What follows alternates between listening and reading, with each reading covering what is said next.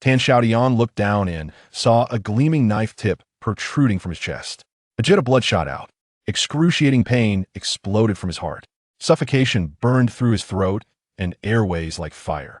Darkness, heavy as a mountain, crashed down upon him. Ah! Tan Xiaotian screamed, jerking backward so violently that his 1.8-meter frame slammed hard onto the floor. The wooden slats of the chair back dug into his spine, stinging fiercely, but he barely noticed. Gasping like a dying fish, he gulped down every precious breath of fresh air. Am I dead? Mooing, could you really do this to me? The rush of oxygen slowly restored his ability to think. As Tan Xiaotian opened his eyes, his left hand instinctively clutched at his chest wound, while his right shot toward his waist. In one fluid motion, he flipped upright, dropped to one knee, and scanned his surroundings with sharp vigilance. But there was no wound, no blood. The knife had vanished. His hand found no gun. Beads of cold sweat instantly coated his forehead. He froze. He was now sitting in the back row of a bright, sunlit classroom.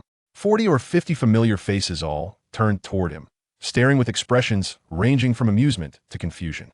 Golden sunlight poured through the windows like liquid honey, bathing everyone in warmth so vivid it felt unreal, dreamlike. His bloodstained white Hermes t-shirt had been replaced by a blue and white polyester tracksuit.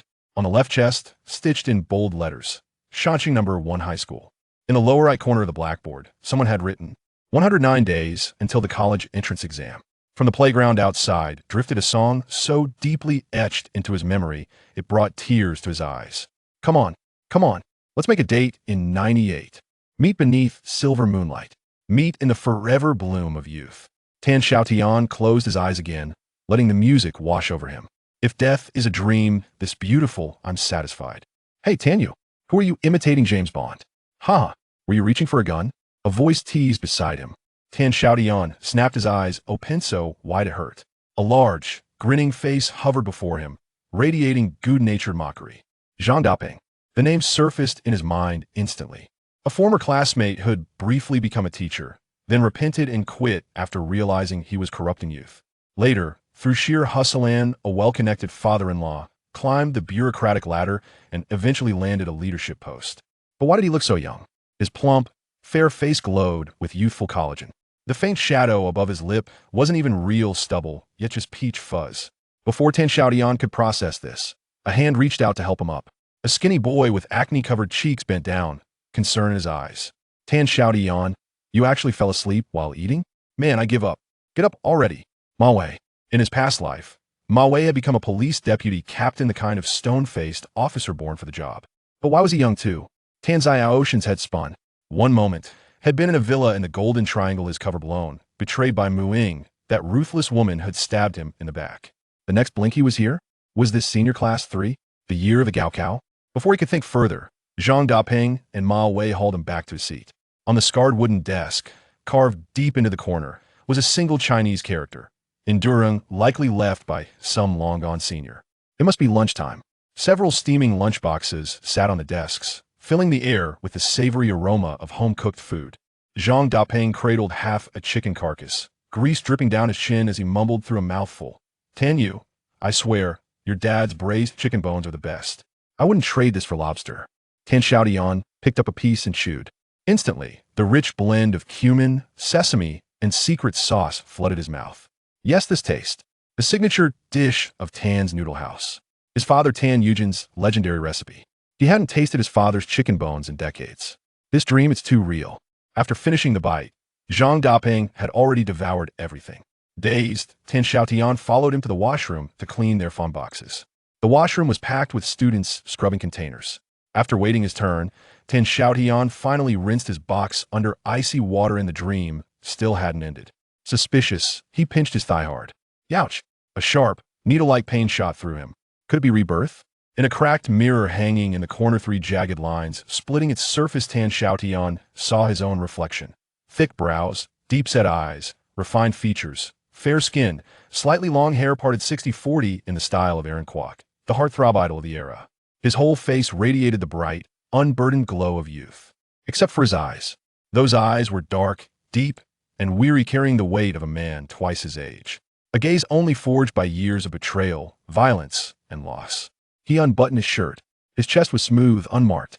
The poppy tattoo forced upon him years ago by Mu Ying when he infiltrated her drug syndicate was gone without a trace. Tan Xiaotian wanted to laugh to the heavens, but instead, a bitter ache rose in his throat, stinging his nose. In his past life, just 3 months before graduation, had been framed and expelled barred from taking the Gaokao. Forced to enlist, he later met Mu Ying, the drug lord's daughter, who fell for his looks. Using that connection, he joined the police force and went undercover in Southeast Asia's narcotics underworld, embarking on a path soaked in blood and shadows. Back at his desk, Tan Xiaotian spent the entire lunch break confirming 2 facts. 1. He had been reborn. 2. Today was March 19th, 1,998,109 days before the Gaokao. His heart began to race. 1998, 1998. Grain harvests would soar. Floods would recede. He remembered it all. The May 19 stock market surge, Beijing's Olympic bid success, the internet boom, the 3-year bull market, the rocketing housing prices. He knew every World Cup winner for decades to come. He even recalled the birth of Bitcoin and its insane future rise. If he got in early on Tencent, Alibaba, this time, Tan Xiaotian slammed his fist on the desk so hard it nearly collapsed.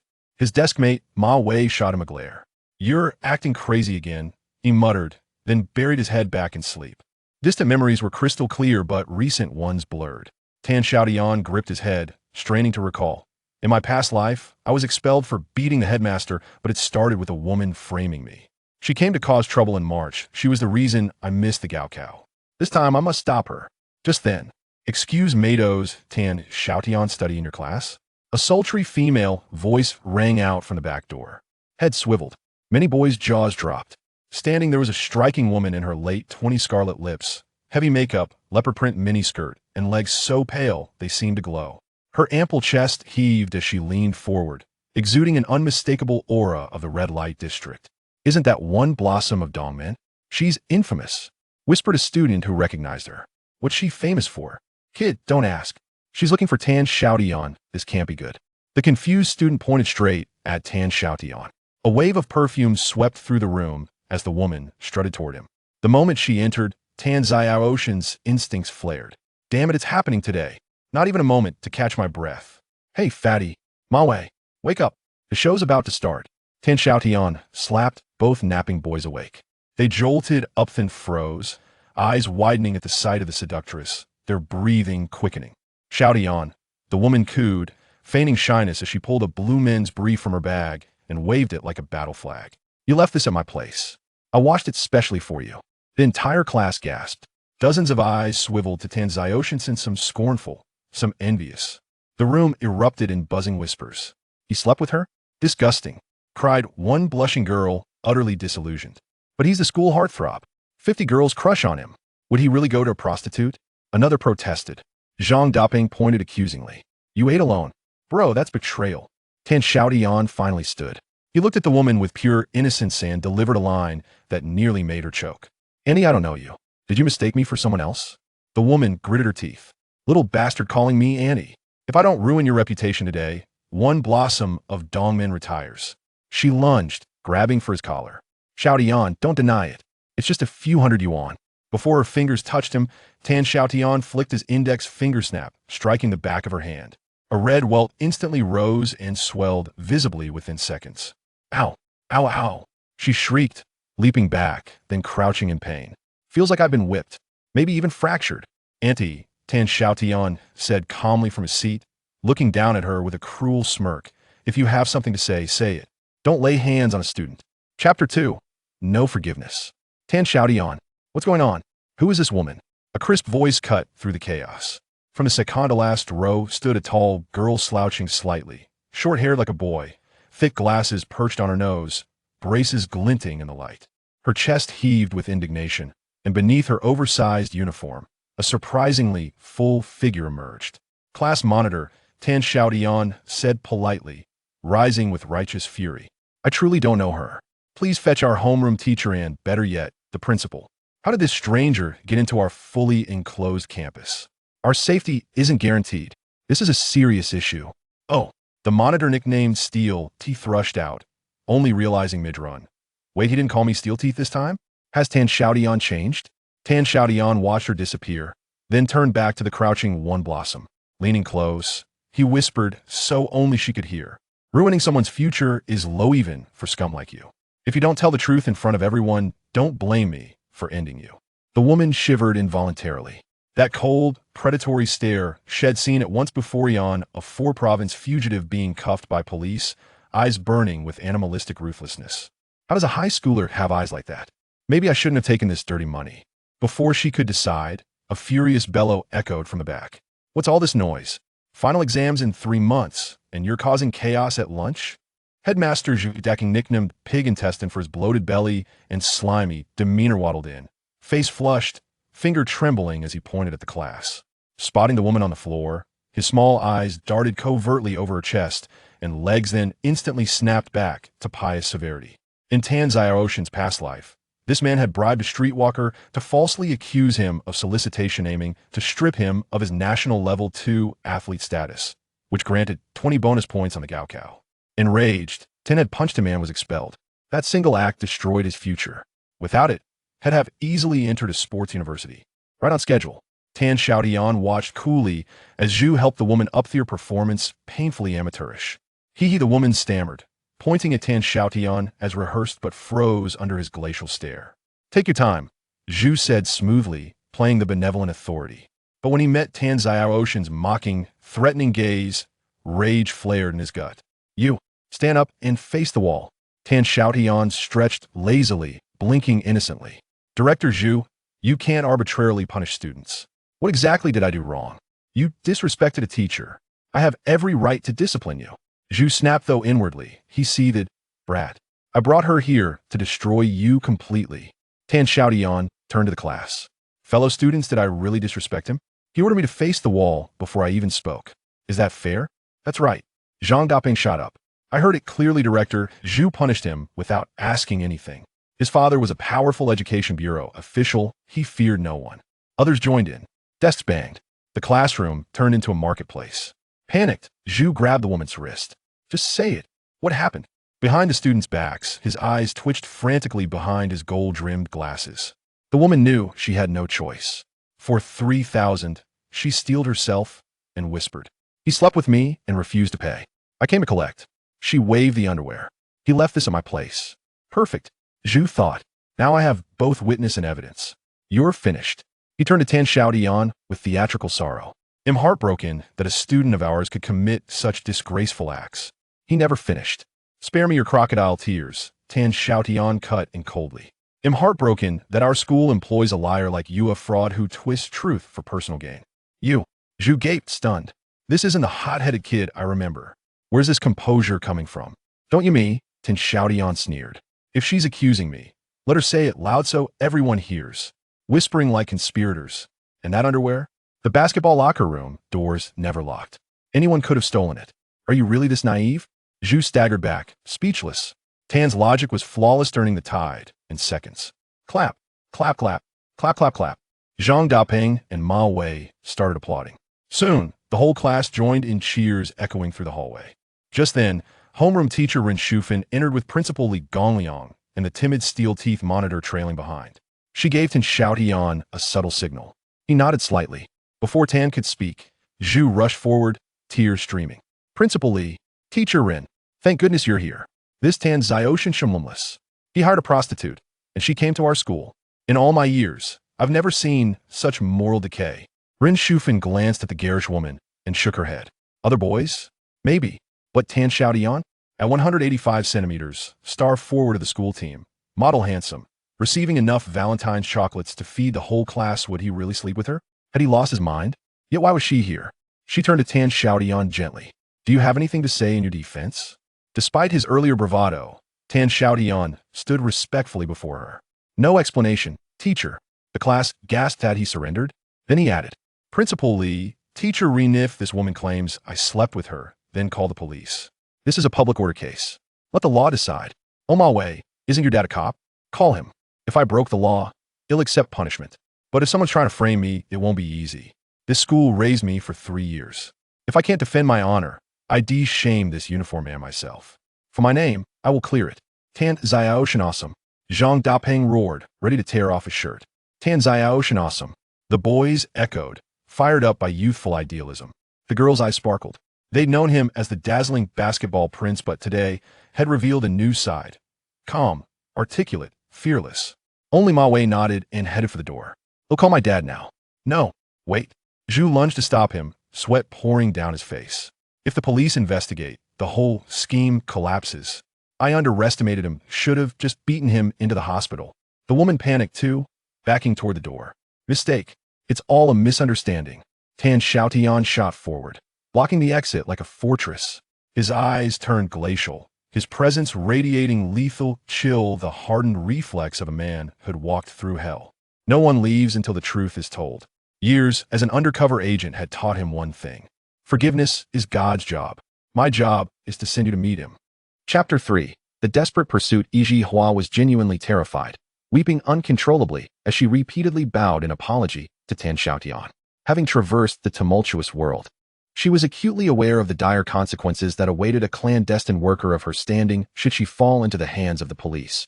A minimum of 15 days of administrative detention, and in more severe cases, a transfer to a labor camp. "Please, spare me, dear brother. I truly erred in judgment. I was momentarily misguided. I was wrong. I was wrong." Zhu Dachong wiped his brow with urgency, offering a sheepish grin. "You see, this young woman has caused quite a commotion without understanding the situation, nearly leading to a misunderstanding. Let us not delay the students' classes. It would be best for her to leave promptly." He waved his hands repeatedly, his gaze flitting nervously, urging Yiji Hua to exit hastily. However, the back door was firmly blocked by Tan Xiaotian, leaving Yiji Hua with no option but to proceed through the front entrance. Just as she turned, Tan Xiaotian spoke. "Did I permit you to leave?" He stepped closer to Zhu Dachong, and with a swift motion, Zhu Dachong seized Ma Wei's hand. As though struck by lightning, paralyzed by an electric shock coursing through him, involuntarily releasing his grip. "Ma Wei, why aren't you making that call?" Tan Xiaotian continued to advance, and by the time he finished his sentence, he had already positioned himself behind Yiji Hua, placing a hand gently on her shoulder and applying a slight pressure. Yiji Hua let out a shriek, her body sinking into an empty chair. "Hua Fengfeng, your daughter must be around a year old now. Poor child, growing up without a father and soon to lose her mother as well." Tan Xiaotian's voice was low and rapid, leaving those around them unable to discern his words, yet Yiji Hua trembled. Her previously pale face turning a ghastly shade of red, tears cascading down like a broken string of pearls. The fact that Tan Xiaotian knew her name and was aware of her daughter plunged her into the depths of despair. She was rendered speechless, her hands gripping Tan Xiaotian's uniform sleeve tightly. "Dear brother, please show mercy. I cannot be absent from my daughter's life." "Then speak the truth, or I shall certainly call the police," Tan Xiaotian stated, beginning in a whisper but culminating in a thunderous declaration that startled Yiji Hua, causing her to lose her balance and fall to the ground. This tactic was a lesson Tan Xiaotian had learned in his previous life within the police force, employing a barrage of words to unsettle his opponent's mind before delivering a decisive blow that shattered their resolve. Ahem. Li Gongliang, who had remained silent since entering the classroom, finally cleared his throat and spoke. "Director Zhu, let us postpone any discussions until later." "Ma Wei, there is no rush to call the police. I believe that our school can manage this matter effectively. Students in the corridor, please return to your respective classes. Lessons are about to commence. Teacher Ren, ensure your class is focused on their studies. The city's second mock exam is approaching, and this is a crucial time to remain undistracted." Li Gongliang's voice was soft yet authoritative, each word articulated with clarity, compelling listeners to instinctively follow his directives. The crowd of onlookers quickly dispersed, and Ren Shufan calmed the restless students of Class 3, restoring tranquility to the classroom. Li Gongliang smiled, directing his gaze at Tan Xiaotian. "Tan Xiaotian, shall we discuss this matter in my office? I assure you, I will provide you with a satisfactory resolution." Tan Xiaotian, with a serious demeanor, bowed to Principal Li. "Principal Li, since your administration began at the first high school, the college entrance examination success rate has steadily risen each year. Teachers' salaries and benefits have increased significantly, and the satisfaction level among faculty and students has reached an all-time high. It can be said that the first high school is currently experiencing its most glorious era." Tan Xiaotian's lengthy praise was not without purpose. In his previous life, Li Gongliang had ascended to the position of director of the education committee in Shanxing through meticulous thought and cautious speech, ultimately becoming responsible for education, culture, science, and health. Tan Xiaotian subtly reminded him not to jeopardize the flourishing situation at the first high school over a trivial matter which could adversely affect his future. "Principal Li, Before I proceed to your office, I would like to ask one more question, just one. Li Gongliang initially frowned, but Tan Xiaotian had already directed his question towards Yijihua. You don't even know me. How could you recognize me so quickly? Yijihua timidly stole a glance at Zhu Dachong. There's a photo of you in the lobby. He specifically pointed it out to me. The display cases flanking the teaching building's lobby featured photographs of the school basketball team, and the star player, of course, included Tan Xiaotian. I truly have no idea. I merely handle my duties. Yijihua lowered his head. Li Gongliang's expression remained unchanged, yet a tempest surged within him. He hesitated for merely 2 or 3 seconds before arriving at a decision. Having governed the first high school for 3 years, he had already established connections at higher levels. Awaiting the release of this year's college entrance examination results to secure a position in the education committee, Zhu Dachong lacked substantial backing. He could not allow him to jeopardize the current stable and harmonious situation. Classmate Xiaotian, Teacher Rin, Director Zhu, and this lady, please come to my office. I assure you that I will handle this matter impartially. No one should tarnish the sanctity and purity of the first high school, Li Gongliang declared with conviction. Tan Xiaotian felt a surge of joy. He had successfully navigated the first hurdle after his rebirth. In Li Gongliang's office, the ashen-faced Zhu Dachong still clung to denial, which Li Gongliang easily dismantled with a simple statement. If you feel wronged, we can report this matter to the authorities right now, causing Zhu Dachong to lower his head in silence. Principal Li is indeed skilled, Tan Xiaotian remarked, even clapping his hands twice. I propose that Director Zhu write a resignation letter directly. Principal Li can sign it for confirmation. It would be simple and efficient. I have little time to deal with such trivial matters as I am about to sit for my college entrance exams. If Director Zhu refuses to write it, let us not wait for a later investigation. Better to resolve it today. My deskmate Ma Wei's father is in the city bureau. I can ask him to facilitate a few people coming over.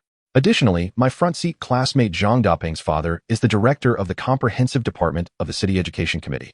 I could request him to give a heads up to the leaders of the education committee's discipline inspection commission, and it would take merely an hour or so. As Tan Xiaotian grew more animated, Li Gongliang's expression darkened further.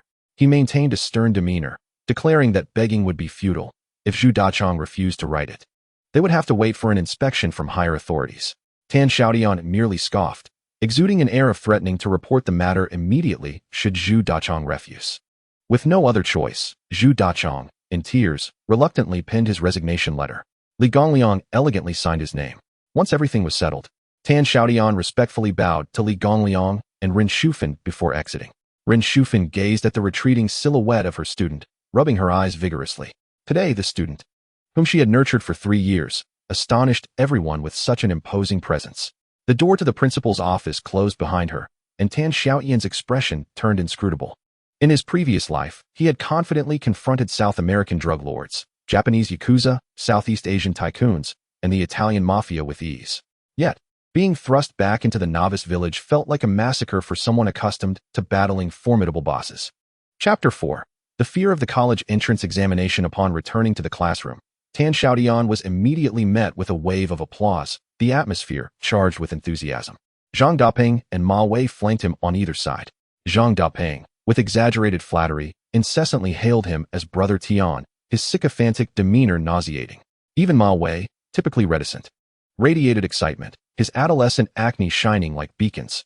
It was no wonder Tan Xiaotian's performance today had been nothing short of spectacular, single-handedly toppling the formidable Zhu Dachong and completely transforming his previously established image. However, this cacophony did not last long, as the geometry teacher hurried in to commence the lesson, restoring tranquility to the classroom. Tan Xiaotian stared at the spherical shapes on the blackboard, feeling as if his head was larger than the very sphere itself. His earlier declaration of the necessity to attend university now seemed a mere jest. Dreams are enchanting until they confront reality. Having not touched a textbook in years, the formulas and exercises now appeared as foreign symbols. While he recognized each element individually, their combinations left him utterly perplexed. 109 days remained: Chinese, English, mathematics, history, and politics. Tan Xiaotian felt a wave of dizziness wash over him, nearly choking on his own frustration. The confusing lesson finally concluded, and he patted Zhang Dapeng on the back and nudged Ma Wei. The trio, displaying remarkable camaraderie, stealthily slipped out through the back door of the teaching building, heading straight to the smoking area in the northeast corner. It seemed every school harbored a concealed smoking spot, overgrown with weeds and seldom trodden by human feet. Zhang Daping produced a pack of Honghe cigarettes, deftly distributing them. Moments later, the three squatted in a row, exhaling clouds of smoke as if they were in a restroom stall. Tan Xiaotian's face was etched with worry, a stark contrast to his former spirited demeanor. Zhang Daping exhaled a smoke ring and casually inquired, "Tan, you seem troubled." "The college entrance examination is approaching. It weighs heavily on my mind," Tan Xiaotian replied, casting his gaze skyward, his eyes glistening with unshed tears. Zhang Daping intended to offer some words of comfort, but as they reached his lips, they dissipated into a long, drawn-out sigh. Only Ma Wei appeared unburdened, laughing at the two who wore expressions of concern. After finishing a cigarette, Tan Xiaotian raised his brow and called out sharply, "Who is there?" "Step forward." From behind the nearby bushes, a figure emerged, a girl with short hair and braces, clutching an English textbook, her thick glasses framing a smug expression. "Tan Xiaotian, Zhang Daping, Ma Wei, once again hiding here to smoke? I will inform the teacher." "Braces girl, no, class monitor. What are you doing sneaking around here instead of attending class? Were you waiting for me?" Tan Xiaotian breathed a sigh of relief and approached her with a playful smile, reaching out to pat her shoulder. "You're talking nonsense. This is a self-study period. I'm just here memorizing vocabulary." The shy class monitor's face flushed crimson as she attempted to evade him, but Tan Xiaotian's hand found its mark on her shoulder. "Ah, Tan Xiaotian, you're so annoying." The class monitor, infuriated, turned on her heels and walked away. After just a couple of steps, she abruptly turned back and exclaimed, "Tan Xiaotian, you spoke so boldly just now about not betraying the school or the school uniform. Yet your actions now are indeed a betrayal to the school and to the teachers who have worked tirelessly to educate you." For some inexplicable reason, upon seeing her, Tan Xiaotian's worries evaporated, as if he had been rejuvenated by 20 years. "Chu Ting, the class monitor. Allow me to offer you a piece of advice. Walk with your chest out and head held high. You are tall and possess ample assets, so you should showcase them confidently. Do not heed the prattle of those envious girls, who are akin to underdeveloped chicks, consumed by jealousy of you." "What ample assets?" Chu Ting paused, puzzled for a full 3 seconds before comprehending Tan Xiaotian's words, her small face flushing crimson like liver. "You rogue," she exclaimed, covering her face as she ran away. Such a splendid figure concealed so meticulously was almost a crime. Tan Xiaotian gazed after Chu Ting's graceful silhouette, his smile brimming with warmth. Throughout his entire high school life and his previous existence, Chu Ting had been the kindest girl towards him. Chu Ting had matured rather early, standing at 1.7 meters with a D cup in her first year of high school, towering over a sea of shorter, more fragile girls. In today's world, a well-endowed figure with long legs and a slender waist is regarded as a beauty's capital, yet in 1998, it posed troubles for a high school girl, often inciting jealousy from her peers and unwanted attention from men. Many delinquents were aware of a stunning girl at the first high school, and they had cornered Chu Ting a few times after evening classes. As the sports committee member, Tan Xiaotian could not stand idly by and had driven away several groups of troublemakers. From that moment on, the astute Chu Ting altered her appearance. Short hair, glasses, braces, and clothes that were always one size too big, deliberately diminishing her image to create a secure learning environment. Chu Ting began to regard Tan Xiaotian differently, quietly caring for him, and over the 3 years of high school, this concern blossomed into unspoken affection. At some point, Zhang Daping arrived beside Tan Xiaotian, standing shoulder to shoulder as they watched Chu Ting depart. He remarked, "Forget it. You two are incompatible. She is the class monitor, a leader. You are worlds apart. Get lost." Tan Xiaotian kicked him away, asserting, "I am still the sports committee member." Throughout the evening study session, Tan Xiaotian was lost in thought, pacing in circles. Having been away from high school for so many years, the subjects of Chinese and mathematics lay before him, as foreign as the first encounter, inciting an urge to perish once more. With less than 4 months until the college entrance examination, the desire to relearn and achieve satisfactory results seemed an insurmountable task. As Tan Xiaotian wore a frown, feeling utterly at a loss, his companion Ma Wei, however, was at ease, leaning on the desk, fervently engrossed in slam dunk. This lad intended to apply to the police academy, which was a vocational school with low admission scores. Moreover, his father had already paved the way for him, allowing him to avoid the struggles faced by others. Tan Xiaotian clenched his fists. "I am destined for university. I cannot allow myself to languish like this unambitious fellow, merely waiting for my time to pass." He opened a political book and flipped through its pages randomly until he found one, marking it with a red pen. Next, he delved into history, extracting a passage and marking it as well. In his past life, before enlisting, He had deliberately purchased a set of the 5-year liberal arts exam preparation books and completed them, achieving a score of 463. Sufficient to gain admission to Donghai University of Physical Education or any physical education department within the province. Unfortunately, after many years, he had forgotten the majority of the questions. However, he still retained some recollections regarding the essays in Chinese and English, as well as the substantial discussion questions in politics and history, all of which he had just found answers to in the book. As a reborn individual, this knowledge served as a meager advantage for his upcoming college entrance examination. The current situation was quite apparent. If he approached the exam in his present state, he would struggle to gain admission even to a vocational school, let alone a sports university. Among the 4 subjects, his English had improved remarkably, even surpassing his previous life, thanks to the years he spent abroad with Muing. There was still hope for Chinese and the comprehensive liberal arts subjects. With his excellent memory, if he dedicated himself intensely over the next 3 months, he should see results. As for mathematics, he felt utterly lost. No amount of effort could clarify it for him, and he was resigned to cheating. Raising his head instinctively, he caught sight of Chu Ting's silhouette ahead, and his eyes gleamed with excitement, akin to spotting a treasure. With utmost seriousness, he pinned his study plan for the next 3 months in his notebook, focusing solely on Chinese and comprehensive liberal arts, while abandoning mathematics altogether. At 9:30 p.m., evening study sessions concluded. Tan Xiaotian flowed out of the school gates with the throng of students. A small square lay about 20 to 30 meters east of the main entrance, where a green waterproof canopy stood under a street lamp, adorned with a plastic sign that fluttered in the wind, reading Tan Family Old Soup Noodles. Amidst the night, the stove blazed with warmth, steam swirling from a large iron pot, as 2 figures busily moved about, engrossed in their tasks. A wave of students streamed in, bringing with them a cacophony of calls. "Boss, a bowl of old soup noodles, hurry up. The kid needs to eat and get home to sleep. 1 portion of soy sauce chicken. 2 pieces of tofu to go." Tan Xiaotian stood quietly across the street, observing his parents weaving between tables, remaining still for a long moment. As the last of the customers began to disperse, he fiercely wiped his nose and used his uniform sleeve to dab his eyes. Finally striding over and calling out from a distance, "Mom, I'm starving. Hurry and get me a bowl of noodles." Upon seeing their son, Tan Yuejin and Song Chunhua rushed to the kitchen, peeling eggs and slicing meat with fluid motions. In merely a few minutes, a lavish bowl of old soup noodles, heaped with various condiments, was placed in front of him, provoking complaints from diners at the neighboring table about the favoritism shown by the owner. Sitting beside her son, Song Chunhua beamed with joy, watching him devour the noodles, never tiring of the sight. "My son is truly handsome. Have you been effective in your studies today? There are just over 3 months until the college entrance exam. You must not relax. Your father and I are fully supporting you." Tan Yuejin stood by the 2, his usual reticence evident as he rubbed his hands together, a simple smile on his face. Tan Xiaotian, nearly burying his face in the bowl, mumbled in response, "Don't worry about me. Just look at who your son is. I am determined to gain admission to a prestigious university, bringing honor to our family." His voice sounded somewhat peculiar. "Son, why has your speech changed? It sounds as though you've been crying. Let me take a look." Song Chunhua attempted to lift her son's face, but Tan Xiaotian protested vehemently against any touch. "Oh, I'm fine.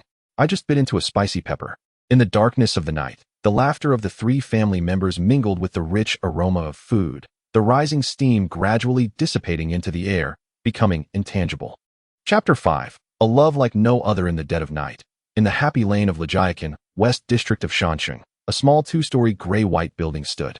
A pungent scent of smoke pervaded the cramped room, where several men, cigarette butts in their mouths, were engrossed in a fierce game of mahjong. Bang! "You've escaped again. Don't move, I've won. Pay up." As one round concluded, some players quenched their thirst, while others took a restroom break, pausing the game. After waiting all night, Zhu Dachong finally seized the opportunity to speak. He cautiously glanced at the man with slicked back hair across from him. "Brother-in-law, did you heed my words earlier? I've lost my job. You must advocate for me." The slick-haired man took a sip of hot tea and spat out a tea leaf stem, disdainfully replying, "Look at your pathetic state. A high school student has caused you to be unemployed. I'm aware of this matter. When I find the time, I'll have Shannying deal with that kid. Damn it, just the thought of this infuriates me." Initially, I suggested breaking his legs, but you insisted on a more subtle approach, claiming it would prevent suspicion. And what has been the outcome? A complete failure. I know your intentions. It's merely about wanting to sleep with her. I assent it. Now she has gone too, and she still owes me several thousand. As the slick-haired man grew increasingly agitated, he slammed his teacup onto the mahjong table, startling Zhu Dachang. Brother-in-law, seeking revenge is simple. Just send someone to beat him up. However, I cannot afford to lose my job. You know someone in the city, please think of another way. Enough. When I see your director, I'll ensure he respects my standing. The slick-haired man waved his hand impatiently. Zhu Dachang was overjoyed, expressing endless gratitude. The following day was Friday. After evening classes concluded, the students of Class 3, Year 3, were as boisterous as ever. Exhausted from a long day, they exited the classroom like birds freed from their cages. Chu Ting lingered as usual, and by the time she left the classroom, the corridor was nearly deserted.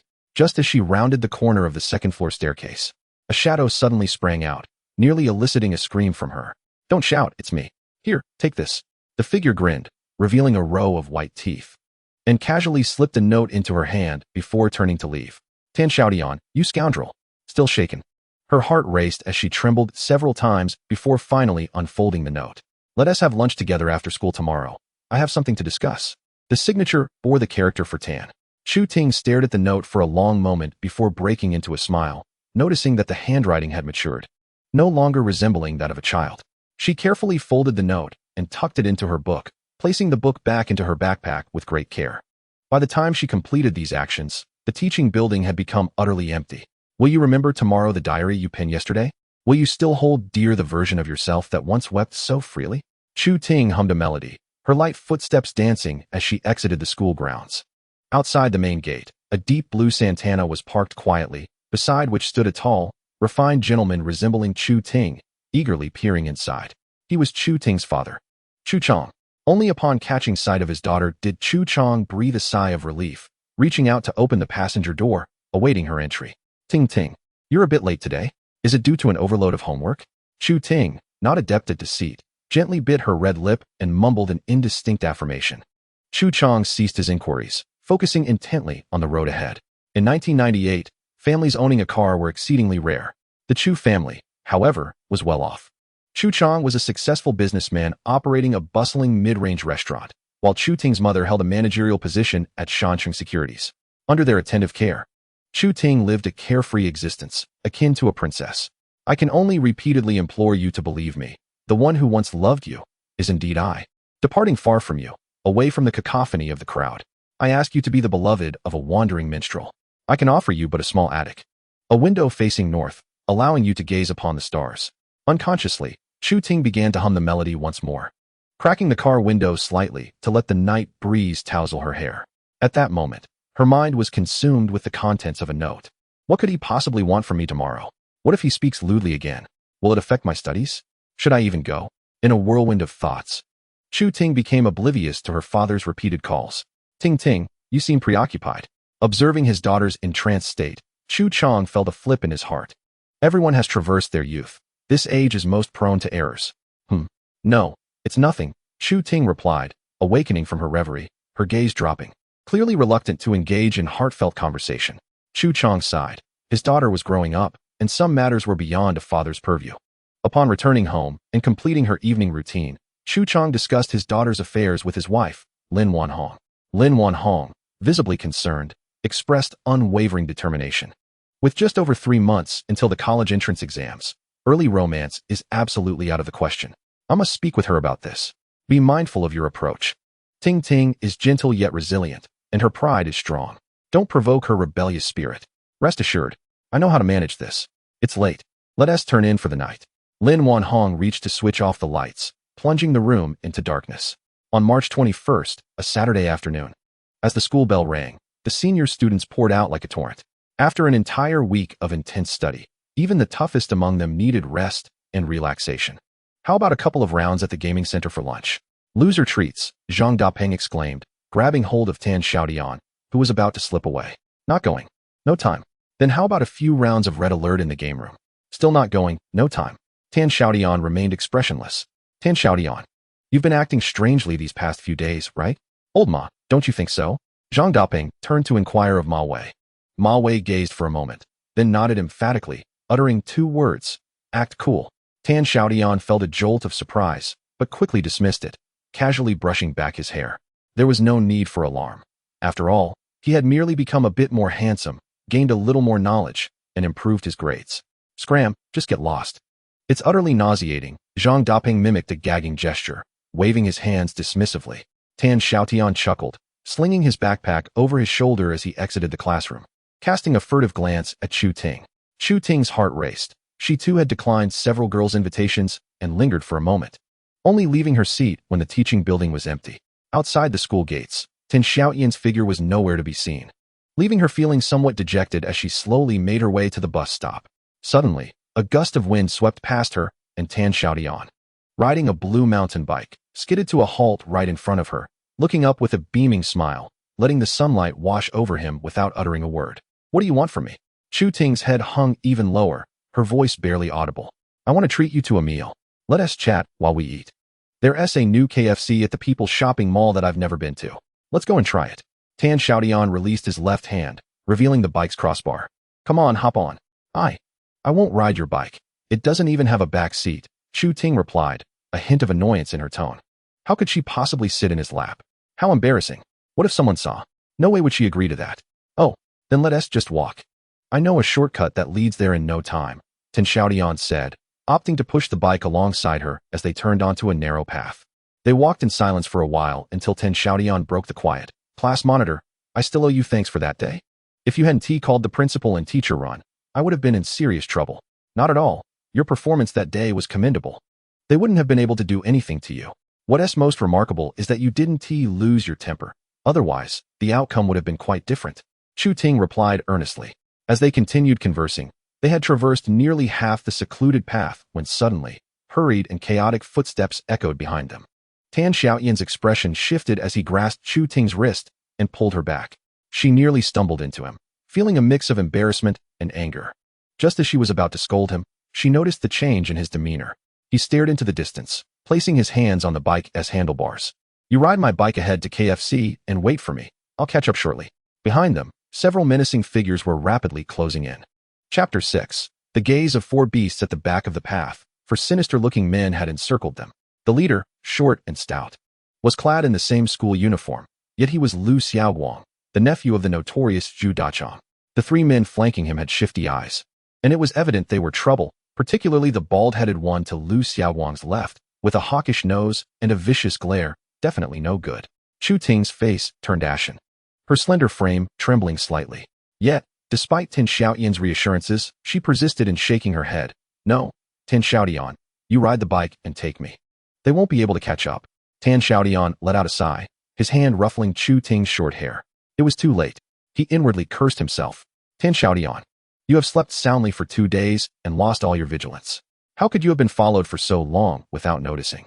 He turned around, positioning himself protectively in front of Chu Ting, raising his chin to face Lu Xiaoguang.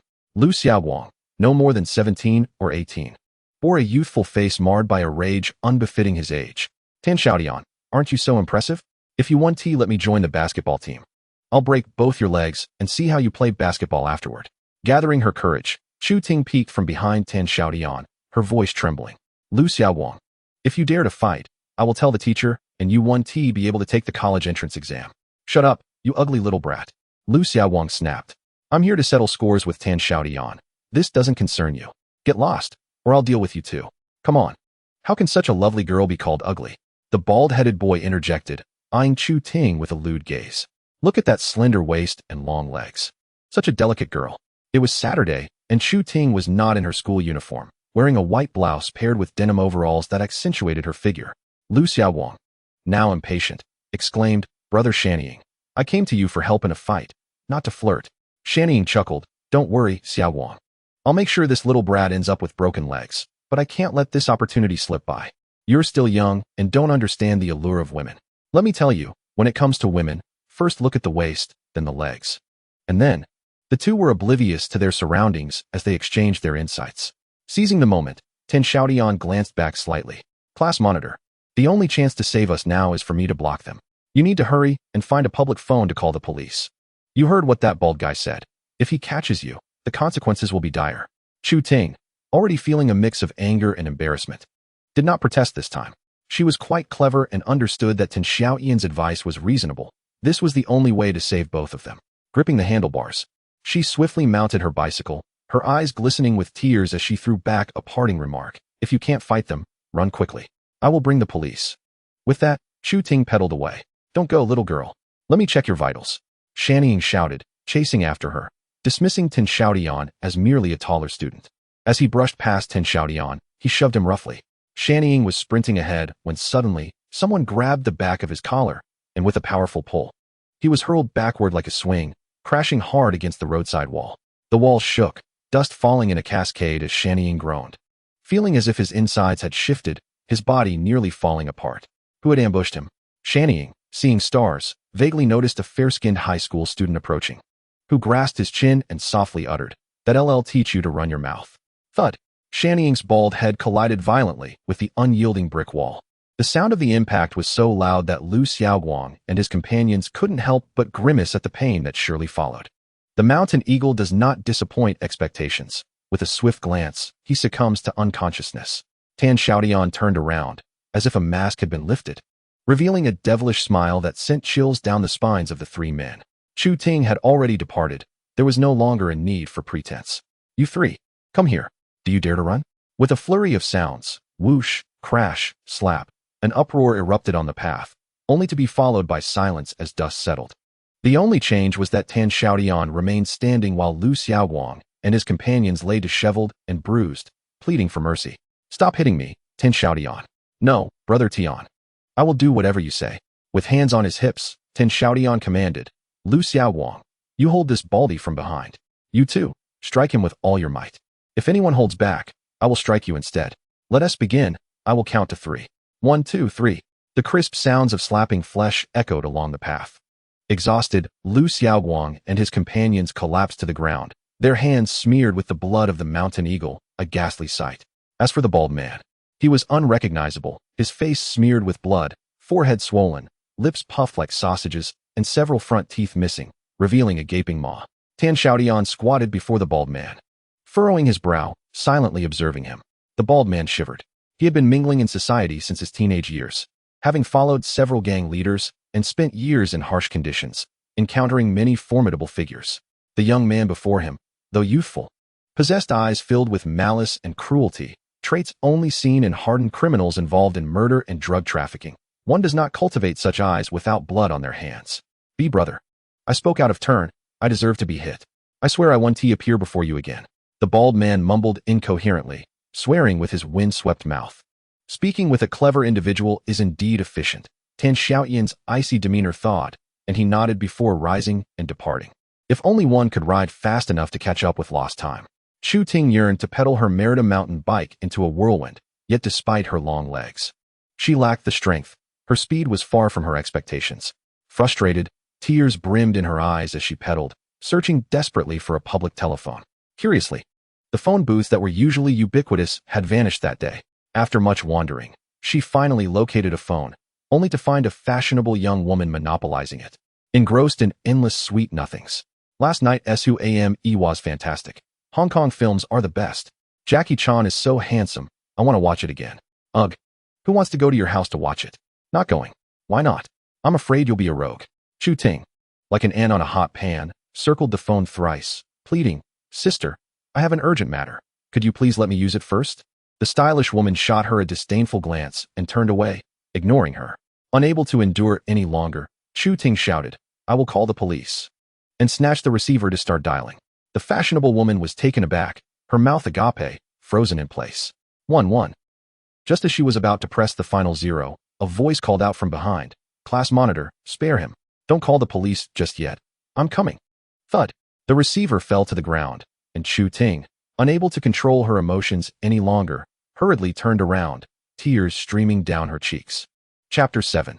The heavenly group perched on the crossbar of a Merida mountain bike. Chu Ting seemed to shrink into herself, her head nearly buried in her chest.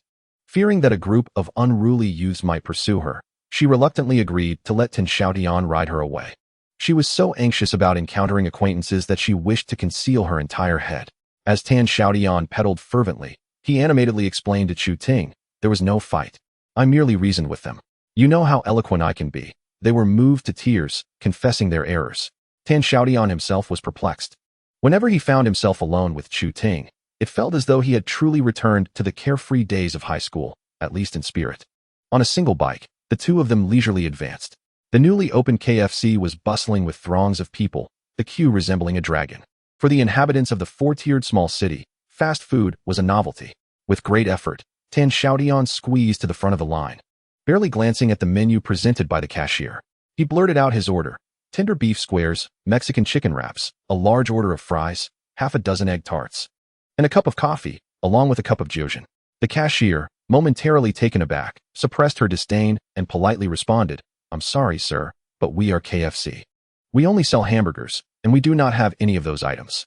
Confused, Xiaotian took the menu and, upon a quick scan, realized that the items he had ordered had not yet been released in 1998, explaining the cashier's peculiar gaze. "Then I'll have 5 chicken leg burgers, a large order of Colonel's chicken nuggets, fries, a cup of coffee, and a cup of cola, all large, please." He handed over 50 yuan. The prices in 1998 were delightfully affordable. 6 yuan for a chicken leg burger, 4 for the chicken nuggets, 4 for the fries, and only 2 yuan for a cola. Xiaotian, laden with a full tray of food, navigated through the crowded restaurant until he finally found Chu Ting in a corner near the restroom. "Why did you order so much? How can we possibly finish this?" Chu Ting covered her mouth in astonishment. "Not too much," Xiaotian said, inserting a straw into the cup of cola and handing it to her. He also unwrapped the chicken leg burger, squeezed the ketchup, and arranged the fries and chicken nuggets neatly in front of her. Chu Ting gazed at Xiaotian as he busied himself, her affection for him deepening. It was no wonder, at that moment, Xiaotian's demeanor resembled that of a man in his 40s, and he felt it was only natural to take care of a young girl in such a manner. However, to Chu Ting, this gesture held a significance far beyond the ordinary. Boys of their age were often careless, who would deign to perform such seemingly menial tasks merely to please a girl. Thus, Chu Ting increasingly felt that Xiaotian had invited her out to express his feelings, and her heart raced even more. The two of them ate in silence. Chu Ting's manner of eating was demure, taking small bites of the burger, occasionally nibbling on a fry, and sipping her cola. Describing Xiaotian can only be likened to a whirlwind, as he devours a hamburger in just a few bites, hastily tossing fries and chicken nuggets into his mouth. The only moment he slows down is when sipping coffee, taking delicate sips to avoid burning himself on the scalding liquid. At this moment, Chu Ting finally musters the courage to express her feelings. It is certainly not the right time for a romantic entanglement, with the looming college entrance examination. Academics must take precedence.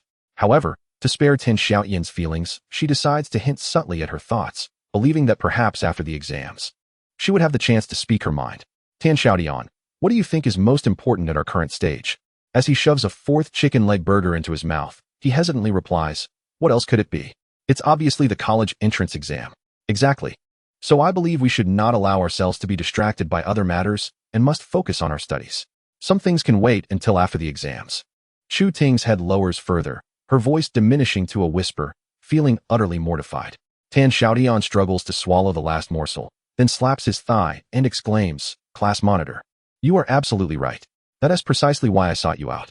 I think we should complement each other's strengths and form a study group to learn together and make progress." Chu Ting suddenly looks up, her face still flushed from earlier, now tinged with embarrassment anew, as she realizes Xiaotian's intentions were not romantic. She feels a mix of shyness and indignation, wishing to disappear. Seemingly oblivious to her discomfort, Xiaotian continues, "I've even thought of a name for our group, derived from our names. We shall call it the Tianting Study Group. After we finish eating, let us head to the library. The inaugural meeting of the Tianting Study Group will commence." Leaning closer with a playful air of mystery, he asks, "Class monitor, do you have a dream? Or rather, which university do you aspire to attend?" Seeing that Xiaotian remains unaware of her embarrassment, Chu Ting lets out a silent sigh of relief and feigns nonchalance, replying, "Yinjing Normal University. I've always wanted to become a teacher." "No." Xiaotian shakes his head vigorously. "You shouldn't settle for that. With your talent, you deserve to aim higher, like Yanda." Chu Ting cannot help but laugh incredulously. "What are you thinking? Yanda is the best liberal arts university. Only 1 or 2 students from our city get admitted each year. I wouldn't dare to dream about it. Things are different now. With my help, you can definitely make it." Xiaotian is not merely boasting. Chu Ting is indeed the top student in their class, just a smidge away from Yanda. He currently holds 2 essays in Chinese and English, along with several major questions in the comprehensive subjects, almost totaling 150 points. If Chu Ting could earn those bonus points, the once unattainable Yanda would surely become a reality. However, it is evident that Chu Ting does not take his words to heart. She agrees to study together more to assist him. Tan Xiaotian, then tell me, what is your dream? With a mysterious smile, Tan Xiaotian retrieves a notebook from his bag and opens it to reveal the first page, where 4 bold characters stand out. Donghai University.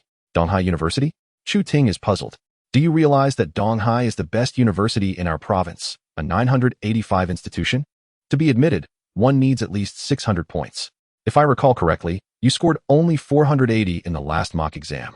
There is one crucial point to consider. The University of Tokyo is a science-focused institution, whereas we are students of the humanities. Do you grasp my meaning? Tan Xiaotian appeared utterly bewildered. Is the University of Tokyo not a comprehensive university? Surely, it offers programs in the humanities as well. Indeed, it does. Yet these disciplines are rather obscure and may not provide favorable employment prospects in the future, such as philosophy. Moreover, are you not considering enrolling in a sports university or a teacher training institution with a focus on physical education, where job opportunities might be more accessible? Chu Ting subtly advised him. Let us set aside the matter of applications for now. We should first head to the library for self-study. Today marks the inaugural endeavor of the Heavenly Court Group, a day worthy of commemoration. Tan Xiaotian rode his bicycle, swiftly transporting Chu Ting towards the library. Unbeknownst to them, a middle-aged woman, after their departure, retrieved a Nokia 5110, exclaiming, I just spotted you at KFC with a tall and handsome young man. Ting Ting, is it true that you are taking the college entrance examination this year? This is a crucial moment. You must avoid early romantic entanglements. Chapter 8. The plan emerging from the library. It was already past 4 in the afternoon. Over 3 hours of diligent study had immensely benefited Tan Xiaotian. Chu Ting lent him her notes from various subjects to copy, and Tan Xiaotian was confident that, with his memory, transcribing the notes from beginning to end would suffice for retention. He lit a cigarette and mounted his bicycle, heading towards No. 1 high school. As the college entrance examination approached, even during holidays, the school remained open to third-year students. Tan Xiaotian parked his bike beside the playground, shed his shirt, and commenced a vigorous run, the setting sun casting a golden glow upon his fair upper body, accentuating the well-defined contours of his muscles. Any girl witnessing this scene would surely pause in awe. On his 10th lap, drenched in sweat, Tan Xiaotian felt a surge of vitality. The warm air rose from his head, enveloping him in a misty aura reminiscent of a martial arts master at the pinnacle of his power. An ancient soul resided within a youthful body, each muscle harboring boundless strength. Upon completing the 4,000 meters, he felt no fatigue. Rather, an exhilarating sensation coursed through him. He understood this was due to the endorphins released by his brain after extensive exercise, providing a sense of joy and contentment, even alleviating stress and discomfort. With a sudden shake of his head, beads of sweat flew off, landing in the yellow sand, quickly obscured by dust. He endeavored to cast off the shadows of his past life. The anxiety that had plagued him even in sleep had led to severe psychological distress. The earlier confrontation with Lu Xiaowang and Shanning reignited a primal thirst for blood coursing through his veins, intertwining satisfaction with an overwhelming sense of emptiness that refused to dissipate, compelling him to use long-distance running as a means of psychological regulation. With each step, the turmoil within him subsided. After 4,000 meters, Tan Xiaotian had regained his composure and began contemplating solutions for the lingering issues. Lu Xiaowang's father, known as Lu Jun, also called Dejunzi, and the brother-in-law of Zhu Dachang, was a well-known figure in the Dao West district of Lijiakan, reputed to be a minor kingpin in the local underworld. It was he who approached Zhu Dachang, urging him to devise a solution for Lu Xiaowang's college entrance examination, asserting that money was no object. The pig intestine possesses a considerable understanding of his nephew, recognizing that conventional methods to enhance academic performance are largely futile, thereby resorting to less scrupulous means. Consequently, he sets his sights on the upcoming National Level 2 Athlete Qualification Examination, aiming to place Lu Xiaowang onto the basketball team. This plan was nearly in motion when the team captain, Tan Xiaotian, vehemently opposed it. This opposition compelled the pig intestine to resort to underhanded tactics, stealing Tan Xiaotian's underwear and enlisting Lu Jun to ensnare Tan with a scheme. Lu Jun, unable to defy the directive, complied. In a previous life, this tactic proved effective. Tan Xiaotian, unable to clarify the situation, lashed out at the pig intestine in a fit of rage, resulting in his expulsion from school and preventing him from taking the college entrance examination that year. Exhaling deeply, Tan Xiaotian paused, acutely aware of the predicament at hand. Lu Xiaowang would inevitably seek out Lu Jun for solace, and they would not relent easily. Tan Xiaotian, unwilling to endure the harassment of these nuisances before the crucial examination. Contemplated various means to silence Lu Jun permanently. However, he refrained from such actions, desiring a clean and peaceful existence in this second chance at life. To kill or despair, what would Muing do in his place? Standing in quiet contemplation until his sweat dried. A plan that he deemed mutually beneficial began to crystallize in his mind. He mounted his bicycle and sought out the nearest public phone, dialing a number. Is this Ma Wei? I'm in your vicinity. Would it be convenient for me to visit? Upon receiving an affirmative response, he pedaled directly to Ma Wei's residence and ascended the stairs. As anticipated, Ma Wei's father was absent, the police officer spending more time at work than at home. Only Ma Wei and his mother were present. Tan Xiaotian, well acquainted with the family, was welcomed without formality. After exchanging pleasantries, Ma Wei's mother retreated to continue watching My Fair Princess. While Ma Wei busied himself in the kitchen washing fruit, Tan Xiaotian settled near the phone, casually picking up the black telephone directory beside it, which bore a line of embossed gold letters reading Shanxing Police System Internal Directory. He swiftly turned to the first page. Scanning the names with remarkable speed, Deputy Chief Jin Bingchong, 224-7986. Deputy Chief Zhou Xinfei, 224-7987. The second page listed the captain of the Daodong Criminal Investigation Unit, Jiang Hai, 556-8321. The third page detailed the captain of the Daoshi Criminal Investigation Unit, Li Dui, 668-8479. Tan Xiaotian's mind raced as he endeavored to memorize each name and corresponding number. His prodigious memory, further honed by specialized training, made this task relatively effortless.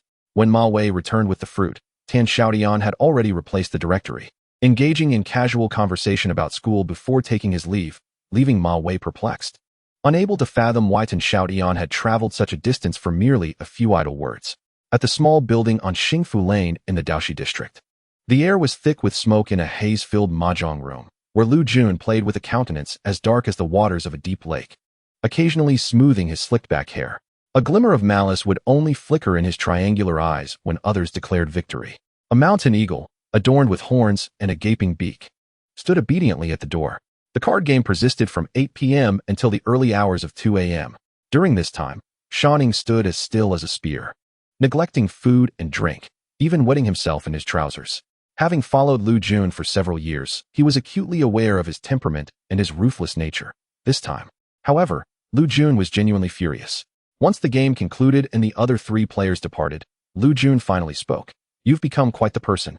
Unable to handle a mere high school student, and now my son has suffered because of you. Do you have any explanation? Shanning lifted his head and replied.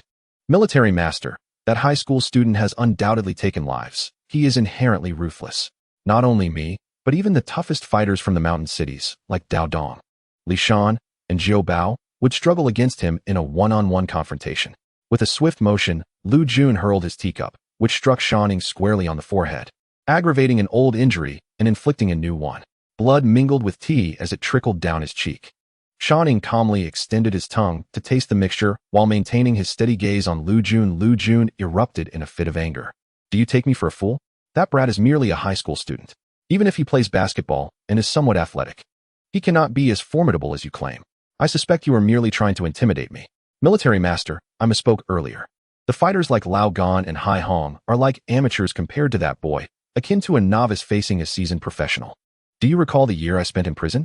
Inside, I encountered a drug dealer from the south, a man responsible for numerous deaths, sentenced to death.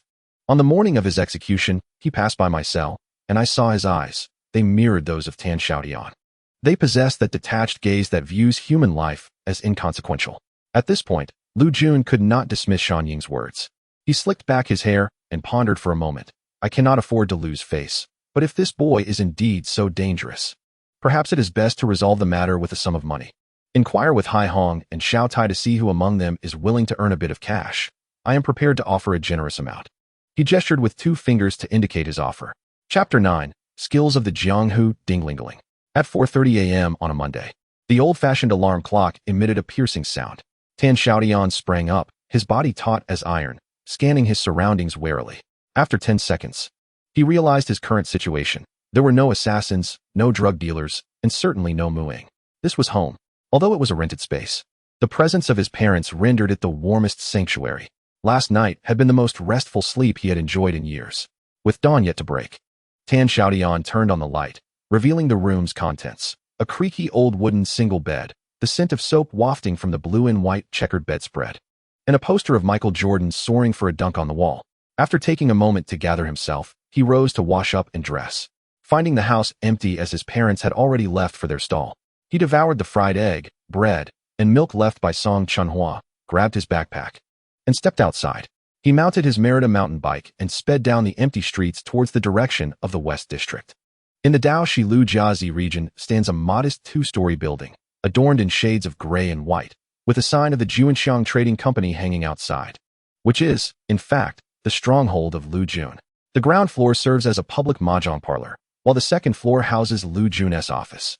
In a previous life, during his second year of military service, Xiaotian seized the opportunity to visit home and meticulously gathered information on Lu Jun. One fateful night, he stealthily infiltrated the premises and left Lu Jun severely beaten, avenging his grievances. In this lifetime, however, during a recent jog on the playground, Xiaotian devised a plan. Either he would not act at all, or he would strike decisively, leaving Lu Jun no chance to recover.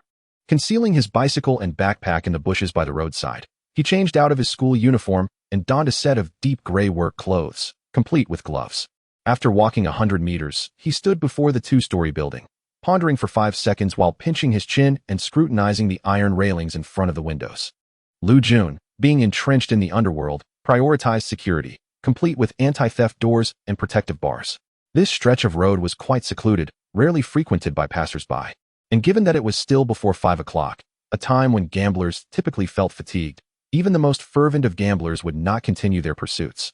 Thus, the mahjong parlor on the first floor was likely deserted, with at most 1 or 2 night watchmen, who, after a long night of toil, would now be sound asleep. Xiaotian circled to the back of the building, resting his hand on the railing of a first-floor window. With a slight push, he propelled himself into the air, alternating hands and feet to scale the wall, and in mere moments, he reached the second floor, then leaped onto the rooftop. On the roof, there was a skylight reserved for maintenance, typically secured with a metal lock. Xiaotian extracted a piece of iron wire from his pocket and, after a few attempts, successfully unlocked the door with a satisfying click. The Golden Triangle is a congregation of the most ingenious criminals, master thieves, sharpshooters, cold-blooded assassins, and various cunning rogues skilled in an array of illicit arts throughout the country and Southeast Asia. Whenever he found himself with idle time, Xiaotian would seek out these individuals for drinks and conversation, absorbing their crafts in the process. As the illustrious son-in-law of the renowned Mu family in the Golden Triangle, these individuals were eager to curry favor with him, generously imparting their knowledge. Consequently, Xiaotian acquired a plethora of eclectic skills from the underworld. With the skylight now open, he cautiously peered inside, listening intently. After confirming that the second floor was indeed unoccupied, he leaped down silently like a cat, landing without a sound. The second floor featured 8 rooms, each marked with labels such as finance department and office. Xiaotian made his way directly to the innermost room, secured with a heavy anti-theft door. Once again, the iron wire proved useful, complemented by a small screwdriver, and in less than a minute, the weighty door swung open. Lu Jun's office was in disarray, with cigarette boxes, lighters, and discarded magazines haphazardly strewn across the coffee table, and the ashtray brimming with butts. Xiaotian approached the desk, reaching for a wooden door concealed in the wall, revealing a deep green safe within. After a moment of contemplation, he began to turn the dial on the combination lock. 5, 8, 3, 1, 6, 9. With a click, the green door opened slightly. Xiaotian was overjoyed. The combination was indeed correct. In a previous life, he had brutally assaulted Lu Jun in this very office, coercing him to divulge the safe's password. That winter of 2000 now felt like a distant memory, as the present time remained firmly rooted in 1998. Lu Jun could never have imagined that the secrets he once revealed would come back to haunt him in this lifetime.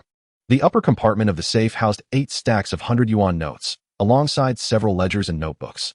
Xiaotian opened the bottom drawer, where a pair of sleek, black pistols lay exposed to the air. His eyes sparkled with intrigue as he grasped one. Its weight confirmed its authenticity.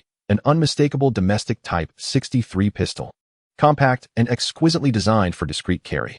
Coupled with its relatively low caliber of 7.62 millimeters, it produced minimal noise when fired, making it a favored choice among underworld figures. Without hesitation, Xiaotian extracted 70,000 yuan from the safe, along with one pistol, and several rounds of ammunition. The ledgers and notebooks contained incriminating records of Lu Jun's dealings, irrefutable evidence. He took one notebook, placing the remainder alongside the pistol in the top drawer of the desk, ensuring that should the police conduct a search, the damning evidence would be readily discoverable.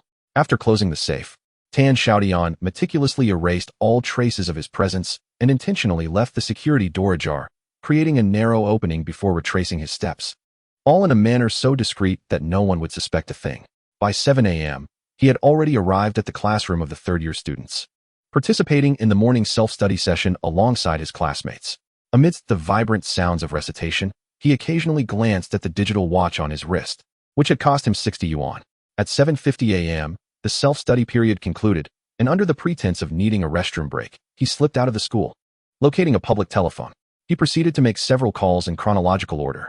At 8:05 a.m., he dialed the number of Deputy Director Jean Bingchong, 224-7986. But after several rings, no one answered. He then called the other Deputy Director, Zhou Xinfeng, and fortune smiled upon him this time, as a slightly hoarse male voice soon responded. "Hello, who is this?" Tan Xiaotian took a moment to steady his breath before responding warmly. "Hello, Director Zhou. This is Li from the Publicity Department. We met at the recent municipal commendation ceremony." "Oh, Li." Zhou Xinfeng hesitated for a moment, but being a leader of such stature, he quickly regained his composure. "What can I do for you?"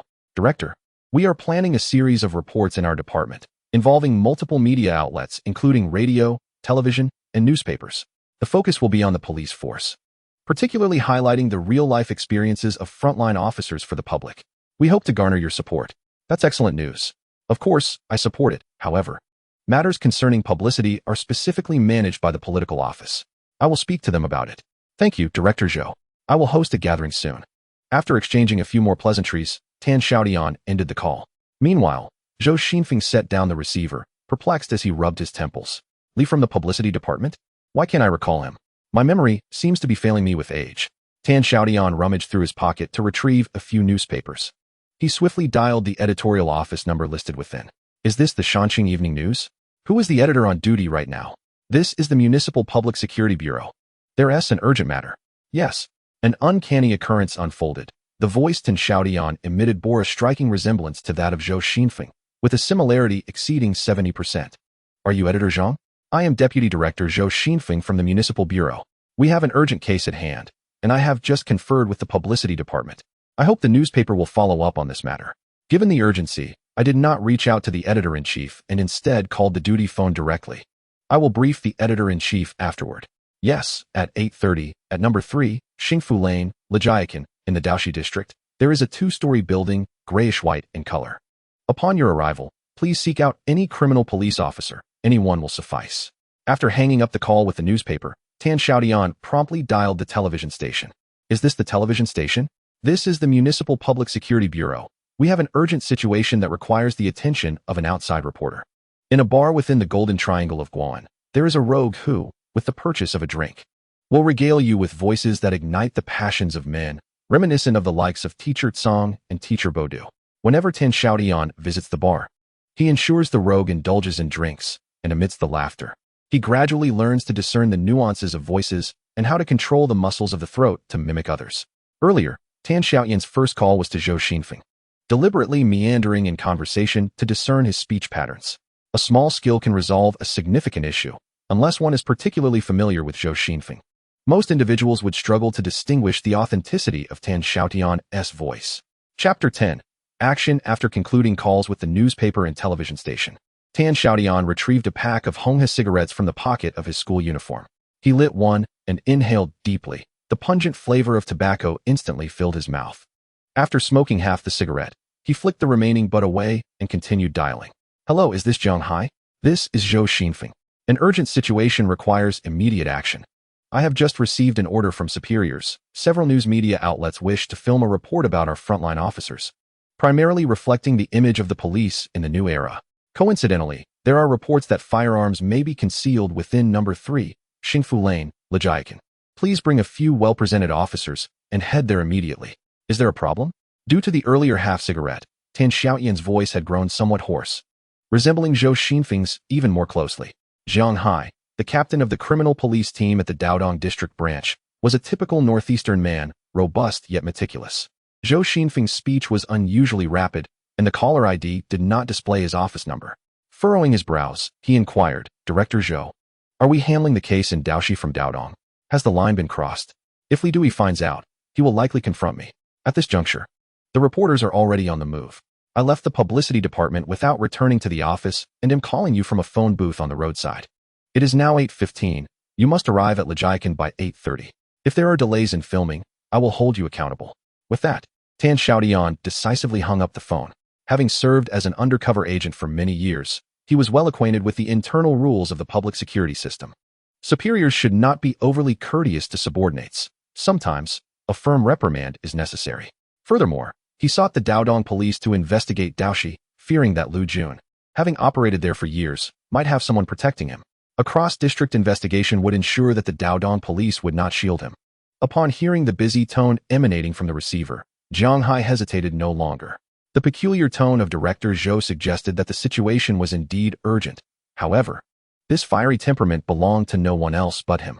Damn it, those officials above seemed to concoct plans on a whim, expecting us to play our parts in their trivial reports. Xiao Wang, Delu, gather a few tall and presentable individuals. We are to depart immediately for an urgent mission. What mission? Filming a movie.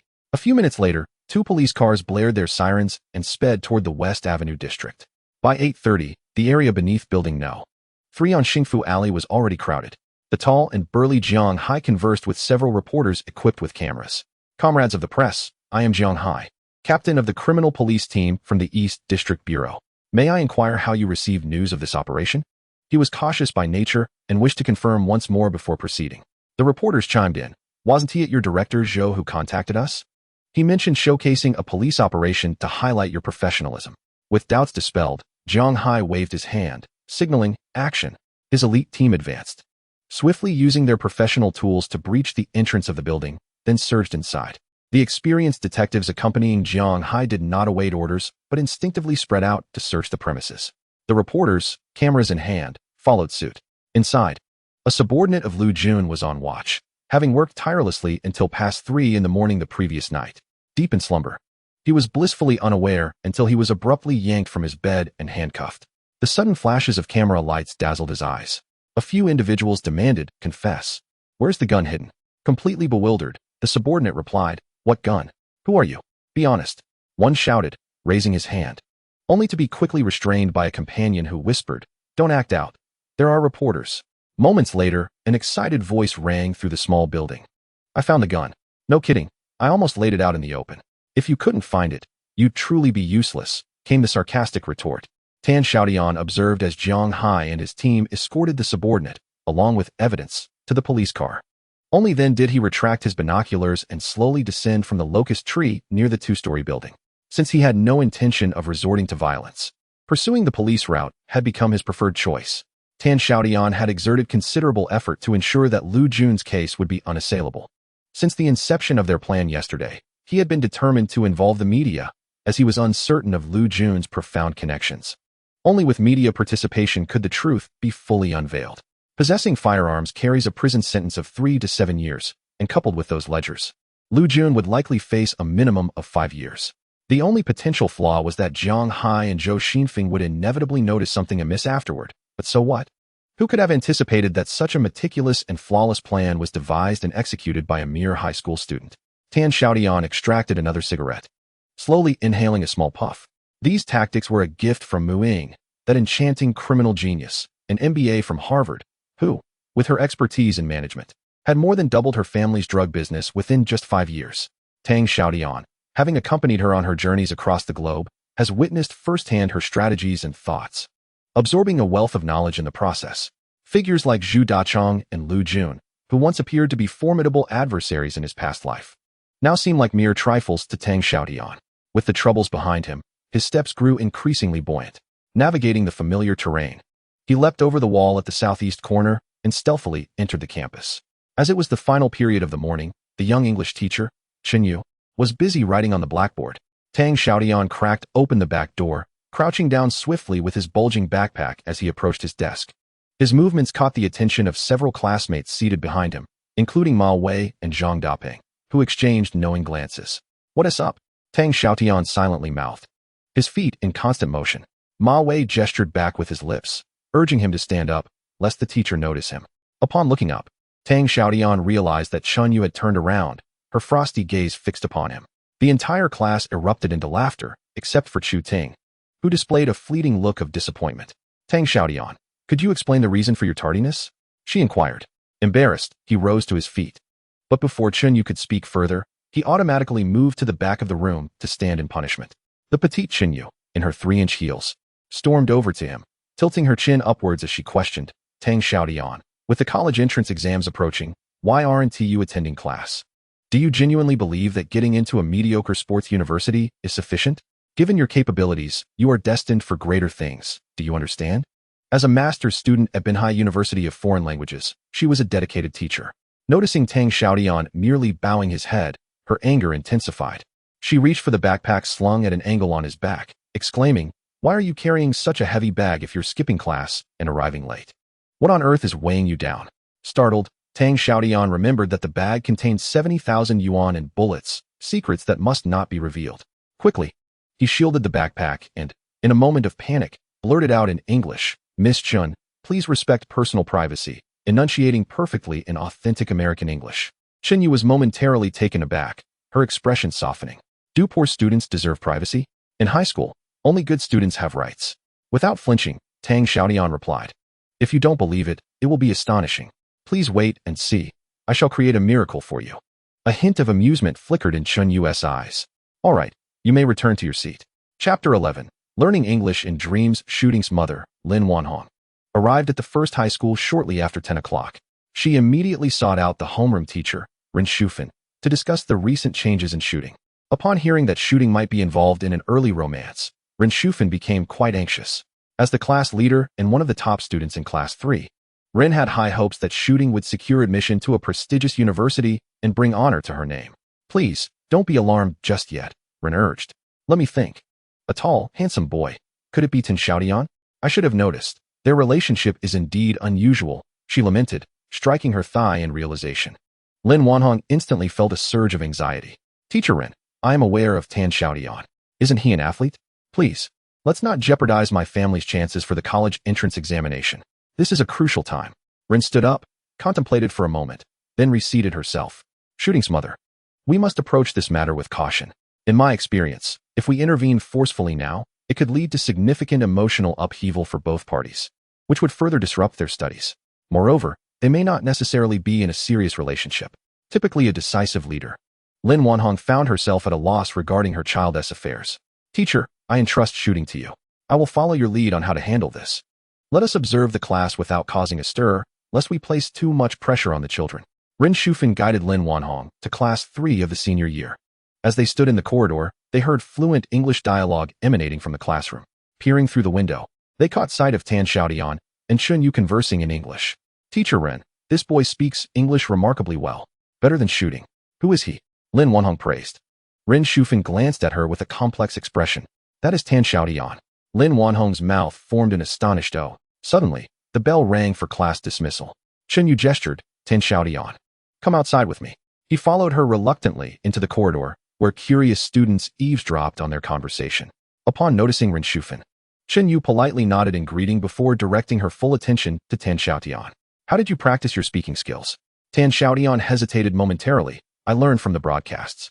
Chun Yu nodded, the Voice of America? Your pronunciation is quite standard, but I wonder about your reading skills. Let's see this.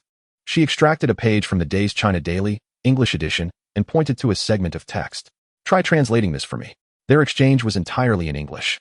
Rapid and fluid, leaving onlookers in silent admiration, unable to comprehend their words. Tang Xiaotian remained composed, effortlessly translating the passage into Chinese with clarity and completeness. Good job. Even the fastidious Chun Yu could only commend him, sensing that his English proficiency had surpassed her own. Now, translate this one. She indicated towards another, notably longer article. Tang Xiaotian spoke at length, though only Chun Yu understood his words. With a sigh, she put away the newspaper.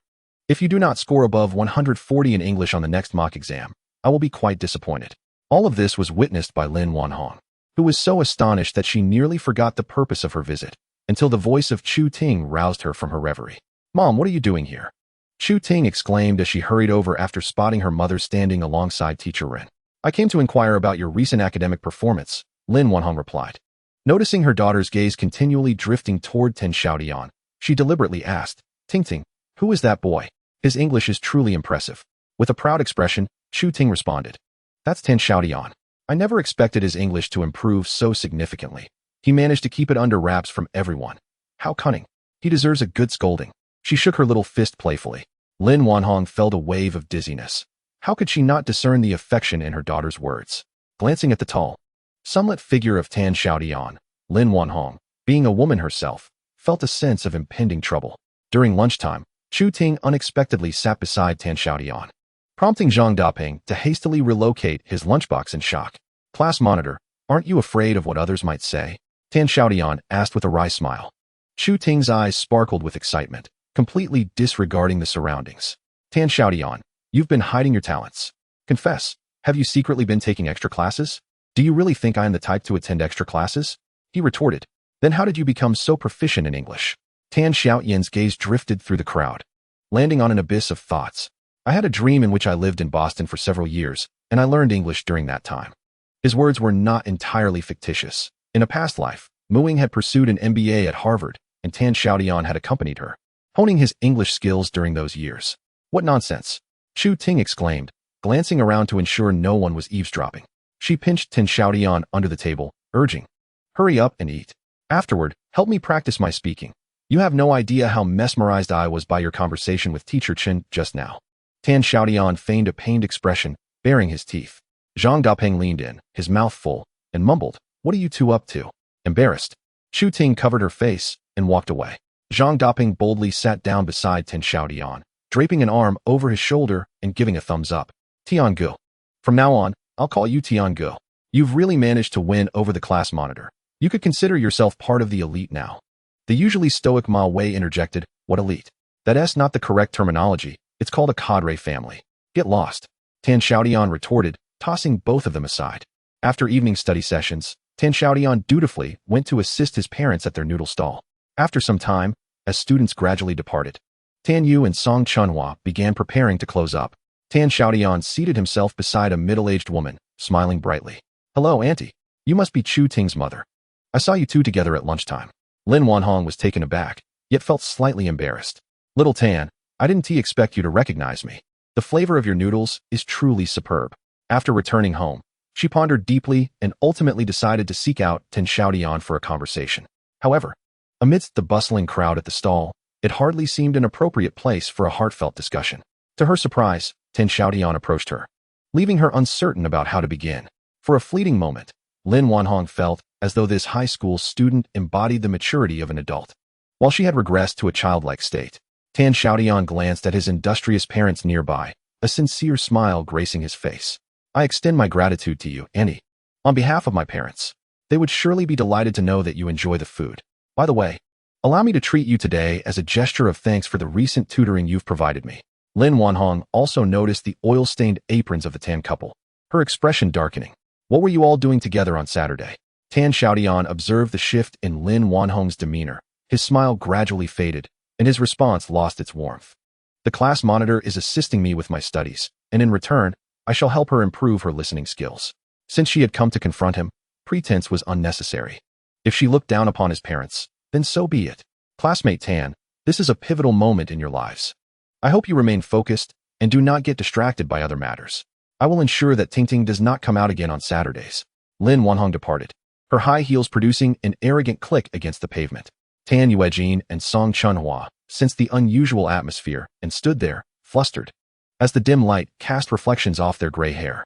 For the first time before his parents, Xiaotian pulled out a cigarette, lit it, and after taking a couple of puffs, suddenly broke into a smile. Dad, Mom, do you believe our family will soon be wealthy? Yes, yes. His parents, fearing to upset him further, eagerly affirmed. Let us wrap things up and head home. Xiaotian shouted with confidence. Upon returning home, he retreated to his room, listening intently for a while before confirming that his parents were sound asleep in the adjacent room. He then began to unpack the contents of his backpack onto the bed, 7 bundles of fresh banknotes, a Type 63 pistol, 2 boxes of ammunition, and a notebook. These were items he had discreetly taken from Lu Jun's safe. The money was precisely what he needed at the moment, while the pistol and ammunition required careful concealment. As for the notebook, which recorded Lu Jun's dealings with certain individuals, it might prove useful in the future and deserve to be kept safe. Tan Xiaotian found a black plastic bag, carefully stowed the notebook and gun beneath the bed in a box, and placed the 70,000 yuan in the bottom drawer of his wardrobe. After completing these tasks, he lay on his bed, listening to his father's steady snoring next door. An overwhelming wave of sleepiness washed over him, curing the insomnia that had plagued him in his past life despite countless expensive treatments. Chapter 12. The Lady in Red. On Friday afternoon, the athletic students of Xiaotian were set to undergo their national second-level athlete certification examination, with the basketball portion taking place at the first high school. Passing the exam would grant candidates an additional 20 points on their college entrance examination, an invaluable advantage.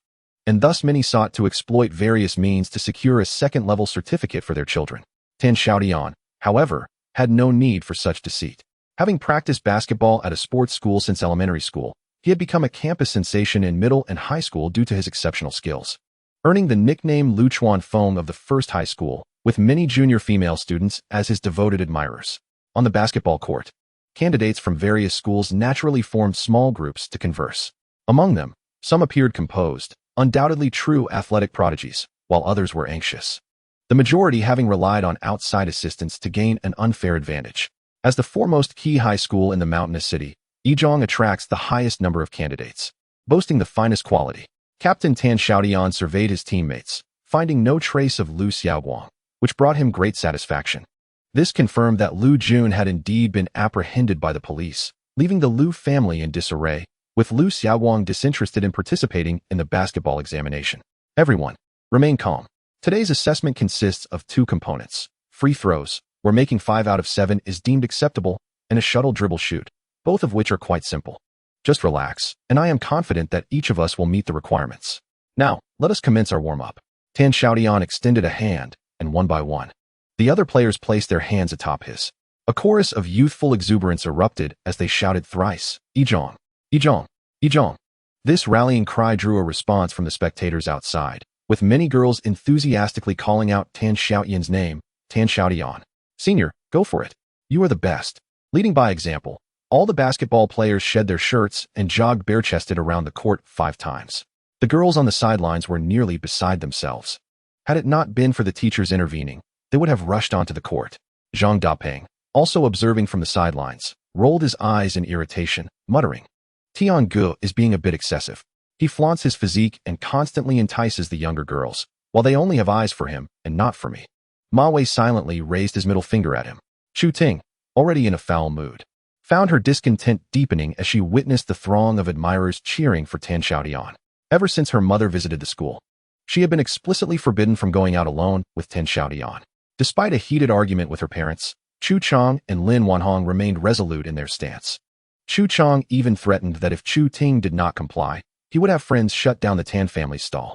Overcome with sorrow at her parents' unreasonable demands, Chu Ting wept but felt powerless to oppose their decision, leaving her to wallow in frustration.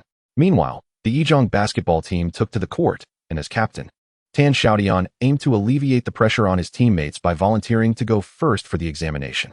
The first task was the free throw, a fundamental skill in basketball.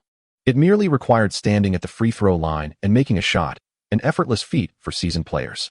However, assessments differ from routine practice. Psychological factors play a crucial role, and many teammates who typically excel falter under examination conditions.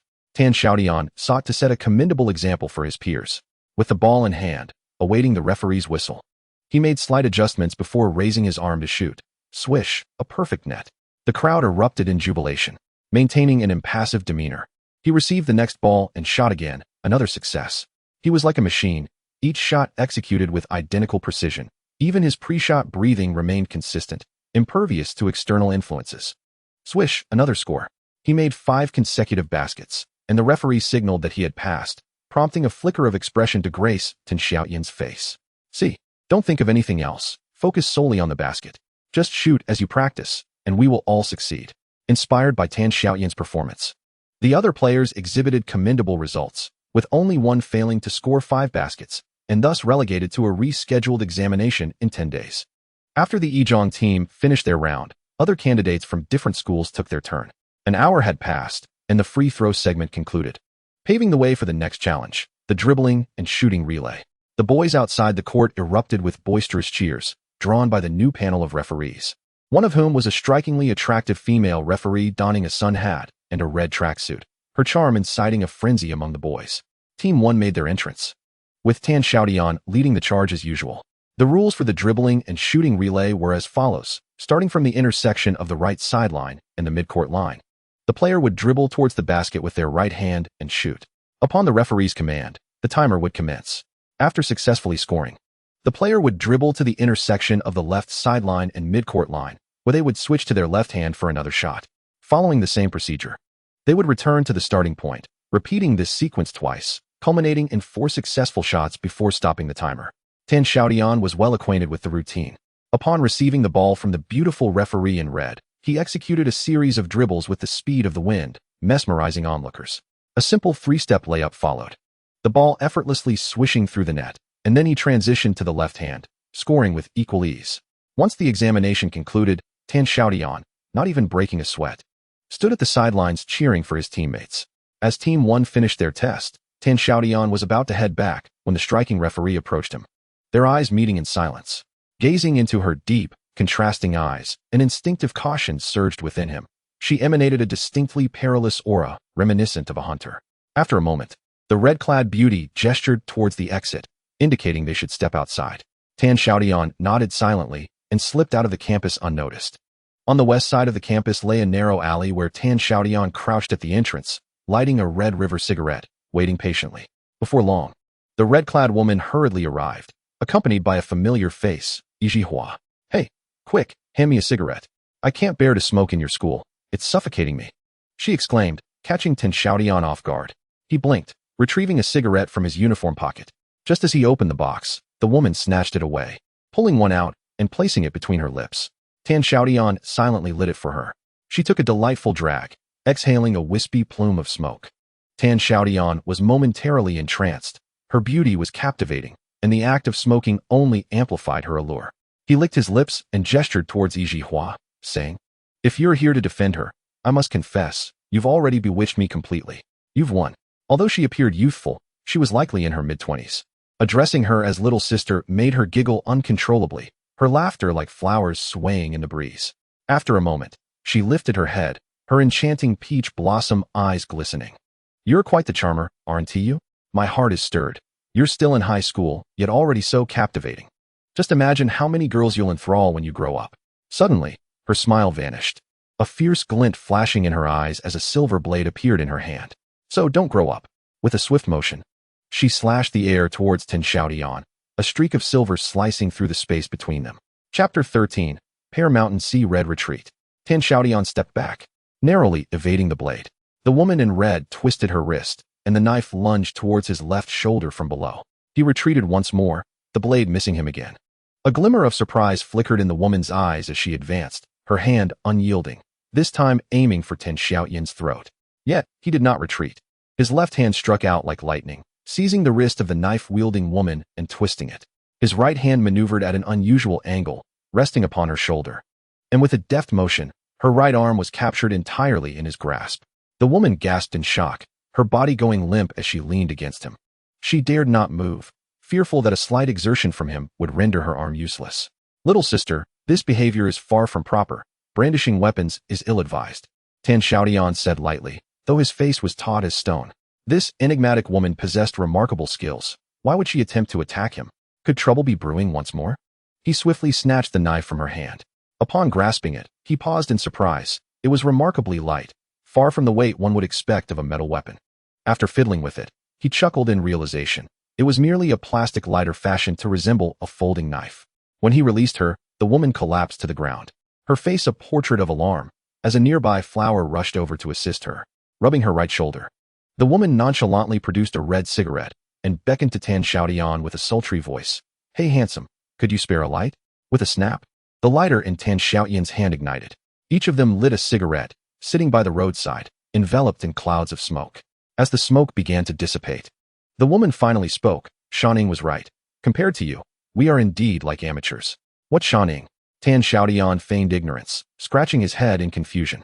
The bald man you defeated last Saturday, she replied, exhaling a plume of smoke before rising to her feet, dusting off her rear end without concern for her appearance. She extended her delicate hand, saying, "Allow me to introduce myself. I am Haihong. They'll most simply call me Lishan Haihong." Tan Xiaotian was taken aback. "You're a woman?" "Haihong is a woman. I have always been a woman," she smiled, her charming eyes sparkling with allure. In the mountain city, there were several renowned figures, such as Daodong Leiganzi, Lishan Haihong, and Jiubao Teach. The distinction between a stick and a big shot is subtle. The former typically represents martial prowess, while the latter's status is measured by wealth within the underworld. In his past life, Tan Xiaotian had only heard of these names without ever encountering them. It was unfathomable for him to think that the illustrious Lishan Haihong was a delicate beauty. "Handsome, you owe me 20,000 yuan. How do you plan to repay me?" Haihong teased, inching closer to Tan Xiaotian. This encounter was far more perilous than the previous one, under the true threat of her presence. Sweat beaded on Tan Xiaotian's brow as he retreated step by step until his back met the wall, with no escape left. Shanning had relayed a message in the mountain city. Dejunzi was offering a bounty of 20,000 for someone to break your legs. I found it peculiar that Dejunzi would go to such lengths against a mere high school student. The mountain eagle once told me that you are a true warrior, someone who has faced bloodshed. Though the ruffians in the mountain city may prance about with bravado, none could stand against you in a true contest. I initially thought it was mere provocation, meant to push me against a high school student. I truly found it hard to raise a hand until just a few days ago when a flower in distress sought refuge with me, revealing the existence of a person like you. Alas, shortly after the mountain eagle delivered this message, Dejunzi met his demise the following day, entangled in gun-related troubles. I suspect it will be 7 or 8 years before he sees the light of day again. Coincidentally, I came to your school today as a referee and brought this flower along, eager to witness what kind of high school student you truly are. Haihong, as she spoke, playfully traced circles on Tan Xiaotian's chest with her finger. She seemed to delight in teasing this young boy. Tan Xiaotian, with the vigor of a high schooler and the soul of a seasoned man, could hardly withstand Haihong's flirtations. His eyes reddened, breath quickening as he exclaimed, "Sister Hong, if you continue like this, I might have to take decisive action right here." The moment those words escaped his lips, he regretted them. Such bravado was typical of seasoned nightlife veterans, not something a high school student would dare to utter. Fortunately, Haihong took no offense. She laughed heartily, waved her hand dismissively, and said, "All right, little brother, we are fated to meet. Come visit me in Lishan whenever you can. I promise to show you a good time." With that, she strode confidently toward the first high school, while Tan Xiaotian crouched in the corner, chastising himself. He realized that as a high school student, he must play his role convincingly and vowed never to slip up again. In the Golden Triangle, a single misstep could cost one their life. On his way back to school, he coincidentally crossed paths with the referees overseeing the exam. "Sister, are you truly a referee?" he inquired. "Of course. I am a legitimate martial arts coach and a national-level referee in basketball and volleyball," she replied. Tan Xiaotian's eyes widened in realization, recalling her earlier flamboyant knife maneuvers. He nodded knowingly. Traditional martial arts, no wonder. That evening, the basketball team collectively skipped their evening study session. With their second-level certification in hand, they pooled their resources to treat a teacher from the sports department at a nearby eatery. The athletes, when drinking, caused quite a commotion, finishing all the beer in the small restaurant within 3 hours, prompting the owner to rush out for a refill late at night. Tan Xiaotian, citing the need to study at home, abstained from alcohol, not due to a lack of desire but from the fear of speaking carelessly under the influence. Lying in bed at home, Tan Xiaotian reflected on Haihong's words, feeling a wave of apprehension wash over him. He was fortunate to have acted swiftly and incapacitated Lu Jun. Otherwise, with a bounty of 20,000 on his head, challengers would have been relentless, disrupting his months of study. On Saturday afternoon after school, Chu Ting, her face etched with bitterness, finished packing her bag. As she stepped outside, her father, Chu Chong, who had been waiting for some time, took her bag from her, ushering her into the car. He then approached Tan Xiaotian, glaring fiercely, and coldly warned, "Don't pursue my daughter any further," before driving off in a cloud of dust. Tan Xiaotian watched the Santana disappear at the street corner, feeling resigned as he climbed onto his own vehicle. With the notes he borrowed from Chu Ting, he could study, but it was never quite the same as having a top student by his side. He can comprehend the Chu family's stance. No one wishes for their daughter to marry into a family of street vendors. It seems imperative to accelerate his efforts to amass wealth, thus alleviating his parents' burdens. Tan Xiaotian felt a tinge of anxiety, while he certainly harbored ambitions regarding wealth in his second life. These plans had been relegated to the period following the college entrance examination. His inability to attend university in his past life remained his greatest regret. Today's revelation regarding the Chu family's perspective made him acutely aware that, regardless of the era, one's financial standing dictates their social regard. In Chapter 14, The Young Scholar. At school, Tan Xiaotian maintained a good relationship with Chu Ting, yet the Chu family had intensified their surveillance, depriving the two of opportunities to spend time together after classes. This left Chu Ting visibly distressed, while Tan Xiaotian could only offer her empty reassurances, such as that her parents had her best interests at heart and that things would ease once the exams were completed. As April rolled in, the second mock examination at Xiaotian City arrived as scheduled.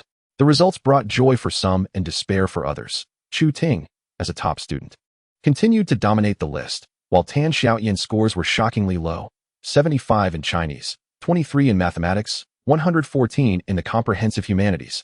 But he did achieve a remarkable 146 in English, ranking first in the school for that subject. His total score was 358, a stark decline of 122 points from the previous mock exams, 480. Upon seeing these scores, Ren Shufan summoned Tan Xiaotian for a half-hour discussion, questioning the rapid decline in his performance. Stammering, he assured her of his commitment to improve in the next exam.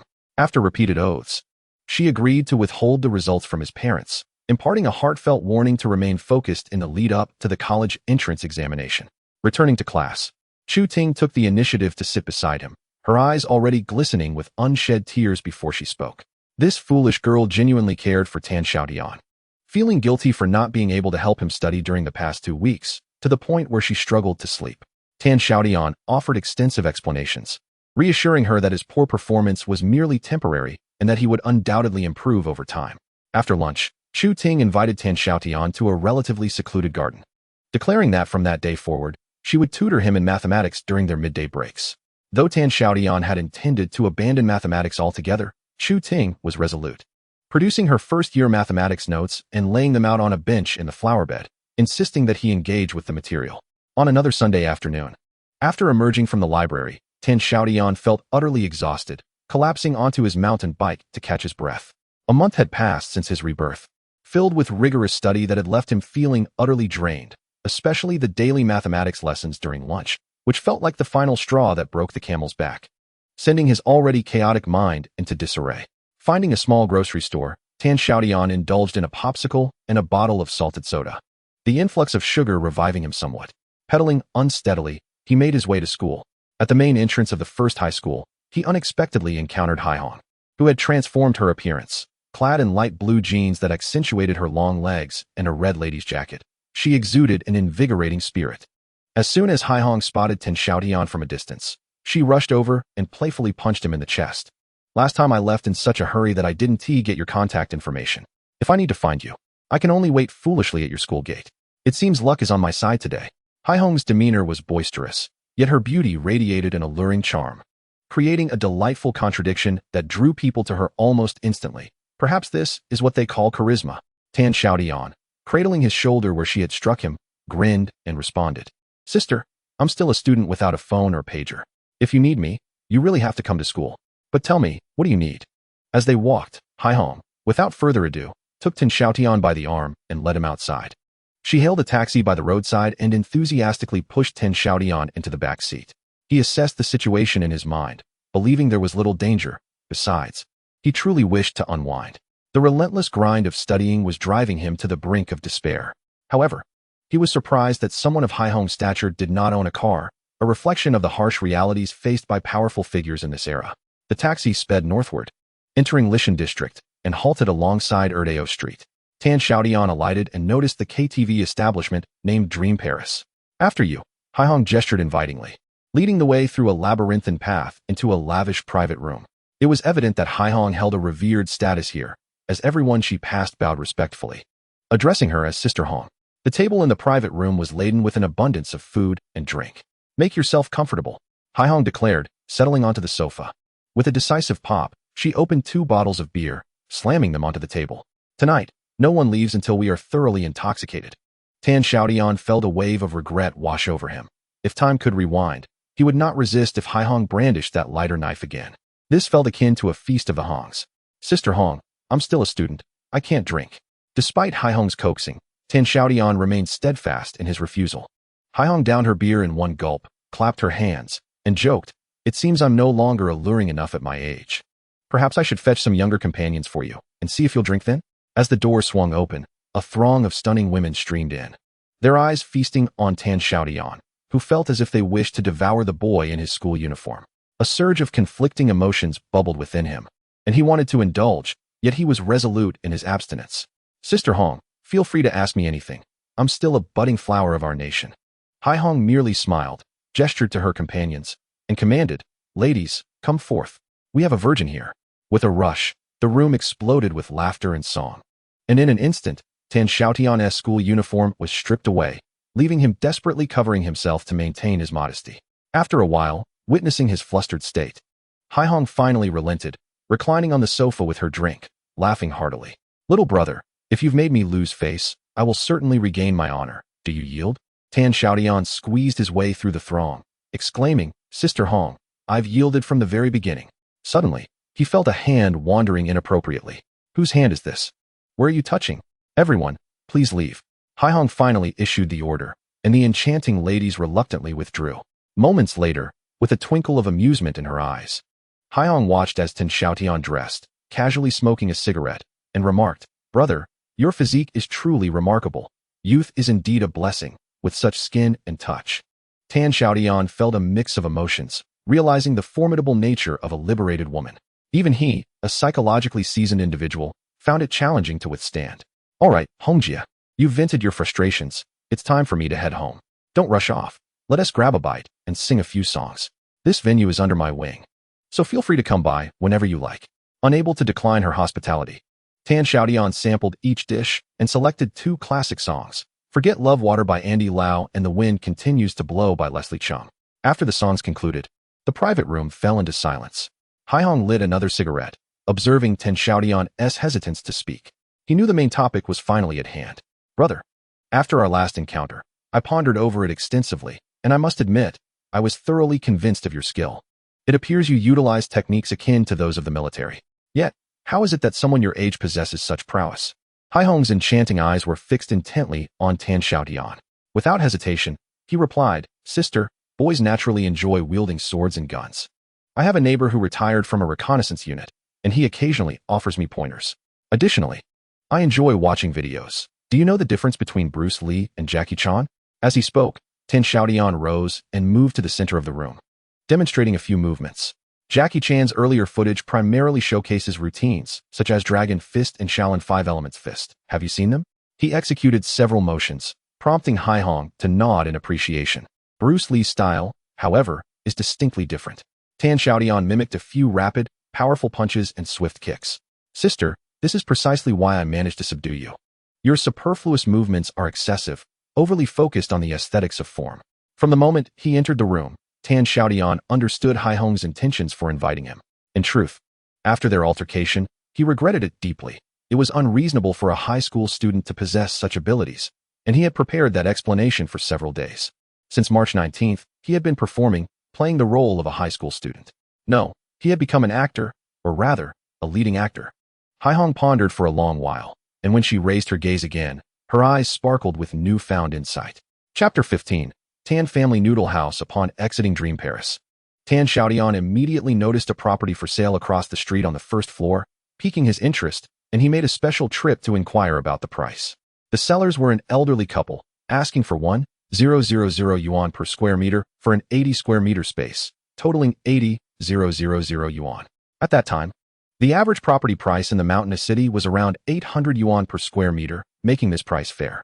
After inspecting the property, Tan Xiaotian resolved to encourage his parents to purchase it and transform it into a noodle house.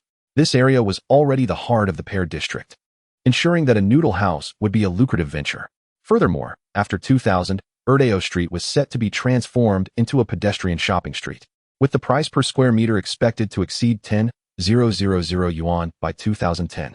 Tan Xiaotian was not in a hurry to leave. He set up a small stool and began to haggle with the elderly couple. The old lady, with a kind and gentle demeanor, chatted amiably with Tan Xiaotian for quite some time before finally saying, "Young man, 80,000 is no small sum. If you are sincerely interested in purchasing, please bring your parents." That very evening, Tan Xiaotian discussed the matter with his parents. What? 80,000? Isn't that a bit excessive? Upon hearing the total price, Song Chunhua shook her head vigorously. In a previous life, Tan Xiaotian would have been at a loss when faced with his mother's resistance. But now he held a trump card.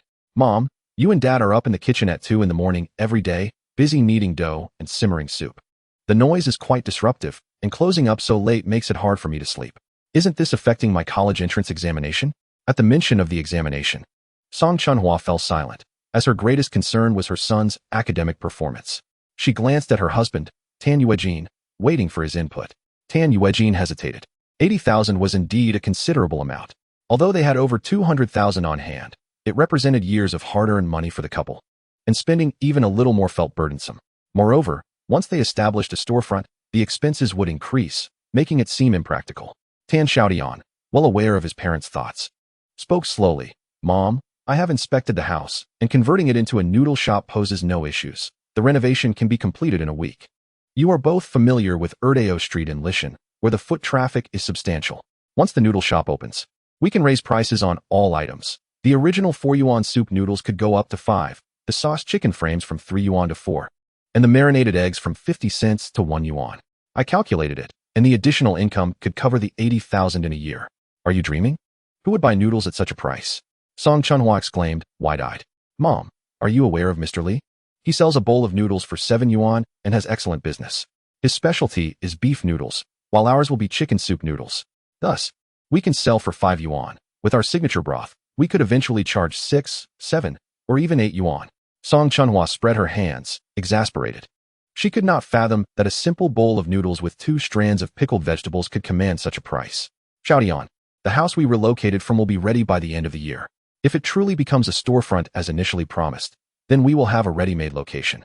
Making our purchase of the Lishan property worthwhile, Tan Yuejin expressed his concerns. Tan Xiaotian smiled. Dad, Mom, my cousin Xinxiu from my aunt's side has long expressed a desire to come to the city to learn the craft from you. They are good people. We can let them manage the Lishan shop while you run the storefront at the station, allowing both shops to generate income simultaneously. Upon hearing that this could resolve her nephew's employment issue, Song Chunhua immediately switched sides, and the dynamics of the discussion shifted dramatically. With Tan Yuejin now being the sole holdout, he was worried that his unique skills would be learned by outsiders. But after Tan Xiaotian whispered a few words in his ear, Tan Yuejin's furrowed brow relaxed. This will work. Later, Song Chunhua asked her son what he had said to convince his father, who held his secret recipe dear as if it were life itself, to agree on the spot. Tan Xiaotian chuckled. I simply mentioned the concept of a central kitchen. Song Chunhua looked bewildered, inquiring about its meaning. In a hushed tone, Tan Xiaotian whispered to his mother, explaining a simple plan to prepare marinated dishes for delivery to Lishan. The process of purchasing a house went remarkably smoothly. In 1998, property transactions were straightforward, with minimal deed tax. The Tan couple and the elderly sellers completed the exchange of payment and documents in just one morning. Tan Yuejin, a man of exceptional execution, led 2 craftsmen he had recruited from the roadside to commence renovations that very afternoon. During that era, even small businesses required numerous bureaucratic procedures, encompassing inspections and approvals from various departments, including industrial and commercial administration, tax, and health authorities.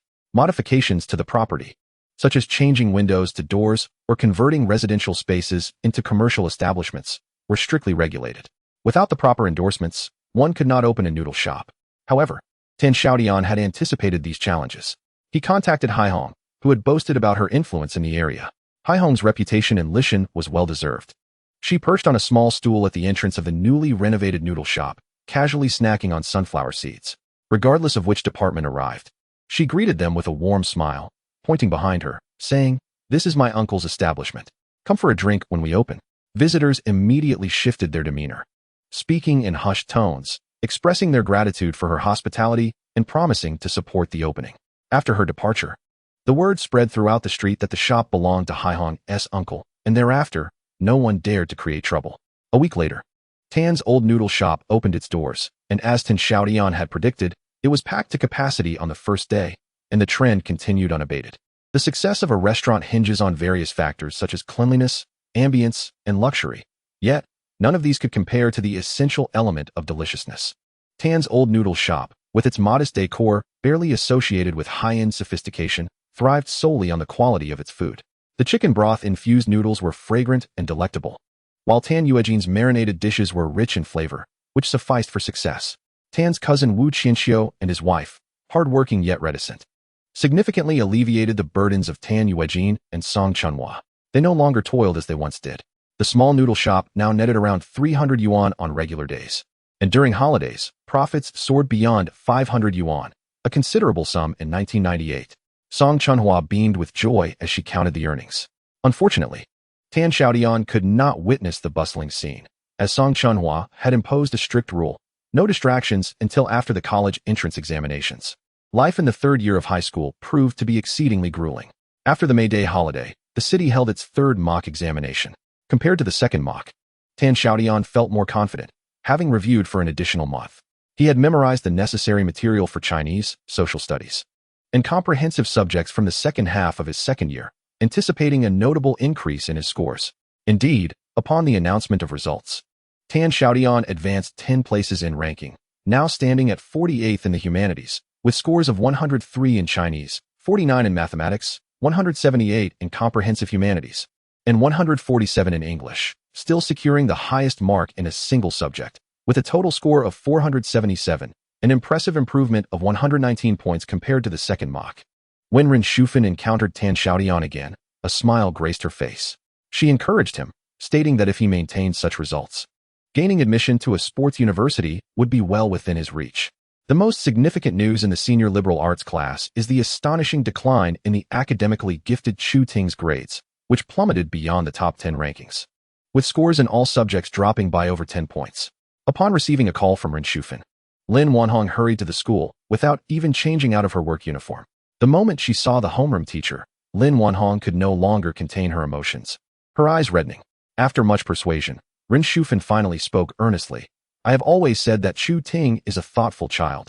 The parents' approach to education must not be harsh, as it could easily backfire. Lin Wanhong understood that Ren Shufan was implying she had erred regarding Chu Ting's early romantic involvement. Had she truly made a mistake? Should a mother overlook her daughter's early romance, or should she encourage it? Lin Wanhong found herself in a dilemma. Chapter 16, Morse Code at noon, after lunch. Tan Xiaotian met with Chu Ting in the back garden to review, as usual. He was perplexed by the sharp drop in Chu Ting's third mock exam scores. Having studied together daily, he was well aware of her capabilities and believed she could only improve, never regress. What was going on? Speak up. To assist Chu Ting in practicing her spoken English, their conversations were conducted entirely in English. Mind your own business. Chu Ting playfully gave Tan Xiaotian a light smack on the head, which echoed loudly. She pretended to be serious, but the smile at the corner of her mouth betrayed her. This silly girl was demonstrating her defiance towards her parents in this manner. Tan Xiaotian sighed deeply. He was acutely aware of Chu Ting's affections, yet the burden of such beauty's grace was daunting. The likelihood of high school sweethearts lasting was less than 10%. And besides, his initial motives for tutoring Chu Ting were not entirely pure, leaving him with a sense of guilt. The most troubling issue was his uncertainty about whether he could still love. On the first day of his rebirth, he had vowed to live freely and unconstrained, with the sole exception being matters of the heart, which he was reluctant and afraid to approach. Where could he find a girl like Mu Ying, a perfect blend of fairy and spirit? Ironically, it was this beloved woman who had taken his life. The world was vast, filled with beautiful souls. Yet Tan Xiaotian felt a profound sense of loneliness. As the Saturday school bell rang, Chu Ting behaved unusually, quickly packing her bag and casting a knowing glance at Tan Xiaotian. Understanding her signal, he declined Zhang Dapeng's invitation to watch Li Lijian's peach in the video hall, deliberately lingering until the last moment to leave the classroom. Chu Ting had been waiting for him at the stairwell for quite some time. Upon seeing him descend, she rushed over, her excitement barely contained. Why did you take so long? Hurry up, my mom agreed to let us go to the library for tutoring. Tan Xiaotian replied with a nonchalant acknowledgement and continued down the stairs. Chu Ting, feeling displeased, followed closely, incessantly complaining. What with your attitude? Are you unwilling to study with me? If that's the case, just say so. It would save me the trouble and annoyance. Her voice was tinged with a hint of tears. Let us go. Tan Xiaotian turned around, revealing a bright smile.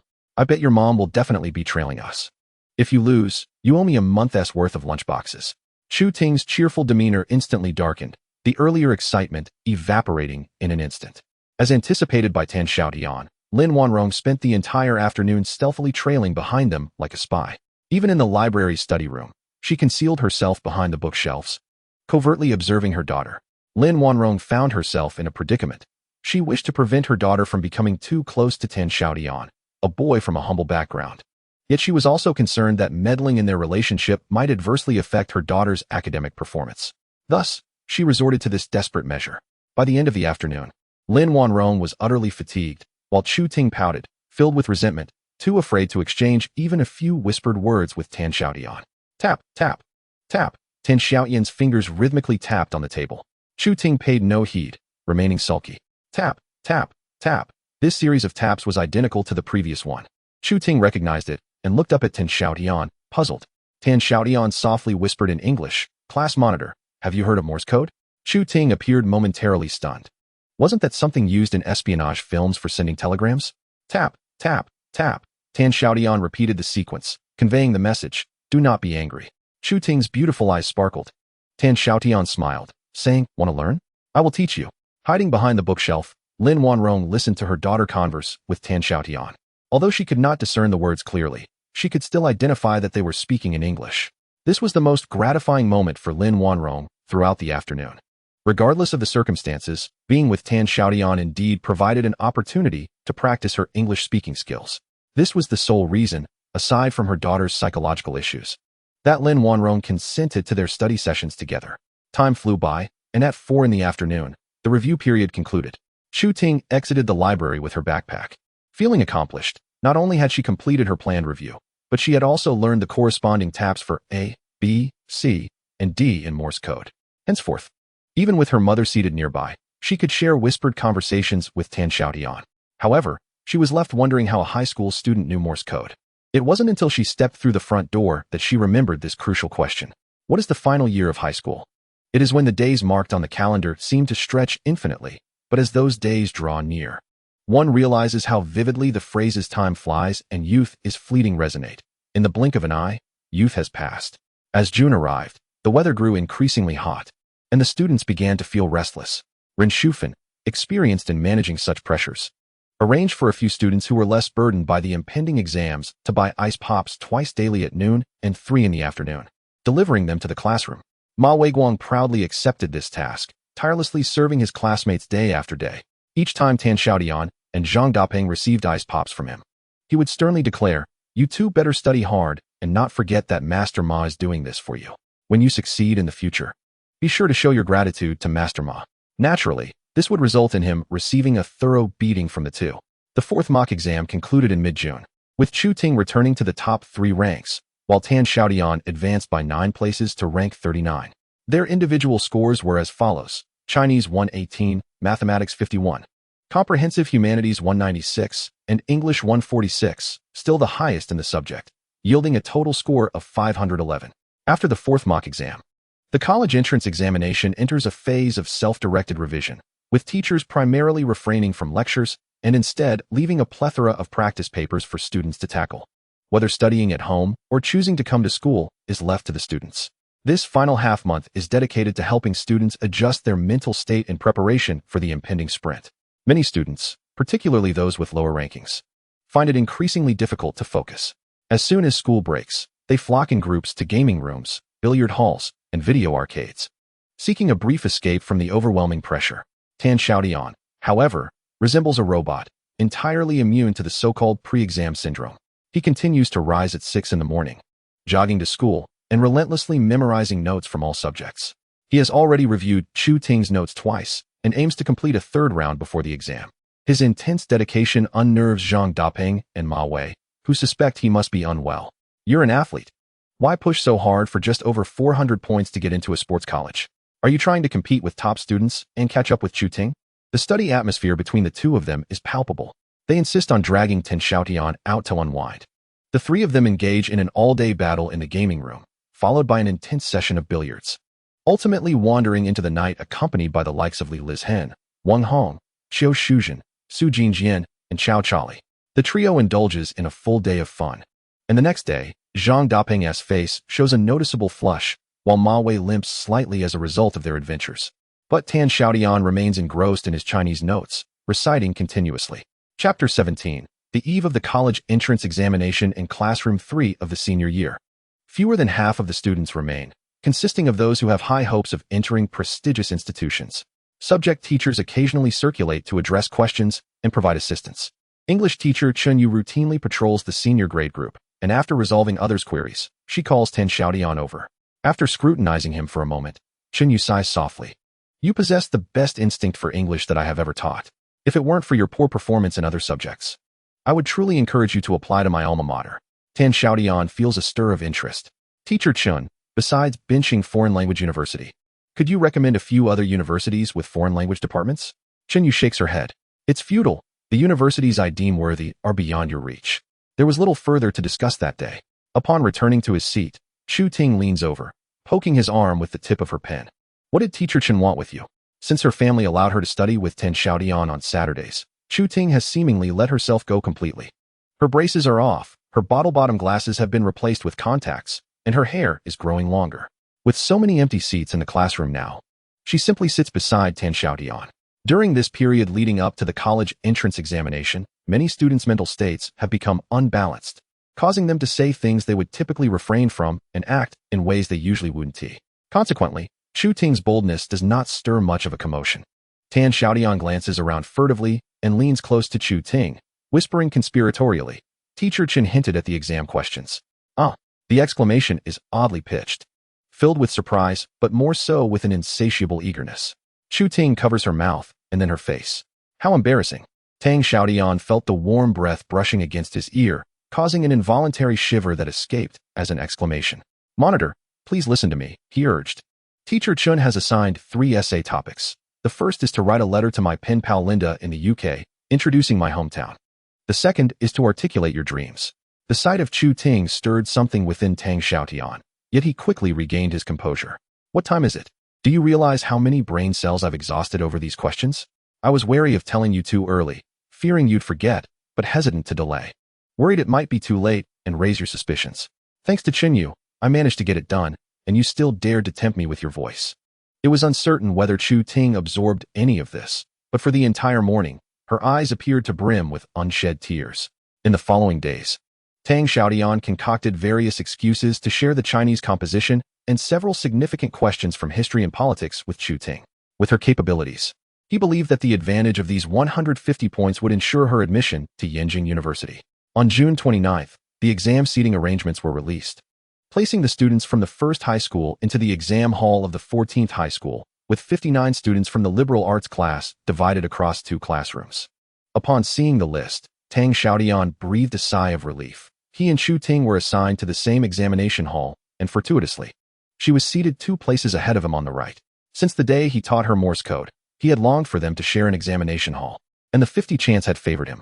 Once he learned of his seating, Chu Ting attempted several times to initiate conversation, yet hesitated each time.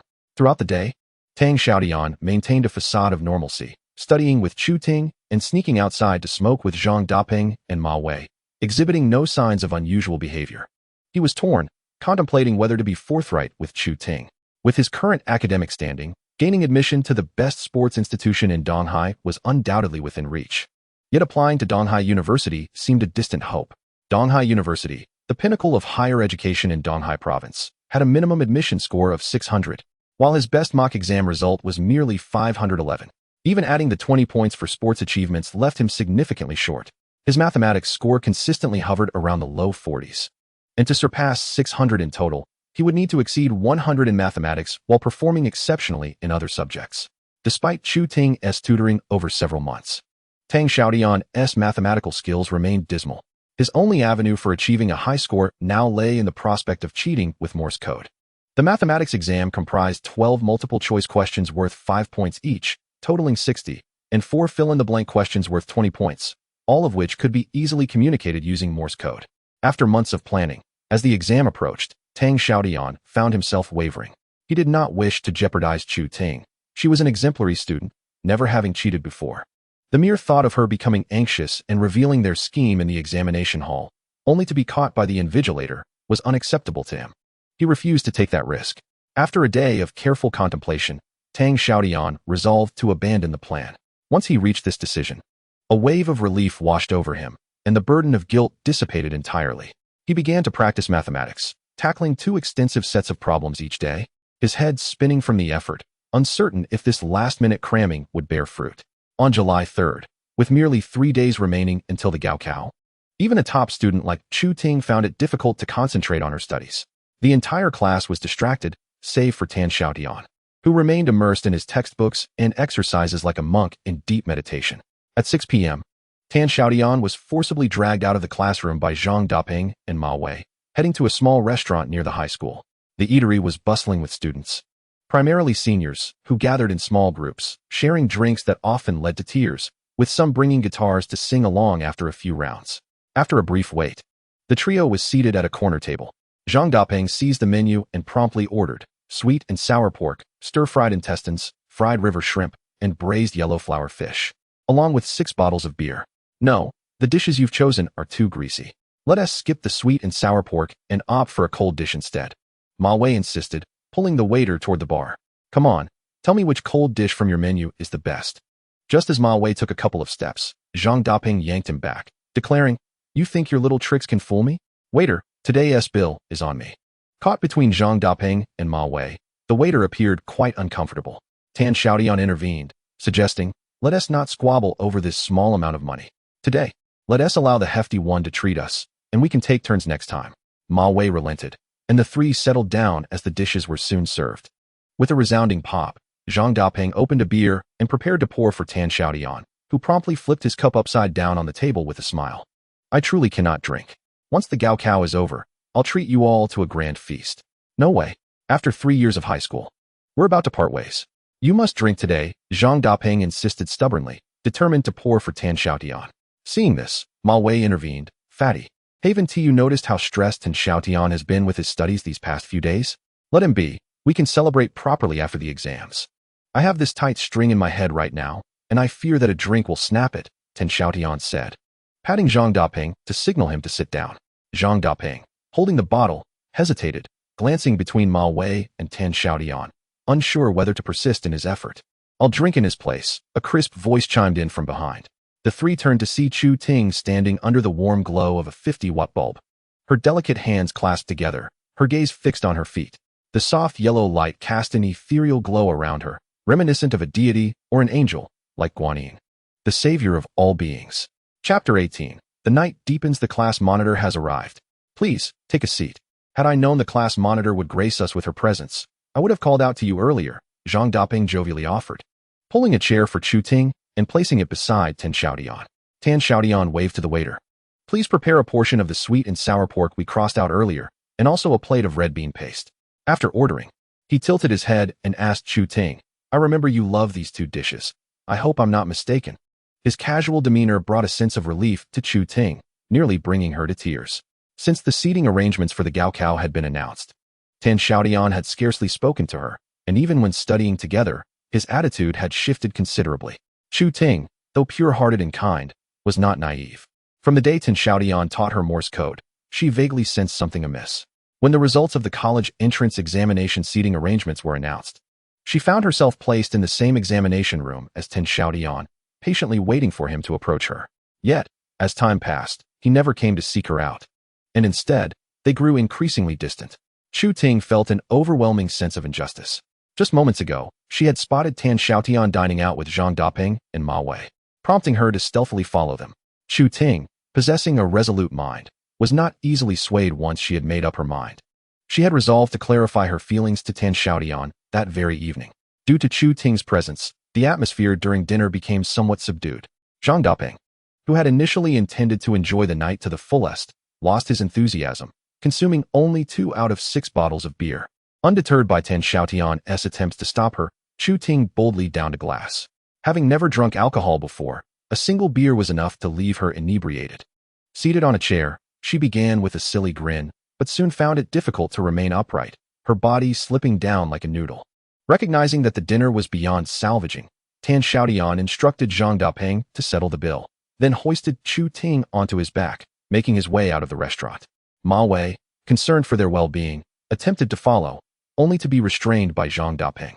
As he watched Tan Xiaotian's retreating figure, Zhang Daping remarked, It's impressive that a mere spittoon can win over the class monitor. But oh well, Tan Xiaotian had not returned to the school, and with Chu Ting in such a state, Should others catch sight of her and inform her parents, it would undoubtedly lead to a scandal. He carried her along the perimeter of the school, and although Chu Ting was tall, she was surprisingly light, soft and fragrant like a small kitten, nestled comfortably against his back. The aroma of beer wafted from her breath, tickling and warming his ear. Tan Xiaotian arrived at a small garden in a nearby community around 7 o'clock, where many residents were out enjoying the cool evening air. He found a secluded step and gently set Chu Ting down, allowing her to lean against him as they sat together. Chu Ting, in her drunken state, was quiet, resting her head on his shoulder and drifting off to sleep. After a while, feeling uncomfortable, she burrowed deeper into his embrace. With no other option, Tan Xiaotian let her rest in his arms, listening to her faint breaths, inhaling the fragrance of her hair, and watching as the night gradually enveloped the earth. This was the most serene night Tan Xiaotian had experienced since his rebirth. Chu Ting slept for over 2 hours, and when she finally opened her eyes, it was past 9 o'clock, leaving only the two of them in the garden. Upon realizing she was lying in Tan Xiaotian's arms, she blushed deeply, turning away from him and remaining silent for an extended period. Tan Xiaotian cleared his throat gently and said, "Class monitor, we should head back. The evening study session will soon conclude." "No." Chu Ting suddenly spun around. "I must ask you, why have you been acting so strangely these past few days? I haven't tea. Are you too embarrassed to speak? But why did you teach me Morse code in the first place? Did you not expect me to learn it?" Chu Ting leaned forward, inching closer to Tan Xiaotian, her voice choked with emotion. "You're a boy. Must I always be the one to initiate? You make me feel utterly worthless." "That is not the case." Tan Xiaotian, flustered, lifted his head, expressing his concern for her. "The college entrance examination is a matter of great significance for our futures. I cannot jeopardize your prospects due to my own shortcomings." Chu Ting gazed into Tan Xiaotian's eyes until she was convinced of his sincerity, then smiled radiantly. "As long as you need me, those concerns are trivial. I have devised a plan. Provided we exercise caution, the invigilators will pose no threat to us." Chu Ting proceeded to elaborate on her strategy. Among the subjects, Chinese, general studies, and English require no deceit. Only mathematics presents a formidable challenge for Tan Xiaotian. Before entering the examination hall, they would synchronize their watches to ensure their timing was aligned. Half an hour before the exam concluded, they would set their plan into motion. On that day, Chu Ting would deliberately paint her 10 fingers red and position them atop her hairpin as a signal. At that moment, Tan Xiaotian would create a subtle sound to indicate his readiness, perhaps by dropping his pen. The initial 12 multiple-choice questions would be straightforward, solvable through Morse code indicating A, B, C, or D. The subsequent 4 fill-in-the-blank questions might pose some difficulty, yet they were manageable. The following calculation problems would be the real challenge. However, with the clever Chu Ting by his side, all obstacles would be deftly navigated. I can only relay the answers to the calculation questions to you. You may then deduce the processes from them. If that proves too difficult, we must resign ourselves to forfeiting points on those complex questions. With his eyes closed, Tan Xiaotian listened intently as Chu Ting detailed her plan, weighing the likelihood of success. Nonetheless, he couldn't help but voice his concern. "Class monitor, will you really cheat?" His apprehension lingered regarding Chu Ting's intentions. With a playful wink, she replied, "Do you believe that diligent students never resort to such measures? It merely eludes the teacher's detection." With that, the final question was settled. The two of them walked side by side toward the first middle school. As they turned a corner, Chu Ting suddenly halted, and Tan Xiaotian, unable to stop in time, bumped into her. She pivoted swiftly, her eyes sparkling with clarity, radiant amidst the darkness like stars. She gazed up at Tan Xiaotian with a lingering look. A surge of electricity coursed through him, dispelling his worries and uncertainties about the future into mere dust. All he wished for was to embrace this kind and beautiful girl, striving to shield her from sorrow, if only for the night. Chu Ting extended her slender arms, encircling Tan Xiaotian's waist, her delicate face resting against his heart, attuned to the steady rhythm of his strong heartbeat. "Xiaotian, how wonderful it would be if we could remain like this forever." She sighed wistfully. Tan Xiaotian remained silent, gently cradling her slender form, swaying slightly. At that moment, the night was as serene as water, the evening breeze gently intoxicating, and the twilight painted with a tender melancholy, all encapsulated within their embrace. Chapter 19. The College Entrance Examination, July 7th. Clear skies. Just past 7 o'clock, the area outside the 14th Middle School Examination Hall was teeming with candidates and their parents. Ren Shufan navigated through the crowd, offering words of encouragement to her students. This was her 15th college entrance examination since she began her career. She had bid farewell to 15 batches of senior students and welcomed new freshmen year after year, and unbeknownst to her, strands of gray had begun to adorn her temples. Among the crowd, the tall Xiaotian stood like a crane among chickens, while his companions, Tan Yuejin and Song Chunhua, had entrusted their shop to their nephew for the day, specifically accompanying Tan Xiaotian to the examination. They were both excited and anxious, yet their son remained remarkably composed. "Good morning, Teacher Ren," Tan Xiaotian greeted with a respectful bow. "Oh, Xiaotian, have you brought your admission ticket? Once you enter the examination room, do not be too nervous. It is entirely possible to exceed 500 if you perform normally. You also have an additional 20 points for physical education, so gaining admission to university should be straightforward." Teacher Ren Shufan endeavored to present her warmest smile to the students, attempting to ease their tension. "Rest assured, Teacher Ren, I promise to deliver a miracle," Tan Xiaotian declared, raising his arms to showcase his muscles. At 7:30, the examination room opened, and candidates began to enter in succession. Tan Xiaotian walked alongside Zhang Dapeng and Ma Wei, loudly proclaiming, "Let us synchronize our watches. It would be troublesome if the time is off." Walking slightly behind him, Chu Ting extended her snow-white arm in agreement. Seated at his desk, Tan Xiaotian glanced at Chu Ting to his right. As if by telepathy, Chu Ting fortuitously turned her head, and their eyes met for just a fleeting second before she averted her gaze. The examination had yet to commence. Chu Ting rested her head on her left arm propped against the desk, her left hand's index finger casually resting on a brown hairpin, its bright red nail strikingly vivid. Tap, tap, twice, the red nail moved. Tan Xiaotian understood. Chu Ting was encouraging him. The first subject was Chinese, and without needing Chu Ting's presence, Tan Xiaotian began to close his eyes and gather his thoughts. The sharp sound of the bell rang out as two teachers entered the examination room, instantly invigorating the candidates. Tan Xiaotian drew a deep breath with all his might, slowly opening his eyes. The time had finally come. As the examination paper reached his hands, he swiftly skimmed through it. Indeed, the essay topics were correct. 2 compositions, 1 short and 1 long. The short essay worth 20 points, titled Mom Only Washed One Shoe. And the long essay worth 40 points, titled Resilience, the quality I pursue to overcome fragility. These topics were already etched in Tan Xiaotian's memory, and without glancing at the foundational scoring questions, he immediately began to draft his essays. With each stroke of the pen, he wrote diligently, knowing that the clarity of his handwriting would contribute to his impression score. Fortunately, his penmanship had matured considerably compared to his past life. After 20 minutes, he completed both neatly written essays. Turning the page, Tan Xiaotian began with the first multiple-choice question, growing increasingly familiar as the sediment of memories began to resurface.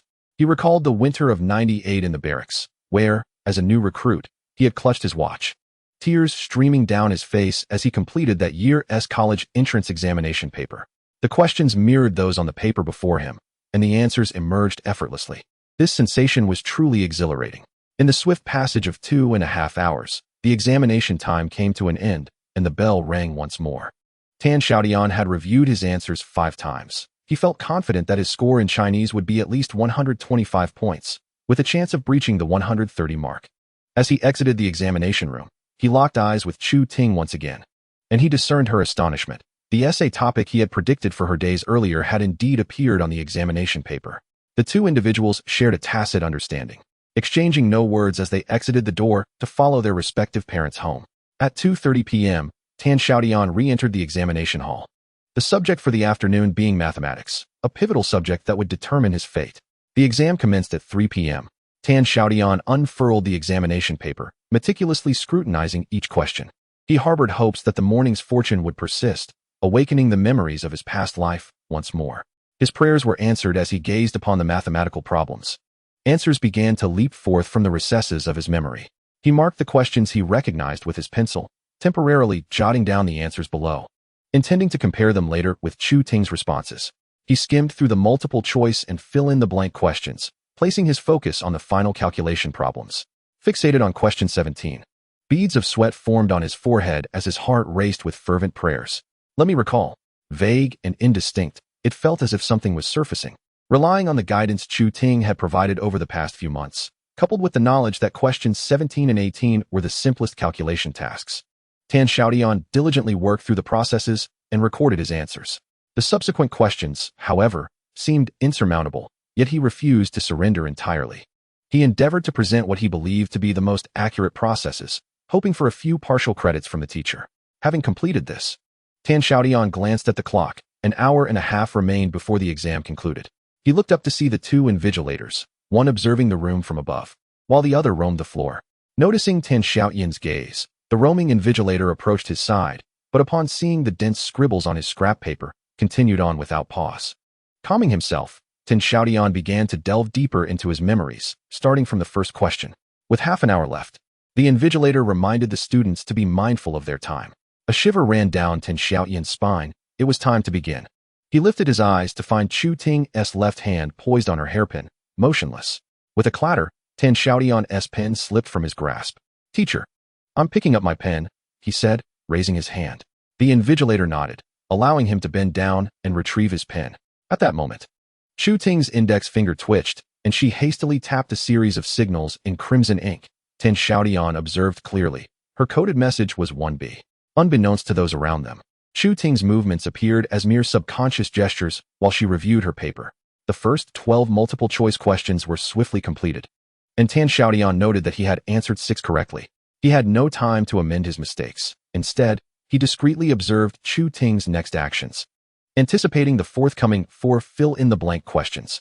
The first fill-in-the-blank answer was dispatched successfully. The second followed suit. However, as she attempted to send the third answer, an unexpected incident occurred. The vigilant invigilator happened to walk between Xiaotian and Chu Ting, obstructing their line of sight. Anxiety coursed through Xiaotian, yet he felt powerless to intervene. Oblivious to the disruption, Chu Ting lightly tapped to send the answer for the fill-in-the-blank question, inadvertently turning her head just as her gaze met that of the invigilator. "Do not turn back. Focus on your exam," the invigilator admonished Chu Ting. In a state of fluster, Chu Ting nodded anxiously, her helpless demeanor arousing the suspicion of the invigilator. He approached her, pausing beside her, and peered down at her examination paper. Xiaotian's heart raced in his throat. He was not so much concerned about whether he could still copy Chu Ting's answers, but rather terrified that she might inadvertently reveal something that would draw the teacher's attention. Despite her earlier bravado, she was incapable of any deceit. In the face of such circumstances, Xiaotian found himself at a loss, left to observe the unfolding situation. Fortunately, the meticulousness of Chu Ting's paper seemed to assuage the invigilator's doubts, who muttered something about students painting their nails red before moving away. Xiaotian felt a surge of relief. Indeed, Chu Ting's left hand once again rested on the desk, her index finger beginning to tap rapidly. Concerned that Xiaotian might have missed the answers earlier, she deliberately started to resend them from the first fill-in-the-blank question. This time, Xiaotian was able to see everything clearly. The second round unfolded smoothly, with answers to the fill-in-the-blank and subsequent calculation questions being sent across. Xiaotian took the answer sheet, meticulously marking the multiple-choice responses before completing the fill-in-the-blank answers. He then cross-checked the calculation questions, relieved to find that he had answered questions 17 and 18 correctly. He transcribed the working process he had noted on scrap paper onto his exam sheet. Although he knew the answers to the remaining questions, he had no idea how to write out the processes. He hastily scribbled a few steps for 2 of them, ultimately abandoning the last question altogether.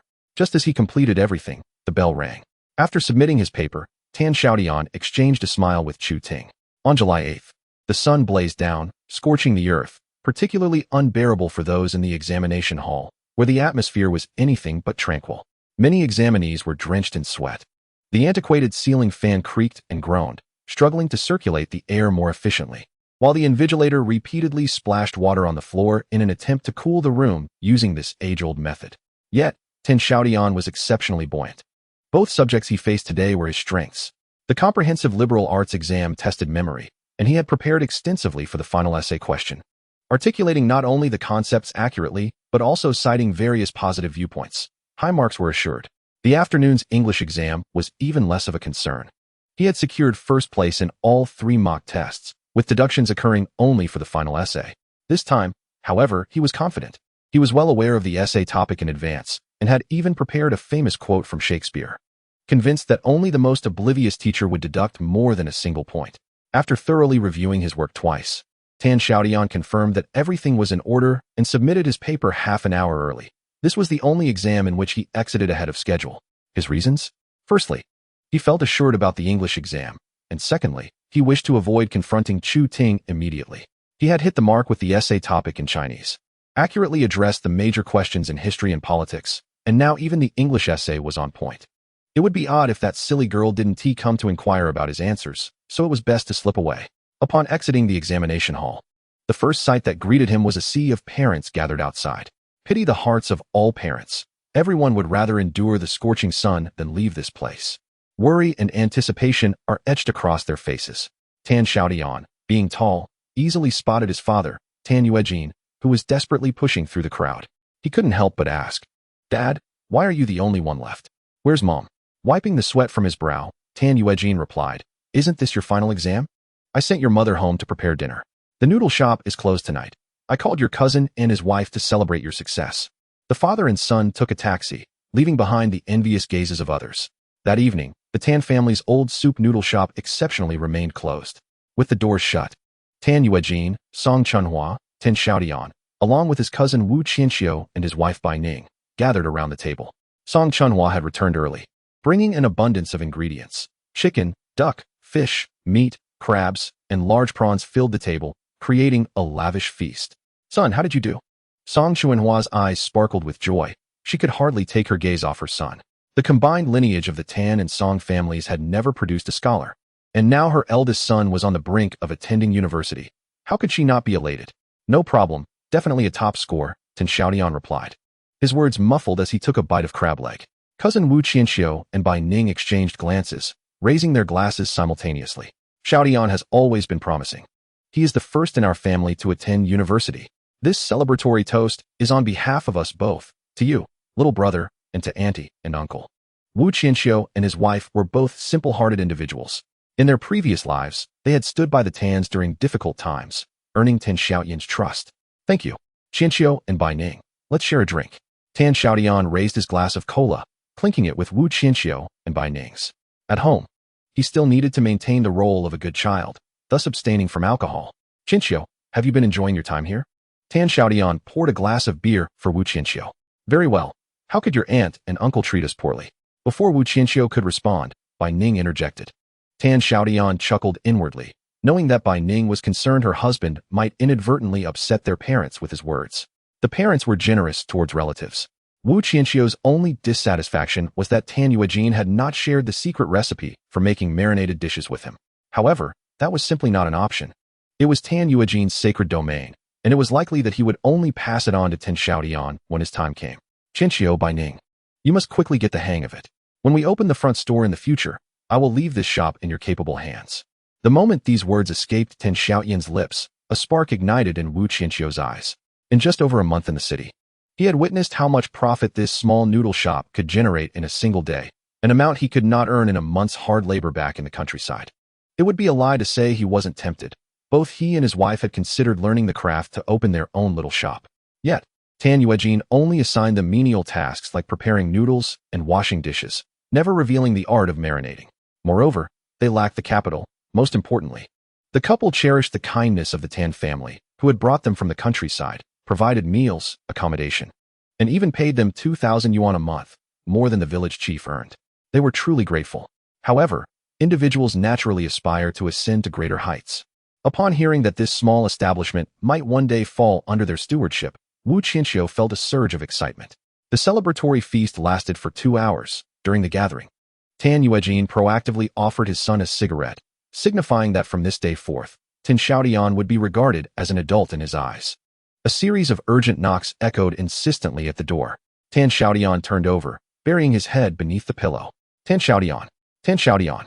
A gentle female voice pierced the morning quiet, jolting him awake, and he realized it was Chu Ting. Sitting up, he glanced at the clock, 9:17. He had slept soundly since returning last night.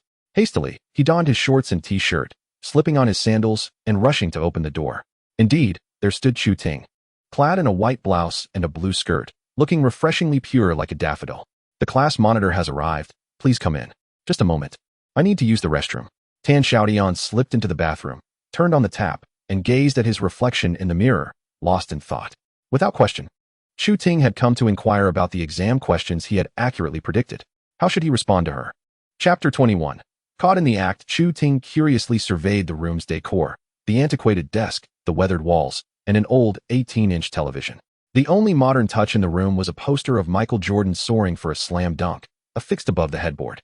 Tan Xiaotian emerged from the bathroom, towel in hand, drying his damp hair. In an effort to ease the awkwardness, Chu Ting pointed at the poster and asked, "Is that person Michael Jordan?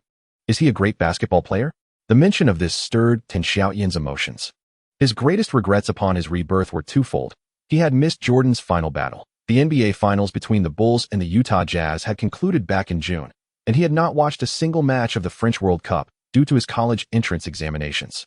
Fortunately, he could still catch the semifinals tonight and the final on July 13th. Alas, he would never again witness the legendary Jordan.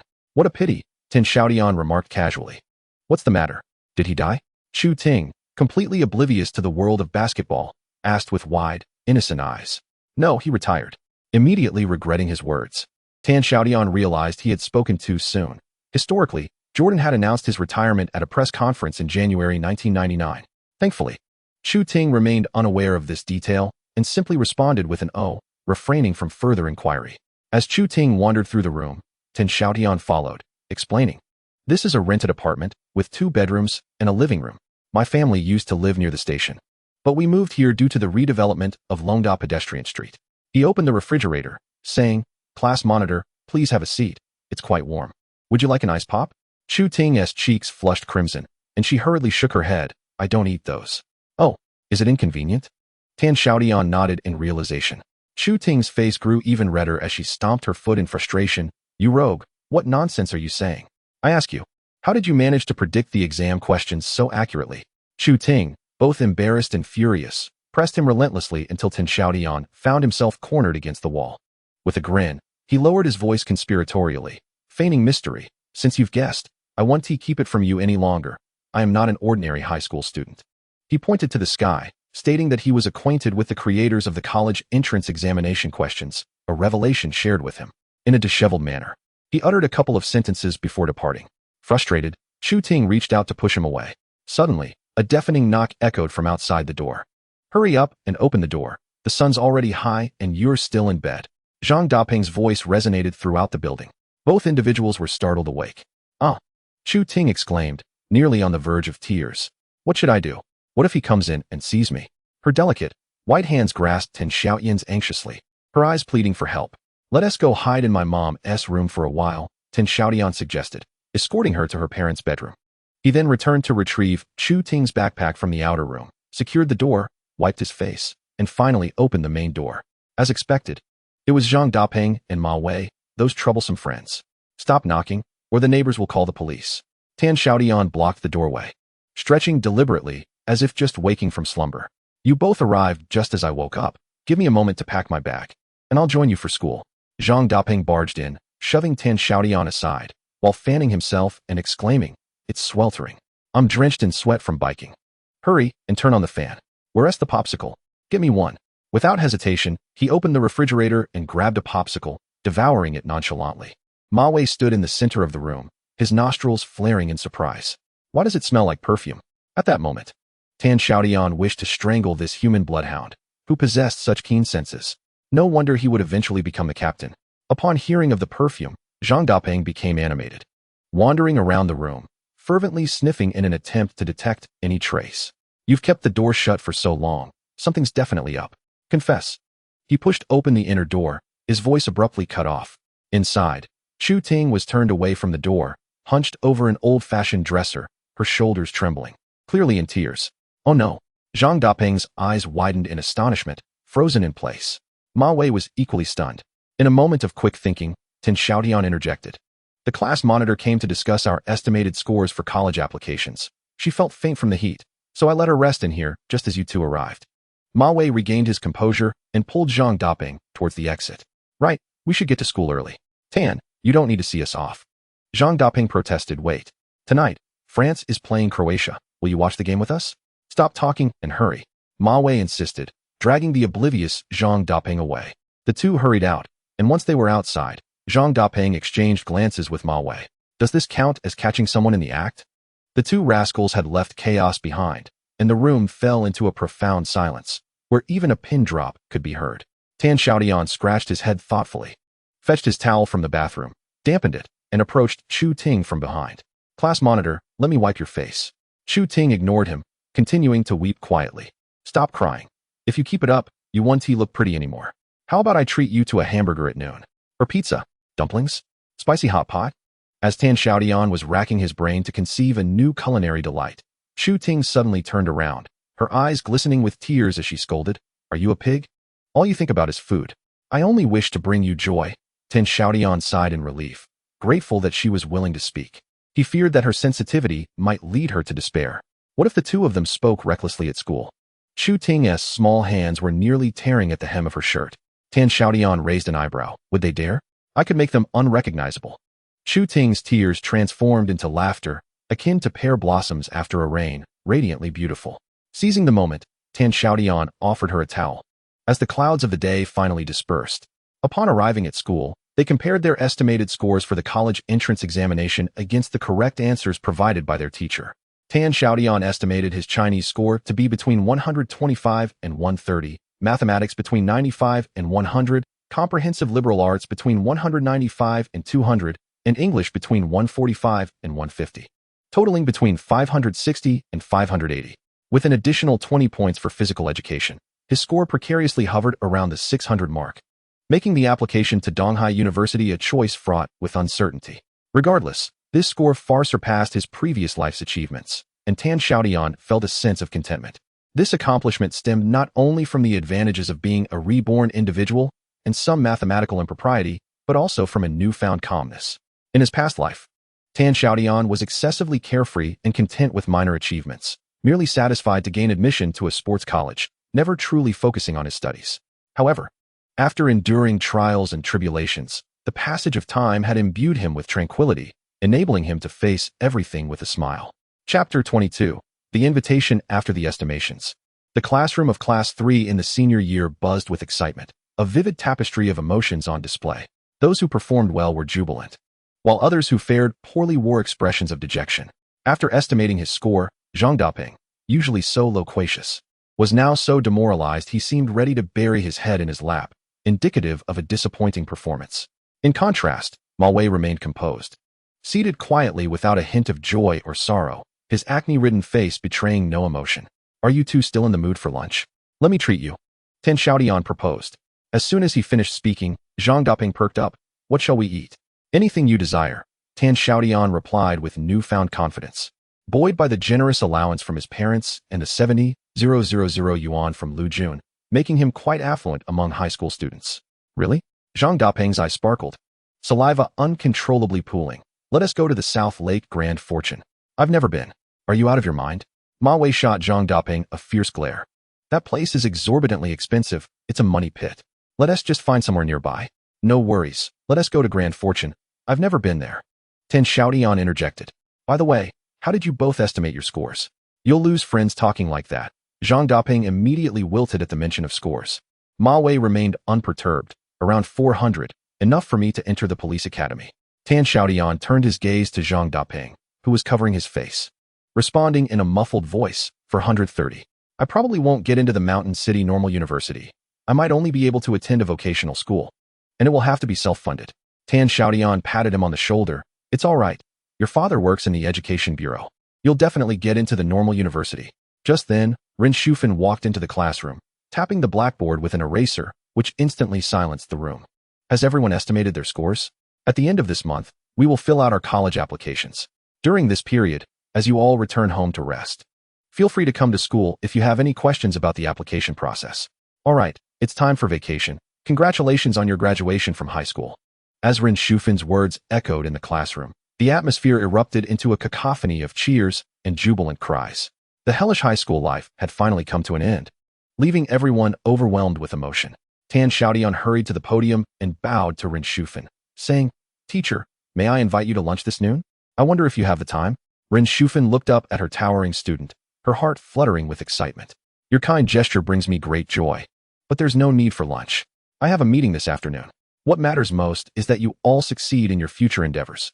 After a brief exchange, upon learning that Tan Xiaotian had estimated his score to be 560, she was filled with delight and encouraged him to come see her at the end of the month for guidance on his college applications. Once Ren Shufan left, only a few students remained in the classroom. Tan Xiaotian confidently approached the class monitor, Chu Ting, and asked, "Do you have time for lunch today? I wish to thank you for your assistance over the past few months." Before Chu Ting could respond, her deskmate, Dong Yun, interjected, "Tan Xiaotian, it's good to see you have a conscience. My family sacrificed much personal time to help you with your studies. You'd better take us to a nice restaurant. By the way, will you take me along?" Dong Yun, plump and cheerful, bore a resemblance to the comedian Jiao Ling and had a straightforward personality. Being a close friend of Chu Ting, "Miss Dong, your company would be greatly appreciated," Tan Xiaotian replied, welcoming the extra pair of chopsticks, including Zhang Daping and Ma Wei. The five of them, 3 boys and 2 girls, took 2 taxis to the South Lake Grand Restaurant. Zhang Daping and Ma Wei, seeking redemption for their past misdeeds, insisted on taking Dong Yun in one taxi, leaving Tan Xiaotian alone with Chu Ting.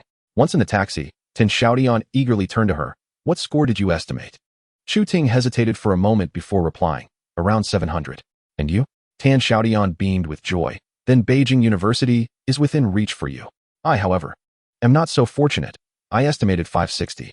Knowing his goal was Donghai University, Chu Ting furrowed her brow at his score. "Even with your physical education bonus, it's risky for you to aim for Donghai University with that score. Let us not dwell on that. Let us enjoy a nice meal today to celebrate you." Tan Xiaotian waved his hand dismissively, genuinely pleased with Chu Ting's high score. Upon exiting the taxi, the driver only charged Tan Xiaotian 5 yuan, cheerfully remarking, "My child will take the college entrance exam next year.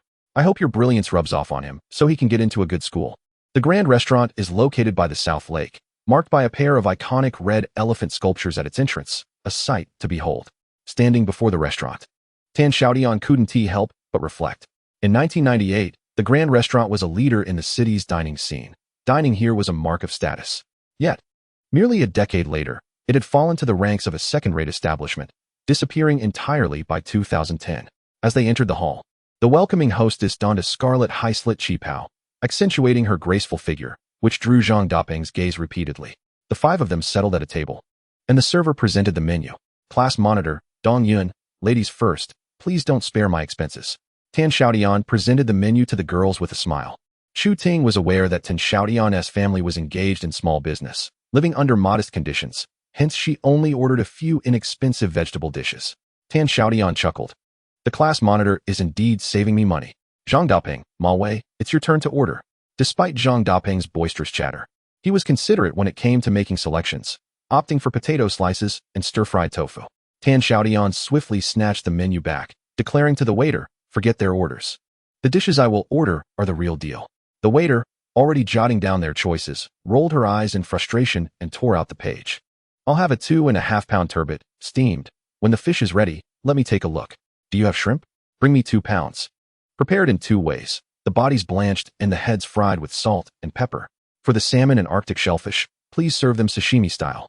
And a stir-fry of young beef." Tan Xiaotian ordered 8 dishes and 6 bottles of beer, casually distributing Red River cigarettes to Zhang Daping and Ma Wei. The 3 of them indulged in smoke, infuriating Dong Yun, who scolded them, saying that smokers aren't good boys. Chu Ting remained silent, yet her gaze at Tan Xiaotian was filled with reproach. "Sir, the turbot weighs 2.5 pounds. Does that work for you?" A young male waiter approached with a bucket containing the freshly caught fish. Tan Xiaotian picked up a toothpick and traced it along the tail of the turbot, then waved his hand, signaling it was acceptable. Curious, Dong Yun asked, "Tan Xiaotian, what are you doing?" "Just making a mark. This way. They won't dare to swap it out," he explained patiently, sharing a common practice that was still unfamiliar to many in 1998. "Not bad, you seem quite skilled. Do you come here often?" Zhang Daping exclaimed. Chu Ting, however, expressed concern in a hushed tone, asking Tan Xiaotian if he had ordered too much and if it was expensive. "Expensive? Not at all. I genuinely find the prices in 98 quite delightful. These 8 dishes total less than 500 yuan. If it were in the future, it wouldn't even suffice for 1,000. The food and drinks arrived swiftly, and the 5 of them enjoyed a lively meal. After several rounds of drinks and dishes, Chu Ting and Dong Yun excused themselves to the restroom. Chu Ting emerged first, waiting at the door for Dong Yun. Just then, the door to the men's restroom opened, and 2 men stepped out one after the other. Chu Ting looked up and was taken aback. "Dad, what are you doing here?" Chu Chong looked at his daughter in surprise, then admonished softly, "What are you doing in a place like this as a student? Hurry home." Before he could finish, a boisterous voice rang out from behind him. "Old Chu, thanks for treating us, but let me make it clear, our business isn't finished." I, Shannying, am not someone you can easily dismiss. Chu Chang quickly turned to bow and scraped to the bald man who had just emerged, saying, Brother Shannying, this is where you've gone wrong. I, Chu Chang, am quite sociable. This meal is merely a start. We must continue our friendship. The bald man, chewing on a toothpick and striding confidently, headed straight up to the second floor, oblivious to Chu Ting waiting at the women's restroom. However, Chu Ting recognized him clearly. Wasn't he the same bald man who had been harassing people on the small road beside the first high school? How is it that he is with his father? And from the looks of it, the father is constantly trying to please him, while he, on the other hand, displays a rather unfriendly demeanor. With a heart full of concern, Chu Ting returned to his seat. After much contemplation, he couldn't shake off the worry that his father might be bullied. So he confided in Tan Xiaotian about the encounter with the mountain hawk and his father. Tan Xiaotian's eyebrows twitched with interest. I'll go upstairs and check it out. I cannot allow uncle to suffer any injustice. Chu Ting grasped his little hand, her bright eyes filled with unspoken words. Please, refrain from fighting. Also, if my father treats you poorly, just bear with it. Don't worry, Tan Xiaotian replied with a smile, rising to ascend the stairs. In the private room 206, Chu Chang felt a bitter pang, yet had to serve drinks with feigned cordiality. He had opened a mid-range restaurant, and business was relatively good. But the mountain hawk had set his sights on it, sending word that a monthly fee of 3,000 yuan was required for order maintenance. If this fee were paid, the mountain hawk would ensure the restaurant's safety. Deep down, Chu Chang understood that this order maintenance fee was merely a euphemism for protection money. 3,000 yuan was no small sum. It represented a significant portion of his restaurant's monthly earnings, leaving him in a state of indecision for 2 days. On the third day, as the restaurant opened, the mountain hawk entered with a dozen men, each claiming a table, ordering only a bowl of plain rice and a plate of pickled vegetables. Yet they did not eat, merely occupying the space. Chu Chang realized he was dealing with a group of ruffians. He contacted friends on the street to inquire and learned that these men were former subordinates of De Junzi. With the mountain hawk having established his own faction following De Junzi's imprisonment for illegal arms possession, the mountain hawk engaged in all manner of oppressive acts against the innocent. Being an honest businessman, Chu Chang dared not offend these thugs, so he sought to invite the mountain hawk out, resorting to drinking and flattering him until the mountain hawk relented, agreeing to a reduced fee of 2,000 yuan instead of 3,000. Around the round table in the private room sat 10 individuals, 2 being Chu Chang and his friend, while the remaining 8 comprised the mountain hawk and his lackeys. The latter group made no effort to be polite, ordering only the most expensive dishes and the finest wines, causing Chu Chang's heart to bleed. Yet he had no choice but to feign generosity. Brothers, please do not hold back. Order whatever you desire. Brother Mountain Hawk, allow me to toast you. The atmosphere at the table grew increasingly lively, when suddenly, the door to the private room swung open, and a waiter entered, inquiring, which one of you is Mr. Mountain Hawk? Someone outside is looking for you. With his face flushed from drink, Mountain Hawk, exhaling a breath of alcohol-laden air, asked, who is looking for me? I don't know.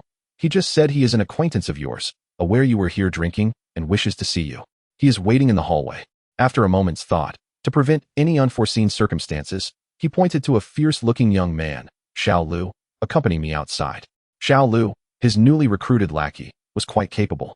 And with him by his side, he felt more at ease. As they exited the private room, upon seeing the face of the person smoking against the wall, Mountain Hawk instinctively turned to flee, momentarily stunning Xiao Lu, who was following closely behind. Brother Mountain, what are you doing? Realizing he could not lose face in front of his subordinate, Mountain Hawk suppressed his fear, gradually turning back, his face adorned with a smile, as radiant as chrysanthemums. Big brother, what a coincidence. You are dining here as well. Which table are you at? I'll take care of the bill. Tan Xiaotian exhaled a smoke ring, remaining silent as he gazed intently at Shannying. The moment Shannying noticed his expression, a sense of unease crept into his legs. Xiao Lu, observing the two, was perplexed by their relationship. Were they friends? The young man, exuding an air of arrogance reminiscent of a student, seemed to regard Shannying with disdain. Were they enemies? It was hard to believe that Shannying, known for his warm demeanor, would be so eager to approach someone so seemingly indifferent. Yet, feeling a sense of obligation as a subordinate, he cleared his throat and pointed at Tan Xiaotian, asserting, my big brother is speaking to you. Did you not hear him?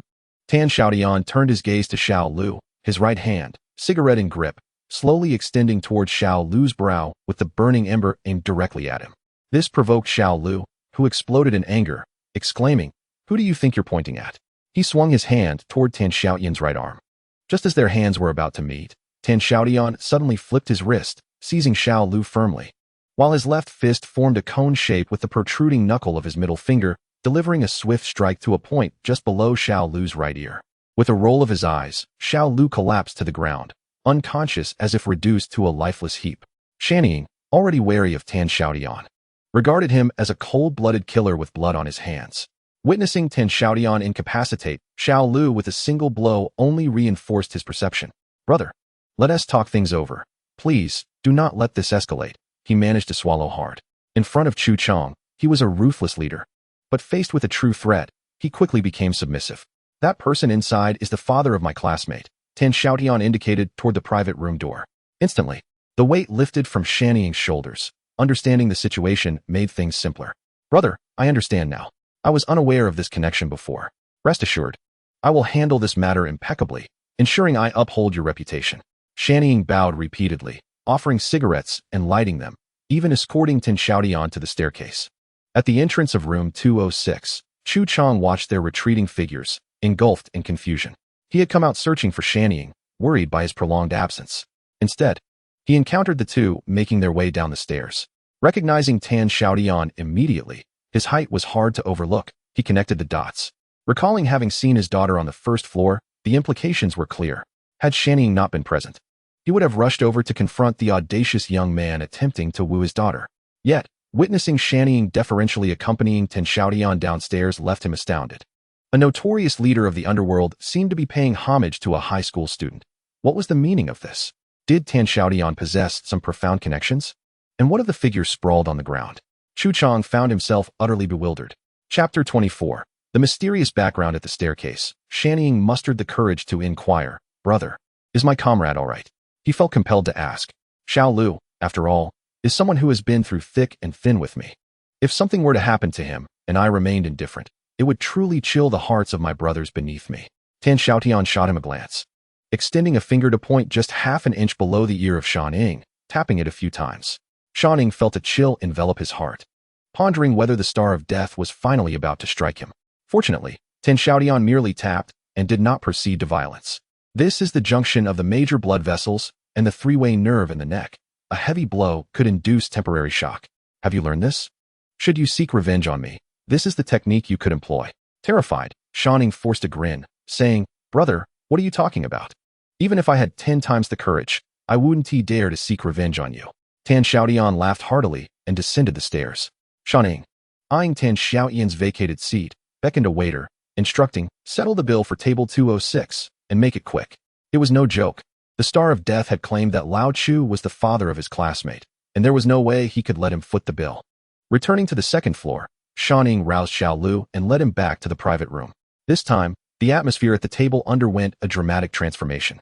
The previously arrogant Xiaotian grasped Chu Chang's hand, exclaiming, "Brother," repeatedly insisting that the prior events were a misunderstanding and that he was here to apologize.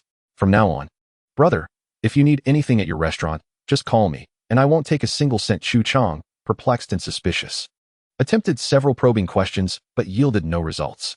However, he was no fool and vaguely surmised that this situation was somehow related to Tan Xiaotian. Otherwise, how could the once ferocious Xiaotian suddenly exhibit such affability? Could it be that Tan Xiaotian truly possessed such formidable influence? Noticing that Xiaotian was evidently no longer interested in feasting, Chu Chang summoned the waiter to settle the bill, only to be informed that it had already been taken care of. Before Chu Chang could react, Xiaotian stood up, proclaiming, "Brother Chu, I'll cover this one. Please don't hold past grievances against me." The 8 of them exited the private room in a flurry, leaving Chu Chang and his friend exchanging stunned glances. His friend leaned in with a broad smile. "Ah, Lao Chu, you must have found someone formidable. Otherwise, how could Xiaotian voluntarily settle the bill? Come on, spill the beans. Who did you find?" "Let me guess. In the mountain city, the only ones who could intimidate Xiaotian are the old guard, Hai Hong and Tai Gu, among a select few. You must be involved with one of them." Chu Chang's lips twitched a few times, but he ultimately remained silent. His friend was indeed correct. Someone had influenced Xiaotian's change of heart, yet it was merely a high school student. The thought of Tan Xiaotian, who always greeted him with an innocuous smile, sent a shiver down Chu Chang's spine. He resolved to inquire thoroughly when he next saw his daughter. In the lobby on the first floor, 5 young classmates were engaged in animated conversation, having already planned a trip to Bincheng on July 15th, inviting a few close friends before they filled out their college applications. As Chu Chang descended from the second floor and approached their table, he forced a smile and subtly nodded towards Tan Xiaotian. Dad, this is my classmate Zhou Yun, Zhang Daping, Ma Wei, and Tan Xiaotian. Chu Ting introduced hurriedly as she stood up upon seeing her father. While others missed the nuances of her father's gestures, Chu Ting noticed them clearly. She felt a rush of joy. The family's attitude towards Tan Xiaotian is her greatest emotional burden. Now, seeing her father actually nodding in acknowledgement to Tan Xiaotian fills her with immense joy. Hello, everyone. Chu Chang greeted the children with great charm, then signaled for the waiter, inquiring about the bill for the table. Sir, a bald customer has already taken care of it, the waiter replied politely. A sudden gust of wind swept through Chu Chang's heart. The rumors of shantying flattering Tan Xiaotian had been confirmed. Otherwise, why would he voluntarily cover the bill? Chu Chang found it increasingly difficult to face Tan Xiaotian. Just days ago, he had sternly warned her not to pursue his daughter, yet today, she effortlessly resolved the dilemma he could not. Was he supposed to thank this young man? He had no desire to linger any longer in this place. Ting Ting, have you finished eating? If so, I can give you a ride home. Chu Ting was reluctant to leave, but could not defy her father. So she begrudgingly got into Chu Chang's car. After a while of driving, Chu Chang finally spoke, asking if Chu Ting knew what had transpired that day. Chu Ting dared not conceal the truth, but all she knew was that Tan Xiaotian had gone upstairs. The specifics remained a mystery.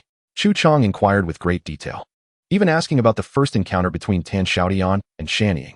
However, Chu Ting had left early that time and was unaware of what had occurred in between. Gradually, a picture began to form in Chu Chang's mind. Although Tan Xiaotian's parents were engaged in small business, it was conceivable that other relatives within the family wielded considerable influence in both legitimate and illicit circles, thereby compelling even a formidable figure like shantying to bow before him. It must be so. The middle-aged man, Chu Chang, felt quite confident in his judgment. At the entrance of the Defu Hao restaurant, Gusan, having just seen off Zhou Yun, began to feel bored after a hearty meal. After enduring 3 suffocating years of high school, the sudden leisure was somewhat unaccustomed to them. Zhang Daping cast a mysterious glance at Tan Xiaotian and Ma Wei, grinning broadly, his lewd smile unmistakable. Gentlemen, we've graduated from high school. We are adults now. Since we have nothing to do this afternoon. Having been classmates for many years, Zhang Daping's grin immediately alerted Tan Xiaotian to his intentions. Looking at Ma Wei, who usually appeared serious, he too was now nervously swallowing. My mom gave me 500 yuan. Let us go sing, he suggested. Hearing this, Zhang Daping pulled out 500 yuan bills from his pocket, waving them triumphantly in the breeze, exuding confidence. I have money too, Ma Wei chimed in, producing a few bills as well, as both eagerly gazed at Tan Xiaotian. Tan Xiaotian understood all too well the overwhelming desires that could ignite within boys of their age. With a sigh, he replied, let me make a call. Naturally, he intended to call Haihong. Among the people he knew, only she possessed such resources. He located a public phone and dialed the paging number Haihong had previously given him. Soon, the phone rang. Hello, who is paging? Sister Hong, it's Xiaotian, he replied. The voice on the other end suddenly became warm and enthusiastic. Little brother, I've missed you. What's the matter? Do you want to meet up with your sister? Listening to the melodious voice and recalling Haihong's alluring figure, Tan Xiaotian shivered slightly. Sister Hong, I just finished my college entrance examination. A few classmates and I are looking to find a karaoke hall to sing. Do you have any good recommendations? Of course not Dream Paris, he quickly added. It's far too close to my family's noodle shop. If my parents see me there, I might as well be doomed. Haihong decisively replied, go to Sunshine City. I'll arrange everything for you right now. Chapter 25. Sunshine City. If the Grand Hotel of the Affluent is the leader in the culinary realm of the Mountain City, then Sunshine City KTV reigns supreme in the entertainment industry. From the late 1990s to the early 21st century, Sunshine City stood unparalleled in the KTV scene of the Mountain City, with no competitor in sight. At this moment, in the opulent Emperor Hall of Sunshine City, Zhang Daping and Ma Wei resembled country bumpkins entering the city for the first time, marveling at everything around them. Wow, this coffee table is enormous. Wow, this sofa is incredibly soft. The sound system is astounding. Seated beside Tan Xiaotian was a familiar face, Yi Hua. She was eagerly explaining something to him. Sister Hong said she would arrive shortly and asked me to entertain you. What would you like to eat or drink? Let me arrange it for you. Tan Xiaotian waved his hand dismissively. Just a fruit platter will suffice. We won't be drinking alcohol. We're still students. A few bottles of chilled beverages will do. Before long, Two colossal dragon boat platters were placed on the table, filled with an array of seasonal fresh fruits, alongside a selection of soft drinks. Tan Xiaotian casually picked up a pale yellow boxed drink, emblazoned with the words iced lemon tea. It had been years since he had seen such retro packaging, and it felt surprisingly nostalgic. Zhang Daping and Ma Wei were somewhat restless, shifting uneasily on the sofa, occasionally casting glances at Tan Xiaotian, amused by their youthful impatience. He called Yi Hua over. Do you have any young ladies here? Please bring two to keep my classmates company. Yi Hua smiled charmingly. We just received a few new young ladies who claim they are students. I'll go fetch them. No. Tan Xiaotian knew well the ruse of such establishments. In KTVs, it was common for young ladies to present student IDs, claiming poverty had driven them to this line of work. In truth, 99 out of 100 were fabrications, merely seeking to earn a little extra money through deceitful means. My classmates are here for the first time. Please find two who are articulate and can liven up the atmosphere. Yi Hua swiftly returned with two young ladies, who indeed exuded professionalism. Within mere minutes, they had Zhang Daping and Ma Wei completely entranced. Hey, handsome, is this your first visit? Come, have a grape. Later, I'll prepare a little red envelope for you. Oh, you're all future university students. How impressive. Tan Xiaotian watched as these two naive souls were charmed into joy, feeling a pang of envy. Youth is splendid, and ignorance is bliss. Yi Hua, somewhat awkwardly, remained nearby. She hesitated to leave before Haihong arrived, yet after their previous encounter with Tan Xiaotian, she found herself in a rather uncomfortable position, neither sitting nor standing, caught in a moment of embarrassment. Tan Xiaotian casually inquired, How is your daughter? The moment this topic was broached, Yi Hua's complexion turned ashen, and after a prolonged silence, she cautiously responded, Brother, I truly had no choice last time. I was coerced by the Junzi into committing that unprincipled act. You did say you wouldn't pursue it, right? Tan Xiaotian was taken aback by her intense reaction to such a simple question. I meant no harm, I merely asked. By the way, what led you to ally with Hongjia? Lowering her gaze, Yi Hua explained, Because of your incident, I incurred the Junzi's wrath, and he surely wouldn't spare me. I had no option but to leave Shanqing to escape the calamity. Subsequently, other sisters informed Hongjia of my plight. She was magnanimous and invited me to join her. With her protection, the Junzi dared not take action against me. Interestingly, just as I aligned with Hongjia, the Junzi found himself incarcerated. Hongjia mentioned that he wouldn't be released for 7 or 8 years. With this mention of Haihong, their conversation flowed effortlessly. With Tan Xiaotian's adeptness, he soon uncovered Haihong's origins and her lucrative modus operandi. Haihong hailed from the martial arts team of Shanqing Sports School, her master and fellow disciples being skilled martial artists, mostly entrenched within the judicial system. Her prowess and chivalrous nature allowed her to swiftly carve out a significant reputation in Shanqing, particularly as a woman who assisted many oppressed females seeking refuge. Gradually, a small collective formed around her, resembling an underground women's association.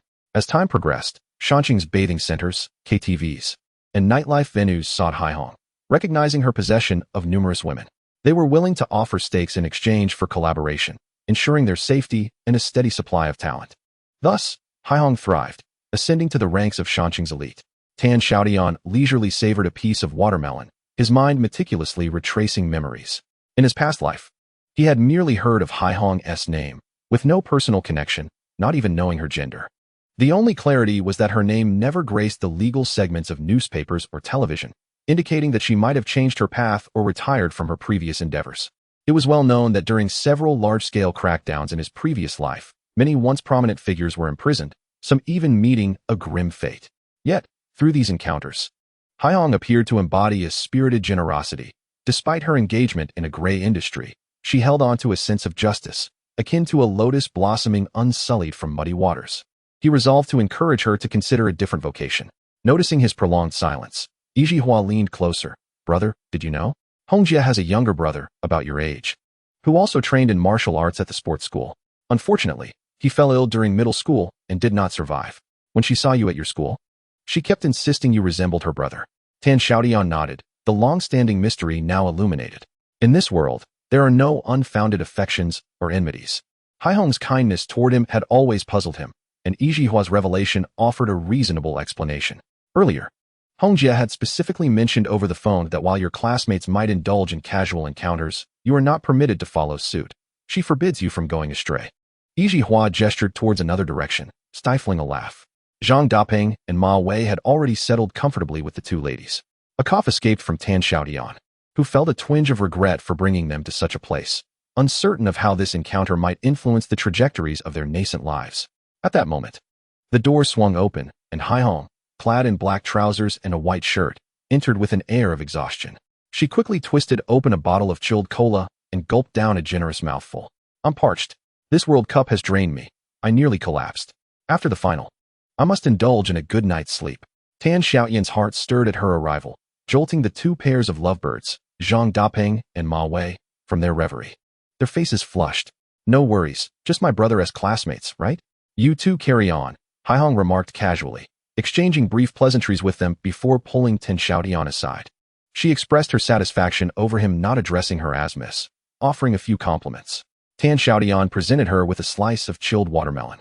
Sister Hong, have a piece. What is you so busy?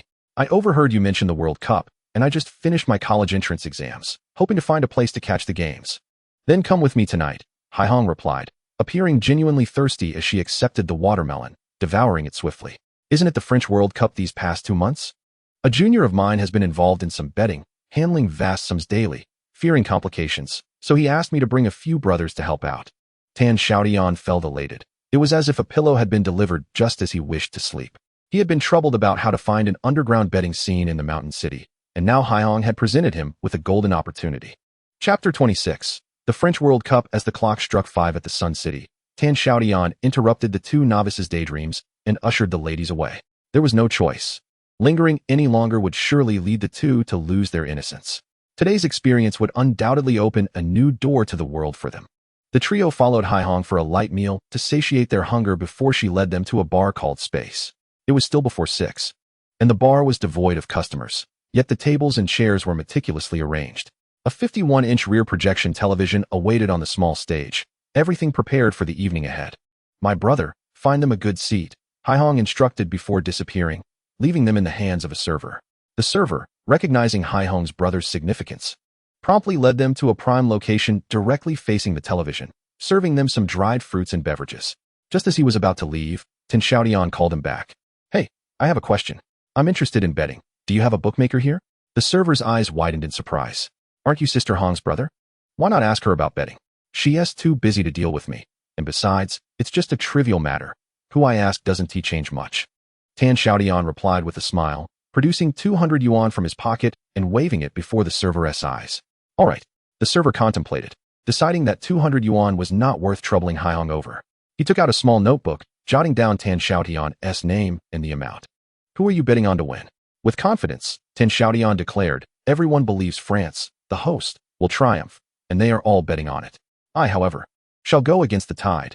I bet on Croatia to win. Croatia with a 1-goal handicap. What are the odds now? The waiter's eyes widened in astonishment once more. However, it was not his place to question the customer's choice of wager. After all, he was merely a worker, and it was unnecessary for him to speak out. Croatia's odds of winning were set at an astonishing 41-1. Little brother, are you truly certain about this bet? He inquired. Tan Xiaotian nodded, and the waiter refrained from further comments, accepting the payment and issuing a ticket. Should fortune favor Tan Xiaotian after the match, he was to present this ticket to claim his winnings.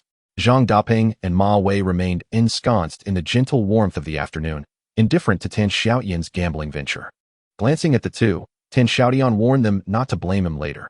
Once in college, it would be prudent to find a proper girlfriend and avoid such establishments.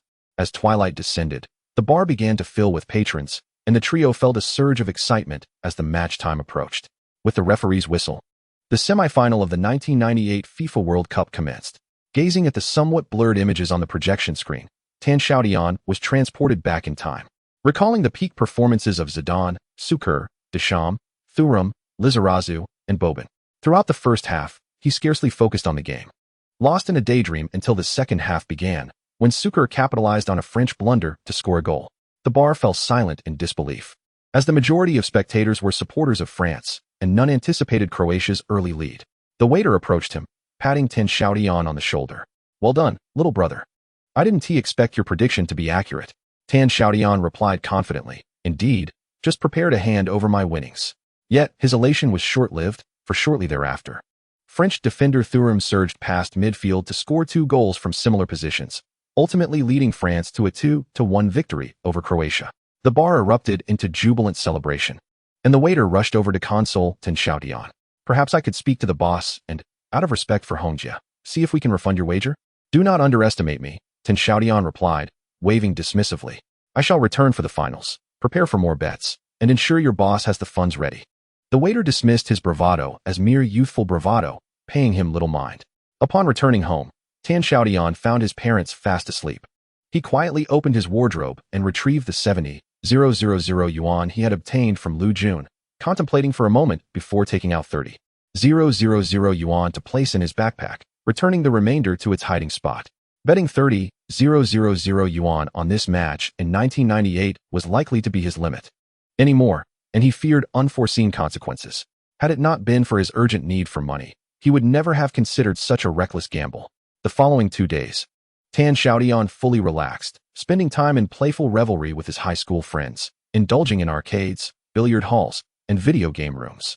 Elements such as Street Fighter, Three Kingdoms, American Roulette, Li Lizhen, and Xiaotian combined to evoke the memories of 1998 within him.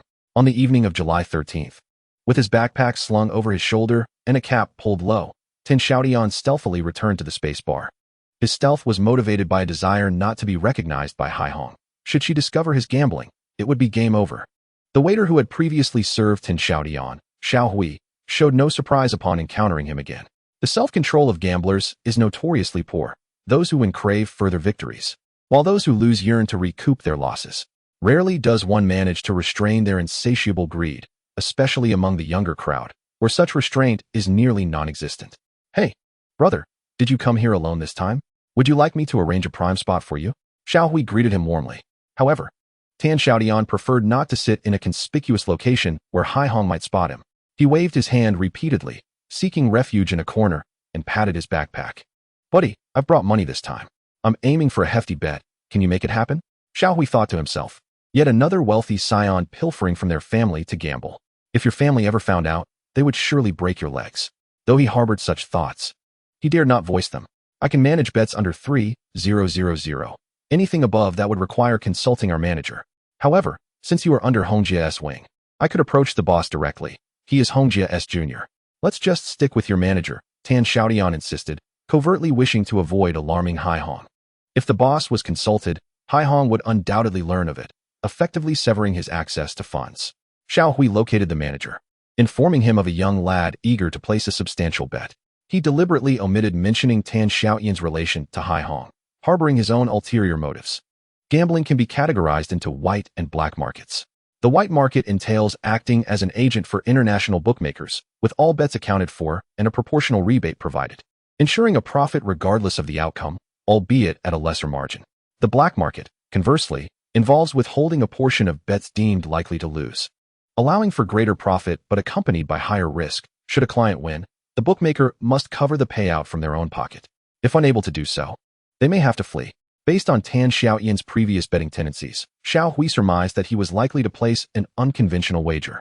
The final match that evening featured Samba Nation versus France.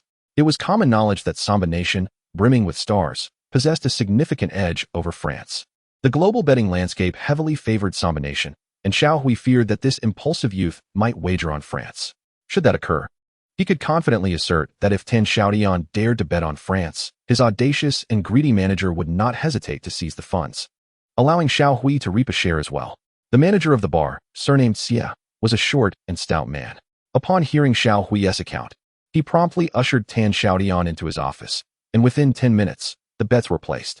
Xiaotian, wary of drawing too much attention, divided his 30,000 yuan into 3 parts. 10,000 on France to win, with odds of 1.45, 10,000 on France with a 1-goal handicap, with odds of 2.9, and 10,000 on France with a 2-goal handicap, with odds of 5.2. After preparing the betting slip for Xiaotian and sending him on his way, manager Xie and Xiao Hui could no longer contain their laughter. The money was as good as theirs. This lad was either a madman or a fool, who in their right mind would bet on France to overcome Samba Nation by 2 goals. Would Ronaldo, Dunga, Bebeto, or Carlos agree to that? Xiaotian's meticulous calculations had overlooked one crucial element: human greed. Chapter 27. The money was stolen that night. The space bar was teeming with patrons, every table filled to capacity. The World Cup, held every 4 years, culminated in a final between the host nation, France, and the star-studded Brazilian team, featuring the peak performances of Zidane and Ronaldo, promising an exhilarating spectacle.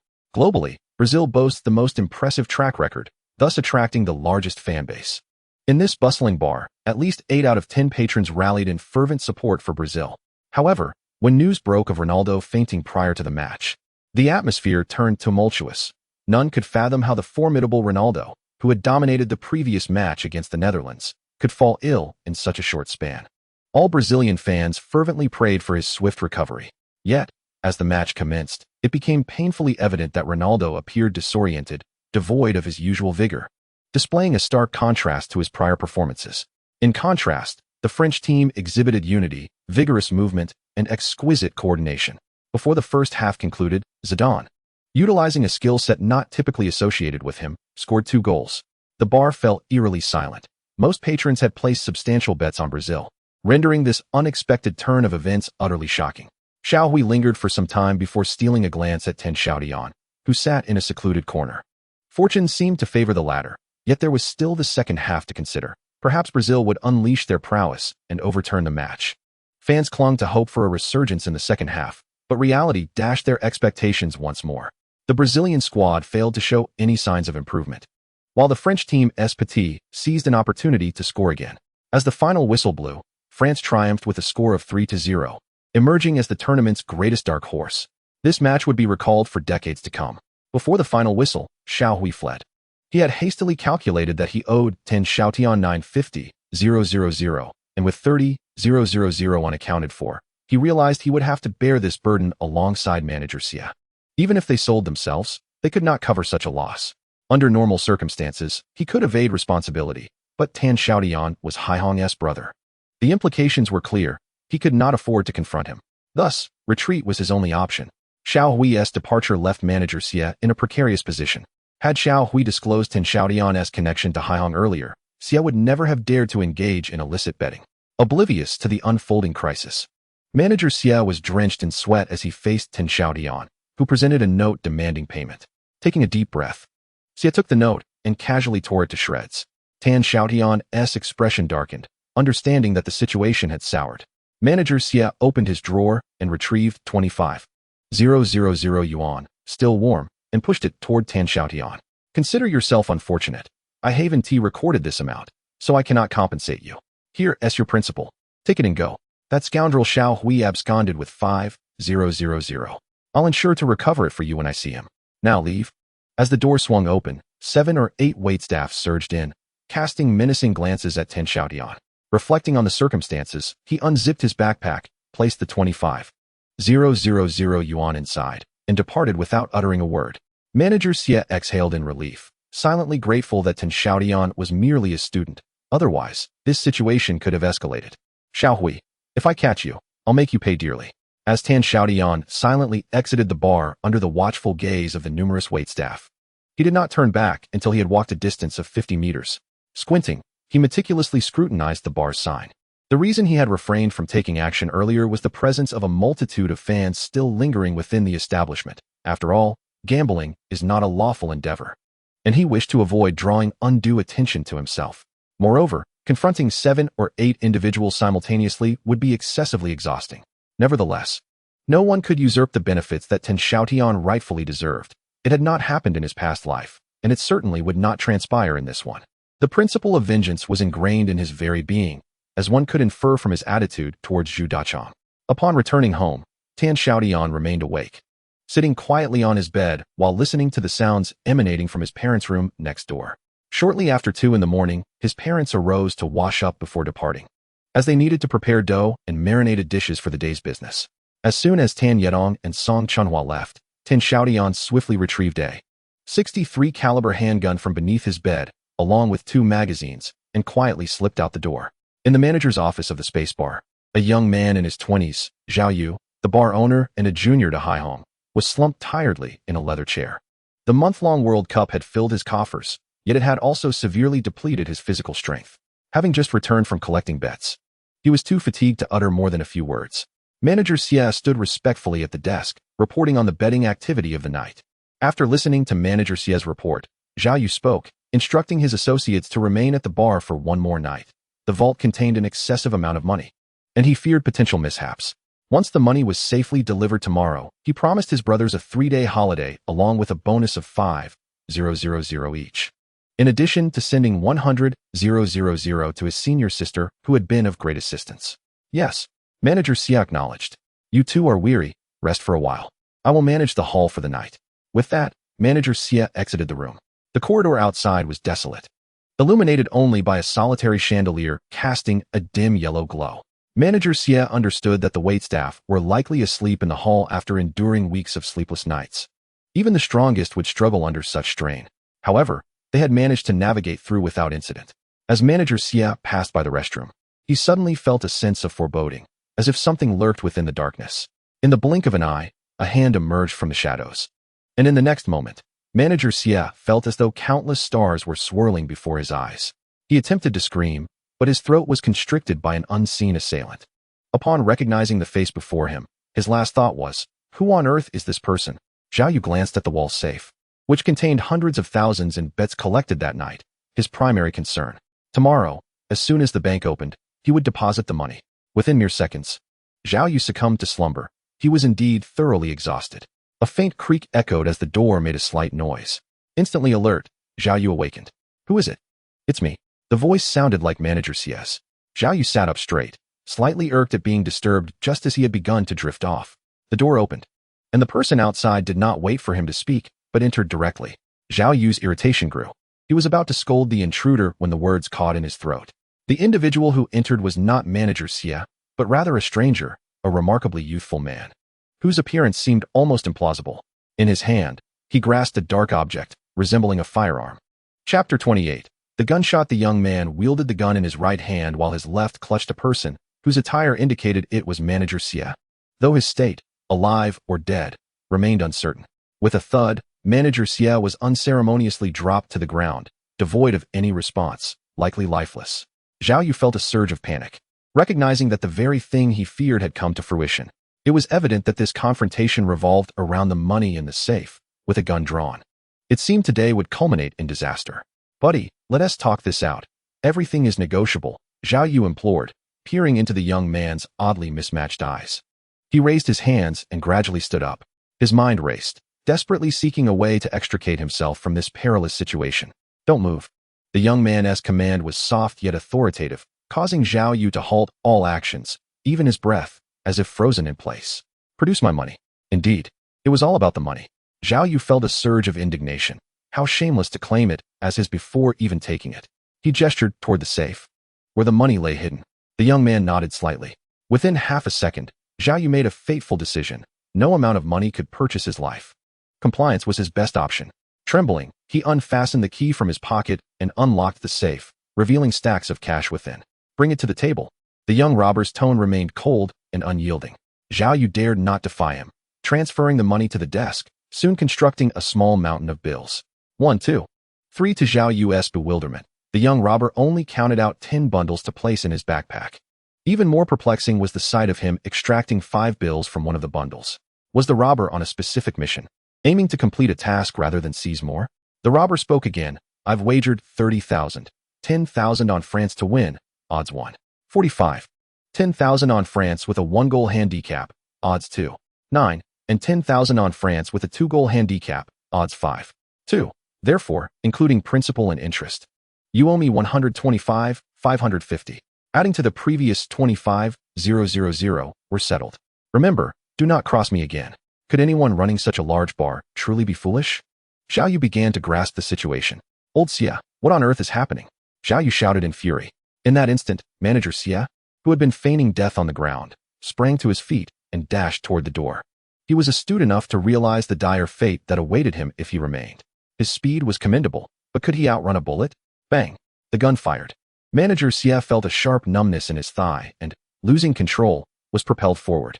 Upon hitting the ground, he instinctively touched the area, finding it damp. Under the light, he saw his hand stained crimson. He had been shot for real, with real bullets. In that moment, his immediate thought was to find Xiao Hui and personally exact revenge on this scoundrel. What kind of calamity have you brought upon me? He fumed, realizing that a mere boy wielding a gun had dared to shoot him. The most tragic twist was that he had been the target. At the moment Manager Xia leaped up, Tan Xiaotian also comprehended the gravity of the situation. It was you who had been siphoning off my money. He approached Manager Xia, who was writhing in pain on the ground, crouched down, and gently combed his hair with the muzzle of his gun. The 63 pistol slid down from Manager Xia's forehead until it came to rest at his knee. His tone was relaxed and casual, as if engaging in mundane conversation. No one can rob me. You should be grateful. If I had aimed here, he gestured meaningfully, you would spend the rest of your days confined to a wheelchair. In that moment, Manager Xia discerned the cold, merciless gaze of Tan Xiaotian, one that held a contempt for life itself. At that juncture, Zhao Yu interjected, "Friend, from where do you hail? How dare you cause a disturbance in my domain?" Crash. The door to the manager's office was forcefully flung open, and a throng of startled attendants, awakened by the jarring gunshot, rushed in from the lobby. "Boss, manager." They clamored at the threshold, yet none dared to step forward. The situation was abundantly clear. This young man wielded a gun, and a real one at that. Did they not see the blood pooling at Manager Xia's legs? Tan Xiaotian remained composed, surveying the crowd at the entrance before shifting his gaze to Zhao Yu. At this juncture, words were unnecessary. It was prudent to observe the unfolding events. Zhao Yu steadied himself against the table, feigning calmness, though his trembling left hand betrayed his inner fury. He had not anticipated that the individual he trusted most would perpetrate such an act, bringing forth such calamity. "Old Xia, what is happening?" Zhao Yu spoke deliberately. Manager Xia, realizing he could no longer conceal the truth, endured the excruciating pain and recounted the events in detail to Zhao Yu. After a prolonged silence, Zhao Yu raised a hand, gesturing for quiet. "Friend, today's events reflect our wrongdoing. Take your money and leave. The rest is a matter of my household." Upon hearing the boss's directive, the attendants instinctively parted into two lines, creating a path for Tan Xiaotian. However, instead of heading toward the exit, he approached the desk and picked up the phone. "Call 9257. Urgent, please return the call." Xiaotian, urgent, 10 times. Upon hearing the number 9257, Zhao Yu's brows involuntarily twitched. He was acutely aware that it was Haihong's pager number. Did this young man know his senior sister? What was their connection? Soon, the call was returned. Tan Xiaotian glanced at Zhao Yu and activated the speakerphone. Haihong's voice, capable of instilling fear, echoed through the room. "You little rascal, do you realize what time it is? If this isn't urgent, I swear I will kill you. Hongjia, I'm in your junior brother's office. Nothing catastrophic has occurred. I merely shot his manager in the leg. Yes, you'd best come over now. Your junior brother is rather upset, and I'm a tad frightened." "What? A gun? Is Xiaoyu there? Speak quickly." Haihong's voice brimmed with tension. Zhao Yu, feeling helpless, shouted, "Senior sister, I am here. Xiaotian is my brother. There must be some misunderstanding. You must remain calm. I'll be there immediately. Please wait for me." The call was abruptly terminated. Zhao Yu scrutinized Tan Xiaotian several times before turning to the attendants. "Tend to old Xia's wounds, and then all of you leave." After a flurry of activity, only Zhao Yu, Tan Xiaotian, and the unconscious Manager Xia remained in the office. "Do you have any cigarettes?" Tan Xiaotian uttered his first words. Zhao Yu silently tossed a cigarette, unable to restrain himself any longer. "Since you know my senior sister, why not mention it?" he questioned. Tan Xiaotian exhaled a smoke ring, remaining silent. Initially, he refrained from mentioning Haihong, confident he could retrieve the money. However, the call he made would inevitably reveal his relationship with Haihong to Zhao Yu, and he wished to avoid any discord among their senior and junior colleagues. There are actions to take and those to forego. It is quite simple. 20 minutes later, hurried footsteps echoed outside the bar, and Haihong's anxious voice could be heard from afar. "They didn't get into a fight, did they?" Chapter 29. The consequences of impulsiveness inside the manager's office. The atmosphere was eerie. The air was thick with the pungent scent of smoke, and upon closer inspection, a lingering metallic odor of blood was discernible, with faint traces of it still visible on the floor. Manager Xia lay unconscious on the sofa, his pallid complexion somewhat alarming. Tan Xiaotian and Zhao Yu occupied the room, one seated at the table and the other crouched before the safe, both silent, as if competing in a smoking contest. Haihong glanced back and forth between them, her hands anxiously wringing together, as if questioning them, yet also speaking to herself. How did it come to this? Several times she cast her gaze toward the gun at Tan Xiaotian's waist, hesitating to voice her thoughts. Upon seeing Haihong arrive, Tan Xiaotian stood tall. "Prepare for me a sharp dagger, candles, strong liquor, a clean towel, and if possible, a pair of tweezers." "Why?" Zhao Yu blurted out, only to quickly grasp the situation. Tan Xiaotian intended to extract the bullet from old Xia's leg. The previous treatment had merely been rudimentary, leaving the projectile lodged within. Delaying too long could result in lasting repercussions. Such a gunshot wound could not be treated in a hospital. It had to be resolved independently. Though Zhao Yu resented old Xie for causing him immense trouble by disregarding rules, he could not simply abandon a subordinate who had been with him for so long. The requested items were swiftly delivered. Haihong curiously approached. The extraction of a bullet from a gunshot wound was something she had only witnessed in Hong Kong films. And now she found herself witnessing it firsthand. Tan Xiaotian roused old Xie, handing him the liquor. Take a couple of swigs. It will sting a bit. But bear with it. Old Xie timidly glanced at Zhao Yu, steeling himself before gulping down several mouthfuls. Tan Xiaotian sanitized the dagger and tweezers with the liquor, igniting the candle and briefly roasting the blade. Hold him down, he instructed, casting his gaze at Haihong and Zhao Yu. Haihong grasped old Xie's shoulder while Zhao Yu secured his leg. The moment the dagger pierced the wound, old Xie's eyes widened in terror, his body trembling uncontrollably, emitting raspy sounds from his throat. Fortunately, Tan Xiaotian was remarkably swift. Within mere seconds, the tweezers emerged from the wound, clutching the bloodied bullet. All done. If you have a familiar surgeon, a few stitches will suffice, he stated, pocketing the bullet after rinsing it with liquor.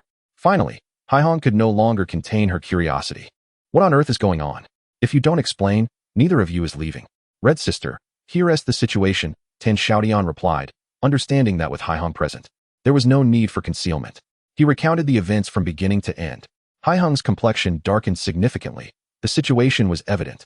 And it was no wonder that Tan Xiaotian felt aggrieved. Zhao Yu was ensnared by Lao Xie and Xiao Hui. Sister, rest assured, every grievance has its source. And I know how to proceed. Zhao Yu inclined his head towards Tan Xiaotian, saying, Brother, since you are my sister's sibling, we are not strangers. You may take the money. It was won in my establishment, and I acknowledge it. I will settle my debts with them, and it does not concern you. Zhao Yu's words were eloquent, yet they were born of a sense of helplessness. Not only had this young man brought Haihong along, but what could his own gang possibly do against him single-handedly? Would they truly dare to resort to gunfire? At merely 24 years of age, Zhao Yu felt a sense of aging for the first time. The world was changing too rapidly. A mere lad of 17 or 18 wielded a gun, dared to use it, and even knew how to treat gunshot wounds. The skill he exhibited in treating Lao Xie's injury suggested experience beyond that of a novice. Zhao Yu would not have been surprised if the lad had once ingested a bullet himself. Haihong escorted Tan Xiaotian to the bar's entrance, suddenly seizing his collar. Her enchanting gaze fixed on him with an intensity that belied her cold tone. What is the meaning of this? Are you so reckless as to play with firearms at such a young age? In her frustration, she unleashed several sharp slaps upon Tan Xiaotian's face. He stood still, allowing her to strike him. In his previous life, he had not known Haihong, and thus had always approached her with caution. However, now he believed in Yijihua's words. Haihong truly regarded him as a younger brother. Deception was possible in many matters, but genuine emotion remained unfeigned. Sister, do not worry. I am prudent. If you doubt me, I shall relinquish the gun to you and never touch it again. For the first time, Tan Xiaotian omitted the character Hong from Haihong's name and stepped forward to embrace her. Taken aback for a moment, she then burst into tears. Brother, I have already lost one sibling and cannot bear to see you in peril again. Ultimately, Haihong confiscated the firearm, vowing to find an opportunity to dispose of it in the river.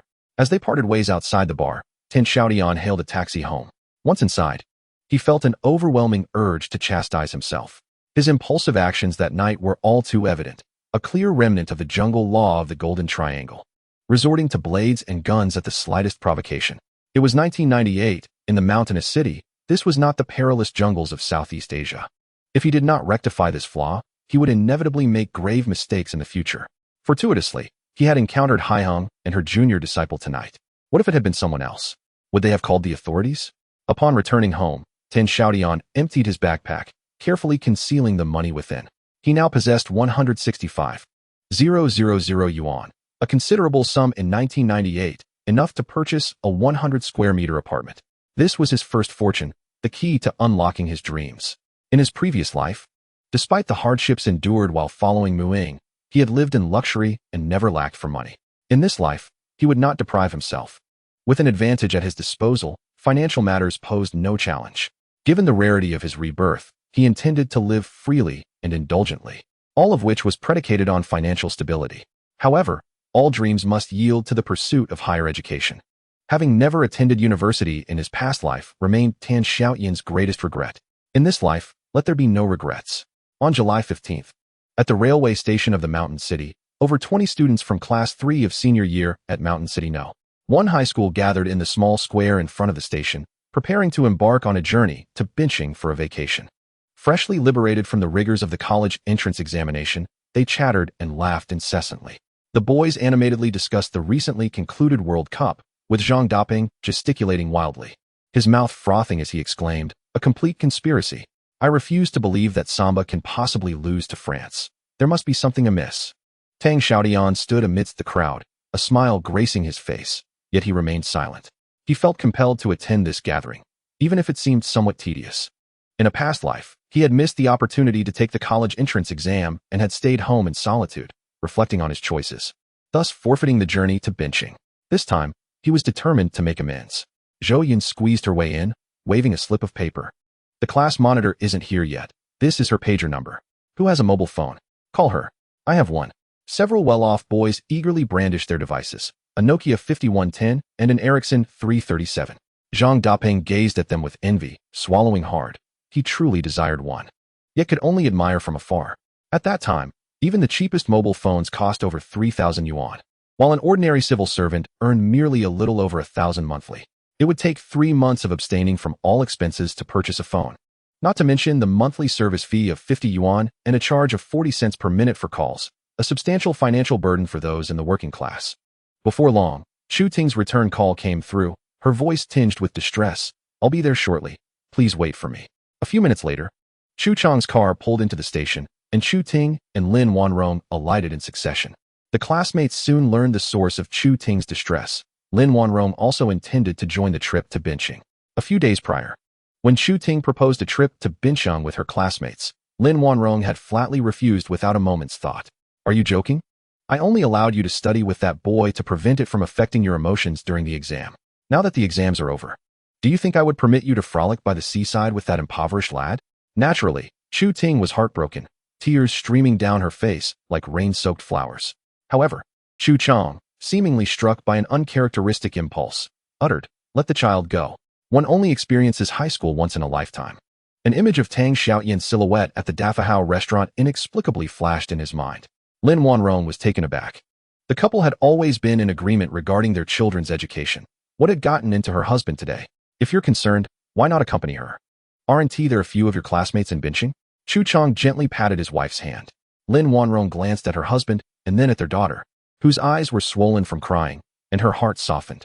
On the southbound green train, laughter and merriment resonated through the air. Tang Xiaotian occupied a hard seat in a row of 3, positioned by the aisle, with Ma Wei in the middle and Zhang Daping by the window. Opposite them, Zhou Yun sat by the window, with Chu Ting in the middle, and directly facing them was Lin Wanrong. This arrangement created an awkward tension. Tan Xiaotian sighed and raised the newspaper to shield his face. At that moment, the green train crawled along at a terrifyingly slow pace. The distance from Shanxing to Bincheng was approximately 400 kilometers. In a previous life, the high-speed train could cover this distance in just over an hour. Yet now it would take more than 6 hours. The carriage lacked air conditioning, not even a fan, relying solely on the natural breeze generated by the train's movement for relief. Once the train stopped, the carriage instantly transformed into a steamer. The humid, stifling air was foul, yet it could not dampen the spirits of the students preparing for the college entrance examination.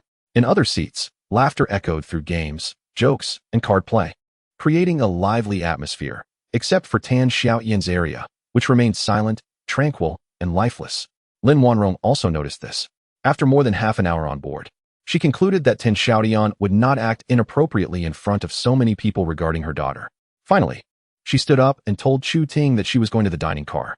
As she was about to exit the carriage, Lin Wanrong turned back and saw her daughter's fair face adorned with a radiant smile, which struck her heart like a whip. She too had been young once. Just this once, she silently absolved herself in her mind. Lin Wanrong admitted that if she were 18 again, if she were as innocent as a blank sheet of paper, she too would fall for the tall, handsome, and sunny boy sitting across from her daughter. From the moment she boarded the train, she had been observing Tan Xiaotian. What perplexed and frightened her was that this young high school student possessed eyes that seemed to perceive the complexities of the world, a trait that could not be feigned. With his youthful appearance and mature heart, Any girl would be unable to escape his allure if he desired it. Just this once, after returning from benching, she would never allow them to meet again.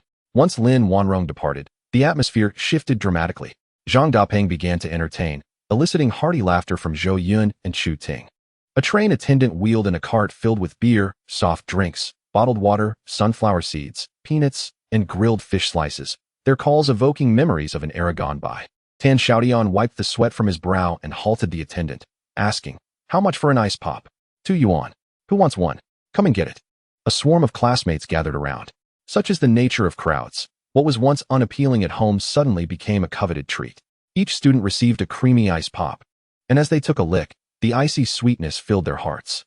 The green train meandered onward towards the horizon, and Tan Xiaotian exchanged a smile with Chu Ting, the milky aroma of the ice pop sweetening their hearts. 6 hours later, the train arrived at Bincheng Railway Station, where a minibus awaited at the exit to pick up the classmates from Class 3, destined for the already arranged Shangang building. A parent of one of the students in Class 3 worked at a travel agency, ensuring that the transportation and accommodations for this trip were prearranged. Lin Wanrong and Chu Ting did not accompany them. A classmate drove the two of them away, and they would not stay at Shangang building that night, although they planned to return Chu Ting in the morning for the class activities. Chu Ting, feeling dejected, followed her mother, longing to be with her classmates. But Lin Wanrong would never agree. The Shangang building was the office of the Shanxing Iron and Steel Group in Bincheng, complete with a hotel and restaurant. Situated by the sea, boasting breathtaking views. During dinner, 24 classmates gathered in the largest private room of the Shangang building, raising their glasses in exuberance. The camaraderie forged over 3 years of companionship, and the exhilaration following the college entrance examination made it inevitable that this gathering would be boisterous. A revelry that would end only in inebriation. "Brothers, let us toast to this drink. We shall forever remain brothers." After a few rounds, intoxication set in, and the atmosphere grew lively. "Xiaotian, do you recall that heavy snowfall during our first year of high school? You wore a pristine white down jacket, posing by the plum blossoms. You had no idea how beautiful you looked, and I instantly fell for you." The bespectacled boy, emboldened by alcohol, finally mustered the courage to confess his feelings. Ma Wei, having drunk excessively, flushed with color, grasped Tan Xiaotian with one hand and Zhang Dapeng with the other, weeping. "Xiaotian, Dapeng, after you both get into university, you must come visit me at the police academy often. We all endured 3 years of high school. You managed to enter university while I can only attend a vocational school." At that moment, the bitterness of not being able to go to university erupted, and the usually stoic Ma Wei sobbed uncontrollably. Zhang Dapeng firmly held his friend's hand. "Nonsense. I don't even know if I'll get in. Damn it." During those 3 years of high school, all I could think about was escaping this hellish existence. But now that the time has come, I regret not studying harder. "Old Ma, don't cry. I'm here with you. We'll face failure together." Zhang Dapeng then pointed at Tan Xiaotian, exclaiming, "You've changed. You're unrecognizable. Tell me, are you still one of us?" Tan Xiaotian grasped Zhang Dapeng's hand firmly and replied with unwavering resolve, "Always." After he was expelled from school, it was Zhang Dapeng and Ma Wei who repeatedly visited him at home to console him. This bond was one that Tan Xiaotian would cherish for a lifetime. No, for 2 lifetimes. To everyone's surprise, Zhang Dapeng began to wail loudly, even louder than Ma Wei. "You scoundrel, we agreed to skip classes together and fall behind. Yet you secretly studied hard. Now you're the only one who gets into a prestigious university. When you soar to success, will you forget your brothers?" His voice grew louder, echoing through the private room. "Keep it down." Tan Xiaotian glanced around, aware that their classmates were watching them. Yet, Zhang Dapeng only became more animated. "And you actually managed to win over the class monitor. You beast, how are we supposed to live with that? Tell me, that day at your house, were you and the class monitor doing something inappropriate?" Instantly, the room fell silent, and over 20 pairs of eyes turned toward Tan Xiaotian. If murder were not a crime, he would have wished to silence Zhang Dapeng right then. It didn't bother him, but Chu Ting, being a girl, was most fearful of idle gossip. Chapter 31. The trip to Bincheng to Ma Wei, having sobered up, was awakened by Zhang Dapeng's outburst. "Have you had too much to drink? What nonsense are you spouting?" Ma Wei swung his arm and struck Zhang Dapeng on the head, recalling, last time, it was the class monitor who came to Tan Xiaotian for answers. "Have you forgotten?" He dragged Zhang Dapeng out of the private room. Tan Xiaotian surveyed the room, smiled, and thought to himself, "Dapeng has had a bit too much. He's just rambling. Let us take it lightly and ensure no one spreads rumors. After all, we are all classmates and should not harm each other." With a sudden crack, Tan Xiaotian forcefully snapped a porcelain soup spoon in half. This was akin to a blatant threat. At that moment, everyone fell silent, fear gripping them as they turned away, no longer daring to look at him. Tan Xiaotian felt a twinge of regret. After all, they were classmates, and perhaps his words had been a bit too harsh. Yet, once spoken, words could not be retracted. Two classmates approached, one male and one female. The boy, donned with black-framed glasses, exuded an air of maturity beyond his years. His name was Sun Rue, the academic monitor of Class 3, consistently ranking among the top 3 in humanities. In his previous life, he had been the top student in the liberal arts from Xiaotian, securing a place in the prestigious Yenjing University to study classical Chinese. The girl was tall and slender, her delicate waist appearing to be grasped by a single hand. Her small, oval face was adorned with large, twinkling eyes that sparkled like the morning stars, as if they could speak. She was Tang Yiru, the artistic committee member of Class 3, pursuing a path in the arts with remarkable piano skills and a voice that resonated like celestial music. Her exceptional performance in the arts examination had already garnered her an early admission to the vocal department of Xiaotian Music Academy. Xiaotian, do not worry. We are all classmates. No one will spread rumors. Sun Rue spoke with a precociousness that belied his age, his words measured and precise, far from the typical demeanor of a high school student. Seizing the moment, Tan Xiaotian raised his glass, toasting with each classmate while uttering sincere words, an apology for his earlier impetuosity. With over 20 individuals gathered, even a modest sip from each would amount to 3 bottles. Tan Xiaotian drank a bit too hastily. When it was Sun Rue's turn, Tan Xiaotian lifted his glass again, saying, "Let us make a wager, academic monitor. If you fail to gain admission to Yenjing University, I shall consume this bottle." Although more mature than his peers, Sun Rue was still merely 17 or 18 years old. Upon hearing Tan Xiaotian mention his favorite topic, he could not help but smile broadly, raising his glass in camaraderie. Despite Tan Xiaotian's decent tolerance for alcohol, 3 bottles of beer proved too much, prompting him to sit down and nibble on some food to ease his stomach. "Hey, don't look down on me like that. You've toasted to everyone else. Why leave me out?" Tang Yiru, holding her glass, settled beside Tan Xiaotian, her sparkling eyes fixed on him with a playful pout of mock anger. It was remarkable how a 17 or 18-year-old girl could possess such charm. She would undoubtedly be captivating as she matured. Tan Xiaotian managed a wry smile. "Literary committee, allow me a bite to eat. If I drink any more, I may very well be ill." Tang Yiru traced circles around the rim of her glass with her slender fingers, tilting her head as she gazed at him, remaining silent. Tan Xiaotian felt a chill run down his spine under her penetrating stare. In Class 3, there were 2 prominent beauties, Tang Yiru and Chu Ting. Upon entering school, well-meaning boys had dubbed them the 2 school flowers of the institution, each excelling in their own right, spring orchids and autumn chrysanthemums.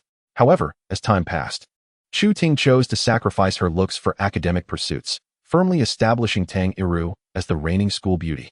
Before their final year, the tall and handsome Tan Xiaotian had shared a flirtatious relationship with the melodious Tang Yiru. Though it remained merely flirtation, the proverbial paper between them was never truly broken. In his previous life, after being expelled and missing the college entrance examination, Sun Rue, the academic monitor who successfully enrolled at Yenjing, began a relationship with Tang Yiru. Unfortunately, their love was short-lived, separated by distance. Sun Rue in Yenjing and Tang Yiru in Xiaotian, as Sun Rue was dedicated to his studies and lacked the charm for sweet talk, while Tang Yiru, with her striking beauty, attracted numerous suitors. Their relationship fizzled out after just a year. The genuine reason behind Tan Xiaotian's feelings of guilt and trepidation towards Tang Yiru stemmed from an encounter 2 years later, during his visit home, where a passionate connection between them resulted in a fleeting romance. Following their parting that night, Tan Xiaotian enlisted in a covert unit, severing all communication, and it was rumored that Tang Yiru mourned their separation for an extended period. In his rebirth, Tan Xiaotian endeavored to steer clear of Tang Yiru, fearing that he might lose control and jeopardize his college entrance examination. "Tan Xiaotian, I've heard your exam results are quite promising, with estimated scores reaching 560. I bet the class monitor has been exhausted on your behalf." Tang Yiru leaned closer, whispering in his ear, "Have you abandoned me after clinging to the class monitor? Is her leg as fair as they say?" Clearing his throat, Tan Xiaotian cast a desperate glance at Sun Rue, the academic committee member. "Tang Yiru is inebriated. Could you kindly escort her back to her room?" "Of course." Sun Rue, who had been observing the two, readily agreed and reached out to assist Tang Yiru. However, she brushed him off, exclaiming, "Don't touch me. I can walk by myself." She abruptly stood, pointing a slender finger at Tan Xiaotian's forehead, and scolded, "Tan Xiaotian, you are a scoundrel. I disdain you." Faced with the curious gazes of his classmates, Tan Xiaotian could only force a bitter smile. He could be ruthless towards adversaries. Yet he always exercised restraint with classmates and friends. As other girls approached to console Tang Yiru, he seized the opportunity to slip away, descending the stairs to purchase 2 bottles of beer. Crossing the street and walking about 100 meters, he found himself before the vast sea. The sound of crashing waves resonating in his ears, accompanied by the salty scent in the air. Taking a sip of beer and a drag from a cigarette, Tan Xiaotian stared blankly at the dark ocean. Just endure a little longer. Once I enter university, in a new environment and among new peers, I won't have to struggle so hard every day to maintain this facade. It was exhausting for a middle-aged man to pretend to be an 18-year-old youth, even if he was masquerading as his former self. On the morning of July 16th, Chu Ting arrived at the Shangang building, knocking on doors to awaken her classmates. Having missed the previous night's gathering, she felt uneasy and sought to express her apologies in this subtle manner. When the door to the girls' room opened, Tang Yiru, with disheveled hair, shot her a glare and proceeded to the communal restroom with a basin. Chu Ting, bewildered by the glare, pondered what she had done to offend her. Just then, Zhou Yun emerged from another room, yawning, and was seized by Chu Ting. "Zhou Yun, Tang Yiru just glared at me. Do you know why? What did I do to upset her?" Girls often possess a natural inclination for gossip, and at the mention, Zhou Yun's eyes sparkled as she recounted the previous night's incident where Tang Yiru had berated Tan Xiaotian, calling him a scoundrel. A shadow fell over Chu Ting's face. She was well aware of the past between Tan Xiaotian and Tang Yiru, which had soured her mood for the entire day. The itinerary arranged by the travel agency included a morning visit to the Polar Pavilion to witness a beluga performance, followed by an afternoon at the Ocean World to admire tropical fish. The classmates reveled in the experience, as if they were fish returning to the sea, laughing joyfully after 3 years of confinement. However, not everyone shared in the merriment. Chu Ting, Tang Yiru, Sun Rue, and Tan Xiaotian were exceptions. Chu Ting feared a rekindling of old flames between Tan Xiaotian and Tang Yiru, while Tang Yiru resented Tan Xiaotian for his fickleness. Sun Rue, noticing Tang Yiru's discontent, mirrored her unhappiness. As for Tan Xiaotian, his fatigue stemmed from a lack of sleep. Last night, he lost track of time while enjoying the sea breeze. Returning to the hotel at 3 in the morning, he was summoned early the next day, enduring the day with 2 dark circles under his eyes. Who could maintain a cheerful disposition under such circumstances? Chapter 32. The journey to Binhai. Overall, Class 3's excursion to Binhai was rather smooth. On the first day, they visited the Polar Museum. The second day, they toured the port and the ancient fortifications in Luda. On the third day, they swam at the beach and relished seafood. And on the fourth day, they explored Xingyue Square. The classmates reveled in their experiences, and despite a few minor unpleasant incidents, the youthful exuberance of 17 and 18-year-olds allowed them to quickly forget any grievances. Chu Ting and Tang Yiru transitioned from a state of discord to a silence that characterized their meetings. Yet, they shared an unspoken understanding. They both chose to ignore Tan Xiaotian. Relishing the peace, Tan Xiaotian spent the days with Zhang Daping and Ma Wei, indulging in merriment and relaxation. He found it impossible to seek tranquility, as Lin Wanhong was vigilantly accompanying Chu Ting, and Sun Rue was perpetually by his side. Thus, he decided to let things be. What was sown in a previous life reaped consequences in this one. On the evening before their return, Class 3 organized a grand feast, marking a fitting conclusion to their journey. Chu Ting also attended, bringing together all 25 classmates who had participated in the trip. The first night's gathering, devoid of Chu Ting, had devolved into a chaotic drinking contest. However, with the class monitor present this time, everything changed. Chu Ting proposed that each student present showcase a talent, be it singing, dancing, reciting poetry, or even sharing a few words. This suggestion was met with enthusiastic agreement. As a class officer and the initiator, Chu Ting took the lead and performed "How Many Good Sisters Do You Have? Do you know what it means to strike the first blow?" Although Chu Ting often appeared delicate and vulnerable in front of Tan Xiaotian, one must not forget that she had served as class monitor for 3 years, a position requiring considerable organizational skills and acumen. Tan Xiaotian maintained a facade of nonchalance, stoically enduring the teasing glances directed at him, while inwardly lamenting that offending anyone was ill-advised, especially a woman. The second performance was a poetry recitation by the academic committee member, Sun Rue, who recited Su Shi's Nanyangzi, evoking sentiments of longing and nostalgia. The familiar lines, though often encountered in contemporary literature and media, felt refreshing in this moment. particularly resonant with the current atmosphere. Sun Rue's expressive delivery moved several emotionally attuned girls to tears. The program continued with each act met with applause, as everyone understood that this meal symbolized the conclusion of their high school years. Some may meet again, while others would part ways indefinitely. Thus, regardless of the quality of the performances, each was met with fervent applause. When it was Zhang Dapeng's turn, this lively character entertained the crowd with a skit by Zhao Benshan, eliciting uncontrollable laughter and lightening the heavy hearts of his peers. Ma Wei, exuding an aura of strength and authority, seized 3 goblets, filled them to the brim with beer, and proclaimed loudly, "I am not a singer, nor a speaker of words. Over the course of 3 years in high school, you all know who I am.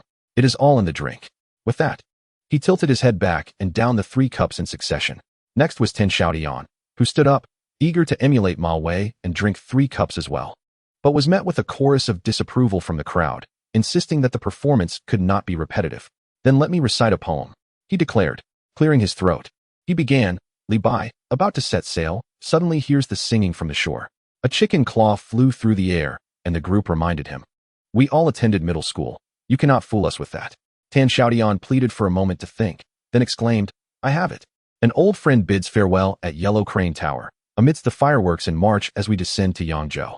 This time, a fish head was hurled his way, and Zhou Yun threatened with a bowl of soup in hand. "If you dare finish that, I will splatter this hot soup on your face. Do you believe me?" She was clearly settling a score on behalf of Chu Ting. The crowd joined in, demanding a change, insisting that everyone must be satisfied.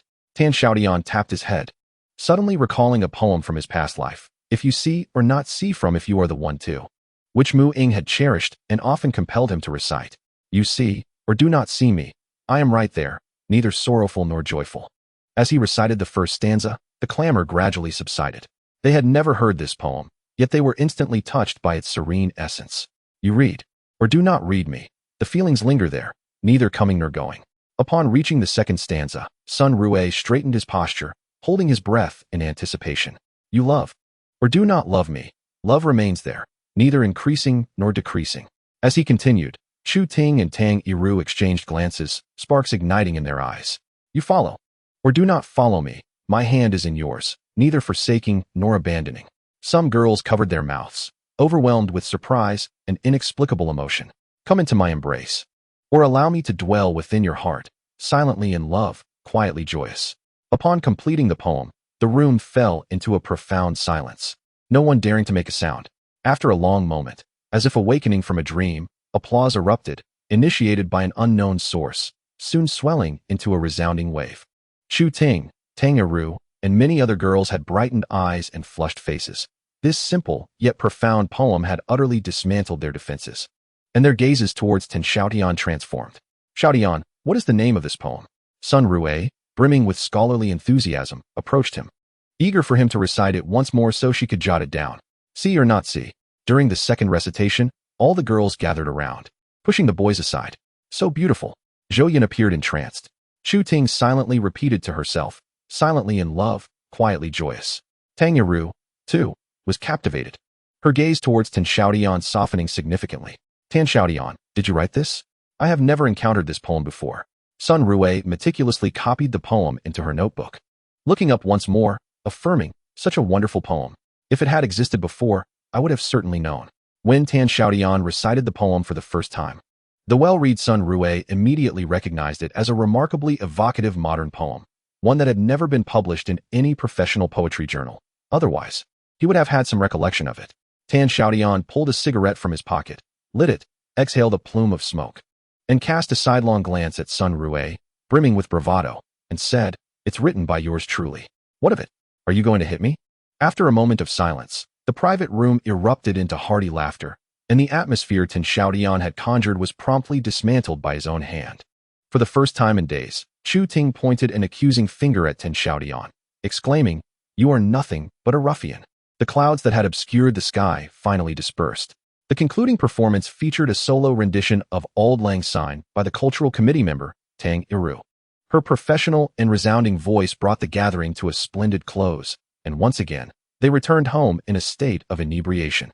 The journey to Binhai concluded on a high note. Chapter 33, Filling out college applications on the train back to Shanxing, a comical incident transpired.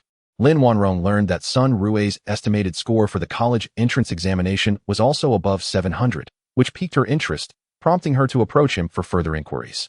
When Lin Wanrong discovered that Sun Rui intended to apply to Yenjing University, her eyes sparkled with delight. Moreover, upon learning that his father was a middle-level executive in a state-owned enterprise and his mother a physician, her satisfaction grew even deeper. In her eyes, Sun Rui surpassed Tan Xiaotian in every respect. He excelled academically and hailed from a respectable family. Aside from being slightly shorter and less handsome, he appeared to be the perfect son-in-law. Ultimately, a man's worth is measured by his career accomplishments. Chu Ting, observing her mother's demeanor, felt a surge of anxiety. What infuriated her further was Tan Xiaotian's utter lack of concern. He was engrossed in a game of Tetris, seemingly oblivious to the situation. In her irritation, she discreetly kicked him twice. Yet, this fellow was thick-skinned and remained unperturbed. The green train swayed leisurely, clattering along its path, leaving behind a trail of youthful fragments. Upon returning from Shanxing, Tan Xiaotian embraced a life of utter lethargy, akin to a sloth. His days were filled solely with eating and sleeping, or hanging out with Ma Wei and Zhang Daping. Such carefree existence brought him joy akin to that of a celestial being. Tan Xiaotian found himself in a conundrum. On one hand, he wished to cling to the remnants of his high school days, while on the other, he yearned to hasten into university life, escaping this theatrical existence. Caught in this internal struggle, July approached its end, signaling the time for college applications. In the preceding days, students flocked to the school, recognizing the importance of consulting teachers regarding such significant decisions. Tan Xiaotian arrived early at school, hoping to seek guidance from Ren Shufan, but the influx of students surrounded her, leaving Tan Xiaotian to wait in the corridor. Tan Xiaotian, what score do you estimate for your English exam? A melodious voice rang out from behind him. Turning around, he encountered the youthful English teacher, Chen Yu. Tan Xiaotian respectfully greeted her. Hello, Teacher Chen. I estimate my score to be somewhere between 145 and 150. Chen Yu appeared pleased. Excellent. I have always remarked that you possess the best linguistic intuition among all the students. What is your overall score? Between 560 and 580. He replied. Impressive. I recall that during previous mock examinations, you scored in the 400s. I did not anticipate such an improvement this time. Have you decided on which university and major to apply for? Tan Xiaotian hesitated for a moment. I would like to apply to Donghai University. Chen Yu looked somewhat surprised. Isn't Donghai University a science-focused institution? What purpose does a liberal arts student serve in that realm? With your scores, you could apply to my alma mater. Binching Foreign Language University. Why not consider my school? Chen Yu smiled mysteriously. For you have already graduated, I shall speak freely. My alma mater is indeed teeming with beauties. I appreciate your kind intentions, dear teacher, but I still wish to apply to Donghai University. Chen Yu sighed. You are quite obstinate. Follow me, and I shall assist you in your pursuits. Tan Xiaotian trailed behind Chen Yu to the English department office, where Chen Yu retrieved a list of universities and scrutinized the page for Donghai University. Moments later, she tapped the table lightly, exclaiming, This is it. Following Chen Yu's finger, Tan Xiaotian beheld the words technological English. This major is commendable, as it does not restrict applicants to specific disciplines, given your solid foundation in English. You should apply for this. However, I must caution you that Donghai University's historical score threshold has always exceeded 600. Your estimated score may be precariously low. Chen Yu implored Tan Xiaotian a few times, bewildered by his unwavering desire to apply to Donghai University. Upon exiting the English department office, Tan Xiaotian retreated to a small grove at the first high school, lighting a cigarette to contemplate alone. Both Chu Ting and Chen Yu found his insistence on Donghai University perplexing. Little did they realize that the next 2 decades would witness the flourishing of the IT industry, where nearly all of the nation's wealthiest individuals emerged from the tech sector or related fields. Compared to traditional industries, the rate at which the IT sector amassed wealth was exponentially greater. Donghai University stands as one of the premier institutions for computer software in the eastern provinces and across the nation. Established in 1991, Donghai Software, a subsidiary of the university, went public in 1996 and became the largest offshore software outsourcing provider in the country, employing over 20,000 individuals. In the early years of the new century, Donghai Software was unparalleled in its success. Unfortunately, the company focused exclusively on software development, neglecting the internet, which hindered its growth in the following decade and prevented it from achieving even greater accomplishments. Nevertheless, Donghai University remains one of the universities with the highest concentration of IT talent at this time. Tan Xiaotian was well aware of the monumental changes that IT and the internet would bring to the nation over the next 20 years, as this industry would generate countless billionaires. This is the very reason he was determined to gain admission to Donghai University. Upon returning home that evening, Tan Xiaotian sought his parents' opinions. Neither Tan Yuejin nor Song Chunhua possessed much education and were unfamiliar with these matters. They simply advised Tan Xiaotian to heed his teacher's guidance. The following day, Tan Xiaotian returned to school, approached his homeroom teacher Ren Shufan, and solemnly filled out his application form, designating Donghai University's Technological English program as his first choice, followed by the Foreign Language program, International Sports Direction, at Xiaotian Sports College as his second choice, leaving the remaining options blank. In the section regarding whether he would accept an adjustment in major, he marked yes. In the provincial capital of Xiaotian, Donghai University and the sports college are situated on the same street. Even if he fails to gain admission to Donghai University, Xiaotian Sports College would serve as a safety net. With the two institutions so closely located, he could easily forge connections with students from the computer science program. After leaving the school, Tan Xiaotian lingered at the gate for a while, waiting for Zhang Daping and Ma Wei, who emerged in succession. Have you submitted your application? Tan Xiaotian handed cigarettes to both individuals. I applied to the police academy as my first choice and a vocational school for real estate as my second, he lamented. Damn it, I barely made it through high school, and now I can only attend a vocational school. Ma Wei took a fierce drag from his cigarette. Tan Xiaotian exhaled a smoke ring. What's wrong with a vocational school? Many who enter university come back after 4 years without better prospects than you. Don't overthink it. There is excellence in every profession. Zhang Daping's expression soured as he added, damn it, my father had someone look into it. With my scores, I can only get into a technical college in Shanqing. There's no way I can make it to a bachelor's program. I just applied to the history department at Shanqing Normal University. I guess I'll be a gardener, dedicating my light and warmth to the nation's educational cause. Tan Xiaotian felt a wave of nausea wash over him as he recalled his brother San, who sat on the curb across from the high school, smoking and gazing at the school's plaque, unaware of when he would return. Suddenly, a deep blue Volkswagen sped around the corner. Chu Chang and Lin Wanrong helped the tear-streaked Chu Ting out of the car, and the three hurried into the school. Zhang Daping nudged Tan Xiaotian. It seems your father-in-law is in trouble. You should go check it out. Without needing further encouragement, Tan Xiaotian stood and followed them inside. Inside Ren Shufan's office, Lin Wanrong's cries echoed. Teacher Ren, please help me manage this child. Look at the choices she made last night.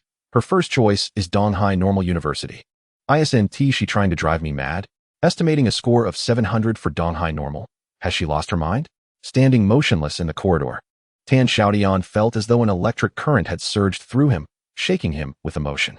He understood perfectly why Chu Ting had forsaken Yanqing University for the lesser-known Donghai Normal University. It was because he had once shared his dream of attending Donghai University, and she wished to be in the same city as him. What a foolish girl. Due to his rebirth and those 3 extra months spent together, Chu Ting was willing to make such a significant sacrifice for him, while he could not even muster the courage to provide her with a clear answer. The numbness in Tan Xiaotian's heart began to sprout a tender bud. He wiped his face. In the office, Chu Ting stood frail yet resolute, her small hands clutching her clothing, her gaze fixed on her shoes, remaining silent despite Lin Wanrong and Ren Shufan's attempts to persuade her. Knock, knock, knock. The office door opened, revealing Tan Xiaotian's tall figure. Teacher Ren, uncle, aunt, if you trust me, I can talk to the class monitor. Tan Xiaotian's appearance sent Lin Wanrong into a frenzy. She rushed to him, pushing him away. Get lost. If it weren't for you, how could my Ting give up on Yanqing University to apply for Donghai Normal University? You may be young, but your heart is truly malicious. Trying to drag Ting into a garbage school with you. I tell you, over my dead body will your scheme succeed. Tan Xiaotian held his head high, remaining unmoved by Lin Wanrong's shoves. He simply gazed at Chu Ting with warmth emanating from his eyes. Upon witnessing her mother's rude confrontation with Tan Xiaotian, Chu Ting felt a surge of anxiety and rushed over to attempt to separate Lin Wanhong. However, Lin Wanhong, filled with animosity towards Tan Xiaotian, refused to relent. Ren Shufan, sensing the escalating tension, also stepped in to mediate. The office descended into chaos. Chu Chang observed his wife and Tan Xiaotian, contemplating for a moment before finally approaching to calm Lin Wanhong. Let us not create a scene here. We are at school, and our purpose is to resolve the issue. Do you truly wish for our daughter to apply to another school? Years of marriage lent weight to his words, successfully soothing Lin Wanhong. Chu Chang fixed his gaze on Tan Xiaotian. As men, can you assure me that my daughter will change her mind? I can. Very well, I trust you. You may leave now. Turning to Chu Ting, his tone softened considerably as he contemplated returning home before dinner. Just as Lin Wanhong was about to speak, Chu Chong silenced her with a gesture, asserting that the children should resolve their own matters. As the melodious strains of My Heart Will Go On filled the air, the lights in the cinema brightened, and Celine Dion's celestial voice lingered. Beside her, Chu Ting was already in tears, and fortunately, Tan Xiaotian had come prepared with a large roll of tissues, occasionally tearing off a piece to hand to her. After exiting the school, Tan Xiaotian inquired where Chu Ting wished to go, and without hesitation, she chose to watch the currently screening Titanic. This film had captivated the nation in '98, with Leonardo DiCaprio's striking beauty winning the hearts of countless young women. As the theater emptied, Chu Ting remained seated, wiping her tears. Tan Xiaotian, unhurried, leisurely tore off more tissue. After a lengthy bout of crying, Chu Ting finally spoke. You are truly heartless. How can you remain dry-eyed during such a tragic film? It's all a fabrication, he replied. Tell me, if Jack Henty died, what would have become of him and Rose? They would have surely lived happily ever after. A glimmer of hopeful longing danced in Chu Ting's eyes. If Jack Henty died, they would likely have divorced. You're talking nonsense. Listen to me. They would need to eat, wouldn't they? They would require clothing and a place to live. If they had children, the expenses would multiply. Infants need formula. And they must attend kindergarten, all of which cost money. Jack was a poor artist, struggling to afford a meal, while Rose was a wealthy heiress, utterly helpless in the practical world. Initially, they could endure hardships for love, 1 day, 1 week, even 1 month. But what about after a year, 3 years? Have you never heard that poverty brings sorrow to marriage? Tan Xiaotian's words plunged Chu Ting into deep contemplation, and after a long pause, she retorted, So, by your reasoning, the impoverished are unworthy of love? Indeed, the impoverished are unworthy. In a resolute manner, Tan Xiaotian proclaimed that only those who strive diligently are deserving of love. For the sake of those we cherish, we must endeavor to transform ourselves into better versions to be worthy of them. Chu Ting's eyes sparkled once more, reminiscent of the moment she heard to see or not to see in benching. The notion of striving for self-improvement resonated deeply within her. Class monitor, could you enlighten us on why you chose not to apply to Yen University, opting instead for Donghai Normal University? Tan Xiaotian inquired, feigning ignorance. Chu Ting fell momentarily silent. I can surmise the reason, Tan Xiaotian continued with a hearty laugh, noticing her anxious demeanor. Is it because Sun Rue applied to Yen University? Are you fearful he might pursue you, prompting your change of school? I observed your mother seemed quite pleased with Sun Rue. You're talking nonsense. There's nothing between Sun Rue and me, Chu Ting exclaimed, desperate to clarify, inadvertently revealing, you applied to Donghai University, and Tangaru is at Xiaotian Music Academy. You both are at Xiaotian. Tan Xiaotian burst into laughter, nearly doubling over, while Chu Ting bit her lip in frustration. Class monitor, do you lack confidence in yourself or in me? He teased. As for you, you've never been one to exhibit integrity, indulging in romantic flings since high school. Gathering chocolates on Valentine's Day. What are you up to? Let me go? Chu Ting protested, attempting to push away Tan Xiaotian, whose embrace felt as light as a feather to him. You've certainly enjoyed those chocolates. By the way, could it be that you were feeling jealous? Chu Ting's face flushed crimson. Who is jealous? Tan Xiaotian whispered in her ear, Class monitor, thank you. I understand your feelings. I previously hesitated to express my worthiness, but you should attend Yen University. One day, I can boast to my university friends that my girlfriend is from Yen University. At that moment, Chu Ting felt a wave of warmth wash over her. After a prolonged silence, she playfully punched Tan Xiaotian, retorting, Who is your girlfriend? You shameless fool. If you're unwilling, I'll turn to Tangaru, he jested. You dare. Chu Ting pinched his waist fiercely before wrapping her arms around his neck, whispering softly in his ear, Silent love, quiet joy. How beautifully you express it. Suddenly, the lights in the theater dimmed, as if they too understood the nuances of human emotion. Chapter 35, Special Education. After solidifying their relationship, the two embarked on a life reminiscent of the legendary cowherd and weaver girl. Due to Lin Wanhong's influence, they refrained from public outings, meeting only occasionally under the guise of classmates' gatherings. Despite the anguish of longing, Chu Ting found her heart increasingly entwined with Tan Xiaotian's. In the throes of youthful passion, she yearned to spend every waking hour with him. Unfortunately, Chu Chong and Lin Wanhong's strict supervision rendered their meetings scarce. As mid-August approached, the admission letters began to arrive. The first was from Ma Wei, accepted into military and police academies, along with agricultural and mining colleges, which were among the first to release their notifications. The second to receive their letter was Zhang Dapeng, who was thrilled to be admitted to the history department at Xiaotian Normal University. Subsequently, Chu Ting and Sun Rui both successfully gained admission to Yenjing University.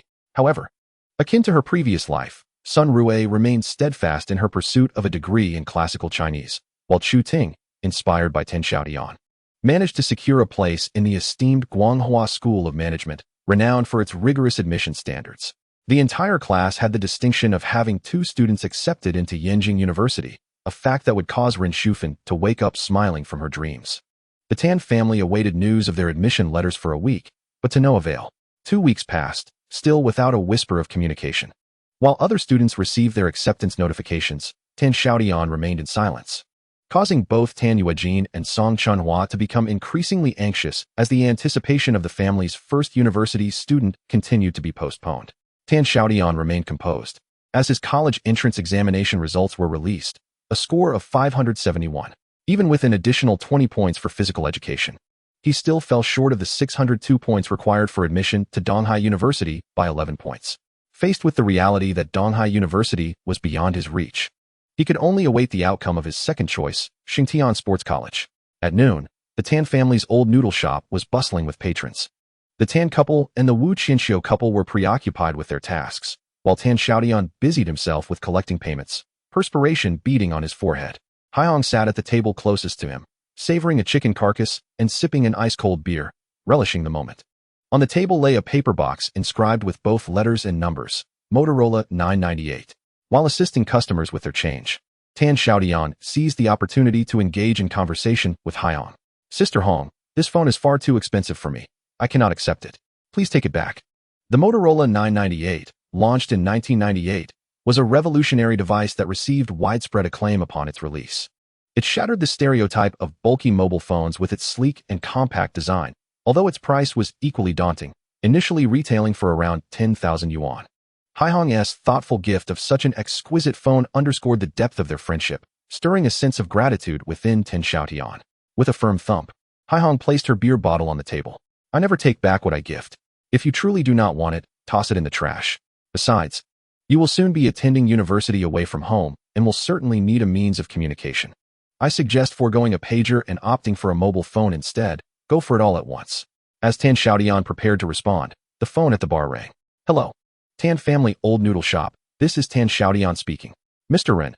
Oh, could you repeat that? I must have misheard." Both Tan Yuejin and Song Chunhua perked up, ceasing their tasks, their eyes fixed intently on Xiaotian. After hanging up, Xiaotian scratched his head, exhaling deeply, a look of relief washing over his face. "Mom, I have good news." "What is it, son?" Song Chunhua inquired, her voice trembling. "I have been accepted, but not to Xingtian Sports College. It is Donghai University. Albeit with a change in major." Song Chunhua nearly faltered, and had it not been for Tan Yuejin's quick reflexes in supporting her, she would have surely collapsed. "Donghai University is wonderful indeed." Tan Yuejin could only repeat this phrase in a daze.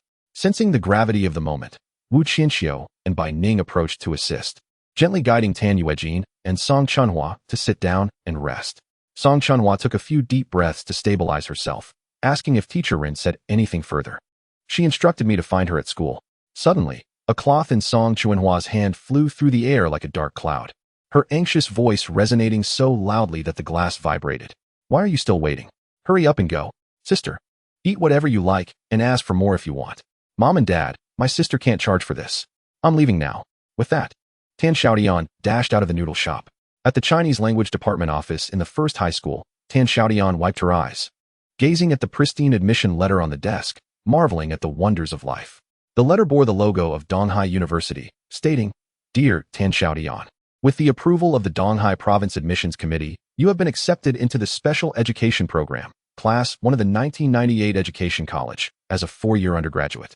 Please report to our university on August 28th with this notice." "Special Education Program? What on earth is this?" Xiaotian looked at Ren Shufan in confusion. After an extensive explanation, Xiaotian finally understood. Due to the expansion of universities in recent years, Donghai University had merged with the nearby Xingtian Normal University, establishing an education college. This special education program focuses on educating blind individuals, those with hearing impairments, mentally challenged children, and children with behavioral issues. Because of the unique demographic, few candidates apply for this program. This explained why Tan Xiaotian was admitted despite not meeting the minimum score for Donghai University. She had opted for a flexible allocation when filling out her application, leading to her acceptance into the special education program with a reduced score. The downside of this program is its narrow employment scope, primarily leading to positions in schools for the blind, deaf, or mentally challenged, confronting abnormal children daily. With low income and high psychological pressure, the advantage lies in job stability, a fixed income, and the fact that this program does not charge tuition but offers a monthly living allowance. However, graduates must work for at least 3 years before they can transfer or resign or face significant penalties. Xiaotian, I never expected this. You should discuss it with your family. Rin Shufan patted Tan Xiaotian in a gesture of comfort. With the admission letter in hand, Tan Xiaotian squatted by the roadside, smoking a cigarette. After half an hour in the sun, clarity washed over her. What was there to lose? I am going to university, and not just any university, but the best in the eastern provinces. So what if it's a special education program? In my previous life, my hands were stained with blood. In this life, I can do good deeds to atone for my sins. It's only 3 years. Having already faced death once, what could possibly deter me? University, don't move. I'm coming for you. At the Chu residence, Lin Wanhong erupted in fury once again. She attempted to snatch the phone box from her daughter, but Chu Ting fiercely protected it, refusing to let her mother succeed. Infuriated, Lin Wanhong shouted, I'm your mother. How could I deceive you? That boy gave you a phone, and now you're completely infatuated with him. Can't we afford it? Hand it over, and I'll buy you an identical one. I want tea. Chu Ting stubbornly retorted. Her mind was filled with the image of Tan Xiaotian smiling while holding a box. Class monitor. I probably won't be able to see you off when you leave. Your mother would be displeased if she saw. Take this phone with you, and in the future, we can keep in touch. This was the first gift he had bestowed upon me, and I was determined not to let anyone take it away. Chu Chang gazed at the inscription Motorola 998 on the phone box, momentarily lost in thought. As a restaurant owner, he was well aware of the price of this mobile device. This further solidified his suspicions about Tan Xiaotian. A child who could casually present a phone worth thousands must be anything but ordinary. Well, if the child likes it, let it be. He once again prevented his wife from entering their daughter's room. Lin Wanhong was nearly beside herself. Old Chu, what do you mean by this? You keep stopping me. Do you really want our daughter to become close to that Tan Xiaotian? The couple continued their quarrel in the living room, while in the bedroom. Chu Ting opened the box to find a compact, deep-sea blue phone resting quietly in the groove. She gently caressed it, her heart brimming with joy. A few days later, accompanied by her parents, Chu Ting boarded the train to Yanjing, along with son Rui and his family. In just a week, the students of Class 3, Year 3, scattered to various corners of the country, marking the end of their high school days. Chapter 36, School Enrollment Report on August 27th, just before noon. At Shanhao Street in Xiaotian City, Donghai Province, the main entrance of Donghai University was buzzing with activity. The loudspeakers in the campus played a cheerful welcome tune. Colorful flags fluttered along the tree-lined paths, and large red banners displaying the names of various colleges were tied to the trees. The scene was a vibrant spectacle of new student orientation, dark-skinned and slender, standing at barely 5 feet 7 inches. Deng Aichuan stood in front of Donghai University with a light backpack slung over his shoulder. He looked up with hopeful eyes at the 4 characters spelling Donghai University, adjusted the straps of his luggage, and strode confidently toward the table labeled College of Education. Senior, may I ask if this is the College of Education? After receiving an affirmative response, Deng Aichuan pulled out the sweat-soaked admission notice from his pocket and respectfully handed it over. My name is Deng Aichuan. This is my admission notice. Deng Aichuan, special education major. That name is quite intriguing. The person attending to him was an upperclassman who glanced down at the roster. Your dormitory is in East Building 3, room 313. Just go straight ahead and then to the east. Since you don't have much luggage and you're a male student, we won't escort you. You can find it on your own, right? A simple, honest smile appeared on Deng Aichuan's dark, thin face. Thank you, senior. I can manage. In fact, around the College of Education's table, several idle male students stood, but they were solely focused on the young and beautiful new female students, causing Deng Aichuan to be overlooked. Just as he reached the corner, a commotion erupted behind him. The male students from the College of Education clashed with those from the Computer Science College, who had hurried over to assist. Students from the College of Education, mind your own business. This is the College of Education, and we don't need your help. In the Computer Science Department, a male student lamented, Brothers, you have so many girls, spare a thought for us. I've been here all morning, and only 3 girls have graced us with their presence. All of them rather formidable. A male student from the education department retorted, "Why should we concern ourselves with your averages? Why not seek out the mechanical engineering department for that?" The computer science student exclaimed in disbelief, "What nonsense are you spouting? They're nowhere near our level. If a class has even one girl, it's a miracle. The entire university, and only your education department, has the resources to boast about. Come on, let us have a smoke." The education student dismissed him. "Who is going to smoke your filthy cigarettes? Get lost, do you hear?" At that moment, Dang AI-kun pushed open the door to room 313 on the third floor, where 4 or 5 individuals were already seated. They seemed to be from 2 families, which made the already cramped space feel even smaller. Naturally reticent, Dang AI-kun felt increasingly awkward upon seeing so many people. He stood at the doorway, unsure whether to enter or retreat, caught in an uncomfortable moment. Fortunately, a boy from the lower bunk of bed 1 rose and extended his hand. "Hello? I'm Huang Along, majoring in education, from Xiong Island. This is my father and mother. They've come to see me off. What is your name?" Huang Along was of similar height to Dang AI-kun, with a dark complexion and broad nostrils. His eyes were strikingly bright, giving him a spirited appearance. Hello? Nice to meet you, uncle and aunt.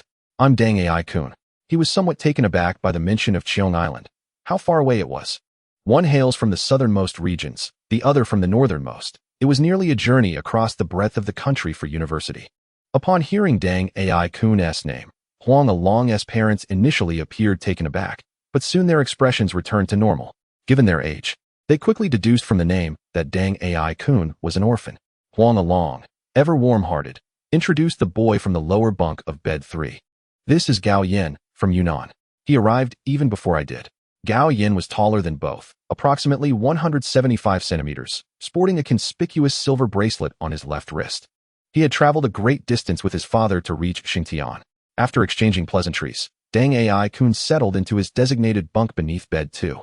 As he organized his luggage, he noticed 2 suitcases atop the upper bunk, marked with the name Xiaotian. It seemed this Xiaotian had arrived earlier, but his whereabouts remained a mystery. With noon approaching, Huang Along's father warmly invited everyone to dine together. Despite the Gao family's polite refusals, the Huang family's enthusiasm was overwhelming, and they ultimately acquiesced. The Huang and Gao families, along with Dang AI-kun, totaling 6 individuals, ventured to a modest restaurant off campus for a simple meal. Being a local, Dang AI-kun found the cuisine quite to his liking, though it was a struggle for the 2 visiting families. The Huang family, accustomed to the lighter flavors of Xiong Island, found the northern fare excessively greasy and salty, nearly inedible. The Gao family fared slightly better, but still struggled with the unfamiliar tastes. The meal concluded hastily, and with tears in their eyes.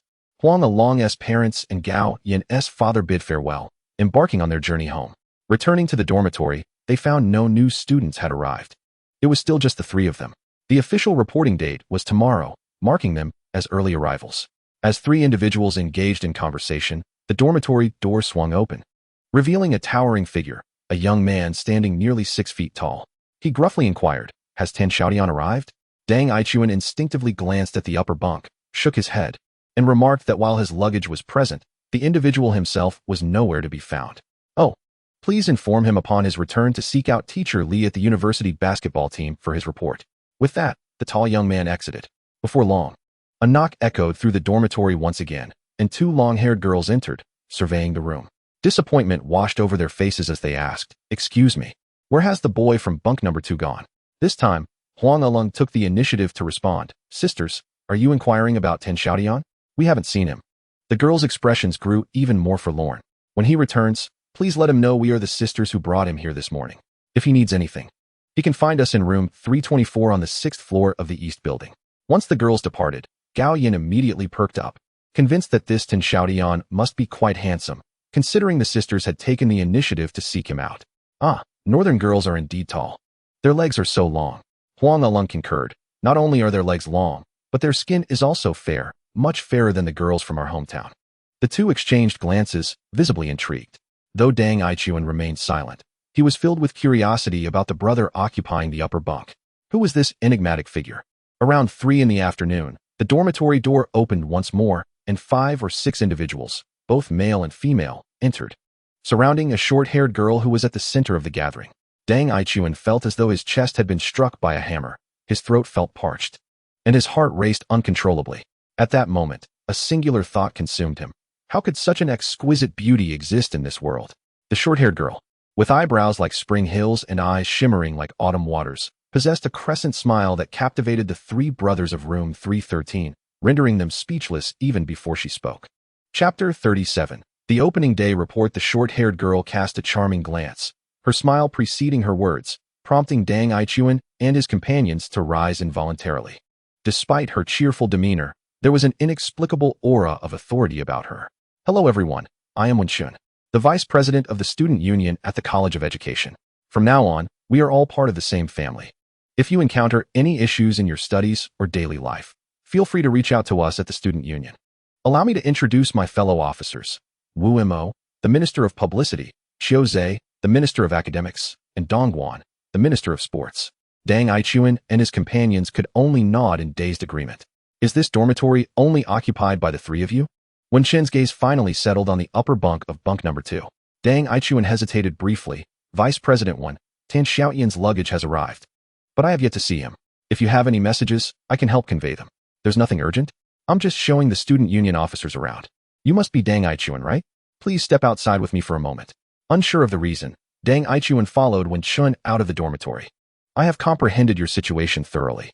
Should you encounter any difficulties in life moving forward, feel free to reach out to me. Feng Kuan, please come here. This is Dang Ichuan. Kindly expedite the matter regarding his scholarship and also follow up on the school's and college's financial aid. Dang Ichuan. Feng Kuan is the head of the loan assistance department, and he will assist you. Wen Shen deliberately slowed his speech, wary of offending Dang Ichuan's pride. Dang Ichuan forced a smile. Although he had long since grown accustomed to his status as an orphan, he felt increasingly uncomfortable the more others concerned themselves with his feelings. Thank you, Chairman 1. Thank you, Minister Feng. He stood still, watching the student council officers depart. His hearing was acute, and from afar, he caught a glimpse of a girl laughing with Wen Chun. Ah, what a wasted trip. I heard a handsome guy arrived in room 313 early this morning, and I wanted to borrow your charm to take a look, but it seems I was disappointed. Wen Chun playfully tapped the girl. You're daydreaming again. What is so great about a handsome guy? Just a decorative pillow. A man ought to be assessed by his capabilities. Dang Ichuan lingered for a moment, and only when Wen Chen's figure vanished around the staircase corner did he reluctantly return to his dormitory. That evening, the one named Tan Xiaotian did not return, leaving Dang Ichuan a bit disheartened. On August 28th, four new brothers joined room 313. He Yuzhu from Baishan Province, majoring in education; Zhang Man from Donghai Province, majoring in special education; Zhang Mingxian from Donghai Province, also majoring in special education; and Li Xian from Longjiang Province, majoring in education. He Yuzhu, true to his name, was tall and robust, nearly 2 meters in height, resembling a pillar when standing. Zhang Man and Zhang Mingxian both exceeded 175 centimeters, their fair skin contrasting sharply with Huang Alone and Gao Yan. Li Xian was quite handsome, standing at 173 centimeters, sporting a pair of gold-rimmed glasses, exuding an air of cultured elegance. Thus, only the enigmatic Tan Xiaotian had yet to make an appearance in room 313. On this registration day, after the parents departed, there was little to do. The 7 brothers procured their meal cards at the college canteen and shared a lunch before wandering around campus to familiarize themselves with their surroundings. In the afternoon, the 7 sat idly in their dormitory, engaging in conversation, which eventually turned to the student council vice chairman, Wen Chun, who had arrived the previous day. Zhang Mingxian, being a local from Xiaotian and having a relative working at Donghai University, shared some insider information. Brothers, isn't she stunning? Not only is she the belle of our education college, but she is also the campus beauty of Donghai University. But don't get your hopes up. Do you know who her father is? Wen Luoyang, the most promising vice president of Donghai University. It is rumored that once the current president retires, Wen Luoyang is the most likely successor. Don't think that Wen Chun relies solely on her family. She has been an exemplary student since childhood, recognized as one of Xiaotian's top 10 youth, and has been an outstanding student leader throughout her primary and secondary education. If it weren't for her father at Donghai University, she would have gone abroad long ago. Zhang Mingxuan's words prompted frequent nods from Dang Ichuan, Huang Alone, and Gao Yan, who had all met Wen Chun, while He Yuzhu, Zhang Man, and Li Xian were left feeling anxious, regretting not having come for registration the day prior. Have you all met Tan Xiaotian? This guy is quite remarkable. In just half a day, 2 groups of girls have come looking for him, all claiming he is a handsome fellow. I cannot believe he is more attractive than Li Xian. He Yuzhu's boisterous voice echoed through the corridor, making his presence known to all. Li Xian felt a flush rise to his cheeks and exclaimed, What are you talking about? What am I handsome for? Zhang Man, with a familiar ease, wrapped his arm around Li Xian's neck and said, "Come on, don't be modest. If I had even half your looks, I would consider myself fortunate. In the future, I'll be relying on your face to forge connections in our friendly dormitory. I entrust my lifelong affairs to you." Gao Yin perked up at this, pulling out a pack of Hongtao Mountain cigarettes, and asked, "Man, what exactly is a friendly dormitory?" In the room, all 7 of them, except for Dang Ai Kun, lit up their cigarettes, whether they smoked or not, eagerly listening to Zhang Man's ramblings. As the name suggests, a friendly dormitory is when 2 dormitories, 1 male and 1 female, pair up. With boys and girls together, everything becomes less burdensome, right? Haha, you get it? Our Donghai University primarily focuses on the sciences. And apart from our education college, places like mechanical engineering, computer science, materials, and metallurgy are notorious for being male-dominated, with remarkably few girls. So, how do you go about dating? You need to find a female dormitory to host some social events, have meals, sing songs, and who knows? A couple might just emerge from it. However, girls are a scarce resource in our school. Why would they want to pair up with you? This is where unique features come into play. For instance, if someone in the dorm possesses special skills, like singing well, excelling in sports, or being academically gifted. But none of that holds a candle to having a handsome guy. As long as there's one handsome fellow, organizing a friendly dormitory becomes a breeze. Girls will flock to you. Haha, Xiangu, our happiness depends entirely on you. Zhang Man was nearly out of breath when Huang alone hurriedly poured him a glass of water. Li Xian felt a flicker of pride but struggled to suppress it. Finding it quite taxing, Gao Yan, after listening to them, twirled his eyes and suddenly remarked, "Well, our dormitory should be all right. You newcomers may not know, but this brother here definitely has some clout." He pointed to the upper bunk of bed number 2. "What do you mean by that?" The gossip-loving Zhang Man, the stout He Yuzhu, and the campus expert Zhang Mingxian all crowded around.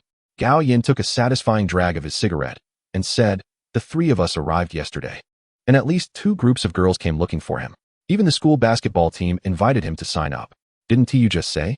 Those good at sports and good-looking have both been captured by this guy. How could our dormitory possibly go wrong?" Everyone instantly praised Gao Yin for his insightful observation. As the 7 engaged in lively conversation, the dormitory door swung open, and a tall, handsome young man with a red armband appeared, furrowing his brow. "You newcomers don't know the rules. Smoking is prohibited in the dormitory. Put it out." Everyone was taken aback. Zhang Mingxian jumped off his bed, bowing and apologizing to the newcomer to send him away. Gao Yin was dumbfounded. "No smoking in the dormitory? No worries," he reassured. "Our education college is a bit stricter. And since we're all freshmen yet to undergo military training, after that, we can smoke as we please. For now, if you want to smoke, just head downstairs." Unbeknownst to them, time slipped past 5:30 p.m., and the 7 picked up their meal containers, preparing to head downstairs for dinner when the dormitory door opened again, revealing a tall, handsome youth carrying a box of Sprite. Chapter 38. A grand debut. Without waiting for anyone to pose a question, he strode into the room, placing a can of Sprite on the communal desk. Turning back, he greeted everyone with warmth. "Hello, brothers. From now on, we shall be comrades in the same trench. I am Tan Xiaotian, and I apologize for my tardiness. Here, let us enjoy some drinks together." Moments later, each person found a can of Sprite in hand. Dang Aichuan observed him silently. Ever since his entrance, his words and demeanor commanded the atmosphere, making it evident that he was the center of attention wherever he went. Not just Dang Aichuan, but all present felt an unspoken admiration, thinking to themselves, "Look at him, tall and handsome. It's utterly infuriating." Li Xian gazed at his masculine features and robust physique, feeling a pang of inadequacy in comparison to his stature, which even stirred a hint of envy within him. "Tan Xiaotian, we are heading out for dinner. Would you care to join us?" Hai Yin, being the eldest among them, naturally took on the role of the leader. Tan Xiaotian, engrossed in his drink, heard Gao Yin's inquiry, wiped his mouth, took a few deep breaths, and mumbled, "I'm parched. Brothers, let's skip the cafeteria tonight. I treat everyone as a gesture for my late arrival." Under Tan Xiaotian's enthusiastic invitation, the 8 brothers from room 313 marched towards Xiaotianfu, outside Dongda University. Tan Xiaotian was generous, ordering 12 hearty dishes, all meaty delights such as spicy hot pot and boiled fish. After all, with 8 strapping young men, they could easily devour a fortune in food. Ordering less would simply not suffice. With a resounding clatter, Tan Xiaotian popped open several bottles of beer, distributing them among the group. "Along, Gao Laoda. Since you hail from the south, if you find these dishes too rich, we can order some lighter fare. I'll have the chef prepare something milder." Zhuzi, Li Xian, you are both from the northeast, so no need to hold back. Enjoy our local Xiaotian beer. Denggu, Mangu, Xiangu, the four of us are from Donghai, so let us indulge and show our out-of-town brothers the warmth of Donghai people. Come, let us all raise a toast. Throughout the evening, Tan Xiaotian maintained the lively atmosphere of the banquet, ensuring everyone felt included. In his heart, these young men resembled the next generation, and mingling with them posed no challenge. As the drinks flowed and the dishes were savored, the eight of them soon bore rosy cheeks, and under the influence of alcohol, they quickly became familiar with one another, arranging themselves by age. The hierarchy emerged: the eldest, Gao Yin; second, Dang Aichuan; third, Li Xian; fourth, Huang Along; fifth, Zhang Man; sixth, Zhang Mingxian; seventh, Tan Xiaotian; and surprisingly, the eighth was He Yuzhu, who appeared the most mature. Dang Aichuan retrieved a note from his pocket and handed it to Tan Xiaotian. Xiaotian, this is a list of the people who came looking for you yesterday. I've made a note of them. See if it's of any use. Tan Xiaotian glanced at it briefly, pocketed it, and raised his glass. Thank you, ergo. Let us drink to that. The feast lasted a full 3 hours, concluding just before 9 o'clock. Those with lesser drinking capacities, Huang Along and Zhang Mingxian, succumbed to nausea right there. The 8 brothers supported one another as they made their way back to the east third floor. The remaining 6 ascended the stairs, while Tan Xiaotian and Gao Yin lingered downstairs for a smoke.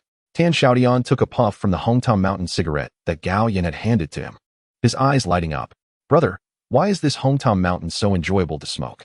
Gao Yin chuckled. I'm from Yunnan, and I brought this from home. If you like it, I'll gift you a pack. No need for gifts. I'll buy from you later. Have your uncle send me some. Leaning against the lamppost in front of the building, Tan Xiaotian leisurely smoked, the dim yellow light illuminating his almost perfect profile, attracting the attention of several passing girls. Many who initially overlooked him turned back upon their companions' nudges, taking special note of him. Observing this, Gao Yin inwardly marveled at the popularity of handsome men, subtly shifting a few steps away to give Tan Xiaotian some space. Initially lost in thought, Tan Xiaotian was oblivious to the attention, but the incessant flow of people soon became bothersome, prompting him to discard his cigarette and ascend the stairs with Gao Yin. On August 29th, at 9 a.m., the lecture hall of the College of Education was filled to capacity, with 240 seats occupied, about 60 boys and the rest girls. This stark gender ratio was the envy of male students from other faculties at Dongda. The 8 brothers from dormitory 313 had arrived early, sitting at the back of the classroom. With Tan Xiaotian and Li Xian present, girls frequently turned around, smiling and whispering to each other, which only drew more female attention. While Li Xian appeared nonchalant, he secretly reveled in being the center of attention, akin to a celebrity. However, he wished that the spotlight were solely on him, as he knew that at least 4/5 of those gazes were directed at Tan Xiaotian. Tan Xiaotian felt quite uneasy, despite his nearly 40-year-old mentality. Being scrutinized by so many youthful girls made his palms sweat and his nerves fray. These young ladies were rather unabashed. Quiet down. A bespectacled teacher took the stage and briefly introduced the regulations of the College of Education before inviting the head of the college, Xia Mingming, to speak. Xia Mingming offered encouraging words to the new students, motivating them to embark on their university journey with military training. After his departure, the student union took over the proceedings. Wenshin stepped onto the podium with a smile, creating a stark contrast in the atmosphere below. The girls gasped in admiration, exclaiming, "Senior, you're so beautiful. I want to cut my hair short too." Meanwhile, the boys fell into a spellbound silence, utterly captivated by Wenchun's beauty. Seemingly accustomed to such reactions, she patiently awaited the girls' admiration to subside, before proceeding with a brief self-introduction and retrieving the attendance list. We'll begin roll call now. Due to the large number of students, please remain quiet to expedite the process. We'll start with the education major, Li Mena. Wenchun read the name swiftly, hardly pausing, though when a particularly attractive girl responded, the boys would erupt into applause. Li Xian, present. Li Xian stood up, adjusting his gold-rimmed glasses, which immediately provoked a wave of excitement among the girls. So handsome, so fair and pleasing to the eye. Wenchun listened to the murmurs below and raised his gaze to Li Xian, inwardly thinking, pretty boy. The students present were from the special education program, including Dang Ai-kun. Here. Tan Xiaotian. Here. The girls were utterly flustered. If Li Xian's appearance had previously sparked whispers among the girls, Tan Xiaotian's subsequent rise incited a tempest, plunging the lecture hall into chaos. The girls could scarcely contain their excitement, bursting into screams. Heavens! So tall, so handsome. Such a fine physique. He is my type. None of you harlots are allowed to compete with me. With a resounding clap on the desk, Wen Chun commanded silence. Settle down, or I shall not be courteous. After a considerable time, the frenzied girls finally quieted. Wen Chun shot a glare at the instigator, mentally cursing, embroidered pillow. Students from each major, please select representatives to collect military training uniforms from the student council after this meeting. I reiterate, military training is the first lesson of your university life. Attendance is mandatory. Tardiness will result in penalties. If you have matters to address, submit a leave request.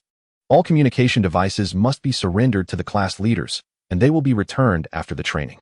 Meeting dismissed. Wen Chen's stern demeanor was quite intimidating, and it dawned on the new students that the dreaded military training had commenced. Chapter 39. Military training under the blazing sun on the playground. The month-long military training for the 98th grade freshmen commenced. Every university requires incoming students to undergo military training, euphemistically termed as a means to cultivate willpower and character. Yet in reality, it serves as a tool for the institution to instill discipline. The special education program comprised a single class of 20 students, 4 boys and 16 girls. Under the guidance of a young instructor, they practiced basic maneuvers such as left turn, right turn, and marching in unison. The sun blazed overhead, and Tan Xiaotian's heart burned even hotter, nearly setting him ablaze. A month of military training significantly disrupted his plans. He had intended to secure a gaming establishment near the school and had arrived a day early to finalize arrangements, only to find his plans thwarted by the military training.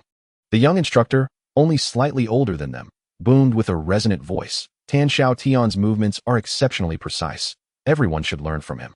Tan Xiaotian stepped forward to demonstrate the complete sequence. Could my movements be anything less than perfect? I was the model soldier in my training battalion. Reluctantly, Tan Xiaotian stepped forward, executing the familiar motions with precision at the instructor's command. During a break, the instructor approached him to offer encouragement. Have you studied military posture before? Yes, Tan Xiaotian replied, pulling a cigarette from his pocket and gesturing toward a nearby bench. Class leader, I'm going to take a smoke over there. I have a question I'd like to ask. The young instructor, momentarily taken aback by the term class leader, which is typically reserved for those who have served in the military, accepted the cigarette and sat beside him on the bench, inhaling the smoke. Class leader, may I inquire if meeting all the standards would allow me to conclude military training early? The instructor shook his head. I cannot make that decision. It ultimately depends on the school's administration. If they permit you to forego military training, that is their prerogative. However, given your current performance, it seems a waste of time to practice further.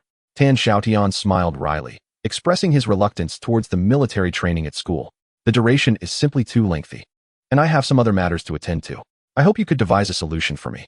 Regardless of the outcome, I shall treat you to drinks. These soldiers can chatter endlessly. In just a few exchanges, the bond between the two deepened, and the young instructor felt an uncanny sense of camaraderie with the university student before him, as if they were comrades in arms. During lunch, I planned to consult our battalion commander, the chief instructor of this military training, to see if he could assist. Thank you, class leader. Tan Xiaotian flicked the cigarette butt away and turned back towards the training ground. A girl, blushing, hurried over and handed him a bottle of mineral water before darting off again. Zhang Man and Zhang Mingxian flanked him, a mischievous glint in their eyes. Not bad. Old 7, it's only the first day, and already someone is bringing you water. Tan Xiaotian chuckled, calling out a thank you to the girl who had run far away. He unscrewed the bottle cap, took a generous sip, and tossed it to Party AI Kun. Here, second brother, look at you sweating profusely. Drink some water quickly. We mustn't let you suffer from heat stroke. Party AI Kun hesitated, initially intending to refuse, but upon noticing the loosened cap and realizing the water was not fresh, he saw Tan Xiaotian had already turned to speak with Zhang Man. After a brief moment of indecision, he tilted his head back and took a couple of swigs. Zhang Man discreetly gave a thumbs up. Old 7, you've got it. Tan Xiaotian replied nonchalantly, we are all from Donghai. It's only natural to assist one another. You are all aware of second brother's pride. Last time we dined together, he insisted on giving me his share of the money. Henceforth, feel free to help him. But be cautious not to offend his sensibilities. Zhang Man and Zhang Mingxian pondered this thoughtfully. After enduring a morning of military training, the pampered duo, Zhang Man and Zhang Mingxian, abandoned all thoughts of lunch and retreated to their dormitories. Tan Xiaotian and Party AI Kun headed to the cafeteria, where they dined before bringing back meals for the two. Upon entering the dormitory, they were met with a chorus of groans. Not only Zhang Man and Zhang Mingxian were sprawled on their beds, but also Huang Along, Li Xian, He Yuzhu, and Gao Yan. all of whom were equally exhausted. 6 young men collectively defeated. Particularly, Hiyuju lay on his bed like a lump of dough, barely able to breathe. The eldest, Gao Yin, managed to lift his head and, gazing at the vibrant Tan Xiaotian, sighed. Old 7, you must be made of some special material. Please keep your distance. Your presence infuriates me. Zhang Man and Zhang Mingxian devoured the meals Tan Xiaotian had brought back. Only you two know how to care for us. We are fortunate to have you. After a brief rest in the dormitory, the 8 of them hurried back to the training ground for the afternoon session. On the field, instructors from each class stood rigidly in a row. A young officer with a stern, dark visage stood in the center, hands clasped behind his back, scrutinizing the students as they filed in under the blazing sun. The atmosphere was palpably tense. What was amiss? Who was this officer? A sense of foreboding washed over the students, causing their legs to feel weak. They whispered amongst themselves, speculating. The officer raised his hand to check the time. All present, he inquired. Instructors, please take attendance. Those who are late will perform 50 push-ups, half for the girls. Report absentees to the student council. Now form up. The instructors swiftly mobilized. And soon, the freshmen of the College of Education stood in formation before the stern-faced officer. Attention. At ease. The officer positioned himself at the forefront of the ranks, his piercing gaze sweeping from left to right, inducing a sense of unease among the students, who wondered where they might have erred. Standing at the head of his class, Tan Xiaotian met the officer's gaze, his heart racing. Could it be directed at him? Had his desire to conclude military training early provoked his ire? Indeed, the officer spoke. I am Tan Mingxiu, the chief instructor for this military training. This afternoon, I heard from my soldiers that there is a student in their class whose movements are exemplary, deserving of the title of model soldier, which delighted me. Tan Xiaotian's eyes narrowed. Indeed, the chief instructor was addressing him, and he sensed there would be further developments. Perhaps a trial awaited him today. However, this student had made a request, asserting that his movements were already proficient, and further training would merely be a waste of time, seeking to conclude military training ahead of schedule. Upon the completion of his statement, the crowd erupted in murmurs, speculating on the identity of the unfortunate soul facing the chief instructor's wrath. Tan Xiaotian remained composed, meeting Tan Mingxiu's gaze with calmness. The officer noted that no matter how fierce his demeanor, the towering figure before him remained undaunted, igniting a flicker of anger within. Who is Tan Xiaotian? Step forward. Tan Xiaotian executed a flawless salute and stepped out of the ranks, calmly responding. Reporting in, I am Tan Xiaotian. Please, instruct me, sir. Their eyes locked once more, devoid of previous hesitations, igniting an intense confrontation that transformed the atmosphere. Chapter 40. Standing at attention, a promising candidate. Tan Mingxiu circled around Tan Xiaotian several times.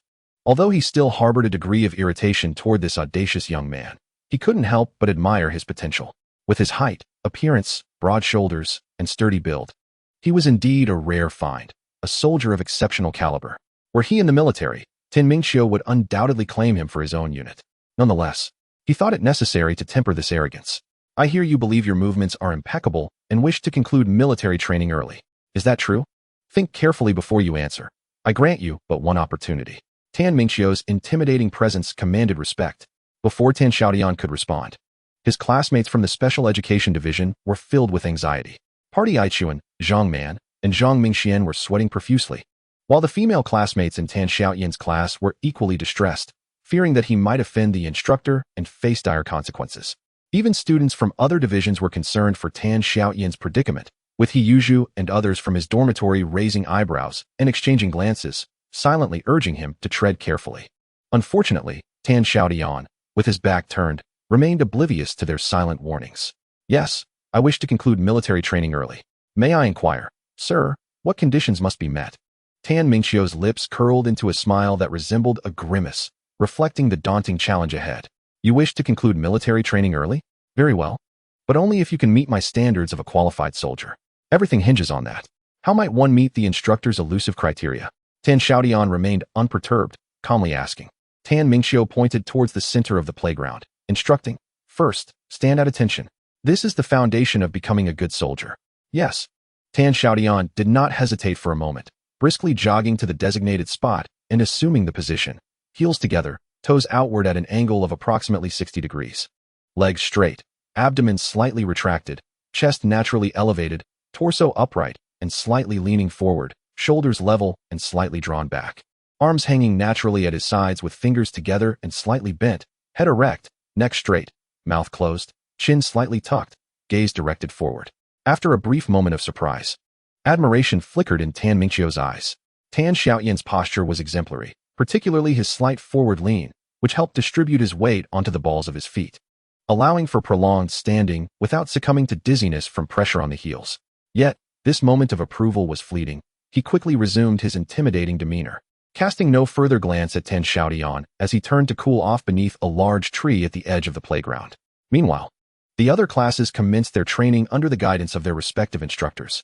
Only Tan Xiaotian stood solitary in the center of the playground, enduring the sun's relentless heat. Tan Mingqiu was indeed cunning. The spot he had chosen for Tan Xiaotian was a veritable hot spot, completely devoid of shade from surrounding buildings or trees. A perfect venue for an uninterrupted 360-degree sunbath. Though it was already September, the oppressive heat of the autumn sun was no exaggeration. The afternoon rays were both scorching and intense, piercing through Tan Xiaotian's body like heated wires. He found it somewhat amusing. In his previous life, upon entering boot camp, he had wagered with his squad leader and stood at attention for 10 hours straight. Now, having gained admission to university, he was still faced with the same ordeal. Although he did not regard standing at attention with any seriousness, the high temperatures were undeniably taxing on his body, and soon beads of sweat began to emerge from every pore, trickling down his neck like a meandering stream, gradually dampening his training uniform. Tan Xiaotian remained unfazed, allowing himself to empty his mind. Each time he stood at attention, he employed this method to achieve victory. An hour passed, then two. During a break in training, the 7 brothers from dormitory 313 anxiously observed Tan Xiaotian's back, which was now drenched. Dang Aichuan timidly approached Tan Mingqiu, who was relaxing under the tree and smoking, to request a sip of water for Tan Xiaotian. With a fierce glare, Tan Mingqiu frightened him away before he could utter a word. The female students from the School of Education felt their hearts break, clustering around various instructors, pleading for leniency on Tan Xiaotian's behalf. Yet, upon seeing Tan Mingqiu's stern visage, they shook their heads vigorously, too fearful to approach him. At 4 p.m., the military training students began to assemble, yet Tan Xiaotian continued to stand resolute. A crowd of students from the surrounding classrooms opened their windows to watch the spectacle, with some girls cheerfully cheering him on. Hang in there, handsome. Tan Mingqiu, seated on a bench, chain-smoked one cigarette after another. He was not surprised that Tan Xiaotian could endure 3 hours. Given his physical condition, he could likely withstand 4. So he felt no concern. At 5 p.m., students filed out of the classroom after their lessons, crowding around the edge of the playground to witness the spectacle. The vast expanse of the field was occupied solely by Tan Xiaotian, his shadow cast long and deep upon the ground by the slanting rays of the setting sun. A few young soldiers approached Tan Mingqiu, expressing their concerns. Should the students sustain any injuries, they would face repercussions from their superiors. After a moment's contemplation, Tan Mingqiu suggested they inquire of Tan Xiaotian. If he showed any sign of yielding, he could be allowed to rest. The soldiers hurried onto the field, posed a few questions to Tan Xiaotian, and then returned to Tan Mingqiu, saluting as they reported. Tan Xiaotian stated that if you agree to his early dismissal from military training, he may rest. Goodness, he is even more audacious than I am, Tan Mingqiu thought. Feeling his anger rise, he remained firmly seated on the bench, resolute in ignoring any pleas for intervention. By 6 p.m., the crowd of students gathered at the playground had swelled, many having finished their dinner and brought their meal containers to join the commotion. Eventually, no fewer than 1,000 spectators encircled the field. The boys predominantly displayed a sense of schadenfreude or indifference, questioning the wisdom of provoking the instructor. Were they not freshmen, too young and inexperienced? In contrast, the girls overwhelmingly sympathized with Tan Xiaotian, deeming the instructor excessively cruel. Was he not risking the well-being of the younger student? Would a tan not detract from his appearance? A few intrepid girls even approached Tan Mingqiu, pleading for leniency. Yet, his response remained unchanged. Ask him. If he yields, he may rest. As anticipated, Tan Xiaotian stood resolutely, his back glistening with sweat that had dried, leaving stark white salt stains upon his green military uniform. By 7 p.m., Tan Mingqiu held a meal container sent by his subordinates, taking slow, deliberate bites while casting glances at Tan Xiaotian, whose endurance was beginning to waver in his eyes. The lad had already stood for 6 hours, and Tan Mingqiu pondered how much longer he could endure. What if he truly fainted? After all, he was a student, not one of his own soldiers. At 7:30 p.m., Wen Chun hurried to the playground, accompanied by several girls. Unaware of the afternoon's military training ordeal, she had been alerted by concerned classmates.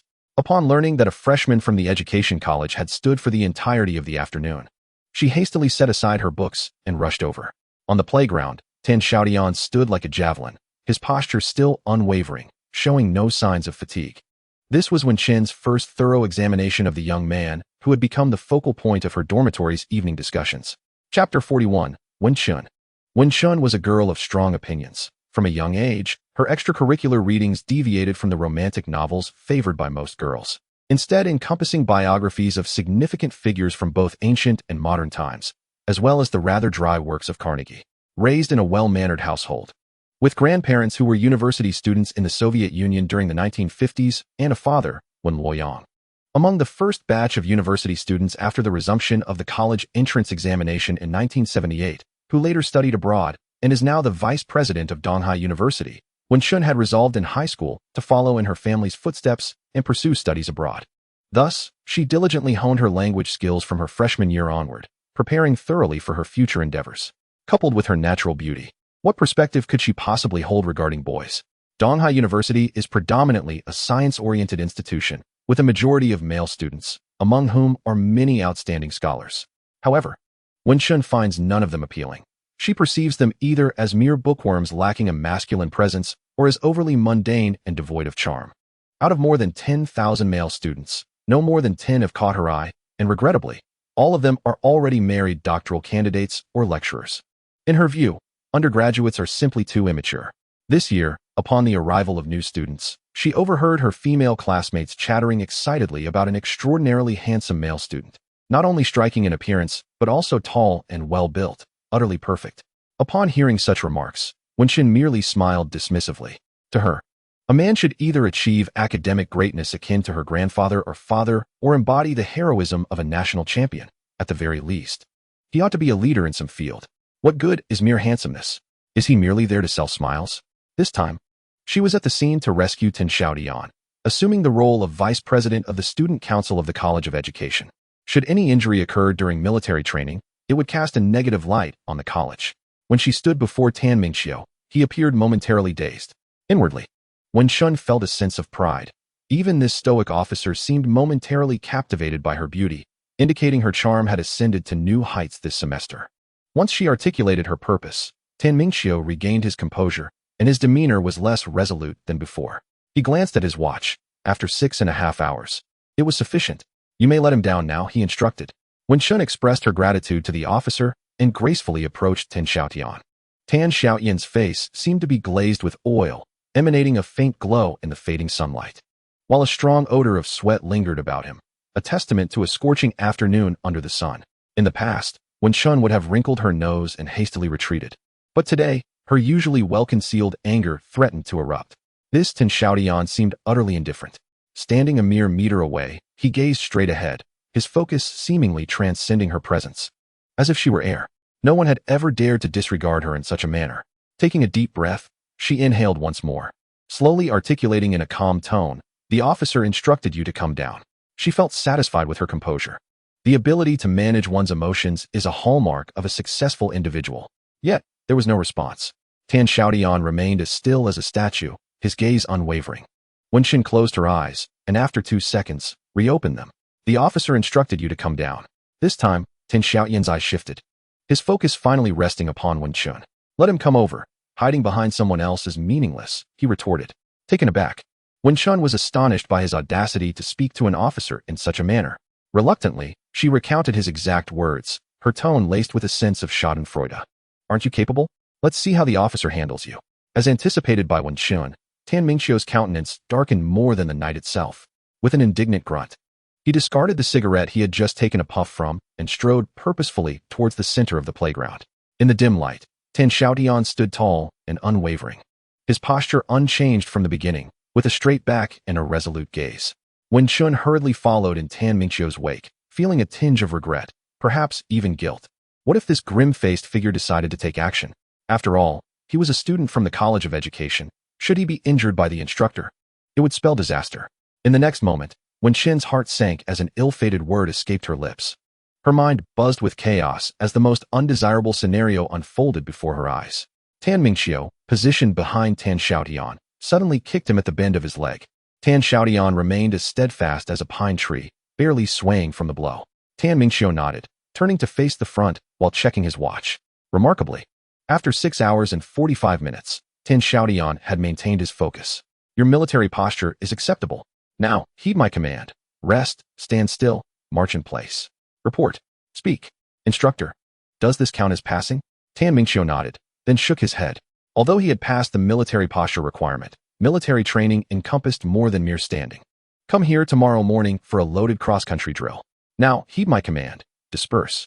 With a crisp salute, Tan Xiaotian turned and left the playground.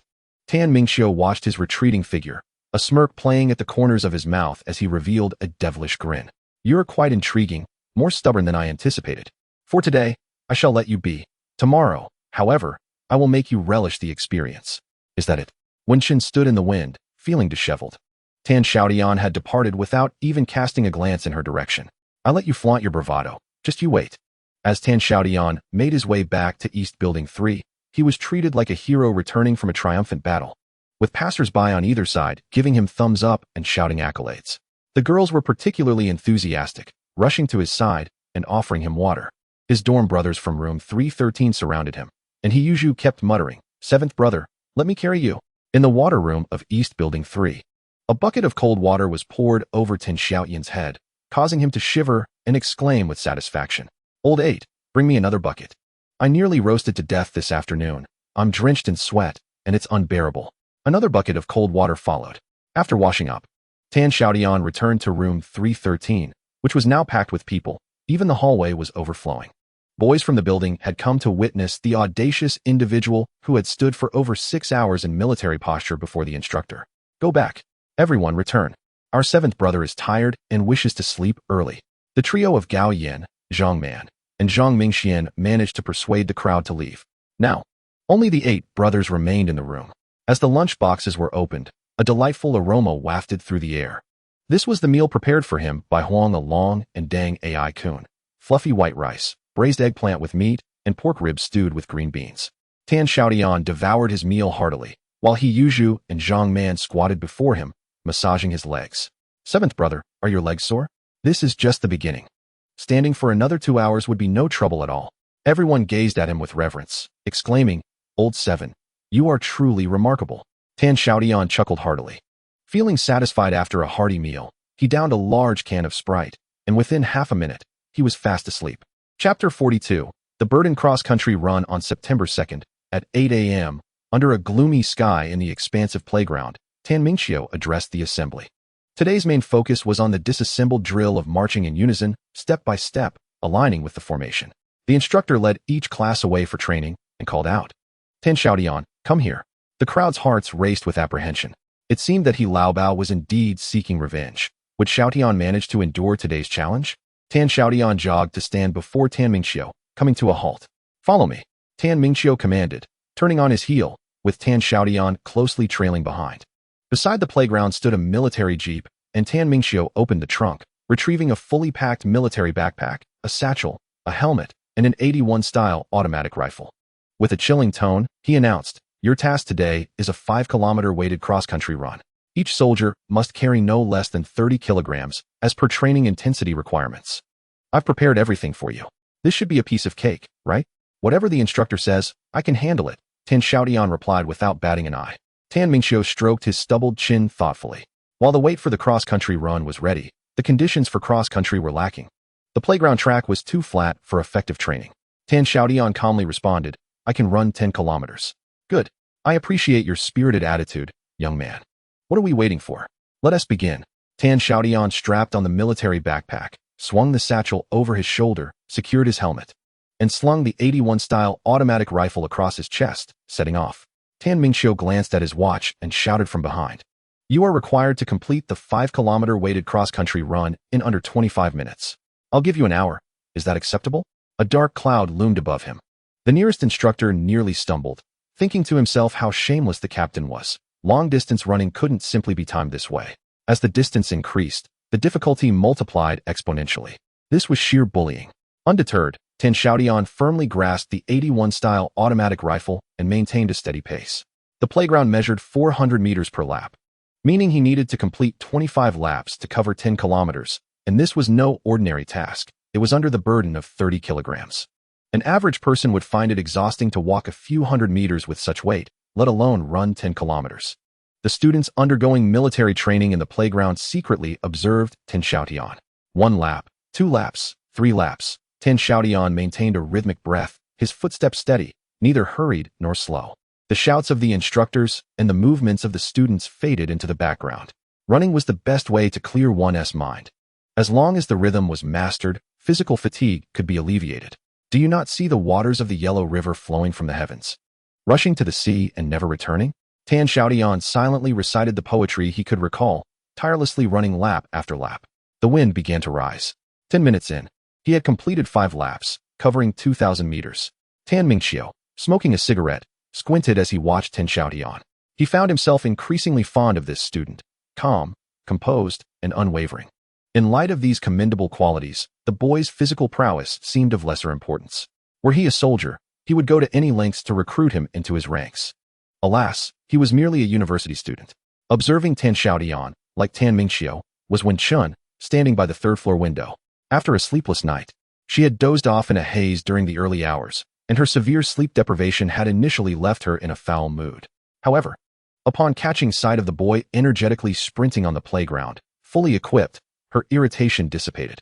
Serves you right for your arrogance. Here you are? At university, a place for nurturing high intellects. You ought to be at the train station unloading cargo instead. After reveling in her schadenfreude for a while, she was suddenly jolted back to reality. What has come over me? Wenchun, when did you become so childish? Where is the semblance of an exemplary student leader? Plop! A droplet of water fell from the sky and struck the glass. Wenchun looked up. It was raining. Large raindrops, propelled by the autumn wind, crashed onto the ground, causing chaos on the playground as orderly lines disintegrated in an instant. Mingqiu stood tall, her commanding voice resonating across the field. Who allowed you to move? In a real battle, behaving like this would mean certain death. Instructors, restrain your subordinates. Assume military stance for 5 minutes. After her command, the various instructors began issuing orders. Stand firm, align to the right. Everyone, heed my command. The tumult gradually subsided. Yet this group of university students cursed Mingqiu 1,000 times in their hearts. She was nothing short of a tyrant, enforcing military posture in the rain. How annoying. Their clothes are soaked. They'll catch a cold. If I weren't afraid of him, I would truly like to give him a piece of my mind. On the playground, 1,000 voices became one, apart from the sounds of wind and rain. Only Xiaotian's heavy breathing and the soft patter of his shoes striking the ground could be heard. 20 minutes, 10 laps, for 1,000 meters. After 5 minutes, Mingqiu waved her hand, instructing the instructors to take the new recruits back to the classroom. He stood in the very spot where Xiaotian had stood the day before, silent and motionless. The wind grew fiercer, the rain fell heavier. Amidst the tempest, he remained unyielding, as if leisurely strolling through a garden. Regardless of the turmoil around him, Xiaotian maintained his steady rhythm, reciting every poem he could recall. Step by step, lap by lap, he ran. Soon, his military training uniform was drenched, the backpack on his back soaked through, and even the shoes on his feet filled with water. Everything became increasingly arduous, yet steadfast as a mountain amidst the storm. 30 minutes, 14 laps, 5,600 meters. Due to the rain, the added weight slowed Xiaotian's pace. At that moment, Wenchun felt no anger, no delight in his misfortune. Instead, she was struck by astonishment, subsequently yielding to admiration. No matter how much she revered learned and intelligent men, the raw masculine energy surrounding him awakened her femininity. The spirit of perseverance has the power to inspire all. Xiaotian's breath grew increasingly labored, his footsteps heavier and more deliberate, as his pace gradually slowed. He was acutely aware that the weight of his water-filled backpack now exceeded 35 kilograms, and fatigue had set in. Large beads of sweat cascaded from beneath his helmet, mingling with the relentless rain. He had faced similar predicaments countless times before and had triumphed over adversity repeatedly. Perseverance was his mantra, never to yield. To grit his teeth and push through was to achieve victory. The humiliation of Jinkong remained unresolved, and the resentment of loyal subjects lingered. With a heavy heart, he would traverse the treacherous Helan Mountains. At such moments, Xiaotian found solace in silently reciting the lines from Man Jianghong. The torrential rain enveloped the entire playground in a shroud of mist, severely obstructing visibility. Students crowded the windows of the teaching building.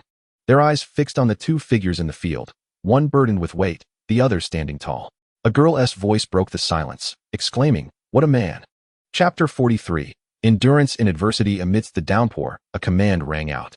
All units, attention. At ease. Right face. Quick march. Destination, the grand playground. A troop of soldiers surged from the corner, heading straight for the field.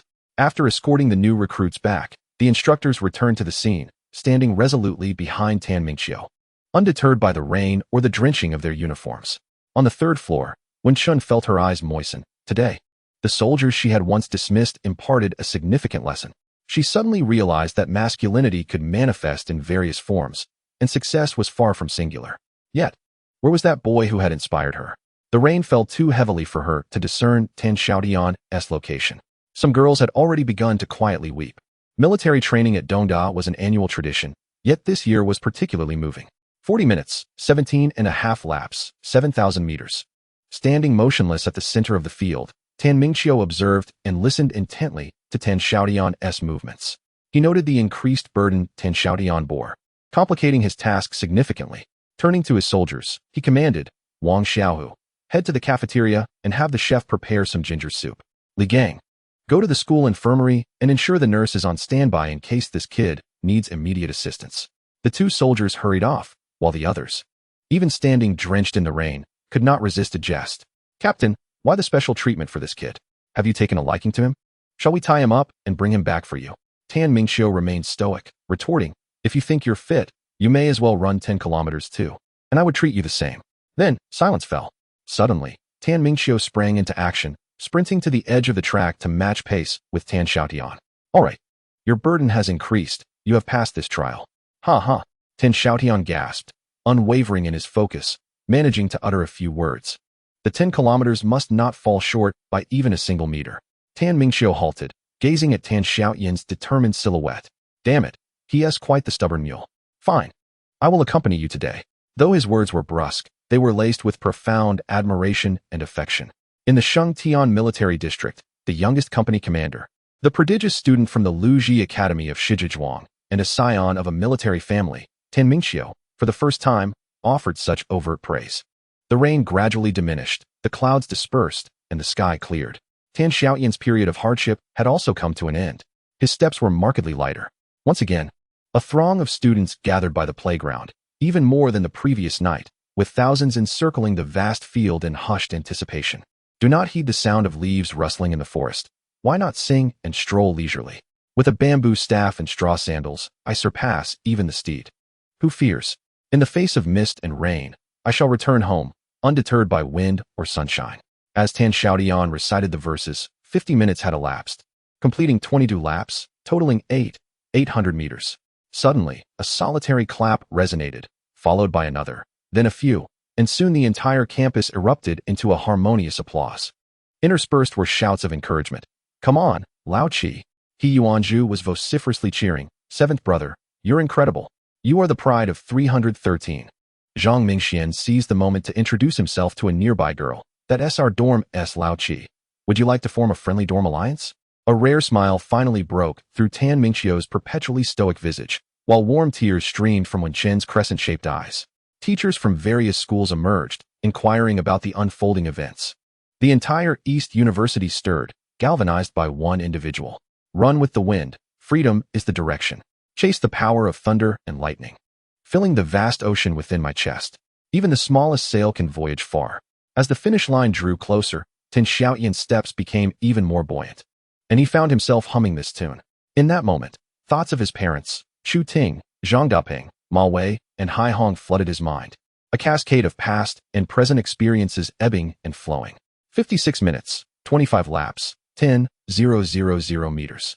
Tan Xiaotian paused, turned, and looked at Tan Mingqiu. Tan Mingqiu hurried over and exclaimed in surprise, "You were counting your laps?"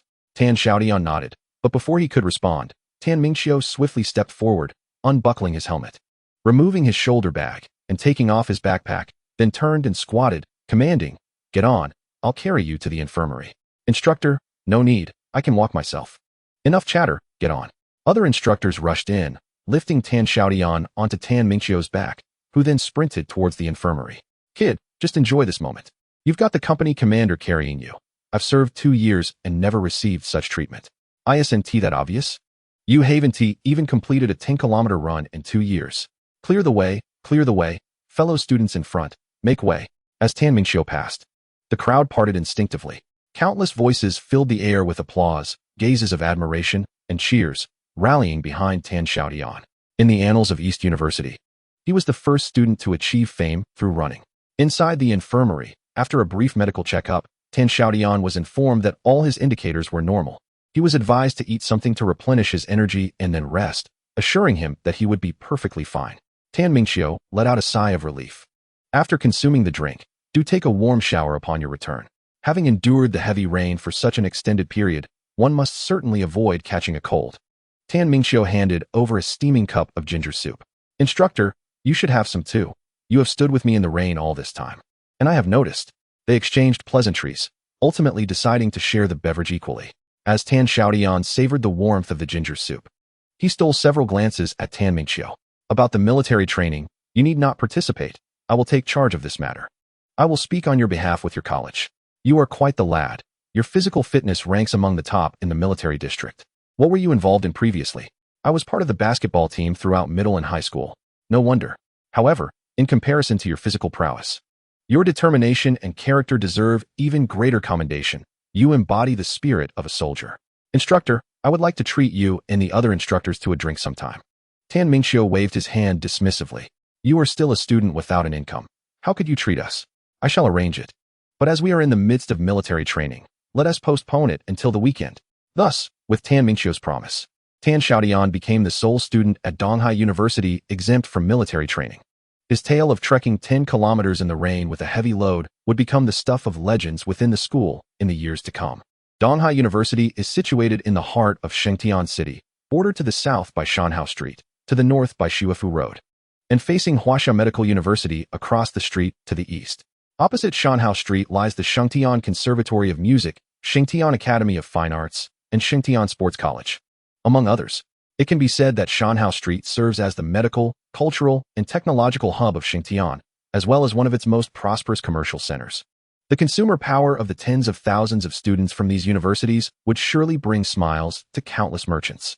On September 3rd, after a night of rest to recuperate his strength, Tan Xiaotian emerged from the eastern gate of Donghai University, standing on the road known as Dong Market by the nearby students. His gaze fell upon the second floor of a commercial establishment across the street, where a red acrylic sign proclaimed Shuifu Game Room. On August 27th, Tan Xiaotian had spent the day wandering near the school, merely surveying the surroundings. For the first step in his financial plan was to commence from this very place. Chapter 44. Game Room. The Shuifu Game Room is located on the second floor directly opposite the eastern gate of Donghai University. The first floor is rather disheveled, featuring a grocery store, a cosmetics shop, and a lingerie store, with several shopkeepers perched on small stools, engaging in idle chatter at their doorsteps. Tan Xiaotian ascended the staircase to the second floor, pushing open the glass door to find the network administrator soundly asleep at the bar. The administrator, likely in his mid-20s, showed signs of thinning hair, possibly due to prolonged nights of wakefulness, revealing patches of white scalp. Additionally, the nearly 500 square meter game room was devoid of patrons, presenting a stark emptiness. Tan Xiaotian took a leisurely stroll, exploring every corner. This Shuifu Game Room is the largest in the vicinity, boasting a spacious area and an impressive array of 30 new computers, all acquired within the last 6 months. Arranged in sets of 5 across 6 rows, there remains ample space for an additional 30 computers. Why, then, is such an excellent game room devoid of visitors? As Tan Xiaotian glanced at his watch, he noted it was already 10 o'clock in the morning. Perhaps the students had yet to finish their classes. He decided to wait a little longer. He settled into the seat closest to the entrance, smoking a cigarette as he patiently awaited the passage of time. The vigilance of the network administrator was remarkably low. For a full hour since Tan Xiaotian had entered, he remained oblivious. It seemed that even if Tan Xiaotian were to abscond with a monitor, the administrator would be none the wiser. With such a responsible network administrator, who could worry about a failing business? At 11 o'clock, the place was still deserted. Feeling hunger pangs, Tan Xiaotian descended to a nearby fast food establishment and procured 2 servings of beef rice along with 2 bottles of drinks. Balancing the plastic bags, he sauntered back to the gaming room. Upon re-entering, he found the network administrator finally awake, yawning and wiping the dust off the computer desk. Hearing the door chime, the administrator turned around, his face registering surprise at the sight of Tan Xiaotian carrying food, likely bemused by the unexpected visitor. He then twitched his nostrils as the enticing aroma of beef rice wafted through the air, awakening his appetite. Are you here to play games? It's 10 yuan per hour. But during this promotional period, it's only 8 yuan. If you wish to play, choose a machine, and I'll power it on for you. The administrator's voice was laced with fatigue, reminiscent of someone utterly worn out. Even Tan Xiaotian, who had run 10 kilometers the previous day, seemed less exhausted. Sure, but there's no rush to start. I need to eat first.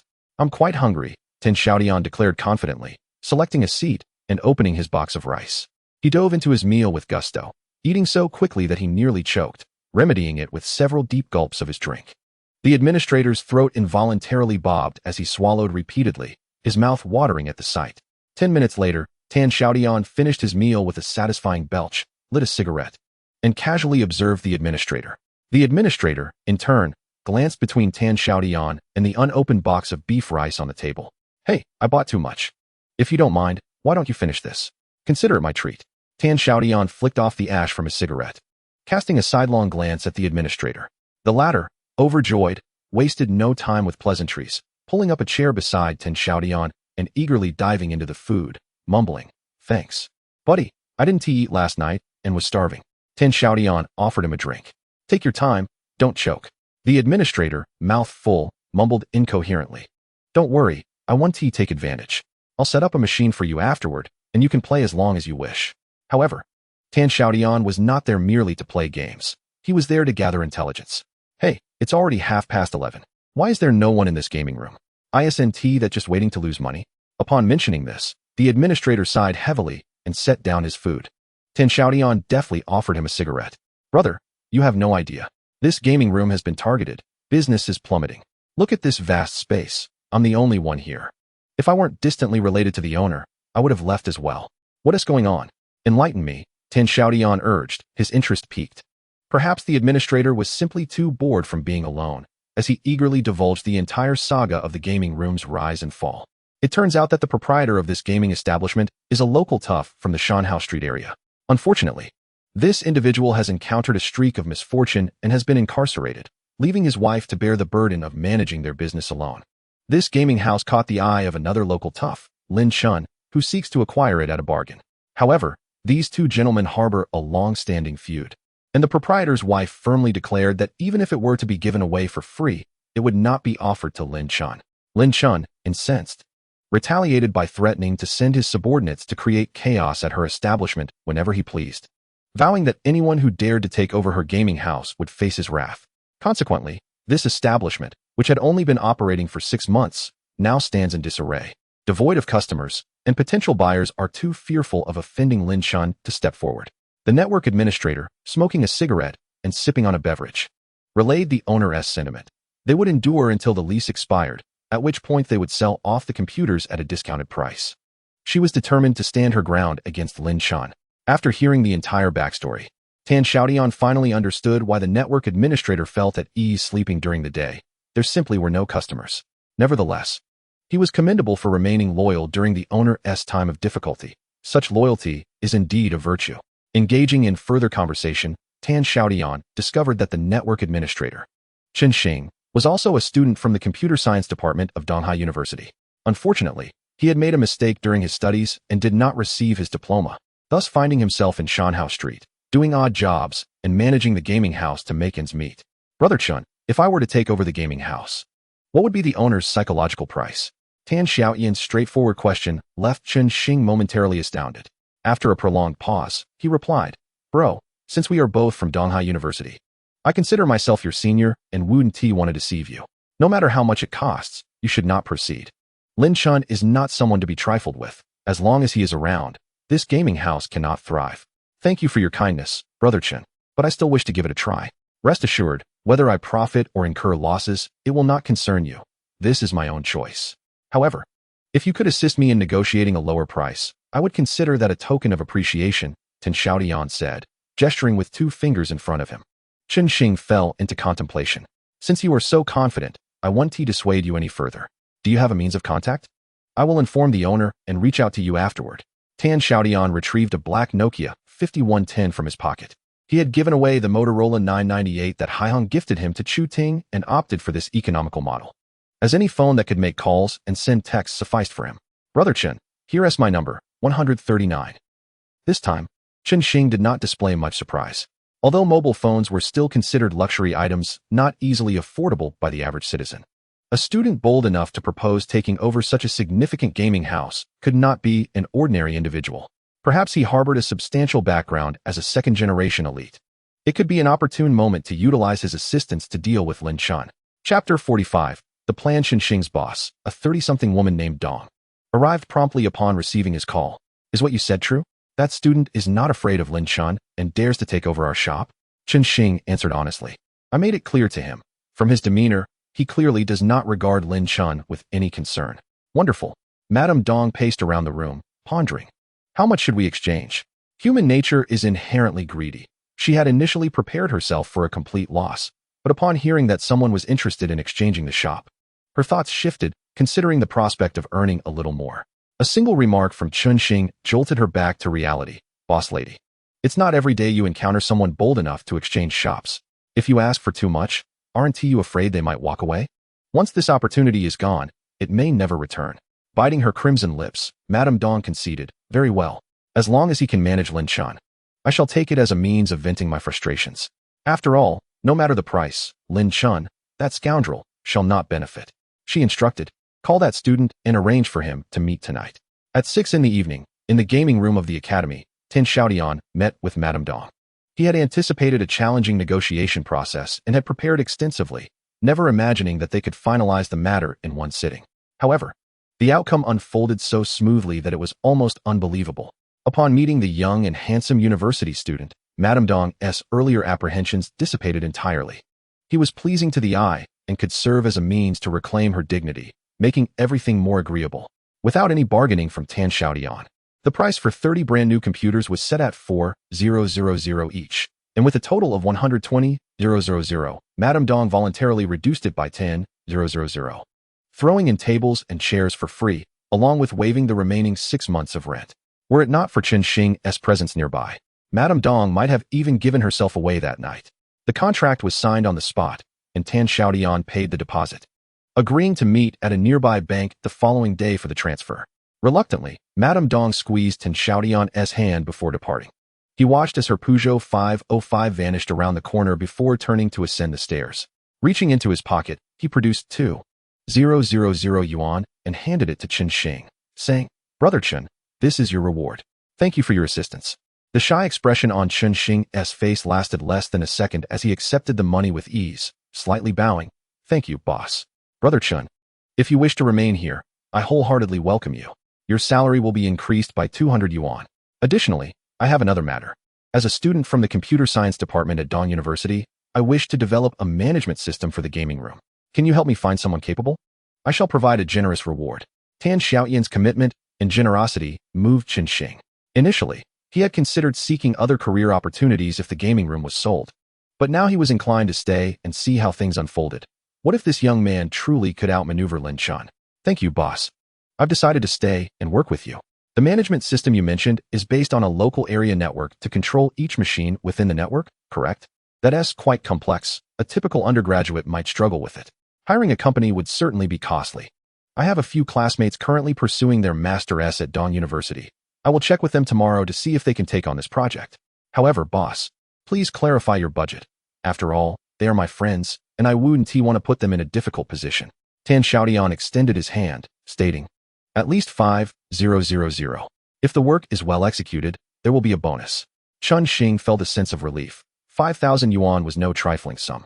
In the technological companies along Shanhao Street, aside from large conglomerates like Newsoft, the average employee earned around 1,500 yuan, making this amount sufficient to cover 3 months' salary. As he exited the gaming room, night had already fallen. Xiaotian crossed the street back to the school and, upon nearing the Red House, suddenly remembered that he had yet to contact Chu Ting since enrollment. He promptly retrieved his phone and dialed Chu Ting's number, but alas, the voice on the other end informed him that the phone was turned off. It dawned on Xiaotian that Yin University also conducted military training for new students, and Chu Ting's phone must have been confiscated by the school. His own 5110 had been retrieved with the help of Tan Mingqiu. As he walked along the path, Holding his phone, two male students heading to evening classes approached, glaring at him. Xiaotian was puzzled, but their voices drifted back, calling him a show-off for flaunting his phone. He couldn't help but chuckle. It was 1998, a time when ordinary workers earned around 1,000 yuan a month, while a simple mobile phone could cost 3,000 to 5,000. Strolling through the campus with a phone was indeed a spectacle, hence the two students' disdain. Upon returning to the dormitory, he found the 7 other occupants fast asleep. The day's military training had drained their energy. After completing his evening routine, Xiaotian quietly climbed into bed and soon fell into a deep slumber. The following morning, he visited the gaming room and accompanied Mrs. Dong to the bank to transfer the remaining balance. With that, the gaming room officially belonged to Xiaotian. At noon, he treated Chen Xing to a barbecue at a nearby restaurant.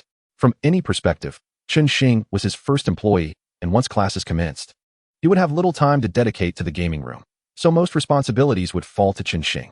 Thus, Xiaotian spoke to him with great courtesy. Chen Xing inquired whether the gaming room would be renamed and when it would officially open. Of course, a name change was in order. After some thought, Xiaotian decided to rename the gaming room to Jintian Network. He entrusted the related business matters to Chen Xing, who was familiar with local affairs as a native of Xingtian. Xiaotian would focus on making minor alterations to the room's interior decoration, and they each set off on their respective tasks. As for the management system, Chen Xing had already reached out to someone, but they had yet to respond. Without delay, that very afternoon, Xiaotian sought out a renovation company, replacing the existing sign outside before leading the project manager inside. He pointed to the largest wall and stated, "I want this wall to serve as a leaderboard. The names should be interchangeable, and please design the specific format. Use the finest materials. I want everyone who enters to see this first." Xiaotian held up 2 fingers, declaring, "I have 2 requirements. It must be eye-catching, and it must be done quickly." Between 1995 and 2000, due to slow internet speeds and expensive fees, a new phenomenon emerged in society, a transition from traditional arcades to internet cafes, known as gaming rooms, where players could team up to play single-player games via a local area network. This era birthed several outstanding games, such as Red Alert and Age of Empires, along with sports simulation games like the FIFA and NBA series. Before 1999, gaming establishments languished in a state of mediocrity, primarily attracting college students with a modicum of computer proficiency due to the somewhat complex nature of single-player games, resulting in limited popularity. However, in June 1999, Valve Corporation released a legendary game, later colloquially known as CS, titled Counter-Strike. This game catalyzed a vigorous expansion of the gaming industry, maintaining its allure for a decade. Even in the year 2010, one could still witness numerous middle-aged men congregating in internet cafes to indulge in this game, a testament to its enduring charm. What Xiaotian aimed to achieve was to strategically position himself before the advent of CS, capitalizing on the current low prices of gaming establishments. Chapter 46. An appetizer. The following noon, Xiaotian arrived at the gaming establishment. The previous night, Chen Xing had called, informing him that someone capable of developing the management system had been found, and they had arranged to meet here. As Xiaotian finished his cigarette, footsteps echoed from outside. Chen Xing entered, accompanying a thin young man wearing glasses. Xiaotian strode forward, extending his hand from a distance to warmly welcome his senior. They exchanged pleasantries. "This is Han Zidong, my classmate from undergraduate studies, currently a graduate student at the computer science department of Dongda University. If all goes well, he might join Eastsoft right after graduation. I had to persuade him to come." Chen Xing introduced his classmate to Xiaotian. "This is my boss, also from Dongda, huh? Just a freshman. Surprising, isn't it?" Han Zidong was taken aback upon learning that Xiaotian was merely a freshman, scrutinizing him through his glasses multiple times. "Here, Brother Han, have a smoke. This is authentic tobacco brought back by my dorm leader from Yunnan. You must try it." Xiaotian produced a pack of Hongtao Mountain cigarettes, distributing them to Chen Xing and Han Zidong. Han Zidong, embodying the quintessential analytical mindset typical of engineering students, could not contain his curiosity about the project and inquired, "I heard from Lao Chun that you intend to create a local area network management system for gaming establishments. What specific requirements do you have? Please share them with me so I can contemplate the feasibility." "Brother Han, with your expertise, it will undoubtedly be a success," Xiaotian replied. "The system I envision should monitor all computers in the venue, possess an automatic locking feature based on usage time, and have a user-friendly interface that categorizes all resources effectively." What Xiaotian described was essentially a commonplace internet cafe management system of the past, yet at present, There were scarcely any internet cafes, let alone such systems. Han Zedong meticulously recorded Tan Xiaotian's requirements in his notebook. Meanwhile, Chen Xing grew increasingly astonished. Having spent over half a year as a network administrator, he recognized the brilliance of Tan Xiaotian's proposed system. It would save manpower, allowing a single individual to oversee all machines, while also facilitating automatic billing, timing, and locking, thereby eliminating any potential exploitation by players due to administrative errors. What kind of brilliance is housed within the mind of this freshman? After diligently jotting down the details, Han Zedong closed his eyes, contemplating, while Tan Xiaotian patiently awaited his thoughts. A few minutes later, Han Zedong opened his eyes and announced, "I can accomplish the function you mentioned, albeit a bit slowly. If you are in a hurry, I can summon another classmate to assist me. But that would incur additional costs." "How much more?" asked Han. "You should propose a figure, Brother Han." Han Zedong glanced at Chen Xing, recalling that old Chun had mentioned a fee of 5,000. With the addition of another person, he suggested an extra 1,000, allowing him to pay 2,000 to the helper while keeping 4,000 for himself. Han Zedong was surprisingly candid about his profits. Tan Xiaotian promptly agreed, declaring, "Let us proceed with this arrangement, but the copyright for the system will belong to me. I shall call it the Jintian Internet Cafe Management System." 2 days later, the new signboard crafted by the renovation company arrived. Several workers ascended to the second floor to remove the old sign of the Shuefu gaming room and install the new one. Tan Xiaotian and Chen Xing stood on the ground, gazing upwards. The new sign, with its black background and golden letters, exuded an imposing presence. Prominently displaying the 4 characters Jintian Wangluo, with a line of smaller text below reading gaming, internet, light meals, beverages. Chen Xing, puzzled, inquired, "Boss, we haven't even connected to the internet yet. Why put that on the sign? Let us put it up for now to avoid changes later. Within 2 years, internet cafes will replace gaming rooms," Tan Xiaotian asserted. Chen Xing exclaimed in disbelief, "How is that possible? Internet fees are exorbitant. A regular family pays 50 yuan for 3 hours. Who can afford that besides the wealthy?" Tan Xiaotian turned with a smile, "Don't worry, prices will decrease." As they conversed downstairs, a group of rough-looking youths approached from around the corner. Upon noticing the sign change, they sprinted over, hurling insults from a distance. "That woman Dong truly doesn't know when to quit. Even with business in such dire straits, she dares to change the sign. Does she not fear Spring Master?" The group reached them, pointing at Chen Xing and shouting, "You bastard, you're still alive? Get up there and take down that sign, or I'll make you regret it." Chen Xing was frightened by these youths, unable to retort as he lowered his head and began to back away. "Do not doubt it." Tan Xiaotian, calm and composed, lit a cigarette, asserting, "He is my employee, and I am the owner here.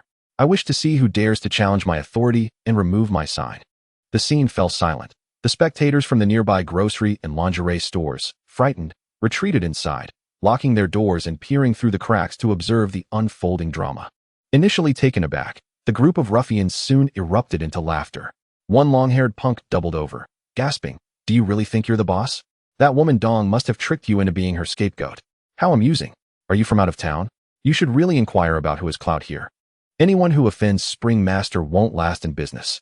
They laughed heartily, while Tan Xiaotian remained unfazed, pulling up a stool, puffing on his cigarette, and watching these youths with a smile.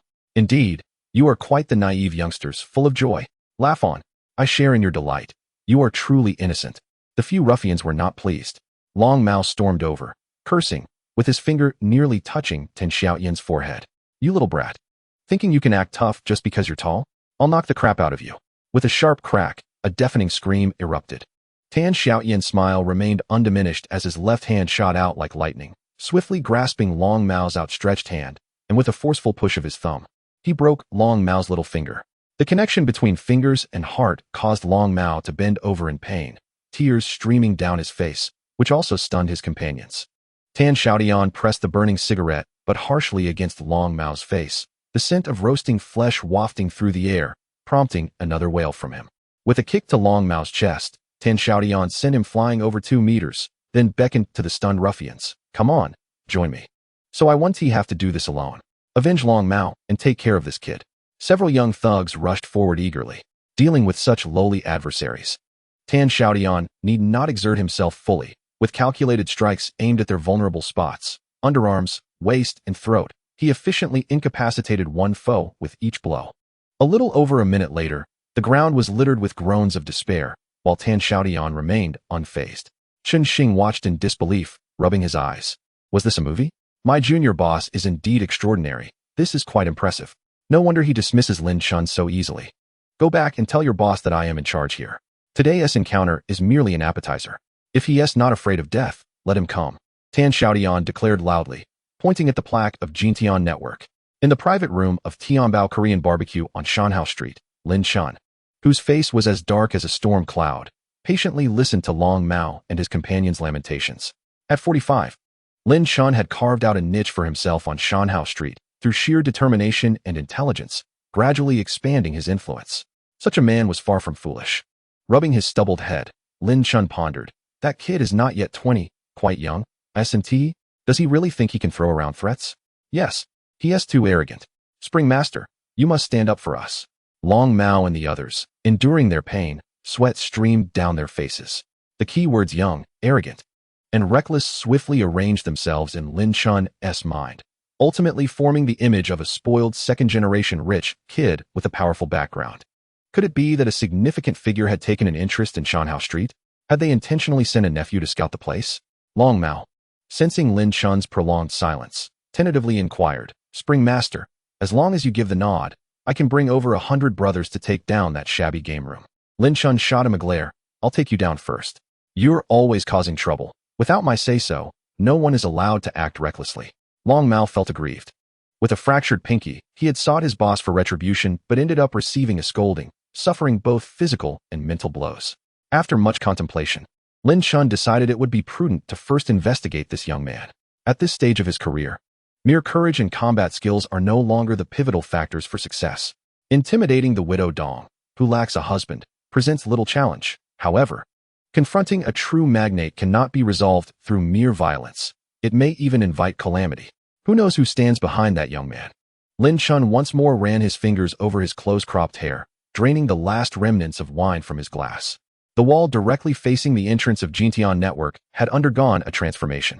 The enormous wall was freshly adorned, with 3 gilded characters reading Hero List gleaming under the illumination of the overhead lights. Below the Hero List, the wall was divided into 5 segments, each enveloped in a distinct hue. The far left segment, painted green, bore the slightly smaller inscription FIFA. Following was a red segment, labeled Red Alert. The central black segment remained unadorned. Next came the blue segment, titled Age of Empires, and finally, the yellow segment, marked NBA. Chen Xing and Tan Xiaotian stood side by side, gazing up at the wall. Chen Xing now held a profound admiration for this younger classmate, the proprietor. His martial prowess was astonishing. He could single-handedly confront a multitude. Furthermore, observing his acumen in business, one could only imagine how the male students from nearby universities would flock to this establishment, drawn by the allure of the hero list. They were all spirited young men, each harboring a competitive heart. Yet, what was the meaning of the vacant black segment? Chen Xing believed it best to place the currently trending Red Alert in the center. He inquired with Tan Xiaotian, who merely smiled in response. Chen Gu, let us consider the decor complete. This afternoon, find a printing shop to produce some promotional flyers for our gaming room. Hire a few university students to distribute them near the universities, especially East University and the Sports Academy, where there are plenty of male students. As for the Music Academy, which is predominantly female, we'll skip that. Flyers come with a cost. And we must focus on precision targeting to capture an effective customer base. Additionally, Chen Gu, you mentioned you have a classmate working at the computer market on Shanhao Street. Arrange to meet him for a meal one day. We need to acquire another batch of computers. By the way, with the opening approaching, you should hasten to hire a few individuals to assist you. Managing such a large gaming room alone, day and night, is unfeasible. Also, stock up on snacks, cigarettes, and instant noodles, as gamers will need refreshments. Once organized, this could yield a considerable income. As for the bar area, don't worry about it. Just hire an attractive girl, eye-catching and appealing. Tan Xiaotian spoke animatedly, while Chen Xing diligently jotted notes. Tan Xiaotian's thoughts were often so erratic that Chen Xing struggled to grasp his immediate intentions, only to later reflect and realize this classmate was undoubtedly born for business. At this juncture, Tan Xiaotian turned, his tone suddenly somber. Chen Gu, you mentioned Lin Chun has numerous dealings on Shanhao Street. Where does he spend most of his time? Chen Xing involuntarily shivered. Boss, please don't act rashly. While you are formidable, Lin Chun is exceedingly cautious, often accompanied by a few loyal subordinates. Tan Xiaotian laughed heartily. Rest assured, I'm not foolish enough to that extent. I will not engage in illegal activities. Chun Xing uttered the words Tianbao Korean Barbecue, the establishment recently opened by Lin Chun, where he has been vigilantly overseeing matters whenever he is free. Tan Xiaotian snapped his fingers and stepped outside, descending the stairs. A stir arose among the freshmen undergoing military training on the playground. The legendary figure, Tan Xiaotian, had finally made his appearance after a long absence. He sat side by side with Tan Mingxiu on a long bench, observing the newcomers as they shouted slogans and lined up. Tan Xiaotian graciously produced a cigarette, offering it to the instructor. Here, have one of these. This is the renowned Hongtum Mountain brand, brought back from Yunnan by our dormitory leader. The flavor is truly exceptional. Tan Mingxiu took a puff, his eyes lighting up. Not bad, smooth, and it doesn't irritate the throat at all. By the way, what have you been up to these days? I haven't seen you around. Chuckling, Tan Xiaotian replied, just some personal matters, instructor. It's the weekend today. And as we agreed last time, I'll treat all the instructors to some drinks. You mustn't go back on your word. Tan Mingxiu readily agreed, sure. But I recall I said I would pay, and you, as a student, haven't earned any money yet. No need for your contribution. Let us not dwell on who's treating. I'll come to the school to pick you up at 5:30 this evening. After exchanging a few more casual remarks with Tan Mingxiu, Tan Xiaotian dusted off his trousers and exited the school gate, walking eastward along Shanghai Street for about 700 or 800 meters until he stood before Tianbao Korean Barbecue. He glanced up at the imposing black sign emblazoned with the words Tianbao Barbecue alongside several Korean characters. The large floor-to-ceiling windows were pristine, offering a clear view of the interior, which exuded an air of elegance and sophistication. This modern Korean decor style was quite rare in 1998, making this establishment one of the premier dining venues in the Shanghai Street area. One cannot underestimate the discernment of such a visionary. Tan Xiaotian stroked his chin, ascended the steps, and was greeted by hostesses clad in traditional Korean attire, who bowed deeply, welcoming him. A smiling headwaiter approached. Sir, dining with us today? How many guests? I would like to reserve a larger room for around 6 o'clock this evening, accommodating approximately 17 or 18 guests. The headwaiter flipped through the reservation book. Room 201 has 2 tables and can seat 20 people. Does that work for you? Out of the corner of his eye, Tan Xiaotian noticed a small ruffian he had dealt with the previous day darting upstairs, having recognized him. Chapter 48. The confrontation on the 3rd floor of Tianbao. In Lin Chun's office, he was sipping tea with a middle-aged man bearing a long scar across his face. Upon hearing his subordinate's report, Lin Chun slammed his purple clay teacup down heavily, his tone suddenly turning icy. You didn't misinterpret? He came here on his own? After receiving a firm confirmation from his subordinate, a cold light ignited in Lin Chun's eyes as he tilted his head towards the scarred man. Old Ba, am I growing old? Now even a mere child dares to challenge me. The one who struck me yesterday, I hadn't sought him out yet. And today he dares to come here alone. Does he truly think of me, Lin Chun, as an easy target? With growing fury, Lin Chun raised his hand and seized the purple clay teapot, smashing it violently. The pumpkin-shaped pot, allegedly crafted by the renowned master Su Xiaotong, shattered instantly, scattering scalding tea across the floor. The scar-faced man rose abruptly, declaring, Brother Chun, let me go down and see which fool dares to cause trouble in your territory. You needn't lift a finger, I will handle him myself. No, Lin Chun interjected, a shadowy smile crossing his face. Did he not reserve a private room for the night? With 17 or 18 people ready to cause a ruckus, why not deal with them all at once to avoid any complications? Upon hearing this, the scar-faced man promptly retrieved his phone. Brother Chun, I'll summon my people right away. Just wait and see. As night fell, in the private room 201 of Tianbao Barbecue, Tang Xiaotian, Tan Mingxiu, and 16 casually dressed instructors filled 2 tables to capacity. The flames crackled with vigor, and the aroma of grilled meat wafted through the air. These young soldiers, having endured the rigors of military life, were reveling in a well-deserved feast. Generous portions of oily grilled beef, interspersed lamb ribs, and large chunks of meat marinated with black pepper awaited them, ready to be wrapped in crisp lettuce leaves. The round grill, crafted from stainless steel, proved far more hygienic than traditional wire mesh. For Tan Mingxiu, this was his first encounter with such refined Korean barbecue, and after savoring a few slices, he couldn't help but praise it. He raised his glass. Brothers, let us toast. But let us not overindulge tonight. We still have military training ahead. Each person raised a glass of white liquor, accompanied by 3 bottles of beer, as the atmosphere reached a fever pitch. Xiaotian, have you ever considered joining the military? Their SA program for college students now, with excellent benefits. Your student status is preserved, and their SA salary Give it some thought. Tan Mingxiu found himself increasingly fond of Tang Xiaotian. The young man not only possessed remarkable physical prowess, but also displayed a maturity and composure that belied his age, resembling a peer rather than someone in his 20s. Instructor, I wish to serve, but my major is special education. I aim to teach blind and deaf children, and I cannot forsake those who need my assistance for my own desires. As Tang Xiaotian spoke, his face flushed with embarrassment, astonished by his own noble sentiments.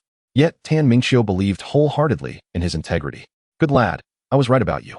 In the future, should you encounter any difficulties at Xiaotian, feel free to reach out to me. Let us exchange contact information. By the way, have you ever fired a gun? Once training is complete, I'll take you to the shooting range. You must be a sharpshooter. Tan Mingxiu laughed heartily while clapping Tang Xiaotian on the shoulder. Suddenly, the wooden Japanese sliding door was forcefully pulled open, revealing the scar-faced man storming into room 201, flanked by 20 or so menacing figures. Anyone who seeks trouble with Brother Chun, step forward. We'll settle this outside. If you break even a single wooden beam here, I'll make you compensate with your life. The scar-faced man brandished a 1.5-foot steel rod, swinging it menacingly. This weapon, capable of inflicting severe harm, was favored by street thugs for its inconspicuousness compared to more obvious weapons like knives. Tan Mingxiu frowned. My friend, you seem to have misunderstood. Tang Xiaotian rose to his full height. We are merely here to dine and have no intention of causing trouble, yet we shall not allow ourselves to be bullied. We were enjoying our meal. Why have you barged in? If there is something to discuss, speak to me. The scar-faced man had long been fixated on Tan Xiaotian, fully aware that he was the primary target of the day. After hurling a curse at him, he swung a steel rod toward Tan Xiaotian's head. Tan Mingxiu was taken aback, instinctively reaching out to pull Tan Xiaotian away. However, Tan Xiaotian had already vanished from his spot, stepping forward to confront the scar-faced man. Grasping the steel rod with his left hand, he forcefully rammed his forehead against the scar-faced man's nose, resulting in a sharp crack as the bridge of his nose shattered, blood gushing forth. With his right hand poised like a dagger, Tan Xiaotian struck decisively at the carotid artery of the scar-faced man, who fell to the ground without uttering a sound. These swift and precise actions left the scar-faced man's subordinates in a state of shock. As Tan Xiaotian seized the steel rod and menacingly asked, "Who else?" Silence enveloped the surroundings. Tan Mingxiu slowly rose to his feet.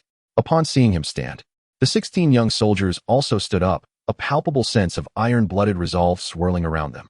Tan Mingxiu was no fool. Having attained the rank of a company commander in the prestigious Xiaotian military district before reaching 30, his intelligence and vision were markedly superior. He sensed something amiss about today's events and could not believe that they were unrelated to Tan Xiaotian. While he indeed held affection for Tan Xiaotian, it did not imply that he could be manipulated. What was the situation? Xiaotian. Tan Mingxiu's voice turned icy. Commander Tan, I do not recognize this person. However, I did offend someone a few days ago, and perhaps this is related to that incident. Tan Xiaotian succinctly recounted his grievances with Lin Chun. Under the watchful eyes of the scar-faced man's 30 or so subordinates, the two engaged in their conversation, seemingly oblivious to their surroundings. As the initial shock wore off, the leader among the subordinates drew a watermelon knife from a newspaper and silently aimed it at Tan Xiaotian.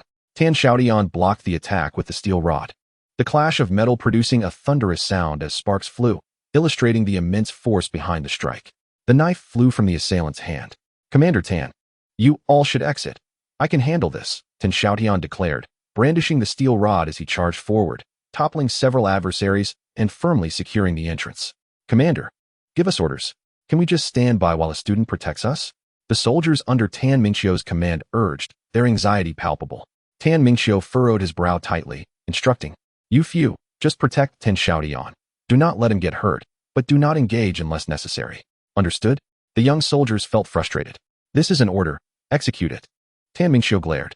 The 16 soldiers rallied, forming a protective barrier around Tan Xiaotian, while the scar-faced man's subordinates brandished knives, guns, and clubs, continuing their taunts.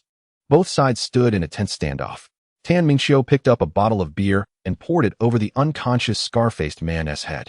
The man groggily regained consciousness, his face smeared with a mixture of beer and blood, looking utterly disheveled. Tan Mingxiu crouched before him, using a chopstick to press against his eye. Answer me truthfully.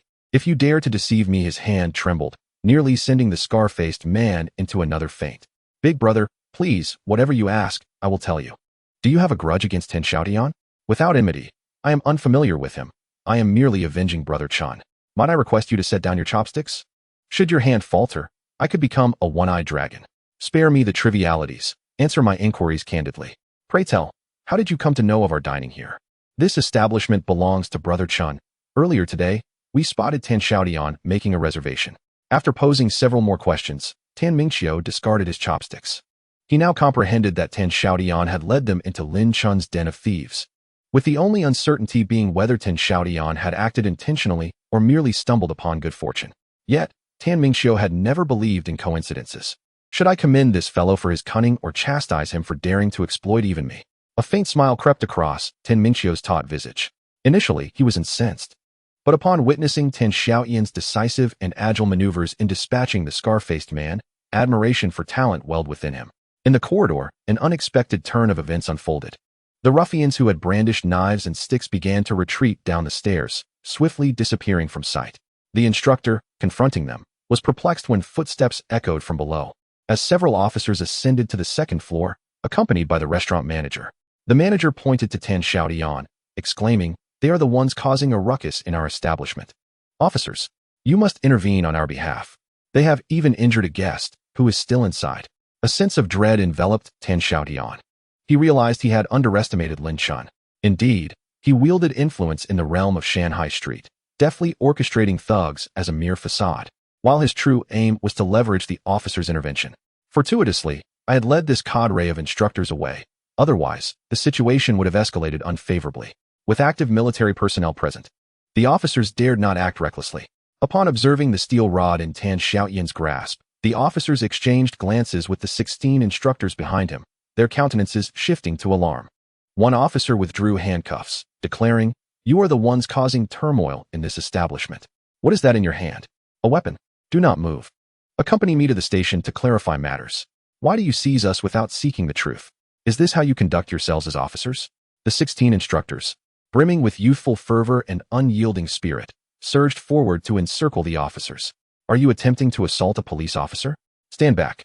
The officers, now somewhat intimidated by the intimidating presence of 16 young men, found themselves at an impasse. As the standoff persisted, Lin Chun, arms crossed, observed the unfolding drama from the stairwell of the second and third floors. The evening's events had taken an unexpected turn for him. The scar-faced man was his sworn brother, renowned for his valor in Xingtian. He had anticipated that relying on his eighth brother to discipline the young man would suffice. But he was taken aback when his eighth brother was swiftly incapacitated. Reluctantly, he had resorted to calling the authorities, knowing well that he had numerous dealings in the Shanghai Street vicinity, and each department had acquaintances who would extend him a measure of respect. "Young man, no matter how formidable you may be, what can you achieve against the law enforcement? This is the 1990s. Brute strength alone will not grant you dominance.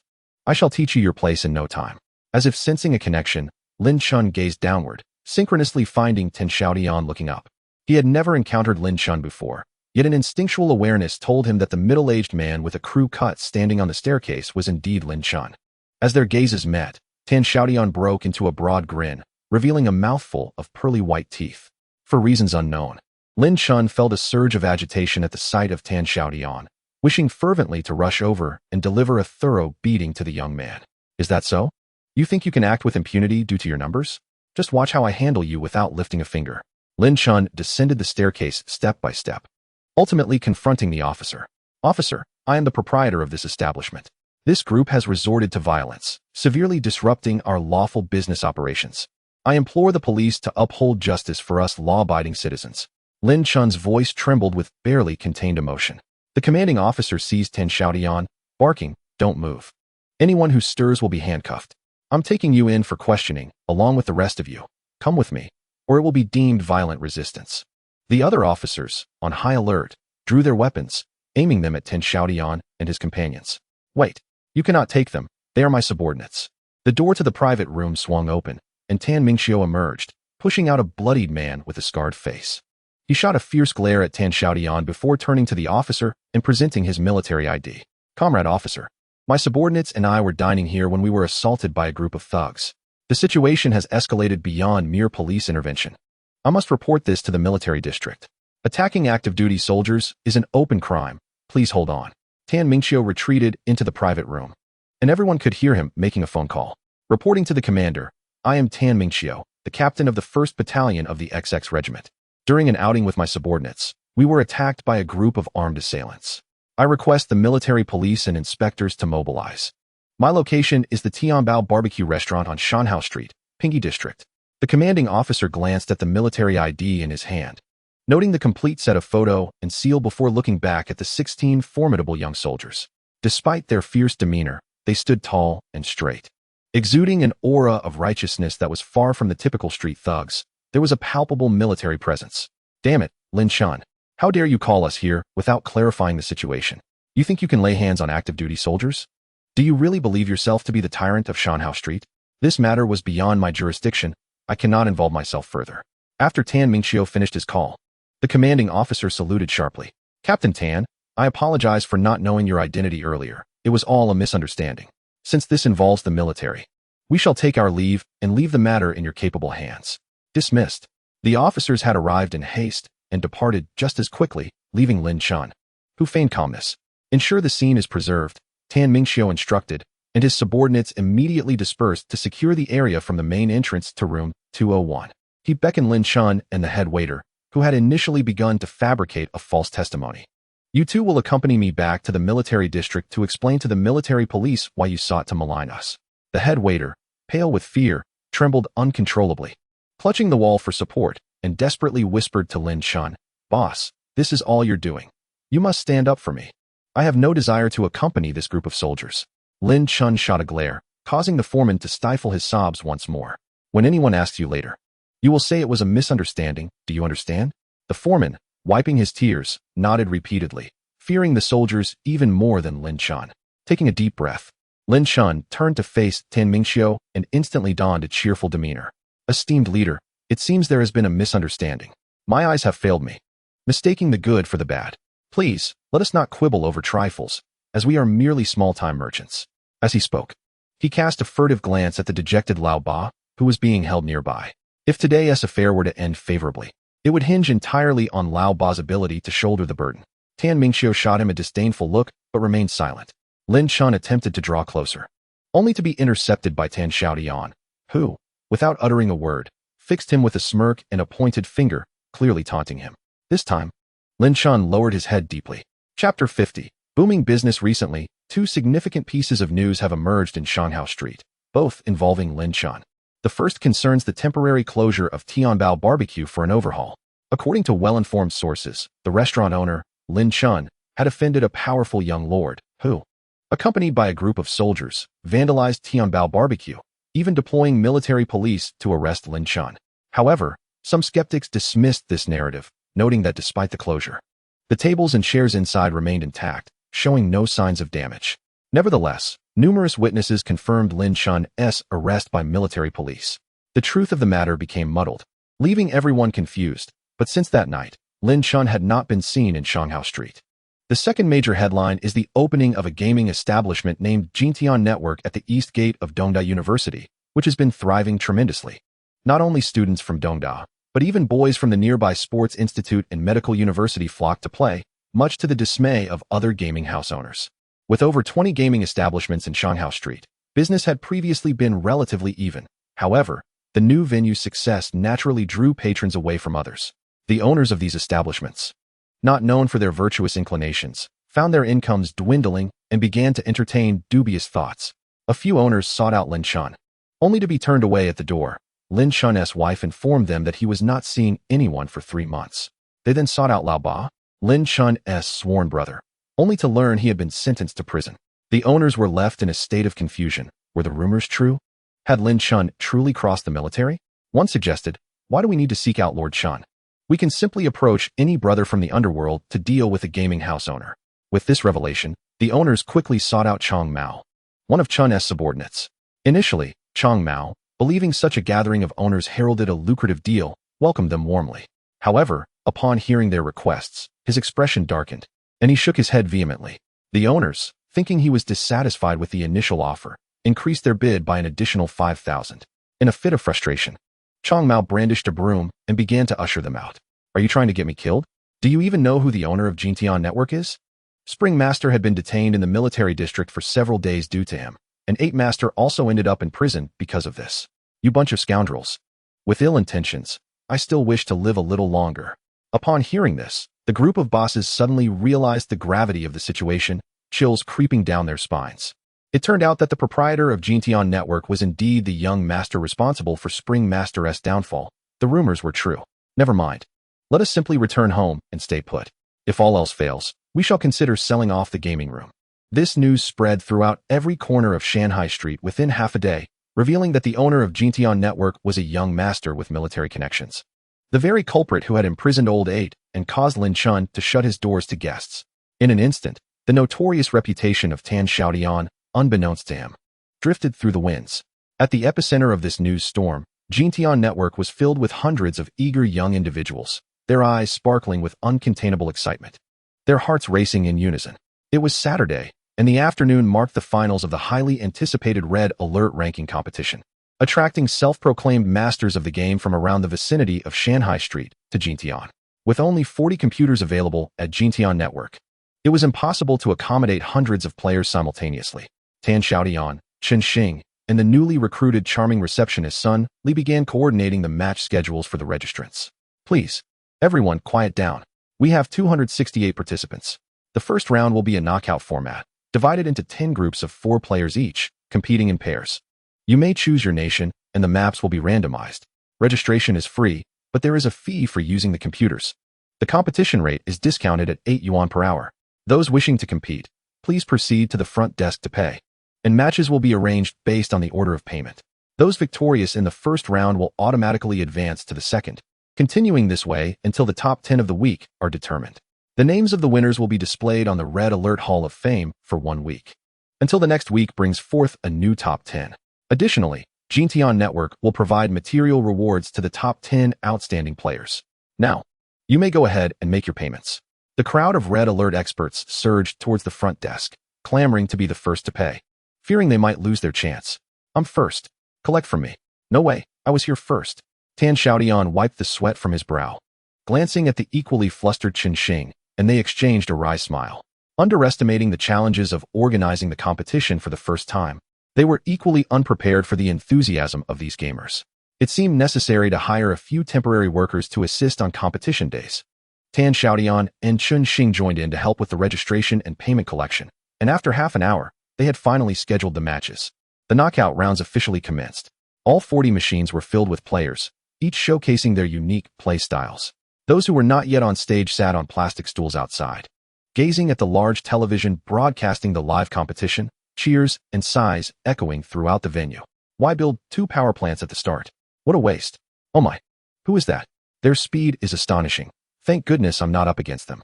Meanwhile, at the front desk, the lovely receptionist Sun Li counted the collected funds and respectfully handed them to Tan Xiaotian. Boss, today we have collected a total of 560 yuan. All accounted for here. Sun Li, a fellow villager of Tan Xiaotian from Taiyuan County, began working after graduating from middle school. Recently, when Xiaotian network was hiring, Sun Li applied for a position. Upon learning she was from the same hometown, Tan Xiaotian decided to keep her. At just 17 years of age, Sun Li possessed a captivating beauty with ruby red lips and pearly white teeth, and her presence at the front desk significantly elevated the stature of Xiaotian network, far surpassing that of Chen Xing, the rough man. Thank you for your hard work. I will temporarily hire another person to assist you next week, Tan Xiaotian said, casually slipping the money into his pocket. He descended the stairs, walked 50 meters, and entered a nearby bank to deposit the funds. The bank teller responsible for assisting him was a woman in her 30s, her name tag reading Guiqing. She swiftly counted the money while chatting with Tan Xiaotian. Young man, does your family have a business nearby? I've noticed you come to deposit money at this time every day. Yes, I appreciate your assistance, sister, he replied. Guiqing playfully teased, such a handsome and wealthy young man. I wonder which lucky girl will get to marry you. Tan Xiaotian chose not to engage with her banter. After politely smiling and completing his transaction, he exited the bank. He was busy at the gaming room and had no time for flirting, not even with mature women. As he stepped out of the bank, his phone rang with an unfamiliar number.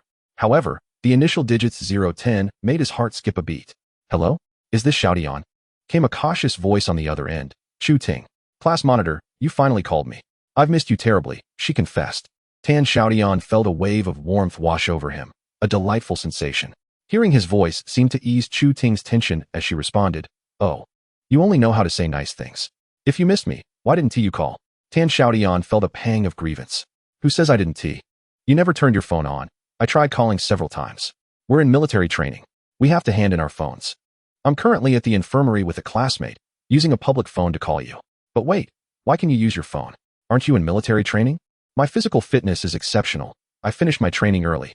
How's yours going? It's quite tough. We are not at our own school. We've been taken to a base in the suburbs. I'm already sunburned, she lamented.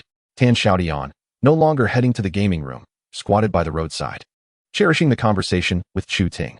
Unfortunately, their chat could not last long. They hung up after 5 minutes. From a nearby salon, the melodic voice of Ren Xianqi filled the air, catching the attention of a girl across the street. Chapter 51. A smile hiding a knife on Monday. The new students' military training continued. In the morning, at Jintian Network, Tan Xiaotian, Chun Xing, Sun Li, and a night manager named Bao Hongwei were conducting a debriefing on the recently held Red Alert ranking competition. The event, which took place last Saturday, was a resounding success. Running from 1 p.m. until 7 p.m., with the day's revenue exceeding 5,000 yuan, setting a new record for Jintian Network since its opening a week prior. Chun Xing, Sun Li, and Bao Hongwei were all elated, particularly since Tan Xiaotian had mentioned that the prize money for such competitions would be calculated separately, providing them with a welcome additional income. Tan Xiaotian held a notebook, reading aloud his suggestions for improvements. 1. From now on, every Friday evening will be designated as FIFA Competition Day, while Saturday afternoons to evenings will continue to be Red Alert Competition Day. Sundays will be reserved for NBA games in the afternoon, followed by Age of Empires competitions in the evening, a weekly affair we must uphold. 2. It is imperative to recruit an additional daytime network administrator to relieve Chun Xing of his duties. Moreover, on the competition days of Friday, Saturday, and Sunday, we must employ at least one male and one female temporary worker. Ideally, the male should be a university student with some knowledge of computer maintenance, as this would be both cost-effective and practical. 3. Prior to Friday, we must ensure that snacks and beverages are adequately stocked. We cannot afford to run out of drinks again. Comrades, these are invaluable lessons we must heed and strive to rectify in preparation for this weekend's competition day. Tan Xiaotian, with heartfelt concern, delivered a summative address. I am pleased to announce that due to everyone's hard work, our revenue on Saturday reached unprecedented heights. I will honor my commitment. Chun Gu will receive a reward of 100 yuan, while Sun Li and Bao Gu will each receive 50 yuan, to be distributed immediately. Tan Xiaotian produced the money from his pocket, and Sun Li was the first to rush forward, her large eyes sparkling as she gazed affectionately at Tan Xiaotian, saying, "Thank you, boss." Bao Hongwei and Chun Xing, exhibiting a degree of restraint, took their time to stand and receive their rewards from Tan Xiaotian. "Chun Gu, let's step outside for a smoke," Tan Xiaotian suggested as he led the way out, with Chun Xing following closely behind. The two stood downstairs, inhaling and exhaling smoke. "Once formal classes commence, I won't have as much time to spend here. I will be relying on you," Chun Xing remarked. "Remember this, in business, contemplating is always more crucial than merely executing." After Tan Xiaotian's words, Chun Xing fell into deep thought. Since Tan Xiaotian took over the gaming room, his life had improved significantly. With a monthly salary of 1,200 yuan, plus the bonuses promised by Tan Xiaotian for competition days, he was earning over 1,500 yuan altogether, which surpassed the earnings of some formal employees in other establishments. Furthermore, accommodation and meals were provided, making this job exceptionally rare to find. "Boss, I understand. I will certainly think more strategically to ensure our gaming room thrives," Chun Xing responded, genuinely impressed by his younger peer. The concept of utilizing games for weekly competitions had drawn players from the vicinity of Shanhao Street, leaving him curious about how Tan Xiaotian conceived such ideas. He resolved to learn from him diligently. At noon, in the East University student cafeteria, Wen Chun and several classmates were seated together for a meal when Dongguan, the head of the sports department of the education college, approached with his lunchbox. "Chairman, I just saw Coach Li from the school basketball team, and he had quite a few critical remarks about our education college." Wen Chun paused, taken aback. "Why? Have we offended him in some way?" "It's all because of that Tan Xiaotian," Dongguan fumed. Tan Xiaotian is a basketball prodigy, receiving extra points for college entrance examinations. On the very first day of school, Coach Li sent word for him to report to the basketball team. Yet nearly 3 weeks have passed without a single sighting of him. "Chairman, this Tan Xiaotian is quite audacious. I plan to speak with him this afternoon. How can a freshman disregard his teacher like this? How will he be managed in the future? Had it been anyone else, Wen Chun would not have intervened." However, upon hearing the name Tan Xiaotian, images of him standing alone in a military posture and running with a heavy load in the pouring rain immediately filled her mind. No wonder his stamina was exceptional. It turned out he was a student with athletic prowess. After pondering for a moment, Wenxin set down her spoon and earnestly said to Dongguan, "I shall go speak with him. You are a boy with a rather fiery temperament, and it appears that Xiaotian is no pushover either. It would be wise to avoid further conflict between the two of you. Moreover, perhaps Xiaotian has simply forgotten. After all, he is a newcomer and may not yet grasp the school's rules, which is quite understandable." Dongguan looked at Wenxin with a mixture of suspicion and disbelief. Was this truly the same Wenxin, who had been discreetly labeled a charming yet venomous beauty by the education college? When had she become so benevolent? Did she not recall the incident just days prior when she had reduced the head of the life department to tears? Never mind. If she was willing to take on this task, it would certainly save him some trouble. He swallowed the words that had been poised on his lips. After finishing her meal and cleaning her lunchbox, Wenxin leisurely made her way to the third floor of the East Building. She greeted the dormitory supervisor, saying, "Sir, I am from the Student Union of the Education College, here to see Xiaotian in room 313. The supervisor pressed the intercom, announcing, "Xiaotian of room 313. Your student union officer has come to see you." Wenxin then stood at the entrance of the third floor, patiently waiting. At that midday hour, numerous boys were entering and exiting, each stealing glances at Wenxin, the only variation being the duration of their gazes. It was inevitable, after all. Wenxin was strikingly beautiful. Standing at 165 centimeters, she was neither too tall nor too short, neither too plump nor too slender, with a porcelain-like complexion and expressive, smiling eyes that seemed to speak for themselves, complemented by her distinctive short hair. The title of campus beauty at East University was certainly well-deserved. Wenxin had long grown accustomed to such attention. As the seconds ticked by, she lost track of time, and 10 minutes had inexplicably passed without Xiaotian's appearance. The boys who had been covertly observing her found it curious. When a chairwoman would become so patient, what sort of remarkable individual could command such attention that she would wait for 10 minutes? This was undoubtedly the most sensational news from the education college that day. Wenxin's patience had worn thin. Xiaotian certainly had an inflated sense of self-worth. Even the leaders of the college would not have kept her waiting for 10 minutes. "Sir, could you please call for Xiaotian in room 313 again, and let him know that Vice Chairwoman Wenxin is looking for him?" Her voice rang out, tinged with irritation. The surrounding boys overheard her loud and clear. Xiaotian was quite the character. To keep the campus beauty and chairwoman waiting for 10 minutes was nothing short of impressive. The boys, now intrigued, lingered around, either standing or squatting, eager to catch a glimpse of the person who had managed to make Wenxin wait in vain. Moments later, the sound of hurried footsteps echoed down the stairs, and a small, dark-skinned boy tumbled into the lobby. The onlookers couldn't help but think, even the finest cabbage can be marred by a pig. "W and chairwoman," he stammered. "Xiaotian is not here. Is there something you need? I can relay your message." In utter disbelief, he nearly choked on his words, for reasons unknown. Upon seeing the ethereal Wenxin, his heart raced, rendering him incapable of articulating a complete sentence. The moment the surrounding boys realized the main character was not present, they immediately began to jeer. Wenxin surveyed the room with a smile that belied the chilling tone of her voice. "You all seem quite free, don't you? Tonight we will conduct a dormitory inspection. Any untidy rooms will result in a collective reprimand for the entire dormitory tomorrow." In an instant, the bustling hall was left with only Wenxin and Dang Ai-kun, who grew increasingly anxious.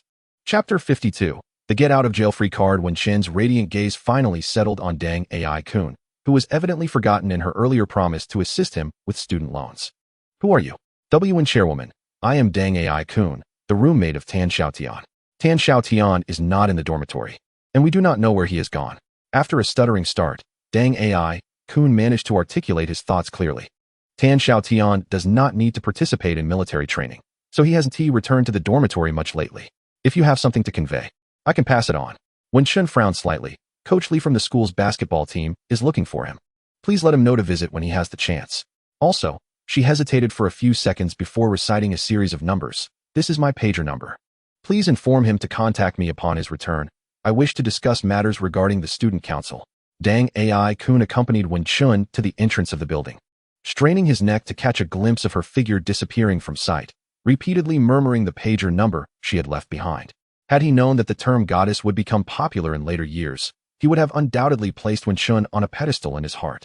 From the very first moment he laid eyes on her, he had succumbed to her charm. Xiaotian had not shown up all day, and just before 9 p.m., At the moment the dormitory door was about to close, he finally pushed open the door to room 313. "Hey there, mate. Are you in the wrong place? We don't know you." Huang Along joked in his local dialect. "Old 7, what a rare sight. I haven't seen you in days. Brother 7, come sit. I just brewed some tea. Have a taste." After 3 days of absence, Tan Xiaotian's return ignited a lively atmosphere in the room. His heart warmed at the camaraderie. Although their acquaintance had lasted less than a month, he had begun to discern the character of his roommates. The eldest, Gao Yan, despite modest family circumstances, was generous and offered him the remaining 2 packs of his favorite Yunnan Red Pagoda cigarettes without hesitation. The second, Dang Ai Kun, an orphan with a strong sense of pride and sensitivity, was kind-hearted and always willing to lend a helping hand. It was he who had mustered the courage during military training to plead on behalf of Tan Mingqiu. The third, Li Xian, was the only one in the dormitory who had not been particularly friendly towards him, yet that was understandable, as a young man overshadowed by Tan Xiaotian's appearance. It was only natural he might harbor some resentment. Fortunately, he merely sulked, which did not necessarily make him a bad person. In truth, Tan Xiaotian felt somewhat guilty. Had it not been for his rebirth at Dong University, the title of campus heartthrob would undoubtedly belong to Li Xian. The fourth, Huang Along, was a wealthy second generation, generous and humorous, with a penchant for jokes, particularly when delivered in his delightful dialect, making him a born entertainer. Zhang Man, known as Old 5, and Zhang Mingxian, referred to as Old 6, are both local residents of Xintian, characterized by their exuberant and jovial nature, particularly Zhang Mingxian, who, despite his seemingly carefree demeanor, possesses a keen intellect and exceptional observational skills, earning him the title of the campus sage. Given time, this young man is bound to achieve remarkable feats. Old 8. He Yuzhu is of a generous disposition, robust in stature, and possesses an innocent heart, often affectionately addressing others as seventh brother. Among personal relationships, Tan Xiaotian shares the closest bond with He Yuzhu. During lunch, the chairperson of the student council, Wen, approached Yu and the group, engaging in light-hearted banter with Tan Xiaotian. After which Dang Aichuan handed over a small note. The school team? This subject left Tan Xiaotian somewhat speechless. The school team had sought him out during his enrollment, yet he had feigned ignorance and declined their invitation, never anticipating their persistent interest in him. Presently, he harbored 2 aspirations: to accumulate a solid material foundation while the domestic housing market remains subdued and the IT industry is still in its nascent stage, and to navigate his university years safely, ultimately securing his diploma to rectify the regrets of his past life. The notion of a school team? It was laughable.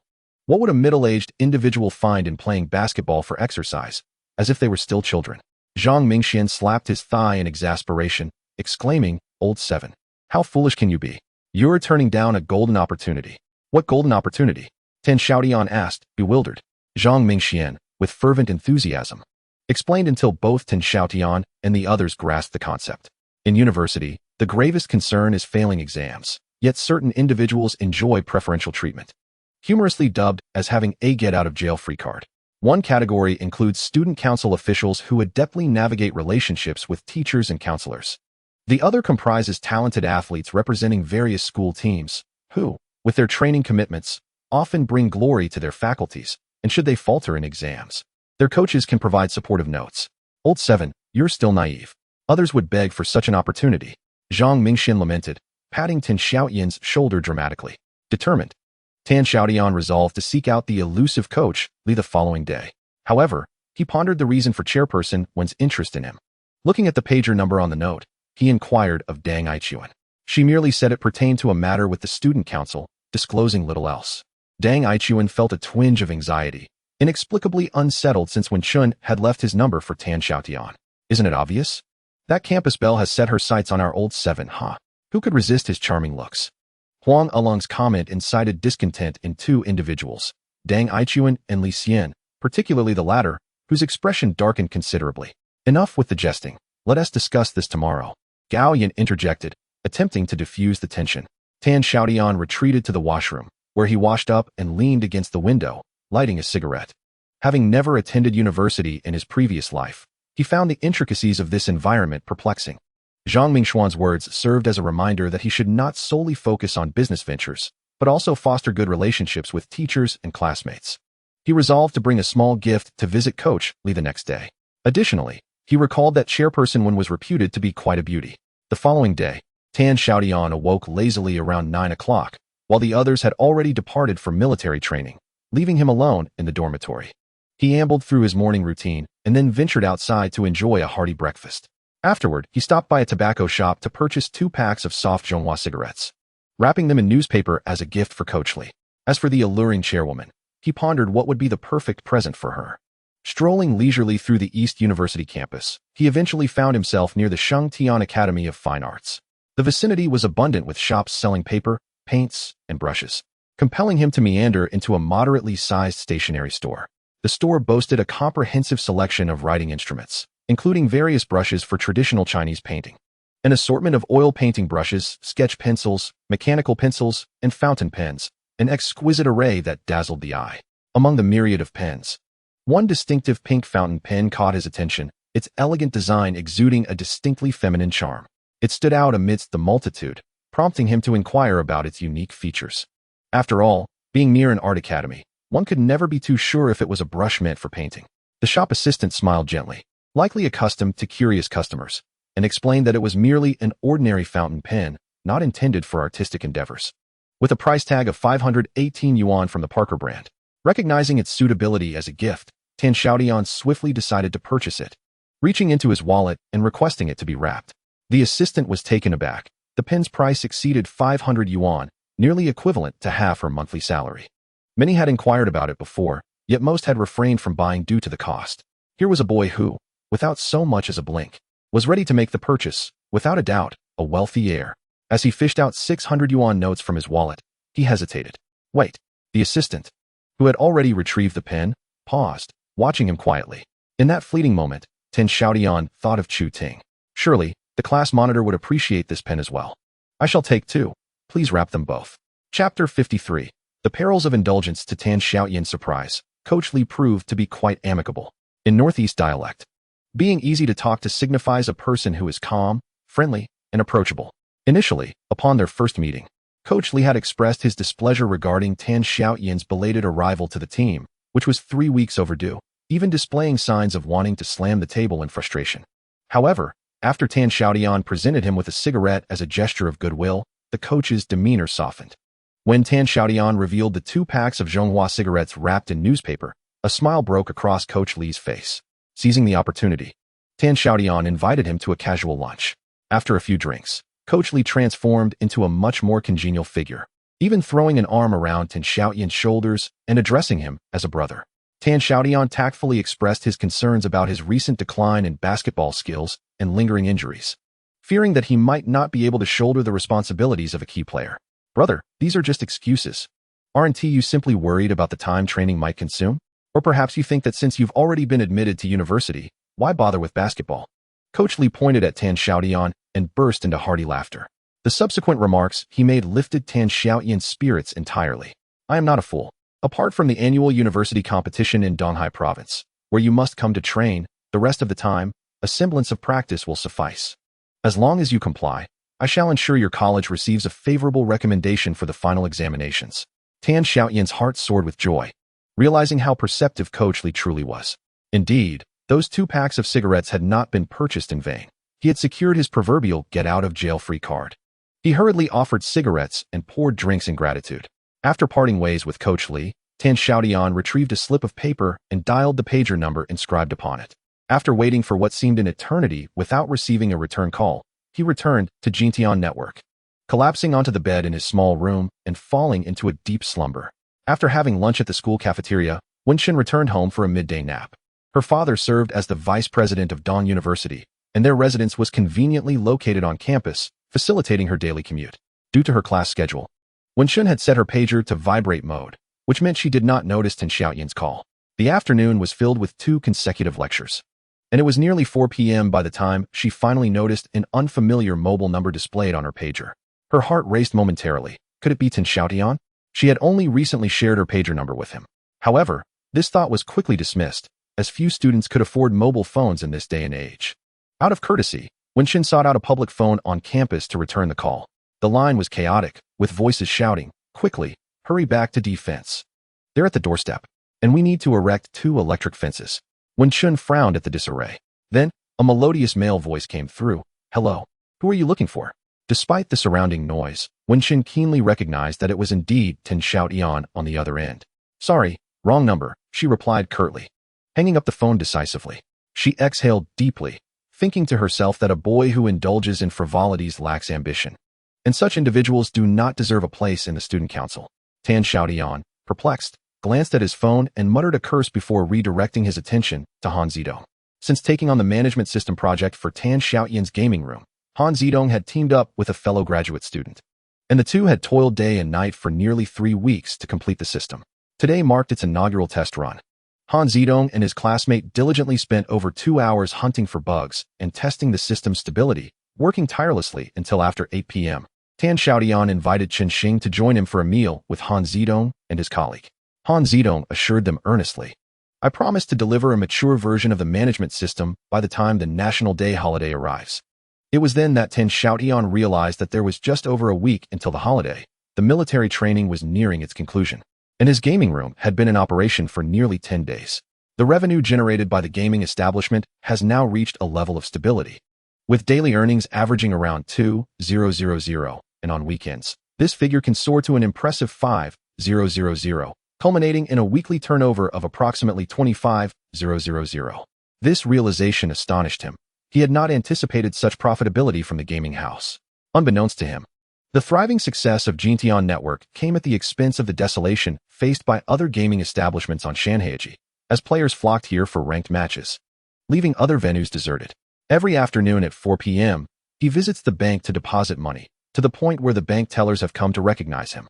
They are aware that this university student is not only handsome, but also affluent. If they weren't aware of his youth, they might well have been tempted to swoon over him.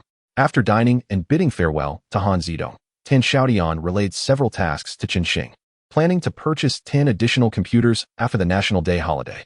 According to the dimensions of Jintian Network, it could accommodate 80 computers. However, with limited funds at his disposal, he could only proceed incrementally, akin to an ant moving its home, saving up to buy 10 at a time. Such is the plight in the nascent stages of entrepreneurship. On September 25th, following the conclusion of the freshman military training, Dongda held a grand parade, a customary event aimed at assessing the training outcomes of the past month. As expected, the College of Education found itself at the bottom of the rankings.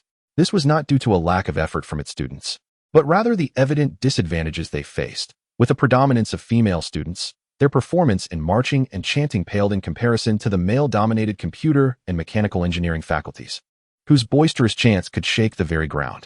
Xiaotian observed the entire parade from the sidelines, feeling a sense of trepidation as he approached Tan Mingqiu to bid farewell. Since the Tianbao barbecue incident, he had seldom sought out Tan Mingqiu, partly due to his busy schedule and partly because of a lingering sense of embarrassment. Fortunately, Tan Mingqiu did not mention that day's events, instead gazing at Xiaotian for a moment before playfully delivering a light punch. "You rascal, I've been too busy to settle scores with you, but once I have some spare time, you'd better watch out for my retribution." Her tone was affectionate, betraying no hint of resentment. Relieved, Xiaotian saluted sharply. Reporting to the instructor, Xiaotian is always ready for deployment. The day's clouds dispersed, with military training concluded. Only 5 days remained before the National Day holiday, prompting various colleges to fervently prepare for the welcoming evening gala, a cherished tradition at Dongda. They would first compete in the training grounds, followed by a contest of quality in the evening's performances. As per tradition, the College of Education, having lost face in the training grounds, was determined to excel in the welcoming gala. The predominance of female students swiftly transformed from a disadvantage into a distinct advantage. Wenxin was particularly busy, as the student council president of the College of Education was already a senior, leaving the majority of the responsibilities to her. The welcoming gala was undoubtedly one of the most significant events of the semester. That afternoon at 4 p.m., Wenxin, accompanied by the head of the sports department, Dongguan, the publicity minister, Wu Mo, and the learning minister, Qiu Zhe, ventured to the bank near the East Gate to withdraw funds. The budget allocated for this event had already been deposited into the student council's account, and to ensure safety, Wenxin had decided to bring along a few more individuals. Upon entering the bank, Wenxin spotted a familiar silhouette seated at the counter, seemingly engaged in a transaction. How could it be him? Chapter 54, The Welcome Gala. On duty today was the teller Guoqing, who, as usual, exchanged a few light-hearted remarks with Xiaotian while counting money at the cash machine. Within minutes, the transaction was complete. As Xiaotian turned around with the deposit slip, he noticed several student leaders from the College of Education. He only recognized their faces, unable to recall their names. Even when Xiaotian, he merely knew her as the vice president with the surname Wen.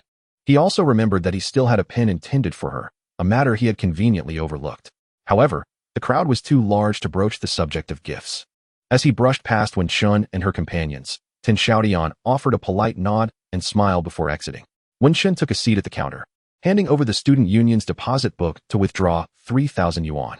The others displayed commendable decorum, standing a meter behind the yellow line. Guoqing picked up a stack of bills and placed them into the counting machine, which began its rhythmic clattering. Guoqing's inquisitive nature began to stir. "You look familiar. Are you from Dongdao?" Wen Shun smiled and nodded. "What a coincidence. That handsome young man who just deposited money is also from Dongdao. Don't you know him?" She countered. "How could I not? He comes here daily to deposit funds." Wen Shun was taken aback. "Daily? Depositing money?" "Indeed." Guoqing lowered her voice conspiratorially. "In just over 10 days, he has deposited more than 30,000 yuan, averaging over 3,000 a day. A combination of charm and wealth. Such a young man is truly a rarity." After withdrawing her 3,000 yuan, Wen Shun and the student leaders returned to campus. Throughout the journey, she pondered Guoqing's words. Her father's monthly salary barely reached 3,000, yet this Xiaotian was depositing that amount daily. What could he possibly do? This era marked the beginning of a societal shift as people sought to break free from ideological constraints, increasingly aspiring towards wealth. The affluent began to flaunt their riches, and society began to extol their virtues. The prevailing social atmosphere was undergoing a transformation. While Wen Shun was certainly not materialistic, she held admiration for successful men, and wealth was undeniably a significant marker of success. The image of Xiaotian as a superficial playboy began to fade, replaced by a burgeoning curiosity about him. On September 28th, the much-anticipated welcome gala of the College of Education finally commenced. This event served as a platform for artistic talents to shine, a prime opportunity for newcomers to establish their presence, and a venue for initial encounters between young men and women. In essence, amidst a sea of opportunities, everyone sought their own desires. Among all the departments at Dongdao, the welcome gala of the College of Education was particularly captivating, thanks to the abundance of beautiful women and an array of distinctive performances. Unlike other departments, where a few off-key boys could muster a small chorus or a group of rough men could clang a gong in a half-hearted act, such trivialities would never pass the preliminary selection in the College of Education. Without genuine skill, one would never grace the stage. At 6 p.m., the gala officially commenced. It was just past 4:30 when students began to arrive early to secure their seats. By 5:30, the auditorium of the East University was already filled to capacity. The event was co-hosted by Pega, the head of the arts department of the College of Education, and a graduate student invited for the occasion.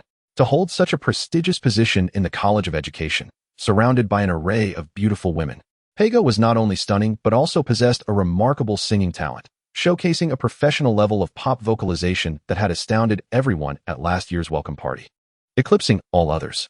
Had it not been for the presence of the exceptionally talented Wen Shun, Pega might very well have claimed the position of vice president of the student council. Today, she donned a water blue evening gown, which accentuated her porcelain-like complexion, radiating brilliance on stage and rendering her accompanying graduate brother as mere embellishment. Esteemed leaders, respected teachers, and fellow students, welcome to the welcome party for the class of 1998 of the College of Education, Pega began. Her voice resonated like birdsong echoing through the mountains, each note as precious as pearls falling onto a jade plate, eliciting waves of applause. Seated in the second row, left side of the performers' area, Wen Shun observed the dazzling Pega with a warm smile gracing her face, concealing the true thoughts swirling within her heart. There was a rumor circulating within the College of Education that Vice President Wen Shun and Minister of Arts Pega were at odds, with their covert rivalry purportedly reaching a boiling point. Many remarked that although Wen Shun had the advantage of her father being a vice president, Pega's family background was even more formidable, allegedly linked to high-ranking officials within the prestigious Xiaotian, rivaling that of Wen Luoyang. However, these were merely rumors. When the two met, they exchanged polite titles, Chairwoman Wen and Minister Pega, maintaining a courteous facade. At this juncture, the artistic performances commenced in earnest. The opening acts featured new students with artistic talents who had self-recommended and undergone rigorous selection, promising to deliver excellence. The program included classical ballet, vibrant aerobics, solo performances, and magic acts, all captivating the audience. Whether they were there to appreciate the performances or the beauty on stage, attendees certainly found their own pleasures. As a newcomer, Xiaotian also took to the stage to perform, strumming his guitar and singing Heart Too Soft. His handsome visage and talented performance garnered a resounding applause, prompting many girls from the College of Education to cast aside their reservations and cheer loudly. Xiaotian's face flushed with excitement, and he stood on stage waving to the audience, reluctant to leave. However, upon noticing the absence of that tall figure from dormitory 313, his elation swiftly turned to despair. The desire to shine and showcase his talent felt futile without the intended audience, akin to donning splendid attire for a night walk, leaving him profoundly disheartened. When Xiaotian, bent over, stealthily slipped in, the performances by the new students had already concluded. The stage was once again turned over to the legendary artistic talents of the College of Education. Old 7, you finally made it. Just now, third brother sang beautifully, and his guitar playing was impressive. Old 5 Zhang Man hurriedly welcomed Xiaotian to sit down. Wiping the sweat from his brow, Xiaotian explained that his tardiness was unintentional, as he had been delayed by an issue with 2 computers in the game room. Gao Yan made a gesture for silence, prompting everyone to hush. The program continued, one act after another. The senior students were finally satisfied, while the newcomers were left in awe, with applause growing ever more fervent. The College of Education boasts 4 classic performances: Peiga's song, Yanwu's dance, Sumo's bamboo flute, and Wenxing's violin. Notably, senior Yanwu, now in her 4th year, will present her final solo dance, a sight we shall no longer witness. Yanwu's performance, a solo dance titled The Spirit of the Sparrow, may not rival the profound skill of Yang Liping, yet adorned in her costume and illuminated by the stage lights, she exudes a captivating grace, embodying the essence of soft as bone with exquisite finesse.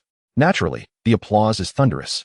Next, we are graced by the melodious bamboo flute piece Autumn Lake Moonlit Night, performed by Junior Sumo. The flute's notes weave a gentle, lingering melody, and her flowing white dress enhances her ethereal presence, leaving the audience entranced. This piece seems to belong to the heavens, a rarity to hear on earth. Upon Sumu's conclusion, Peiga gracefully adjusts her evening gown and returns to the stage, this time not as the host, but as the vocalist. As she steps onto the stage, the audience holds their breath, eyes gleaming with anticipation. At last year's welcome gala, Peiga and Wenxing, both newcomers, showcased equal talent. Clad in a bubble princess gown, Peiga serenaded the crowd with Your Sweetness by Fan Xiaotian, her enchanting voice captivating all, igniting the hearts of many engineering students. Just when everyone believed the beauty of the 1997 cohort had no rival, Wenxing appeared in traditional attire, a floral crown adorning her head, and her violin performance of Butterfly Lovers resonated for days, leaving an indelible impression. This dilemma, choosing between the adorable lowly and the goddess in ancient garb, remains unresolved. A year later, Peiga has adopted a more mature appearance, microphone in hand. She scans the audience and begins to sing. Yet to truly feel the season of snowflakes blooming, together we tremble. We'll better understand what tenderness is. Before we held hands, traversing barren sand dunes, perhaps from this moment on, we shall learn to cherish the eternity of time and space. Sometimes, I will believe all things have an end. Reunions and farewells come in due time. Nothing is destined to last forever, yet sometimes I would rather choose to linger until the scenery is fully revealed. Perhaps you will accompany me to watch the gentle flow of time. A stir arises from the audience as she performs Fei Wang's Red Bean. Peiga's ethereal voice bears a striking resemblance to Wang's, and her poignant rendition of Red Bean resonates deeply, enveloping the grand hall in silence apart from her song, as all are entranced by her voice. Truly, Peiga's singing reaches the depths of the heart. As her performance concludes, Peiga remains composed while a senior graduate takes the stage to deliver some transitional remarks. The curtain slowly rises, and the stage lights dim. Whispers circulate among the audience, speculating what image Wenxing will present this year. Will their long-standing rivalry find resolution? A spotlight suddenly shines down, causing the audience to gasp in awe. Even the most composed of young women cannot help but scream. At the center of the stage stands a figure clad in a white tuxedo, a white top hat perched atop their head, black shoes, white socks, with a blue ribbon adorning their right arm. It's Michael Jackson. Could it be that Vice President Wenxing has traded her violin for a microphone? This disruptive approach elicited a spontaneous standing ovation from the students, winning half the battle before the performance even began. As the music played, Wenxing struck several iconic poses reminiscent of Michael Jackson, then tossed his hat into the audience below. A tumultuous uproar ensued as those closest scrambled to seize the hat. On stage, Wenxing stood proudly revealed, his short hair slicked back with mousse, glistening like polished ebony, and his expression serious, his entire demeanor strikingly reminiscent of Lin Qingxia in a martial arts drama. What is gallantry? Wen Qin picked up the violin he had meticulously prepared, positioned it under his chin, inhaled deeply, and with a flourish of the bow, the notes burst forth into the air. Among the audience, those with discerning ears recognized the melody after just a few seconds, shouting out the title, Smooth Criminal. MJ's legendary piece, Smooth Criminal. With an air of haughtiness, Wen Qin conveyed through his gaze that he could perform the most rock-infused songs with the most classical of instruments, exuding passion and vitality. Undoubtedly, this competition was triumphantly claimed by Wen Qin's creative ingenuity. Pei Gu, standing behind the curtain, watched Wen Qin command the stage with effortless grace. Her heart heavy with bitterness, though reluctant to concede, she admitted to herself that this round was a loss for her. Once the performance concluded, Pei Gu composed herself and joined her graduate mentor on stage, while Wen Qin remained, quietly awaiting the forthcoming address from the college leadership and matters concerning the student council. Pei Gu invited the head of the education college, Xiaotian, who delivered an enthusiastic welcome speech, filled with the usual platitudes. Sparse applause echoed from the audience, prompting Xiaotian to wisely cut his remarks short. At that moment, Wen Qin, who had remained silent until now, naturally approached Xiaotian, effortlessly took the microphone from his hand, graciously invited him to take a seat, and then seamlessly occupied the prominent position he had just vacated, nestled between Pei Gu and her graduate mentor. Thank you, Dean Xiao, for your encouragement and care. I believe all the faculty and students of the education college will uphold the spirit of self-improvement and the principle of unity in knowledge and action as promoted by our university. Moving forward with pride, Wen Qin raised the microphone, continuing the thread of Xiaotian's earlier remarks as he began to speak. Anyone with a modicum of experience in rivalry could discern that this round yet again favored Chairperson 1, while poor Pei Gu, entirely unaware, had been stripped of her role as host. The cultural performance had concluded. However, several student council officers convened and decided to facilitate an interactive segment to lighten the mood. They announced an invitation for several freshmen to come on stage for self-introductions and to showcase a brief performance, with small gifts to be awarded, encouraging enthusiastic participation. Who would like to come up? In an instant, numerous hands shot up, with many calling out, "Choose me, senior." The dimly lit audience made it difficult for Wen Qin to discern faces, but his finger pointed towards the tallest figure, declaring, "You there? You seem the most eager, come on up." 1,000 gazes converged on the startled Xiaotian, who had just risen and was attempting to slip away. He stood frozen in disbelief. What is happening? Being invited onto the stage while wanting to escape. Was this a stroke of luck?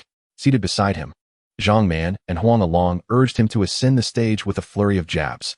Xiaotian surveyed the multitude around him, feeling compelled to bravely step onto the platform.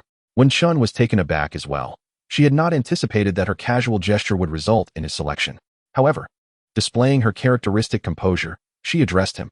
"Dear classmate, please introduce yourself." As Xiaotian grasped the microphone, an audacious girl in the audience sprang to her feet and exclaimed, "I know you. You're the one who ran 10 kilometers during military training. Little brother, you're a true gentleman from the School of Education." This revelation sparked a wave of excitement among the female attendees, who began to lose their composure. Thankfully, Wen Qin quickly interjected, "Come on, classmate, speak up. Can't you see the senior sisters are eagerly awaiting your introduction?" Taking a deep breath, Xiaotian spoke into the mic. "Hello, esteemed teachers and fellow students. I am Xiaotian from the class of 98, majoring in special education, hailing from the mountainous city, with a passion for basketball and a talent for English. I look forward to your guidance in the future." Before the audience could erupt in chaos, Wen Qin promptly added, "Excellent." Xiaotian's introduction was succinct and to the point. "Would everyone like to see our junior perform for us?" A resounding yes echoed from the female audience, their enthusiasm nearly shaking the very rafters of the auditorium. "Wonderful." Wen Qin's sparkling eyes darted towards Xiaotian. "Look how eager everyone is. Have you decided what performance you'll present?" At that moment, Xiaotian felt an overwhelming urge to knock out the vice chairperson, Wen Qin. Faced with such a large crowd, he found himself genuinely anxious. In his previous life, his profession had dictated a life shrouded in privacy, adhering to the principle of modesty. Thus, he seldom had the opportunity to step into the limelight. With nearly 1,000 eyes upon him, his palms were slick with perspiration, and the fact that he managed to complete his introduction was a testament to his forced composure. Everyone possesses their vulnerabilities. Noticing the beads of sweat forming on Xiaotian's forehead, Wen Qin clenched her fists. the veins on her arms visibly protruding, a clear indication of his excessive nervousness in front of so many people. "So, you are afraid too?" Wenxin found herself grappling with a less than noble sense of schadenfreude at his discomfort. "Junior, why are you clenching your fists? Are you planning to showcase some martial arts for us?" Wenxin teased, discovering a certain delight in teasing this tall and imposing boy. Tan Xiaotian gradually relaxed his fists. Her mention of martial arts sparked a new idea in him. "Vice Chair 1, I lack any artistic flair, unable to sing or dance. However, I have learned some martial arts in the past, and considering the number of ladies present, I would like to teach everyone some practical self-defense techniques. But I will need a female classmate to assist me." No sooner had Tan Xiaotian finished speaking than Bei Gu extended her long, fair arm, saying, "Junior, do you think I am qualified?" Having been suppressed by Wenxin for so long, Bei Gu seized this opportunity eagerly. "Thank you for your willingness to help, senior sister." For Tan Xiaotian, it mattered little who participated. They were merely props in his demonstration. He directed Bei Gu to stand behind him. "Senior sister, please pretend to be the assailant and wrap your arm around my throat." Pega acted upon her words. Yet her height of 168 centimeters posed a challenge when attempting to restrain the 185 centimeters tall Tan Xiaotian from behind. Tan Xiaotian, aware of this difficulty, slightly bent his knees and lowered his body to match Pega's stature. A warmth spread within Pega. As a person who was captivated by appearances, she held a favorable impression of the handsome Tan Xiaotian. His willingness to accommodate her did nothing but enhance her affection for him. "Senior, have you managed to restrain me? I am about to counterattack," he announced. The female students in the audience were keenly observing. If you ever find yourself in such a situation, do not panic. When an assailant approaches from behind, strike them fiercely in the abdomen with your elbow, then follow up with an upward punch aimed at their nose, which is particularly vulnerable. This will incapacitate the assailant for at least a minute, allowing you to escape. Tan Xiaotian provided a thorough explanation, demonstrating the moves several times for the benefit of those in the back. "Senior," he called softly, turning to Pega, who had momentarily lost her focus. "What is it?" The masculine aura of the young man in her embrace left her slightly dazed. "This time, I will play the role of the assailant. Did you remember the moves I just demonstrated?" For reasons unknown, Pega felt her cheeks flush as she shyly affirmed, "I did." "Excellent," Tan Xiaotian said, positioning himself behind her, wrapping his left arm around her delicate neck. "We can begin now." Though Pega was relatively tall for a girl, in the presence of Tan Xiaotian, she appeared petite and endearing, like a little bird. Stealing her resolve, Pega forced herself to focus, mimicking Tan Xiaotian's earlier movements. She executed the elbow strike and followed with a punch, surprisingly performing quite well. "Wonderful. What I just demonstrated was how to handle an assailant attacking from behind. Now, let us discuss how to respond to a direct assault," Tan Xiaotian resumed, stepping back in front of her and demonstrating a few more moves. Pega, invigorated, quickly grasped the essence of his teachings.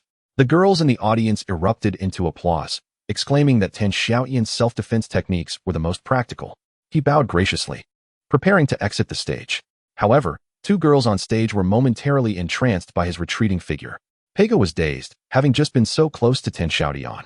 The potent scent of masculinity about him granted her an unusual sense of security. After all, what woman, regardless of age or status, does not seek a sense of safety? Meanwhile, Wenxin's interest in Tan Xiaotian intensified. Beyond mere curiosity, she sensed the subtle rivalry among girls, recognizing Pega's unusual reactions in Tan Xiaotian's presence. Unbeknownst to Tan Xiaotian, his spontaneous decision to teach a simple self-defense technique had garnered the admiration of two of the university's most beautiful campus flowers. As Tan Xiaotian approached the edge of the stage, a voice from below suddenly rose, cutting through the murmurs. "You pretty boy, with your flashy moves. Dare you to deceive everyone? Don't leave. Are you willing to spar with me?" Tan Xiaotian squinted down to see a tall, imposing youth striding towards the stage, his eyes filled with venomous hostility directed at him. Pega's expression shifted subtly. She recognized the individual before her, Wu Yihai, a wealthy heir currently studying at the Xiaotian Sports Academy, who was now pursuing her. Undoubtedly, Wu Yihai was unable to restrain himself upon witnessing her physical interaction with Tan Xiaotian. This was a highly anticipated welcome party, after all. What on earth was he planning to do? Wenxin immediately noticed the change in Pega's demeanor, and a flicker of dark amusement sparked within her as she anticipated an entertaining spectacle. Tan Xiaotian cast a glance at the aggressive Wu Yihai, disregarding him entirely as he continued to make his way down to the stage. This impetuous fool was hardly worth his attention. Yet, Wu Yihai had no intention of letting Tan Xiaotian off easily.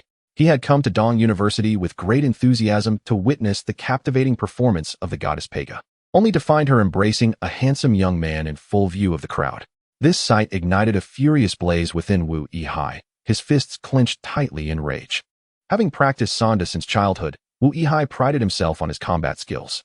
Currently specializing in fighting at Xiaotian Sports Academy, he regarded Tan Xiaotian's earlier self-defense techniques with disdain. Consumed instead by the desire to publicly humiliate him, Wu Yihai quickened his pace, strategically positioning himself at the staircase on the left side of the stage to block Tan Xiaotian's path, his gaze fixed on him with unmasked hostility. Planning to escape? Are you? If you yield to me, I might just let you go, he taunted. Tan Xiaotian remained unfazed, recognizing the futility of engaging with such a brazen fool. Should he teach him a lesson? With so many eyes upon them, it was hardly the ideal circumstance. Ignoring him seemed equally futile, as Wu Yihai would likely continue his provocations like a rabid dog. Just then, Pega approached with a smile, addressing Wu Yihai.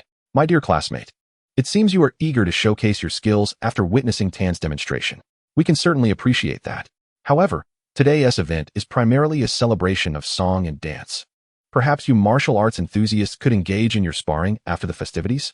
True to her role as host, Pega exhibited remarkable adaptability in the moment. Wu Yihai's arrogance somewhat diminished in her presence, yet he remained defiant. However, trouble was clearly afoot. Wenshin approached with a bright smile. Classmate, I don't believe we've met. Are you a student at our academy? It was evident that Wu Yihai's intellect was lacking, for he unwittingly revealed, I'm not from Dong University. I'm from Xiaotian Sports Academy. I was just watching this kid teach some self-defense moves, and it irked me. I intend to go on stage and have a little friendly spar with him. This single statement stirred a tempest among the male students below, igniting their fervor. Although they too were displeased with Tan Xiaotian for having the opportunity to engage closely with the illustrious Pega, they viewed Wu Yihai's intrusion as unwarranted. What business do you have here, showing off at our Dong University's event? They protested. If you're so displeased, perhaps you shouldn't have come at all. Xiaotian Sports Academy is not welcome here. The uproar was akin to a tidal wave, causing Pega's delicate figure to tremble slightly. Should this fool continue to speak indiscreetly and proclaim himself as her suitor, he would undoubtedly incite the wrath of the crowd. Wenshun was equally taken aback, not anticipating that her casual inquiry would lead to such a volatile reaction from the Dong University boys. Wu Yihai truly possesses a knack for self-destruction. Boldly raising his middle fingers towards the audience below.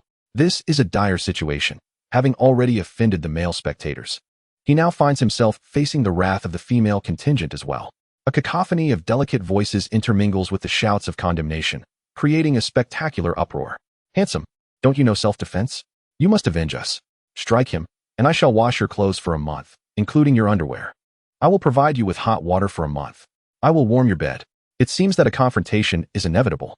Tan Xiaotian, feeling quite vexed, turns back to the center of the stage, stands firm, and beckons to Wu Yihai with a finger. The moment the audience realizes Tan Xiaotian is truly about to strike, thunderous applause erupts, nearly shaking the roof off. Amidst the cheer, someone shouts, "Take him down," and in an instant, the venue reverberates with the chant, "Take him down." Wu Yihai roars in anger and raises his leg to deliver a kick, confident that this pretty boy will be swiftly defeated. Yet, Tan Xiaotian's movements are astoundingly quick. Just as Wu Yihai commits to his action, Tan Xiaotian charges forward, nearly face-to-face with him, shoulder colliding with Wu Yihai's elevated foot in a fierce and powerful move. With a resounding crash, Wu Yihai is sent flying 3 to 4 meters, landing heavily on his back. After a brief moment of stunned silence, the audience erupts once more. Impressive. Beautiful. What a thrill. Only then do the brothers from dorm 313 feel entirely at ease.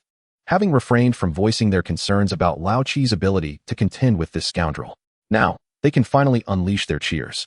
To their astonishment, Wu Yihai, demonstrating remarkable resilience, swiftly rises to his feet and charges forward again. Tan Xiaotian, with a low stance, executes a swift sweeping kick, effortlessly toppling Wu Yihai once more. Wu Yihai, determined, wobbles back up, but before he can utter a word, Tan Xiaotian seizes him by the shoulder, trips him with a deft maneuver, and delivers a shoulder throw, leaving Wu Yihai truly unable to rise again. The students below are going wild, fervently waving their arms and chanting Tan Xiaotian's name. Suddenly, the stage lights go out, as the auditorium supervisor, fearing an incident, orders the lighting technician to turn off the stage lights. However, the spotlight at the center remains lit. In the darkness, a single beam illuminates Tan Xiaotian, who opens his arms wide as if to embrace the audience below, or perhaps to bestow blessings upon them. The overhead light crowns him as if he were anointed by the heavens. With his 3 falls, Xiaotian solidifies his reputation, ensuring that from this moment on, no one in Donghai shall remain unaware of his name. Chapter 57. The serendipitous and elusive. Following the welcoming gala, the school grants an early holiday, culminating in a total of 10 days off, including the 7-day National Day break. Business around the university operates in this manner, as students return home for the holidays. The atmosphere turns desolate. Xiaotian network is no exception. According to Chen Xing's estimates, revenues during this holiday period will likely plummet by at least 50%. Xiaotian convenes a small meeting with Chen Xing, Sun Li, the night manager Bao Hongwei, and the newly recruited daytime manager Miao Bo. The meeting's primary agenda is the suspension of the ranking competition during the National Day holiday. During his absence, all matters at Xiaotian network will be overseen by Chen Xing, with Sun Li temporarily managing finances, ensuring that daily revenues are deposited into the bank. Having settled all matters, Xiaotian embarked on a train bound for Yanjing, carrying only a modest amount of luggage. He had promised Chu Ting that he would visit her in Yanjing, and then return to Shanxing together. Boarding the train at 7 p.m., he succumbed to slumber, and upon awakening, he found himself already in Yanjing. As he exited the station amidst the bustling crowd, he spotted Chu Ting standing gracefully beneath a pillar, clad in military green training attire, waving energetically and beaming at him with a smile that rivaled the sun. Xiaotian hastened towards her, their gazes seemingly glued together. After a month apart, their reunion left Chu Ting slightly overwhelmed, her long legs trembling ever so slightly. Instinctively, they embraced, and like any girl in the throes of love, Chu Ting closed her eyes contentedly, whispering Xiaotian's name in a dreamy manner. After what felt like an eternity, they finally parted, and Xiaotian grinned mischievously, jesting, "Class leader, you've tanned." Startled, Chu Ting quickly touched her face, playfully retorting, "With daily drills under the sun, how could I not? By the way, why do you look exactly the same?" Xiaotian wrapped his arm around her delicate shoulders as they walked out, but Chu Ting, blushing, tried to break free several times, ultimately conceding to his embrace. "Didn't I mention my good physical condition? I don't need military training," she protested. "Class leader, why are you still in your training outfit to pick me up? Didn't you say your training had concluded?" Covering her mouth, Chu Ting yawned. "The train station is quite far from our dorm, and the transportation is inconvenient. I came last night, fearing for my safety, so I opted for my training uniform to feel braver." "Hey, why are you staring at me?" Before she could finish, Xiaotian swept her into his arms again, this time with more force, as if he wished to meld her into his very being. "Xiaotian, what are you doing? Stop that, people are watching." "Ouch. Class leader, will you always treat me this way?" Xiaotian whispered a profound question into her ear. During breakfast, Xiaotian's mouth hardly paused, incessantly chiding Chu Ting. "Are you foolish? With so many hotels nearby, why did you spend the night in the waiting hall? What if you encountered a bad person?" Chu Ting listened with a smile, her heart warmed. "Xiaotian, where shall we go to have fun later?" She stifled another yawn with her hand. "We're not going anywhere. We'll eat until we're full, find a hotel, and sleep. Just look at how exhausted you are." The mere mention of sleep turned Chu Ting's face a shade of crimson, leaving her flustered. "You go ahead. I'll return to the dorm to rest." She began fiddling with the hem of her shirt. Xiaotian took a fierce bite of his bun, declaring, "Let us book 2 rooms then." Chu Ting replied softly. However, an unexpected turn of events arose at the hotel front desk, where Chu Ting, glancing at the price list on the wall, felt a pang of regret. A standard room cost an astonishing 349 yuan. 2 rooms would amount to 698 yuan. A staggering sum considering her monthly allowance was merely 1,200 yuan. Spending more than half of her budget on a single night felt rather painful. Xiaotian was already reaching for his wallet. Chu Ting stealthily tugged at his sleeve from behind, her voice barely above a whisper. "It's too expensive. Let's south find another place." In the heart of the capital, near the train station, a 3-star hotel is quite affordable. Knowing Xiaotian's family circumstances, Chu Ting, reluctant to let him spend excessively, decided to stake her own body as a gamble and settle for 1 room. 2 would be wasteful. Xiaotian's eyes widened, and a peculiar smile began to form on his lips, only to be met with a fierce glare from Chu Ting. She pinched the tender flesh at his waist and slowly twisted it clockwise by 180 degrees. "Don't think too much. I merely find it wasteful," she declared emphatically. "Ouch. Class monitor, be gentler," Xiaotian whimpered, feeling pain in his waist yet sweetness in his heart. The front desk clerk, admiring the playful couple, happily offered them a discount of 10%. Once the door to their room closed, Chu Ting felt a wave of nervousness wash over her. She nestled at the bed's head by the window, clutching the hotel's telephone directory as a makeshift weapon, vigilantly watching Tan Xiaotian. Amused, Tan Xiaotian disregarded her and retrieved his toiletries from his luggage before disappearing into the bathroom, the sound of running water soon echoing from within. Chu Ting's heart eased slightly. 10 minutes later, Tan Xiaotian emerged, shirtless and drying his hair with a towel. "There's hot water. Why not take a shower?" he suggested. "Tan Xiaotian, you rogue. Hurry and put on some clothes," she retorted. "What do I need to wear to sleep? Please draw the curtains."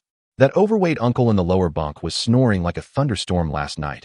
"I barely slept and need to catch up," he replied, burrowing into the covers. Turning his back to Chu Ting, and soon the rhythmic sound of his snoring filled the room. "Tan Xiaotian, Xiaotian," Chu Ting called twice, only to have her entreaties drowned out by the escalating volume of his snores. He truly had fallen asleep. Chu Ting rolled her eyes, set the directory down, and stealthily made her way to the bathroom. School life is not as convenient as home. After a month of military training under the sun and wind, she hadn't enjoyed a proper bath, and having spent the night in the waiting hall, she felt as if she were overrun with grass. The sound of water cascaded out, causing Tan Xiaotian's previously shut eyes to flutter open. He was no naive child, with a girlfriend possessing such a devilishly alluring figure, who could sleep soundly. Tan Xiaotian sat up slowly, lit a cigarette, and struggled to suppress the desires stirring within him. His soul bore the weight of a mature man acquainted with the pleasures of the flesh, yet he also embodied restraint and responsibility. The trust and kindness Chu Ting displayed by sharing a room to save over 300 yuan compelled him to refrain from any beastly behavior. Instead, he found himself wrestling with his own turmoil. When Chu Ting emerged, she immediately detected the scent of smoke in the air, causing her alertness to spike. Tan Xiaotian remained turned away, muttering, "Class monitor, get some rest. Once you wake up, we can explore Yanjing." His words shattered the psychological defenses Chu Ting had painstakingly erected, leading her to believe that the boy on the bed had justified her long wait in the train station. On her bed lay a pencil case, and Chu Ting slowly opened it, revealing a pink fountain pen. "Thank you, Xiaotian," she murmured, closing her eyes to savor a faint floral fragrance and the ethereal sound of nature. On another bed rested her first love, and the longing that had consumed her the night before transformed into immense happiness in this moment. When she opened her eyes again, it was past 4 in the afternoon. The room was empty, yet it carried a subtle scent of tobacco. A hint of anxiety crept into Chu Ting as she sat up and called out, prompting Tan Xiaotian to emerge from the bathroom with a smile, smoke still curling from his hand. "Class monitor, you're awake. Hurry up, let us go for a stroll." "Smoking again," Chu Ting chided lightly before washing her face in the bathroom and preparing to leave. Tan Xiaotian remained rooted in place, asking, "Class monitor, are you really going out in that?" Chu Ting glanced down at her military green training outfit and couldn't help but chuckle before changing clothes. Once they exited the hotel, they took the subway to Tiananmen Square and then strolled leisurely along the Red Palace walls. Throughout their walk, conversation was sparse. They occasionally exchanged knowing smiles during shared glances. After an hour, they arrived at Hohai, which had yet to be overdeveloped, featuring only a few bars and a modest number of patrons. They chose a charming bar by the lakeside, seated themselves, and faced the shimmering surface of the water. As the sun descended, its crimson hues painted half the sky. Clouds floated serenely above the water, while their reflections rested peacefully below. Unbeknownst to them, Chu Ting inched closer to Tan Xiaotian, eventually looping her arm through his and resting her head on his shoulder. Together, they silently admired the breathtaking scenery, enveloped in a profound tranquility that descended like twilight. "Say something, Xiaotian," she prompted. "What should I say?" He replied. "Something akin to the poem Seen or Unseen," she said, curling up like a cat beside him. Tan Xiaotian turned to observe the surrounding courtyards of Hohai and began, "The courtyards of Hohai have trees." Confused, Chu Ting looked up at him. "Jade of the Xia dynasty. The clouds of this moment, you in your 20s. Upon hearing the last 2 lines, Chu Ting let out a long sigh from her chest, her hands tightly entwined around Tan Xiaotian's neck, unwilling to let go. After a while, she inquired, "What is the name of this poem?" "Matters of Serendipity," he answered. In the distance, a singer strummed a guitar, serenading the night as his voice floated over the mirror-like water. "The night is dimming, faint glimmers flicker, calling you softly, over and over again. The whispers of the wind seem to admonish me. How could true feelings be forgotten? Do you remember the promises made to you? My love runs deep and tender. Tan Xiaotian felt that two significant milestones had been achieved since his rebirth, attending university and experiencing a pure and innocent romance, both of which had been regrets in his previous life. Just like now, as Chu Ting allowed him to hold her hand, they strolled down Zhongwankin's electronic street, flanked by various computer-related shops. Although Chu Ting found it rather perplexing that Tan Xiaotian chose to visit such a computer sales establishment instead of the Forbidden City or the Great Wall during his trip to Yanjing. She was in the throes of romance, and whatever her boyfriend said was gospel. The destination mattered little. Chu Ting was unaware. Yet Tan Xiaotian was acutely cognizant of the significance of his location. He stood at the very heart of China's burgeoning IT industry, a place where aspirations take flight. Established in 1988, and after a decade of growth, Zhongwankin now boasts 506 high-tech enterprises and has formed 114 corporate groups, among which over 10 have emerged as influential multinational corporations. Leveraging Yanjing's robust technological prowess and academic foundations, Zhongwankin has established itself as a premier high-tech development zone, radiating influence across the nation and creating a plethora of historic milestones and illustrious figures. Tan Xiaotian's purpose for being there was not one of pilgrimage. He was seeking collaboration for the Jintian gaming management system.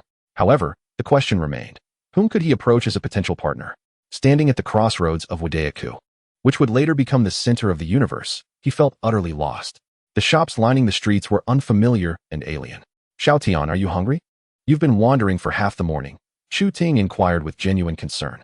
Let us eat first. Afterward, I'll buy you a laptop. You'll find it useful for your studies. Chu Ting was somewhat taken aback. Purchasing a computer was indeed part of her plans. But she had intended to buy a standard desktop upon her return from the upcoming National Day holiday. A laptop? The cheapest would cost over 10,000, wouldn't it? No, my dad promised to buy me a computer. I can't spend your money. Besides, I only need a desktop. A laptop is too expensive and unnecessary. Stop with your and your nonsense. My money is your money, and your money is still your own. Save the money your uncle gave you. Besides, can you really carry a desktop to class? A laptop is far more practical. Just trust me. Perhaps it was Tan Xiaotian's assertiveness that softened Chu Ting's tone. Where are you getting the money? Laptops are expensive. It's nothing. I made a little profit from some business with Xiaotian. Now, enough questions. Let us eat. Tan Xiaotian spoke with confidence, as his fledgling enterprise, Jintian Network, had already generated over 60,000 in revenue within less than a month, making the purchase of a laptop quite feasible. With a gentle tug, Tan Xiaotian led Chu Ting into a nearby fast food restaurant. After satisfying their hunger, he continued to pull her along. Xiaotian, you really don't need to buy me a laptop. Chu Ting persisted in her refusal. But she noticed a change in Tan Xiaotian's expression. He gazed into the distance with a look of exhilaration, as if he had discovered a new continent. Class monitor, let us go. We're heading to that shop. Following the direction of his pointed finger, Chu Ting noticed the sign of a store, Jingdong Multimedia. She was baffled by Tan Xiaotian's fervor as he seized her hand and rushed into the doors of Jingdong Multimedia. Behind the counter, a young man with thick eyebrows and bright eyes was engrossed in the internet at his computer. The walls were adorned with an array of CDs and burners. This did not seem to be a place that sold laptops at all. As Chu Ting pondered in confusion, the young man with thick eyebrows and large eyes had already risen, greeting them politely. Hello, what can I assist you with? Tan Xiaotian's expression was peculiar. He opened his mouth and then closed it, raising and lowering his hand, caught in a state of bewilderment and extreme excitement. Xiaotian, it seems we have come to the wrong place. They don't sell what we are looking for here. Chu Ting tugged at Tan Xiaotian. Oh right. They don't have laptops here. After reluctantly bidding farewell to the young man, Tan Xiaotian was pulled away by Chu Ting. Not far from the exit, they came across an IBM specialty store. Tan Xiaotian pushed the door open and entered. Before the sales representative could utter a word, he pointed at Chu Ting, saying, Choose a suitable laptop for my girlfriend quickly. I have other matters to attend to. The sales associate, quick to respond, pointed to the top model on display. Sir, this is our latest model, equipped with an Intel 333 processor, 128 megabytes of RAM, and a 10 gigabytes hard drive. Currently the most advanced configuration, weighing only 12 kilograms. Sleek and compact, priced at $25,800. Before the sales representative could finish, Chu Ting interjected, No, it's too heavy. She nearly exclaimed the word expensive. Having encountered numerous customers, the sales associate recognized that Tan Xiaotian and Chu Ting were likely a couple of university students, and the dissatisfaction was undoubtedly due to the price. With a smile, she suggested, Miss, how about this model? It has a Celeron 276 CPU, 128 megabytes of RAM, and an 8 gigabytes hard drive, weighing less than a kilogram. Priced at only $16,800. Excellent value for money. I'll take it. Card please. Tan Xiaotian produced his bank card, and the sales associate's eyes narrowed into a smile, hoping that all customers would be as swift and decisive as this handsome young man. Chu Ting was about to refuse when the sales associate had already taken the card from Tan Xiaotian's hand, cheerfully commenting to Chu Ting, "Your boyfriend is truly wonderful. He's willing to buy you such an expensive laptop. How enviable." Chu Ting suddenly envisioned the scene in the dormitory when she would unveil this laptop, and her roommates would look on with envy. She swallowed the words she intended to say. As Tan Xiaotian completed the payment, the sales associate brought forth a plethora of gifts, laptop bag, mouse, and more, apologetically stating, "Sir, our technicians are currently installing the latest version of Windows 98 on your laptop. It may take a few minutes." Perfect. Chu Ting, why don't you follow them and learn some basic computer operations? I'll check out that previous store. Once you're done here, come find me there, Tan Xiaotian said as he exited, leaving Chu Ting momentarily bewildered. Had it not been for the solitary male figure in the Jingdong multimedia store, Chu Ting might have doubted Tan Xiaotian's intentions. Was a shop selling CDs truly that captivating? Tan Xiaotian pushed open the door to Jingdong multimedia once more. The young man with thick eyebrows and large eyes, noticing the return of the handsome gentleman, smiled and rose again. "Hello, sir, how may I assist you?" "Donggo, I have developed a set of software for managing internet cafes and wish to sell it here. However, as I am not from Yanjing and cannot stay long, I am seeking a partner." Tan Xiaotian decided to be direct and straightforward in order to leave a good impression on this influential figure. "You know me?" The young man with thick eyebrows looked puzzled, surprised that this handsome gentleman was familiar with his name. "The individual from the neighboring establishment informed me that you possess expertise in software and are a distinguished graduate of Renmin University." Tan Xiaotian, having fabricated a modest falsehood, solemnly extended his hand, introducing himself as a current student at Donghai University. Lu Dong, with his prominent brows and expressive eyes, hesitated momentarily.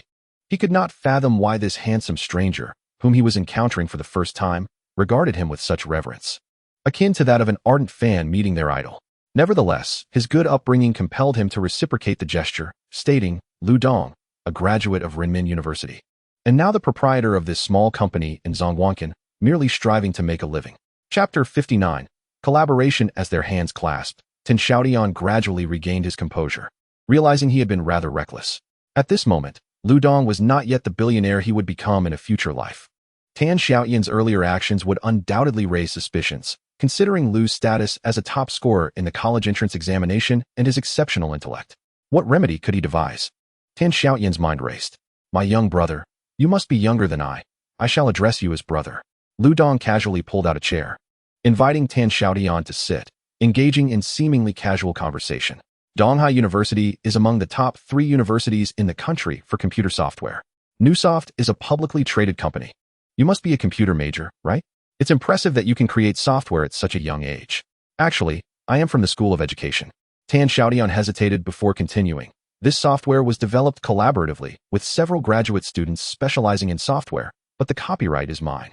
As he spoke, he retrieved a few 3-inch floppy disks from his pocket. From the School of Education? Lu Dong was not overly surprised, as he himself was a sociology student at Renmin University, who had gradually ventured into programming due to his passion. Thus, he naturally assumed that Tan Xiaotian had similarly crafted the software out of interest. This shared enthusiasm further piqued Lu Dong's curiosity about Tan Xiaotian's creation. Inserting the floppy disk into the computer, Lu Dong seized the opportunity to inquire while waiting for the software to load. "What inspired you to develop a cyber cafe management system? Are there many cyber cafes currently in Xinjiang?" In 1998, internet access was exorbitantly priced, averaging 30 yuan per hour, a cost that barred the majority of consumers. Even in Yanjing, true cyber cafes were scarce. While it's termed a cyber cafe management system, it is essentially for a gaming room, Tan Xiaotian explained with a smile, adding, "My family operates a gaming room, and the business is quite good." Realization dawned upon Lu Dong. This individual might well be a second-generation affluent heir, as his family was involved in the gaming industry, thus motivating the software's development. At this juncture, the software completed its operation and entered the main interface. Lu Dong relinquished his position to Tan Xiaotian, allowing him to elucidate the features. Given that the Jintian Cyber Cafe management system was designed for a local area network, and with only one computer available, many functionalities could not be showcased. However, The astute Lu Dong gleaned a preliminary understanding of the software from Xiaotian's explanation. The initial impression was one of convenience. With this management software, the network administrator could control all the computers from their seat, an exceptional ease. Secondly, the interface was both simple and efficient, categorizing various types of games, thereby enabling users to select according to their preferences. With the advent of this management software, the potential for significantly reducing labor costs is immense. This singular advantage alone heralds a promising market outlook for the software. Lu Dong began to contemplate the future market positioning of this product in silence. Upon noticing Lu Dong's pensive demeanor, Xiaotian wisely refrained from speaking, allowing the shop to descend into a tranquil hush. After a prolonged period of reflection, Lu Dong finally spoke. It appears that this software is not yet fully completed. There are bugs. Indeed, this is merely a testing version. The official release will be finalized after the 11th. Following this exchange, silence enveloped them once more. Xiaotian and Lu Dong exchanged glances, both thinking how challenging it was to converse with such an influential figure, as his true thoughts remained elusive. Eventually, Lu Dong broke the silence again, inquiring about the software's pricing. "Did you consult anyone else before approaching me?" Xiaotian retrieved a cigarette pack, gesturing toward Lu Dong, who waved his hand dismissively and made a gesture inviting him to proceed. After lighting a cigarette and taking a leisurely drag, Xiaotian replied, "I must admit, I have not considered the pricing. Brother Dong, you possess experience in this area, so I would appreciate your insights. Furthermore, you are the first professional in this field I have encountered since arriving in Yanjing, so rest assured." Lu Dong furrowed his brows in contemplation. This software was indeed commendable, with undeniable market potential worthy of promotion. However, if he were to consider collaboration, there were essential matters to address up front. "I can take responsibility for the Yanjing aspect, but I need to deliberate and draft a detailed proposal. Before that, I require an authorization letter to secure my rights. Can you agree to this?" "Absolutely. As long as Brother Dong consents, we can sign the authorization letter right now, and you will also determine the pricing." Xiaotian responded swiftly, without a moment's hesitation. Lu Dong regarded Xiaotian intently, poised to speak when Chu Ting entered, carrying a laptop bag while conversing on the phone. "Mom, my train arrives tonight, and I'll be home by morning. Right now, I'm out shopping with classmates. They're urging me to hurry, so I must go." Lu Dong quickly noted that Chu Ting held a Motorola 998 phone and that her laptop bag bore the IBM logo. Glancing at her, with her slender waist and long legs, he felt a significant weight lift from his shoulders. With such an attractive girlfriend wielding one of the most expensive phones available and having just purchased an IBM laptop within mere minutes of leaving him, it was evident that Xiaotian was a wealthy second-generation heir and one devoid of ulterior motives. Such a partnership seemed almost divinely orchestrated to rescue him. While Xiaotian was aware that Lu Dong was destined to become one of the wealthiest individuals in Huagua, he remained oblivious to the fact that 1998 marked a nadir in Lu Dong's life. His previous restaurant venture had suffered severe losses and closed down. Out of necessity, he had rented a space in Zhongwankan to engage in the sale of CDs. In that moment, he desperately needed a lifeline to elevate him from the mire. It was during this time that Xiaotian appeared, embodying the role of an impulsive and somewhat naive wealthy heir, which was akin to a long-awaited downpour after a drought for Lu Dong. Lu Dong promptly printed 2 copies of the authorization letter, and after a cursory glance, Xiaotian swiftly signed his name. After a brief conversation, Lu Dong learned that Xiaotian would be departing from Yanjing that very night. Consequently, he requested Tan's phone number and email address. They agreed that once the official version of the Xiaotian Internet Cafe Management System was released post the 11th, Lu Dong would promptly initiate promotion efforts in Yanjing. As for the detailed proposal and pricing, Lu Dong planned to make a decision after visiting several gaming establishments in the coming days. Their conversation was delightful, and after shaking hands and bidding farewell, Xiaotian exited with exuberance. This trip to Yanjing proved to be extraordinarily fruitful. The opportunity to meet Lu Dong was a pleasant surprise. With someone as influential as Lu Dong promoting the software, success was almost guaranteed. More importantly, getting to know someone like Lu Dong, who had experienced the world since 1998, was invaluable. Initially, Xiaotian had intended to offer the Xiaotian Internet Cafe Management System for free to various gaming houses. His mindset was rooted in the internet philosophy of his past life. First offer for free, and later, as the gaming houses transitioned into internet cafes, leverage the massive installation base of the management system to penetrate the advertising market. However, after meeting Lu Dong, the notion of free became impractical, as it would be unfair to let Lu Dong toil without compensation. Thus, He decided to provide free upgrades only after the gaming houses had transformed into internet cafes. Chapter 60. Membership system. Throughout the journey back to Xiaotian from Yanjing, Tan Xiaotian's spirits remained high. His joy was contagious, and Chu Ting shared in his delight. Although she did not comprehend the details of Tan Xiaotian's conversation with Lu Dong, she recognized that her boyfriend was engaged in serious business. After all, he was merely a freshman. He had already developed a software and was contemplating market expansion in Yanjing. What an impressive achievement. Chu Ting felt a swell of pride in her heart, and her affection for Tan Xiaotian only deepened. In silence, they traveled on the green train for over 8 hours. Finally arriving at the Shanqing train station, Chu Ting, clutching her suitcase, exited the station first. She knew that Chu Chang and Lin Wanhong were there to pick her up, and she was determined not to appear alongside Tan Xiaotian, as that would surely lead to chaos during the holiday. After waiting on the platform for over 10 minutes, Tan Xiaotian emerged from the train station, having waited for all the other passengers to leave. He hailed a taxi and headed straight for the Tan family's old noodle shop on Erdeo Street, fully aware that his parents would be busy at the restaurant. As expected, the noodle shop was bustling with patrons at breakfast time. The moment Tan Xiaotian appeared, Song Chunhua dropped her tasks and rushed over, exclaiming in surprise, her tears flowing before she could even utter a word. "My son, you've tanned and lost weight. Are you eating and sleeping well at school? Is anyone bullying you? How are your teachers and classmates treating you?" This barrage of questions left Tan Xiaotian speechless, though fortunately, Song Chunhua didn't require his responses. She proudly took his hand and introduced him to every customer dining in the shop, saying, "This is my son, a university student at Donghai University." Such a tall young man, boss lady. You are truly blessed to have a son in college. Your worries for the later years are over. What a fine young man. Boss lady, he takes after you. Song Chunhua beamed with joy at the compliments directed at Tan Xiaotian, and she generously gifted each patron a braised egg. Her rare display of generosity left the diners in awe. During the recent holiday, Tan Xiaotian encountered Zhang Daping and Ma Wei, and the trio enjoyed an evening of revelry. They then visited Haihong's karaoke venue, where Haihong remained as captivating as ever. Upon seeing Tan Xiaotian, she expressed her desire to visit Xingtian to see him, to which he wholeheartedly agreed, extending a warm welcome. On October 4th, classmates from the former third class of the senior year, who had gained university admission, gathered and brought some fruits to visit their homeroom teacher, Ren Shufan. Among those present were Chu Ting, Zhang Daping, Ma Wei, Zhou Yun, Sun Rui, and Tang Yiru. Ren Shufan was delighted and invited everyone to stay for a meal. Ultimately, the students pooled their resources to host a teacher appreciation banquet at a nearby restaurant. Ren Shufan, who typically abstained from alcohol, made an exception and enjoyed a glass of beer.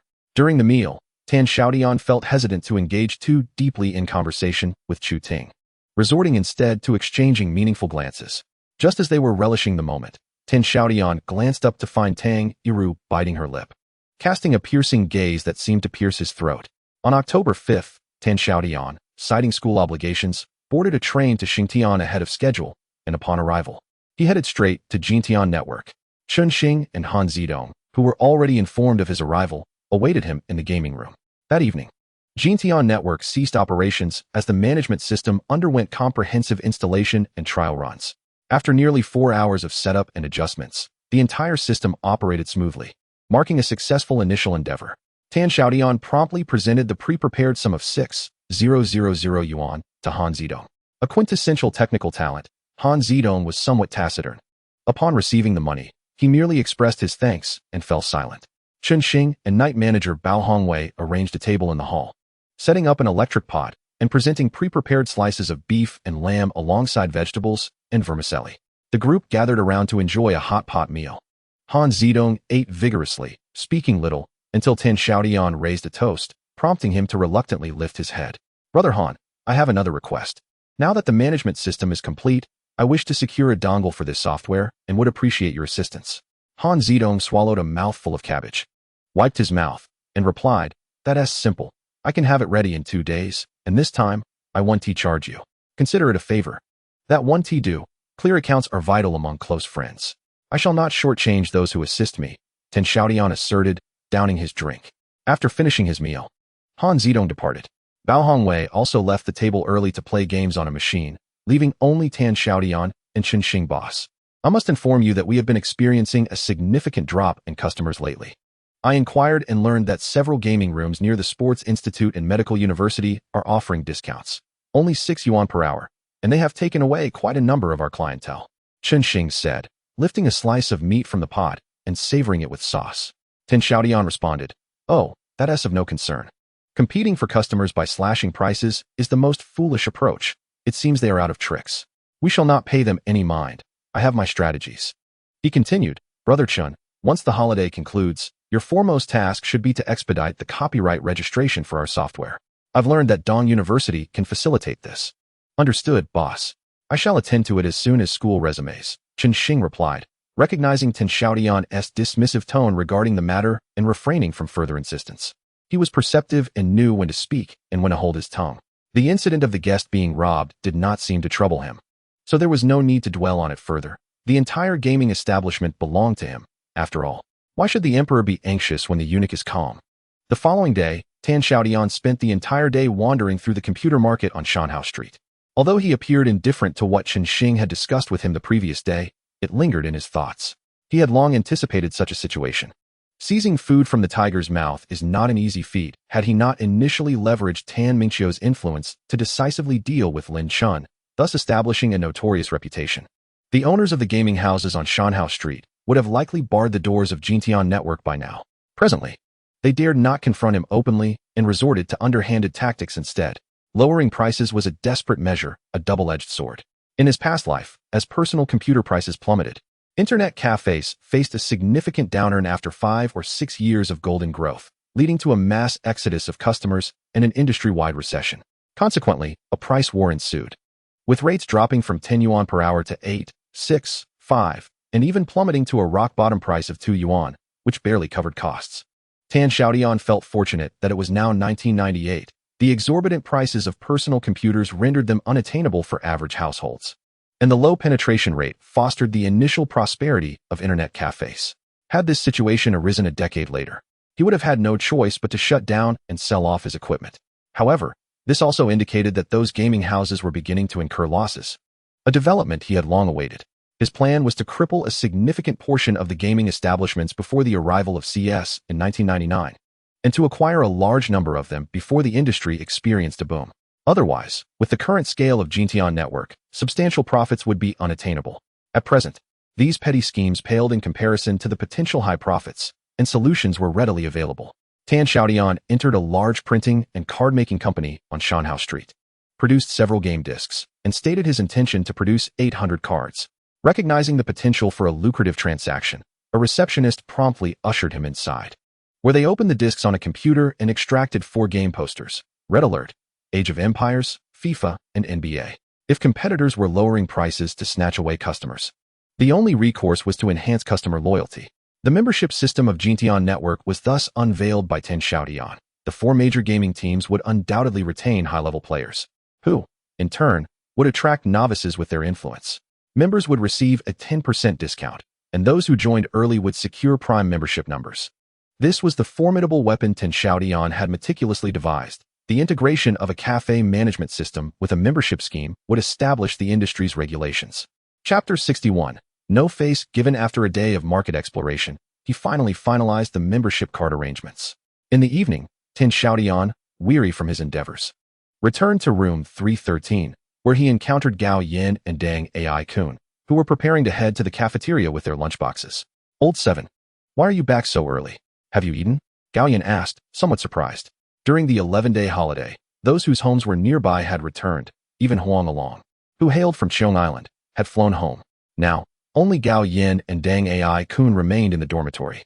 Gao Yin's home is too distant, while Dang Ai Kun is homeless. Thus, the elder and younger brothers have become the steadfast companions of 313.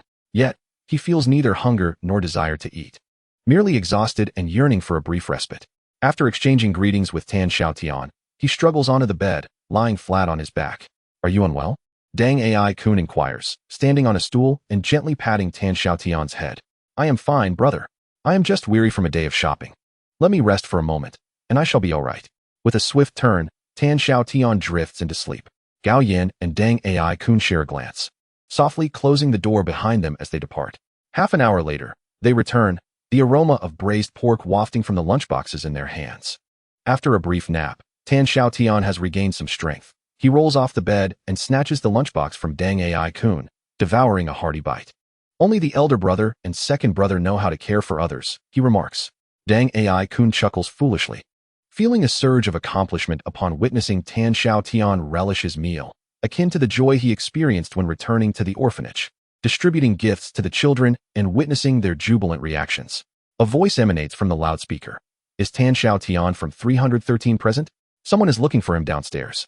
3 minutes later, clad in slippers and clutching the lunchbox, Tan Xiaotian appears on the lower floor of East Building 3. At the entrance stands Pei Gu. Her long hair cascading down her shoulders, her features strikingly beautiful as she feigns interest in the dormitory regulations on the wall. Surrounding her, groups of boys either stand or crouch, discreetly stealing glances at Pei Gu, some whispering among themselves. This Tan Xiaotian is quite the pretentious one. Last time it was Wen Chun, now it's Pei Gu. Isn't it just a matter of being handsome? Another remarks, what the hell? He actually dares to wear slippers to meet Pei Gu. No one stopped me. I'm going to confront him. Surprised to find Pei Gu seeking him out. Tan Xiaotian has a favorable impression of the beautiful and talented senior, albeit one limited to the brief moments they shared at the welcome gala, after which their paths diverged. As he approaches while eating, he inquires with curiosity, "Senior, are you looking for me?" Pei Gu, irked, responds, "I came to find you. Yet you don't greet me with the proper decorum, and you dare to appear in slippers. Do you truly believe that being handsome grants you carte blanche?" Her radiant smile gradually turns frosty. Tan Xiaotian, your demonstration of self-defense techniques for girls at the last gala was highly praised by your classmates. On behalf of the class of 97 in educational technology, I invite you to perform a detailed demonstration for the girls once more.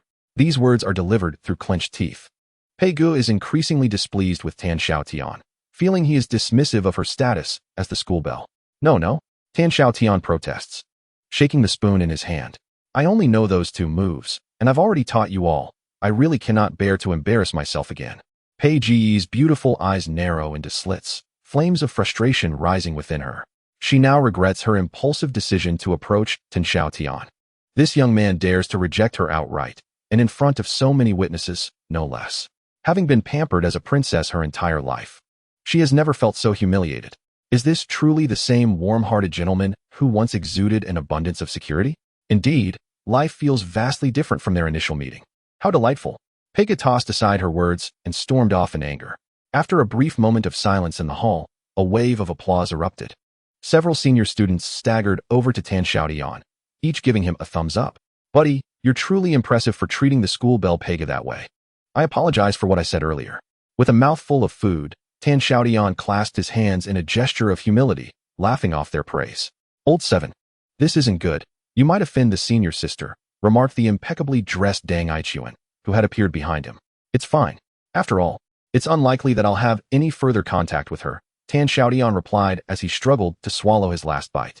He then curiously inquired, "Second brother, what are you up to? Going on a blind date?" A faint smile creased the dark, thin face of Dang Aichuan. "I found a tutoring job. I must head to class now. I can't chat, so I'm off." As Tan Xiaotian watched Dang Aichuan's figure disappear, he turned to head upstairs and entered room 313. "Boss, does second brother not have enough money? Why is he looking for tutoring work? I still have some, why not?" Before Tan Xiaotian could finish, he was interrupted by Gao Yan. "You know second brother's character. If anyone shows a hint of sympathy, he becomes irritable. Who would dare bring it up?" Gao Yan continued. "I do know that his scholarship was rated as second class, amounting to 4,000 yuan per semester, which is enough for meals. But if he wants to do anything beyond that, it's certainly insufficient. I don't understand what the student council is thinking. They couldn't even award him a first-class scholarship under these circumstances. By the way, old 7, I noticed that Chairman 1 of the student council seems to have a good impression of you. If you have some free time, maybe you could ask her on behalf of your second brother. He is too shy to do it himself." Upon hearing Gao Yan's words, Tan Xiaotian recalled that he had bought a pen as a gift for Wen Chun, but had never delivered it due to unforeseen circumstances. He decided to try his luck tomorrow. Perhaps he could indeed assist Dang Aichuan. After completing his evening routine and lying in bed, Tan Xiaotian mentally organized his tasks. First, he needed to register the copyright for the management system of Jintian Internet Cafe, then contact Lu Dong and find a software agent in Xingtian. Once he had the membership card ready, he would begin establishing a membership system. As Tan Xiaotian drowsily pondered these matters, he felt overwhelmed by the complexities of entrepreneurship. How did Muing manage to handle so many prickly issues daily with such order? Suddenly, a chilling realization struck him, and he broke into a cold sweat, instantly alert. Damn it, after thinking of so much, I completely forgot that classes officially start on the 8th. I am a college student now, with this newfound awareness. He found it difficult to return to sleep, and it wasn't until midnight that he finally drifted off. The next day, he woke late, treated Gao Yin and Dang Aichuan to breakfast, and concocted an excuse to part ways with them. Alone, he returned to school, found a secluded corner, and took out his phone. Relying on his remarkable memory, he dialed Wen Chen's pager number. 2 minutes later, he received a return call. This time, without waiting for the other end to speak, Tan Xiaotian initiated the conversation. Hello, Chairman Wen. This is Tan Xiaotian. I have something I would like to report to you. I wonder when you might have some time. The voice on the other end, crisp and lively, indicated that Wen Chun was in good spirits. Tan Xiaotian, I remember you. How about this? At 9 o'clock, you are to visit the student union office at the academy to meet with me. Chapter 62, a series of fortunate events. Wen Chen's cheerful disposition had its reasons. News of Pei Ji's embarrassment at the hands of Tan Xiaotian reached her almost immediately. While she was not overwhelmed with joy, this revelation afforded her a delightful dream, prompting her to readily agree to Tan Xiaotian's request for a meeting. As the holiday was still in effect, only Tan Xiaotian and Wen Chun occupied the student union office.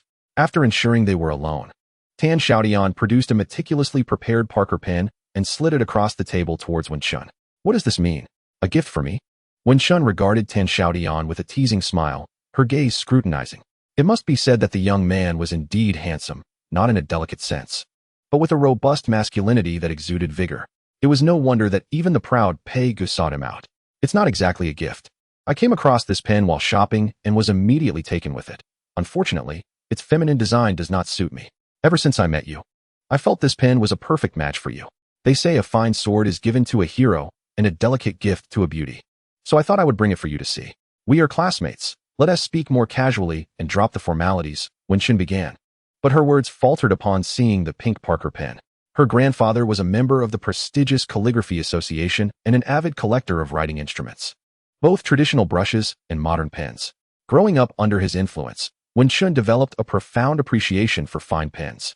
Upon laying eyes on this pen, she was instantly enamored. The rarity of a pink pen ignited her curiosity. How did he know it was her favorite color? Had he secretly investigated her preferences? Despite her cleverness, she was merely in her early 20s, still possessing the heart of a young girl.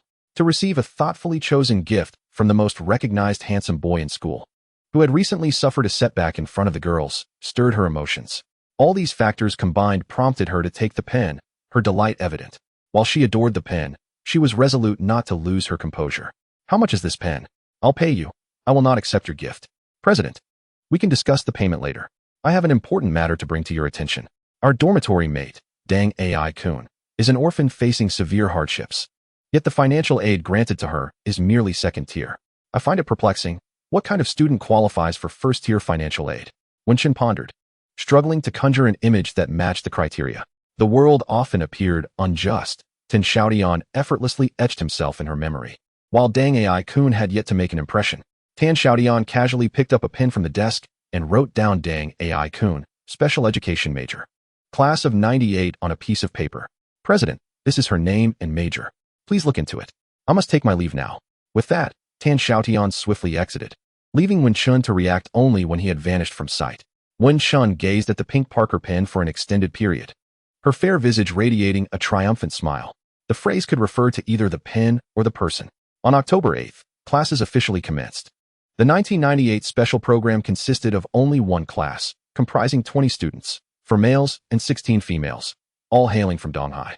This program is distinctive. Upon graduation, students are assigned to specialized educational institutions such as schools for the blind, deaf, or those with intellectual disabilities. Thus, they are primarily nurtured by the local education bureau. The first year primarily consisted of general courses, such as college English and Marxist theory, attended alongside students from other disciplines within the College of Education. Tan Xiaotian placed great importance on attending classes. Unless faced with an exceptionally urgent matter, he typically arrived at the classroom to make a favorable impression on the instructors. Fortunately, everything else progressed smoothly. The Jin Tian Internet Cafe Management System swiftly secured copyright registration, prompting Tan Xiaotian to contact Lu Dong and send the official software version via email from the computer lab at East University. Operations commenced briskly in Yanjing. With terms negotiated, for every software package sold, Lu Dong and Tan Xiaotian would split the profits evenly. Progress was also evident on the Xiaotian front, as assistance from a graduated peer of Chunxing facilitated the distribution of the management system among various computer vendors on Shanhao Street, priced similarly to Yanjing at 2,800 yuan. Tan Xiaotian established the same conditions for vendors as he did with Lu Dong. Each sale would yield 1,400 yuan for the vendor, ensuring they would exert considerable effort in promotion.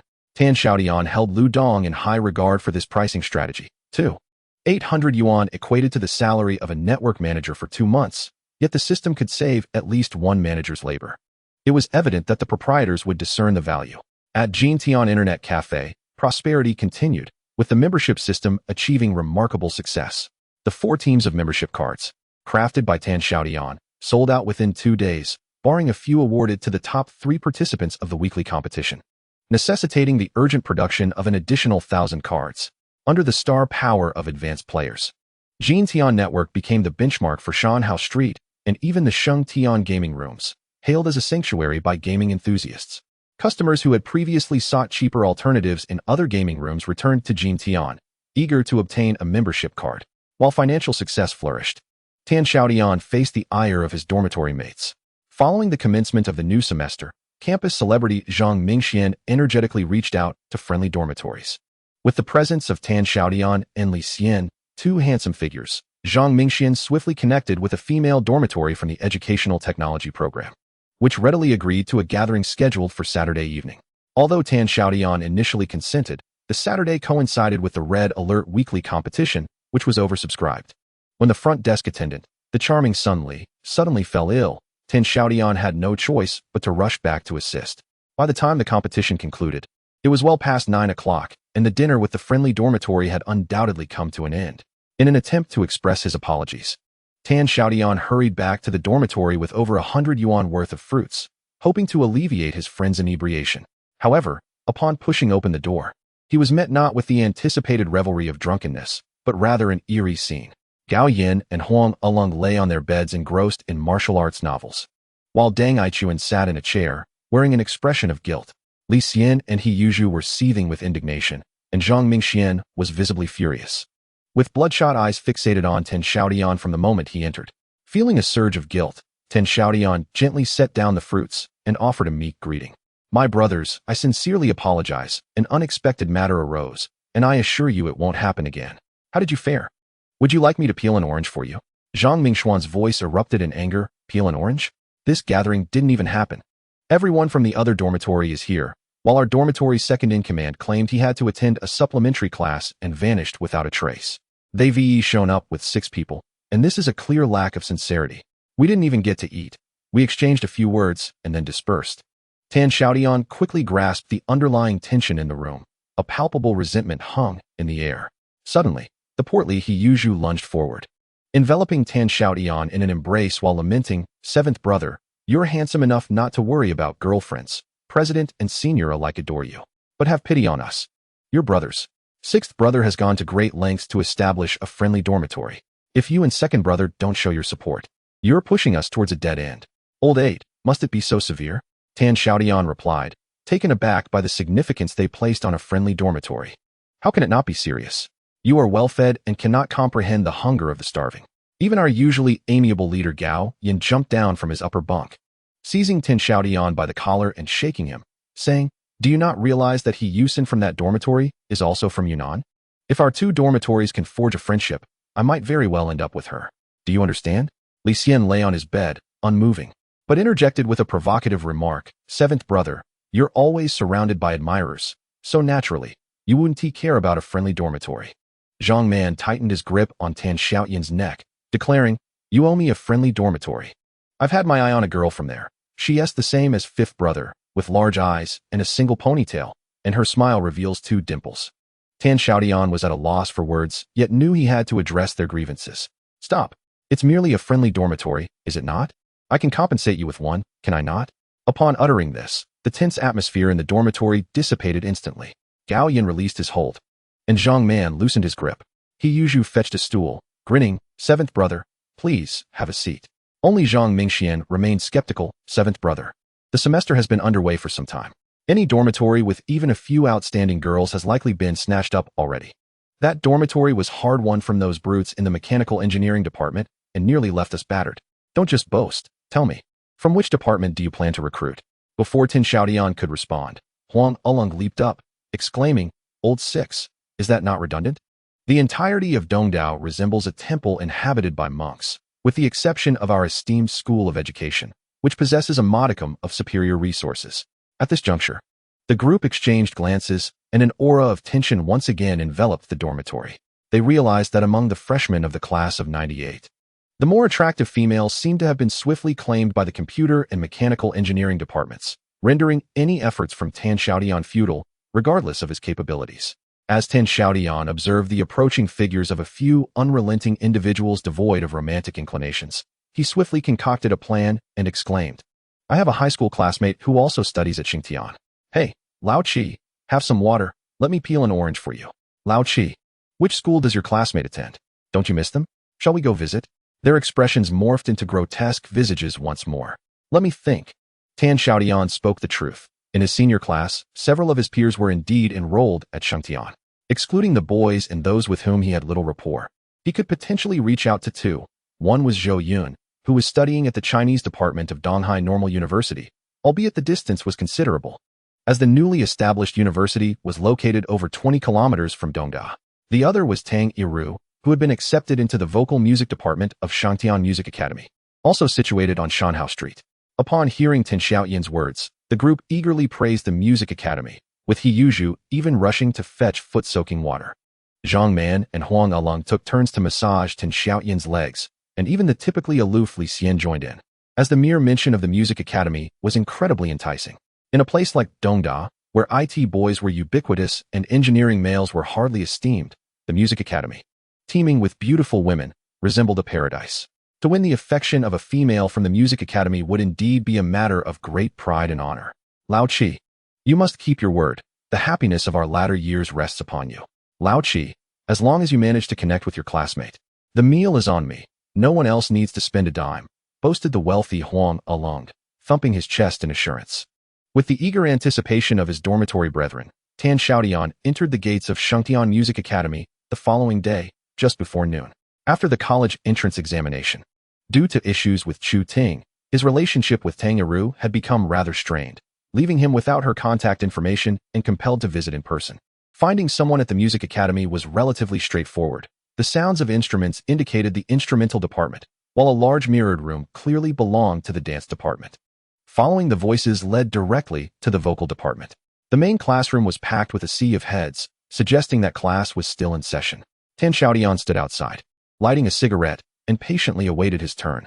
Curious glances from passing girls initially scrutinized him, but upon recognizing his visage, they shyly averted their eyes, only to steal furtive glances at the unfamiliar handsome stranger.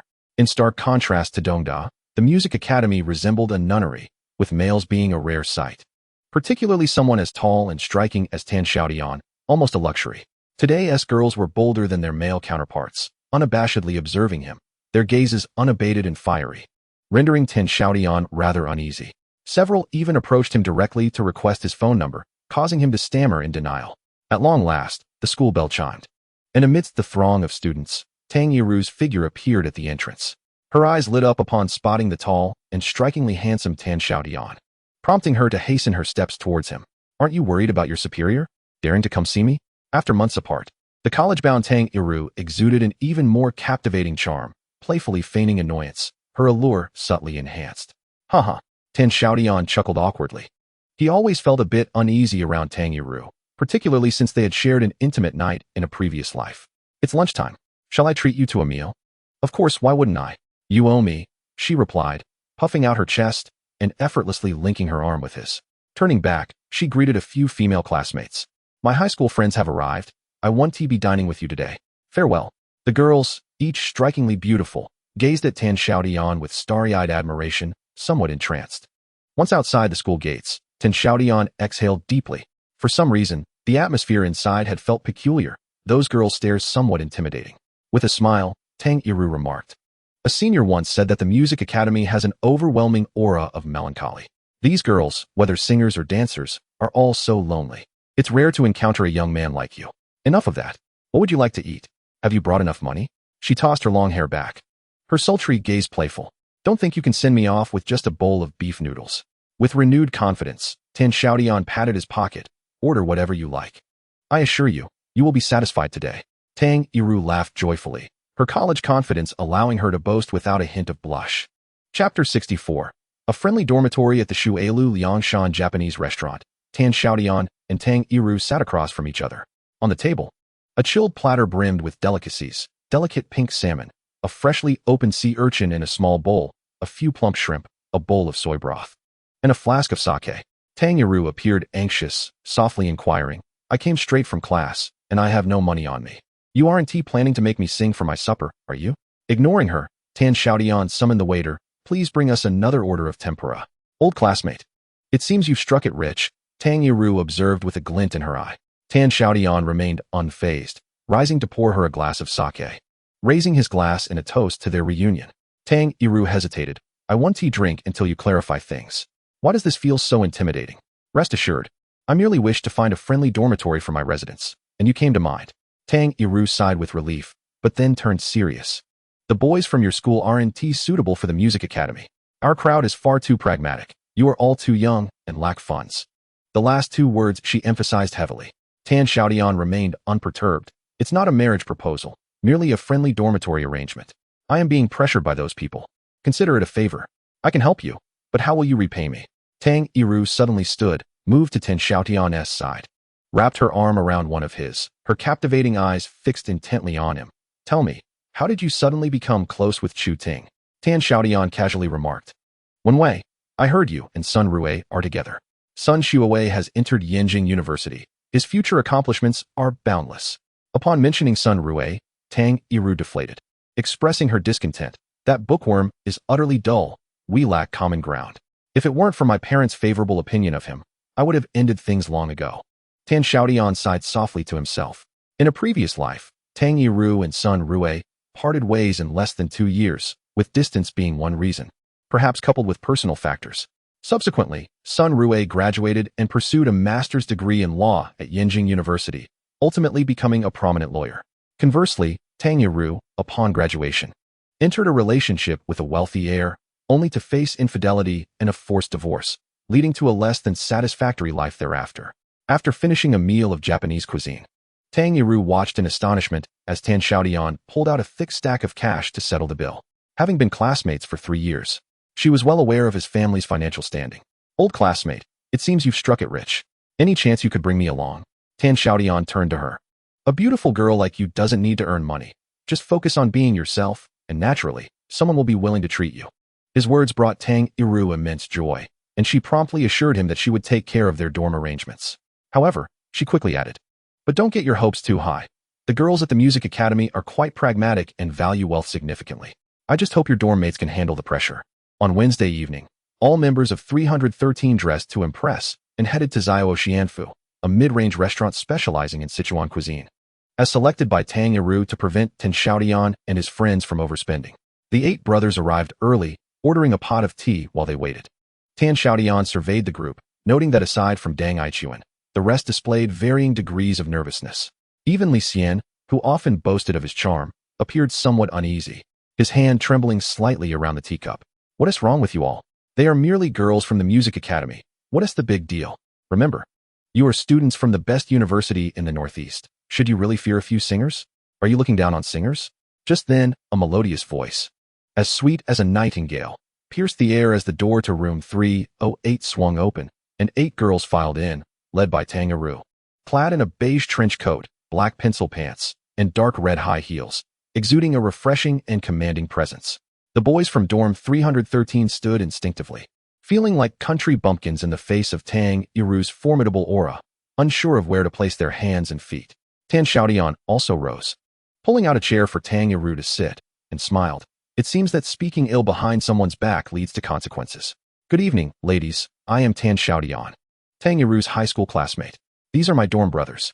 Please, take a seat, and I will introduce everyone slowly. The girls trailing behind Tang Yiru lit up upon seeing Xiaotian, their faces reflecting satisfaction.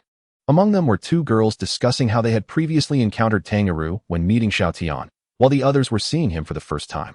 One striking beauty, with a well-defined forehead and bright eyes, exclaimed loudly, "Oh you, Tang Iru. How could you hide such wonderful classmates? Haven't you heard that good things should be shared?" Bold. Utterly audacious.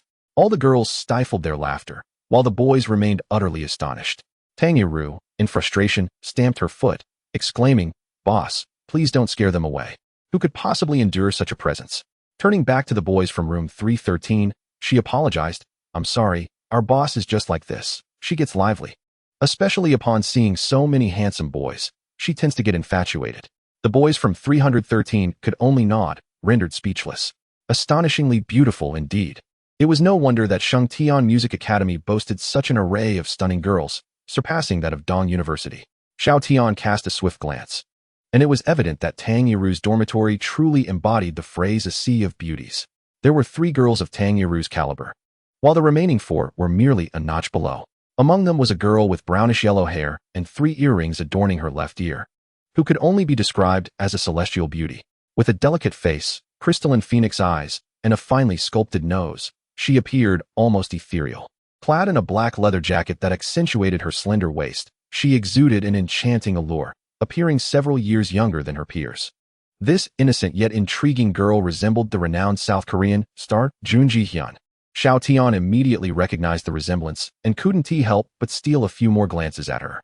As he assessed her, the girl also scrutinized Xiaotian, whispering to a nearby companion, "This boy is quite handsome. Is he truly Korean?" Xiaotian felt intrigued and replied, "Thank you. You are beautiful as well." The girl's eyes widened in surprise. "Oh, so you understand Korean?" Xiaotian gestured with his fingers, just a little. Tang Yiru seized Xiaotian, exclaiming, "I didn't know you also spoke Korean." Xiaotian shrugged. "I didn't expect there would be a Korean girl in your dorm." Indeed, she was a true Korean. Not merely a Han nationality student speaking Korean domestically. Everything about her, from her attire to her accent, screamed authenticity. Chapter 65. Inviting the wolf into the house. 16 persons, 8 males and 8 females, gathered around a large round table. The initially awkward atmosphere was alleviated by the presence of Xiaotian and Tang Yiru. The robust girl from Tang Yiru's dorm, Tuya, later joined in teasing Xiaotian, gradually warming the ambience. While waiting for the dishes to arrive, both dormitories introduced themselves through Xiaotian and Tang Yiru. Tang Yiru's dorm comprised only 6 individuals, to make up the numbers. She had specifically invited a freshman from the Han ethnicity, who in turn brought along a Korean exchange student, thus achieving the requisite count. Following Tang Yiru's introductions, Xiaotian gained a preliminary understanding of her dormitory.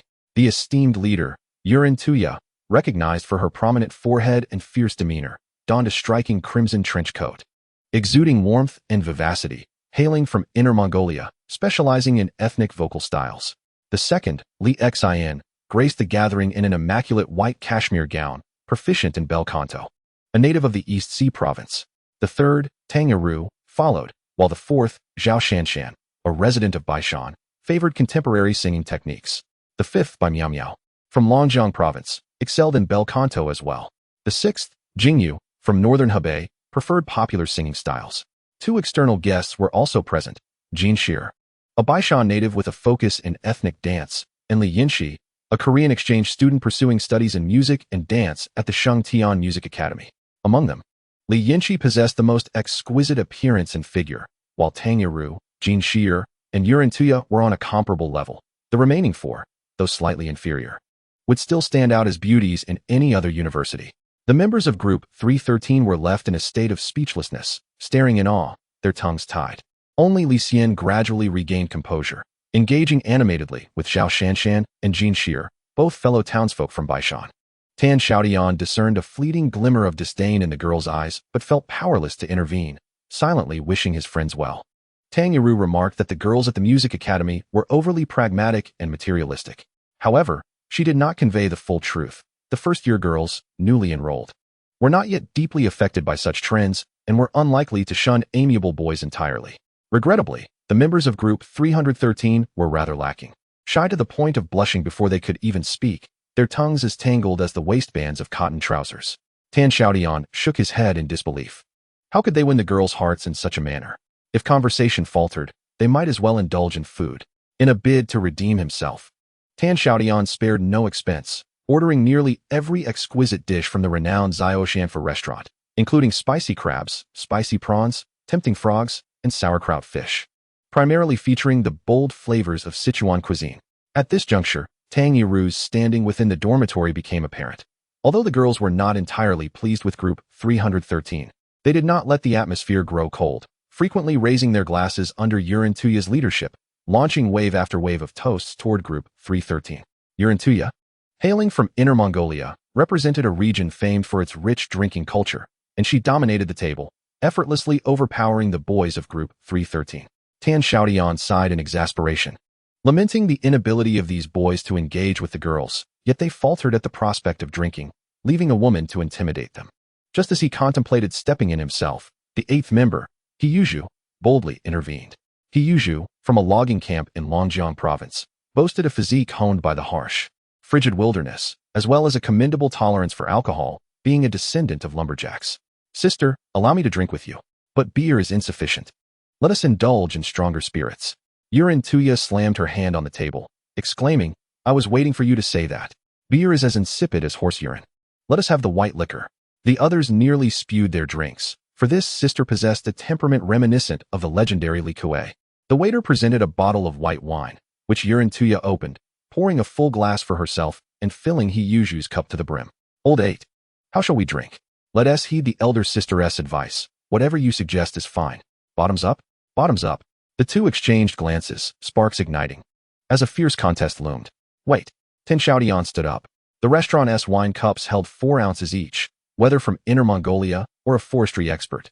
Consuming 4 ounces of white wine in one go could be detrimental to one's health. While youthful exuberance could be understood, care for one's well-being was paramount. Tan Xiaotian could not stand by idly. You two aren't in a rush to enter the bridal chamber. Why the haste in drinking? He called the waiter over and requested 3 small cups. The waiter returned swiftly, and Tan Xiaotian rose to pour a cup for Yurintuya, Hiyuju, and himself. He raised the cup, contemplating the inherent imperfections of life. Westerners refer to this as the beauty of imperfection, while Eastern philosophy offers many interpretations, such as the moon waning after fullness or water overflowing when full. However, one phrase resonates with me most. Tan Xiaotian lifted his hand, tilted his head back, and downed the drink, exhaling the rich aroma of alcohol as he declared, when flowers bloom fully, the wine leads to a gentle intoxication. A moment of silence enveloped the table before Tang Yiru was the first to applaud. Having sipped a few glasses, she giggled as she leaned against Tan Xiaotian. You've become quite the poet. I still remember the poem you wrote in Binching. It was beautiful. Yurintuya clapped her hands and remarked, I had intended to splash this drink in your face, but given your eloquence, I shall refrain. Come, old 8, let us drink slowly. Having completed his display, Tan Xiaotian settled back, watching Yurintuya and Hiyuju engage in their drinking challenge. Across the table, Jin Shier and Li Yinchi whispered in Korean for quite some time, likely translating Tan Xiaotian's earlier words. Suddenly, Li Yinchi's eyes sparkled.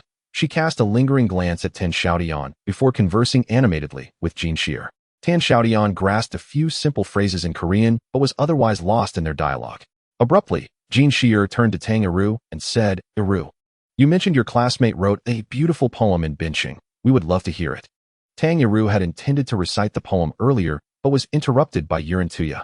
Now, with Jin Shier's prompt, it provided the perfect opportunity. Listen closely. It's absolutely beautiful. No, Yiru, Tan Xiaotian attempted to intervene, but a fierce look from Tang Yiru silenced him. Clearing her throat, she began to recite. You may see me, or not see me. I am there, neither sad nor joyful. You may read me, or not read me. The sentiment remains. Neither coming nor going. You may love me, or not love me. The love exists, neither increasing nor decreasing. You may follow me, or not follow me. My hand is in yours, neither forsaking nor abandoning. Come into my embrace, or let me dwell within your heart, silently loving, quietly rejoicing. As Tang Yiru recited, the ambient noise in the private room gradually diminished. Even Yurintuya, who had been drinking, paused to listen intently. The poem's subtle charm quickly captivated the artistic young women from the music academy. So beautiful. Li Xian covered her face with her hand, bending down and unwilling to rise for a long time. Jin Shier chattered away, translating a multitude of words for Li Yinchi. To everyone's astonishment, Li Yinchi, who had been mostly silent throughout the night, stood up and walked directly in front of Tan Xiaotian, with her piercing eyes fixed on him. She stammered in clumsy Chinese, I, like you. Tang Yiru, slightly tipsy, suddenly broke into a cold sweat, the alcohol evaporating in an instant. Could this be inviting a wolf into the house? The Korean girl's Chinese was indeed lacking. Such a simple phrase was uttered in a fragmented manner. In Chapter 66, Self-Disclosure, it was no surprise that Li Yinxi expressed her feelings. Among the 8 girls in the private room, aside from the formidable leader Wu Rentia and the 4th member Xiaotian, who was engrossed in conversation with Li Xian, the rest revealed subtle signs of their affection for Tan Xiaotian. It was merely that this Korean beauty was forthright enough to voice it first. All eyes were now on Tan Xiaotian's face, both men and women eagerly observing how he would respond. Well, I forgot you all are from the music academy. Tan Xiaotian sang a line, laughing heartily. Li Yinxi stepped closer, nearly face to face with him, leaving herself no avenue of retreat as she reiterated, I like you. I like you all too, Tan Xiaotian retorted, unable to joke this time, as she had cornered him. To not respond would seem insincere. Yet he had a girlfriend who was currently studying in Yanjing, and they were all high school classmates, including Iru. You can ask Iru if you don't believe me. Tang Iru nodded vigorously, feeling overwhelmed and sensing a mix of danger and intrigue. The room full of girls felt their hearts shatter. Such a tall, talented, and handsome man was always someone else's boyfriend. The brothers in the corner of the room were wide-eyed, silently giving Tan Xiaotian a thumbs up. Frankly, if he hadn't made that declaration, they would have had little hope. Those girls had eyes only for him. Now that he had revealed he had a girlfriend, they might still hold on to a glimmer of hope. Relentlessly, Li Yinxi was pulled back into her seat by Jin Shi'er, her expression one of discontent. Her slender eyes glaring at Tan Xiaotian. The atmosphere turned somewhat awkward, yet the presence of alcohol kept it lively. The Inner Mongolia women and the skilled lumberjack finished a bottle of liquor, already planning to revel together again next time. Li Xian and local girl Zhao Shanshan were engaged in a heartfelt conversation, seemingly the most likely couple to form. The gathering lasted over 3 hours and concluded just before the dormitory doors closed. Upon returning to room 313, Huang Along expressed his dissatisfaction. Old 7, what is going on? It was agreed that I would treat. I found a friendly dormitory, so naturally, I paid. My promise was fulfilled. The rest is up to you all. Good luck, Tan Xiaotian said as he took a basin to the water room. Once Tan Xiaotian left, Zhang Man and Zhang Mingxian leaned toward Huang Along, 4th brother. How much did this meal cost? 2,100. I intended to settle the bill, but when I inquired at the counter, Old 7 had already deposited 3,000 yuan there. It didn't get calculated. Zhang Man inhaled sharply, exclaiming in disbelief at the exorbitant cost, which would amount to over 250 for each of them, equivalent to half a month's worth of his food expenses. Meanwhile, Dang Ai Kun, who had been quietly listening with his chin resting on his hand, discreetly opened his wallet and pulled out the meager 3 bills within, rising to place them beneath Tan Xiaotian's pillow. Following the 11-day holiday, the usually aloof head of the student loan department took the initiative to approach him, elevating his second-class scholarship to first class, thereby increasing his monthly allowance by an additional 500 yuan.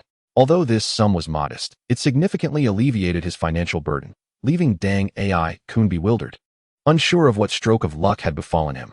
His gesture immediately silenced the dormitory. Gaoyan scratched his head, remarking, Old 2. You know Old 7 won't be pleased with this. Dang Ai Kun replied calmly, This is my principle. His succinct statement left everyone speechless.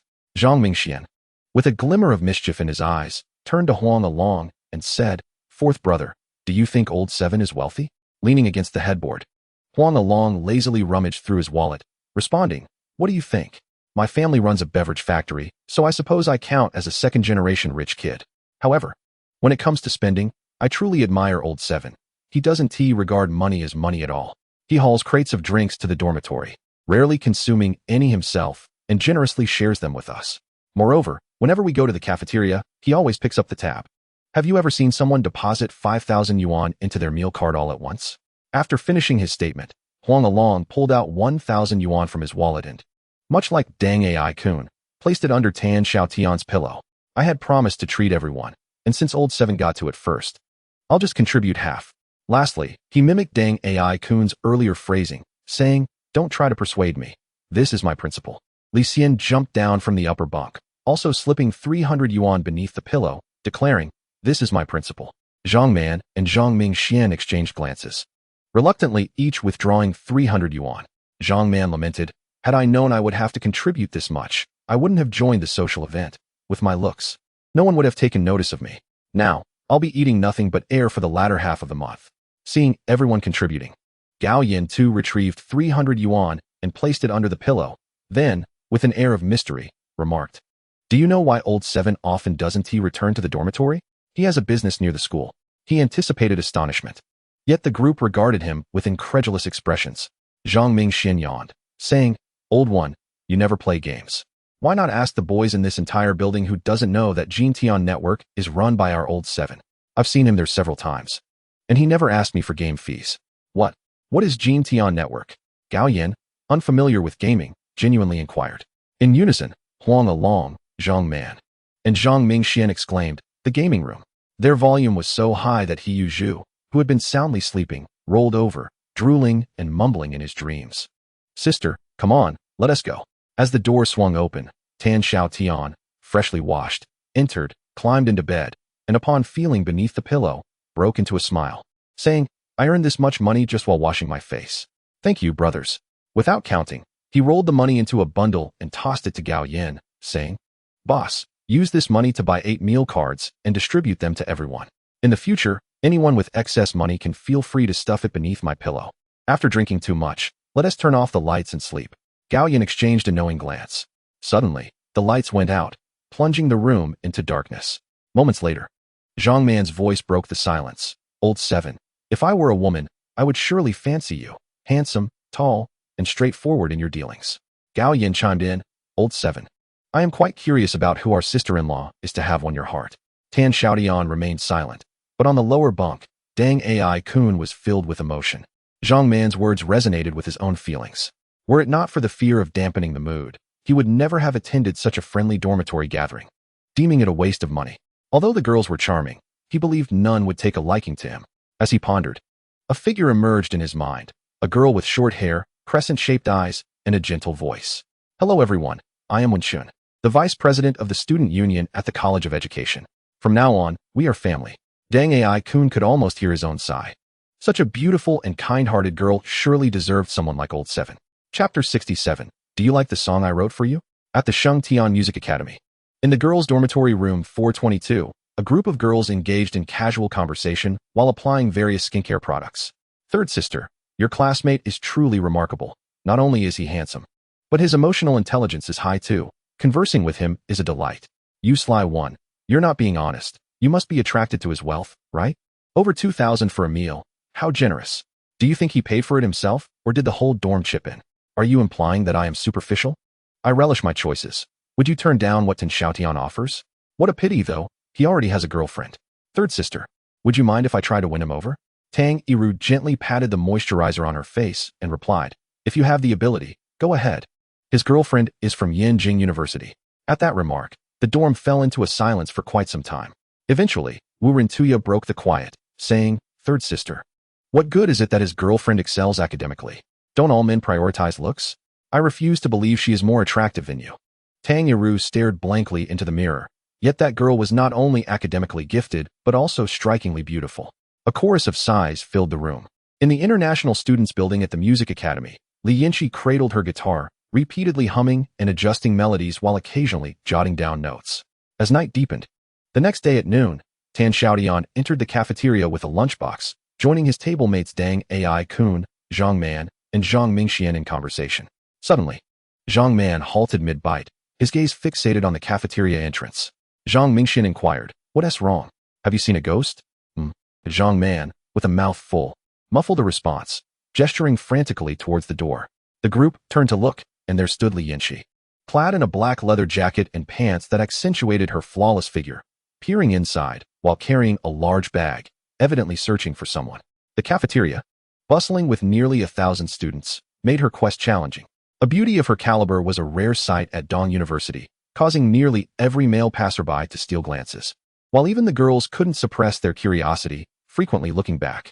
Zhang Mingxian, fearing she might miss him, raised his arm and waved vigorously. Li Yanhui entered, her phoenix eyes sparkling with laughter, her steps light and graceful, advancing towards the table under the gaze of countless onlookers. "Is this girl even from our school? She is so unique, yet undeniably beautiful. She appears quite youthful, almost like a high school student. Damn it, why does this guy always attract such stunning women? It's infuriating." The cafeteria buzzed with chatter, a cacophony of opinions swirling around. Under the collective gaze, Li Yanhui approached the table, and before she could utter a word, Zhang Man and Zhang Mingxian instinctively stepped aside, allowing her to sit beside Tan Xiaotian. The petite Korean beauty expressed her gratitude in halting Chinese before plopping down onto the chair, oblivious to whether Tan Xiaotian could comprehend her words, and launched into a lengthy discourse in Korean. Appa. Tan Xiaotian furrowed his brow. Her words came forth rapidly, and apart from Appa and a few other phrases, he struggled to grasp the essence of her speech. Miss Li, my command of Korean is limited to basic greetings. Can you converse in English? He inquired in English. Li Yanhui's expression relaxed, and she earnestly nodded, responding in heavily accented English. I stayed up all night composing a melody for your poem. I came specifically to share it with you. With that, she unfastened her large backpack, revealing a guitar within. Her slender fingers, akin to spring onions, danced over the strings, and her clumsy Chinese harmonized with the melody, swiftly filling the cafeteria.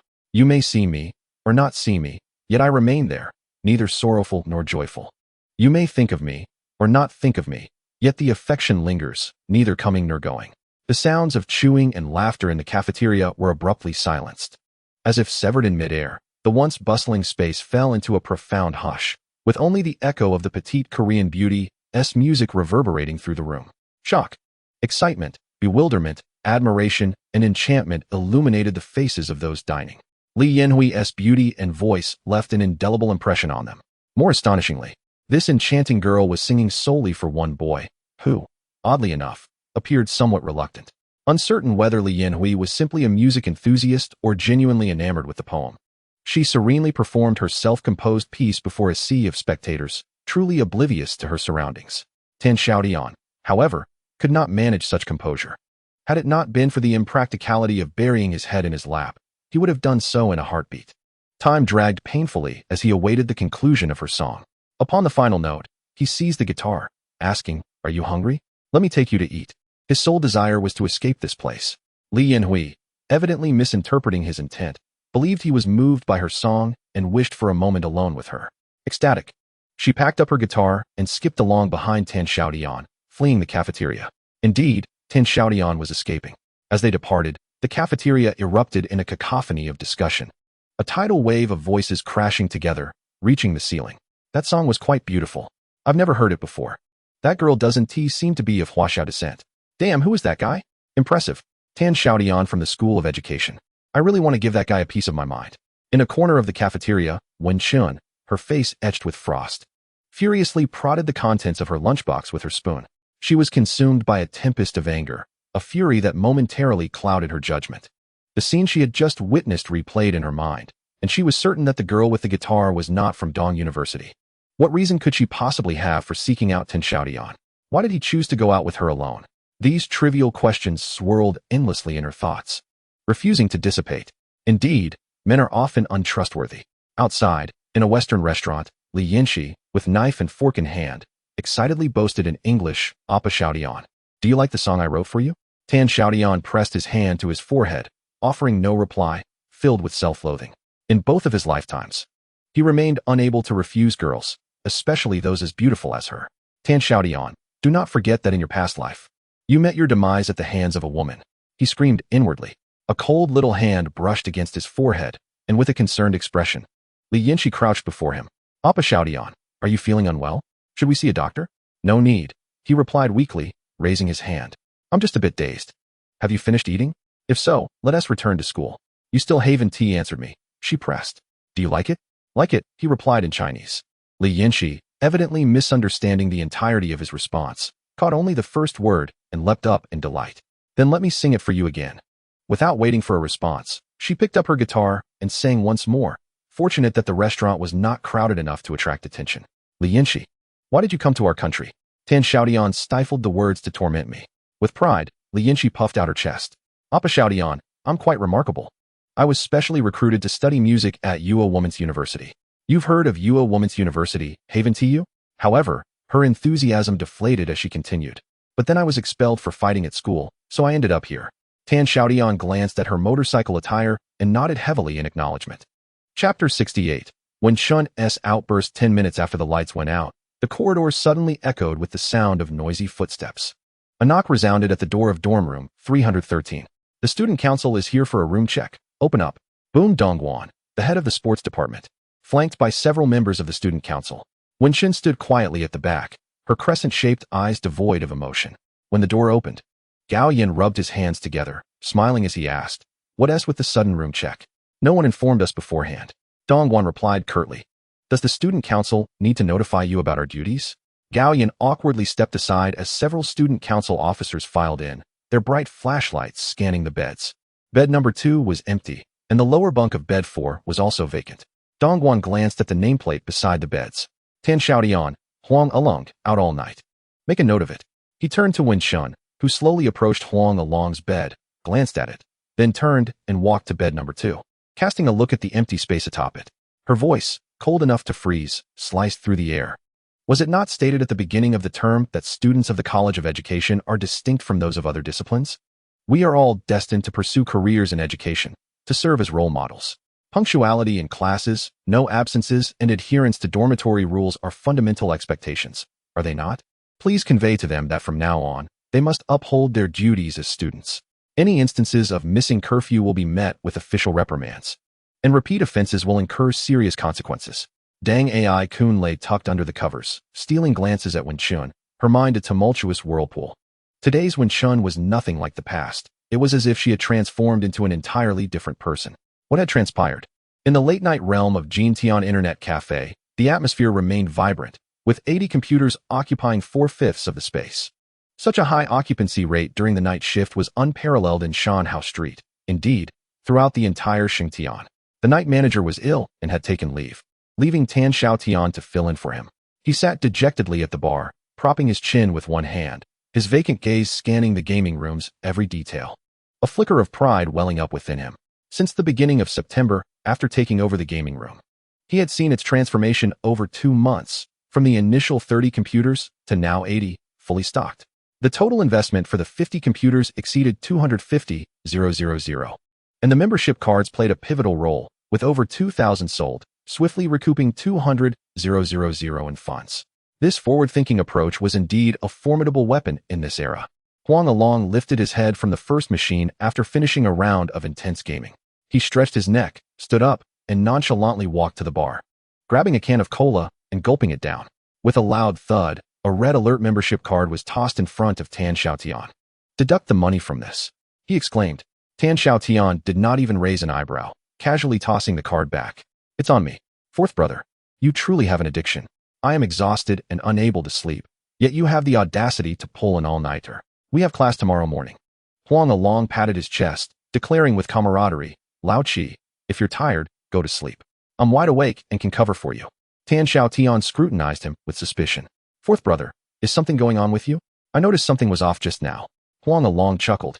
"I knew I couldn't hide it from you, Lao Chi. It's about your high school classmate, Tang Yiru. There's nothing between you two, right?" Tan Xiaotian suddenly understood. Huang Along had taken a fancy to Tang Yiru. "As for me, there's nothing.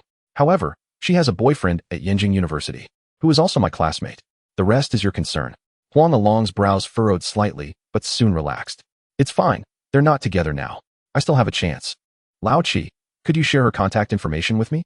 Tan Xiaotian jotted down Tang Yiru's pager number on a piece of paper and handed it to Huang Along. "Best of luck to you. I'm off to catch some sleep. You can handle the shift." As Tan Xiaotian walked toward the inner office, he thought to himself that in a couple of years, Sun Rue would likely break up with Tang Yiru, so he wasn't truly meddling in someone else's affairs. Behind him, Huang Along's voice rang out with unwavering assurance. "Don't worry, old 7, sleep as you wish, for I am here." The next morning, the two hurried to class, only to be astonished by a large red notice on the bulletin board in the lobby, which listed the names of those who had failed to return to their dorms the previous night. To their surprise, both Tan Xiaotian and Huang Along were named. Huang Along scratched his head, bewildered. "What sense does this make? We're in college now, it's not high school." Tan Xiaotian was equally taken aback. According to the senior students, although the university had such a rule, it had been years since anyone had enforced it. Why were they the unfortunate ones to be caught? At that moment, when Shun, with a small backpack slung over her shoulder, walked into the building, their eyes met, and Tan Xiaotian beamed, revealing his bright smile. "Good morning, President One." However, when Shin's expression was icy, and she coldly brushed past him without acknowledging his greeting, completely devoid of her usual playful demeanor. "What have I done to offend her?"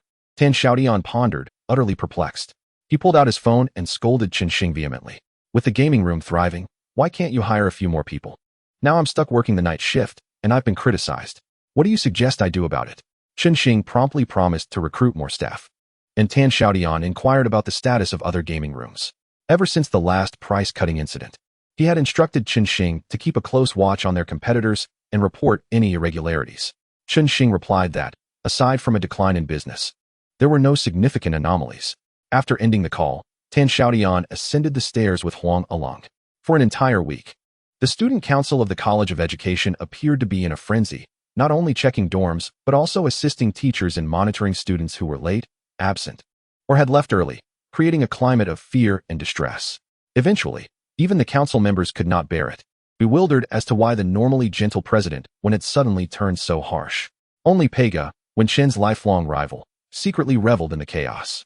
She understood Wenqin all too well. Apart from facing significant setbacks, Wenqin would never display such blatant frustration.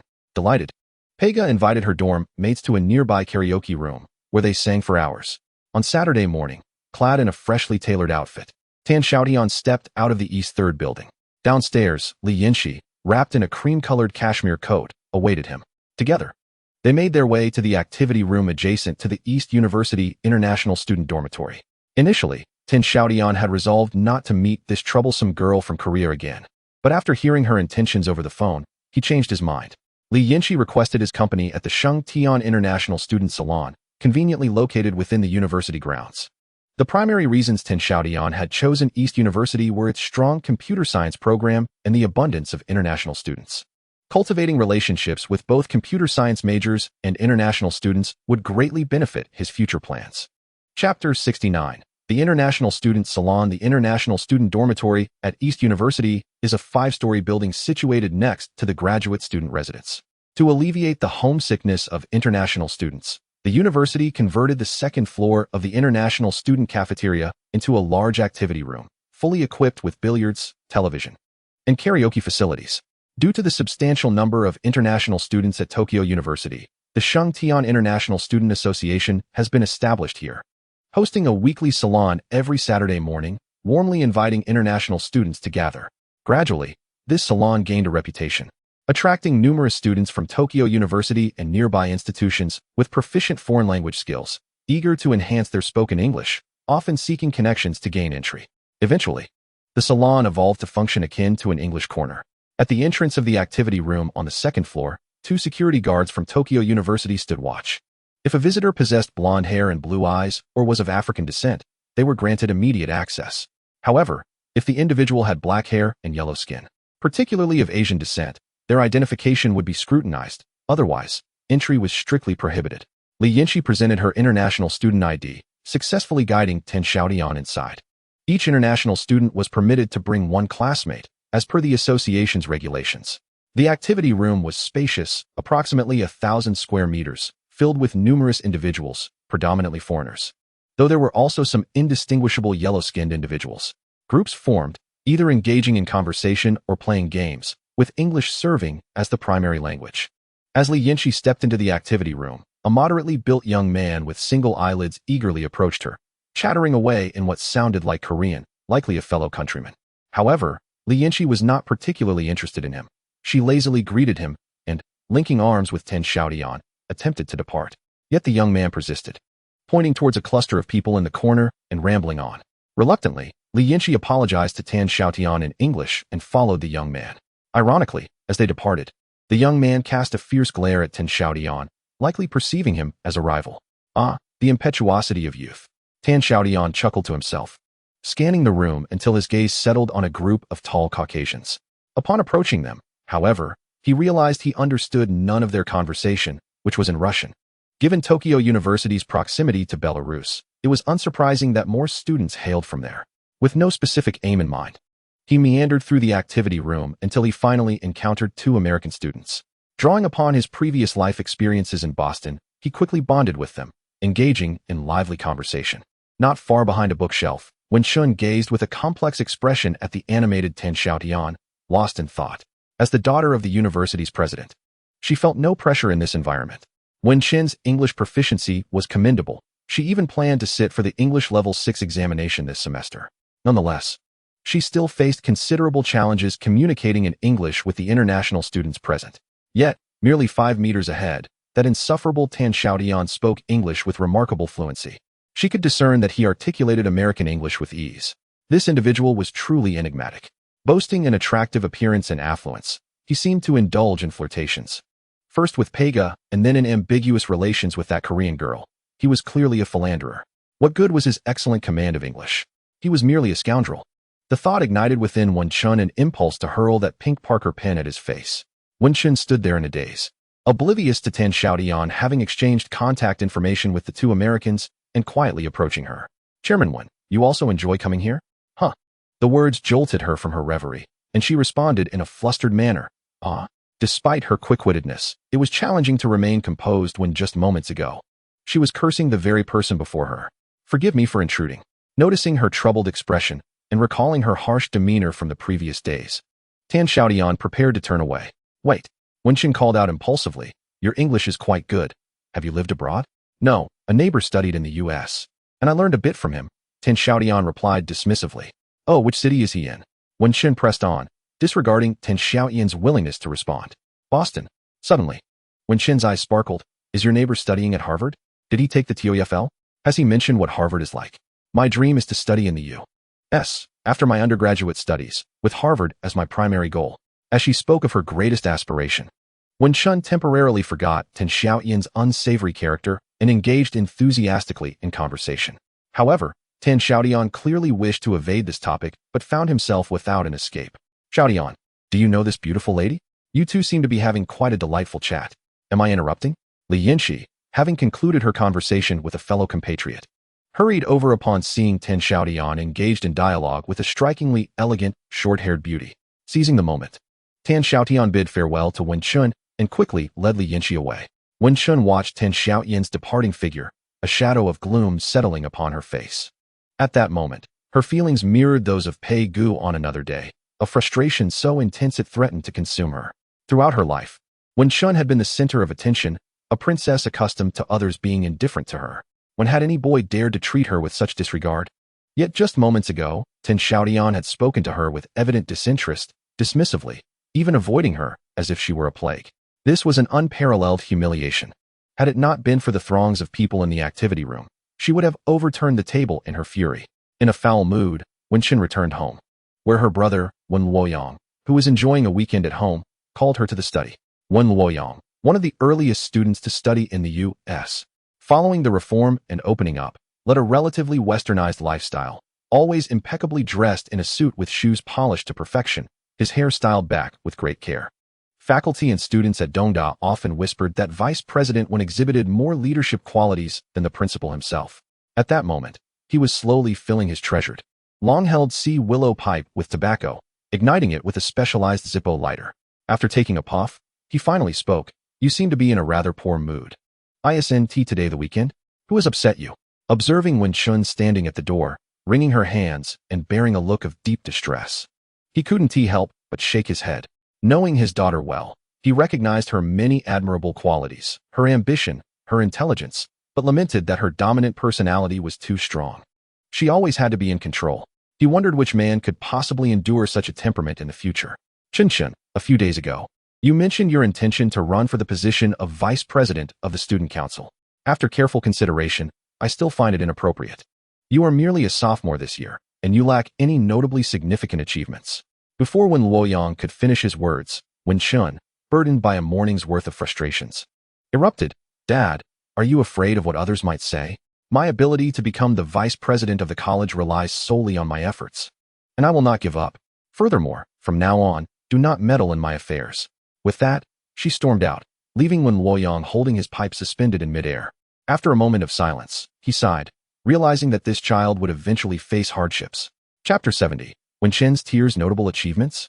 Wenchun bit down on the cap of her pen, pondering deeply for an entire afternoon, and she truly arrived at an idea. In mid-November, the annual basketball tournament at East University would commence. The School of Education, with its predominance of female students, had always ranked at the bottom in terms of performance. If I could secure a commendable position, it would significantly bolster my candidacy for the vice president of the student council. Wen Chun retrieved the list of students in her college, scrutinizing the names of the first-year male students. Her gaze lit upon the name Tan Xiaotian. This scoundrel is a member of the school basketball team. With him on board, perhaps my ambitions could indeed be realized. However, he is not one to follow orders easily. After much contemplation, Wen Chen's delicate fingers tapped rhythmically against Tan Xiaotian's name, and finally, she pressed down decisively, leaving a mark on the paper. Tuesday, noon, cafeteria. With a sullen expression, Tan Xiaotian finished his meal with resentment, while his companion Huang Along empathized with him. Old 7, it's just a reprimand, not a big deal. I heard it can be revoked by graduation. Old 7, you're really unlucky, you never skipped class. Yet you happened to be caught on a day when the student council was strictly enforcing classroom discipline, with president when leading the charge. Sigh. Tan Xiaotian did not anticipate that his morning visit to install a management system at a gaming room would lead to this predicament. Due to the sudden nature of the task, he hadn't had the chance to request leave. Consequently, the student council discovered his absence, resulting in another reprimand. Coupled with his previous infraction of returning late to the dormitory, he was on the verge of facing a more severe penalty. Normally, such reprimands would not concern Tan Xiaotian, but he harbored a deep desire to be a model student, quietly completing his university education. However, the consecutive reprimands left him feeling quite disgruntled, especially since he believed that both incidents were somehow related to Wen Chun. Huang Along wished to offer more words of comfort, but upon seeing Huang Along gesturing frantically from across the table, Gao Yin turned around and spotted Wen Chun, dressed in a deep blue tracksuit. Smiling as she approached with a dripping lunchbox, Huang Along quickly pulled Gao Yin away, and the two vanished in haste. Tan Xiaotian shot Wen Chun a glare, remaining silent as he stood up to wash his lunchbox. Confident that victory was within her grasp, Wen Chun lost her composure. Tan Xiaotian, stop right there. The voice of President Wen was rather loud, drawing the attention of other diners. Tan Xiaotian ignored her, proceeding directly to the sink to rinse his lunchbox. Wen Chun felt as though she might bite her lip in frustration. Being ignored was more unbearable than death. Were it not for the setting being the cafeteria, she would have dearly liked to confront Tan Xiaotian with a scathing reprimand. Patience. For the greater good, she gritted her teeth and endured. Wen Chun took a deep breath, striving to suppress her fury, attempting to make her voice sound less piercing. Tan Xiaotian, we need to talk. The only response she received was the sound of flowing water. After finishing his meal, Tan Xiaotian turned and headed outside. Wen Chun hurried a few steps to catch up, her temper flaring. Tan Xiaotian, what are you doing? I'm speaking to you. Stop right there. Tan Xiaotian abruptly halted, and Wen Chun nearly collided with him. Chairperson 1, I've received a demerit and I'm in a poor mood. I intend to return to my dormitory to reflect in solitude. Please do not follow me, he stated without turning back. The bustling cafeteria made Wen Chun feel exceedingly isolated, the curious glances from those around her rendering her utterly embarrassed. Several boys who witnessed the entire incident stared in disbelief before collectively exclaiming, impressive. Wen Chun hurried a few steps to a secluded area, covering her mouth as she cried, feeling a sense of injustice. She was at a loss as to why she was so affected. She couldn't even recall the last time she had cried. Yet today, a single comment from a boy had caused her tears to flow uncontrollably. After dinner, with swollen eyes, Wen Chun sought out Tan Xiaotian once more. After an afternoon of recuperation, her determination reignited. This time, she got straight to the point. Tan Xiaotian, as long as you represent the college basketball team in the competition, I will find a way to resolve the demerit issue, ensuring it does not hinder your graduation. Tan Xiaotian suddenly comprehended that she was the orchestrator of it all. This chairperson when truly possessed some cunning. You're just a young girl, not very old, yet you have quite a few tricks up your sleeve. Is this really entertaining for you? He turned to leave. What is a demerit anyway? I couldn't care less. Tan Xiaotian was genuinely irritated. Wen Chen's actions bore a striking resemblance to Mu Ying, who would stop at nothing to achieve her goals. However, while Mu Ying sought immense benefits, Wen Chun appeared driven by instinct, going to great lengths merely to participate in the basketball competition, even risking a demerit for herself. Given time, this girl might well become the next Mu Ying. It might be wise to keep a respectful distance from such a woman. As Wen Chun watched Tan Xiaotian's retreating figure, an unfamiliar sense of powerlessness arose within her, causing her eyes to redden once more. She could not fathom why she was feeling this way, or why the tears flowed so freely today. Wandering back in a daze, she had barely taken a few steps when hurried footsteps echoed behind her. A slender, dark-skinned boy rushed to catch up. Wen Chun recognized him as Tan Xiaotian's roommate. Surnamed Dang, though she could not recall his full name. He was a scholarship student orphaned at a young age.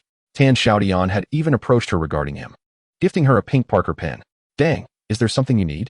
When Chun, ever decisive, had formulated a plan the moment she laid eyes on Dang Aichuan. He nervously scratched his head, his speech halting. Chairperson, I just saw you speaking with our old seven. Did he offend you? If he upset you, I apologize on his behalf. Please do not hold it against him. Dang Aichuan cautiously peeked at Wen Chun's reddened eyes before hastily lowering his gaze. Wen Chun felt a profound sense of grievance, as if his heart were being pierced by a knife. He yearned to offer everything he possessed just for the sake of eliciting a smile from her. It's nothing. I merely wished for Tan Xiaotian to join our college's basketball team, but he refused. Alas, one cannot force such matters. To his surprise, Wen Chun began to sob. Pang Ai-kun, taken aback, stammered, Chairman Wen, please don't cry. It's merely a basketball team affair. Leave it to me. If he dares to refuse, I shall drag him to the team myself. Thank you, Wen Chun replied, lifting his gaze slightly to offer a strained smile, resembling a pear blossom in the rain. Stunningly beautiful. Pang Ai-kun stood there, utterly flabbergasted. In room 313, Pang Ai-kun confronted Tan Xiaotian with fervor. Old Seven, what are your thoughts regarding the basketball team? Today, you must agree, whether you want to or not. Tan Xiaotian, caught between amusement and exasperation, replied, Second brother, please don't involve yourself in this. You know how busy I am. I scarcely have time to join a basketball team. Are you not a student of the education college? This concerns our collective honor. Your participation is imperative. Pang Ai-kun's gaze was as unyielding as iron. Is it that Chairman Wen has approached you? Do not listen to her. She is quite shrewd. Be silent. Chairman Wen is acting for the collective good, unlike you, who only considers personal matters. Old Seven, I lay this down. You must agree today, or you shall no longer recognize me as your second brother. At the mere mention of Wen Chun, Pang Ai-kun became frenzied, advancing towards Tan Xiaotian, glaring at him like a combative rooster. This was the first time Tan Xiaotian witnessed Pang Ai-kun so earnest. Was it for Wen Chen's sake? Chapter 71. Intrigue in the East University Gymnasium. 14 boys of varying heights stood or squatted together, engaged in conversation. They were all members of the Education College basketball team. Alas, our basketball team consistently ranks at the bottom. What is the point of training? We still end up eliminated in the first round. This is a matter of inherent disadvantage. The number of boys in the Education College is less than 1/3 that of other colleges, so there's little to be done. However, I have heard that Wen Chun from the Student Union is quite determined this time, and has even invited Coach Lee from the school basketball team. With our meager numbers, even if we had Coach Lee, it would be futile, unless, of course, Jordan himself were to grace our college with his presence. As the group engaged in lively debate, the gymnasium doors swung open, revealing Coach Lee at the forefront, followed closely by Wen Chun, Dongguan, and Tan Xiaotian. Dongguan took a step forward, surveying the crowd, which quieted considerably. Everyone, please listen. For the sake of our college basketball team's success, Chairman Wen has specially invited Coach Lee to provide guidance. Let us extend a warm welcome. A smattering of applause broke out among the crowd. Coach Lee, however, remained unfazed. The Education College was known as the sports underdog of East University. Were it not for Wen Chun being the daughter of Wen Luoyang, he would not have accepted such a thankless task. Yet, since he was there, he felt obliged to utter a few pleasantries. Ahem, greetings everyone, Coach Lee began, droning on with a lengthy, tedious speech that left the audience drowsy. Wen Chun furrowed her brow, beginning to regret having invited Coach Lee. Coach Lee noticed the subtle change in Wen Chun's expression, and his heart raced.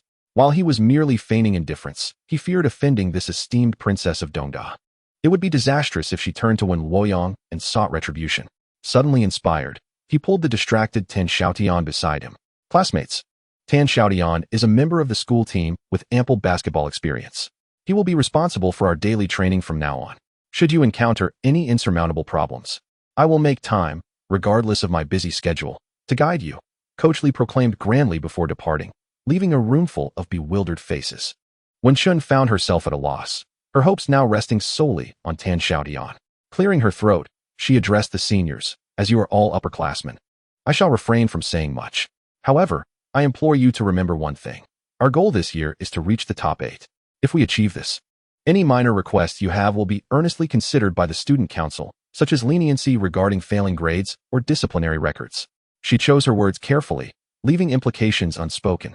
The 14 attendees, comprising primarily juniors and seniors with a few sophomores, understood the unspoken reality of university life. Who among them could escape academic failures? Wen Chen's enticing words stirred excitement in everyone. Had it been anyone else speaking, they might have scoffed, but with Wen Chen, The effect was different. She was the princess of Dongda, after all, with Wen Luoyang backing her. Tan Xiaotian regarded Wen Chun with calmness, inwardly lamenting the nature of university life, where the complexities of social dynamics were ever present. Wen Chun turned her gaze away, striving to avoid eye contact with Tan Xiaotian, her voice steady as she continued. You and Minister Dong Guan from the sports department will oversee the training during this period. You have full authority to select teammates, manage daily practices, and all necessary resources, including training facilities, uniforms, and drinking water, will be provided by the student council. I have but one request. The School of Education must reach the top 8 this year. Can you manage this? I shall do my utmost, Tan Xiaotian responded, a new idea forming in his mind. Though the Dongda basketball tournament was modest in scale, the audience primarily consisted of male students from the university. If he could secure sponsorship from Jintian Network for the School of Education, the expense would be minimal, yet it would serve as excellent publicity. Upon sharing this thought with Wen Chun, she readily agreed, welcoming the prospect of financial support. However, Tan Xiaotian withheld the full truth, simply stating that the owner of Jintian Network was a friend willing to contribute to the sponsorship of the college team. With this matter settled, Tan Xiaotian and Dong Guan led the basketball team members into their first training session, while Wen Chun left the gym, heading straight for the computer science college. Xiaotian, a senior and president of the student council at Donghai University, eagerly awaited Wen Chun's arrival after receiving her call.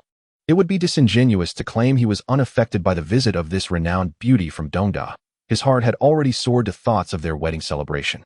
Although he couldn't discern the purpose of Wen Chun's visit, he was certain it must be of great significance, as this illustrious flower of Dongda would not so sweetly address him as senior without reason. Regardless of her intent, Xiaotian resolved to do everything in his power to assist her, not solely for her beauty, but also for the prospects of his own future. Regardless of whether one remains at the university or pursues graduate studies, Wen Luoyang is undoubtedly a person one cannot afford to offend. In the distance, Wen Chun's graceful silhouette appeared at the end of the path, prompting Xiaotian to hasten over. Junior, if you have something to discuss, just let me know, and I shall come to you.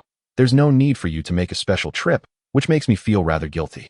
Wen Chun, smoothing her short hair, smiled charmingly. Oh, Chairman Shui, you flatter me. How could I dare to trouble you? However, I do indeed have a request. Despite Xiaotian's role as the president of the student council, Wen Chun maintained a psychological advantage over a boy like him and spoke candidly about her intentions. Chairman Shui, my demands are modest. The basketball team from the School of Education must reach the top 8 this year. Therefore, the grouping becomes particularly crucial, and I implore you to assist me. With her crescent moon-like eyes sparkling with mischief, Xiaotian found himself devoid of the courage to refuse. The entire affair transpired in less than 10 minutes, and Wen Chun returned triumphantly. The basketball tournament at Donghai University featured 12 teams, among which the computer science, industrial automation, materials, and international students teams were the strongest, with the top 4 spots likely reserved for these squads. The weakest teams included the schools of education, continuing education, and liberal arts. The situations of the liberal arts and education schools were comparable, both having merged into Donghai University, predominantly focused on the humanities, which led to their weak performance due to an imbalance in male and female participants. The continuing education school differed somewhat, drawing a diverse age range from society, resulting in a lack of cohesion and a diminished sense of collective honor. Wen Chun's objective was to ensure that the School of Education faced either the continuing education or liberal arts teams in the group stage. Winning the first match would allow them to advance to the next round with heads held high, ultimately securing a commendable achievement on her resume. Showcasing her role as vice chair of the student council in leading the basketball team to its best historical performance, significantly contributing to the development of sports within the college. Such ambitions may seem trivial in the eyes of adults, yet Wen Chun was merely 19 years old this year. Chapter 72. Intimidation in the Gymnasium. Over 20 boys were tirelessly running laps around the basketball court. Among them were He Yuzhu and Dang Aichuan. Tan Xiaotian, stopwatch in hand, shouted loudly, faster. Keep going. Our skills may not match theirs, but if our stamina falters, what hope do we have? It would be better to return home to sleep, wouldn't it? Hold on. Just a little longer. We may not be a championship team, but we will undoubtedly be the team that fights until the very end. As soon as Tan Xiaotian finished his exhortation, Wen Chun pressed the play button on the recorder, and the theme song from Slam Dunk echoed throughout the gymnasium. The boys' spirits ignited, and they began to cheer loudly. Even He Yuzhu, the hefty one, staggered along at the back, gritting his teeth and refusing to give up. After the first training session, Tan Xiaotian expressed to Dongguan that the current level of these players was insufficient for competitive play. Consequently, the two selected 8 or 9 first-year students to train alongside them. He Yuzhu from dorm 313 was recruited due to his height. While the reason for Dang Aichuan's inclusion remained a mystery to everyone except Tan Xiaotian, leading to some discord between Dongguan and Tan Xiaotian. As the running session concluded, most individuals remained in place, gasping for breath, while those like He Yuzhu, lacking in stamina, collapsed onto the ground, sprawled out like the lifeless. With a wave of his hand, Wenxin summoned over 20 enchanting young women, each clutching a bottle of mineral water, rushing to provide personalized care. "Brother, you've worked hard. Do take a sip of water." The melodious voices instantly rejuvenated the weary participants. This was an idea conceived by Wenxin, capitalizing on the predominance of females in the College of Education to form the most dazzling cheerleading squad at Dong University. Even if the team's performance faltered, this cheerleading group would undoubtedly bring prestige to the college. Indeed, the synergy of male and female collaboration fostered an invigorating environment, with these beautiful ladies cheering from the sidelines. The players trained with renewed vigor, as if infused with adrenaline. As Tan Xiaotian observed that the rest period had nearly concluded, he blew his whistle, dividing the players into 2 teams for a scrimmage. Throughout the match, he meticulously monitored the players' performances, gradually shaping a training plan in his mind. After the initial training session, he requested video footage from previous competitions from Wenxin, gaining insights into the strategies employed by formidable teams. Whether from the computer science department or the materials science department, their gameplay was quite traditional, with designated roles for center, power forward, small forward, shooting guard, and point guard. Each position boasting skilled athletes. A team could possess 2 to 3 members from the varsity squad, significantly elevating their prowess above others. To triumph over such teams, adhering to conventional methods would be insufficient. One must adopt unconventional strategies to secure victory.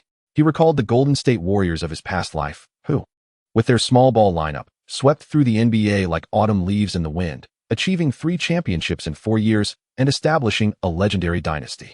The current College of Education might harness this innovative basketball philosophy to catch other teams off guard and win a few matches. Upon the conclusion of the scrimmage, Tan Xiaotian blew his whistle once more. He had now formed a preliminary understanding of the players' abilities. The veteran members of the team displayed superior fundamentals compared to the freshmen, yet their speed was lacking, their ball handling cumbersome, and their defensive footwork inadequate. The freshmen, though brimming with enthusiasm, required significant refinement in their skills. Nevertheless, he identified several bright spots. First was He Yuzhu, standing nearly 1.9 meters tall, robustly built, an ideal candidate for the center position, though his shooting ability was regrettably poor, relegating him to defensive duties against opposing centers. Then there was Dongguan. Despite not being a basketball major, his years of track training endowed him with exceptional stamina and speed. With dedicated practice in ball handling and passing, he could undoubtedly emerge as an outstanding small forward. Lastly, there was Dang Ai Kun, who, despite standing under 1.7 meters, exhibited remarkable endurance, while others gasped for breath. He sprinted tirelessly across the court. Notably, he possessed a remarkable 3-point shooting skill, with a shooting percentage exceeding 30. With further enhancement in this area, who knows? He might become Dong University's very own Curry. As Tan Xiaotian noted his observations, his notebook quickly filled with 2 pages of insights. Unbeknownst to him, Wenxin had been quietly observing him from behind. It is often said that men who work diligently are the most endearing. In a fleeting moment, Wenxin found herself thinking that Tan Xiaotian was not so unbearable after all. Now, we shall proceed with group training. Those whose names I call, please step forward. Dongguan, Li Wei, Xiaotian, you will practice dribbling and passing on the move. Sun Xiao, Qinggan, Fengzi Tue, you will focus on shooting under pressure. Be sure to improve your shooting accuracy, Tan Xiaotian stated. Yet, before he could finish, discontent arose among the participants. Sun Xiao, a third-year student and veteran of the team, voiced his dissatisfaction loudly. Is this ever going to end? Are you trying to kill us? His outburst was met with agreement from several other senior team members, all of whom echoed that the training was excessively prolonged and they were exhausted. When Shun stood up from the bench, completely unfamiliar with basketball, she was uncertain about the appropriate intensity for training sessions. However, with so many complaints surfacing, it seemed possible that Tan Xiaotian's training methods were flawed. Should she perhaps offer a word of caution to him? When Shin hesitated. Before she could make up her mind, Tan Xiaotian sauntered over to Sun Xiao. Standing at 1.8 meters, Sun Xiao was 5 centimeters shorter than Tan Xiaotian, who looked down at him with a piercing gaze. What are you shouting about? Over the past few years, your team has suffered humiliating defeats, producing abysmal results. And you dare to complain of exhaustion? Tan Xiaotian's words cut sharply through the air. It is your kind of unambitious and spineless players that have brought disgrace to the Education Institute time and again. A wave of unrest swept through the veteran members. Tan Xiaotian's remarks were acutely offensive. Sun Xiu's eyes flared with anger as he seized Tan Xiaotian by the collar. What did you say? Do you want me to take you down? A few of Sun Xiu's teammates stepped forward, surrounding Tan Xiaotian. Realizing the situation was escalating, Wen Shun rushed over. Everyone, please remain calm. We are all here for the honor of the Institute. Let us not resort to fighting. Party AI-kun and He Yuzhu, concerned for Tan Xiaotian's safety, pushed forward to shield him. Tan Xiaotian glanced at Sun Xiu's bulging veins with a dismissive smile before swiftly twisting Sun Xiu's wrist. Sun Xiu let out a cry as he bent over, his arm contorting awkwardly behind him. Unfazed, Tan Xiaotian held on to Sun Xiu while pointing at the other veterans. You, and you, if you wish to challenge me, I am more than willing to engage in a fight. However, let me remind you, even if you all come at me together, you will not prevail. To avoid bullying you, we can resolve this matter in another manner. Since we are on the basketball court, let's settle it with basketball. Tan Xiaotian's arrogance ignited the fury of the senior players, who began to shove him. You're being way too cocky. Tan Xiaotian retaliated without hesitation, using only one hand to fend off the group. He Yuzhu and Party AI-kun joined the fray, and chaos ensued on the court. Stop this immediately. Do you all wish to face penalties? Are you trying to jeopardize your graduation? Wen Shun shouted, her voice piercing through the tumult. Like a cold splash of water. Her words halted the fray as everyone ceased their actions. Just as Wen Shun was about to speak again, she was silenced by Tan Xiaotian's roar. Shut your mouth. This is a matter between men. Do you really think you have a place to speak here? If earlier we described Tan Xiaotian's confrontation with the senior players as audacious, now it has escalated to sheer arrogance bordering on self-destruction. At Dongdao, no one has dared to raise their voice against Wen Shun in such a manner. When Tan Xiaotian shouted, the entire arena trembled. In Chapter 73 of the training, Wen Shun could hardly believe her ears. She pointed at Tan Xiaotian, her eyes wide with incredulity. You, what did you just say to me? Upon witnessing Wen Shun's rising anger, Deng AI-kun hurriedly approached to mediate. Chairperson 1, Old 7, didn't he mean it that way? I meant it exactly that way. Tan Xiaotian retorted, releasing Sun Xiu and pushing through the crowd to stand directly before Wen Shun. Do you understand basketball? If not, you should just keep quiet and do your job, fetch water and serve meals. If you find me displeasing, go ahead and remove me. Despite Wen Shun's commanding presence in front of others, she felt inexplicably intimidated and weak-kneed when facing Tan Xiaotian. Cheerleaders rushed to separate them. Strangely, at that moment, Wen Shun's mind was filled with the image of the resolute young man trudging forward with a heavy load on the playground.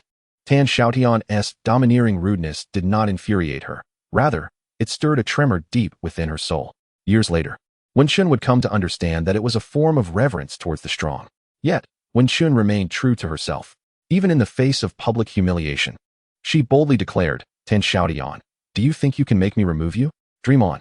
You better lead the training well, or I will hold you accountable for the results. Upon hearing this, the others realized the chairperson's magnanimity. She was not one to hold a grudge against Tan Xiaotian.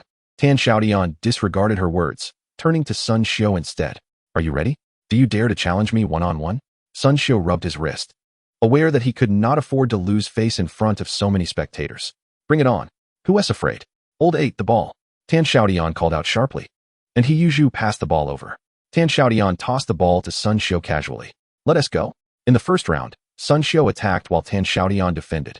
Their clash was so stark that even the cheerleaders on the sidelines could see the disparity in skill. Tan Xiaotian was taller, stronger, and more agile than Sun Xiu. How could he possibly compete? Under Tan Xiaotian's close defense, Sun Xiu couldn't even breach the three-point line, forced to retreat step by step. Ultimately, he had no choice but to hurriedly shoot from beyond the arc, only to have Tan Xiaotian block the ball out of bounds with a resounding slap. Sun Xiu faced a crushing defeat. In the second round, Tan Xiaotian took the offensive while Sun Xiu defended. Tan Xiaotian dribbled the ball slowly, advancing toward the basket, while Sun Xiu flailed his arms in a desperate attempt to stop him. Suddenly, Tan Xiaotian sprang into action, darting to the right. Sun Xiu hurriedly followed. But Tan Xiaotian swiftly changed direction, slipping past him. With a powerful leap, he soared above Sun Xiu for a one-handed slam dunk. The rim shook violently as the ball was forcefully thrust through the net. The players on the court were left in awe. A dunk. Such a spectacle was typically reserved for the NBA or animated shows, yet it unfolded right before their eyes. Xiaotian's physique, his nimble footwork, and his astonishing vertical leap. If his hair were dyed red, he could easily be another Sakuragi Hanamichi. 3 seconds later, the cheerleaders erupted into a chorus of cheers. The beautiful young ladies may not comprehend the intricacies of basketball, yet 1998 marked the pinnacle of the popularity of slam dunk. As they spoke of Xiaotian's graceful demeanor, their eyes sparkled with hearts, and a few freshmen who had secretly harbored crushes on him even shouted the name Rukawakid. Sun Xiu stood in silence for a moment. His head bowed heavily, and softly admitted, "I concede." Surprisingly, Xiaotian shed his previous arrogance, embracing Sun Xiu's shoulders and stating, "Brother Sun, we are not on equal physical footing. It would be unremarkable for me to defeat you. Do not take it to heart." He scanned the crowd, inviting anyone who felt unconvinced to challenge him. "If you win, I shall heed your words. If you lose, you must abide by my rules." A profound silence enveloped the arena, as none could replicate the exceptional skill Xiaotian had just displayed. "Very well, let us resume training. Now." Xiaotian exuded a friendly demeanor. "I understand everyone is fatigued, but to achieve commendable results, we must train with all our might. While our skills may not match those of the stronger teams, our tenacity must surpass theirs." Under his guidance, newcomers like Dong Guan, who had stamina but lacked accuracy in shooting, practiced dribbling and passing on the move, while seasoned players like Sun Xiu, who possessed shooting precision but were lacking in physical endurance, focused on shooting under pressure. The sharpshooters, including Dang Aichuan, dedicated themselves to perfecting their three-point shots, while He Yuzhu received direct instruction from Xiaotian on how to defend against the opposing center. The entire team trained systematically. From a distance, Wenxin silently observed, her mind filled with the phrase carrot and stick. She was all too familiar with Xiaotian's tactic of mixing discipline with encouragement and began to wonder if his earlier outburst was a means to establish authority through her. This young man, not merely a brawny figure with a simplistic mind, had utilized a subtle strategy, and now the entire team followed his lead. Just how much depth did this individual possess? The second training session extended for 3.5 hours before Xiaotian blew his whistle. Even Dang Aichuan, typically robust in endurance, collapsed onto the floor, unable to rise. With a wave of her hand, Wenxin signaled the cheerleaders to deliver the prepared boxed meals and bottled water. This was one of her commitments. During training, all meals and refreshments for the team would be managed by the student council, with funding generously provided by the sponsor, Jintian Network, amounting to a total of 10,000 yuan, personally delivered to the student council by manager Qin Xing of Jintian Network. With this financial support, the team's training apparel, footwear, and meals were adequately addressed, eliminating the need to request funds from the academy. Wenxin remained grateful to Xiaotian for facilitating this sponsorship. After enduring a grueling session, the exhausted players took a moment to recover before eating and then returned to their dorms to wash up and rest.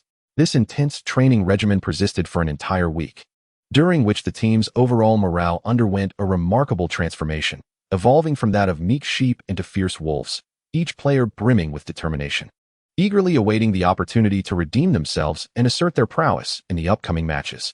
On November 14th, the draw for the Dongda University basketball tournament was conducted, leaving many astonished as two traditionally underperforming teams, the School of Education and the School of Continuing Education, were placed in the same group. This arrangement sparked outcries of unfairness from several mid-tier teams, who accused the student union of manipulating the draw. In response, the president of the student union, Xiaotian, convened a meeting where he publicly addressed the grievances of the disgruntled teams. He asserted that a team only adept at preying on the weak would not progress far, emphasizing the university's motto of self-improvement and unity of knowledge and action. He questioned the credibility of those who could not even strive for self-betterment, asserting their lack of merit to stand at Dongda. His strong words temporarily quelled the discontent among the teams. On November 18th, the Donghai University basketball tournament officially commenced. With 12 teams competing fiercely, the matches for the School of Education were scheduled for the afternoon of the 18th, and half an hour before the game. The gymnasium was inundated with an enthusiastic crowd, surpassing even the attendance of the morning match between the School of Computer Science and the School of Architecture. The allure of the cheerleading squad from the School of Education was irresistible, as the 16 most alluring representatives from the school had come together to form an eye-catching cheerleading team. In preparation for this event, Wenxin had invested significant effort to strengthen the cheerleading lineup, She meticulously visited each potential member, even humbling herself to invite her lifelong rival, Pei Go. Ultimately, the most stunning and well-formed 16 representatives united in the cheerleading squad, showcasing their talents in a dazzling display of aerobics.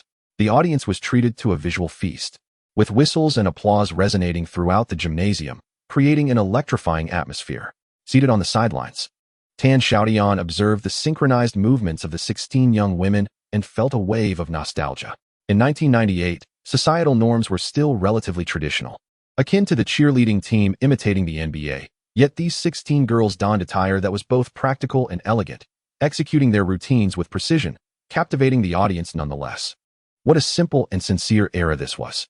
Hey Go, you are stunning. Yen, go for it. The excitement reached a fever pitch, with each representative seemingly having their own fan club. Enthusiastic boys, some wearing glasses, shouted the names of their favorite cheerleaders. Each girl who heard her name reacting with a mix of pride and increased fervor in her performance. Only Wen Chun, despite her striking short hair, found herself unacknowledged. Yet she remained diligent in her execution of each movement. Unable to contain herself any longer, Dang Ai Kun raised her arm and timidly called out, Wen Chun, you are the most beautiful. However, her small voice was swiftly drowned out by the overwhelming cheers around her, with only Tan Xiaotian turning to glance thoughtfully in her direction. As the cheerleading performance concluded amidst reluctant applause, they exited the court, leaving the stage to the day's main event, the basketball teams from the School of Education and the School of Continuing Education. The basketball team from the Adult Education College, donned in matching green uniforms, made their entrance. The players varied in age, with some as young as 17 or 18, while others approached 30. These individuals were not traditional university students. They had all entered through adult college entrance examinations, representing a diverse group of societal youth, inevitably leading to a mix of capabilities. A few older members, as they took to the court, leered at the cheerleaders with heads tilted and uttered crude remarks. Look at that long-haired one. Her legs are stunning. The third one on the left is great, slender waist and ample bosom. You all have poor taste. Check out the first one on the right with the short hair. Her skin is so fair and smooth, just imagine at night. A burly man with a beard spoke lewdly, and it was none other than Wen Chun he referred to. His lascivious laughter echoed, and Party Ai Kun clenched his fists, resolutely striding toward the man, undeterred by his imposing height and muscular build. Even if that man wielded a weapon, Party Ai Kun was prepared to confront him fiercely. Since the moment those crude comments were made, Tan Xiaotian had been vigilant of Party Ai Kun's movements.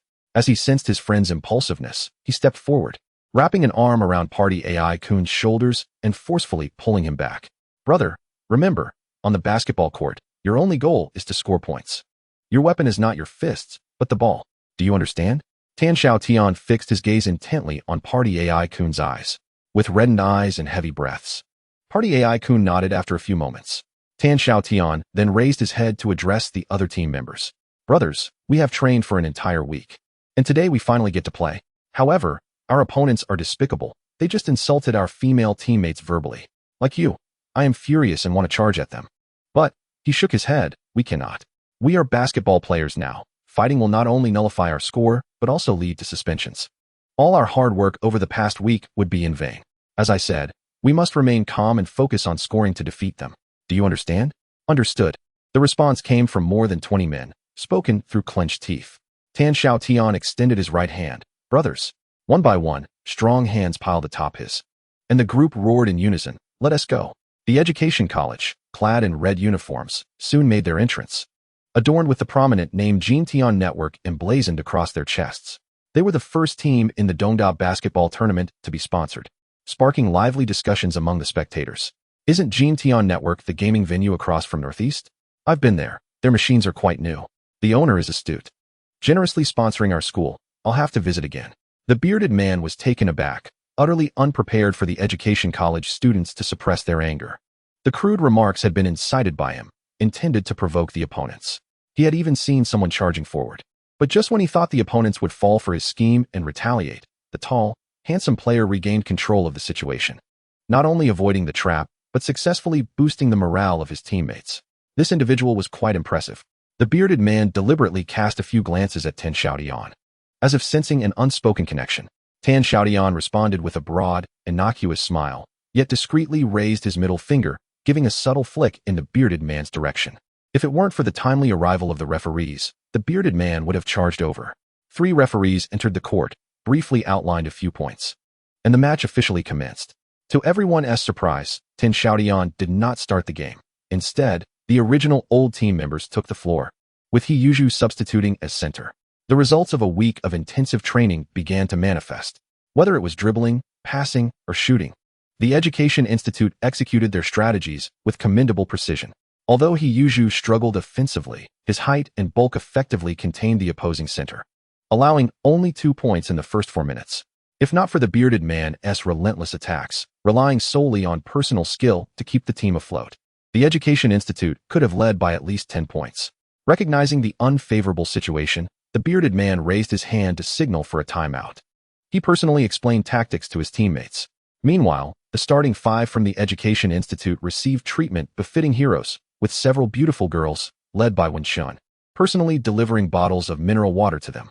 He panting heavily, turned to Xiaotian and boasted, "Seventh brother, how did I perform?"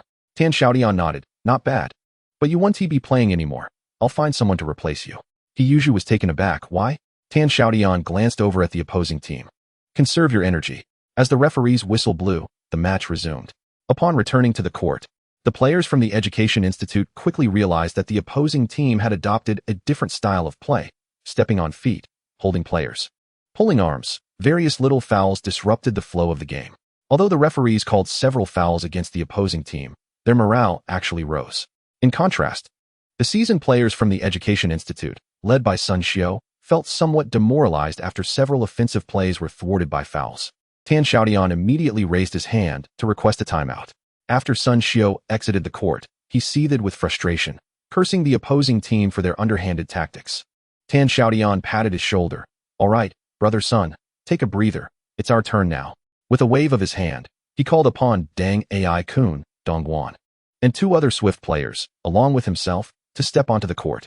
The substitution of 5 players from the Education Institute caused quite a stir, especially as Xiaotian made his entrance, eliciting excited cheers from the female students, bestowing upon him the treatment akin to a renowned star.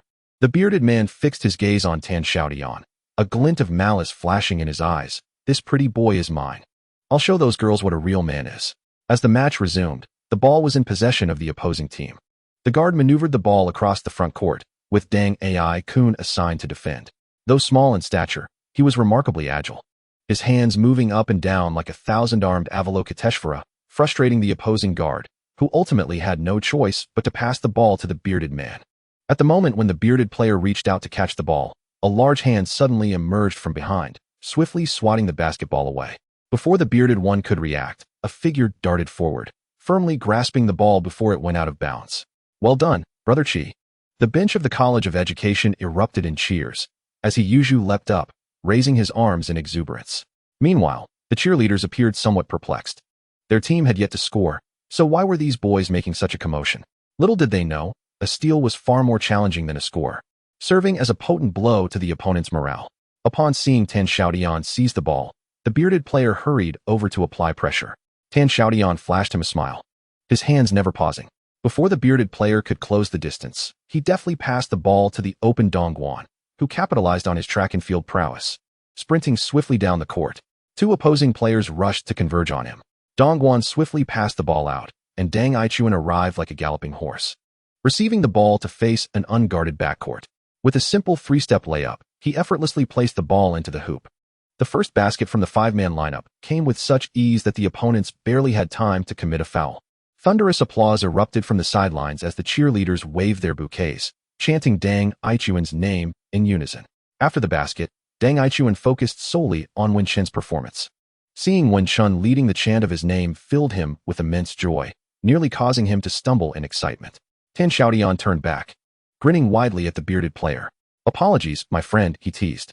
The bearded player, unable to tolerate the insult, took a deep breath and, leveraging his forward momentum, collided his shoulder forcefully into Xiaotian. The sound of their bodies crashing together echoed, as 2 men over 6 feet tall collided like titans. The bearded player felt as though he had slammed into a wall. The force was so great it nearly sent him back. However, for the sake of pride, he gritted his teeth and stood his ground.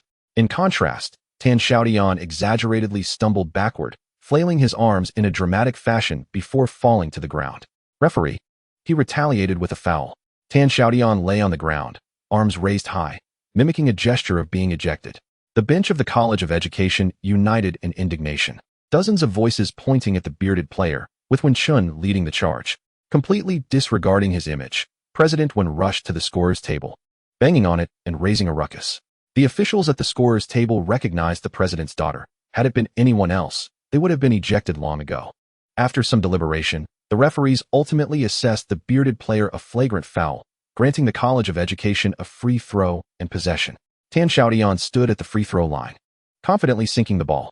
Following this, the College of Education resumed play, with the ball in Deng Aichuan's hands. He dribbled a couple of times, but the opponents were now fully engaged, applying aggressive pressure. Seeing no opportunity, he casually passed the ball to Dong Guan, who made a feint to the left, seemingly poised to break through. The defender quickly moved to cover, but Dong Guan flicked his wrist, returning the ball to Deng Aichuan, who leapt high for a shot at the top of the three-point arc. A three-pointer. Up to this moment, the game had yet to see a single three-point shot. Everyone simultaneously raised their heads, fixated on the trajectory of the ball, including the scruffy bearded defender who had closely shadowed Tan Xiaotian, momentarily abandoning his defense. Thud. The ball struck the rim, bouncing once before failing to enter the hoop. The members of the Continuing Education College exhaled in relief, now trailing by 13 points. Should another three-pointer be made, the game would be irretrievably lost. Regrettably, their joy was premature, for a figure sprinted from the perimeter, soaring high amidst the crowd. One arm raised triumphantly, boom. A powerful slam dunk sent the ball crashing through the net. The crowd erupted, this being the first dunk since the commencement of the match. The cheerleaders from the Education College collectively shouted Tan Xiaotian's name, and even Pega, who had previously felt humiliated, found Tan Xiaotian irresistibly charming in that moment. At that instant, Wen Chun felt a surge of fervor, rising to her feet, and, despite her hoarse voice, leading the cheers with exuberance. Tan Xiaotian's dunk ignited her passion, revealing a different side of her. After grasping the rim and shaking it a couple of times, he landed gracefully. As he walked back past the scruffy bearded man, he muttered under his breath, "You think you can guard me? You're still green." The scruffy bearded man, nearing 30, could scarcely tolerate being called green by someone under 20. Since the game was already lost, there was no need to feign restraint. He resolved to vent his frustrations first. With a furious roar, he seized Tan Xiaotian's jersey from behind, exerting force, causing the flimsy, cheap replica jersey to tear asunder, exposing Tan Xiaotian's well-defined upper body to the cool air. His chiseled chest and abs were sculpted as if hewn from stone, strikingly white, immediately capturing the attention of the female spectators outside. Such a great physique. So fair. Yet, when Chen's focus differed from that of the enamored girls, she dashed over, grasping the scruffy bearded man's arm, exclaiming, "You hit him." "Damn it, I did, what of it? You little girl, get lost." The scruffy bearded man violently swung his arm, sending Wen Chen's frail form flying sideways. Upon witnessing the scruffy bearded man's aggression towards Wen Chun, Deng Aichuan's eyes turned red with fury. "I'll kill you." Fortunately, Tan Xiaotian acted swiftly, wrapping his arms around Deng Aichuan. "Brother, have you forgotten what I said before the game?" Deng Aichuan, like an enraged leopard, thrashed in Tan Xiaotian's embrace. Had Tan Xiaotian not been strong, he would have struggled free. "Let me go." He dared to hit Wen Chun. "I'll kill him." Deng Aichuan was utterly incensed. Tan Xiaotian, quick-witted, replied, "Brother, what time is it? Do you still wish to fight? Shouldn't we check on how President Wen is doing?" His words jolted Deng Aichuan into awareness. He broke free from Tan Xiaotian's hold and rushed to Wen Chen's side, cautiously inquiring about her condition. Wen Chun had already been assisted to her feet by the other cheerleaders and was unharmed. Toot, toot, toot. The three referees simultaneously blew their whistles. The scruffy bearded man, already bearing one unsportsmanlike foul, was immediately ejected from the game. Unfazed, he publicly removed his jersey and shouted menacingly at Tan Xiaotian, "You little brat, just wait." With a mischievous grin, Tan Xiaotian gestured invitingly with his right hand. "Kid, I'll make you pay." The imposing center from the Continuing Education College clenched his fists and charged at Tan Xiaotian.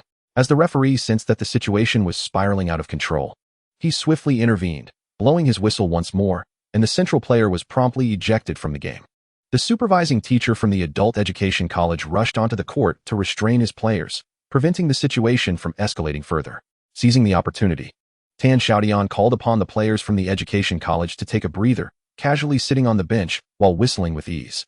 With two key players from the opposing team penalized and their morale significantly diminished, victory in this match was all but assured. As anticipated by Xiaotian, the remainder of the game transitioned into a mere formality. The Education College, utilizing their first-string traditional lineup, effortlessly triumphed over the Adult Education College by a margin of 25 points. The innovative five-man lineup, a secret weapon against formidable opponents, was wisely withheld, deemed unnecessary against a weaker team. The only noteworthy incident was the arrival of officials from both the Student Affairs and Security departments upon hearing reports of player altercations. The Student Affairs Office sought the names of those involved in the brawl, ensuring that the bearded player and the central figure would face repercussions post-match, while the Security department dispatched an additional 8 guards to ensure the game proceeded smoothly. When the referee finally blew the whistle to signal the end of the match, exuberant players rushed onto the court, embracing one another in jubilant celebration. Newcomers like Xiaotian and Dang Aichuan were initially indifferent, but the seasoned players, including Sun Xiao, were overjoyed, marking the Education College's first-ever advancement to the top 8. Even Dong Guan, who had previously harbored criticisms of Tan Xiaotian, now found himself filled with admiration for him. As the players felt that the celebratory manner was insufficient, Sun Xiao led the charge, and together they hoisted Tan Xiaotian above their heads, tossing him into the air with exuberance. The cheerleaders, unable to contain their delight, joined in the celebration encircling the players. Yet, amidst the revelry, Wen Qin sat alone on the bench, her expression vacant and devoid of joy. Logically, she should have been the most elated person, having orchestrated the team's advancement to the top 8, yet she felt only tranquility, tinged with a hint of disappointment. When she was pushed aside by the bearded player, she witnessed Dang Aichuan, eyes reddened, courageously leaping into the fray, as well as the frighteningly rational Tan Xiaotian. This was the stark contrast between being cared for and indifference. In that fleeting moment, when Chun experienced the pangs of heartbreak for the first time, if only he had stood up for her like Dang Aichuan. Even if it had caused a commotion, she would have gladly borne the repercussions. Alas, she realized that she held no significance in his heart. Wen Qin chuckled at her own self-deprecation. Meanwhile, Dang Aichuan, who had been secretly observing her, quietly approached her, squatting down with a look of concern, inquiring, "Wen Chair, are you all right? Are you still feeling unwell? Perhaps you should find a senior to accompany you to the infirmary?" Wen Qin hastily responded, "I'm fine, truly. I'm just so happy that I wanted to sit alone for a moment. By the way, thank you, Dang Shueti." Upon hearing her express her gratitude, a radiant smile blossomed on Dang Aichuan's dark, thin face. He bashfully scratched his head before springing to his feet and dashing away. Dongguan approached, saying, "Wen Chair, we've made it to the top 8. Everyone has worked hard during this time. Should we arrange a few tables to celebrate? Additionally, should we inform the college leadership?" In the past, such matters required no reminders from Director Dong, as Wen Chun was adept at organizing everything meticulously. However, her heart was now in disarray, causing her to forget entirely. "It is my oversight, Director Dong. Please go outside and find a restaurant to reserve a few tables. I will immediately call the department leaders to share the good news." Once she regained her composure, Wen Chun resumed her methodical arrangements. Upon exiting the gymnasium, Wen Chun exhaled deeply, for regardless of the circumstances, the team had reached the top 8, a commendable achievement that would bolster her campaign next month. A positive development, indeed. Emotions, after all, differ from other matters and cannot be forced.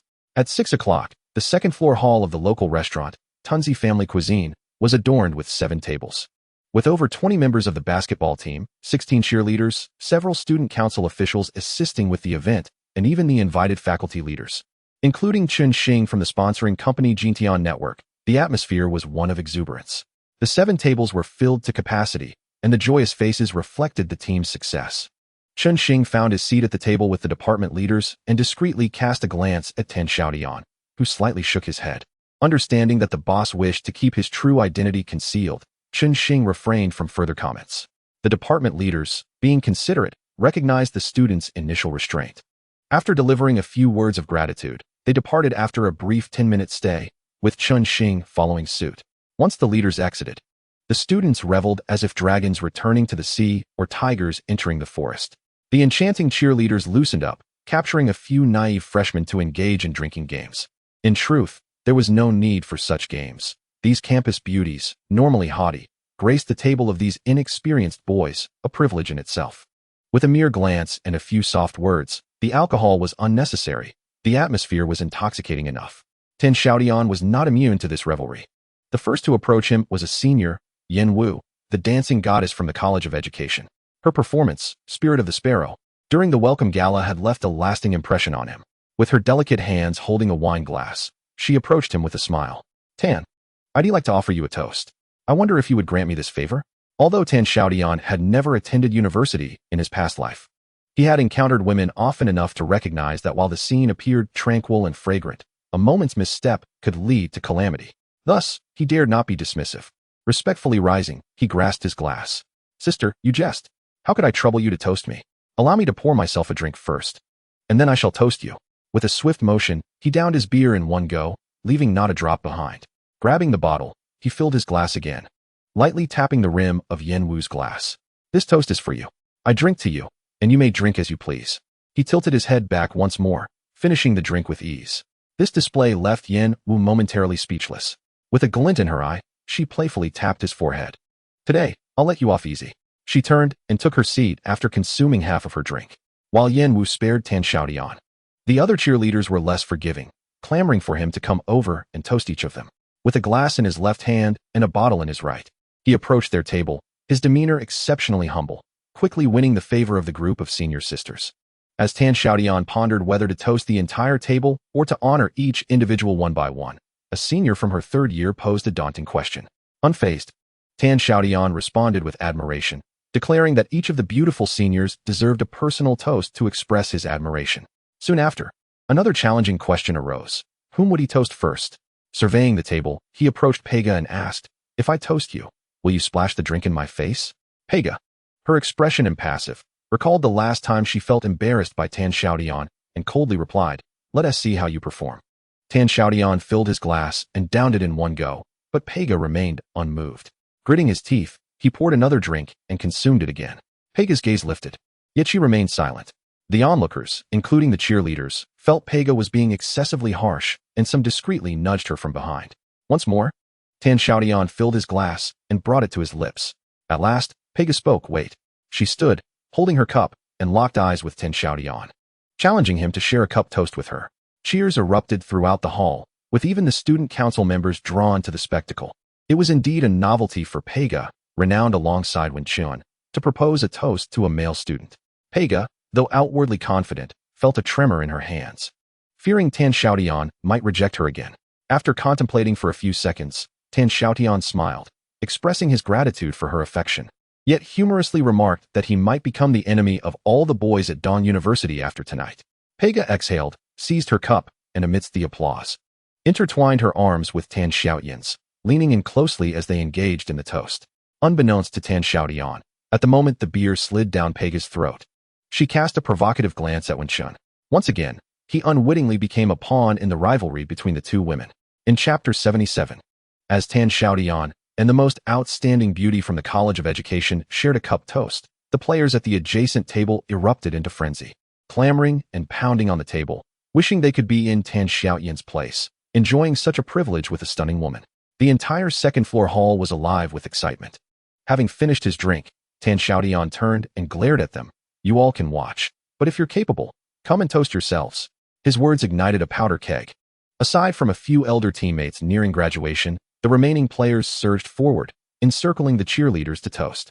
Seizing the opportunity to escape, Tan Xiaotian slipped away unnoticed, prompting Party Ichuan to follow him downstairs, concerned he might have drunk too much. Are you all right, old seven? Tan Xiaotian lit a cigarette and waved his hand dismissively. I'm fine. These seniors are too intense, and I can't handle it. I'm making a quick exit. Without waiting for Party Ichuan's response, he departed. Party Ichuan remained behind, watching Tan Xiaotian's retreating figure until he was certain he had not overindulged before heading back upstairs. Tan Xiaotian's abrupt disappearance displeased the seniors. Yet with around 20 players still present, the atmosphere of the banquet remained at its peak, with everyone enjoying their revelry.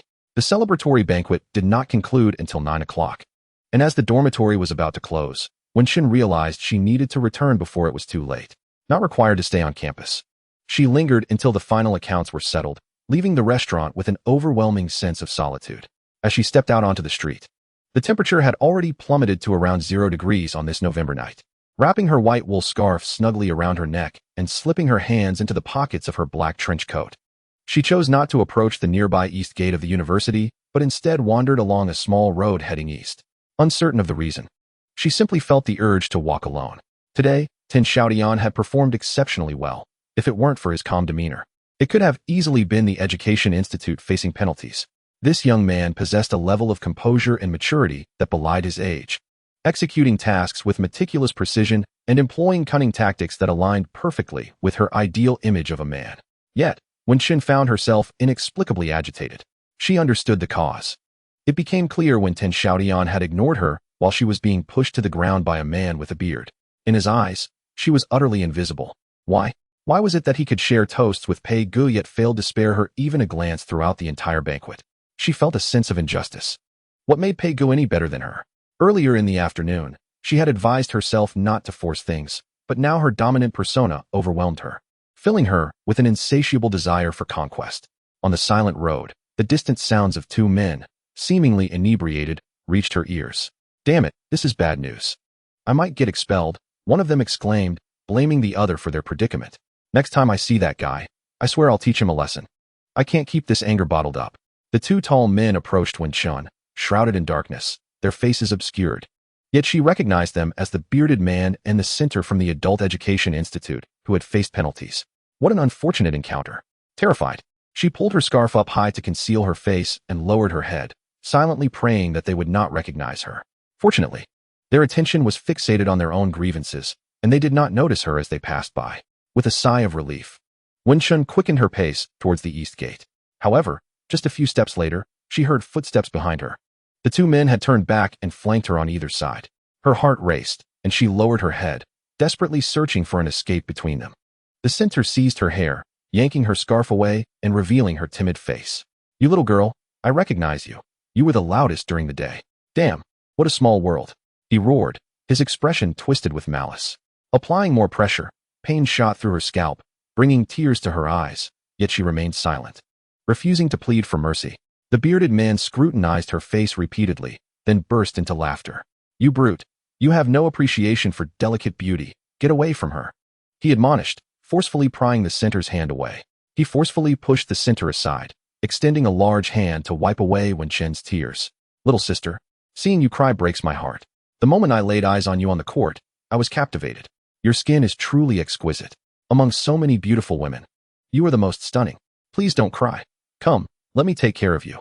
Wenchun bit her lower lip tightly, twisting her head to evade the filthy hands of the bearded man. Fear coursed through her, yet her mind remained exceptionally clear. As she dodged, she stealthily surveyed her surroundings, plotting her escape route. Ah, what a college student. Innocent and shy, far superior to those women outside. This little one is truly precious.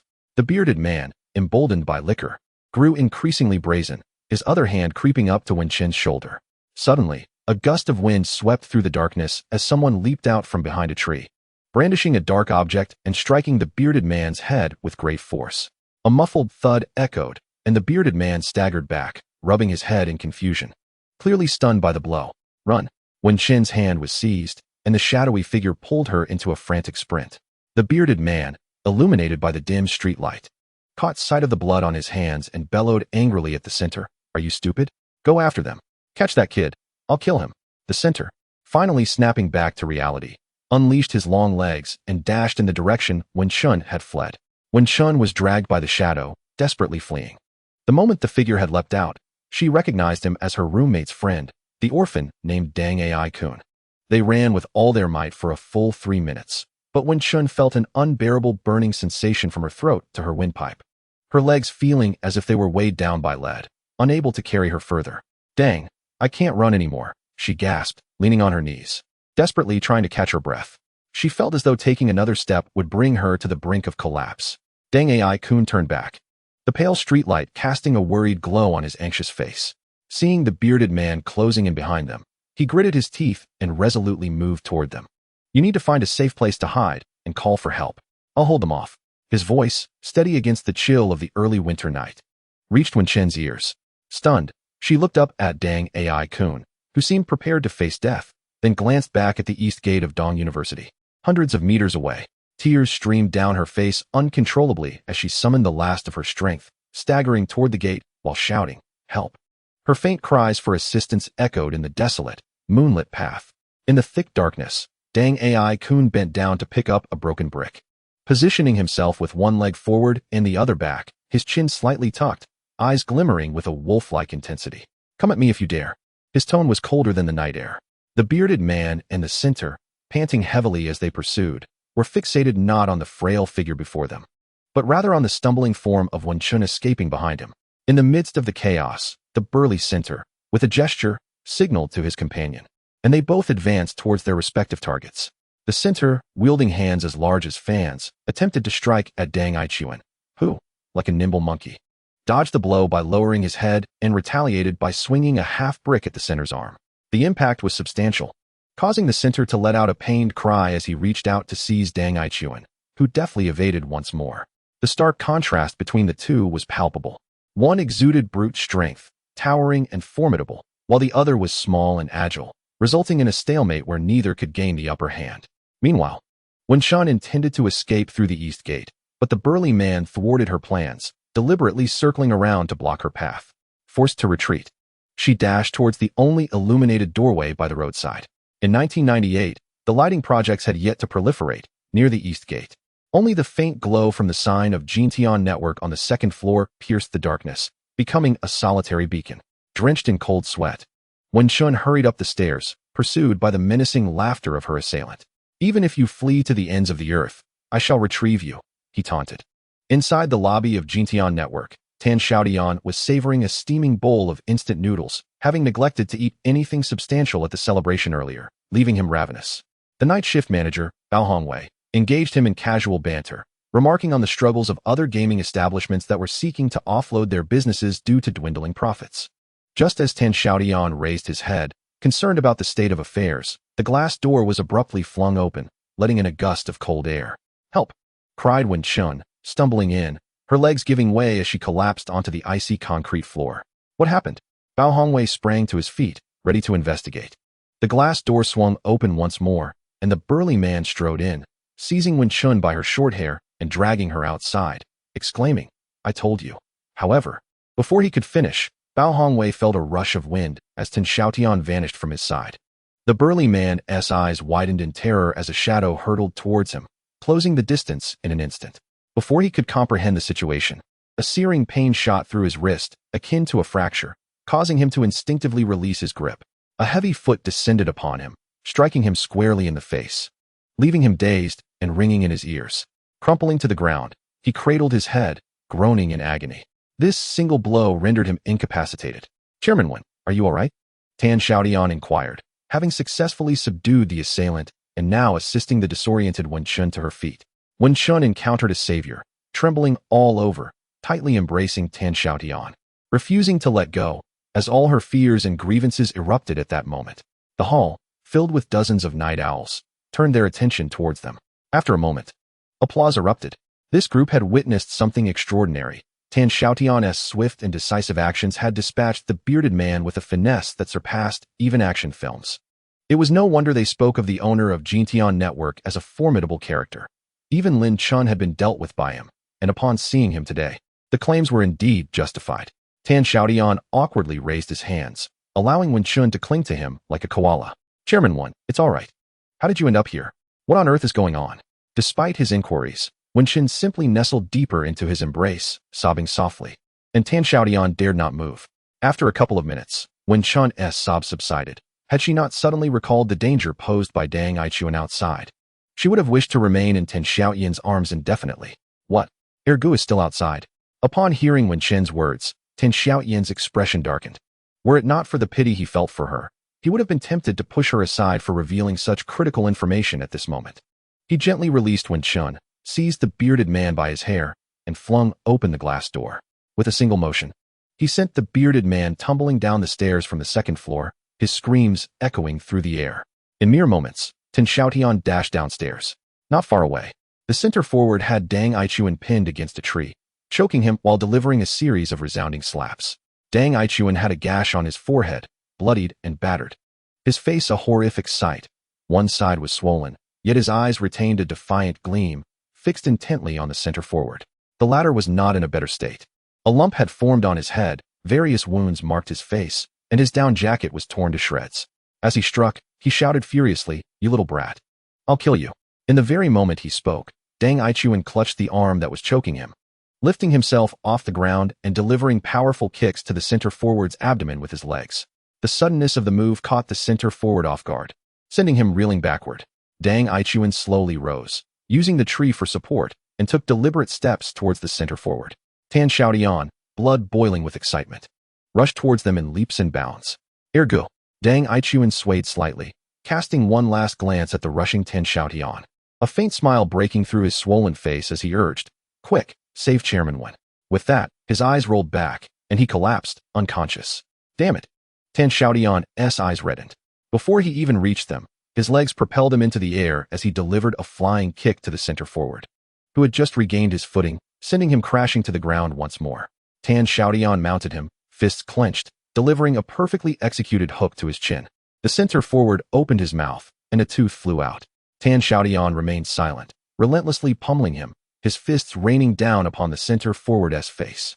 Within a matter of seconds, the center forward's eyes rolled back, and he was rendered unconscious from the force of Tan Xiaotian's blows.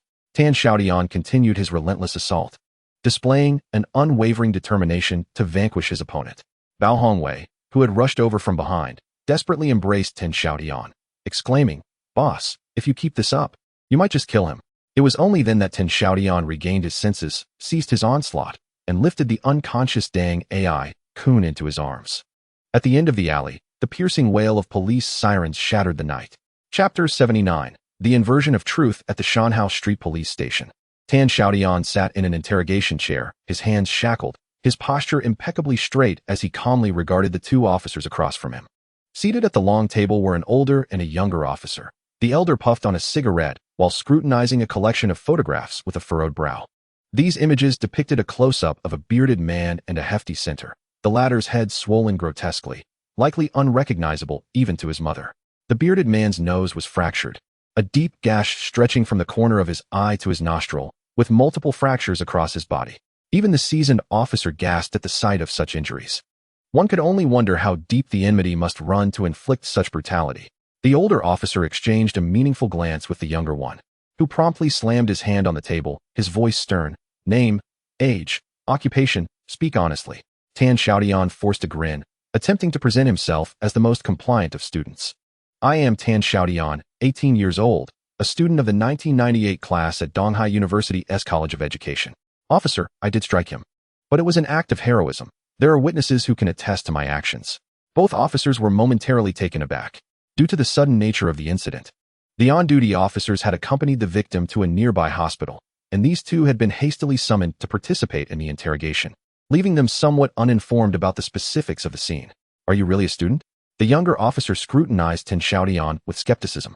Given the bloodstains on his clothing and hands, along with the palpable aura of aggression still surrounding him, it was difficult to reconcile his appearance with that of a typical university student. "I truly am a university student. There are still plenty of witnesses outside. You may inquire with them." The older officer shot the younger one a glance before stepping out of the room. The younger officer remained hostile, repeatedly warning Tan Xiaotian to be truthful, as fabricating evidence against the police could have severe repercussions.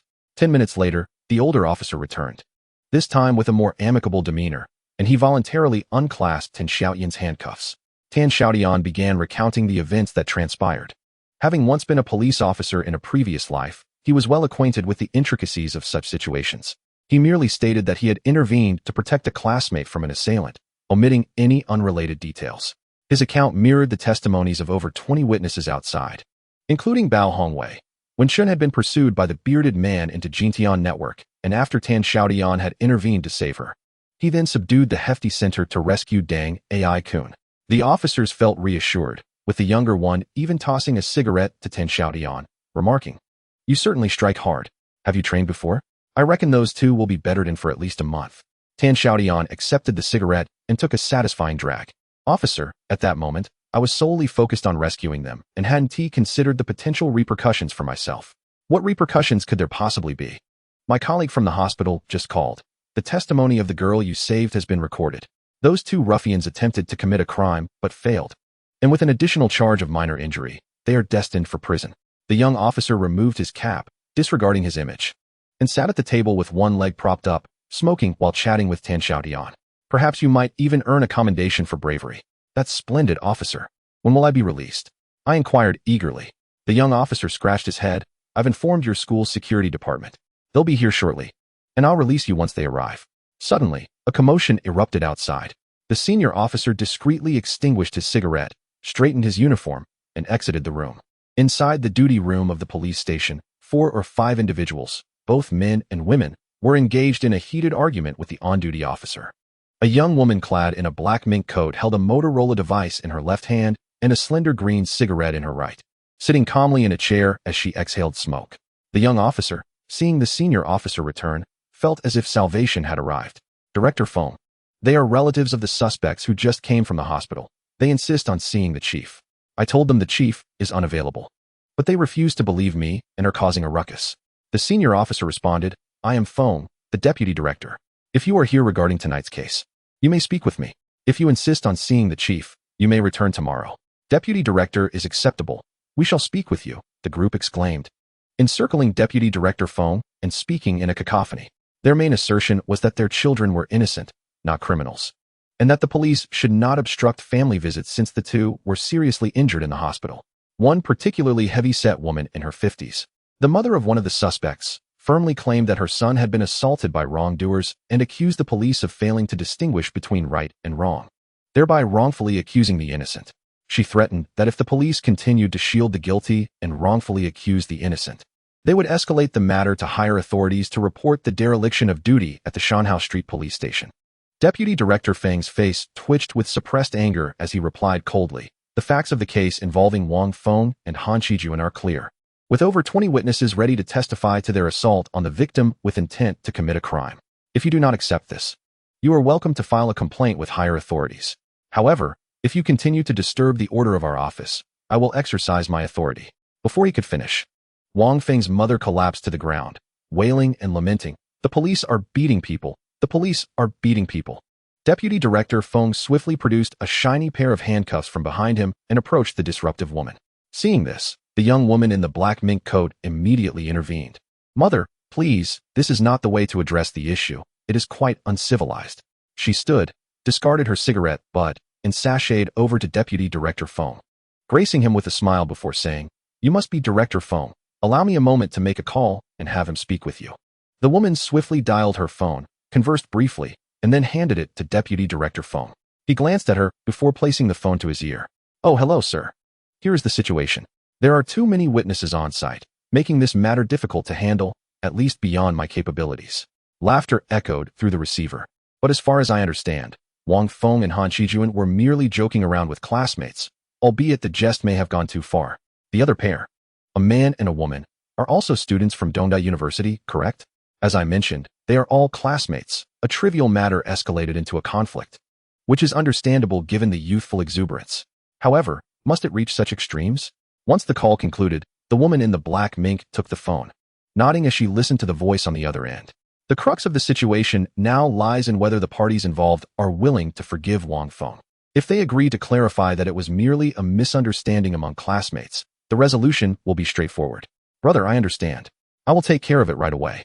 With that, the woman in the mink ended the call and hurriedly left with her associates.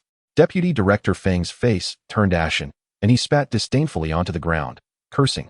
What kind of world is this? Can the truth really be turned upside down? After a moment's contemplation, he returned to the interrogation room and whispered a few words in Xiaotian's ear. Young man, your 2 classmates who were injured may be in trouble. The suspect's family is looking for them. With a wave of his hand, he dismissed him, saying, This is no longer your concern. You may leave. Chapter 80. Only beat the bastards on the darkened streets. Xiaotian ran desperately. Ahead, illuminated by bright lights, was the first affiliated hospital of Xiaotian Medical University, where Dang Aichuan and Wen Chun had been admitted, and surely, the beard and the sinner were there as well. Xiaotian quickened his pace, darting into the hospital lobby. Just as he entered, he was met with a cacophony of voices from the emergency department. Following the sound, he spotted Wen Chun, her face devoid of color, flanked by a pair of refined middle-aged individuals who, by appearance, were likely her parents. At this moment, the entire Wen family trembled with rage. Opposite them stood 4 or 5 individuals, led by the woman in the black mink, who held a bank card between her fingers, waving it as she pointed at Wenchun. "Little sister, here is 30,000 yuan. All you need to do is tell the police that you and Wang Feng are classmates and that tonight's incident was merely a misunderstanding between friends. This money is yours." She cast a contemptuous glance at Wenchun's pale face and scoffed. "Stop pretending to be virtuous. Did you not entice Wang Feng for the sake of money? What nonsense are you spouting?" Wenchun's mother could no longer contain her fury. "If you continue to harass us, we will call the police." "Call the police?" The woman in the black mink laughed, her eyes widening in defiance. "Let me make it clear. I have connections at the police station. I am not afraid of your threats." Finally, unable to endure any longer, Wen Luoyang pulled out his phone. "So you refuse to leave? Very well. I shall call the police. How dare you take this tone with me?"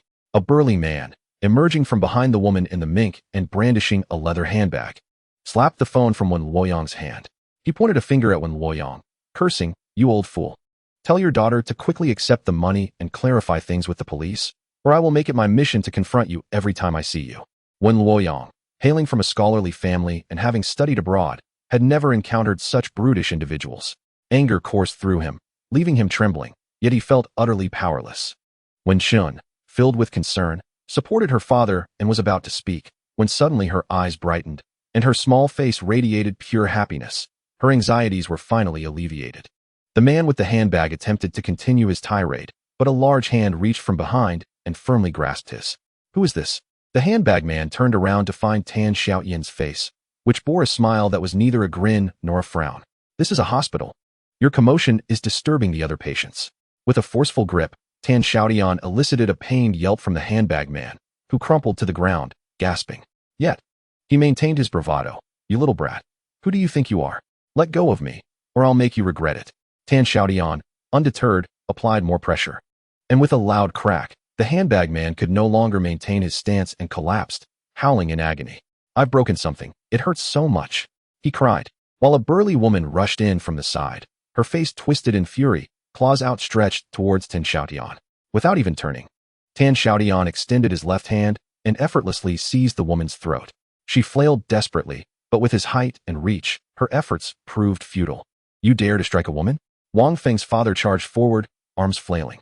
In response, Tan Xiaotian delivered a swift kick, sending the old man sprawling 3 meters away, while with a flick of his wrist, he tossed the woman aside. Both fell to the ground, creating an abrupt hush in the previously raucous emergency room. Those remaining from the Wang family were rendered speechless, terrified of incurring the wrath of this seemingly unyielding force.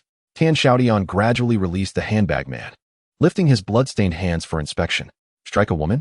I'm so enraged that I might have struck myself. Where are the nurses?" A timid nurse, who had been cowering in the corner, mustered her courage to peek out. Do you need something? I got into a scuffle with 2 ruffians last night, and now my hands hurt. Could you take a look?" Tan Xiaotian flashed her a grin. "It's nothing. I only dealt with some rascals, perhaps influenced by his charm." The nurse, blushing, examined his hands and remarked, "There's no bruise, and it doesn't appear broken. Would you like me to apply some alcohol?" With a pair of tweezers, she dabbed an alcohol-soaked cotton ball on his hands, dissolving the dried blood into a diluted crimson that eventually vanished entirely. The hospital security arrived belatedly, while the Wang family began to play the victim, claiming Tan Xiaotian had assaulted them. Tan Xiaotian, feigning innocence, remarked, "They were the ones disturbing the peace and attempting to intimidate other patients. I merely sought to restore order. It was my duty. No need for thanks." The security personnel found themselves in a quandary, uncertain of whom to support. A woman, clad in a mink coat, produced a Motorola device and dialed a number. "Brother, we are at the hospital, and we've located the girl. We're trying to persuade her, but out of nowhere, a punk emerged and assaulted my in-laws. This kid is quite brazen. Are you not going to call the police?" The individual on the other end of the line exuded an air of authority, questioning whether this trivial matter required my guidance. Nevertheless, given the chaos of the evening, I decided to let the precinct handle it. After the call ended, the woman in the black mink coat, brimming with arrogance, pointed a finger at Tan Xiaotian and exclaimed, Don't you dare leave. The police are on their way." Tan Xiaotian, tilting his head as he conversed with the nurse, displayed no signs of concern. "Excuse me, miss, the patient you brought in earlier. A short individual with dark features. Where is he now? Is his condition serious?" The nurse, with her striking almond-shaped eyes, blushed as she replied, "He is fine, merely superficial injuries. He has been taken to the surgical ward. Thank you for helping me with the alcohol. I promise to bring you some treats next time." Tan Xiaotian remarked, engaging in light banter with the nurse while keeping an eye on the movements of the Wen family. Truth be told, he felt a strong aversion toward Wen Chun. If she hadn't left Dang Aichuan outside, his brother wouldn't have suffered so severely. He was acutely aware of the power dynamics within the emergency room. That individual on the phone, presumably influential within the police system, instilled a sense of fear in the family. Glancing toward Wen Luoyang, who was clutching the phone and engaged in conversation, Tan Xiaotian sensed something amiss. Turning, he met Wen Chen's fervent gaze. Having lived 2 lives, he understood the implications of such a look, and unease stirred within him. Outside the emergency room, the sound of footsteps announced the arrival of 4 police officers. The woman in the black mink coat beamed with delight and hurried to greet them, whispering a few words before pointing at Tan Xiaotian. The officers approached. Tan Xiaotian offered a smile to the nurse before straightening his posture. Is it you who caused the disturbance here? Come with us, one officer declared, brandishing shiny handcuffs. Wait. Wen Luoyang, just finishing a phone call, rushed forward and blocked the officer's path. Do you wish to accompany us to the station as well? The officer, his cap askew, wore a grim expression, irritated at being pulled from his warm bed for such a matter. Wen Luoyang adjusted his glasses and replied earnestly, have you investigated the situation at the scene? There are doctors and nurses present, as well as hospital security personnel. Why do you whisper with them upon arrival? What connection do you have with that group? The officer, caught off guard by the inquiry, grew visibly flustered and retorted, and you are? Do you think I hesitate to cuff you? Remaining composed, Wen Luoyang stated, I am Wen Luoyang, deputy principal of Donghai University and a representative of the Xiaotian Municipal People's Congress. Officer, I will report every word and action you take here to your superiors. I refuse to believe that Xiaotian lacks a place for reason. The expression on the officers' faces became comically incredulous, mouths agape, yet silent. The deputy principal of Donghai University held a rank equivalent to that of a vice minister, and though not from the same system, his status commanded respect. If he chose to pursue this, even the precinct chief would find himself in a difficult position. Just then, as if on cue, the team leader's phone rang. Hello, Chief. You're still awake at this hour? The leading officer wore a smile that seemed to suggest the person on the other end of the line could see him. Rest? I would be grateful just to survive your ridiculous antics. Tell me, are you at the affiliated hospital of the medical university? Who dispatched you to respond? The quality of the Nokia 5110's receiver is remarkable. Even from 2 meters away, one can hear the furious voice on the other end. Let me inform you. Principal 1 from Dongda is right there. If you dare to act recklessly, I will have your skin. Once the call ended, the 4 officers exchanged glances. What a stroke of bad luck tonight. While there were leaders on the other side calling for their action, the chief was on the line, making their task exceedingly difficult. Principal 1, please do not be upset. There seems to be a misunderstanding here. We will investigate further. Among the officers, one clever individual, sensing the gravity of the situation, quickly attempted to smooth things over. Wen Luoyang had felt constrained in front of the Wang family, for it is often said that a scholar cannot argue with a soldier. But now, facing the police, his commanding presence as a long-time authority figure naturally emerged. He pointed at the Wang family, led by the woman in the black mink, accusing them of baselessly slandering and insulting his daughter, with the medical personnel present as witnesses. Were it not for the intervention of concerned citizens, they might have resorted to violence to threaten us. Upon pausing, Wen Luoyang extended his hands to grasp Tan Xiaotian's, expressing gratitude, saying, young man, thank you. Without you, our family might have faced dire consequences. The leading officer inhaled sharply. After all, he was a university president, and even his reprimands lacked foul language. Yet each word struck with precision. Today, they could only offend one party. Otherwise, if this principal when reported to the chief, they would find themselves in serious trouble. There was no other choice. With so many witnesses present, the 4 officers dared not indulge in any trickery. After consulting with the emergency room staff, they confirmed the Wang family's harassment of Wen Chun and, in front of Wen Luoyang, proceeded to take the Wang family away. Originally, Wang Feng's parents intended to cause a scene, but the woman in the black mink dissuaded them. Earlier, when the police were gathering evidence, she had called her brother, who, upon learning that the principal from Dongda was present, became furious and scolded her, urging her to leave the scene immediately. Realizing even her powerful brother was at a loss, the woman in the black mink reluctantly complied and went with the police. From the moment when Luoyang spoke, Tan Xiaotian became an observer. He possessed the self-awareness to know that while he could intimidate small fry with his fists, to truly resolve the issue, it required the intervention of someone of Wen Luoyang's stature. There are countless methods to solve problems in this world. Relying on personal strength may be the most expedient, but is also the lowest form. like when Luoyang, who with a single phone call could compel the police to bow their heads in acknowledgement of their error, resolving all issues effortlessly. Tan Xiaotian aspired to become such a figure. Unfortunately, at that moment, when Shun could not perceive her father's formidable influence, her mind was consumed with images of her family being bullied and Tan Xiaotian heroically rescuing them from peril. Having grown accustomed to refined, gentle men, she felt a deep curiosity and admiration for the testosterone-fueled Tan Xiaotian, accompanied by an unreserved trust. Even someone as astute as Wen Chun was currently blinded by her emotions. In the midst of her distraction, Tan Xiaotian had quietly slipped away. On the second floor of the inpatient department of the first affiliated hospital of Xiaotian Medical University. In the surgical ward, Tan Xiaotian gently pushed open the door to the observation room. Inside, only one patient lay on the bed, their head wrapped like a mummy. Yet, the color of their clothing still revealed them to be Dang Aichuan. Tan Xiaotian quietly approached the bedside, took a seat on a stool, and gazed at the woeful figure of Dang Aichuan, letting out a deep sigh. He truly had not anticipated that his older brother could exhibit such relentless determination in battle. The vivid images of the bloody confrontation with the opposing center forward still haunted Tan Xiaotian. If he were not so infatuated, he could genuinely be considered a man. As Tan Xiaotian sighed, Dang Aichuan immediately stirred awake. Since being bandaged and brought into the observation room, he had been in a state of half-consciousness, partly due to the pain from his freshly treated wounds and partly out of concern for Wen Chen's safety. Is it the seventh brother? How is Chairwoman Wen? Dang Aichuan raised his heavily bandaged arm, attempting to grasp Tan Xiaotian's hand. Rest assured, she is perfectly fine, not even a scratch. The moment when Chun was mentioned, Tan Xiaotian's tone grew notably colder. Dang Aichuan had risked his life for her, yet she had yet to come to visit. That's good, Dang Aichuan exhaled, his tense body finally relaxing. Second brother you. Tan Xiaotian had intended to counsel Dang Aichuan, suggesting that a woman like Wen Chun was not suited for him. But upon witnessing his pitiful state, the words faltered. You truly possess remarkable fighting skills. I never noticed it before. Huh. Dang Aichuan chuckled lightly. I am an orphan. You see, growing up without parents, I was often bullied at school, with no one to support me. I had to rely on myself. Anyone who dared to bully me faced my wrath. Do not underestimate my stature. Though I may be small, if one dares to fight, they will earn the respect of others.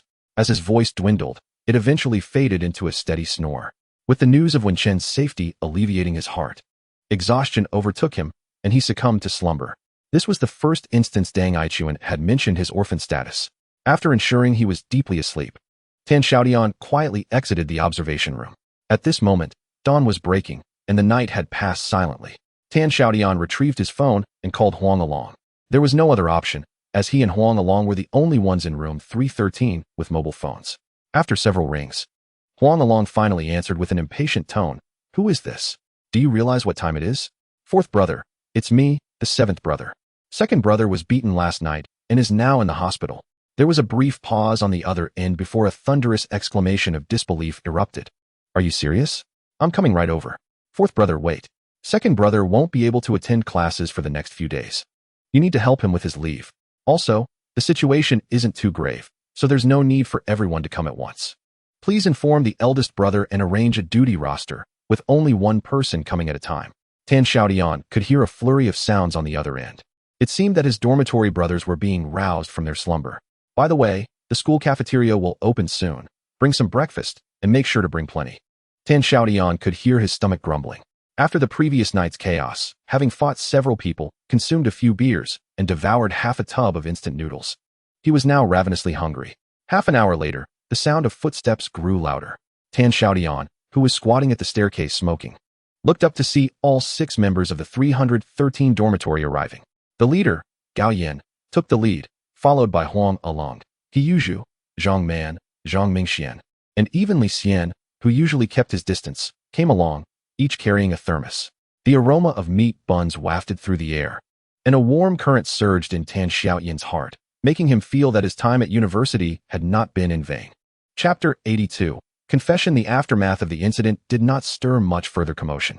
Wang Feng, with his scruffy beard, and Han Shijuan, the center forward, were implicated in the sexual assault of a female, attempted rape, and several charges of minor assault, all of which were substantiated, leading them to face a lengthy prison sentence. It was rumored that the families of Wang and Han sought to leverage various connections in hopes of lightening their sentences. But all the officers involved in the case remained steadfast and impartial. Those privy to the details understood that when Luoyang was truly driven by a sense of vengeance. The head of security at Dongda University, citing the involvement of both parties as students of the same institution, was fully engaged in the investigation. While they claimed to be assisting, in reality, they were merely monitoring. Who would dare to act out of self-interest when Luoyang could elevate this case to astronomical proportions? Tan Xiaotian and Dang Aichuan were summoned by Luoyang for discussions. Aside from expressing their gratitude, both were informed that their courageous actions would not be forgotten by the university. Essentially, they would not be overlooked by Luoyang himself. The leader spoke with artistic eloquence. Yet Tan Xiaotian discerned several promises. There would be no worries regarding their final grades. Both would undoubtedly receive scholarships, and previous disciplinary actions would be expunged. Tan Xiaotian was indifferent to these assurances. What truly brought him solace was that during Dang Aichuan's 2-week hospitalization, Wen Chun visited daily to bring meals. And when Luoyang and his spouse made several appearances, showcasing the admirable upbringing of the Wen family, which emphasized gratitude and reciprocity. For Dang Aichuan, these 2 weeks represented the happiest period of his life, as he could see the goddess of his heart tending to him daily. He wished for his injuries to multiply in severity, desiring to remain in the hospital for eternity. The basketball game, held without Dang Aichuan, the key guard, concluded predictably in defeat.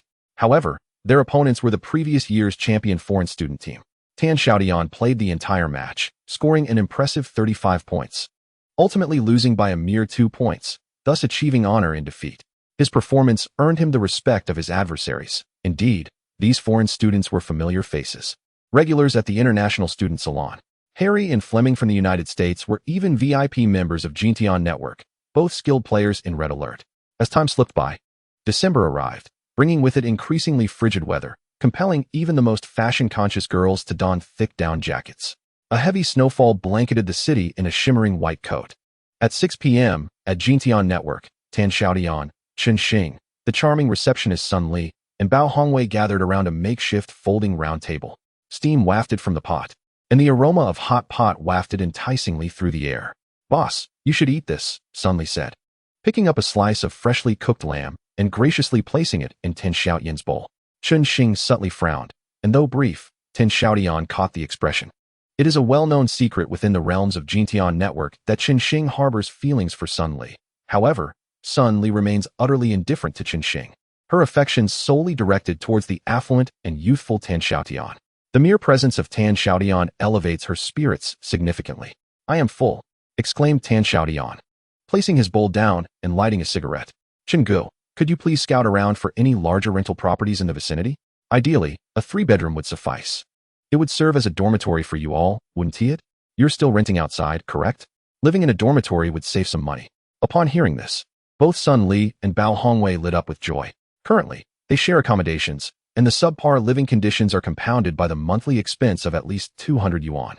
If Tan Xiaotian's proposition materializes, they could save a substantial 400 yuan over the year, a considerable sum in 1998. "Thank you, boss," Sun Li exclaimed, disregarding the presence of others as she embraced Tan Xiaotian's arm and swayed gently. Chen Xing furrowed his brow, his expression darkening as he nodded silently. Just as Tan Xiaotian attempted to withdraw his arm from Sun Li's grasp, the glass door swung open, revealing a frosty Wen Chun, who strode in with a backpack and shot a glare at Sun Li, muttering under her breath, "No wonder he wants to run this gaming house. He gets to enjoy delicious food and be surrounded by beautiful women. What a carefree life." Although her voice was low, the content was clear, yet everyone feigned ignorance. Chen Xing had previously interacted with Wen Chun during the sponsorship of a basketball match, and they were somewhat acquainted. He stood up and invited Wen Chun to join them at the table. "Thank you, but I've already eaten," Wen Chun replied, her teeth clenched in frustration. Since her entrance, Tan Xiaotian had remained seated, smoking, without so much as a glance in her direction. "Tan Xiaotian, step outside. I need to speak with you," Wen Chun commanded. Turning to exit, Tan Xiaotian lazily rose, brushing off his pants and following her with a cigarette dangling from his lips. Seizing the moment, Chen Xing remarked, "Did you see that? They truly are a pair." "Humph," Sun Li retorted, turning away in annoyance. Outside the door, Wen Chun spun around, her eyes flashing with intensity. "Tan Xiaotian, why do you keep avoiding me?" "Do I? I don't perceive it that way," Tan Xiaotian replied, exhaling a plume of smoke. "And yet you Haven T dined at school all week and Haven T returned to the dormitory to sleep?" Do you believe the student council will no longer check on you? Wenxin stepped forward, pressing Tan Xiaotian, her face raised, her eyes sparkling with determination. She had come prepared to confront him that evening. Chairwoman Wen, you're overstepping your bounds. Where I choose to eat is not your concern. As for returning to the dormitory, Principal Wen has assured me that I will no longer receive demerits, Tan Xiaotian retorted, tilting his head back. When Chun had evidently applied perfume, and coupled with her warm breath, it presented a significant temptation for him. Could you please refrain from treating me this way? Wenxin suddenly lowered her head, beginning to sob. Ah, Tan Xiaotian exclaimed, taken aback. Wenxin repeated, could you please refrain from treating me this way? I understand you may prefer gentler girls. I can change. With that, she disregarded all boundaries and moved closer, wrapping her arms around Tan Xiaotian's waist, resting her face against his chest. Tan Xiaotian was taken aback, instinctively raising his hands in a gesture of surrender. To be honest, hearing such a proud girl speak in such a subdued manner touched him somewhat. However, the mere thought of Chu Ting and Dang Aichuan doused him with cold water, bringing him back to reality. Don't do this. We are not suited for each other. When Chun, akin to an agitated little beast, lifted her head and released her grip. Not suited? Then why did you give me that pen? Why did you save me? My second brother saved you too. Second brother? Wenxin immediately thought of Dang Aichuan. Wiping away a tear, she retorted angrily. What does that have to do with anything? Just because he saved me, must I offer myself in return? You truly share a deep bond as brothers. What do you take me for? Tan Xiaotian, you scoundrel. When Chun ran out in tears. I have a girlfriend. Tan Xiaotian shouted after her. When Chun hesitated momentarily, but soon quickened her pace, vanishing without a trace. Tan Xiaotian stood in the corridor for a while, then pulled out his phone. Class monitor, do you have time this weekend? You might need to come to Xingtian. Chapter 83. Chu Ting's family visit on Saturday.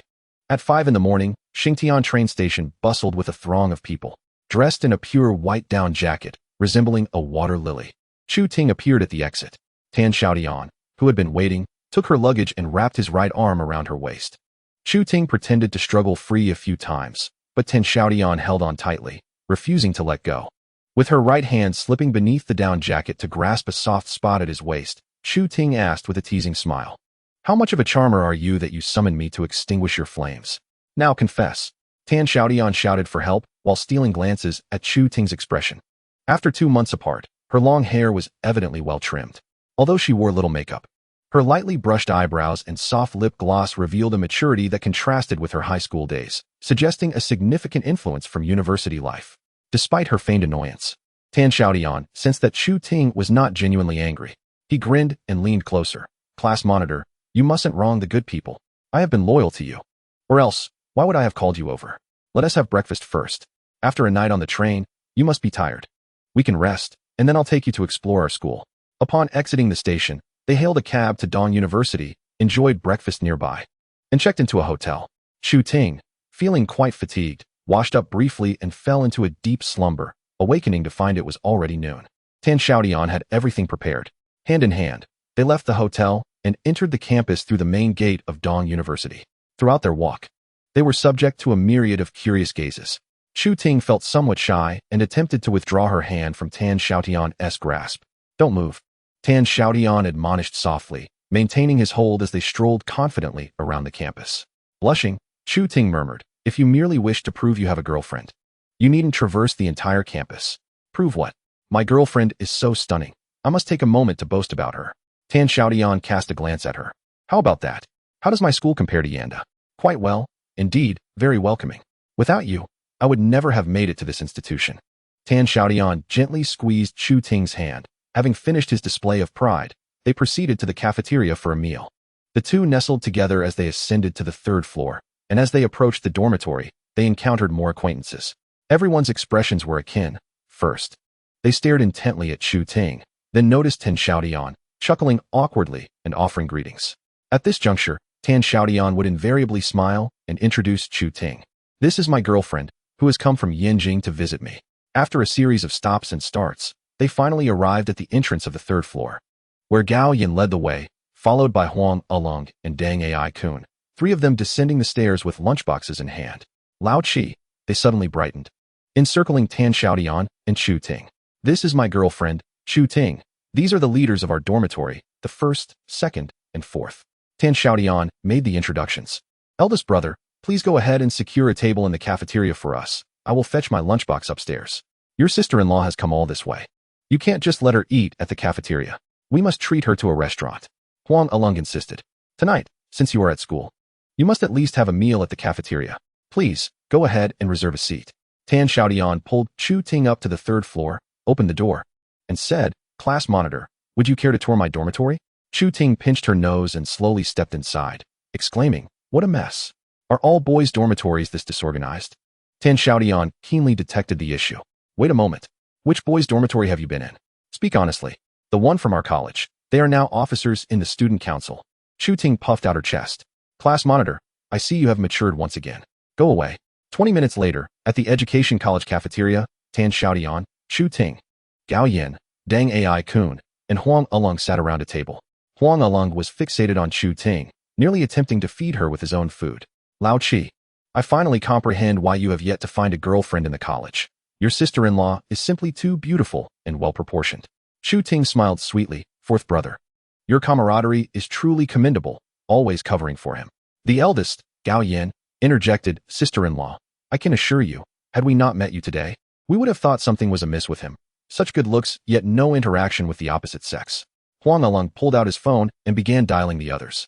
The first to return the call was Zhang Man. I'm back at school tonight. Lao Qi's girlfriend has arrived, and she is exquisite. I'll arrange a meal at Fisherman's Wharf for tonight. While Huang Along was on the phone, students passing by curiously gazed at their table, especially the girls, who, upon seeing Chu Ting's beauty, felt overshadowed.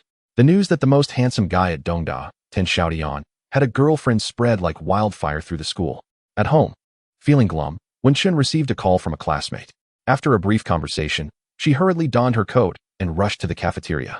As she reached the entrance, she unexpectedly bumped into Tan Xiaotian and his group as they were exiting after their meal. Tan Xiaotian raised his hand with a flourish. One, are you joining us for dinner? Wen Chun, feeling flustered, nodded slightly, her gaze fleetingly resting on the intertwined hands of Tan Xiaotian and Chu Ting before she hurriedly departed, nearly fleeing the scene. A shared glance between Tan Xiaotian and Chu Ting spoke volumes. Upon witnessing Wen Chin's desolate expression, Deng Aichuan's countenance darkened. Meanwhile, Huang Aolong continued to chatter on the phone, loudly orchestrating the evening's dinner arrangements. In the afternoon, Tan Xiaotian escorted Chu Ting around Jintian Network. Once again, the tapestry of human emotions unfolded. Chen Xing was elated, while Sun Li wore a look of disappointment. Although Tan Xiaotian's venture into the gaming industry was not a secret, Chu Ting was nonetheless taken aback upon seeing the reality. Saturday marked the day of the Red Alert weekly competition, and every one of the 80 computers at Jintian Network was occupied, with over 200 patrons waiting in the hall, the business thriving beyond measure. Is this what you call a small business? You came to Yinjing for this, didn't you? Chu Ting turned back, playfully pinching Tan Xiaotian. With all this, when will you have time to study? It won't interfere with my responsibilities, Tan Xiaotian replied, pulling Chu Ting into his embrace. Once you graduate, whether for further studies or abroad, I will support you. Chu Ting closed her eyes in bliss, though she soon opened them again, realizing the surroundings were too chaotic for romance. At 6 in the evening, Tan Xiaotian arrived punctually with Chu Ting at the private room in Fisherman's Wharf, close to the sports academy. In addition to the brothers from room 313, 2 guests were present. He Yuzhu's companion, the amiable Yuran Tua, and Li Xian's companion, Zhao Shanshan. Tan Xiaotian was slightly taken aback. Having been less frequent in the dormitory recently, he had not realized that these 2 couples had indeed blossomed. Chapter 84, Welcome Banquet Come.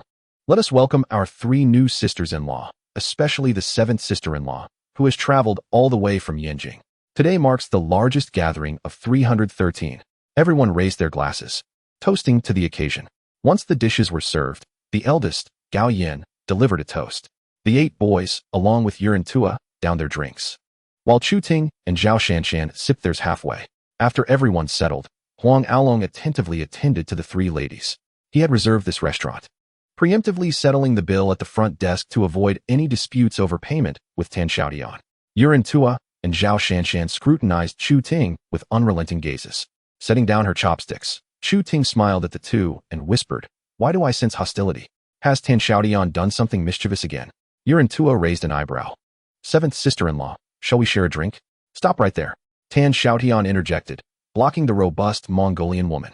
Sister, I understand your loyalty to Tang Yiru, but you are unaware of the circumstances. Chu Ting, Yiru, and I were classmates in high school, and I began dating Chu Ting in our senior year.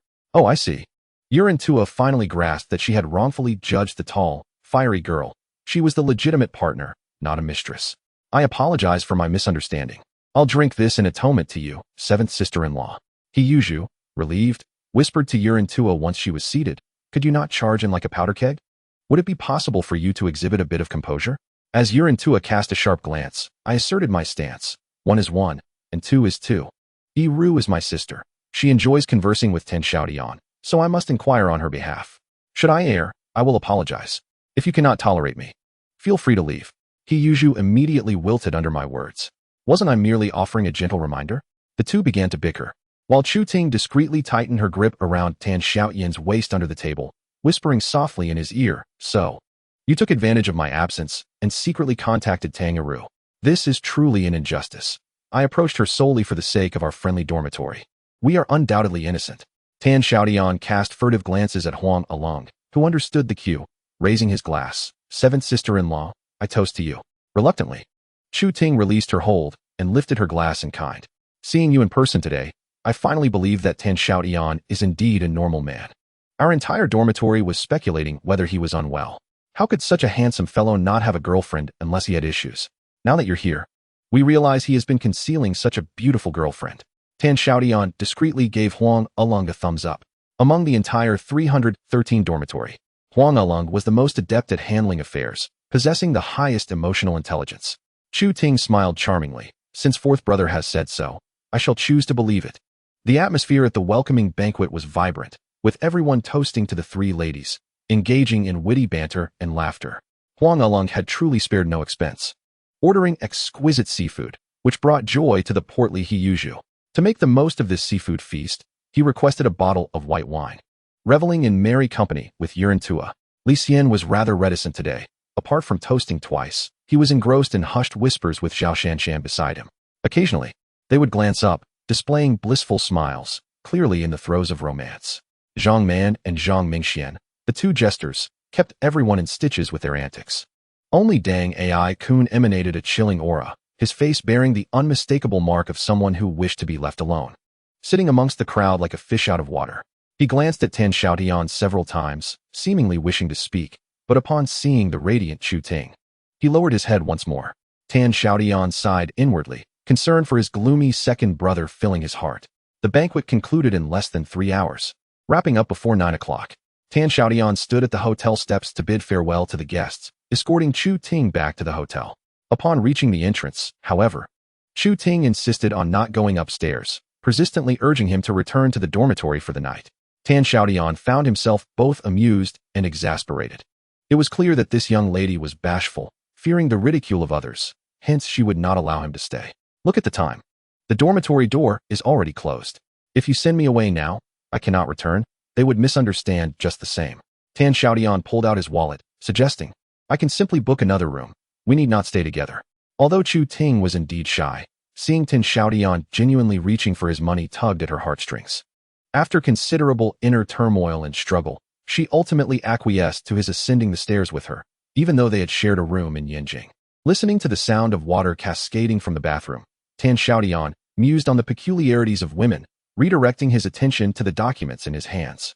This is a report meticulously crafted by Lu Dong, intended for Tan Xiaotian, as he anticipates Chu Ting's arrival at Xingtian. The report is succinct, spanning only 3 pages, which Tan Xiaotian swiftly peruses before succumbing to a prolonged contemplation. A true magnate, Lu Dong, despite currently peddling CDs from a modest kiosk in Zhongguancun, possesses insights and aspirations that far exceed those of his contemporaries. The initial section of the report details the sales performance of the Xingtian Internet Cafe Management System over the past 2 months, presenting comprehensive data and astute analysis. Tan Xiaotian was already somewhat aware of the general sales figures from Lu Dong's weekly emails, yet this consolidated analytical report is a first for him. Over the course of these 2 months, a total of 231 units of the management system were sold, with a notable surge in sales towards the latter part of the period, exhibiting a geometric increase by November, a trend Tan Xiaotian had anticipated. What truly astonishes Tan Xiaotian is Lu Dong's inclusion of a regional sales report. The distribution depicted in the chart reveals that the most prolific area for sales is Yanjing, with 158 units sold, followed by the neighboring Tianjin with 45 units, Shizhuang and Hebei with 12 units, Jinan and Shandong with 8 units, and Qingdao with 6 units. Most surprisingly, Yangqing in Guangdong province managed to sell 2 units. Lu Dong notes in the report that cities with a higher concentration of universities tend to have more gaming establishments, thereby facilitating software sales. He plans to leave Yinjing next year to promote his software in university hubs such as Tianjin, Shanghai, and Yangqing. The latter part of the report compiles feedback from users of the management system, listing numerous suggestions and opinions. Lu Dong strongly urges Xiaotian to conduct a thorough overhaul of the system's shortcomings to achieve further refinement. What are you pondering? Emerging from the restroom after a lengthy interval, Chu Ting initially feels a wave of shyness, only to find Xiaotian lost in thought, his gaze fixed and oblivious to her presence. Oh, I was just reviewing the document you provided. Are you done? Xiaotian glances at Chu Ting, whose hair is still damp and his heart races. Wrapped in a bath towel and donning a down jacket, she reveals her delicate arms and fair legs. Close your eyes. Don't look. Chu Ting exclaims, flustered, leaping onto the bed and cocooning herself in the covers, leaving only her head exposed. Xiaotian swallows hard. I'm going to take a shower. Chapter 85. Farewell. Including brushing his teeth, Xiaotian completes his shower in a mere 10 minutes. Clad in a bath towel, he stealthily exits the bathroom. The room is dimly lit by a solitary wall lamp, with Chu Ting, her long black hair cascading outside the covers, huddled within the blankets. An inexplicable atmosphere swirls within the room. Xiaotian feels a dryness in his mouth, and he twists open a bottle of mineral water, gulping down half of it. Class monitor Xiaotian. He calls tentatively, but receives no response. He retrieves a cigarette and a lighter, returning to the bathroom. Click, click, strangely. The lighter fails to ignite despite several attempts until, on the 5th try, a flame finally flickers to life. Xiaotian inhales deeply, closing his eyes. A few seconds later, he reopened his eyes, and in the steamy mirror of the bathroom, his youthful and smooth face appeared, somewhat blurred. It felt as if he were a novice. And he thought, damn, this is a new life, one for which he would take responsibility. Taking another deep drag from his cigarette, Xiaotian forcefully discarded it into the toilet and pushed open the bathroom door once more. Class monitor, I'm here. This time, Xiaotian did not hesitate. He directly grasped the edge of the blanket, while Chu Ting's small hands desperately pressed down, attempting to protect her territory. Yet, her feeble strength was no match for Xiaotian, and after a brief struggle, a corner of the blanket was lifted, allowing him to slip underneath. The scent of the young girl, mingled with the fragrance of shower gel, instantly filled Xiaotian's nostrils. Chu Ting curled up like a cat, shivering slightly. Xiaotian reached out an arm, holding her close, but just as he was about to make a move, Chu Ting began to cry. Xiaotian, please don't do this. My mom will kill me if she finds out. All of Xiaotian's courage and tender affection dissipated with that one sentence. He silently retreated to another bed, leaving behind a palpable awkwardness in the room. After a while, a soft, trembling voice emerged from the other side. Chu Ting had gotten out of bed, wrapped in her blanket, and approached Xiaotian. After gazing at him for a moment, she lightly kissed his cheek and, startled, dashed back. Xiaotian, thank you. Once we graduate and get married, everything will be yours. Just be patient. Yes, class monitor, it was my fault for making you angry. Let us sleep. The wall lamp dimmed, and the last remnants of light vanished from the room. Xiaotian lay with his arm under his head, staring at the ceiling. How could he possibly sleep? For a long time, Chu Ting continued to toss and turn, indicating she too was restless. The next morning, both awoke late, and after breakfast, Xiaotian hailed a taxi to take Chu Ting to Donghai Normal University, where her close friend Zhou Yun was studying. Half an hour later, they met at the main gate of the university. Zhou Yun was elated. It had been 2 months since she'd last seen Chu Ting following the National Day holiday. You heartless person, coming to Xingtian without seeing me first and running off to Xiaotian instead. Don't you think you deserve a punishment? Zhou Yun playfully poked at Chu Ting, who giggled and dodged. The two engaged in playful banter for a while, and with Zhou Yun's company, they strolled around the campus of Donghai Normal University. At noon, Zhou Yun treated them to a meal at the university cafeteria, and after a bit more conversation, Chu Ting and Zhou Yun tearfully parted ways, promising to meet again during the winter break in the mountain city. After leaving the university, Xiaotian took Chu Ting to Zhongjia, where they casually browsed shops, and he insisted on buying her several pieces of clothing despite her repeated refusals. As winter days are short, it was dark by 5 o'clock. Upon exiting the restaurant, Chu Ting, for the first time, shyly linked her arm with Xiaotian's. They returned to the hotel to collect their luggage, checked out, and took a taxi to Xiaotian railway station. Leaning against Tan Xiaotian's shoulder, Chu Ting's tears flowed freely. And as the moment of parting drew closer, an eerie silence enveloped them. Neither spoke, they simply leaned quietly against each other. 2 days had passed in the blink of an eye. After bidding farewell to Chu Ting, Tan Xiaotian emerged alone from the station. Standing on the bustling street adorned with shimmering neon lights, feeling an unfamiliarity with the city that enveloped him. It was as if a fire ignited within him, thrashing about in search of an escape. In that moment, Tan Xiaotian sensed the awakening of his former self. Since his rebirth, he had been cautiously embodying the persona of his 18-year-old self, yet whenever significant events approached, the adult version of him would reclaim this vessel.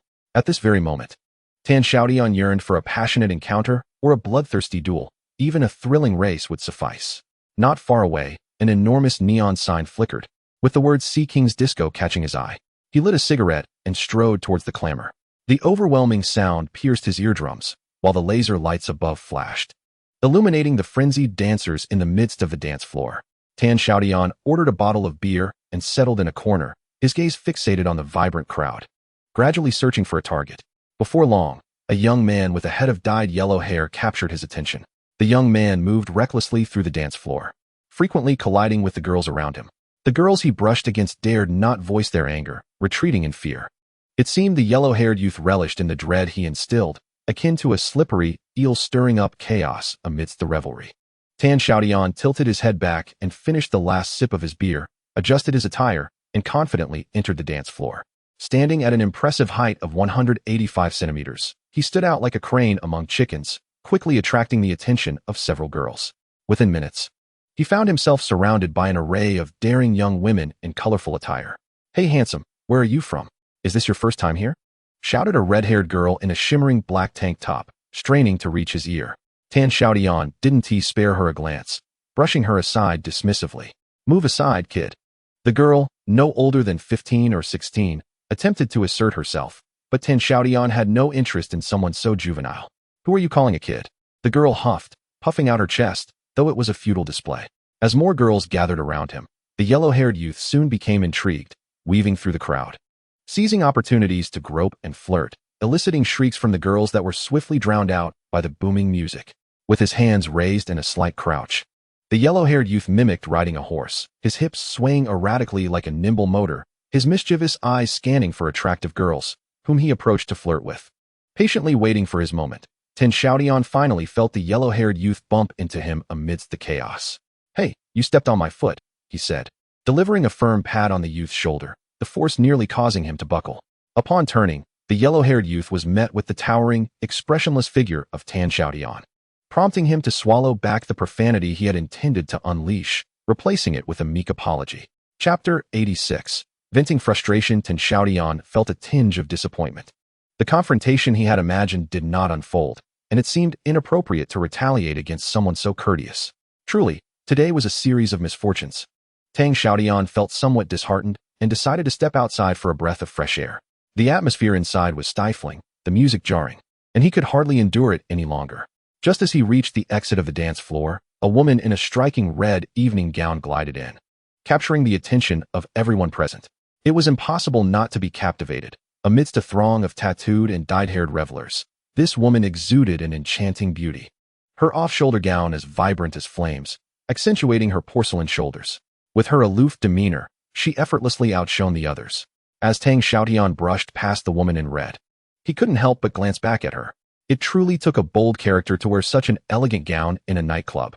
Upon entering the dance floor, the woman made her way to the elevated stage, where she unleashed a wild dance, her long black hair and fiery red skirt swirling in abandon, commanding the attention of the entire venue.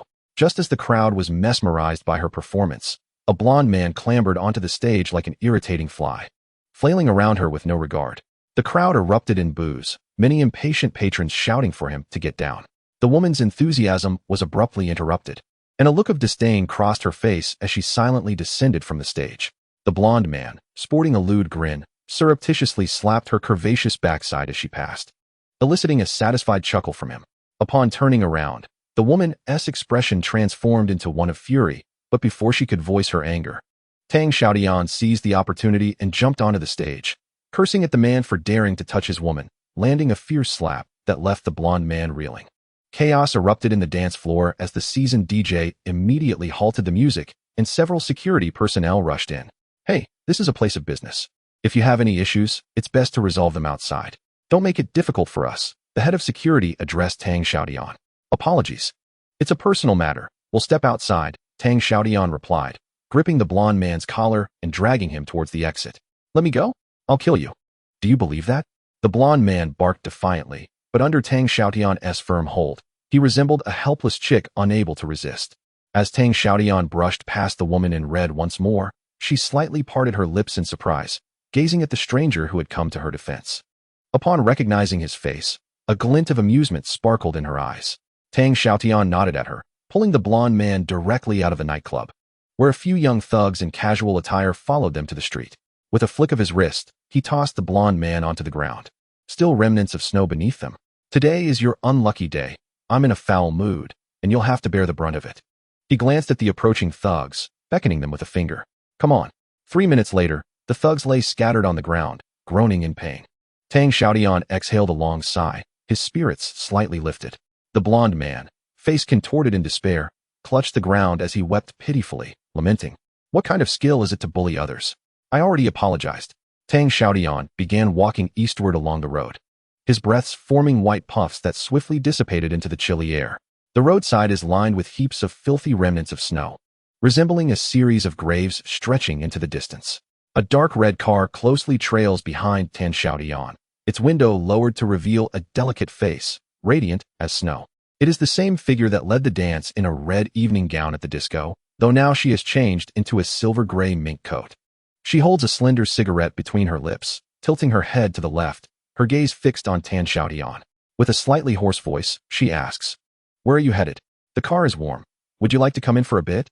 Tang Xiaotian turns, studying her for a moment before a smile graces his lips as he opens the car door. The vehicle halts by the roadside, the warmth inside enveloping them, causing beads of sweat to form in no time. As she removes the mink coat, a light green cashmere sweater is revealed beneath, exposing her slender arms to the cool air. Tang Xiaotian also feels the heat, unzipping his down jacket for relief. The evening gown seems a bit flustered. Avoiding direct eye contact with him, and taking a deep drag from her cigarette, she asks, Earlier, you mentioned I was your girl. Does that still hold true? Having lived 2 lives, Tang Xiaotian understands the implications of her question. The pent-up desires from the previous night now swirl within him, igniting every nerve.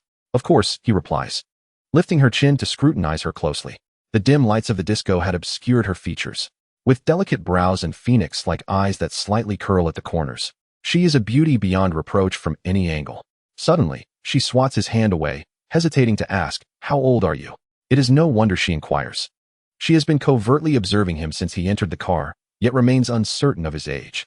At first glance, he appears to be in his 20s, but his demeanor, tone, movements, and aura suggest he is a middle-aged man, leaving her hesitant to take the final step. 26, Tang Xiaotian lies, lighting a cigarette and cracking the window open just a sliver, leaning his head against it, eyes closed. At that moment, fatigue is evident on his face. The evening gown falls silent, shifting gears and gently accelerating the small car forward. In the darkness, her sultry voice resonates. What is your name? Call me Yu. Do not inquire further. Once tonight passes, we shall remain strangers. By Monday morning's first class, a recharged Tang Xiaotian feels invigorated, sitting in the classroom brimming with energy. It seems that men require regular release of their pressures, lest they succumb to madness. Yet, one thing lingers. Despite the classroom being as warm as spring, he dares not remove his down jacket, for Yu's fervor has left her lipstick imprints on his shirt collar.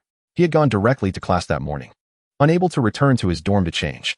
Finally reaching noon, when classes conclude, Tang Xiaotian skips the cafeteria entirely, rushing back to his dorm. Just as he has changed his shirt, the door swings open, and Dang Ai-kun enters. Brother, aren't you going to eat? Tang Xiaotian casually inquires. Dang Ai-kun, acting as if he were a thief, swiftly shuts the door behind him, taking a seat across from Tang Xiaotian, his eyes fixed unwaveringly upon him, simply chuckling awkwardly. Tang Xiaotian sensed the impending danger and picked up his lunchbox, ready to make a hasty retreat. Old 7, I need to discuss something with you. Dang Ai-kun spread his arms wide, firmly blocking the door. Second brother, some matters are best left unspoken. Old 7, I implore you. Chapter 87. The Christmas Kill. Old 7, Chairwoman 1 is in a rather poor mental state. Tan Xiaotian rolled his eyes. What does that have to do with me? I think if you could offer her some comfort, perhaps her spirits would lift a bit. Dang Ai-kun looked desperate. His eyes red from what was likely a sleepless night. Second brother. Tan Xiaotian set down his lunchbox, no longer wishing to hide. Dang Ai-kun's current state filled him with great concern. Do you like Wenxin? Dang Ai-kun's mouth fell slightly open, his entire being petrified. Tan Xiaotian's words were like a tempest, sweeping away the last vestiges of his modesty and exposing his heart to the sunlight. No, I don't. What nonsense are you spouting? Dang Ai-kun lowered his head, flustered, and attempted to flee through the door. Tan Xiaotian swiftly shut the door, shouting, Second brother. If you like her, then pursue her. I'm unworthy. She is so beautiful, excelling in her studies, and comes from a good family. I'm just an orphan, broke and unattractive. Dang Ai-kun hung his head, his eyes flickering, appearing utterly pitiable. At worst, she might reject you. If you genuinely like her, strive to improve yourself. You can earn money, work hard to become the person she envisions. Tan Xiaotian placed both hands on Dang Ai-kun's shoulders. Second brother, do you understand my intention in bringing Chu Ting? It's actually for Wenxin. I don't want her to misunderstand.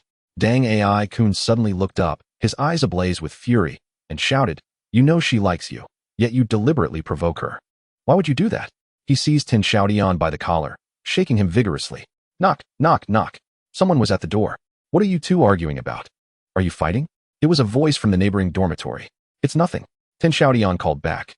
Dang Ai-kun released his grip, pushed Tan Xiaotian aside, and opened the door. Tan Xiaotian chased him into the hallway, watching his retreating figure with deep concern. His second brother was truly in a dire state. As the much-anticipated December 24th finally arrived, the vicinity of Shanghai Street and several universities buzzed with excitement. Tens of thousands of students began to concoct plans for the extraordinary evening of Christmas Eve. Young couples racked their brains to create romantic moments. Gamers eagerly awaited the annual ranking competition hosted by Xiaotian Network, while singles contemplated how to join a party to alleviate their solitude. Among the brothers in dormitory 313, two were particularly enthusiastic about Christmas Eve, Huang Along and Gao Yin. Gao Yin had finally won over Xiaotian, a fellow student from the education college, and this Christmas served as a critical period for him to demonstrate his commitment. Huang Along, however, remained infatuated with Tang Yiru, who had always kept him at arm's length. Observing his dorm mates Li Xian and He Yuzhu successfully win the affection of their beloveds, Huang Along's heart boiled with determination, vowing to seize this Christmas to win over Tang Yiru. Thus, Huang Along, along with Gao Yin, Li Xian, and He Yuzhu, engaged in hushed deliberations for an extended period, ultimately conceiving an idea to reserve a KTV private room on Christmas Eve. They intended to invite the girls from the friendly dormitory along with Xiaotian, thereby not only fortifying the existing romantic relationships, but also creating an opportunity for Huang Along. Consequently, Huang Along made arrangements several days in advance at the largest KTV, Tianwang Karaoke, located on Shanhao Street, successfully inviting three of the girls from the friendly dormitory, the eldest, Warren Tuya, and the fourth, Zhao Shanshan, who readily agreed thanks to the influence of He Yuzhu and Li Xian. Although Tang Yiru initially hesitated, she eventually acquiesced under the pressure and persuasion of Warren Tuya and Zhao Shanshan. The other girls had prior commitments, which was understandable, as the beauties of the music academy seldom had free time. Thankfully, two more attendees, Jean Sierre and the charming Li Yinxi, agreed to join, allowing Huang Along to consider his task accomplished. However, upon returning to the dormitory to announce the news with great confidence, he was met with discordant voices. Dang Aichuan was the first to declare he could not participate, as he had to attend an event organized by the Student Union of the Education Institute that evening.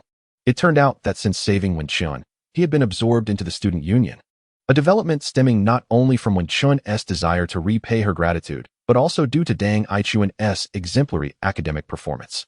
Brother, your future is paramount.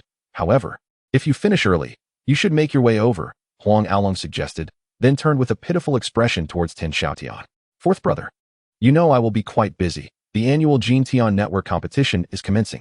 Before Tan Xiaotian could finish, Huang Along bowed and clasped his hands in entreaty.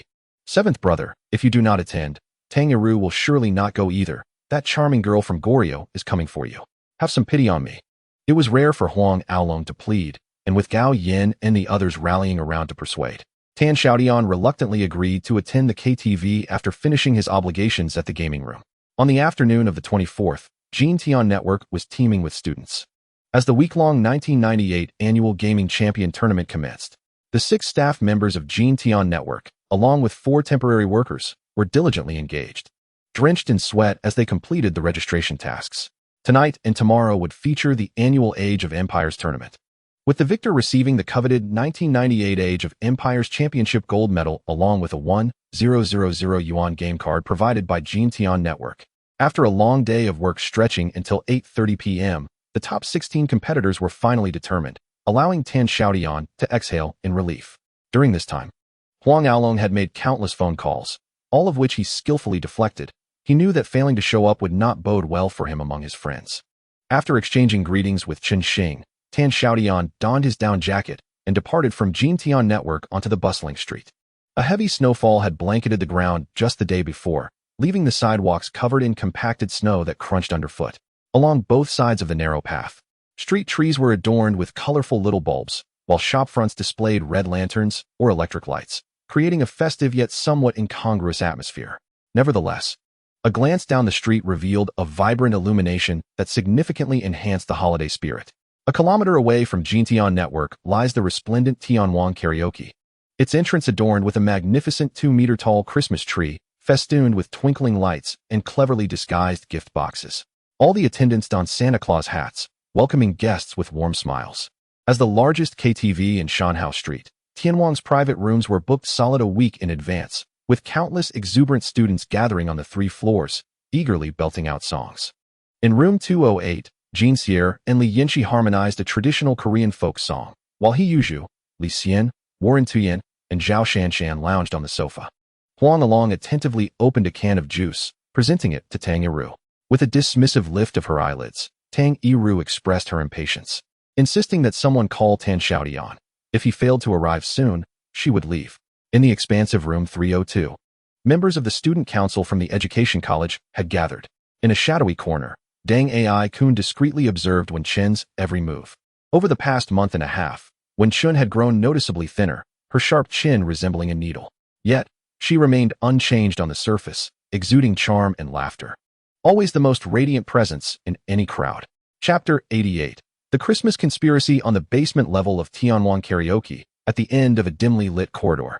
A door stood firmly shut. Lin Chun sat across from a burly middle-aged man, both positioned on opposite sides of an exquisite tea table. The fragrant aroma of tea wafting through the room. The tea table, crafted from raw cypress wood and merely coated with a layer of varnish, was clearly a fine piece. Unmarred by blemishes, its natural grain reminiscent of marble. Having not seen Lin Chun for 3 months, his hair had grown considerably, slicked back with mousse. He lifted a purple clay teapot with one hand, pouring half a cup of tea for the man opposite him. Fifth Master. This is Da Hong Pao I brought back from Mui Mountain. Do take a sip, it's quite delightful. The middle-aged man, robust and imposing, possessed a fierce demeanor. The delicate teacup appeared almost toy-like in his large hands. He tilted his head back, swallowing the scalding tea with apparent ease. Haha, Chunyi. It seems you've made quite a fortune and are now enjoying the fruits of your labor. Such fine tea would be wasted on a rough fellow like me. Haha. I, Sun Wu, may not know much about tea, but I can certainly appreciate a good drink. This Sun Wu was a prominent figure from Longjiang province, visiting to negotiate the acquisition of Tianwang Karaoke. Lin Chun, with a habitual flick of his hair, sipped the reddish-brown tea before speaking. I'm getting old. No longer able to endure the hustle. I wish to retire. This karaoke is my last remaining asset, and it's still performing well. If you're interested, we can negotiate a fair price. Sun Wu's smile widened, clearly impressed. Chun Yi's establishment lives up to its reputation. I noticed the bustling business upon entry. I am indeed interested in profitable ventures. How about this? I will leave a deposit today, and we can discuss the specifics later. Upon receiving a nod from Lin Chun, Sun Wu pulled out his phone. Bring the money down to the basement. 3 minutes later, a young man clad in black entered the room under the escort of Lin Chun's trusted aide. He bowed respectfully to Lin Chun and, with utmost reverence, handed a coated briefcase to Sun Wu before turning to leave. Lin Chun remarked that Sun Wu's subordinates truly understood decorum. Sun Wu opened the briefcase, revealing stacks of cash. Brother Chun, this amounts to 500,000. You can no longer look for others for this affair. He stood up, stretched lazily, and continued, now that business is concluded. It's time for drinks and songs. Brother Chun, please arrange for us to experience the vibrant nightlife of Xiaotian. Of course, when it comes to my domain. I will take care of everything. Lin Chun did not even glance at the briefcase filled with money, summoning his confidant, Old Ma, to escort Sun Wu upstairs. Master Wu, you head to the Emperor's hall on the 3rd floor first. I have some matters to attend to and will join you shortly. Sun Wu did not decline and followed Old Ma upstairs. The young man in black, who had delivered the money, was waiting outside for Sun Wu. They exchanged a discreet nod before the black-clad youth followed Sun Wu silently up to the 3rd floor. The corridor was alive with a cacophony of sound. Deafeningly loud, not due to poor soundproofing, but because of the multitude of singers filling the rooms. The Emperor's hall on the 3rd floor was the most opulent private room in Xiaotian, lavishly decorated, exuding an ostentatious aura characteristic of nouveau riche. Upon entering, Sun Wu surveyed the space, grinning broadly, revealing a set of yellowed teeth. Indeed, Xiaotian's karaoke is far more extravagant than what we have back home. Old Ma arranged a platter of fruits and fine wines, and shortly after, a dozen beautiful women were ushered in, forming 2 rows like a chorus of songbirds, filling the room with vibrant allure and the scent of perfume. Out. Sun Wu frowned, waving his large hand dismissively. I came here to drink with Brother Chun, not to seek companionship. Other distractions should not be brought here. Upon seeing that Master Wu had no interest in women, Lin Chun's subordinates had no choice but to escort the ladies away. Only the enigmatic Sun Wu and the young man in black remained in the room, creating an atmosphere oddly quiet for a karaoke venue. Sun Wu gestured slightly, prompting the black-clad youth to rise and peek outside the door. Master Wu, there's no one outside. His voice revealed a genuine Hong Kong accent. Sun Wu's eyes flickered with excitement, mixed with an unusual resolve. Lin Chun's money was undoubtedly in that basement. Bom Fei, I've paid a hefty sum for your services. Make sure this operation is executed flawlessly. Rest assured, I have everything under control. The layout of that room is exactly as I anticipated. There won't be any mistakes. Bom Fei spoke rapidly, his words eventually slipping into an incomprehensible dialect of Cantonese. Noticing Sun Wu's increasingly displeased expression, he promptly slowed his pace. I'll head over to plant the explosives now, but I'm only responsible for the detonation. Don't involve me in the execution. Master Wu, we agreed beforehand on 15 points. Once the money is in hand, I'll return to Hong Kong. Sun Wu, growing impatient, waved dismissively. Do you think I, Sun Wu, am someone whose word can be disregarded? Bom Fei refrained from further discussion and stepped out. In the vast private room, only Sun Wu remained. He lit a cigarette, retrieved his phone, and dialed a number, ready to act as soon as he received news from Bom Fei. With everything in place, Sun Wu sat quietly on the sofa, closing his eyes to rejuvenate. His expression appeared calm, resembling the deceptive stillness preceding a tempest. His journey was not aimed at acquiring the king, but rather to engage in a treacherous act of theft, seizing the substantial cash that Lin Chun possessed. 2 months prior, upon learning from an acquaintance in the underworld that Lin Chun was clandestinely selling off a significant amount of illicit assets, Sun Wu's interest was piqued. Lin Chun must have offended someone and desired to wash his hands of his dealings. However, this was of no concern to Sun Wu, who was only drawn to the cash Lin Chun held. Being familiar with the darker side of their world, he understood that the proceeds from those assets could not be deposited in banks. Thus, Lin Chun would certainly seek a secure location to conceal his funds. After nearly a month of discreet investigation, Sun Wu was confident that the basement of the King KTV was the hiding place for this money, which he estimated to be no less than 10 million. 10 million, an amount sufficient to awaken the darkest of desires and obliterate the fear of death. Sun Wu meticulously prepared for this endeavor, first procuring a batch of firearms and ammunition from the Northern Territories, and then hiring the demolitions expert known as Bom Fei at a premium from the Southern Islands. With everything in readiness, he awaited the moment to strike. He exerted great effort to pose as a buyer and approached Lin Chun. After several encounters to assess the situation, he decided on Christmas Eve for the operation. 2 reasons informed his choice. The influx of guests on that night would keep the staff preoccupied, ensuring the basement would be deserted. Furthermore, the full occupancy of the KTV rooms would generate sufficient noise to mask the sound of an explosion. Sun Wu produced a small vial from his pocket, poured a bit of white powder into a glass, and filled it with beer. A sinister expression crossed his face as he muttered to himself, Lin Chun, you're fortunate. Just drink and sleep it off, or I might have to deal with you as well. Chapter 89. The Christmas Kill. After Sun Wu left, Lin Chun rose to lock the door securely. He then retrieved a set of keys from his pocket and approached the wall. After some manipulation, he opened a concealed compartment lined with thin wooden boards, revealing neatly stacked boxes inside. Lin Chun carefully took out 500,000 from a safe and placed it meticulously into one of the boxes. The stacks of cash resembled thick bricks, filling half the box's space. Once he completed this task, he secured the divider and restored the room to its previous state. No one would suspect that this office concealed over 20 million in cash, most of which was accumulated from asset sales over the past 3 months, with the remainder being the result of years of illicit dealings. Lin Chun sipped the last of his cold tea and sat in the office for a while, a mix of desolation and resolve gradually etching itself onto his previously expressionless face, culminating in a deep sigh. Ever since he was detained in the military district for several days and narrowly escaped trouble thanks to years of cultivated connections, his trusted aide, Scarface, endured a harsher fate, receiving a 2-year sentence. This incident left Lin Chun terrified, planting the seeds of retirement in his mind. After years of navigating the treacherous waters of the underworld, he increasingly understood the meaning of the adage, the longer one treads in such circles, the greater the fear that grows within.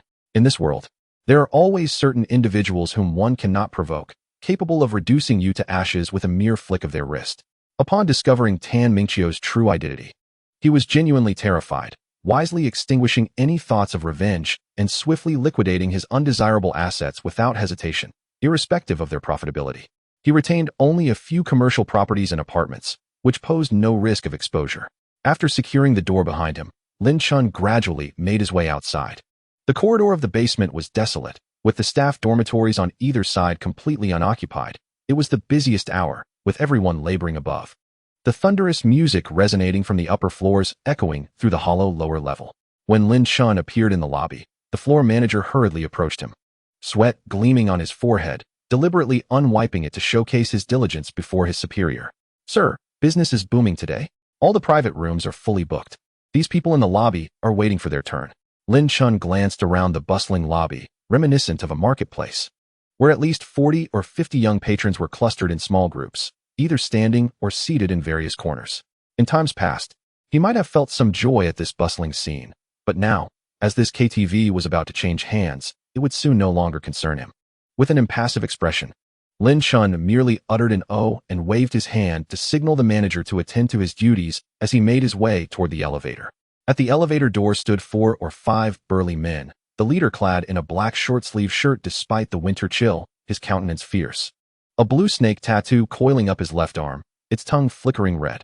Upon seeing Lin Chun, the group bowed their heads in unison. Lin Chun's cheeks twitched slightly. The tattooed man was Dasun, the most capable subordinate of Lao Ba. Ever since Lao Ba's imprisonment, Dasun had approached him numerous times, soliciting money and goods. Initially, out of respect for Lao Ba, Lin Chun had given him some funds, but Dasun's insatiable greed led him to secretly recruit followers, seemingly aspiring to usurp Lao Ba's position. What infuriated Lin Chun the most was that this individual dared to act under Lao Ba's banner while doing so. In the past, Lin Chun would have dealt with him decisively, but now, intent on retreating from the fray, he bore with Dasun's insolence. Yet, this audacious fellow had the audacity to show up on Christmas Eve. "Dasun, here for a bit of fun?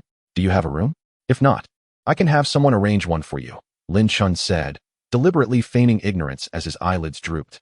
Dasun shook his head, his triangular eyes narrowing. "Sir, I've brought a few brothers along. There's already a room available." He stepped closer, extending his hand as if to support Lin Chun, his demeanor oddly respectful. "Have you thought about our previous discussion? My dozens of brothers are all waiting."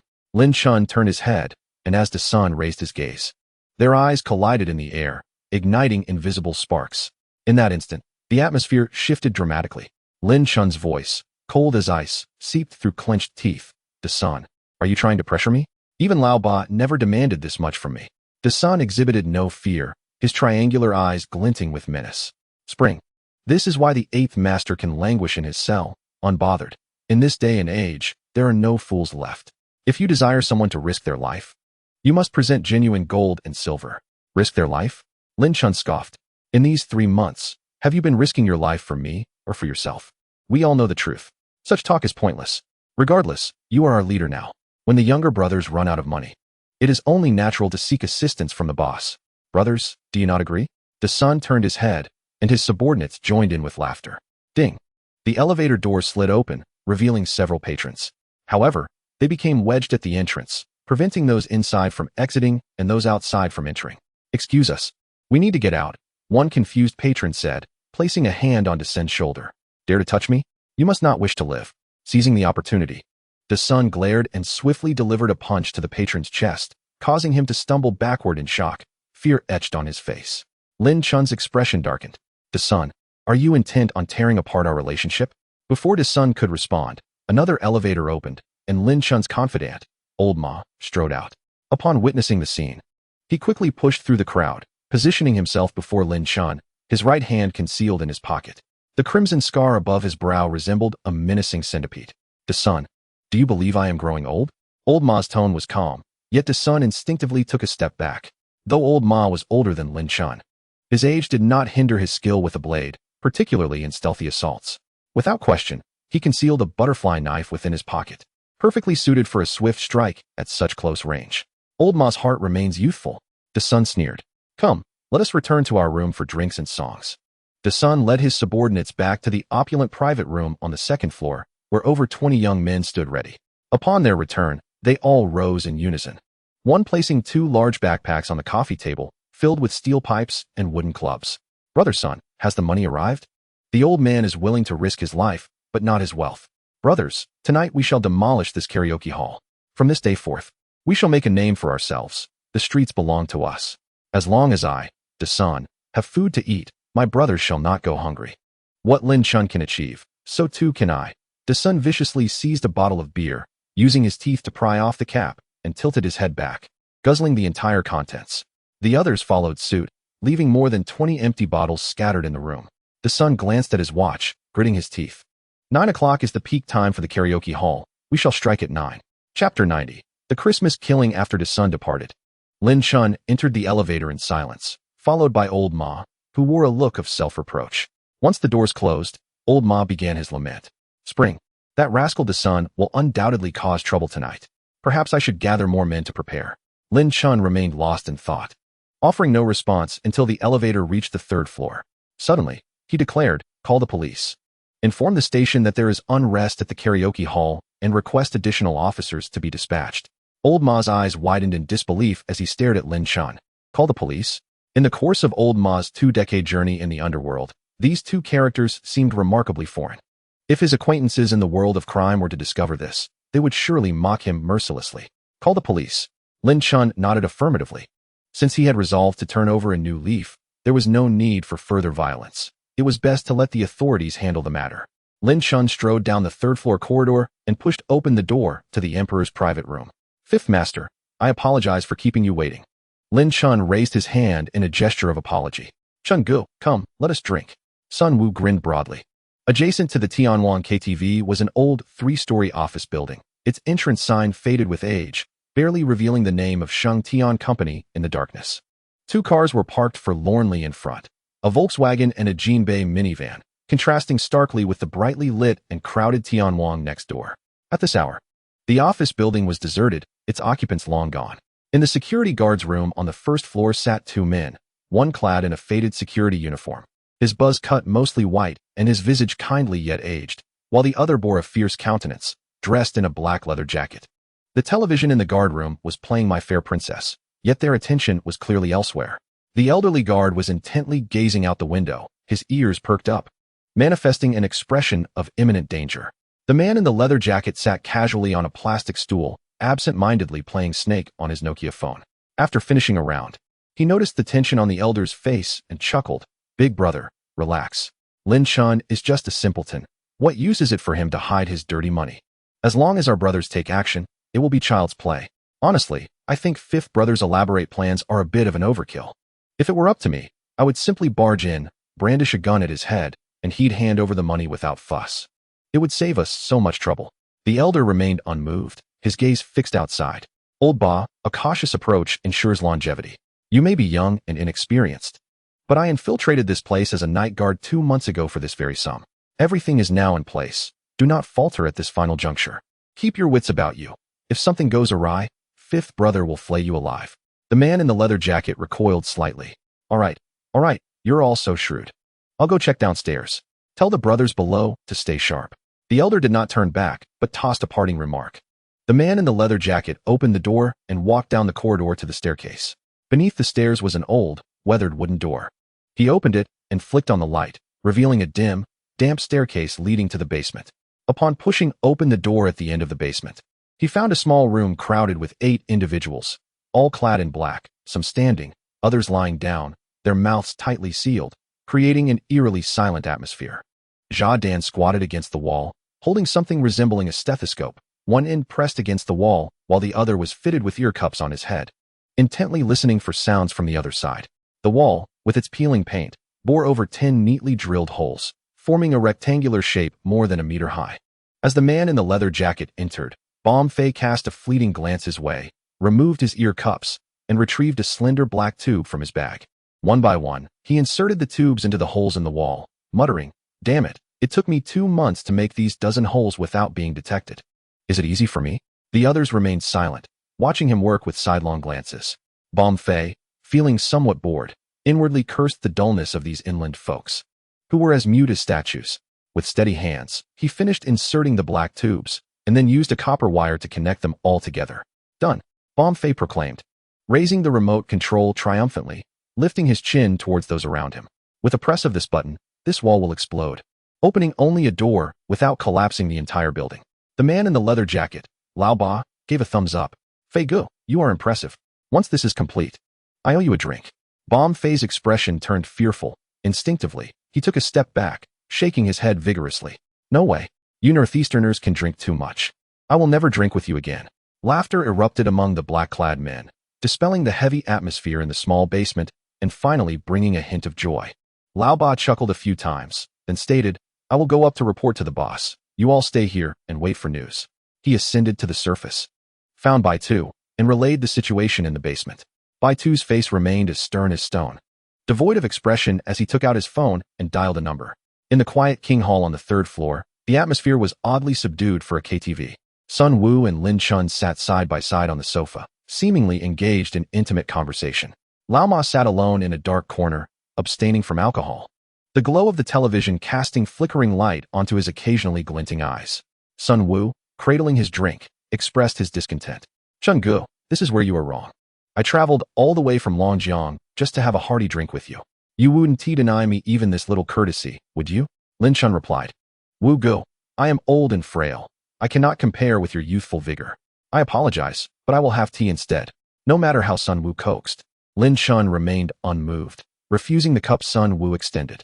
As Sun Wu turned his head, a fierce glint ignited in his eyes, but upon catching sight of Lao Ma, who resembled a stone statue, he immediately replaced his fierce expression with a smile. Just as the two were at an impasse, Sun Wu's phone rang. He excused himself and stepped out of the private room to answer. On the line, a steady male voice inquired, "Lao Wu, is it convenient to speak?" "Convenient," Sun Wu replied. "Is everything ready? When do we strike?" "Now." "All right." As Bai Tu was about to hang up, Sun Wu added, "Have Lao Si come over here to the 3rd floor King Hall.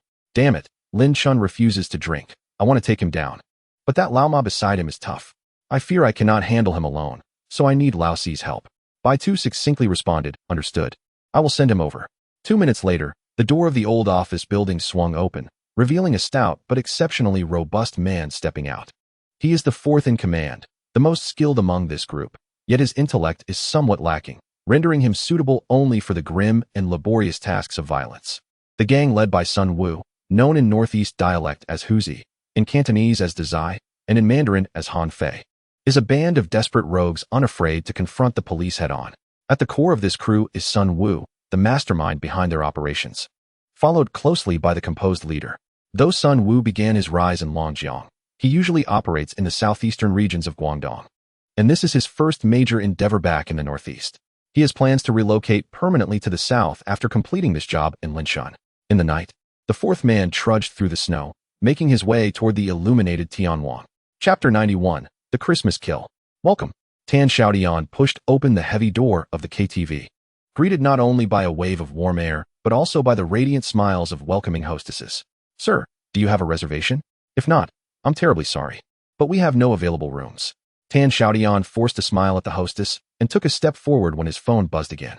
With a sense of resignation, he answered, "4th brother, I've just arrived. I'll head upstairs shortly."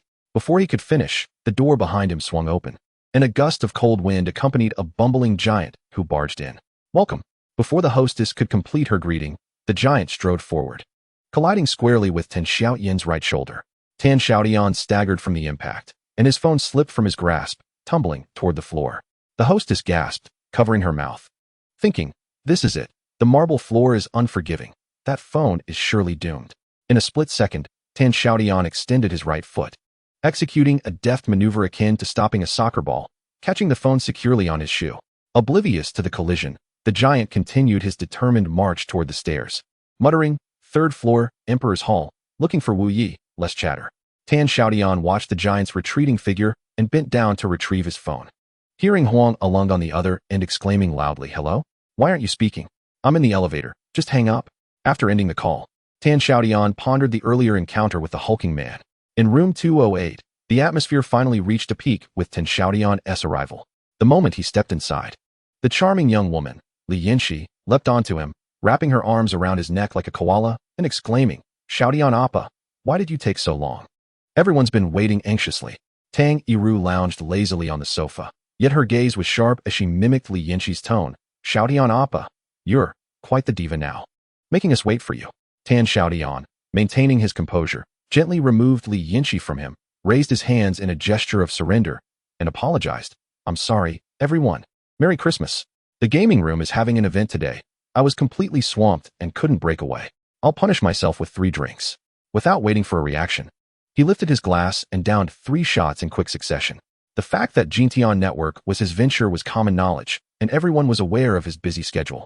So it was clear that they were not truly imposing a penalty on him. Tan Xiaotian's proactive demeanor left everyone at a loss for words. Sister Warren Tuyu extended her finger, lightly tapping Tan Xiaotian, her attitude surprisingly amiable. All right, I'll forgive you this time.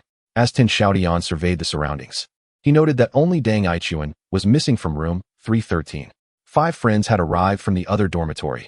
Sister Warren Tuyu, the 4th member Zhao Shanshan, Tang Yiru, Jean Sierra, and Li Yinxi, along with Gao Yan's fellow townsman He Yusin, making a total of 13, filling the spacious private room to the brim. The primary organizer of the event, Huang Along, raised his glass and delivered a few words of toast before everyone joined in a collective drink. Li Xian seized the microphone and sang the year's most popular song, Outside the Window, earning a round of applause. It must be said that Li Xian's vocal prowess was commendable, rivaling that of the female students from the music academy. Zhao Shanshan then took the stage to sing Red Bean, capturing the ethereal essence of Fei Wang's rendition to great acclaim. As the singing heated up, Tan Xiaotian chuckled and turned to the seated Tang Yiru, inquiring, literary committee member, why don't you sing a song? Tang Yiru, still lacking enthusiasm, waved her hand dismissively. It's uninteresting, let them sing. At that moment, a thought struck her, and she grasped Tan Xiaotian's sleeve, a teasing smile playing on her lips. Tan Xiaotian, I heard you've been quite the charmer, causing the class monitor to come all the way from Yinjing to catch you in the act. Is there any truth to that? Who told you? Tan Xiaotian protested, feeling wronged, while casting a fierce glare at Huang Along. It was clear that this rascal had divulged all sorts of nonsense in a bid to please Tang Yiru. Had this been during the War of Resistance, he would surely be labeled a traitor. Tang Yiru sighed softly. Since entering university, your flirtatious tendencies have been fully unleashed. Even the senior members of the student council are crying out for your attention. So what methods have you employed? There's nothing to it. I've maintained my integrity all along. Tan Xiaotian declared, puffing out his chest, though his mind wandered to the enchanting lady in the red dress he encountered at the club a few days prior, diminishing his bravado slightly. This subtle shift did not escape Tang Yiru, who had been his classmate for 3 years and quickly detected the change. Her curiosity ignited. She seized Tan Xiaotian by the collar and began her interrogation. I heard that the senior is the daughter of the president of Dongda, and also the student council president. How does she compare to me in looks? Is there something going on between you two? Tan Xiaotian found himself at a loss for words. What nonsense are you spouting? That's not the case at all. However, Tang Yiru was determined not to let him off the hook, persistently pressing him for details about the supposed affair. Eventually, Tan Xiaotian had no choice but to pry her fingers off him and make a dash for the door. Faced with such a relentless woman, he was utterly powerless. As Tan Xiaotian flung open the door to the private room, he collided head-on with Deng Aichuan, who was entering. The slender, frail Deng Aichuan staggered backward several steps before regaining his balance. Had it not been for someone behind him catching him in time, he might have toppled over. Furious, Deng Aichuan shouted, "Seventh, what are you doing?" Tan Xiaotian lifted his gaze, silently lamenting his misfortune.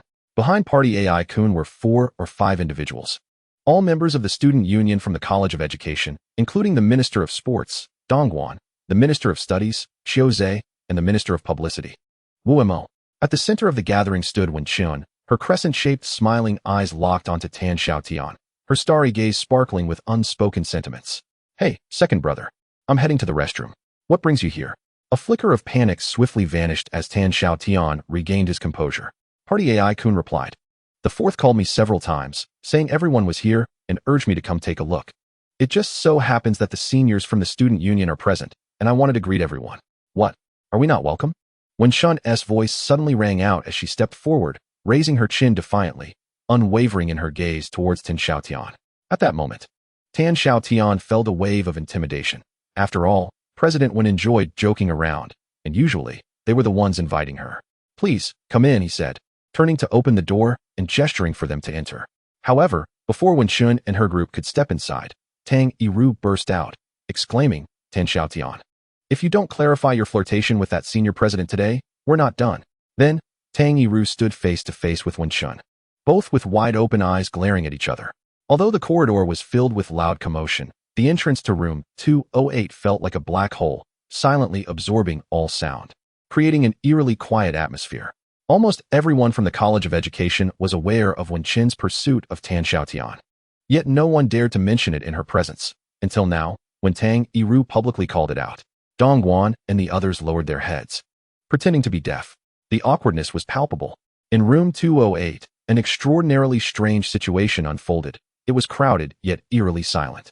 The later arriving student union members and friendly dormitory girls sat on opposite sides of the sofa, with Wen Chun taking the central position without hesitation, while the brothers from room 313 stood due to the lack of seating.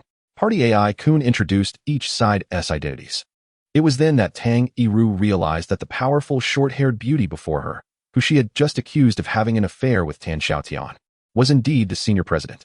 A sense of satisfaction filled her heart as she discreetly observed Wen Chun, glancing left and right, only to inwardly curse Tan Xiaotian for his fortune in attracting such a stunning woman, who seemed to have fallen into his lap. What kind of luck had Chu Ting accumulated in her past life to have stumbled upon Tan Xiaotian? It was not just Tang Yiru who was intrigued by Wen Chun. Girls like Wu Rin Tuya, Xiaoshan Shan, and Li Yanxi also discreetly stole glances at her. In contrast, Wen Chun appeared unfazed by Tang Yiru's outburst, calmly seated on the sofa, her gaze sweeping across the faces of the dormitory girls one by one. As she observed, she internally berated Tan Xiaotian as a heartless scoundrel. Every girl in the room was an absolute beauty, and wasn't he, this rascal, supposed to have a girlfriend? What did this situation signify?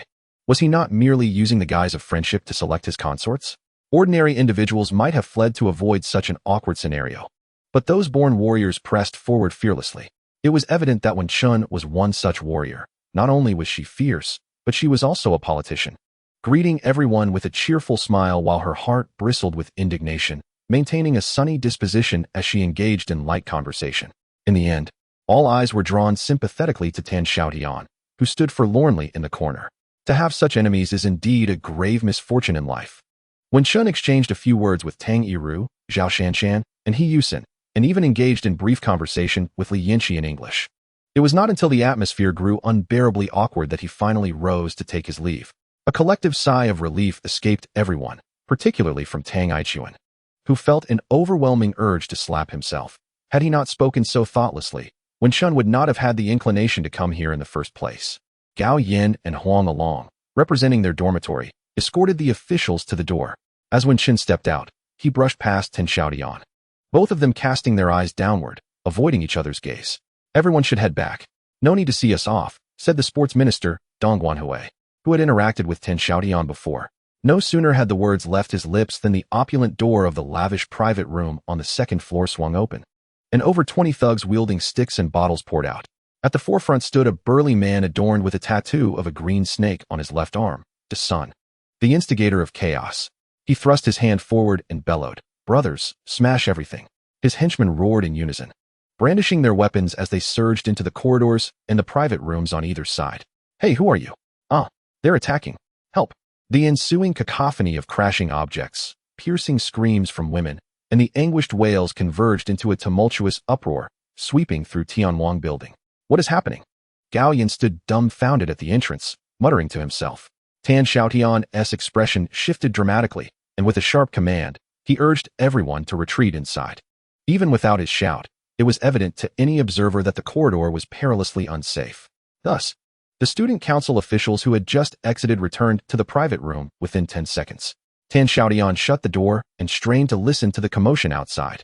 Xiaotian and Xiaoshan were visibly shaken, trembling as they asked what was occurring.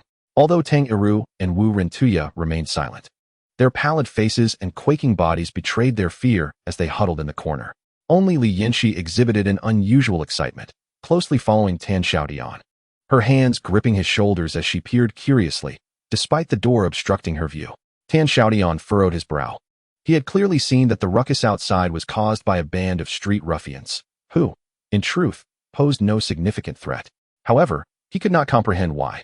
On this Christmas Eve, such a brazen display of violence would occur without fear of the police. In the corridor, De Sun's face was a mask of exhilaration as he stood at the staircase, watching the panicked guests flee from the various private rooms like headless ants. Unable to suppress his laughter, suddenly, his mirth was interrupted as he looked down to see several police officers ascending the stairs, led by the lobby manager and none other than the deputy chief of the Shanhao Street Police Station, Lao Feng. Given the special circumstances of Christmas Eve, the entire police force had been on duty, and upon receiving a call from the karaoke venue, Lao Feng had personally brought 4 officers to the scene. Initially, he had anticipated a mere drunken disturbance, but upon reaching the second floor and witnessing the chaos of over 20 ruffians wreaking havoc, a cold sweat broke out on his brow. He promptly instructed his officers to retreat to the first floor to secure the staircase, while he radioed the precinct to report the unfolding situation. Upon hearing that over 20 individuals were causing a ruckus on Christmas Eve, the precinct immediately advised Officer Feng to refrain from taking impulsive actions and to await the arrival of special police reinforcements. Approaching retirement, Officer Feng was naturally cautious, directing his subordinates to secure advantageous positions on the ground floor while refraining from ascending, simply biding his time for the backup to arrive. On the second floor, De Sun stood at the atrium, observing the police below as if preparing for battle. He could not help but throw back his head in laughter and shout, "Master Chan, how could you, a veteran of the underworld, resort to calling the police? Aren't you inviting ridicule from the younger generation? You're getting old. It's time to step aside. Master Chun, dare you come face me?" Haha. Officer Feng, concealed behind a verdant plant in the grand hall, cursed under his breath at De Sun's brazen demeanor. He was not alone in his disdain. Everyone in the Tianwang KTV who could see De Sun echoed the sentiment. Was he truly mad? Only De Sun understood his motives. He had come to this place to dismantle Lin Chun's reputation. Once news spread of the police apprehending him, Lin Chun would be forever tarnished in the realm of Xiaotian. Who had ever witnessed a powerful figure resorting to law enforcement in times of trouble? With unwavering confidence, bolstered by loyal comrades and influential backers, De Sun envisioned an era to come upon his release from custody, one that would be defined by his reign over Shanhao Street. As the door to room 208 swung open, 2 small-time thugs swaggered in. One brandished a metal pipe, brazenly declaring, "Everyone sit tight. This is none of your concern. Don't provoke the elder." Without hesitation, the other swung his club, smashing it into the wall-mounted television. A resounding crack echoed as the screen shattered, splintering into a web of cracks. Immediately, Xiaotian, Xiaoshan, and others screamed in unison. Oh no, the thuggish intruders. Noticing the girls in the room, leered with unabashed interest, their eyes glinting with malice. Hai Yin and his companions darkened, recognizing that while the destruction of property was one thing, any threat to the girls would not go unaddressed. The thugs scanned the room, fixating on their first target. Yurentuya. It seemed that men had a universal preference, drawn to those with fuller figures. As a hand reached toward Yurentuya's chest, an imposing shadow suddenly loomed before her, halting the hand in midair. The thug looked up to see Hiyuju, towering over him. Initially struck by surprise, the thug's expression shifted to one of fear upon realizing Hiyuju's imposing height of nearly 2 meters. Yet, a moment later, he regained his bravado, swinging the metal pipe threateningly at Hiyuju's chest. You seeking death? Despite his formidable stature, Hiyuju possessed a youthful visage, appearing innocuous with his chubby features, which perhaps emboldened the thug further. Hiyuju, clearly intimidated, managed to muster a smile, stammering, "Buddy, she's my girlfriend. If you have an issue, take it up with me." While his words held merit, the softness of his tone and his pitiful expression conveyed a troubling message, suggesting submission rather than defiance. Indeed, the ruffian displayed a lewd grin and taunted, "Your girlfriend? She's soon 1 TB. Once I'm done with her, she'll be mine. Get lost." He exerted pressure, and the iron pipe sank into Hiyuju's ample flesh. Hiyuju furrowed his brow, clearly in pain, though he felt a deep-seated fear of this brazen individual. Retreat was not an option in this dire situation. The lad fancied himself a hero in a rescue. Yet he ought to take a moment to reflect on his cowardly demeanor in front of everyone present. The ruffian shamelessly berated Hiyuju. Bang! With a dull thud, Warren Tuya emerged, brandishing a shattered beer bottle. You scoundrel! I've tolerated you long enough. If I don't smash you, it would be a disservice to this fine bottle. A trickle of blood meandered down the ruffian's forehead as he rolled his eyes and collapsed to the ground. Silence enveloped the room as all gazes turned incredulously towards the fierce Inner Mongolian sister. With a single bottle, she had felled the ruffian, showcasing remarkable fighting prowess. Did you believe that defeating one ruffian was the end of it? Warren Tuya charged forth, delivering a flurry of kicks to the fallen thug, who lay dazed and confused, with several large shoe prints adorning his face. Damn it, stop right there. Meanwhile, the other ruffian, initially paralyzed by fear, finally regained his wits, roaring as he swung his club towards Warren Tuya. At that moment, Dang Aichuan sprang into action. Dang Urge's combat skills had been honed since childhood, his practical experience extensive. He lunged at the ruffian, pinning him down and raining punches upon his eyes. Stop! I yield, whimpered the now pando-eyed thug, trembling beneath Dang Urge. The tide of battle was swiftly turned, as Tang Iru and Zhao Shanshan rushed to restrain Warren Tuya. The fierce Inner Mongolian sister cast a glance at the flustered Hiyuju and spat out 2 words, softy. Hiyuju's head drooped to his chest. He dared not meet Warren Tuya's gaze. The drama unfolded too rapidly for the student council members, leaving them dizzy as if on a roller coaster. Except for Wen Chun, who wore a fixed smile, though her mind was elsewhere. From the moment she entered room 208, everything she said or did was merely a facade, just as it had been for days. Some individuals are born politicians. Wherever she looked, her gaze remained fixed on one person, and regardless of who spoke, only that voice resonated in her ears. Throughout it all, Tan Xiaotian leaned against the wall by the door, observing the situation within while eavesdropping on the commotion outside. His thoughts were entirely focused on the group of ruffians in the corridor. The 2 ruffians inside posed little threat, but summoning reinforcements would spell trouble. As the chaotic footsteps drew nearer, the pando-eyed ruffian, in a moment of desperation, shouted for help. This act stirred a hornet's nest, as 7 or 8 thugs armed with clubs stormed into room 208. Upon seeing their comrade being assaulted, their rage ignited, and they charged forward, roaring with fury. As the situation escalated, action became imperative. Dang Aichuan seized the stick with panda eyes and was the first to charge forward. Gao Yan followed closely, wielding a beer bottle, determined not to be branded a coward by Hiyusen. Huang Along, Zhang Man, Zhang Mingxian, and Li Xian also stepped up. And even the timid Hiyuju bellowed in anger, shaking his ample frame as he charged at a thug with the weight of a mountain. The moment for a desperate struggle had arrived. The previous taunt from Warren Tuya felt like a dagger thrust into his heart. The brothers from dormitory 313 sprang into action, prompting the male members of the student council to join the fray. Dongguan took the lead, and several others followed suit. Fortunately, the confined space of the private room limited the thugs' ability to swing their clubs, and bolstered by youthful vigor, the Eastern University boys managed to gain the upper hand, toppling 3 of the 8 assailants while the remainder fled in disarray. Though the victory was glorious, the cost was high. Hiyuju suffered a gash on his head, blood streaming down profusely.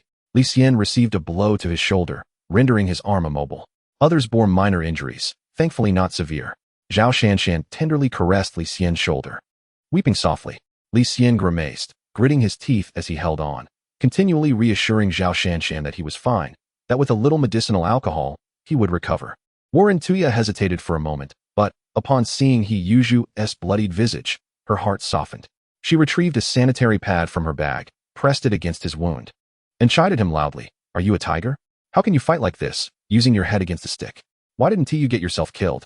Seeing her no longer angry, Hiyuju felt a weight lift off his shoulders and chuckled foolishly, thinking that as long as she didn't scold him, it was worth even dying for. Warren Tuya shot him an exasperated glance, her expression playful yet reproachful. When she raised her head and noticed Tan Xiaotian, who had been standing idly by the door, her smile vanished, replaced by an unmistakable look of disdain directed at him. The other girls shared similar expressions of contempt. Oblivious, Tan Xiaotian remained fixated on the corridor. Room 208 lay in disarray, with 5 thugs sprawled on the floor. The boys who had fought were treated like heroes, surrounded by girls who expressed concern for their well-being. Even the clingy Li Yinshi abandoned Tan Xiaotian to stand by Dang Aichuan's side. Alone at the door, Tan Xiaotian was overlooked. When Chun's demeanor shifted, she took the initiative to inquire if Dang Aichuan was hurt, leaving him momentarily speechless with gratitude. The corridor was soon filled with the sounds of hurried footsteps and shouting. Police, don't move. Hands on your head. Crouch down. Just then, the door to 208 was kicked open, and Officer Lao Feng, gun in hand, entered cautiously, his eyes widening in surprise as they landed on Tan Xiaotian. What are you doing here? Seeing Lao Feng, Tan Xiaotian finally felt his tension ease. Since encountering that peculiar individual in the elevator, an ominous premonition had lingered in his mind, culminating in this bizarre incident of chaos and destruction. The special police arrived, and the ensuing events unfolded naturally. The ruffian was escorted downstairs by the officers, crouching in a corner of the lobby, handcuffed and still shouting defiantly, "Old Master Chun, are you still afraid to meet me? Just wait until I get out. I shall pay you a visit." Unfortunately, even at this moment, Lin Chun had yet to make an appearance. The lobby manager sensed something amiss. Based on his understanding of Lin Chun, the old master would never be intimidated by this ruffian. Why then? Was he not present under such circumstances? Could something have gone awry again? All the patrons at Tianwang, guided by the police, exited their private rooms in an orderly fashion, converging in the lobby on the first floor. The lobby, corridors, and staircases were teeming with nearly 1,000 individuals, creating a cacophony of chaos. Tan Xiaotian and his companions could hardly squeeze through to the first floor, forced to remain on the landing of the second floor. At that moment, a sharp gunshot echoed from the basement. The flustered Lao Feng abruptly looked up, while a glint of cold light flickered in Tan Xiaotian's eyes. A group of armed men in black emerged at the basement door. Upon seeing the throng of guests in the lobby, they were momentarily taken aback.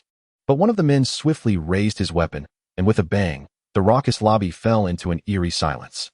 "Everyone get down," the chilling voice reverberated, causing the crowd to stir as countless patrons snapped back to reality and rushed toward the exit. Another armed man squeezed the trigger of his submachine gun, sending sparks flying. Chapter 94. The Christmas killings in the basement of the office building adjacent to Tianwang. The bomb expert Fei looked unusually serious. After glancing at his watch, he activated the detonator. A series of muffled explosions echoed, filling the cramped basement with a cloud of dust, rendering visibility impossible. Fei quickly covered his mouth and retreated into the corridor, shutting the door behind him. In the corridor, 7 men in black stood in a row, their eyes fixed intently on Fei. As he coughed, he signaled an okay gesture. The black-clad men all donned hats and masks in unison, proceeding one by one into the room. Once the dust settled, a large rectangular hole was clearly visible in the opposite wall, wide enough for a person to pass through. The last to enter, Fei grinned broadly, his pride evident. "I told you, this little task is but a trifle for me. It's a matter of minutes." His words were abruptly interrupted by one of the men in black, who tossed a large travel bag at his feet, curtly commanding, "Shut up." Fei had intended to retort about how one ought to speak to him, but as he met the fierce gaze of the man across from him, he swallowed his words. Begrudgingly picking up the travel bag and following the black-clad men through the blown-open door, where the flashlight illuminated, a sea of colorful banknotes lay scattered across the floor. Fei's skills were indeed exceptional, and luck favored him. The spot where he had drilled into the wall was precisely where Lin Chun concealed his stash, and the explosion had sent the bills flying from the boxes, littering the ground. As the last of the bombers arrived, upon witnessing the scattered wealth around him, he could hardly resist the urge to dive into the pile of money and roll about in ecstasy. "This is it. We've struck it rich," he exclaimed, laughter spilling from his lips. However, his euphoria was abruptly extinguished by a curt command from the man in black, "Get to work." The bomber inwardly cursed these uncouth ruffians, vowing that once he amassed wealth, he would never again associate with such unsophisticated fools. Aside from the leader, who stood guard at the entrance with a firearm, the other men in black unfurled their travel bags and crouched down to gather the scattered money. Meanwhile, on the ground floor of the office building, the elderly chief and his associate, Old 8, turned off the television. One gazed out the window while the other stood at the door, peering towards the basement. Upon hearing a faint thud emanating from the basement door, Old 8 slapped his thigh in triumph. "It's done," he declared, racing towards the sound. The elder, following closely, called out, "What's the rush? Come back and inform me of the situation." As Old 8 vanished into the basement entrance, the elderly chief shook his head, murmuring to himself, "I wonder if that noise was significant. Will it alarm the patrons at the karaoke bar?" Moments later, a flicker of a smile crossed his taut face. "It shouldn't be too loud. It's quite raucous over there." Unless someone is in the basement, they likely won't hear a thing. Suddenly, a series of thunderous knocks reverberated through the door, accompanied by urgent shouts that pierced his eardrums. The chief's heart clenched in alarm. "Open the door! Hurry!" came the cries. "Police!" Instinctively, his hand moved towards his sidearm, but in an instant, he composed himself, rubbed his face, and approached the door, whispering, "Everyone's off duty. We can discuss this tomorrow." The knocking intensified. "We are the police.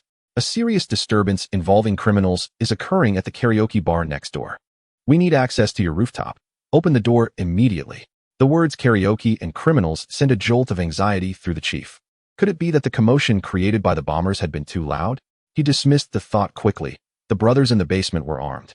If there were indeed trouble, it would not merely be a matter of a disturbance. The police shouts grew louder and more urgent, leaving him no time for contemplation. If he delayed any further, it might raise their suspicions. Taking a deep breath, he unlocked the door. As soon as it creaked open, a squad of heavily armed SWAT officers surged in, the lead officer's eyes glinting like a hawk as he scrutinized the chief's security uniform.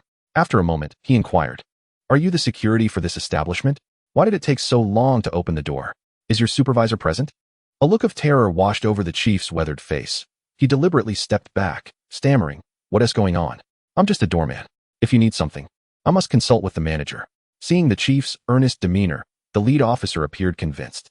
"This isn't your concern. There has been a disruption at the karaoke bar next door, and I need to use your rooftop to see if I can jump over to the adjacent building." Without waiting for a response, he waved his hand, signaling, "Go check upstairs."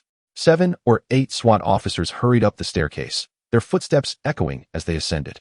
The chief's heart raced with anxiety, yet he felt powerless to intervene, watching helplessly as they vanished from sight. He silently prayed that Lao Ba and his companions would not appear at this moment. If the police caught sight of them, it would spell disaster. Yet fate had other plans. Within less than a minute, the basement door swung open, and Lao Ba rushed out in a frenzy, shouting, "Big brother, it's blown open." There's a cacophony inside. His exclamation abruptly ceased as he laid eyes on the heavily armed SWAT team beside by 2. "Damn it, the cops." Lao Ba's reflexes were remarkably swift. He promptly drew his handgun from behind and fired. The gunshot echoed through the desolate building, shattering the silence. The sounds of gunfire erupted like popping beans, with both a SWAT officer and Lao Ba succumbing to their wounds at such close range. Evading escape was impossible. By 2, stealing himself, also drew his weapon and exchanged fire with the officers. The narrow corridor offered no cover, turning the encounter into a contest of speed and accuracy. Unfortunately, luck was not on their side. Soon, By 2 fell amidst a pool of blood, taking down another SWAT officer with him. The officers who had just ascended the stairs immediately turned back upon hearing the gunfire, reporting to their superiors as they entered the basement. Inside, the men in black, who were bending down to gather money, froze at the sound of the rapid gunfire above. They all turned to the leader, Lao Er, who, with a grave expression, declared, "Big brother is in trouble." The bomb expert, rattled and flustered, exclaimed in Cantonese, "Oh no, the cops must have discovered us. What do we do?" Lao Er quickly grabbed a submachine gun, darting past the opening in the wall to peer into the corridor. Just then, he spotted a squad of SWAT officers rounding the corner. Without hesitation, he squeezed the trigger, unleashing a torrent of bullets. As his ammunition was spent, Lao Er swiftly retreated back to Lin Chun's office, snatching a travel bag filled with cash. With a commanding shout, he instructed, "Grab a bag each and retreat quickly." His subordinates, all seasoned operatives, wasted no time asking questions. They shouldered their bags and, armed, hastily exited the office while the bomb expert, trembling, lagged behind, muttering complaints about the dire situation they found themselves in. The group ascended the stairs to the lobby, where they were suddenly met with blinding light from the darkness. They were momentarily disoriented, especially as the lobby was teeming with people, nearly 1,000 astonished gazes fixated upon them. Lao Er quickly realized that their only chance of escaping alive today was to take the hostages, thereby leveraging them against the pursuing police. Without hesitation, he fired a shot into the air, commanding, "Everyone down." Chapter 95, The Christmas Massacre, utter chaos ensued. Regardless of whether they were elegantly dressed ladies or impeccably attired gentlemen, the sight of these menacing figures clad in black, brandishing firearms, threw them into disarray. Following the gunshot, fear reached its zenith, and the crowd surged toward the exit, desperately seeking escape. They were aware that the assailants were armed, yet each individual harbored the hope of being the fortunate one to flee first. As for the bullets, they thought, "There are plenty of unfortunate souls behind me. If I perish, let the floods come. As long as I survive, let the heavens crumble. The entrance resembled a floodgate, with a torrential wave of people surging outward. The sound of gunfire echoed as a figure clad in black unleashed a volley from his submachine gun, sending flames leaping forth. The hall instantly transformed into a scene of chaos, with countless individuals collapsing in agony, the once pristine marble floor quickly stained with crimson. The cacophony of wails reached the ceiling. The gunman had no intention of causing excessive harm. Such actions would yield him no advantage. He aimed downward, targeting the legs, resulting in over a dozen victims groaning in pain as they lay in pools of blood. Striding through the sanguine mess, the gunman forced those unable to escape back into the center of the hall, where the injured and the trapped numbered over 100. Under the menacing gaze of the dark barrel, they huddled together, filled with terror, much like lambs awaiting slaughter. Two accomplices joined forces to seal the grand entrance. As the heavy door, towering over 3 meters, closed, the hearts of the hostages sank in unison. A young girl began to weep, regretting her decision to leave the dormitory. She wished she had stayed in bed. A middle-aged man, resembling a portly businessman, clutched his thinning hair in despair, lamenting the false sense of security that the so-called peaceful night promised. He vowed that if he survived this ordeal, he would never again celebrate a peaceful night.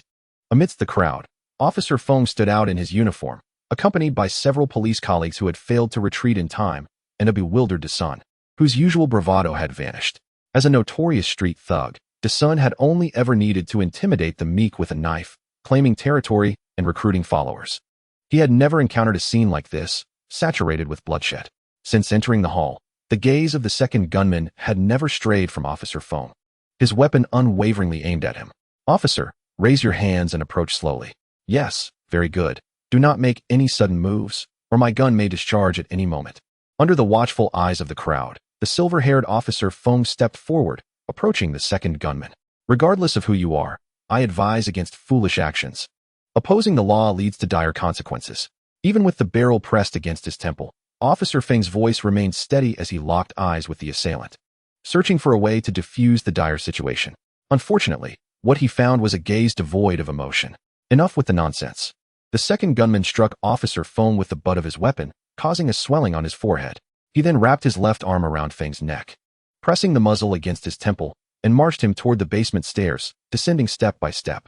The gunman's voice echoed through the corridor, "Your people are in my hands. If anyone moves, I will shoot them. There are over 100 hostages above. If you provoke me, I'll kill them all as a sacrifice. Everyone step back. If I catch a glimpse of any of you, I will execute one person. Don't believe me? Test me."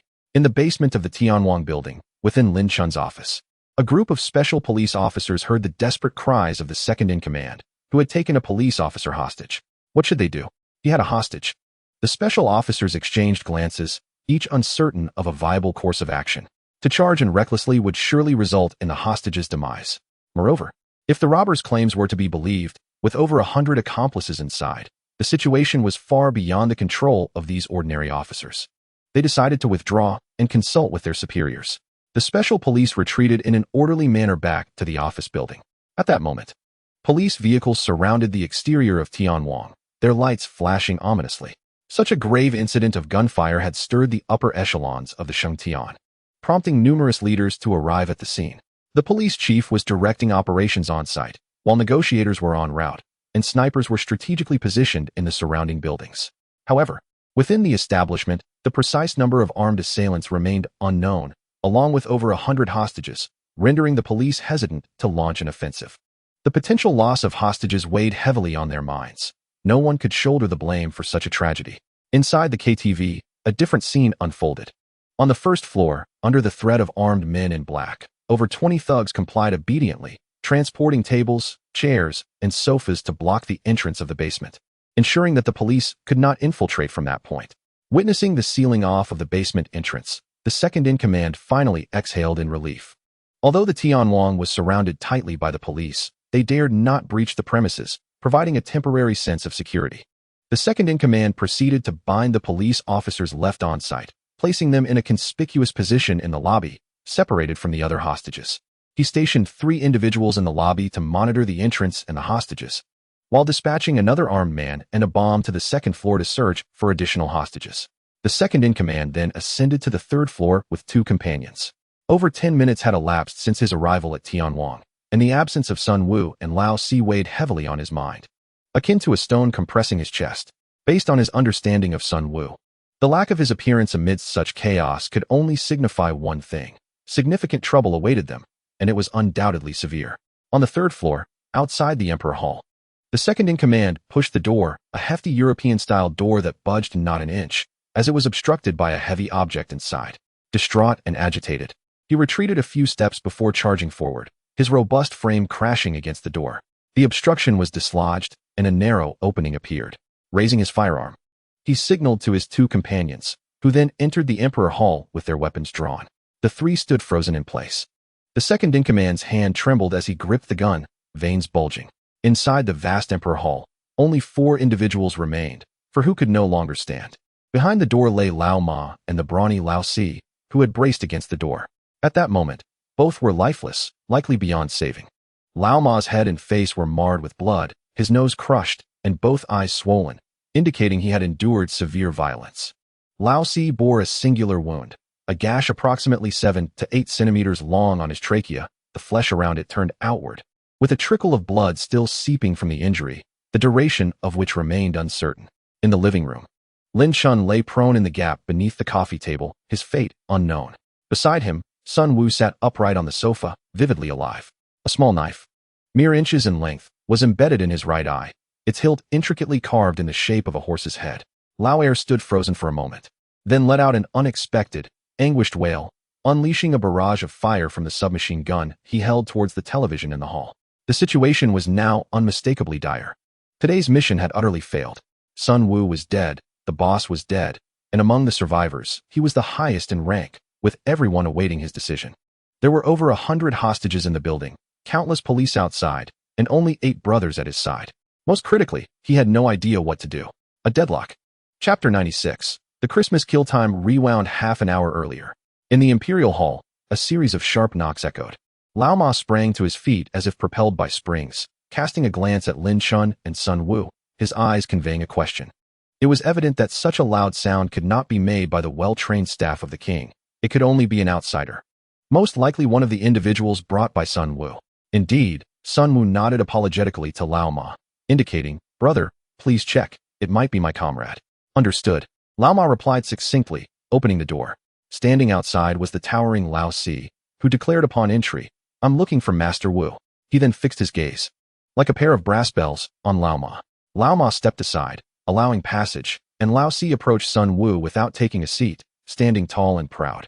Lin Chun glanced at Lao Si and remarked, "What a robust fellow.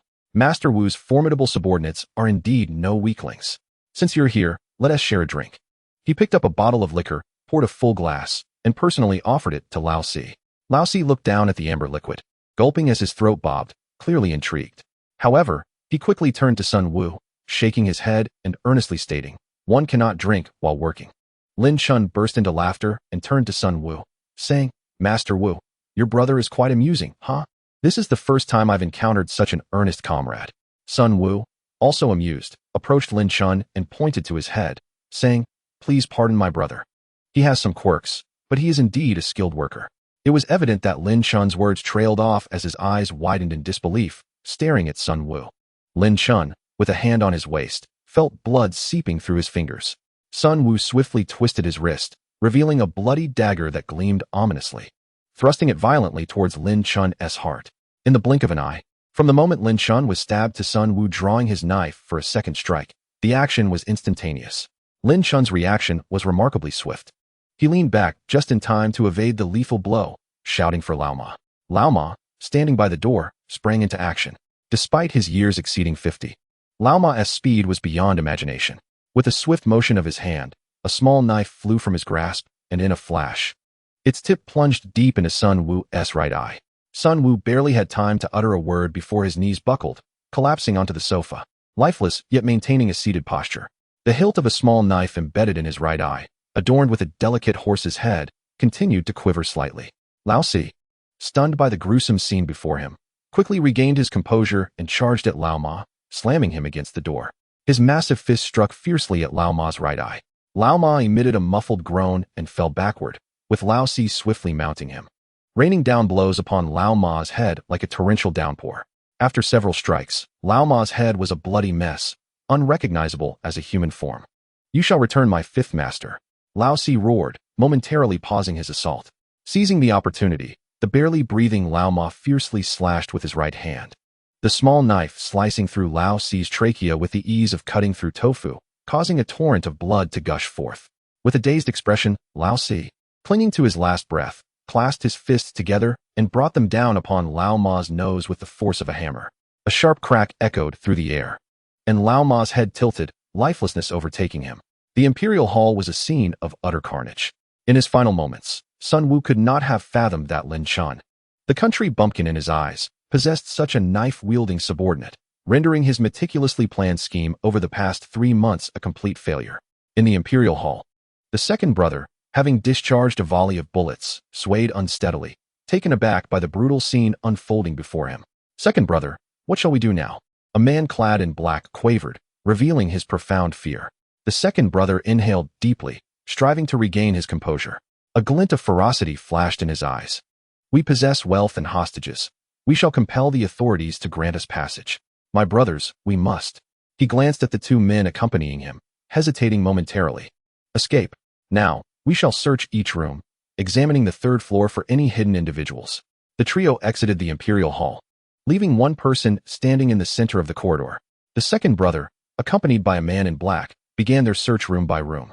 Minutes later, 6 trembling individuals were discovered and herded into the corridor at gunpoint.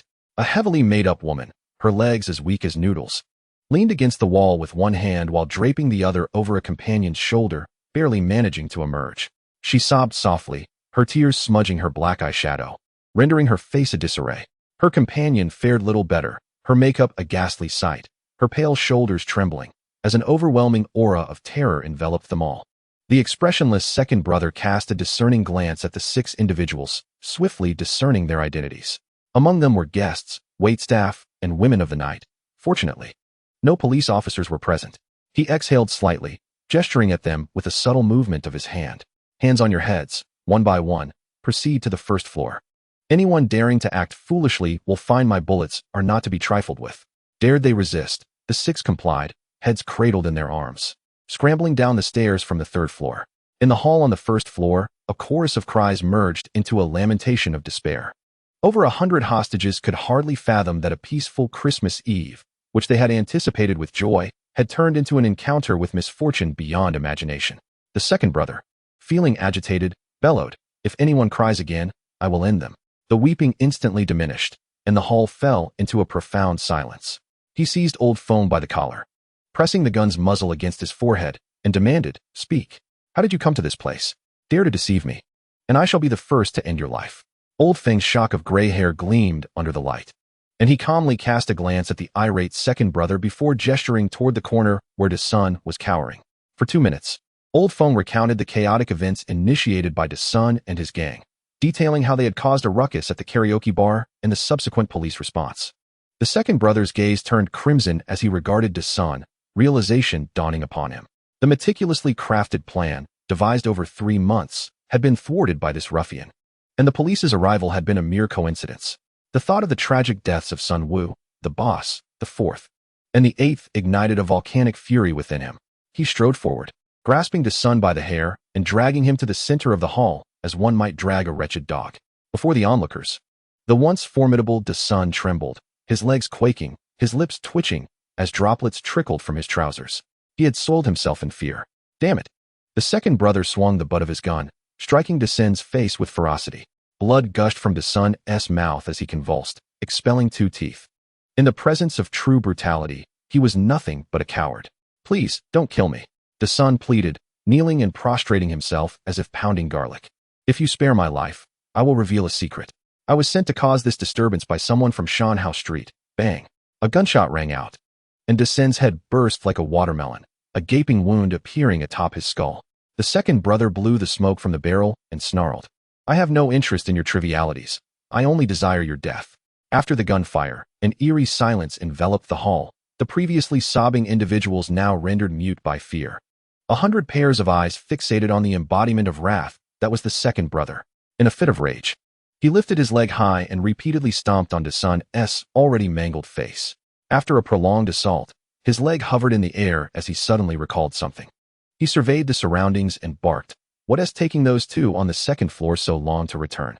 Chapter 97. The Christmas bloodbath. Had another incident occurred?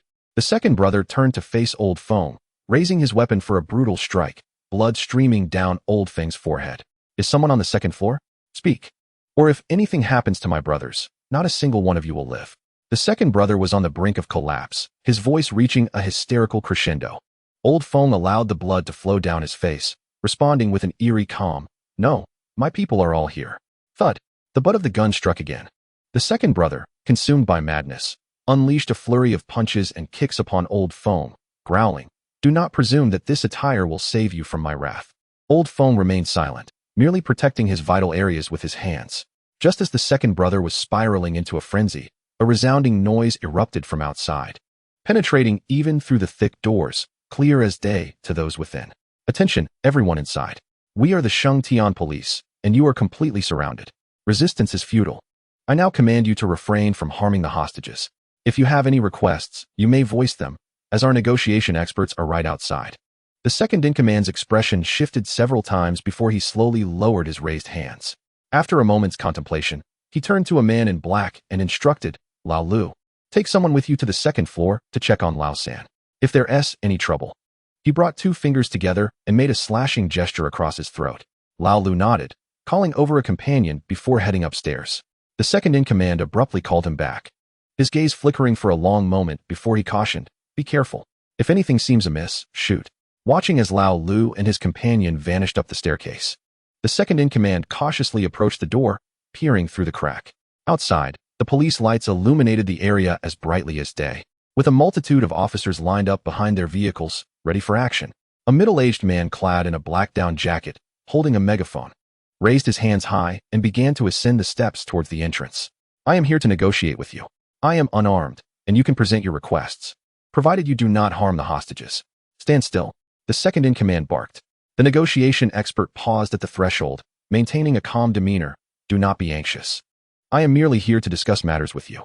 This situation must come to a resolution, yes? It would be wise for you to let me in. I cannot continue shouting like this. Take off your outer garment and turn around." Responding to the command, the negotiation expert complied, removing his coat and turning in place while still holding his hands aloft. To all appearances, he indeed bore no weapons, which somewhat eased the second-in-command's tension. He unlocked the door and opened it a crack, saying, "Come in quickly and behave yourself. Otherwise, I will resort to violence." "Do not be alarmed. I am entering now." The negotiation expert squeezed through the narrow opening by the door. "Do not move." At a signal from the second-in-command, one of his subordinates approached to conduct a thorough search. As the negotiation expert had asserted, he was entirely clean, devoid of any offensive weaponry. "Please, do not be anxious. I truly am here to negotiate with you." As the negotiation expert cast a glance, he was struck by the shocking pool of blood and the lifeless body of Dasun in the center of the hall, which sent a jolt of alarm through him. "What have you done? This is unacceptable." He shook his head vigorously. "We can discuss anything. Please, do not resort to murder. A death would complicate matters significantly." "Am I afraid of complications?" The second-in-command feigned a menacing demeanor. "I could die, but before I do, I will ensure that everyone in this room pays the price with me." "That is unnecessary.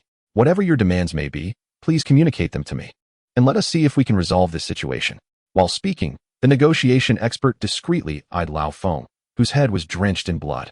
Before entering, he had already been informed that several local police officers were present in the room. Lao Feng raised his hand, wiping the blood from his brow, and swiftly made a subtle gesture resembling the number 8 before lowering his hand again. The negotiation expert understood and redirected his gaze back to the second-in-command. With a sinister grin, the latter stated, "It's quite simple. My demand is that you allow us to leave immediately, providing 2 fully fueled vans. We will take a few hostages with us, and you must not follow. Once we reach a safe location, we will release the hostages. This request is not unreasonable, is it?" The negotiation expert exaggeratedly furrowed his brow and, with great difficulty, stated, "I am unable to provide an immediate response to your request. I must consult my superior. If you permit me, I can step outside to confer, but I hope you can demonstrate your sincerity as well. It would be preferable if I could bring a few hostages with me, as this would encourage my superior to seriously consider your demands." "Dream on." The second-in-command retorted without a moment's hesitation. The negotiation expert maintained his demeanor, pleading, "Please, brother, do not make this difficult for me. You have so many people here. A few more or less does not matter. Allowing me to take someone out would also enhance my standing, wouldn't it? This way, I could speak more assertively in front of my leaders."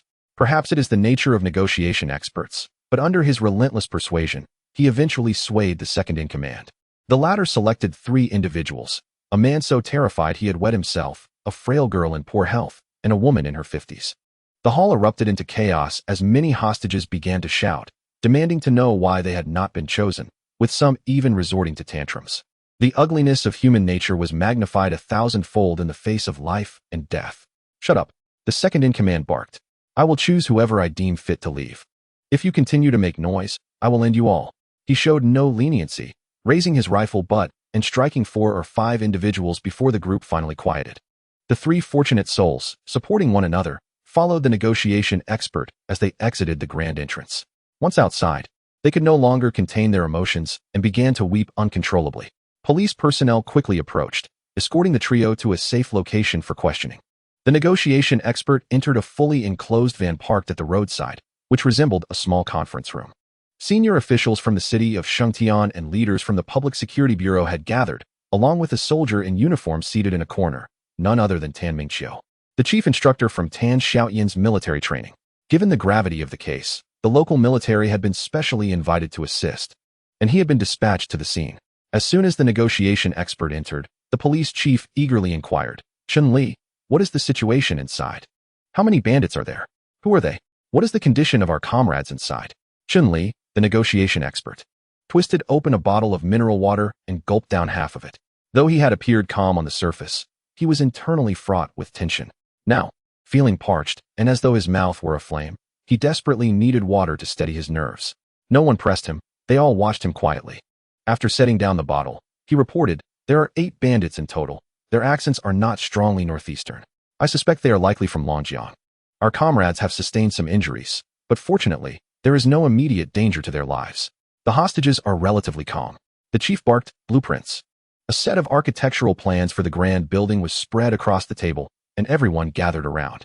An elderly man wearing glasses began to point out details, explaining that the building had been constructed in the 1970s, with 3 floors above ground and 1 basement level.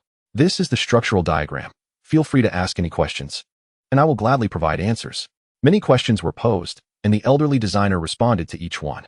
Although numerous inquiries were made, no substantial solutions emerged to address the pressing crisis at hand. Tan Mingqiu then asked, "Is it feasible to infiltrate from the basement?" Immediately, someone recounted the earlier events. Upon hearing that the assailants had infiltrated the venue through the underground exit, and that this exit had been sealed off, Tan Mingqiu ceased to voice any further inquiries. The director slammed his fist on the table in frustration, lamenting that since the building had been converted into a nightclub, all the windows had been bricked up, rendering our station snipers utterly ineffective. Now, apart from the main entrance, it seemed that only the rooftop on the 3rd floor remained accessible. The special police team leader shook his head, stating that these criminals were well-trained and experienced. They would undoubtedly have personnel guarding such an obvious entry point. The narrow opening posed a perilous risk. Even if my men managed to enter, the implication was clear. Every officer sent down would likely meet with sacrifice, tantamount to a death sentence. The director's brows knitted tightly together. Were they truly to acquiesce to the demands of the assailants? This would be an immense humiliation for the Xiaotian Public Security Bureau. Before he could finish his thought, a knock sounded on the car door, and a police officer leaned in, reporting that one of the hostages who had just emerged had pertinent information. A minute later, a trembling woman in her 50s entered the vehicle. "I am a cleaner at the nightclub. I know there is a window that can be opened in the operations room on the 2nd floor." This revelation invigorated everyone present, and the woman was escorted to the blueprints, where she accurately identified the operations room with the window. A brief meeting was concluded in 2 minutes. It was ultimately decided that a sharpshooter from the special police team, known for his exceptional marksmanship, would infiltrate the nightclub through the window alongside a station marksman. Each would carry 2 silenced pistols, waiting for the opportune moment to act, neutralize the assailants, and rescue the hostages. Soon, the pair donned their bulletproof vests and, shrouded in the night, moved to the rear of the nightclub. Chapter 98. The Christmas killing machine on the 2nd floor of the nightclub, within a pitch-black private room. An eerie silence prevailed. Those concealed within the room strained to control their breathing, afraid to make a sound. In the dimly lit restroom, Tang Yiru, Warrantaya, Xiaotian, Li Yinxi, Li Xian, He Yuzhu, and others were crammed into the confined space. Time seemed to stretch infinitely in the darkness as they listened intently for any noise from outside. After an indeterminate period, He Yuzhu could no longer contain himself and whispered to Warrantaya, "Seventh brother, and the others are still outside. It's perilous. Perhaps we should call them in." "Don't even think about it," Warrantaya retorted. "I have no desire to remain with cowards and timid souls. Have you forgotten how he cowered earlier? Paralyzed with fear before those two punks? All the praise you've lavished on him is in vain." Warrantaya's impression of Tan Xiaotian had plummeted to an all-time low. Li Yinxi sighed softly and, in Korean, confided to Kim Hee, "I never expected Tan Xiaotian to be this kind of person. It seems that handsome men are often nothing more than decorative pillows. I am utterly disappointed."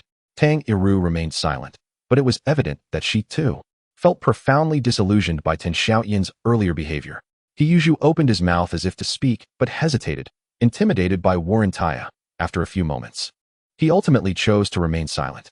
In the private room, Tang Xiaotian, Dang Aichuan, Gao Yin, He Yusin, Huang Along, Zhang Man, and Zhang Mingxian were huddled on either side of the sofa. Surprisingly, Wenqin did not hide away with the student council officers in another room, but rather chose to be with the students from dormitory 313.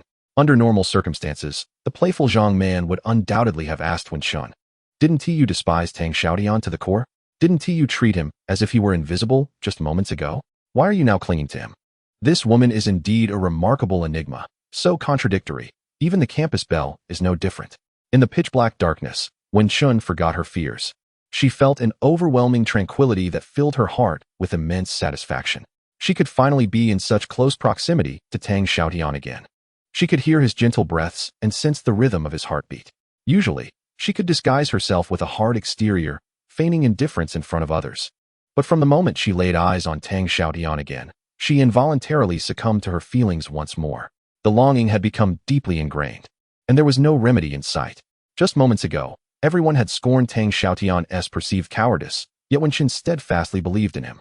She had witnessed Tang Xiaotian fiercely retaliate against a bearded thug in a powerful center, seen him stand like a javelin in the middle of the playground, and watched him carry a heavy load for 5 kilometers in the pouring rain.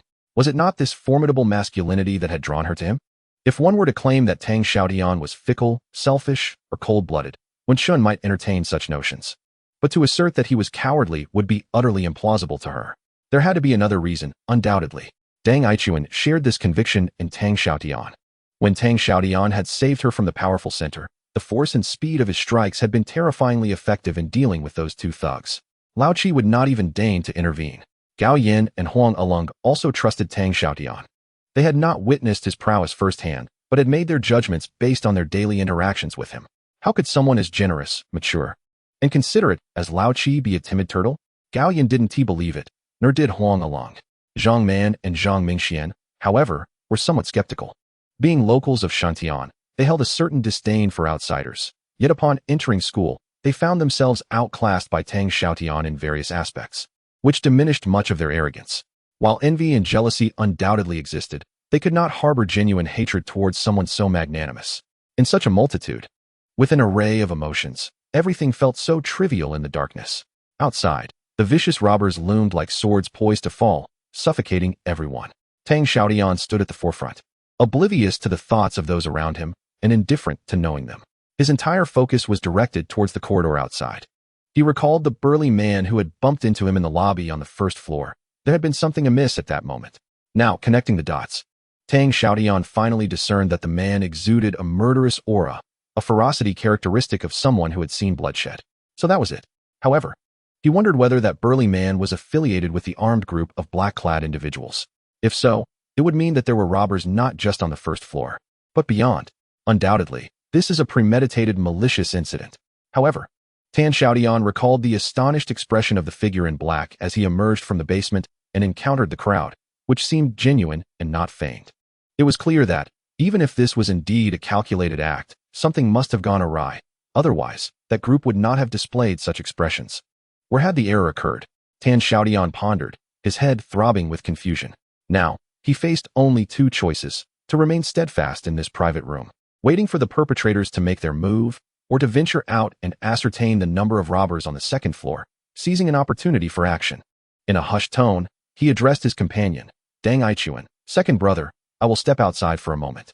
You all stay hidden here, should the robbers enter. Do not resist, they are armed. Just as Tan Xiaotian prepared to take a step, Wen Chun, who had been lurking at the back, suddenly found courage from an unknown source. Stepping forward to firmly grasp the hem of Tan Xiaotian's clothing, shaking her head silently. In that darkness, no actions could be discerned. Yet Tan Xiaotian could feel her disapproval and sense the tears streaming down her cheeks, even though she made no sound. Silent tears. Among the 10 or so individuals in the room, Wen Chun understood Tan Xiaotian best. She believed that, given his indomitable spirit, he would undoubtedly take action in such a dire situation. Under normal circumstances, she would not only refrain from stopping him, but would admire his bravery.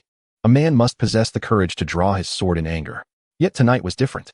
The villains held firearms, and impulsiveness could lead to unbearable and irreversible consequences. She could not bear to see the boy she cherished risk his life, yet she knew she could not sway him with her influence, hence her tears. Deep down, she wished that Tan Xiaotian's girlfriend from Yin University were present, as long as it meant keeping him in this room.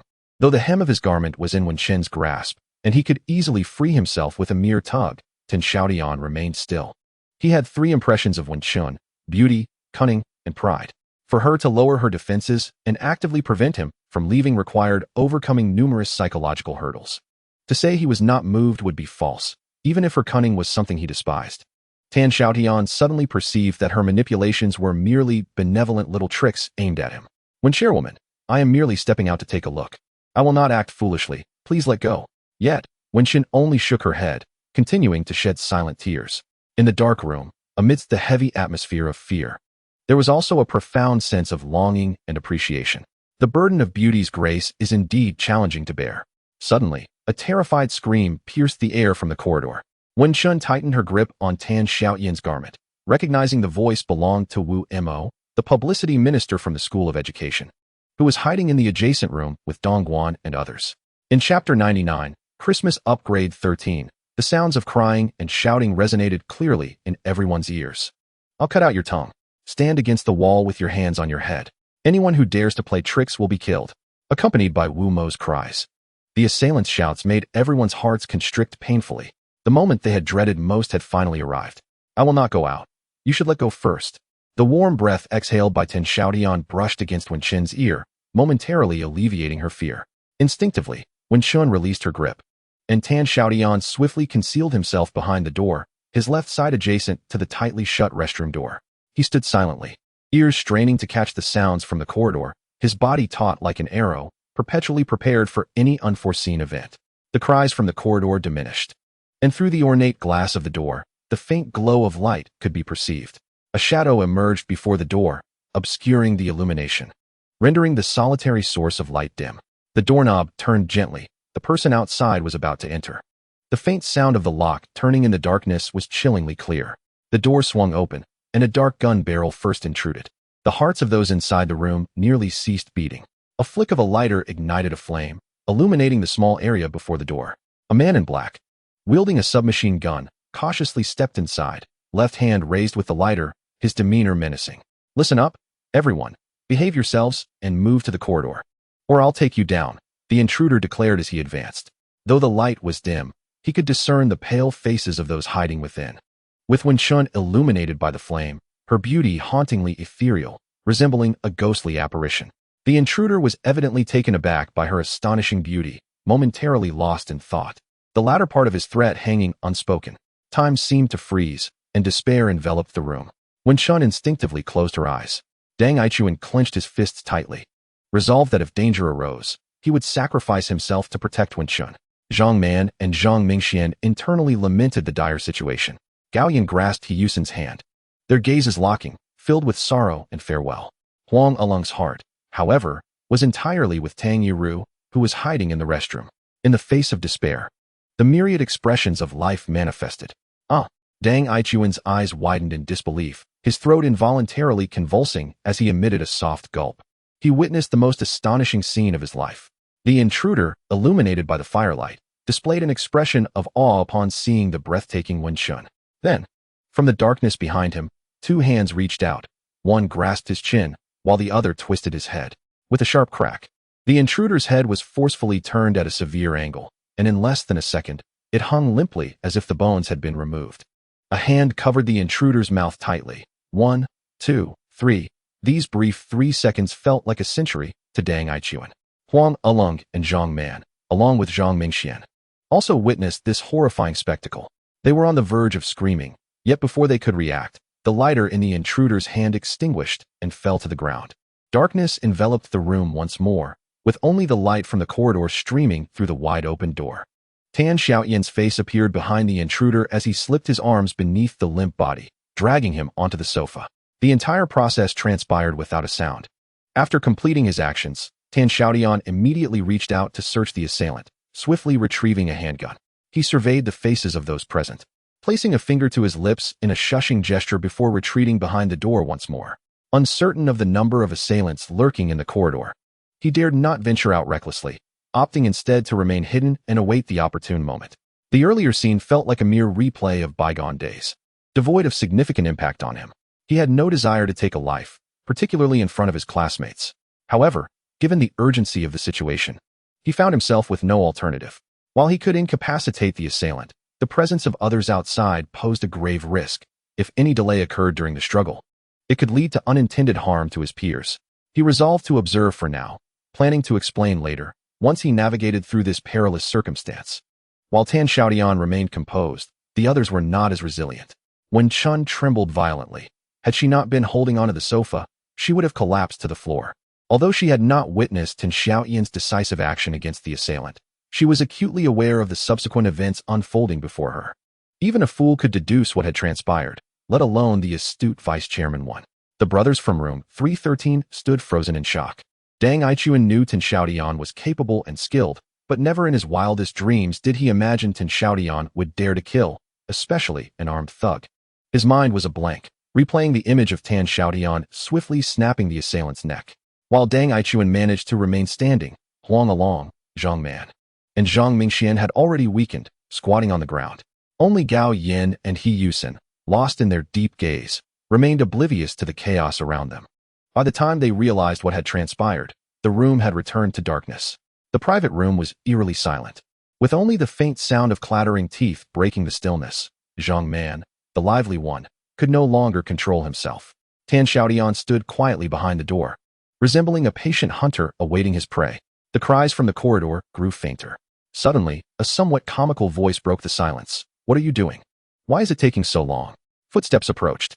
Tan Xiaotian's heart raced. It was Cantonese. The assailant who had previously spoken was using a northeastern dialect, likely from the Longjiang region, but this voice was unmistakably Cantonese.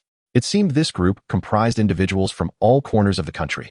The footsteps halted at the door, and the Cantonese voice called out again. "Third brother, are you there? Have you come out?" It appeared that this robber was somewhat timid. A flash of inspiration struck Tan Xiaotian as he mimicked the earlier voice from the corridor, exclaiming, "What is all the noise? There's a stunning beauty here. I'm busy with something important." He was taking a gamble, wagering that only 2 robbers were on the 2nd floor. "Damn it, you idiot. What time is it? You're still flirting." His gamble paid off. Upon hearing his words, the outside assailant, unsuspecting, boldly stepped through the wide-open door. As he transitioned from light to darkness, his eyes struggled to adjust, squinting as he sought out the audacious third brother.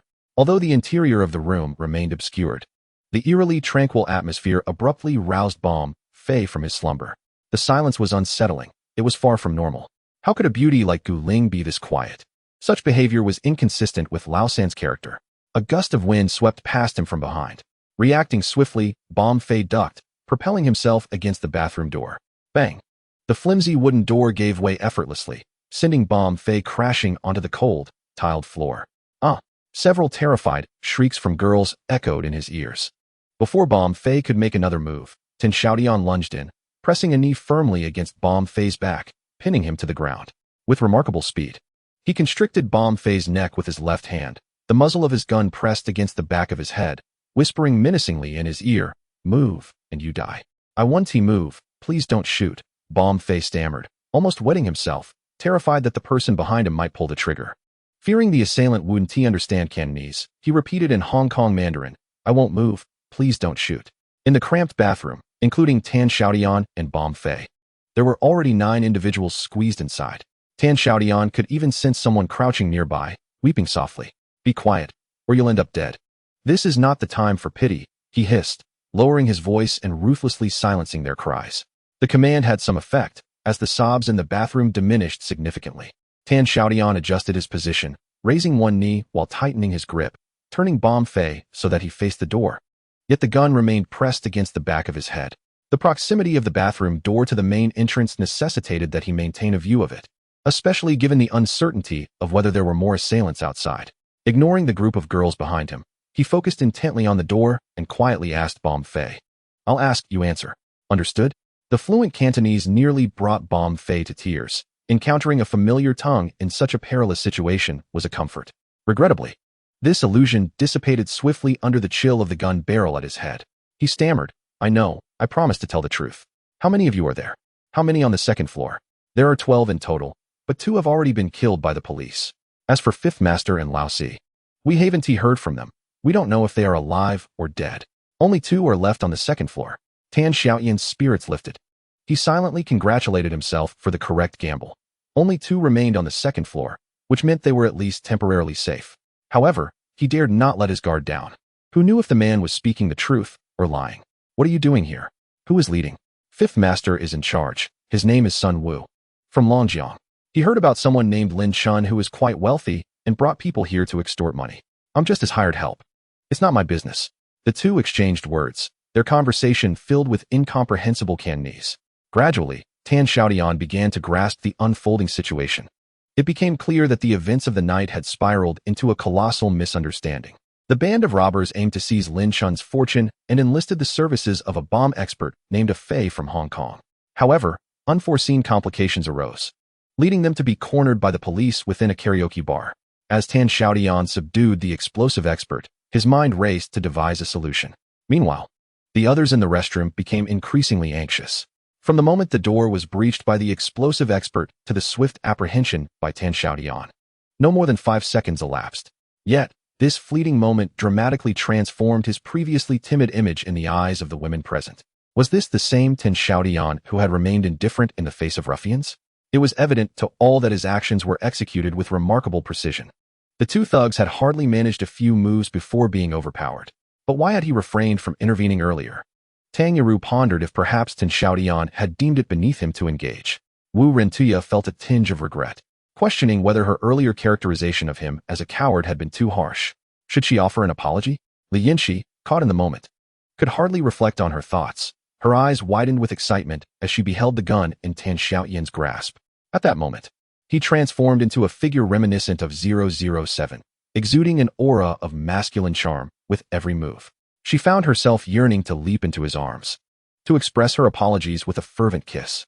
He Yuzhu felt a sense of relief. Brother Qi was still the formidable Brother Qi. Conversely, Li Xian was engulfed in a mix of fear and astonishment. Since enrolling, he had harbored resentment towards Tan Xiaotian, who consistently overshadowed him with his superior looks, height, wealth, and capabilities. Yet, witnessing the current scene shattered his confidence in any comparison. The mere fact that Tan Xiaotian dared to confront the robbers with a gun propelled him far beyond Li Xian's reach. Zhao Shanshan stole glances at Tan Xiaotian, sighing deeply from within. In truth, during their first meal as 2 dormitories, most of the girls had developed a fondness for him, herself included.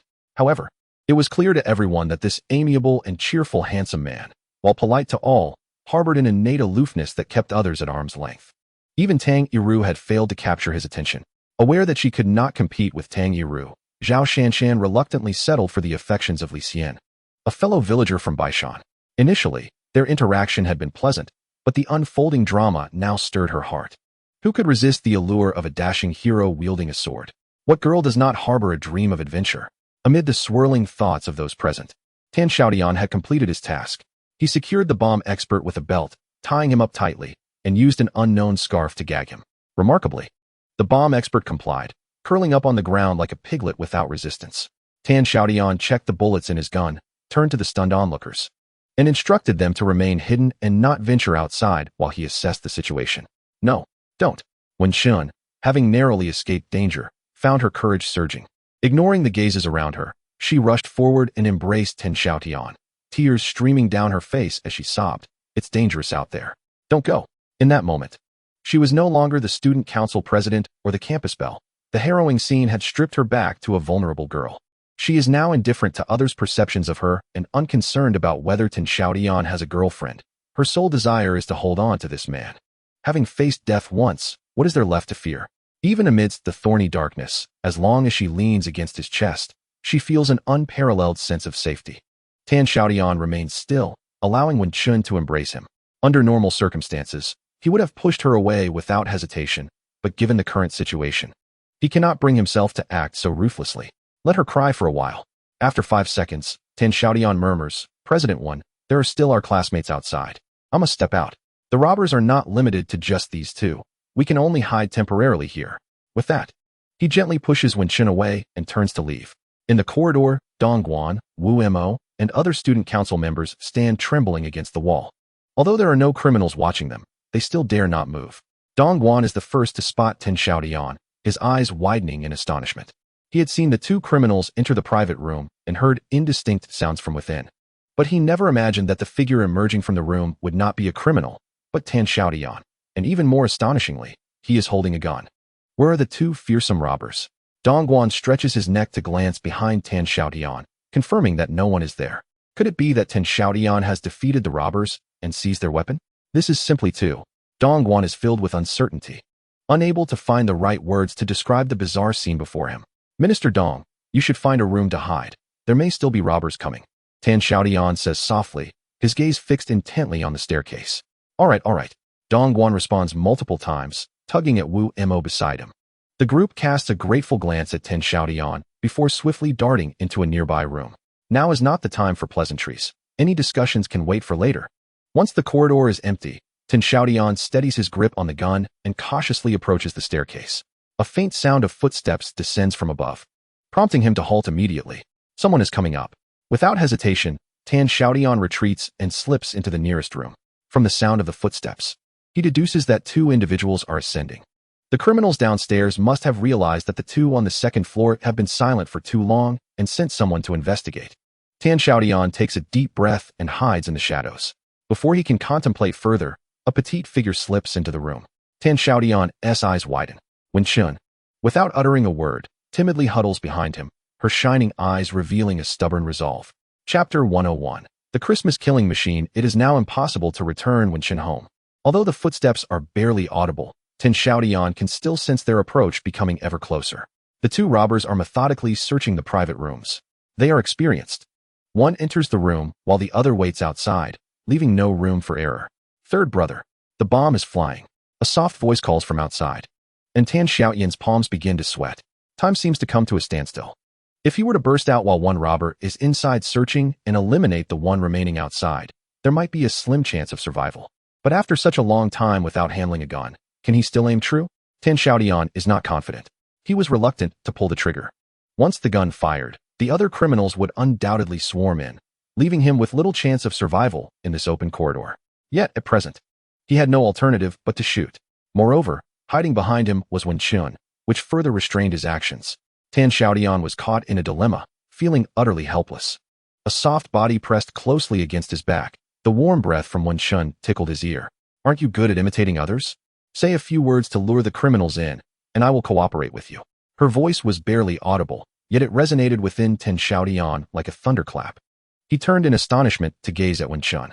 It was too dark to discern her features, but at that moment, he found the girl he had previously found somewhat irksome to be extraordinarily beautiful. Such quick-wittedness could only belong to Wen Chun. No, Xiaotian slowly shook his head. He could not risk Wen Chun's safety. She rose on her toes and delicately kissed his cheek, seemingly resolute. The next moment, her gentle voice broke the silence. No. Please, spare me. In the darkness, her voice undoubtedly stirred the imagination. After uttering this line, she playfully twisted Xiaotian's waist. It's your turn. At this juncture, he had no choice but to comply, reluctantly mimicking the tone of the earlier thug. Damn it, stop screaming. Let me enjoy a bit more. Or I swear I'll kill you. After this, he paused briefly before adopting a Cantonese accent. Third brother, didn't you say to give me a chance? This girl is so tempting. Can you really go back on your word? A brief silence enveloped the outside, followed by an enraged shout that echoed through the corridor. Third brother, are you insane? Second brother is down there ready to kill, and you still have the leisure to mess around here? Do you want to die? Bang. The door to the private room was violently kicked open, and a man in black burst in with a gun, cursing, "You too. Hurry up and pull up your pants and come downstairs with me. Otherwise, second brother will truly kill someone." Having awaited this moment behind the door, Tan Xiaotian lunged forward like a tiger pouncing on its prey. Wielding the gun backward, he struck the thug violently at the back of his head. Logically, the back of the head is the most vulnerable part of the human body, and a typical person would faint from such a blow without uttering a sound. However, this thug seemed to have particularly hard bones. Despite the heavy impact, he merely swayed slightly before stumbling forward. Tan Xiaotian seized the opportunity, extending his left hand to grasp the submachine gun and pulled it back, the strap tightening around the thug's neck. The thug emitted muffled groans. With all his strength, Tan Xiaotian struggled to hold onto the submachine gun, attempting to render the thug unconscious in the shortest time possible. In the darkness, a glint of cold light flashed. The thug drew a dagger from his waist and lunged it toward Tan Xiaotian. He was an experienced criminal who understood that he must stab his opponent before losing consciousness to survive. Thus, he exerted nearly all his strength into this strike. When Chun, hiding nearby, witnessed the thug's desperate attempt, Tan Xiaotian was fully engaged in tightening his grip, unable to evade this lethal thrust aimed directly at his neck. If it connected, the consequences would be unimaginable. She was unaware of the source of her courage, charging forth like a mother leopard, extending her hand to seize the dagger. The sharp blade instantly lacerated Wen Chen's hand, spilling blood profusely, and then the assailant twisted his wrist, driving the dagger into Wen Chen's body. This action drained the last vestige of strength from the assailant, causing him to collapse to the ground like a rag doll. Tan Xiaotian, uneasy, struck the back of his neck with his palm as if wielding a knife. Even if it were feigned, it would render him truly unconscious. Grasping the submachine gun tightly, Tan Xiaotian fixed his gaze on the door outside, crouching beside Wen Chun and cradling her in his arms. There was still one assailant outside. He dared not make a sound, holding his gun aimed at the door with one hand while the other searched Wen Chen's body for the wound. His fingers encountered a patch of warmth and dampness, accompanied by the metallic scent of blood. Panic surged within him, his eyes reddening. He could hardly bear to see those close to him suffer, especially since Wen Chun had been injured while trying to save him. The beast lurking within him was on the brink of awakening. Suddenly, a soft, damp hand rested upon his, gently squeezing twice. It was like a refreshing rain, pulling Tan Xiaotian back to a state of clarity. Wen Chun was signaling that she was all right. She must not have struck a vital area. He hoped fervently that she hadn't. Overwhelmed with guilt, Tan Xiaotian rose cautiously, raising the submachine gun as he prepared to approach the door. The commotion inside the room would surely attract the attention of the assailant lurking in the corridor. He braced himself for the worst.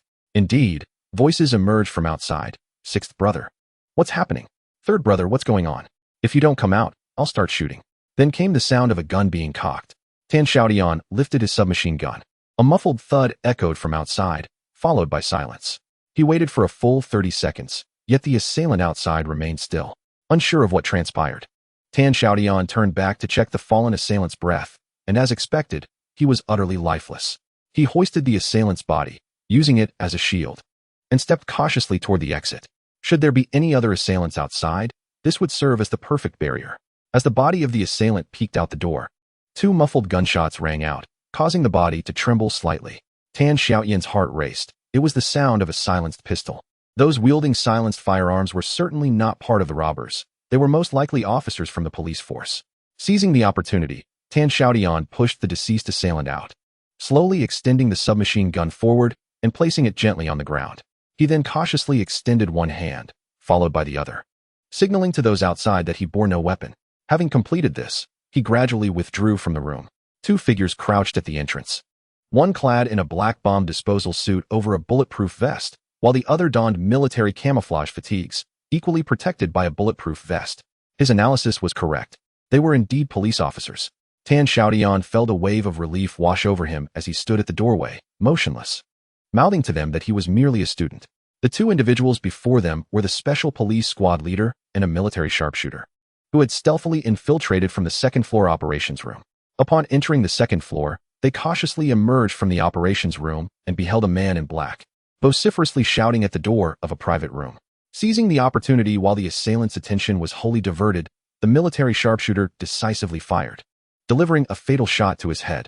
The subsequent scene left the 2 men utterly astonished. The tall, young man before them bore no resemblance to a criminal.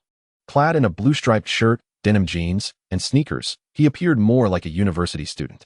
Moreover, his lip movements revealed that he was indeed a student. How could a mere student subdue an assailant? It was evident that the man who had just exited the room was clearly being held captive by this student-like figure. Exchanging glances, the military sharpshooter kept his weapon trained on Xiaotian, while the squad leader approached to search him and inquire further. Their brief exchange yielded information that filled the squad leader with both surprise and elation. It seemed that there was indeed a glimmer of hope. In the private room, the military sharpshooter stood guard at the door, vigilantly observing the activity at the staircase. Inside, the injured one Chun lay on the sofa. The knife that the assailant had plunged into her shoulder just before his demise had only penetrated 2 centimeters, thanks to his waning strength. Though she had lost a considerable amount of blood, her life was not in jeopardy. The squad leader and Xiaotian squatted beside the bound figure of the bomber, who resembled a tightly wrapped dumpling. The scarf that had been obstructing the bomber's mouth was removed, allowing him to breathe heavily. After a series of rapid-fire questions from the squad leader, the bomber hastily responded in his broken Cantonese, echoing the information that Xiaotian had previously provided. The squad leader cast a profound glance at the young university student, remaining silent, yet filled with immense admiration. This young man had undoubtedly undergone training. To be able to eliminate 2 assailants without firing a shot, and to subdue another with bare hands was a feat that even the most seasoned special police officers might struggle to achieve under such circumstances. With such remarkable skill, courage, and quick wit, there were likely no more than 3 individuals within the entire Xiaotian police force capable of such prowess. To suggest he was merely an ordinary student would be utterly implausible. Nevertheless, this was not the time for contemplation. The squad leader pondered the next steps required to rescue all the hostages. From the moment he received this assignment, he had recognized it as an almost impossible task. 8 fully armed and well-trained robbers held over 100 helpless hostages. How could they be rescued? As a police officer, he was bound to follow orders. Yet he had never anticipated the successful completion of the mission. When he leapt into the operations room through the window, he had resolved to take down 1 assailant to break even, and perhaps 2 to gain an advantage. However, the presence of a university student had altered the dynamics of the situation. 3 of the 8 robbers were now dead. 1 had been subdued, leaving only 4 remaining. Furthermore, they had gained an additional ally. Thus, the task no longer seemed insurmountable. Yet, he still lacked a clear strategy for the next course of action. "Officer, I have an idea," Xiaotian spoke up. The captain's eyes sparkled with realization. This extraordinary college student seemed to have been sent by fate to rescue him. Perhaps the resolution of this malevolent incident would ultimately hinge upon him. "Dear classmate, please speak your mind. Let us deliberate together," the captain said with utmost courtesy.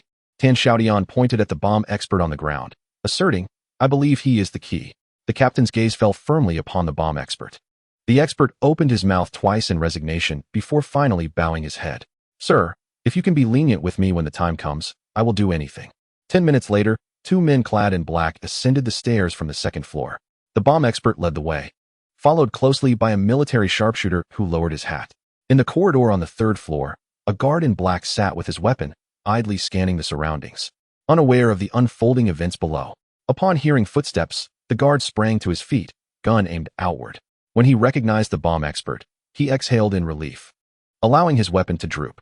"Bomb expert, how did you come up? Is everything settled on the 2nd floor?" he inquired. "Brother Air sent us to check on you. Have you inspected over there?" The bomb expert casually gestured towards the far end of the corridor. Instinctively, the guard turned his head, only to be met with a soft thud. A burst of crimson erupted from the back of his skull as he collapsed lifelessly to the ground. The military sharpshooter's silenced pistol remained poised in midair. The bomb expert turned back, his expression shifting from fear to obsequiousness as he gave a thumbs up. "Boss, you never miss." The sharpshooter maintained his stoic demeanor, fixing his gaze upon the bomb expert. "Less chatter, move downstairs." "Yes, yes," the bomb expert replied, nodding eagerly and stepping forward. On the 2nd floor, Xiaotian and the captain, now clad in black, stood at the top of the stairs. Seeing the bomb expert and the sharpshooter descend unscathed, they both sighed in relief. The captain gestured to his team: Dang Aichuan, Gao Yan, Huang Along, Hiyuzhu, Zhang Man, Zhang Mingxian, Dong Guanzai, along with Warren Tuya and Tang Yaru, come out from the side rooms. The captain fixed his gaze on the bomb expert, his voice stern. "According to the plan, you will lead the way. Should you dare to act dishonestly, any one of our 3 guns could take your life. As long as we can eliminate the robbers and rescue the hostages, I will advocate for your clemency with my superiors." The bomb expert wore a pained expression, sighing deeply. Sir, please do not forget, I am merely a technician, not one of them. I beg you to be lenient. The captain turned to the students, apologetically stating, I will say this once more, it is perilous for you to impersonate hostages. It is still not too late to withdraw, no one will mock you. He waited a few seconds, but the students remained unresponsive. He pointed to the bomb expert, saying, very well, you will follow him closely, remain vigilant, and upon hearing gunfire, immediately drop to the ground. Finally, the captain glanced at Tan Xiaotian, his unease evident. We three will walk at the rear, Tan on the left, I in the middle, and our military comrade on the right. There are currently 3 robbers in the hall. Each of us will take a position to shoot left, center, and right. His uncertainty did not stem from the military sharpshooter, but rather from the necessity of placing his trust in a college student who claimed to possess shooting experience. It was a desperate yet singularly viable strategy at that moment. Moreover, this ingenious plan was devised by Tan Xiaotian. He intended to allay the robbers' suspicions with a diversion, and subsequently, with overwhelming force, eliminate the 3 assailants below. The strategy was straightforward. However, the challenge lay in simultaneously dispatching all 3. For the survival of the remaining robber would undoubtedly pose a grave threat to the hostages in the hall. He exchanged a glance with the military sharpshooter. Though no words were spoken, a silent understanding was reached. After both of them fired at their respective targets, they would promptly assist Tan Xiaotian with follow-up shots, ensuring that even if Tan Xiaotian missed, a contingency would be in place. At this moment, one could only hope that Tan Xiaotian would be accurate and that his targets would react sluggishly, granting the 2 sharpshooters a precious moment to act. With the squad leader's command, the 3 men bent down to inspect their handguns. Tan Xiaotian now wielded a suppressed Italian Beretta 92F provided by the military, renowned for its exceptional accuracy, making it a favored choice among SWAT and counterterrorism units worldwide. Given the gravity of the Tianwang incident, Tan Mingxiu had deliberately retrieved 4 of these weapons from the armory of the Xiaotian Military District's Special Forces. Once the 3 had completed their checks, they were ready to proceed. At the squad leader's signal, the beleaguered bomb Fei, armed with a non-magazine micro-submachine gun, led the way, followed closely by the male students. While the volunteers acting as hostages, Yuran Tuya and Tang Yiru, walked ahead of Tan Xiaotian. Both women felt a sense of guilt towards Tan Xiaotian, keeping their heads down in silence. Suddenly, Tan Xiaotian's voice broke the tension, startling everyone. He stepped in front of Yuran Tuya and Tang Yiru, scrutinizing them before shaking his head in disapproval. Without consulting the 2 women, he tousled their hair and, disregarding their shocked expressions, tore their clothing to reveal their bare shoulders and exposed skin. Tang Yiru bit her lip in mild reproach, her voice tinged with indignation. Tan Xiaotian, this is personal. Now it looks better. I will ensure your safety as we proceed. Be cautious. At my signal, you must immediately drop to the ground. Yuran Tuya had intended to voice her thoughts, but, upon witnessing Tan Xiaotian's serious demeanor, opted to remain silent. Their willingness to act as hostages stemmed largely from a sense of indebtedness to Tan Xiaotian, who had risked his life to subdue the armed robber in the restroom, saving them all. Reflecting on the unkind words they had spoken about him earlier, the women felt a flush of shame. Yuran Tuya understood Tan Xiaotian's intentions. He needed to convince the robbers below of a plausible reason for their prolonged absence. Quietly, she loosened 2 more buttons of her shirt, while Tang Yiru disregarded her appearance, further smudging her makeup. With their hair disheveled and clothes in disarray, the 2 women descended the stairs alongside the group. Although their legs trembled, Yuran Tuya's heart swelled with an unprecedented warmth. Raised on the grasslands, women like her were always drawn to adventure. The atmosphere below was as tense as a powder keg. The irate second-in-command clutched the phone left by the negotiation expert, unleashing a torrent of curses. Meanwhile, the higher-ups in the police force were engaged in a calculated delay through telephone conversation, striving to buy time for the 2 infiltrators inside the building. The second-in-command, consumed by rage, bellowed threats of executing hostages to vent his frustrations, yet he faltered at the thought of taking action. Within Sun Wu's criminal organization, he held merely the 3rd rank. Had Sun Wu and the leader been present, they would have undoubtedly executed several hostages to establish dominance and compel the police to acquiesce to their demands. Though the second-in-command possessed brute strength, he was ultimately a coward, easily intimidated when faced with serious matters. On the other end of the line, the negotiation expert, Chun Li, spoke in a calm and measured tone, assuring him, "Do not rush. Your demands have been approved by the authorities, but you require 2 vans, and at this late hour, I need time to arrange for them. Damn it. I'll give you 5 more minutes. Once those 5 minutes are up, I will start killing." Frustrated, The second-in-command hung up and turned to one of the men in black, shouting, "How long have Lao Lu and the others been up there? Why is there still no movement?" Before the black-clad figure could respond, the sound of hurried footsteps echoed from the stairs on the second floor, accompanied by the distant voice of Bom Fei. "Brother, we're coming down."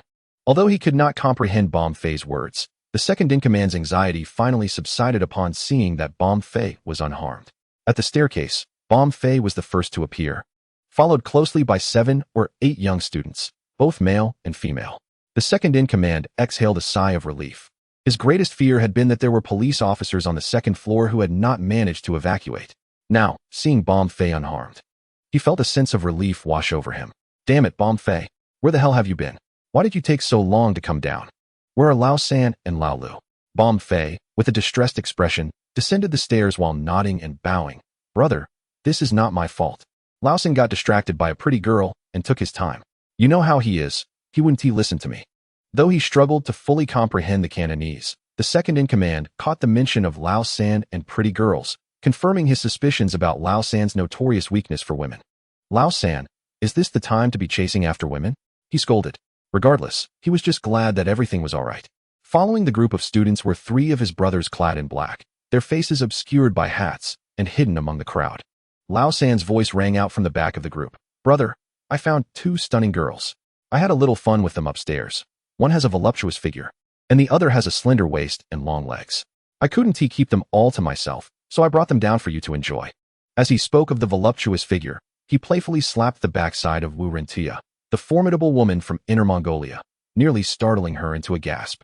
When he mentioned the slender waist and long legs, his hand settled on Tang Iru's shoulder. How infuriating! Though Lao San's sudden shift in tone caught both women off guard, the crudeness of his words caused them to blush simultaneously. Had they not been in such a perilous situation, Wu Rentuya would have turned to confront Lao San, indignantly questioning his audacity to claim that Tang Iru had a more slender waist and longer legs than her. Tang Iru involuntarily cast a glance at her own bosom, wondering if it truly was significantly smaller than her elder sister's.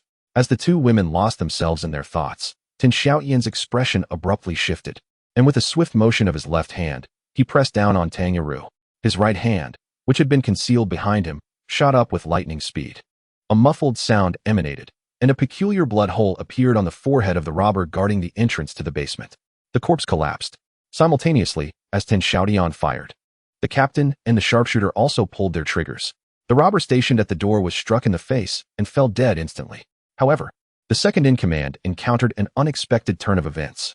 At the moment the captain fired, he inadvertently stepped to the left, narrowly avoiding the bullet. Upon witnessing his 2 brothers fall to the ground, he reacted with remarkable speed, crouching down to conceal himself among the hostages. Meanwhile, the submachine gun he held was aimed at the staircase, ready to fire in a mere second.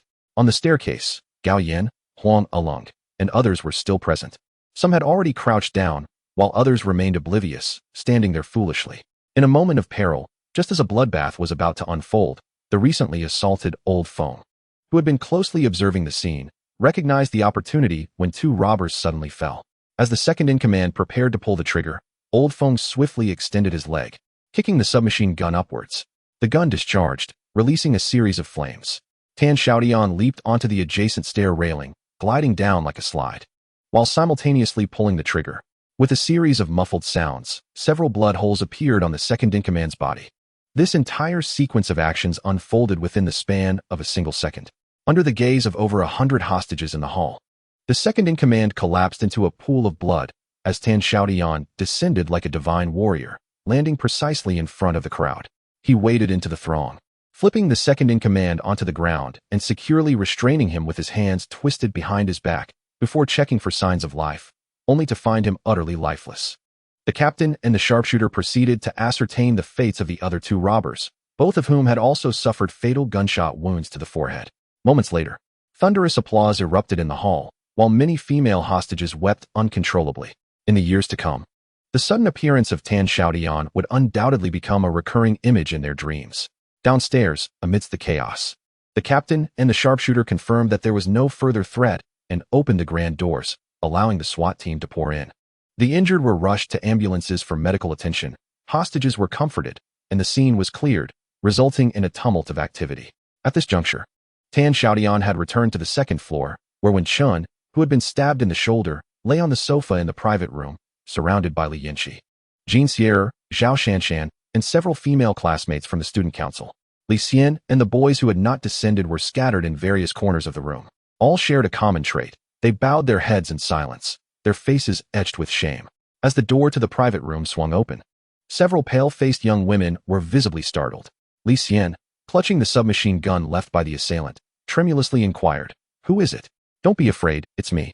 Everything is fine now. The assailants have been neutralized," Xiaotian reassured them nonchalantly.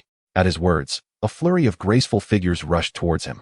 Leading the charge was the charming Li Yinqi, followed closely by Jean Xier.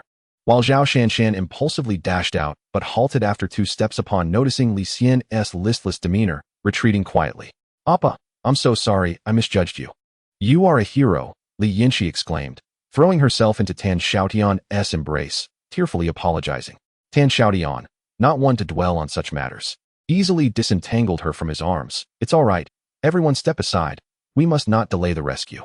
Striding over to the sofa, he bent down to lift Wen Chun, turning swiftly to exit. Despite having sustained a wound, Wen Chun wore an unexpectedly blissful smile, curling up like a cat in his arms, relishing the moment and wishing their descent could last longer. Why endure this? Xiaotian couldn't help but voice his concern, noticing the glaring blood seeping from Wen Chun's shoulder. "It's none of your concern," she replied, her smile unwavering and her tone calm. After a brief silence, he remarked, "That will leave a scar." "I am willing," she stated resolutely. Although Xiaotian had the capability to vanquish the assailants, he found himself powerless in the face of Wen Chun's steadfastness. He entrusted her to the hurriedly arriving paramedics, who whisked her away without her casting another glance back at him. Deep down, Wen Chun understood that the more she appeared unaffected, the more guilt would burden Xiaotian's heart.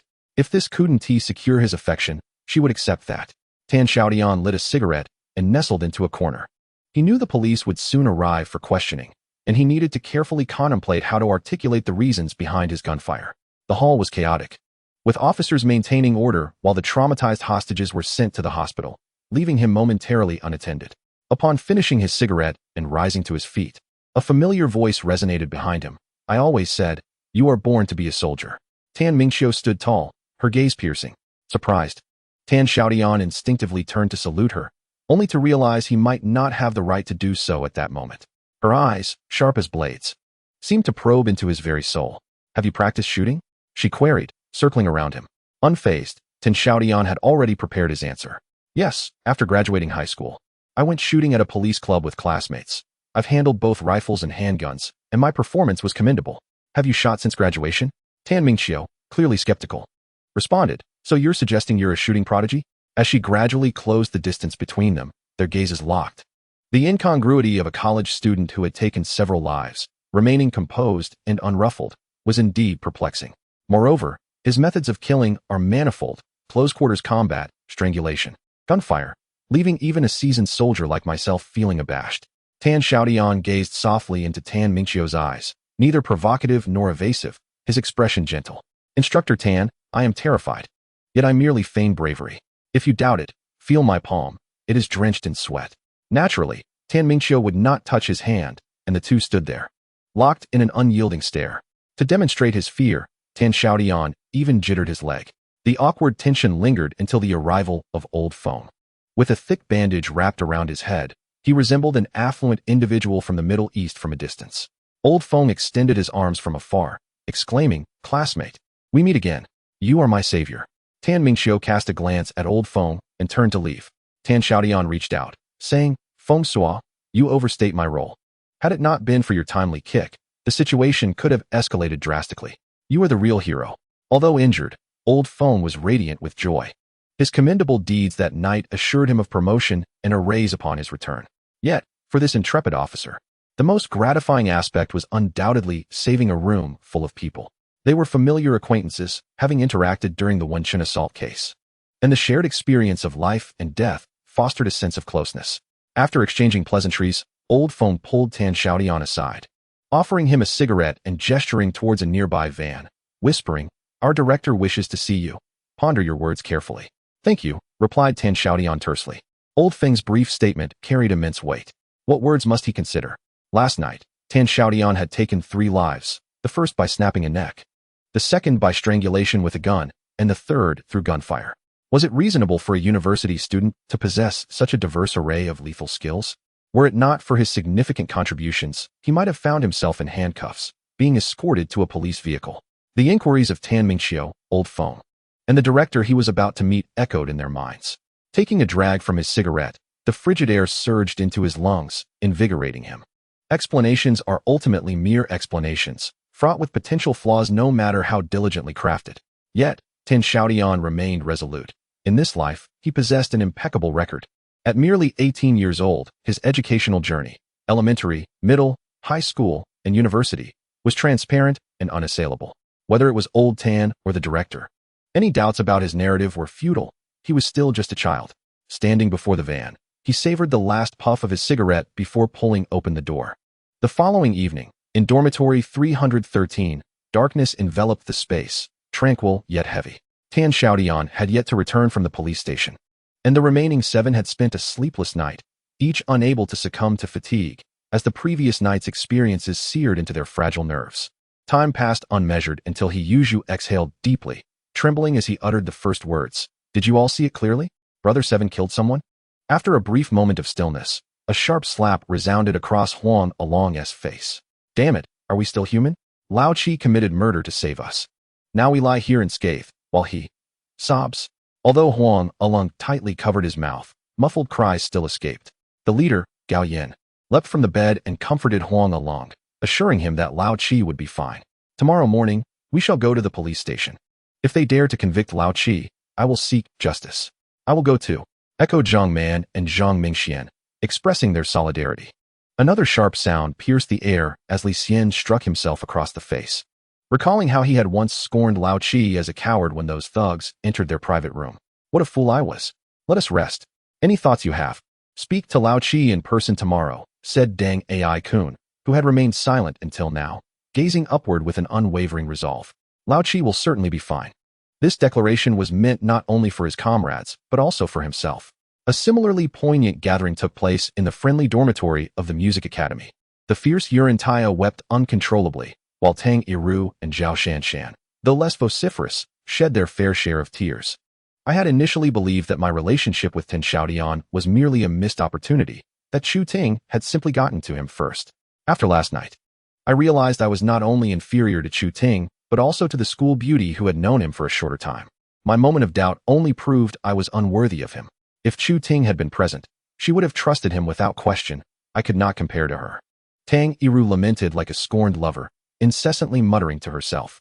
Yuran regretted her past words, realizing that it was Tan Xiaotian who had saved us. Yet she had scolded him. How could I have been so thoughtless? Zhao Shanshan remained silent, her delicate hands gripping the edge of the blanket, her eyes lost in thought.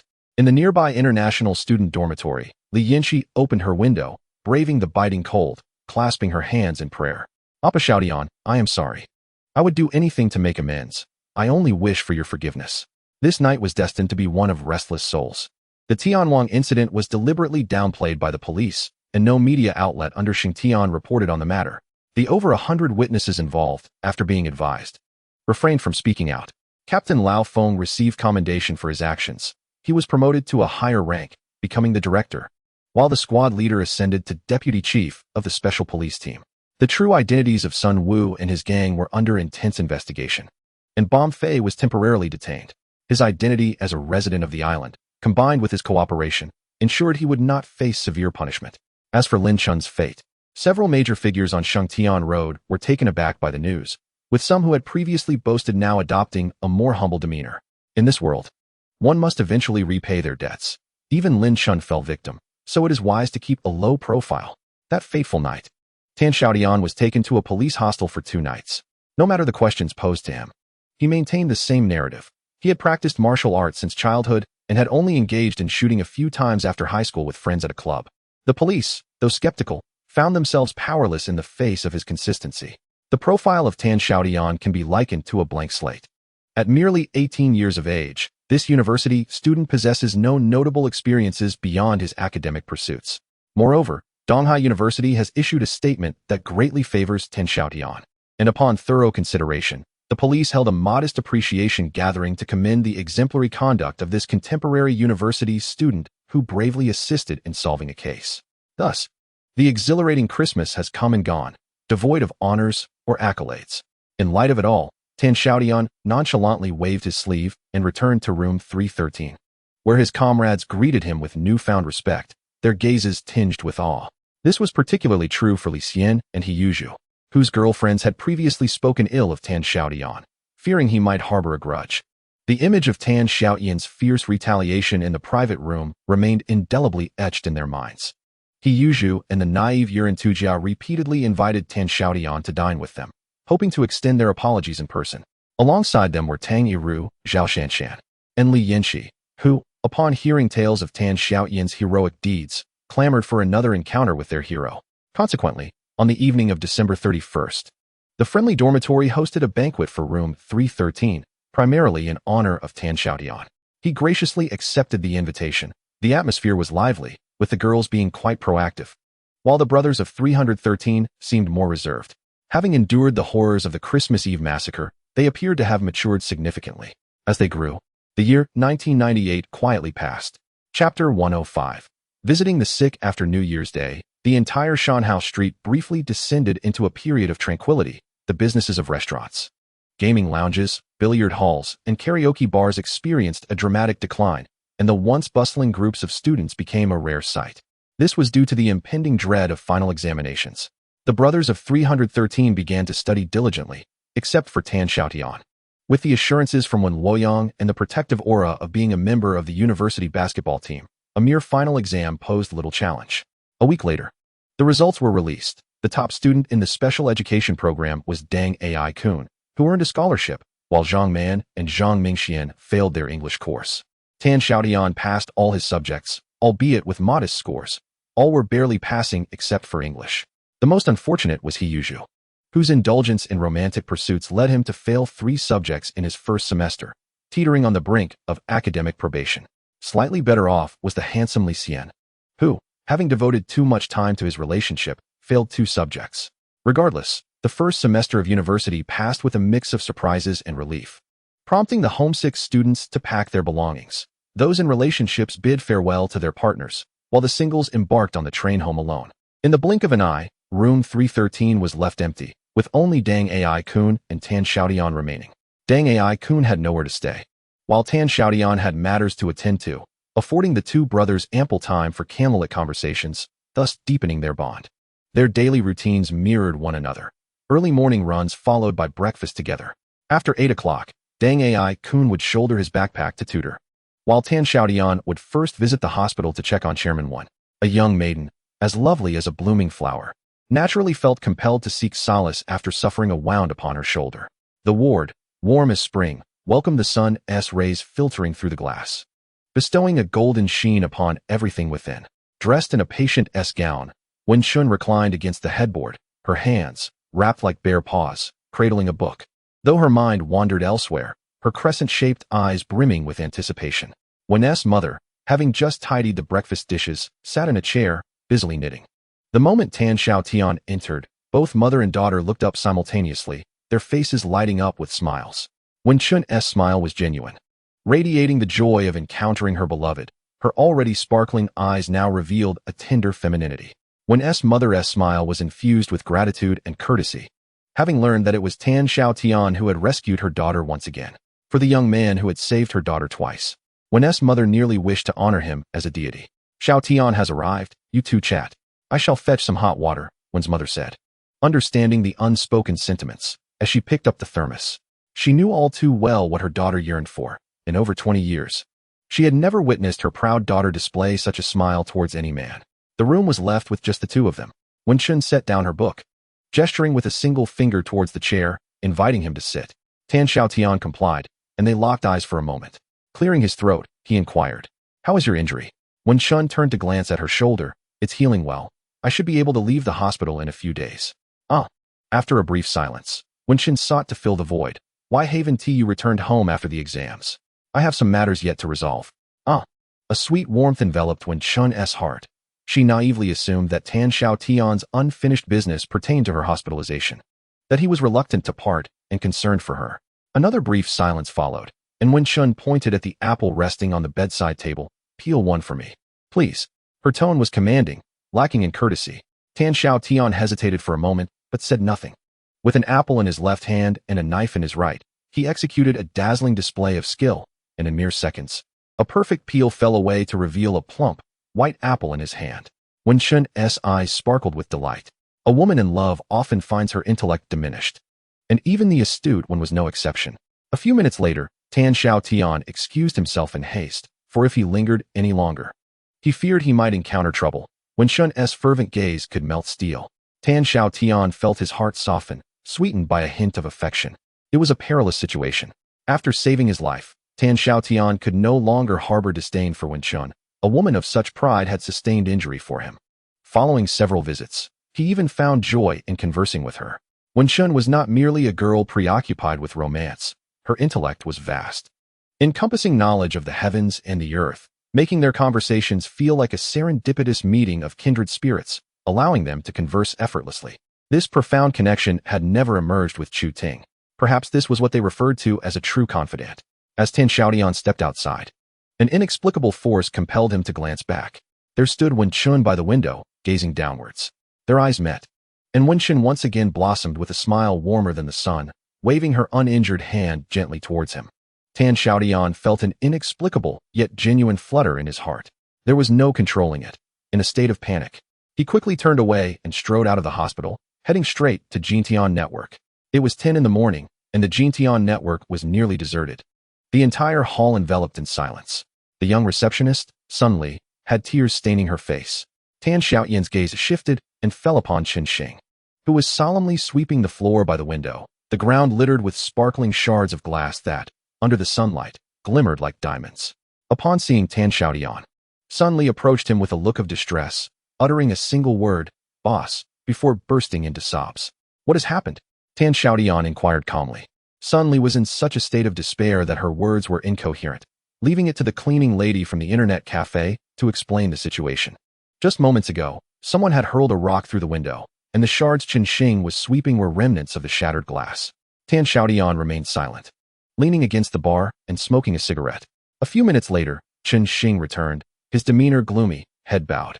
"Boss, the window is broken, and we didn't catch them. There were 3 of them." Tan Xiaotian offered him a cigarette. "It's not your fault. They outnumbered you, and you were alone. If it came to blows, you would have been at a disadvantage." Chen Xing accepted the cigarette, lit it, and took a despondent drag. "Did you recognize them?" Tan Xiaotian asked. Chen Xing nodded. "They fled swiftly. I only caught a glimpse of their backs, but I could identify the manager from Shiji Gaming House. Xiaotian, he's quite distinctive, as thin as a grasshopper. The second one seemed to be Wang Bin from Cool Wolf Gaming House, but the third ran too fast for me to see clearly." Tan Xiaotian continued to smoke in silence, and Chen Xing, understanding the cue, refrained from further conversation. They stood there quietly until the cigarette was finished. "Are these 2 establishments struggling with business?" Tan Xiaotian suddenly inquired. "They've lost all their customers to us. How could they fare well? If it weren't for the holidays, they might have managed to stay afloat, but now that the students are gone, they won't even earn enough to cover their electricity bills for the next 2 months. Get the glass replaced as soon as possible, and buy some nice food for Sun Li at noon." She is terribly shaken. Tan Xiaotian patted his pockets and descended the stairs. His voice echoed casually as it traveled up from the lower floor, even infused with a hint of delight. After enduring several days at Xingtian, he had been eagerly anticipating this very moment. With great restraint, Tan Xiaotian suppressed a laugh. Chapter 106. Acquisition outside the western wall of Xingtian Sports Academy. The Shiji Gaming House was in a state of desolation that words could scarcely capture. The vast hall housed 100 computers, yet not a single patron was present. Only a disheveled internet cafe manager, deeply engrossed in playing Red Alert, failed to notice Tan Xiaotian's entrance. This eerily familiar scene transported Tan Xiaotian back to the beginning of the school year, when he first walked into Xiaotian Network and met Chen Xing.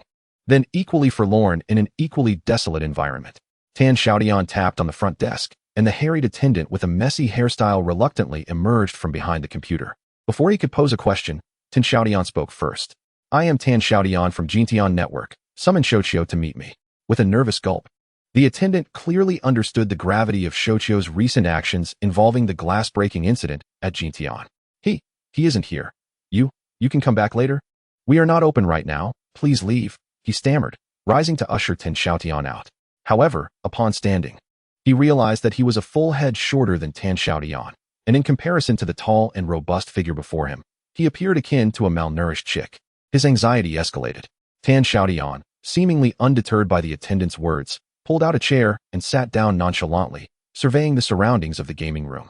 "Call him back immediately, or I shall notify the authorities," he warned. What did you say? "I don't understand. I'm not involved in your matters. You should leave first," the attendant replied, retreating from the front desk, yet too intimidated to approach Tan Xiaotian, opting instead to speak from a distance. Tan Xiaotian retrieved his phone and dialed a number. "Director Phone, I haven't had the chance to congratulate you on your recent promotion. When can I treat you and the officers at the station to a meal? After all, we are comrades who have shared life and death together, aren't we?" The call was directed to Old Phone at the Shanhao Street police station. His swift promotion was largely owing to Tan Xiaotian's influence. One should not underestimate such an advancement. Many toil their entire lives only to falter at seemingly insurmountable steps. Every organization can have several deputies, but only one leader. Moreover, it was Tan Xiaotian who had saved Old Feng's life. "You rascal, last time you wanted to treat me to drinks, you claimed to be busy with finals. What's this? Now you have time?" Old Feng's voice brimmed with enthusiasm. After exchanging pleasantries, Tan Xiaotian got to the point.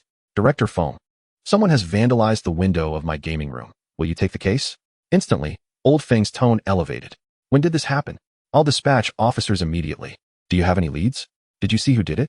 The attendant, hearing Old Feng's elevated voice, grew even paler, casting fearful glances at Tan Xiaotian, his eyes darting about nervously. "I currently have no leads. I will inquire with the neighbors downstairs, and I'll inform you as soon as I have news. Thank you for your concern, Director Feng." After hanging up, Tan Xiaotian regarded the attendant with a smirk. "I've given you a chance. If you do not bring Xiaoqiu and Wang Bin to me, I will indeed leave, and the next visit will be from the police." After some contemplation, the attendant dialed Xiaoqiu's pager. 30 minutes later, 3 young men in their 20s stood despondently before Tan Xiaotian. He scrutinized each of them. Their youthful faces and evasive gazes indicated they were not seasoned criminals. He confirmed that the third individual was the attendant from a gaming room called Ri Hua at the Music Academy. All 3 were employees, and the glass-breaking incident was likely instigated by their respective employers. Under Tan Xiaotian's imposing presence, they dared not utter a word. They believed they could shatter the window and flee without detection, yet they miscalculated the timing. How could such nefarious deeds go unnoticed in broad daylight? Observing the infamous Tan Xiaotian across the street, the trio felt a wave of anxiety wash over them. "I intend to acquire a gaming establishment and will inform your boss upon my return. Those interested may reach out to me, and should the arrangement be successful, I shall overlook the incident of the broken window. However, if it fails, you may anticipate a visit from the authorities." Tan Xiaotian departed with a flourish, leaving the 3 to exchange bewildered glances. Was he sincere? Could he truly spare us? Regardless, he mentioned purchasing a gaming house, so we ought to inform the boss immediately.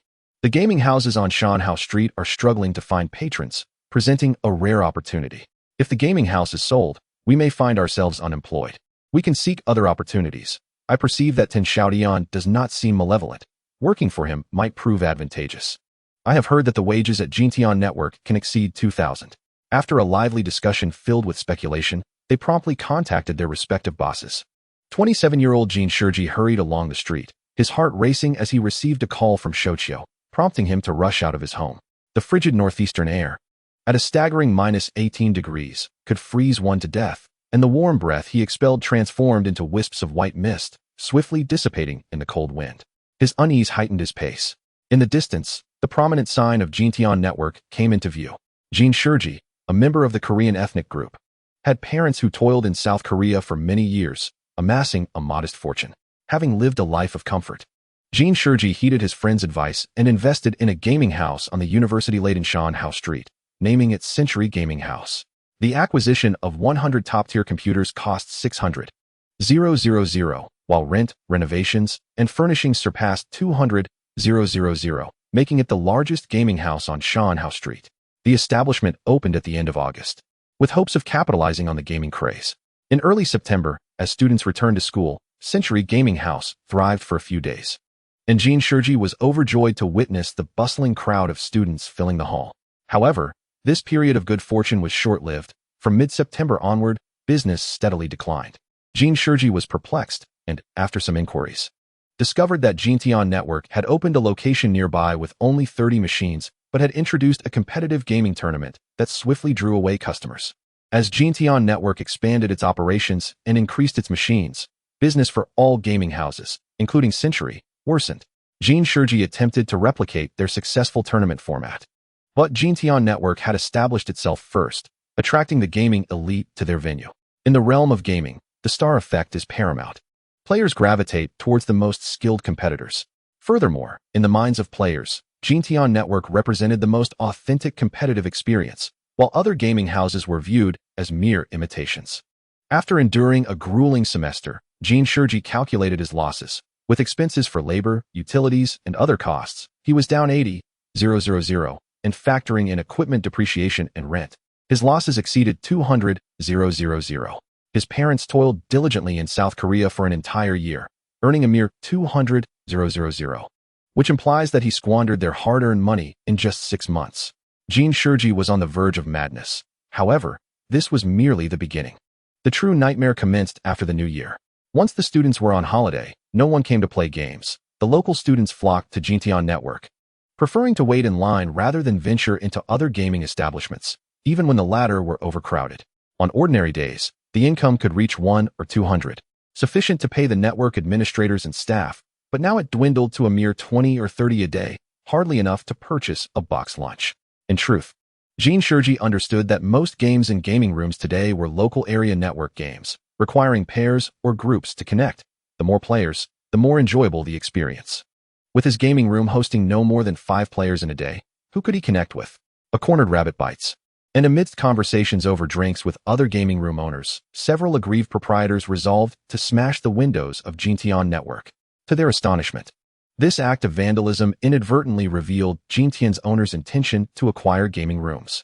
Jin Shiji promptly left, having resolved that if he could successfully transfer ownership of his establishment, he would never again engage in this industry, opting instead for honest labor in South Korea. Chapter 107. Withering at the front desk of Xiaotian Network. Jin Shiji met with Tan Xiaotian, who had rushed and was now sweating profusely. Boss Tan, would you care for a cigarette? Jin Shiji, disregarding his sweat, eagerly offered one. Tan Xiaotian cast a glance at him before shifting his focus to the workers installing glass. Jin Shiji flushed, bowing repeatedly and apologizing, assuring that he would cover the losses incurred. Tan Xiaotian spoke up. Boss Jin, let us dispense with pleasantries. I visited your gaming room today. The conditions are passable. I wish to acquire it, so name your price. On his way, Jin Shiji had envisioned 100 different scenarios for their meeting. Yet he never anticipated Tan Xiaotian's forthrightness, leaving him momentarily speechless. Tan Xiaotian scrutinized him for several seconds, growing impatient. What's the matter? Haven't you made up your mind? Boss Jin, perhaps you should ponder it further? No. Jin Shiji's sweat poured even more. Dressed warmly for winter, the dampness clung to him uncomfortably. But he could not afford to be concerned. He hurriedly declared, I am ready. My gaming room has 100 machines, the largest on Shanghai Street, having just opened in August. The machines and equipment are all quite new. He bit his lip. I am willing to take a loss. If you are sincerely interested, I propose a firm price of 600,000. Upon finishing, he nervously stared at Tan Xiaotian, his heart racing with anxiety over the possibility of rejection. As expected, Tan Xiaotian scoffed. Boss Jin, you still fail to grasp the situation. With me around, how long can Shanghai Street's gaming rooms hold out? Every additional day you operate means further losses. 600,000? I could open a new establishment for far less. Jin Shiji lamented. Boss Tan, my machines are all brand new. Even if sold as secondhand at the computer market, they would fetch 4,000 each. Tan Xiaotian waved dismissively. Very well. Then go sell them as secondhand machines. I am indeed curious to see how long it will take to sell 100 used machines. Jin Shiji still had more to say when the doors of Xiaotian Network swung open, allowing a portly middle-aged man to enter hurriedly. His beady eyes resembled 2 slits of flesh, and before uttering a word, he wore a smile that hinted at his intentions. From a distance, the man extended his hand, exclaiming, Mr. Tan, I have long admired your reputation. It is a pleasure to finally meet you. Truly, you possess a maturity beyond your years and a striking presence. I am Sun Jinjia, the proprietor of Cool Wolf Gaming House. Tan Xiaotian, with an air of aloofness, shook hands with Sun Jinjia, who then inquired, Are you aware of the purpose of my visit? Must I reiterate my intentions? This Sun Jinjia exemplified the archetype of a businessman, unfazed by Tan Xiaotian's demeanor. He hastily waved his hand. No need, no need. I am well aware. I wonder if Mr. Tan has time to visit my gaming house. Sun Jianjia's small eyes twinkled with eagerness. Very well. Let's go take a look. Tan Xiaotian called to the front desk. Xiao Bao, accompany me to inspect the machines. The network administrator, Bao Hongwei, donned his jacket and followed behind Tan Xiaotian as the three exited. No one paid any mind to Jin Shiji, who, in frustration, stomped his foot and hurried after them. The Cool Wolf Gaming House is located near the Xiaotian Medical College, a 10-minute walk away. Along the way, Sun Jinjia incessantly made small talk, displaying great enthusiasm. Soon, the trio arrived at Cool Wolf Gaming House. Similar to the previous establishment, the hall was eerily empty. With only two individuals engaged in a game of Red Alert, Tan Xiaotian exchanged a glance with Bao Hongwei, who understood and approached a computer to power it on for inspection. During this interlude, Sun Jinjia offered cigarettes and tea, extolling the newness of his machines. While Tan Xiaotian remained silent, Bao Hongwei inspected 3 machines in succession, and when Tan Xiaotian deemed it sufficient, he informed Sun Jinjia that he would respond later. Then pulled Bao Hongwei out the door. Sun Jinjia chased after them, calling out, Mr. Tan, I have 40 machines available for just 100,000 yuan. Such an incredible deal is hard to find. Be sure to give me a call. I await your response. Jin Shiji, who had been lurking outside, felt a jolt of dismay, cursing Sun Jinjia for his unscrupulousness in undermining market prices. A few steps away, Tan Xiaotian finally inquired about the machine's condition from Bao Hongwei. Bao Hongwei shook his head. The machines are too old, at least 2 years behind. They will undoubtedly lag with larger games, let alone when connected to the internet. If we were to acquire this establishment, we would need to replace at least the CPU and memory of those 40 machines. Excellent. I shall remember this contribution. Dinner will be on me tonight. Tan Xiaotian neither consented nor declined, but as they crossed the street, he glanced back at the distant figure of Jin Shiji, revealing a subtle smile. 2 peaches can bring down 3 warriors. This principle holds true in both ancient and modern times. Upon returning to Jintian Network, the owner of Hot Fire Gaming House sought an audience with Tan Xiaotian. With no time to spare for a meal, he pulled Bao Hongwei along once more to inspect the machines. Meanwhile, Jin Shiji trailed closely behind, his anxiety escalating as he observed the continuous stream of gaming house owners approaching Tan Xiaotian. Regardless of whether it is Cool Wolf or Hot Fire, both establishments merely possess a modest number of gaming machines, around 20 or 30, and they have aged considerably over the years, rendering them incomparable to his century-old establishment.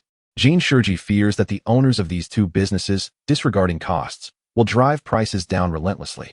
For instance, Sun Jianxi from Cool Wolf quoted a mere 100,000 yuan for 40 machines along with the equipment, which feels like a death sentence to him. Yet, the current landscape is such that the gaming rooms on Shanhao Street are suffocated under the pressure exerted by Jintian. If he does not sell to Tan Xiaotian, he can only await his demise.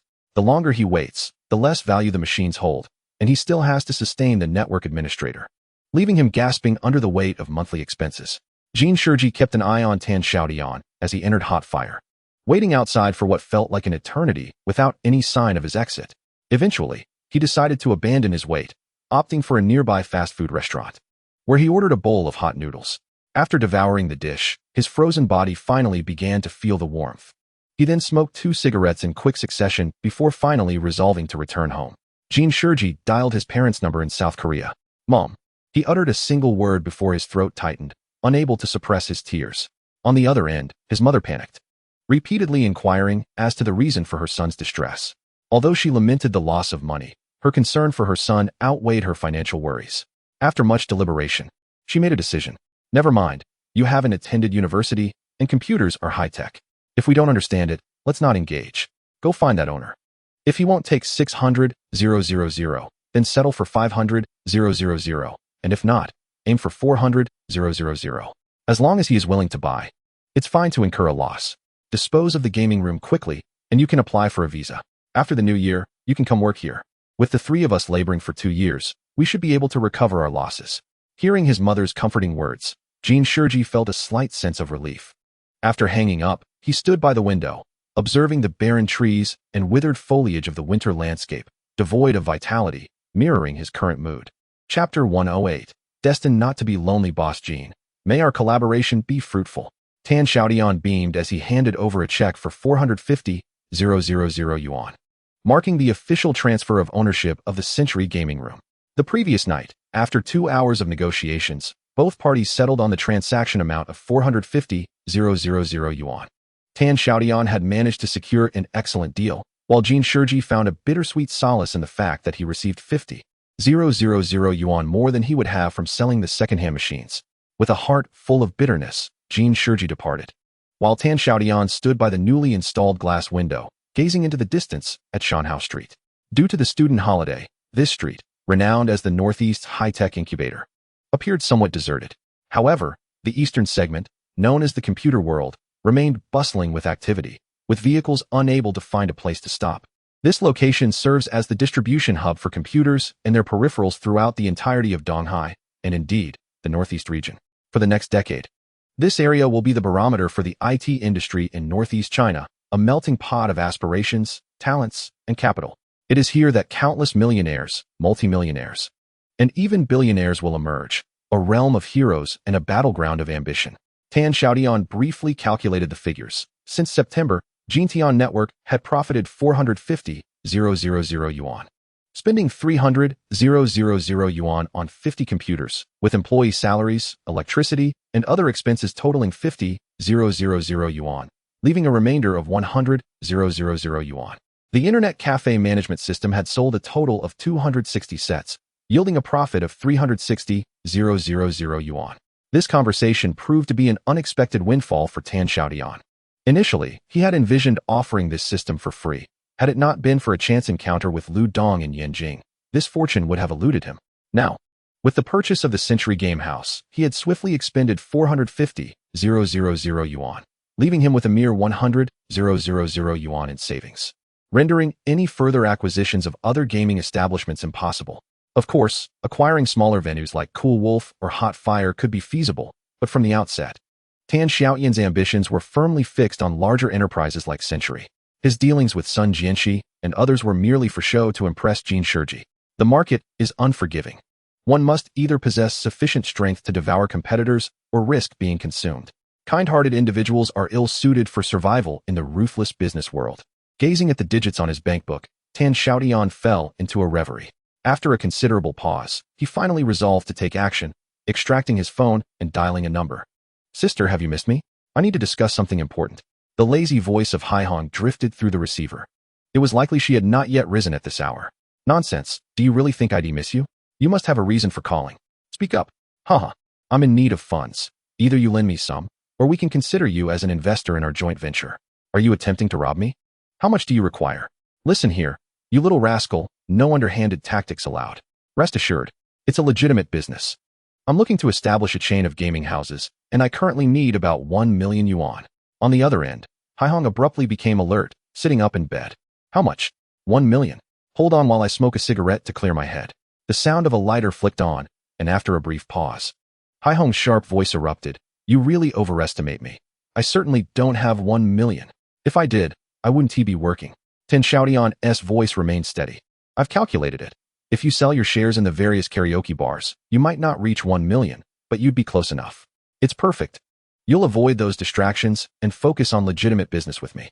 Haihong took a deep drag from her cigarette. "Let me think this over. We're out of time. You have a maximum of 3 days to gather the funds, or it will be too late."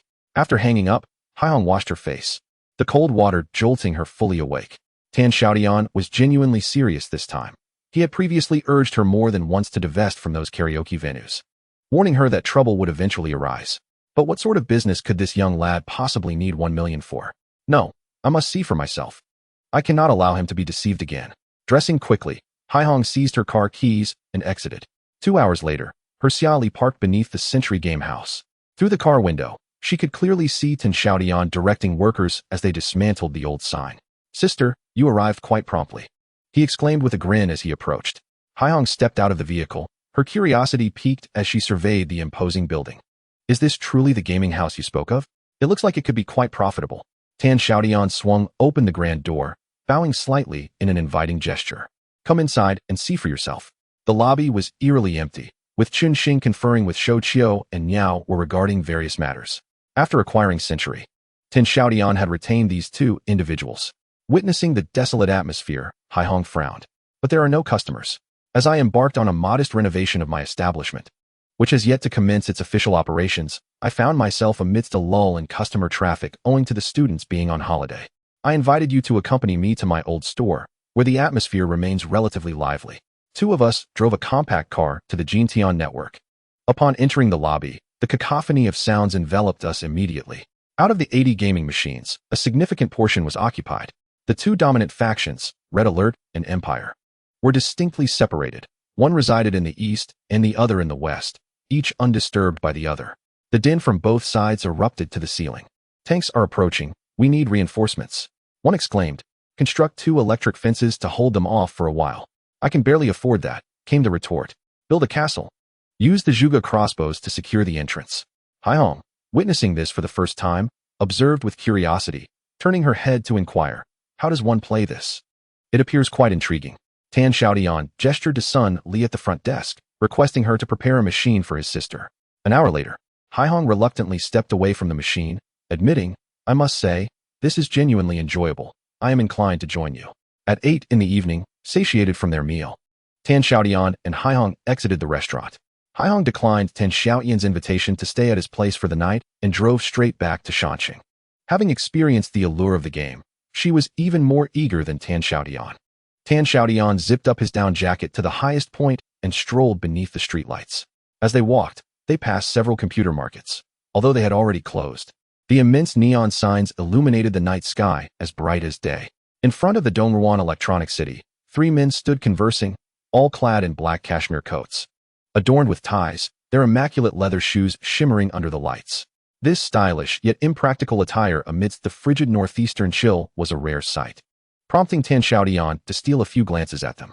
These 3 men had dark complexions, broad noses, and were not particularly tall, bearing a resemblance to Huang Along, suggesting they hailed from the Guangdong region. Perhaps Tan Xiaotian's height was conspicuous, for one of them raised his hand, politely asking, Excuse me, do you have a light? Tan Xiaotian produced a lighter from his pocket and handed it over. The man accepted it, igniting his cigarette. In that moment, Tan Xiaotian had a clear view of his face, his eyes, strikingly expressive, and a prominent black mole above his right eyebrow. Thank you. You're welcome. Tan Xiaotian continued on his way, while the 3 men resumed their conversation. The development of Shanhao Street is far from sufficient. Just look at this vast expanse of prime land. It is merely occupied by Dongruan, Dongke, Sandy, and Weiyang. Our Yangming group must seize this opportunity while the locals remain unaware, securing the land early on. In 10 years, I intend to have this street bear the Yang name. Hearing the Cantonese dialect, Tan Xiaotian felt a stir of interest and discreetly turned to observe. The man who had borrowed the lighter appeared to be the leader of the trio, his right hand, holding the cigarette, gesticulating animatedly in the air, as if expounding grand visions. From his accent, Tan Xiaotian deduced that he hailed from eastern Guangdong. As the Cantonese spoken by those from Hong Kong Island is invariably interspersed with a multitude of English words, yet this individual had not uttered a single one. Yangming Group. Perhaps it is a company from the eastern Guangdong region that has ventured to Shanjiao Street in pursuit of fortune. Tan Xiaotian chuckled, recognizing yet another figure who fancied himself a harbinger of change. Shanjiao Street was destined to be anything but dull. Chapter 109. Assistance in the bustling metropolis of Mountain City. Within the confines of a space bar, Zhao Yu's office was adorned with 4 neatly stacked bundles of cash resting upon the desk. Haihong was diligently signing her name on a share transfer document. Senior sister, have you truly considered this? These 2 karaoke establishments are the most lucrative ventures. You will undoubtedly regret selling your shares in the future. Zhao Yu had repeated this heartfelt admonition countless times, yet Haihong remained resolute, her mind set on divesting her entire stake in the establishments. Without lifting her gaze, Haihong assured him, Rest assured, even if I incur losses in the future, I promise not to seek you for recompense. Bang! Unable to contain his frustration any longer, Zhao Yu slammed the table. What kind of sorcery has that boy cast upon you? How can you place such trust in him? We have been training together as brothers for over a decade. You must discern the long-term implications. Zhao Yu held on to his resentment from the last incident when Tan Xiaotian had coerced him with a firearm. Finally, after completing her signature, Haihong looked up with a charming smile. Junior brother, I trust you as well. Would I be the first to sell my shares if I didn't? You. Zhao Yu was exasperated, panting heavily. Enough. I have an appointment with Boss Mu from Sun City. He has agreed to purchase my shares. We can discuss this later. Haihong grabbed a large black garbage bag and nonchalantly stuffed the 400,000 cash inside, leaving the room with an air of tranquility. Zhao Yu hurried to the doorway. When are you heading to Xiaotian? I'll accompany you. I want to see what that little brat Tang can manage in business. Haihong waved him off without turning around. 2 days later, on Saturday at Xiaotian, a weary Haihong and Zhao Yu arrived at the lobby of Jintian Network. Haihong tossed a bank card to the front desk. 1 million. I won't concern myself with anything else. Just wait for the dividends. Tang Xiaotian wore a mischievous grin. That won't do. I have a multitude of tasks awaiting your attention. As the two retreated to the inner room to discuss share allocation, Zhao Yu, left to his own devices, began to survey the bustling lobby. It was Saturday, and the Red Alert ranking tournament was in full swing. Though not as crowded as during school days, the hall was still filled to capacity, with the excited shouts of players reverberating through the air. As Zhao Yu observed, he mused to himself, $10 an hour. With 80 machines, that amounts to 800 yuan.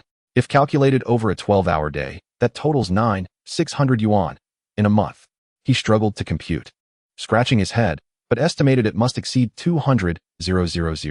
Zhao Yu's eyes sparkled. This business seemed promising.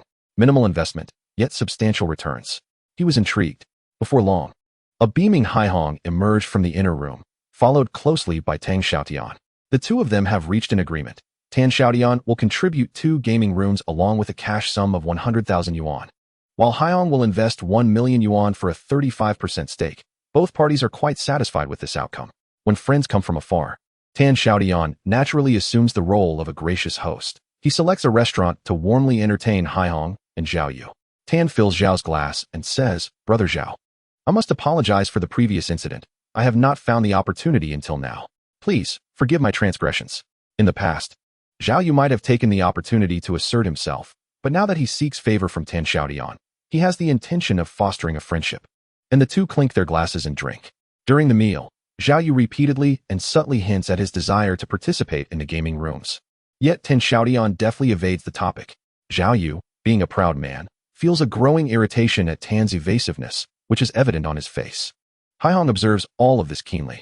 Seizing the moment when Zhao Yu steps away to the restroom, she inquires of Tang Xiaotian, Aren't you in need of funds? Zhao Yu has money. Why not accept his investment? Why not? Tang Xiaotian certainly cannot accept. Zhao Yu operates in a murky world, his identity multifaceted.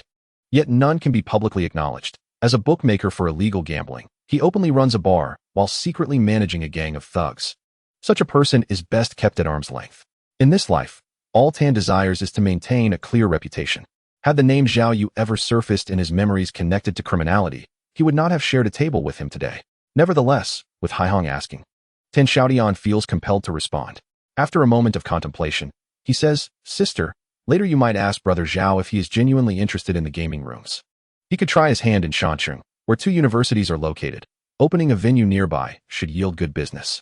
If he lacks understanding of the industry, I can assist him, help him purchase computers, train his network manager, and essentially provide whatever he needs until his gaming room is up and running. Haihong is perplexed. He provides the funds, and you offer the expertise. Wouldn't that mean greater profit for both? Tang Xiaotian raises his glass with a smile. Sister, I would feel remiss taking advantage of your junior brother. I will lend my support without seeking equity. Haihong seems to grasp his stance, nodding, but then playfully narrows her eyes. What does it mean that you won't take a stake in my shares? Are you trying to benefit at my expense? Seizing the opportunity before her temper flares, Tang Xiaotian steps outside for a smoke, also granting his fellow disciples a moment to converse. In this world, wealth is inexhaustible. The market for gaming rooms is vast, and merely managing the district of Shanhao Street would keep him occupied indefinitely. Assisting Zhao Yu serves both to appease Haihong and to potentially avoid creating another adversary. Why not embrace such an opportunity? Indeed, after finishing a cigarette and returning to the table, Tang Xiaotian notices a dramatic change in Zhao Yu's demeanor, who now pours drinks and offers cigarettes with newfound eagerness.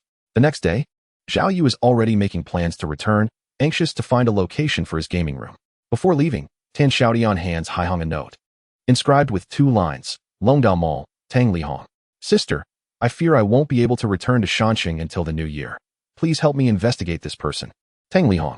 He is the deputy general manager in charge of relocation at Longdao Mall. I wish to know where he resides and where he frequents. Tang Xiaotian paused, gazing intently into Haihong's eyes, his voice lowered to ensure discretion. What are your intentions? I can handle a fight, but stalking is beyond my expertise. Haihong, ever vigilant, sharpened her gaze like a blade. My family's original noodle shop was within the demolition zone of Longdao Mall. 2 years ago, They promised to provide us with a storefront once the mall was completed. With the new year approaching, I intended to present a gift to General Tang, but I'm unaware of his residence or preferences. I've been preoccupied with matters concerning the gaming room, hence my reliance on you. This explanation was reasonable, and Haihong believed it. Once inside Zhao Yu's car, she unfolded the note and read it again. As Zhao Yu drove, he inquired about the contents of the note, and Haihong candidly relayed the details. Tang Lihong, I will seek out old friends to see if any acquaintances can facilitate a conversation with him. Xiaotian has been immensely helpful this time. I cannot disregard his needs. Zhao Yu, a man of gratitude, willingly took on the task. He pressed the accelerator, and the white Camry surged forward on the highway like an arrow released from its bow. Chapter 110. Little New Year on the 23rd of the 12th lunar month. The streets were adorned with red lanterns, and the distant sound of firecrackers echoed through the buildings. New Year was drawing near. Upon returning from Yinjing to Xingtian, Tan Xiaotian was promptly whisked away by Dang Aichuan as soon as he entered room 313. Second brother, please. I've been on a long truck ride and am utterly exhausted. Allow me to rest. Dang Aichuan's typically stern visage lit up with joy. No can do. Principal Wen has invited us to his home for dinner to celebrate Little New Year. We must hurry or we will miss it. The invitation on such an auspicious day underscored the Wen family's regard for the two. Despite his fatigue, Tan Xiaotian understood the importance of attending. Who would dare offend the esteemed principal? He steeled himself and left the dormitory alongside Dang Aichuan. Old 7, did everything go smoothly? Have you purchased the computers? Indeed. I made the necessary arrangements. If I had delayed, the vendors in Zhongguancun would have ceased operations before the new year. This last batch is crucial. Besides, the computers in Yinjing are significantly cheaper than those in Xingtian. This trip has saved us at least 50,000 yuan. The effort was worth it. Old 7, it's clear you possess remarkable skills. You surpass me greatly in competence, while I merely bury myself in books. As they conversed, they arrived at the Wen residence, located within the east courtyard. Downstairs, Wen Shun, clad in a light green down jacket and a knitted hat, revealed a rare glimpse of her charming demeanor. Her shoulder injury was not severe, having been discharged from the hospital over 10 days ago. Previously engaged in lively conversation with Tan Xiaotian, Dang Aichuan fell silent upon seeing Wen Shun, rendered speechless. When did you return? How did everything go? Wen Shun approached with grace, her eyes sparkling with joy, resembling crescent moons, indicative of her excellent mood. Since Wen Shen's hospitalization due to her injury, Tan Xiaotian's perception of her had notably improved. During his visits, they had shared delightful conversations, and an unspoken romantic tension had gradually developed between them. Though they had yet to reach a stage of complete openness, Tan Xiaotian found himself confiding in her and seeking her opinions, including regarding his recent computer purchases in Yinjing. Faced with the stunning beauty of the university's flower, Tan Xiaotian felt a pang of guilt. Having just returned, his arrival was relatively smooth. You arrived at a most opportune moment, as the dishes were just prepared. Wen Shun led the two into the house, where Wen Luoyang and his wife greeted them at the door with beaming smiles, leaving Dang Aichuan momentarily taken aback. Tan Xiaotian, however, maintained his composure, respectfully bowing to Wen Luoyang and his wife, wishing them a happy new year. After the pleasantries, the five of them took their seats. The home banquet at the Wen residence was modest in quantity, but exquisite in presentation. Wen's mother, a former university classmate of Wen Luoyang, now teaches at Donghai University and embodies the archetype of a devoted wife and mother. The table was artfully arranged with a variety of dishes that were both meaty and vegetarian, visually appealing and fragrant. Wen Luoyang raised his glass first, expressing gratitude to Tan Xiaotian and Dang Aichuan, stating that he had long wished to invite them for a meal, but had not found the time until now, especially on the eve of the small new year, which felt serendipitous. As everyone dined and chatted, Wen's mother observed the affectionate glance between Wen Chun and the upright Tan Xiaotian, sharing a knowing smile. No one understands a daughter better than her mother. She had never seen her proud daughter exhibit such tender demeanor towards any young man before. This observation made Wen Chun blush, while Tan Xiaotian felt a chill run down his spine under her gaze. As the wine flowed and the dishes were savored, Wen Luoyang casually inquired about Tan Xiaotian's newly opened gaming establishment, expressing concern over its potential impact on his studies. Tan, I hear you have opened a gaming house off campus and are planning to expand. Aren't you worried it will affect your studies? Putting down his chopsticks, Tan Xiaotian replied. Principal One, I believe I can manage it. I will hire someone to oversee the gaming house, and I can distinguish between priorities, ensuring my studies remain unaffected. Wen's mother interjected, many boys rush out to play games right after school. and those who fail exams are often those who neglect their studies for gaming. Tan, don't forget the saying about losing ambition in play. Her words were rather blunt, prompting Wenchun to discreetly nudge her mother under the table. Tan Xiaotian, however, remained unfazed, chuckling as he responded, "Auntie, your concerns are valid, but as long as it is not illegal, the gaming house can operate. Moreover, while a gun can kill, it is ultimately the person who pulls the trigger. Those who lose ambition are simply weak-willed. University students are adults. They should possess the ability to control their desires." After Tan Xiaotian finished speaking, Wen Luoyang pondered for a moment before asking, "Tan, do you believe the gaming industry has a future?" "Principle 1, Tan Xiaotian replied. "From ancient times to the present, gaming has always been a sunrise industry. It will only evolve but never be eliminated, as people will always seek cultural entertainment. To answer your question succinctly, there is great potential. Then, do you think it would be feasible to introduce programming courses centered around gaming at the university?" Wen Luoyang inquired. Upon hearing this, Tan Xiaotian filled his glass and stood respectfully. "Principle 1, for your visionary perspective, I would like to toast to you. If Donghai University truly offers such a course, I believe countless students in the future will express their gratitude towards you." Wen Luoyang, intrigued, asked, "Could you elaborate on why they would thank me?" "I dare assert that the future of video gaming will evolve into a colossal industry worth over $1 trillion, potentially leading to the establishment of specialized esports competitions, perhaps even being included as an Olympic event. By then, countless employment opportunities will arise: programmers, visual effects artists, designers, and game commentators. If our esteemed university seizes this opportunity to offer such courses, the career prospects for these graduates will undoubtedly be bright. How could they not express their gratitude towards you?" As Tan Xiaotian spoke eloquently, Wen Luoyang listened intently, nodding frequently. Although he maintained a calm exterior, his heart was tumultuous. He was astonished that a freshman, who was not even from a computer-related major, possessed such profound insights into computer games. Initially, Wen Luoyang had invited Tan Xiaotian and Dang Aichuan merely to express his gratitude for saving his daughter, but he now regarded Tan Xiaotian with newfound respect. Wenchun gazed at Tan Xiaotian with admiration, finding him increasingly captivating. Dang Aichuan, filled with envy, listened intently to their conversation. He had never played games. Hence he struggled to comprehend, yet this did not hinder his admiration for Tan Xiaotian. In his eyes, among all in 313, Tan Xiaotian was undoubtedly the most outstanding, generous, mature in handling affairs, chivalrous, not to mention his heroic display of anger that night. The dinner lasted over 40 minutes, primarily consisting of a dialogue between Tan Xiaotian and Wen Luoyang. After the meal, Wen Luoyang, still in high spirits, invited Tan Xiaotian and Dang Aichuan into his study. "Xiaotian, Xiaodang, do stay a while longer. A classmate student will soon visit, a distinguished scholar from Caltech's computer science program, and it would be an excellent opportunity for you to engage with him." Just as he spoke, the doorbell rang. Wenchun went to answer the door, revealing two short-statured individuals in suits standing outside. Both had dark skin and piercing eyes. One appeared older, perhaps in his 30s, with a prominent black mole on his right eyebrow. Indeed, the very person who had asked Tan Xiaotian for a light that night. The younger one, resembling him closely, was evidently his brother. The youthful man's arrogance dissipated upon seeing Wenchun, his gaze fixated on her.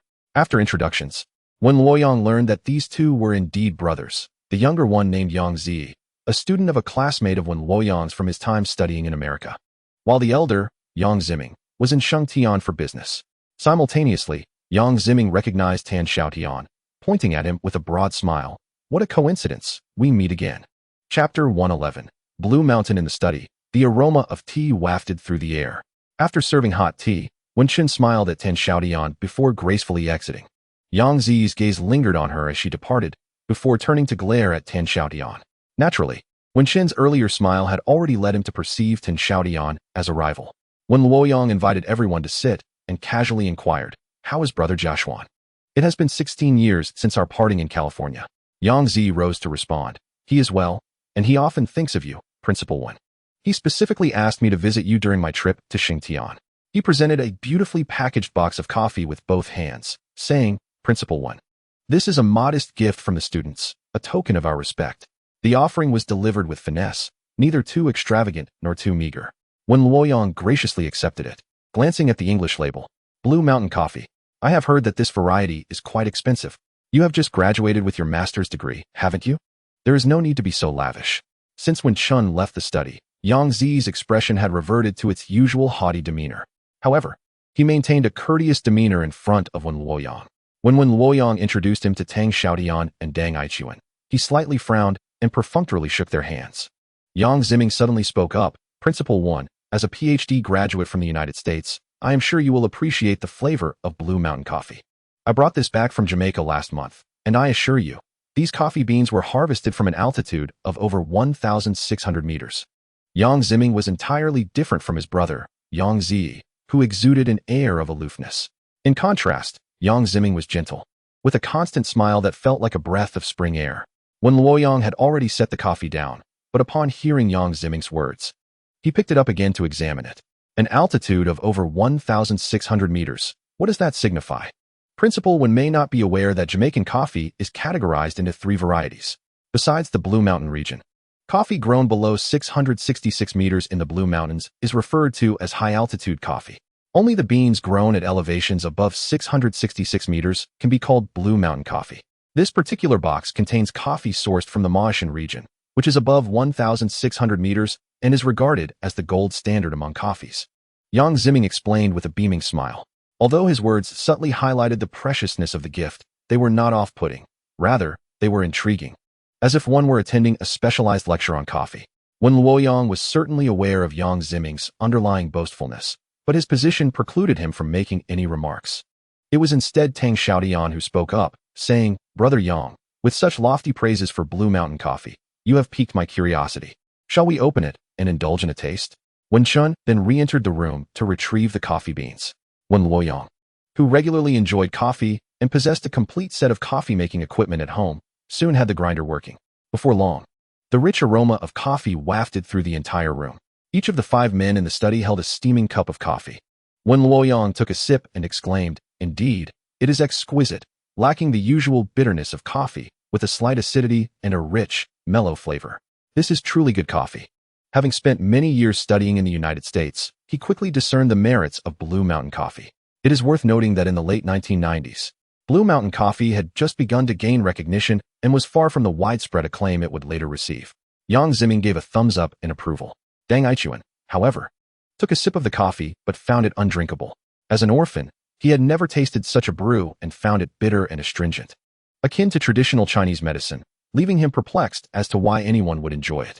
In contrast, Tang Xiaotian savored it with delight, recognizing that the box of Blue Mountain coffee brought by the Yang brothers was indeed extraordinary. In her previous life, Muing had a penchant for coffee, particularly favoring the exquisite geisha coffee from the Emerald Estate in Panama or the renowned Kopi Luwak from Indonesia, while she found the Blue Mountain variety rather unremarkable. Tan Xiaotian was less discerning, content with any coffee available, yet over time, he had cultivated a certain degree of appreciation. Suddenly, Yang Zi interjected, Tan, what do you think of this coffee? His serious demeanor and piercing gaze towards Tan Xiaotian were quite rude. Tan Xiaotian chuckled softly, choosing to overlook the hostility, responding, It's quite good. However, Yang Zi was relentless, pressing for specifics on what made it good. Yang Ziming, unable to tolerate his brother's behavior, interjected, What are you doing, little brother? He turned to Tan Xiaotian with an apologetic smile. Please excuse my brother. He has spent many years abroad and can be rather blunt. It's no problem.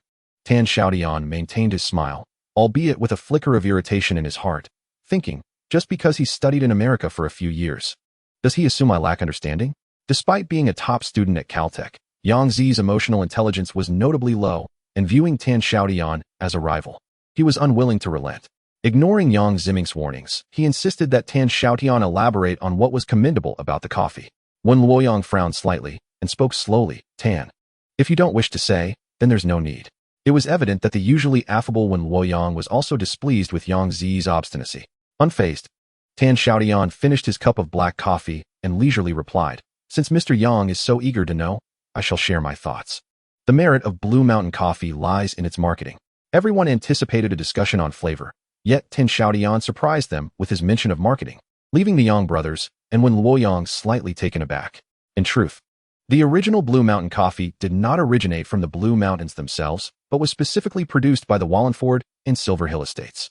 It was not until the late 1960s, with the influx of investment from the island nation into Jamaica, that after 30 years of brand cultivation, the name Blue Mountain coffee became renowned worldwide. Today, Jamaican Blue Mountain refers to coffee beans grown in the Blue Mountain region, located east of Kingston, Jamaica, at elevations exceeding 1,000 meters. The islanders are well aware of the principle that rarity enhances value.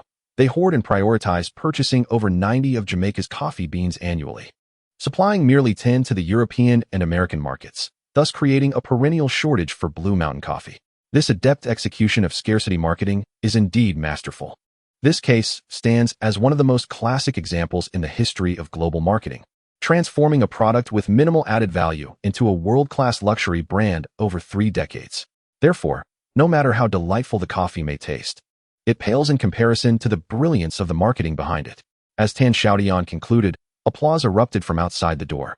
It turned out that when Chun had been eavesdropping on the conversation, she had nearly rushed in when Yang Zi was intentionally challenging Tan Xiaotian.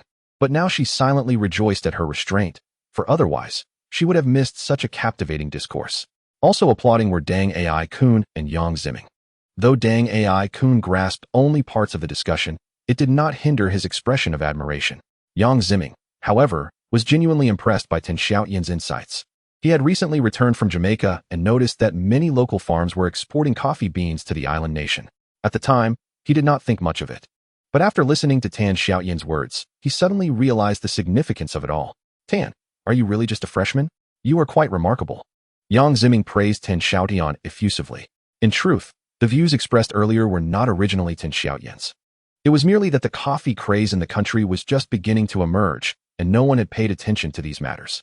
The island nation's control over Jamaican coffee had been a covert operation, only coming to light around 2003 in his previous life, causing a worldwide sensation. Wen Luoyang said nothing, but his eyes were filled with admiration for Tan Xiaotian. Only Yang Zi, with a face as dark as a thundercloud, was visibly enraged. He intended to put Tan Xiaotian in a difficult position but inadvertently allowed him to shine in front of everyone, even earning praise from his own older brother. This was infuriating. Yang Zi's nostrils flared as his breathing grew rapid. He stood abruptly and approached Tan Xiaotian, pointing an accusatory finger at him. Knowing all that is not particularly impressive. Let me ask you, do you understand the future direction of IT technology? Are you aware of the cutting-edge advancements in computer science? Tan Xiaotian truly wished to disregard this troublesome individual. It was their first meeting, with so many people present, and it seemed unnecessary to expose one's shortcomings so blatantly before an audience. While it was understandable if he found Tan displeasing, even if he sought a fight, Tan would still consider him a normal person. Yet, looking at his current demeanor, he seemed anything but sane. With a cold retort, he replied, Mr. Yang, my field is education, so I kindly request that you return to your seat. Furthermore, it is impolite to point at others. It tarnishes your esteemed status as a Caltech graduate. Yang Ziming could no longer remain composed. He repeatedly apologized to Tan Xiaotian and Wen Luoyang, pulling Yang Zi away. Despite being let out, Yang Zi continued to scream at Tan Xiaotian. Answer my question, you coward. Yang Ziming dragged his brother outside, leading him to a black Mercedes. Yang Zi was still shouting, and in a fit of anger, Yang Ziming swung his arm with all his might, delivering a resounding slap to his brother. Stunned, Yang Zi held his face in shock, fear evident in his eyes as he gazed at his brother. As Yang Ziming opened the car door, he yanked Yang Zi by the hair and shoved him inside. Within the vehicle, Yang Ziming unleashed a flurry of slaps across Yang Zi's face, quickly drawing blood from the corner of his mouth, causing him to curl up and wail in despair. In the front seats, 2 individuals turned back simultaneously, attempting to dissuade Yang Ziming. Like an enraged lion, he roared at Yang Zi, you foolish, stubborn child. Have your studies made you daft? You think you can assert yourself on a first meeting? Do you even comprehend the relationship between the Tan family and Wen Luoyang? Do you believe everyone in this world indulges you as I do? You imbecile. Yang Zi had completely lost the aggressive demeanor he exhibited at the Wen household. Now huddled in the corner of the back seat, sobbing quietly, the 2 individuals in front incessantly urged, Chairman, Zi is quite stubborn. You know he is solely focused on his studies. Do not break him, it would distress the old lady. After venting his anger, Yang Ziming slumped back in his seat, still gritting his teeth. He had originally intended to leverage his teacher's reputation to pay a visit to Wen Luoyang and, coincidentally, arrange for this inept individual to be placed within Dongruan, thereby establishing a watchful eye for Yang Ming's future endeavors on Shanhao Street. However, to his dismay, this fool became immobile upon encountering Wen Luoyang's daughter and openly clashed with one of Wen Luoyang's students, thus squandering a strategic opportunity. The individual in the front passenger seat advised, Z is oblivious to the nuances of human interaction. Even if you manage to place him in Dongruan, it would bear no fruit. This is your miscalculation. Sighing deeply, Yang Ziming lamented. Ever since Yang Ming ventured into the northeast, nothing has gone smoothly. Our business has stalled. He reflected, this is also my fault. Had I not placed undue trust in Dason, believing he could stand toe-to-toe with Lin Chan, we would not be in this sluggish predicament. A considerable sum has been spent with no tangible results. Lao Huang, this cannot be blamed on you. Who could have anticipated Dason's failure? Chairman, I am no expert in IT, but I have extensive experience in business. It is merely a matter of buying low and selling high, seizing the right moment. As long as you identify the opportunity, I shall execute. He expressed his confidence. I refuse to believe that with Yang Ming's capabilities and your tenacity, we cannot carve out a niche on Shanhao Street. Drive. The sleek black Mercedes glided out. Yet Yang Ziming remained unsettled, lowering the window and lighting a cigarette. As the vehicle departed from the East University Gate and journeyed south along Shanhao Street, passing several electronic malls, he gazed at the radiant neon signs, taking a deep drag from his cigarette. Dongruan, Dongke, Sandy, Weiyong, Yang Ming's future market must surpass these establishments. Lao Huang, upon your return after the new year, let us commence land acquisitions. We cannot rely on the government of Xiaotian. They will undoubtedly favor local enterprises. If we wish to succeed, it must be by our own efforts. The ember glowed briefly, tumbling through the air in an arc before landing in a heap of residual snow by the roadside. On a narrow path within the East University campus, 3 figures walked in succession. Leading the way was Dang Ai Kun, followed by Tan Xiaotian and Wen Chun.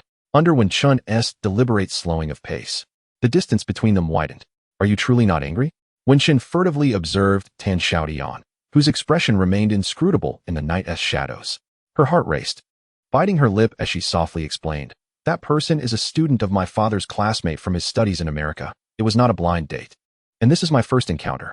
Tan Xiaotian halted, responding, what does that have to do with me, Chairwoman 1? I have a girlfriend. Witnessing Tan Xiaotian's indifferent demeanor ignited Wen Chun's indignation. What relevance does your girlfriend have to me? Perhaps the few beers consumed during dinner had warmed her cheeks, blooming like peach blossoms in the cold wind.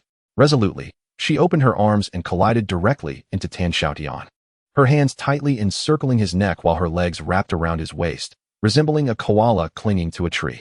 Tan Xiaotian was taken aback, not expecting that President Wen could be so shameless. Right in front of him was Party Aichuan, and she dared to tease him. Get down here. No. The delicate fragrance of a young girl enveloped him, causing Tan Xiaotian's head to spin. The soul of an old man, having been alone in an empty room for days, was now insatiably hungry. He struggled to retain the last vestige of clarity. Stop it, MMM. Have you lost your mind? Wen Chen's fervor melted the chill of winter. Half an hour later, Tan Xiaotian, his face adorned with lipstick marks, returned to room 313 in disarray. Party Aichuan had already finished washing up and was sitting under the light, engrossed in a book. There's hot water in the thermos. You should wash up. Party Aichuan lifted her head, seemingly oblivious to the strawberry marks on Tan Xiaotian's face. Her demeanor relaxed and her tone light. Tan Xiaotian felt as if he were a caught scoundrel, utterly embarrassed. Initially, he had called Chu Ting back from Yanjing to resist Wen Chen's advances. Little did he expect that in less than 2 months, he would find himself teased by her. Tan Xiaotian wanted to explain, yet he was at a loss for words. While Wen Chen's actions were indeed bold, he had neither clearly rejected her nor had he been uncooperative. Of course, given the freezing weather outside, they had only engaged in a brief skirmish before parting ways. After all, Wen Chun was a refined lady. She likely lacked the courage for more serious confrontations. Go wash your face. Party Aichuan's dark, slender face betrayed no emotion, making it impossible to discern her thoughts.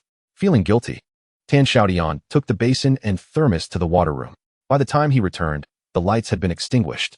In the darkness, he burrowed under the covers. Second brother, I will return to Shanxing tomorrow. Come home with me for the new year. I've already talked it over with my family. No, I have extra classes tomorrow, and I must return to the welfare home. The director has already paged me several times. I always spend the new year at the welfare home. It's lively there with many people. Tan Xiaotian said nothing further. Some things need not be reiterated. Some encounters are meant to be cherished without regret. In this life, let there be no lingering regrets. Chapter 113. Deception. As noon approached, the Tan family's old soup noodles on Erdeo Street in Shanxing was bustling with customers, every seat occupied. In the kitchen, Tan Yuejin and Tan Xiaotian's cousin, Wu Qianxiu, were working up a sweat, deftly preparing the ingredients. Despite their swift pace, they struggled to keep up with the demands of the diners. Song Chunhua and her sister-in-law, Bai Ning, flitted between tables like spinning tops. Business thrived as the new year drew near. People, busy procuring New Year goods, often sought a quick meal on the street, and the economically priced. Delectable Tan family old soup noodles became the preferred choice. During peak hours, Song Chunhua hardly had time to sip water, yet she smiled brighter than anyone else, as their daily earnings now rivaled those of 2 ordinary days. As long as there was money to be made, a bit of exhaustion was a trivial matter. The door swung open, and a gust of cold wind rushed in. A tall young man strode in, bypassing the queue of more than 10 people, making a beeline for the counter. This action immediately incited the displeasure of those waiting in line, with some impatient individuals already beginning to voice their complaints. The young man turned around, flashing a broad smile that revealed a row of white teeth. "I'm not here to eat. I'm just going home." Song Chunhua hurriedly approached her son, snatching his travel bag from him and playfully scolding. "You still remember to come back, huh? How long has the vacation been? If it weren't for the new year, would you still not plan to return? What about your parents?" "Well, I have matters to attend to at school. Our family is so large, and I am yearning for a bowl of noodles. There is hardly any space to stand." As Tan Xiaotian surveyed the bustling room, he realized that he would not be able to have lunch at this rate. Song Chunhua, feeling for her son, hurriedly took a 50 yuan note from the money box and handed it to Tan Xiaotian, urging him to grab a bite outside and return when the crowd thinned. Tan Xiaotian greeted Tan Yuejin in the kitchen, clutching the money as he departed. The impatient patron from earlier was a regular who, upon recognizing the boss's son had returned home, immediately apologized for his earlier outburst. Song Chunhua graciously waved it off, declaring loudly, "My son is back from university for the break." She emphasized the word university with particular pride. Immediately, an old customer chimed in, "Which university is that?" Song Chunhua straightened her back, her voice rising an octave, "Donghai University." A chorus of admiration erupted from the crowd. "What a prestigious university. Boss lady, your son is quite dashing and attends such a fine institution. You and your husband are truly fortunate." This was the reaction Song Chunhua had hoped for, and she beamed with joy, her eyes nearly closing with delight. Tan Xiaotian stepped out of the noodle shop with the 50 yuan his mother had given him and called Chu Ting. Upon hearing Tan Xiaotian's voice, Chu Ting was instantly filled with excitement. "You're back? Where are you now?" Having returned to Shanxing a month ago, the two frequently communicated over the phone. If it weren't for Lin Wanhong's strictness, Chu Ting would have visited Tan Xiaotian long ago. After confirming that both Chu Chang and Lin Wanhong were at work, Tan Xiaotian could not help but daydream. 1 minute later, he boarded a taxi, and 15 minutes later, he arrived at the Chu residence. Located by the banks of the South Lake, a door separated two worlds. Outside, the biting cold of winter lingered, while the Chu home radiated warmth akin to spring. At the entrance, Chu Ting, dressed in a cotton nightgown, resembled a young girl, her little white cat adding an extra touch of charm. They exchanged smiles as Chu Ting offered him a pair of slippers. Even considering his previous life, this was Tan Xiaotian's first visit to Chu Ting's home. In the late 1990s, the Chu family's conditions were considered quite good in Shanxing, residing in a newly built apartment of about 100 square meters, adorned with white tiles and wooden cabinets, exuding a cozy atmosphere. As the door closed behind them, the ambience within the house grew somewhat intimate. Chu Ting, with a coy demeanor and lowered gaze, softly inquired, "Have you eaten?" Upon receiving a negative response, she donned an apron and entered the kitchen. Girls of that era typically managed simple household chores, unlike today's youngsters who are often pampered and untouched by labor. Seizing the moment, Tan Xiaotian strolled around the house, particularly intrigued to peer into Chu Ting's room. Her room was far from the stereotypical girl's sanctuary. It was elegant and understated, with white walls, wooden floors, and deep blue bed linens. On her tidy desk, besides a few neatly stacked books, the IBM notebook Tan Xiaotian gifted her occupied the center. After a brief exploration, he ventured into the kitchen. Similar to many families in northeast China, the Chu family's kitchen was located on the balcony. The plastic steel door stood firmly shut. Through the glass, one could see Chu Ting busily at work inside, with a tantalizing golden egg fried rice sizzling in the pan. Tan Xiaotian pushed open the door and stood behind Chu Ting. She appeared noticeably tense, her arm gripping the spatula stiffening. Tan Xiaotian gently stretched his arms, enveloping Chu Ting in an embrace, his hands encircling her slender waist. Don't mess around," he whispered, his warm breath brushing against her ear, causing her to stiffen like a block of iron, shyly squirming a little. Tan Xiaotian rested his head on her shoulder, inhaling the fragrant aroma wafting from the frying rice. Entranced, he said, "Class monitor, This is the first time you've cooked for me. Chu Ting was also swayed by the atmosphere, relaxing slightly as she leaned back into Tan Xiaotian's embrace, her starry eyes dreamy, exhaling softly like orchids. She slightly turned her head upwards, just as Tan Xiaotian lowered his. Their gazes locking and becoming inseparable. Time seemed to stand still. Ding-ling-ling. At that moment, Tan Xiaotian's phone in his pocket began to ring incessantly, jolting Chu Ting back to reality. Blushing fiercely, she pushed him out onto the balcony. The screen displayed the name Wen Chun, and Tan Xiaotian's heart raced. Instinctively glancing at Chu Ting by the door, the flush on her face had yet to fade, as she waved the wooden spatula, stirring the rice haphazardly, causing many grains to spill over. Noticing Tan Xiaotian's gaze, she turned and shot him a playful glare. Tan Xiaotian's phone rang stubbornly, and a look of confusion crossed Chu Ting's face as she pointed at the phone, indicating for him to answer it. Reluctantly, he pressed the answer button. If he didn't, she might truly grow suspicious. Hello? Yes, I just returned to the mountain city and haven't eaten yet. I was just about to, he said. By the way, when you have time, come to my dorm to see my second brother. He mentioned he was going back to the orphanage for New Year, and I fear he might be deceiving me. Tan Xiaotian hastily diverted the topic to Dang Aichuan, not wanting to prolong the call. As Chu Ting brought the egg fried rice out while Tan Xiaotian completed his call, he placed the phone on the dining table, deliberately exaggerating. Class monitor. Look at our popularity. As soon as I return home, someone is already inquiring about me. How shameless. Chu Ting frowned, handing him a pair of chopsticks. Is it a man or a woman? Definitely a woman.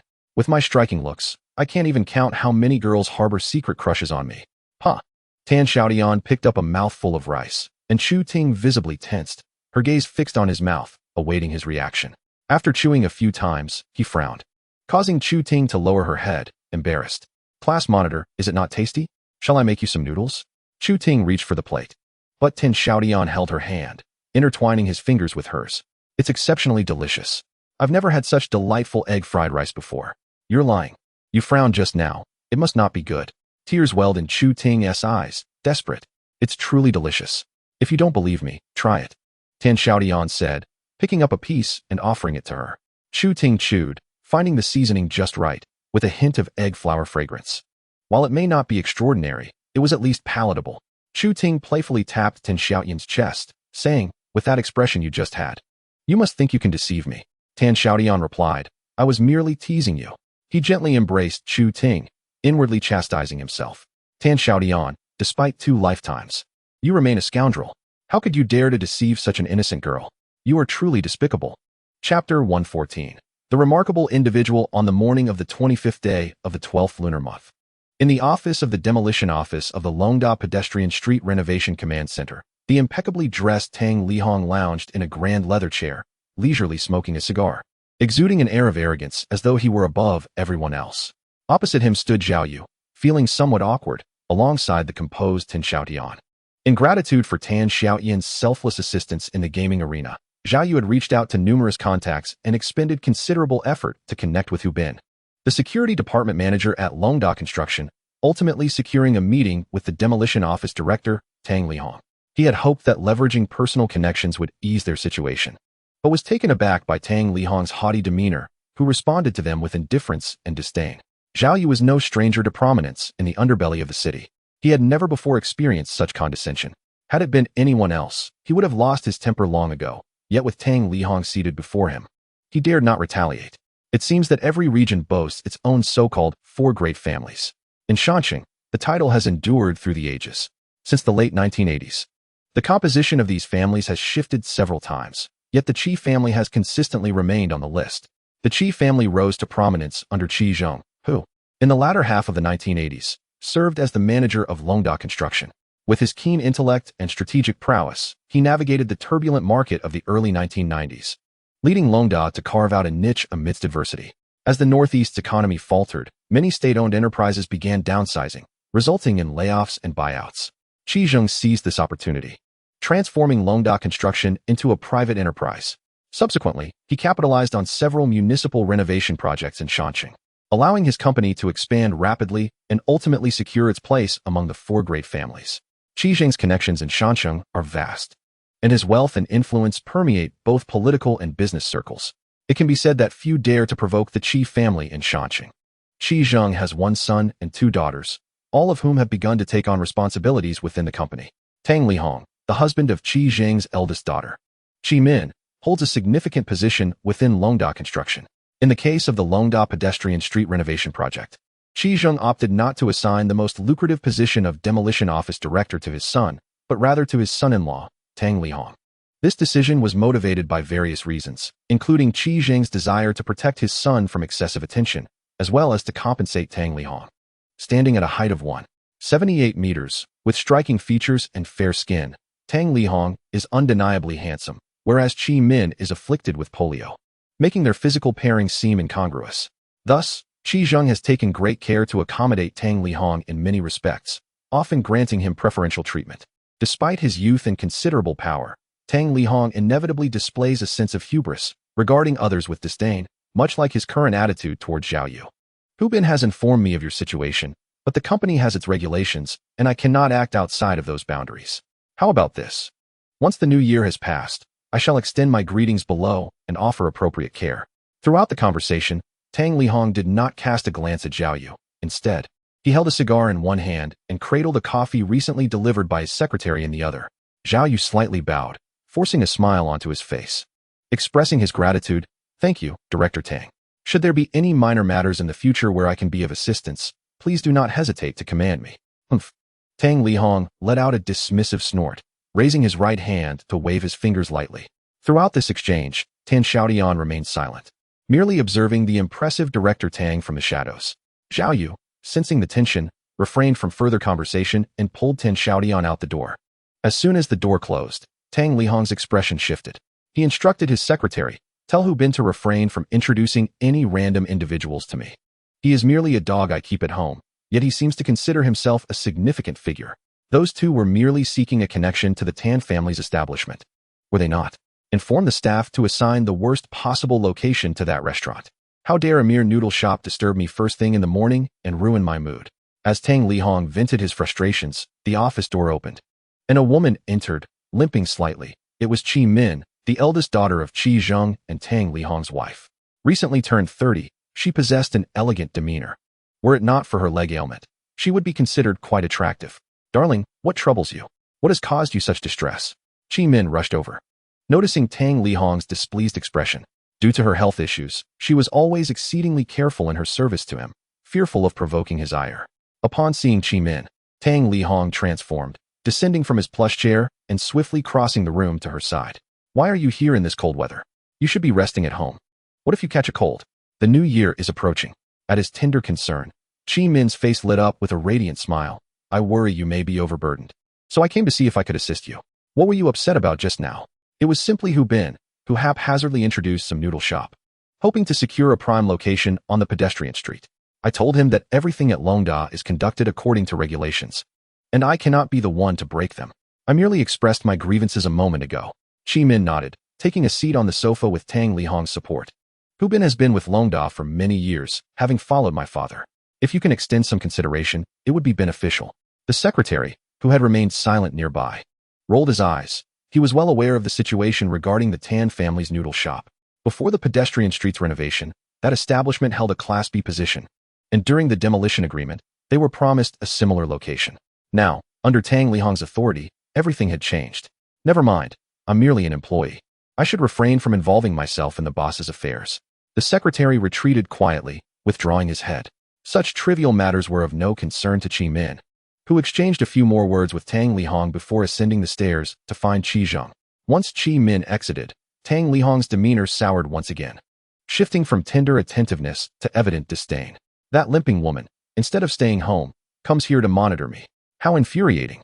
Tang Lihong twirled the Zippo lighter in his hand, his thoughts drifting to the recent art graduate he had known for merely 3 months. A warmth surged within him, igniting a fervent desire to rush over and indulge in a passionate encounter. Outside, amidst the biting cold of -20 degrees, Xiao Yu repeatedly expressed his apologies, assuring that he would find a solution. "It's all right, Xiao Gu, there's no need to dwell on it," replied Tan Xiaotian, who appeared to have anticipated this outcome, revealing no sign of emotional disturbance on his face. After Xiao Yu departed, Tan Xiaotian made his way to Haihong's place, borrowing her vibrant red xiaoli.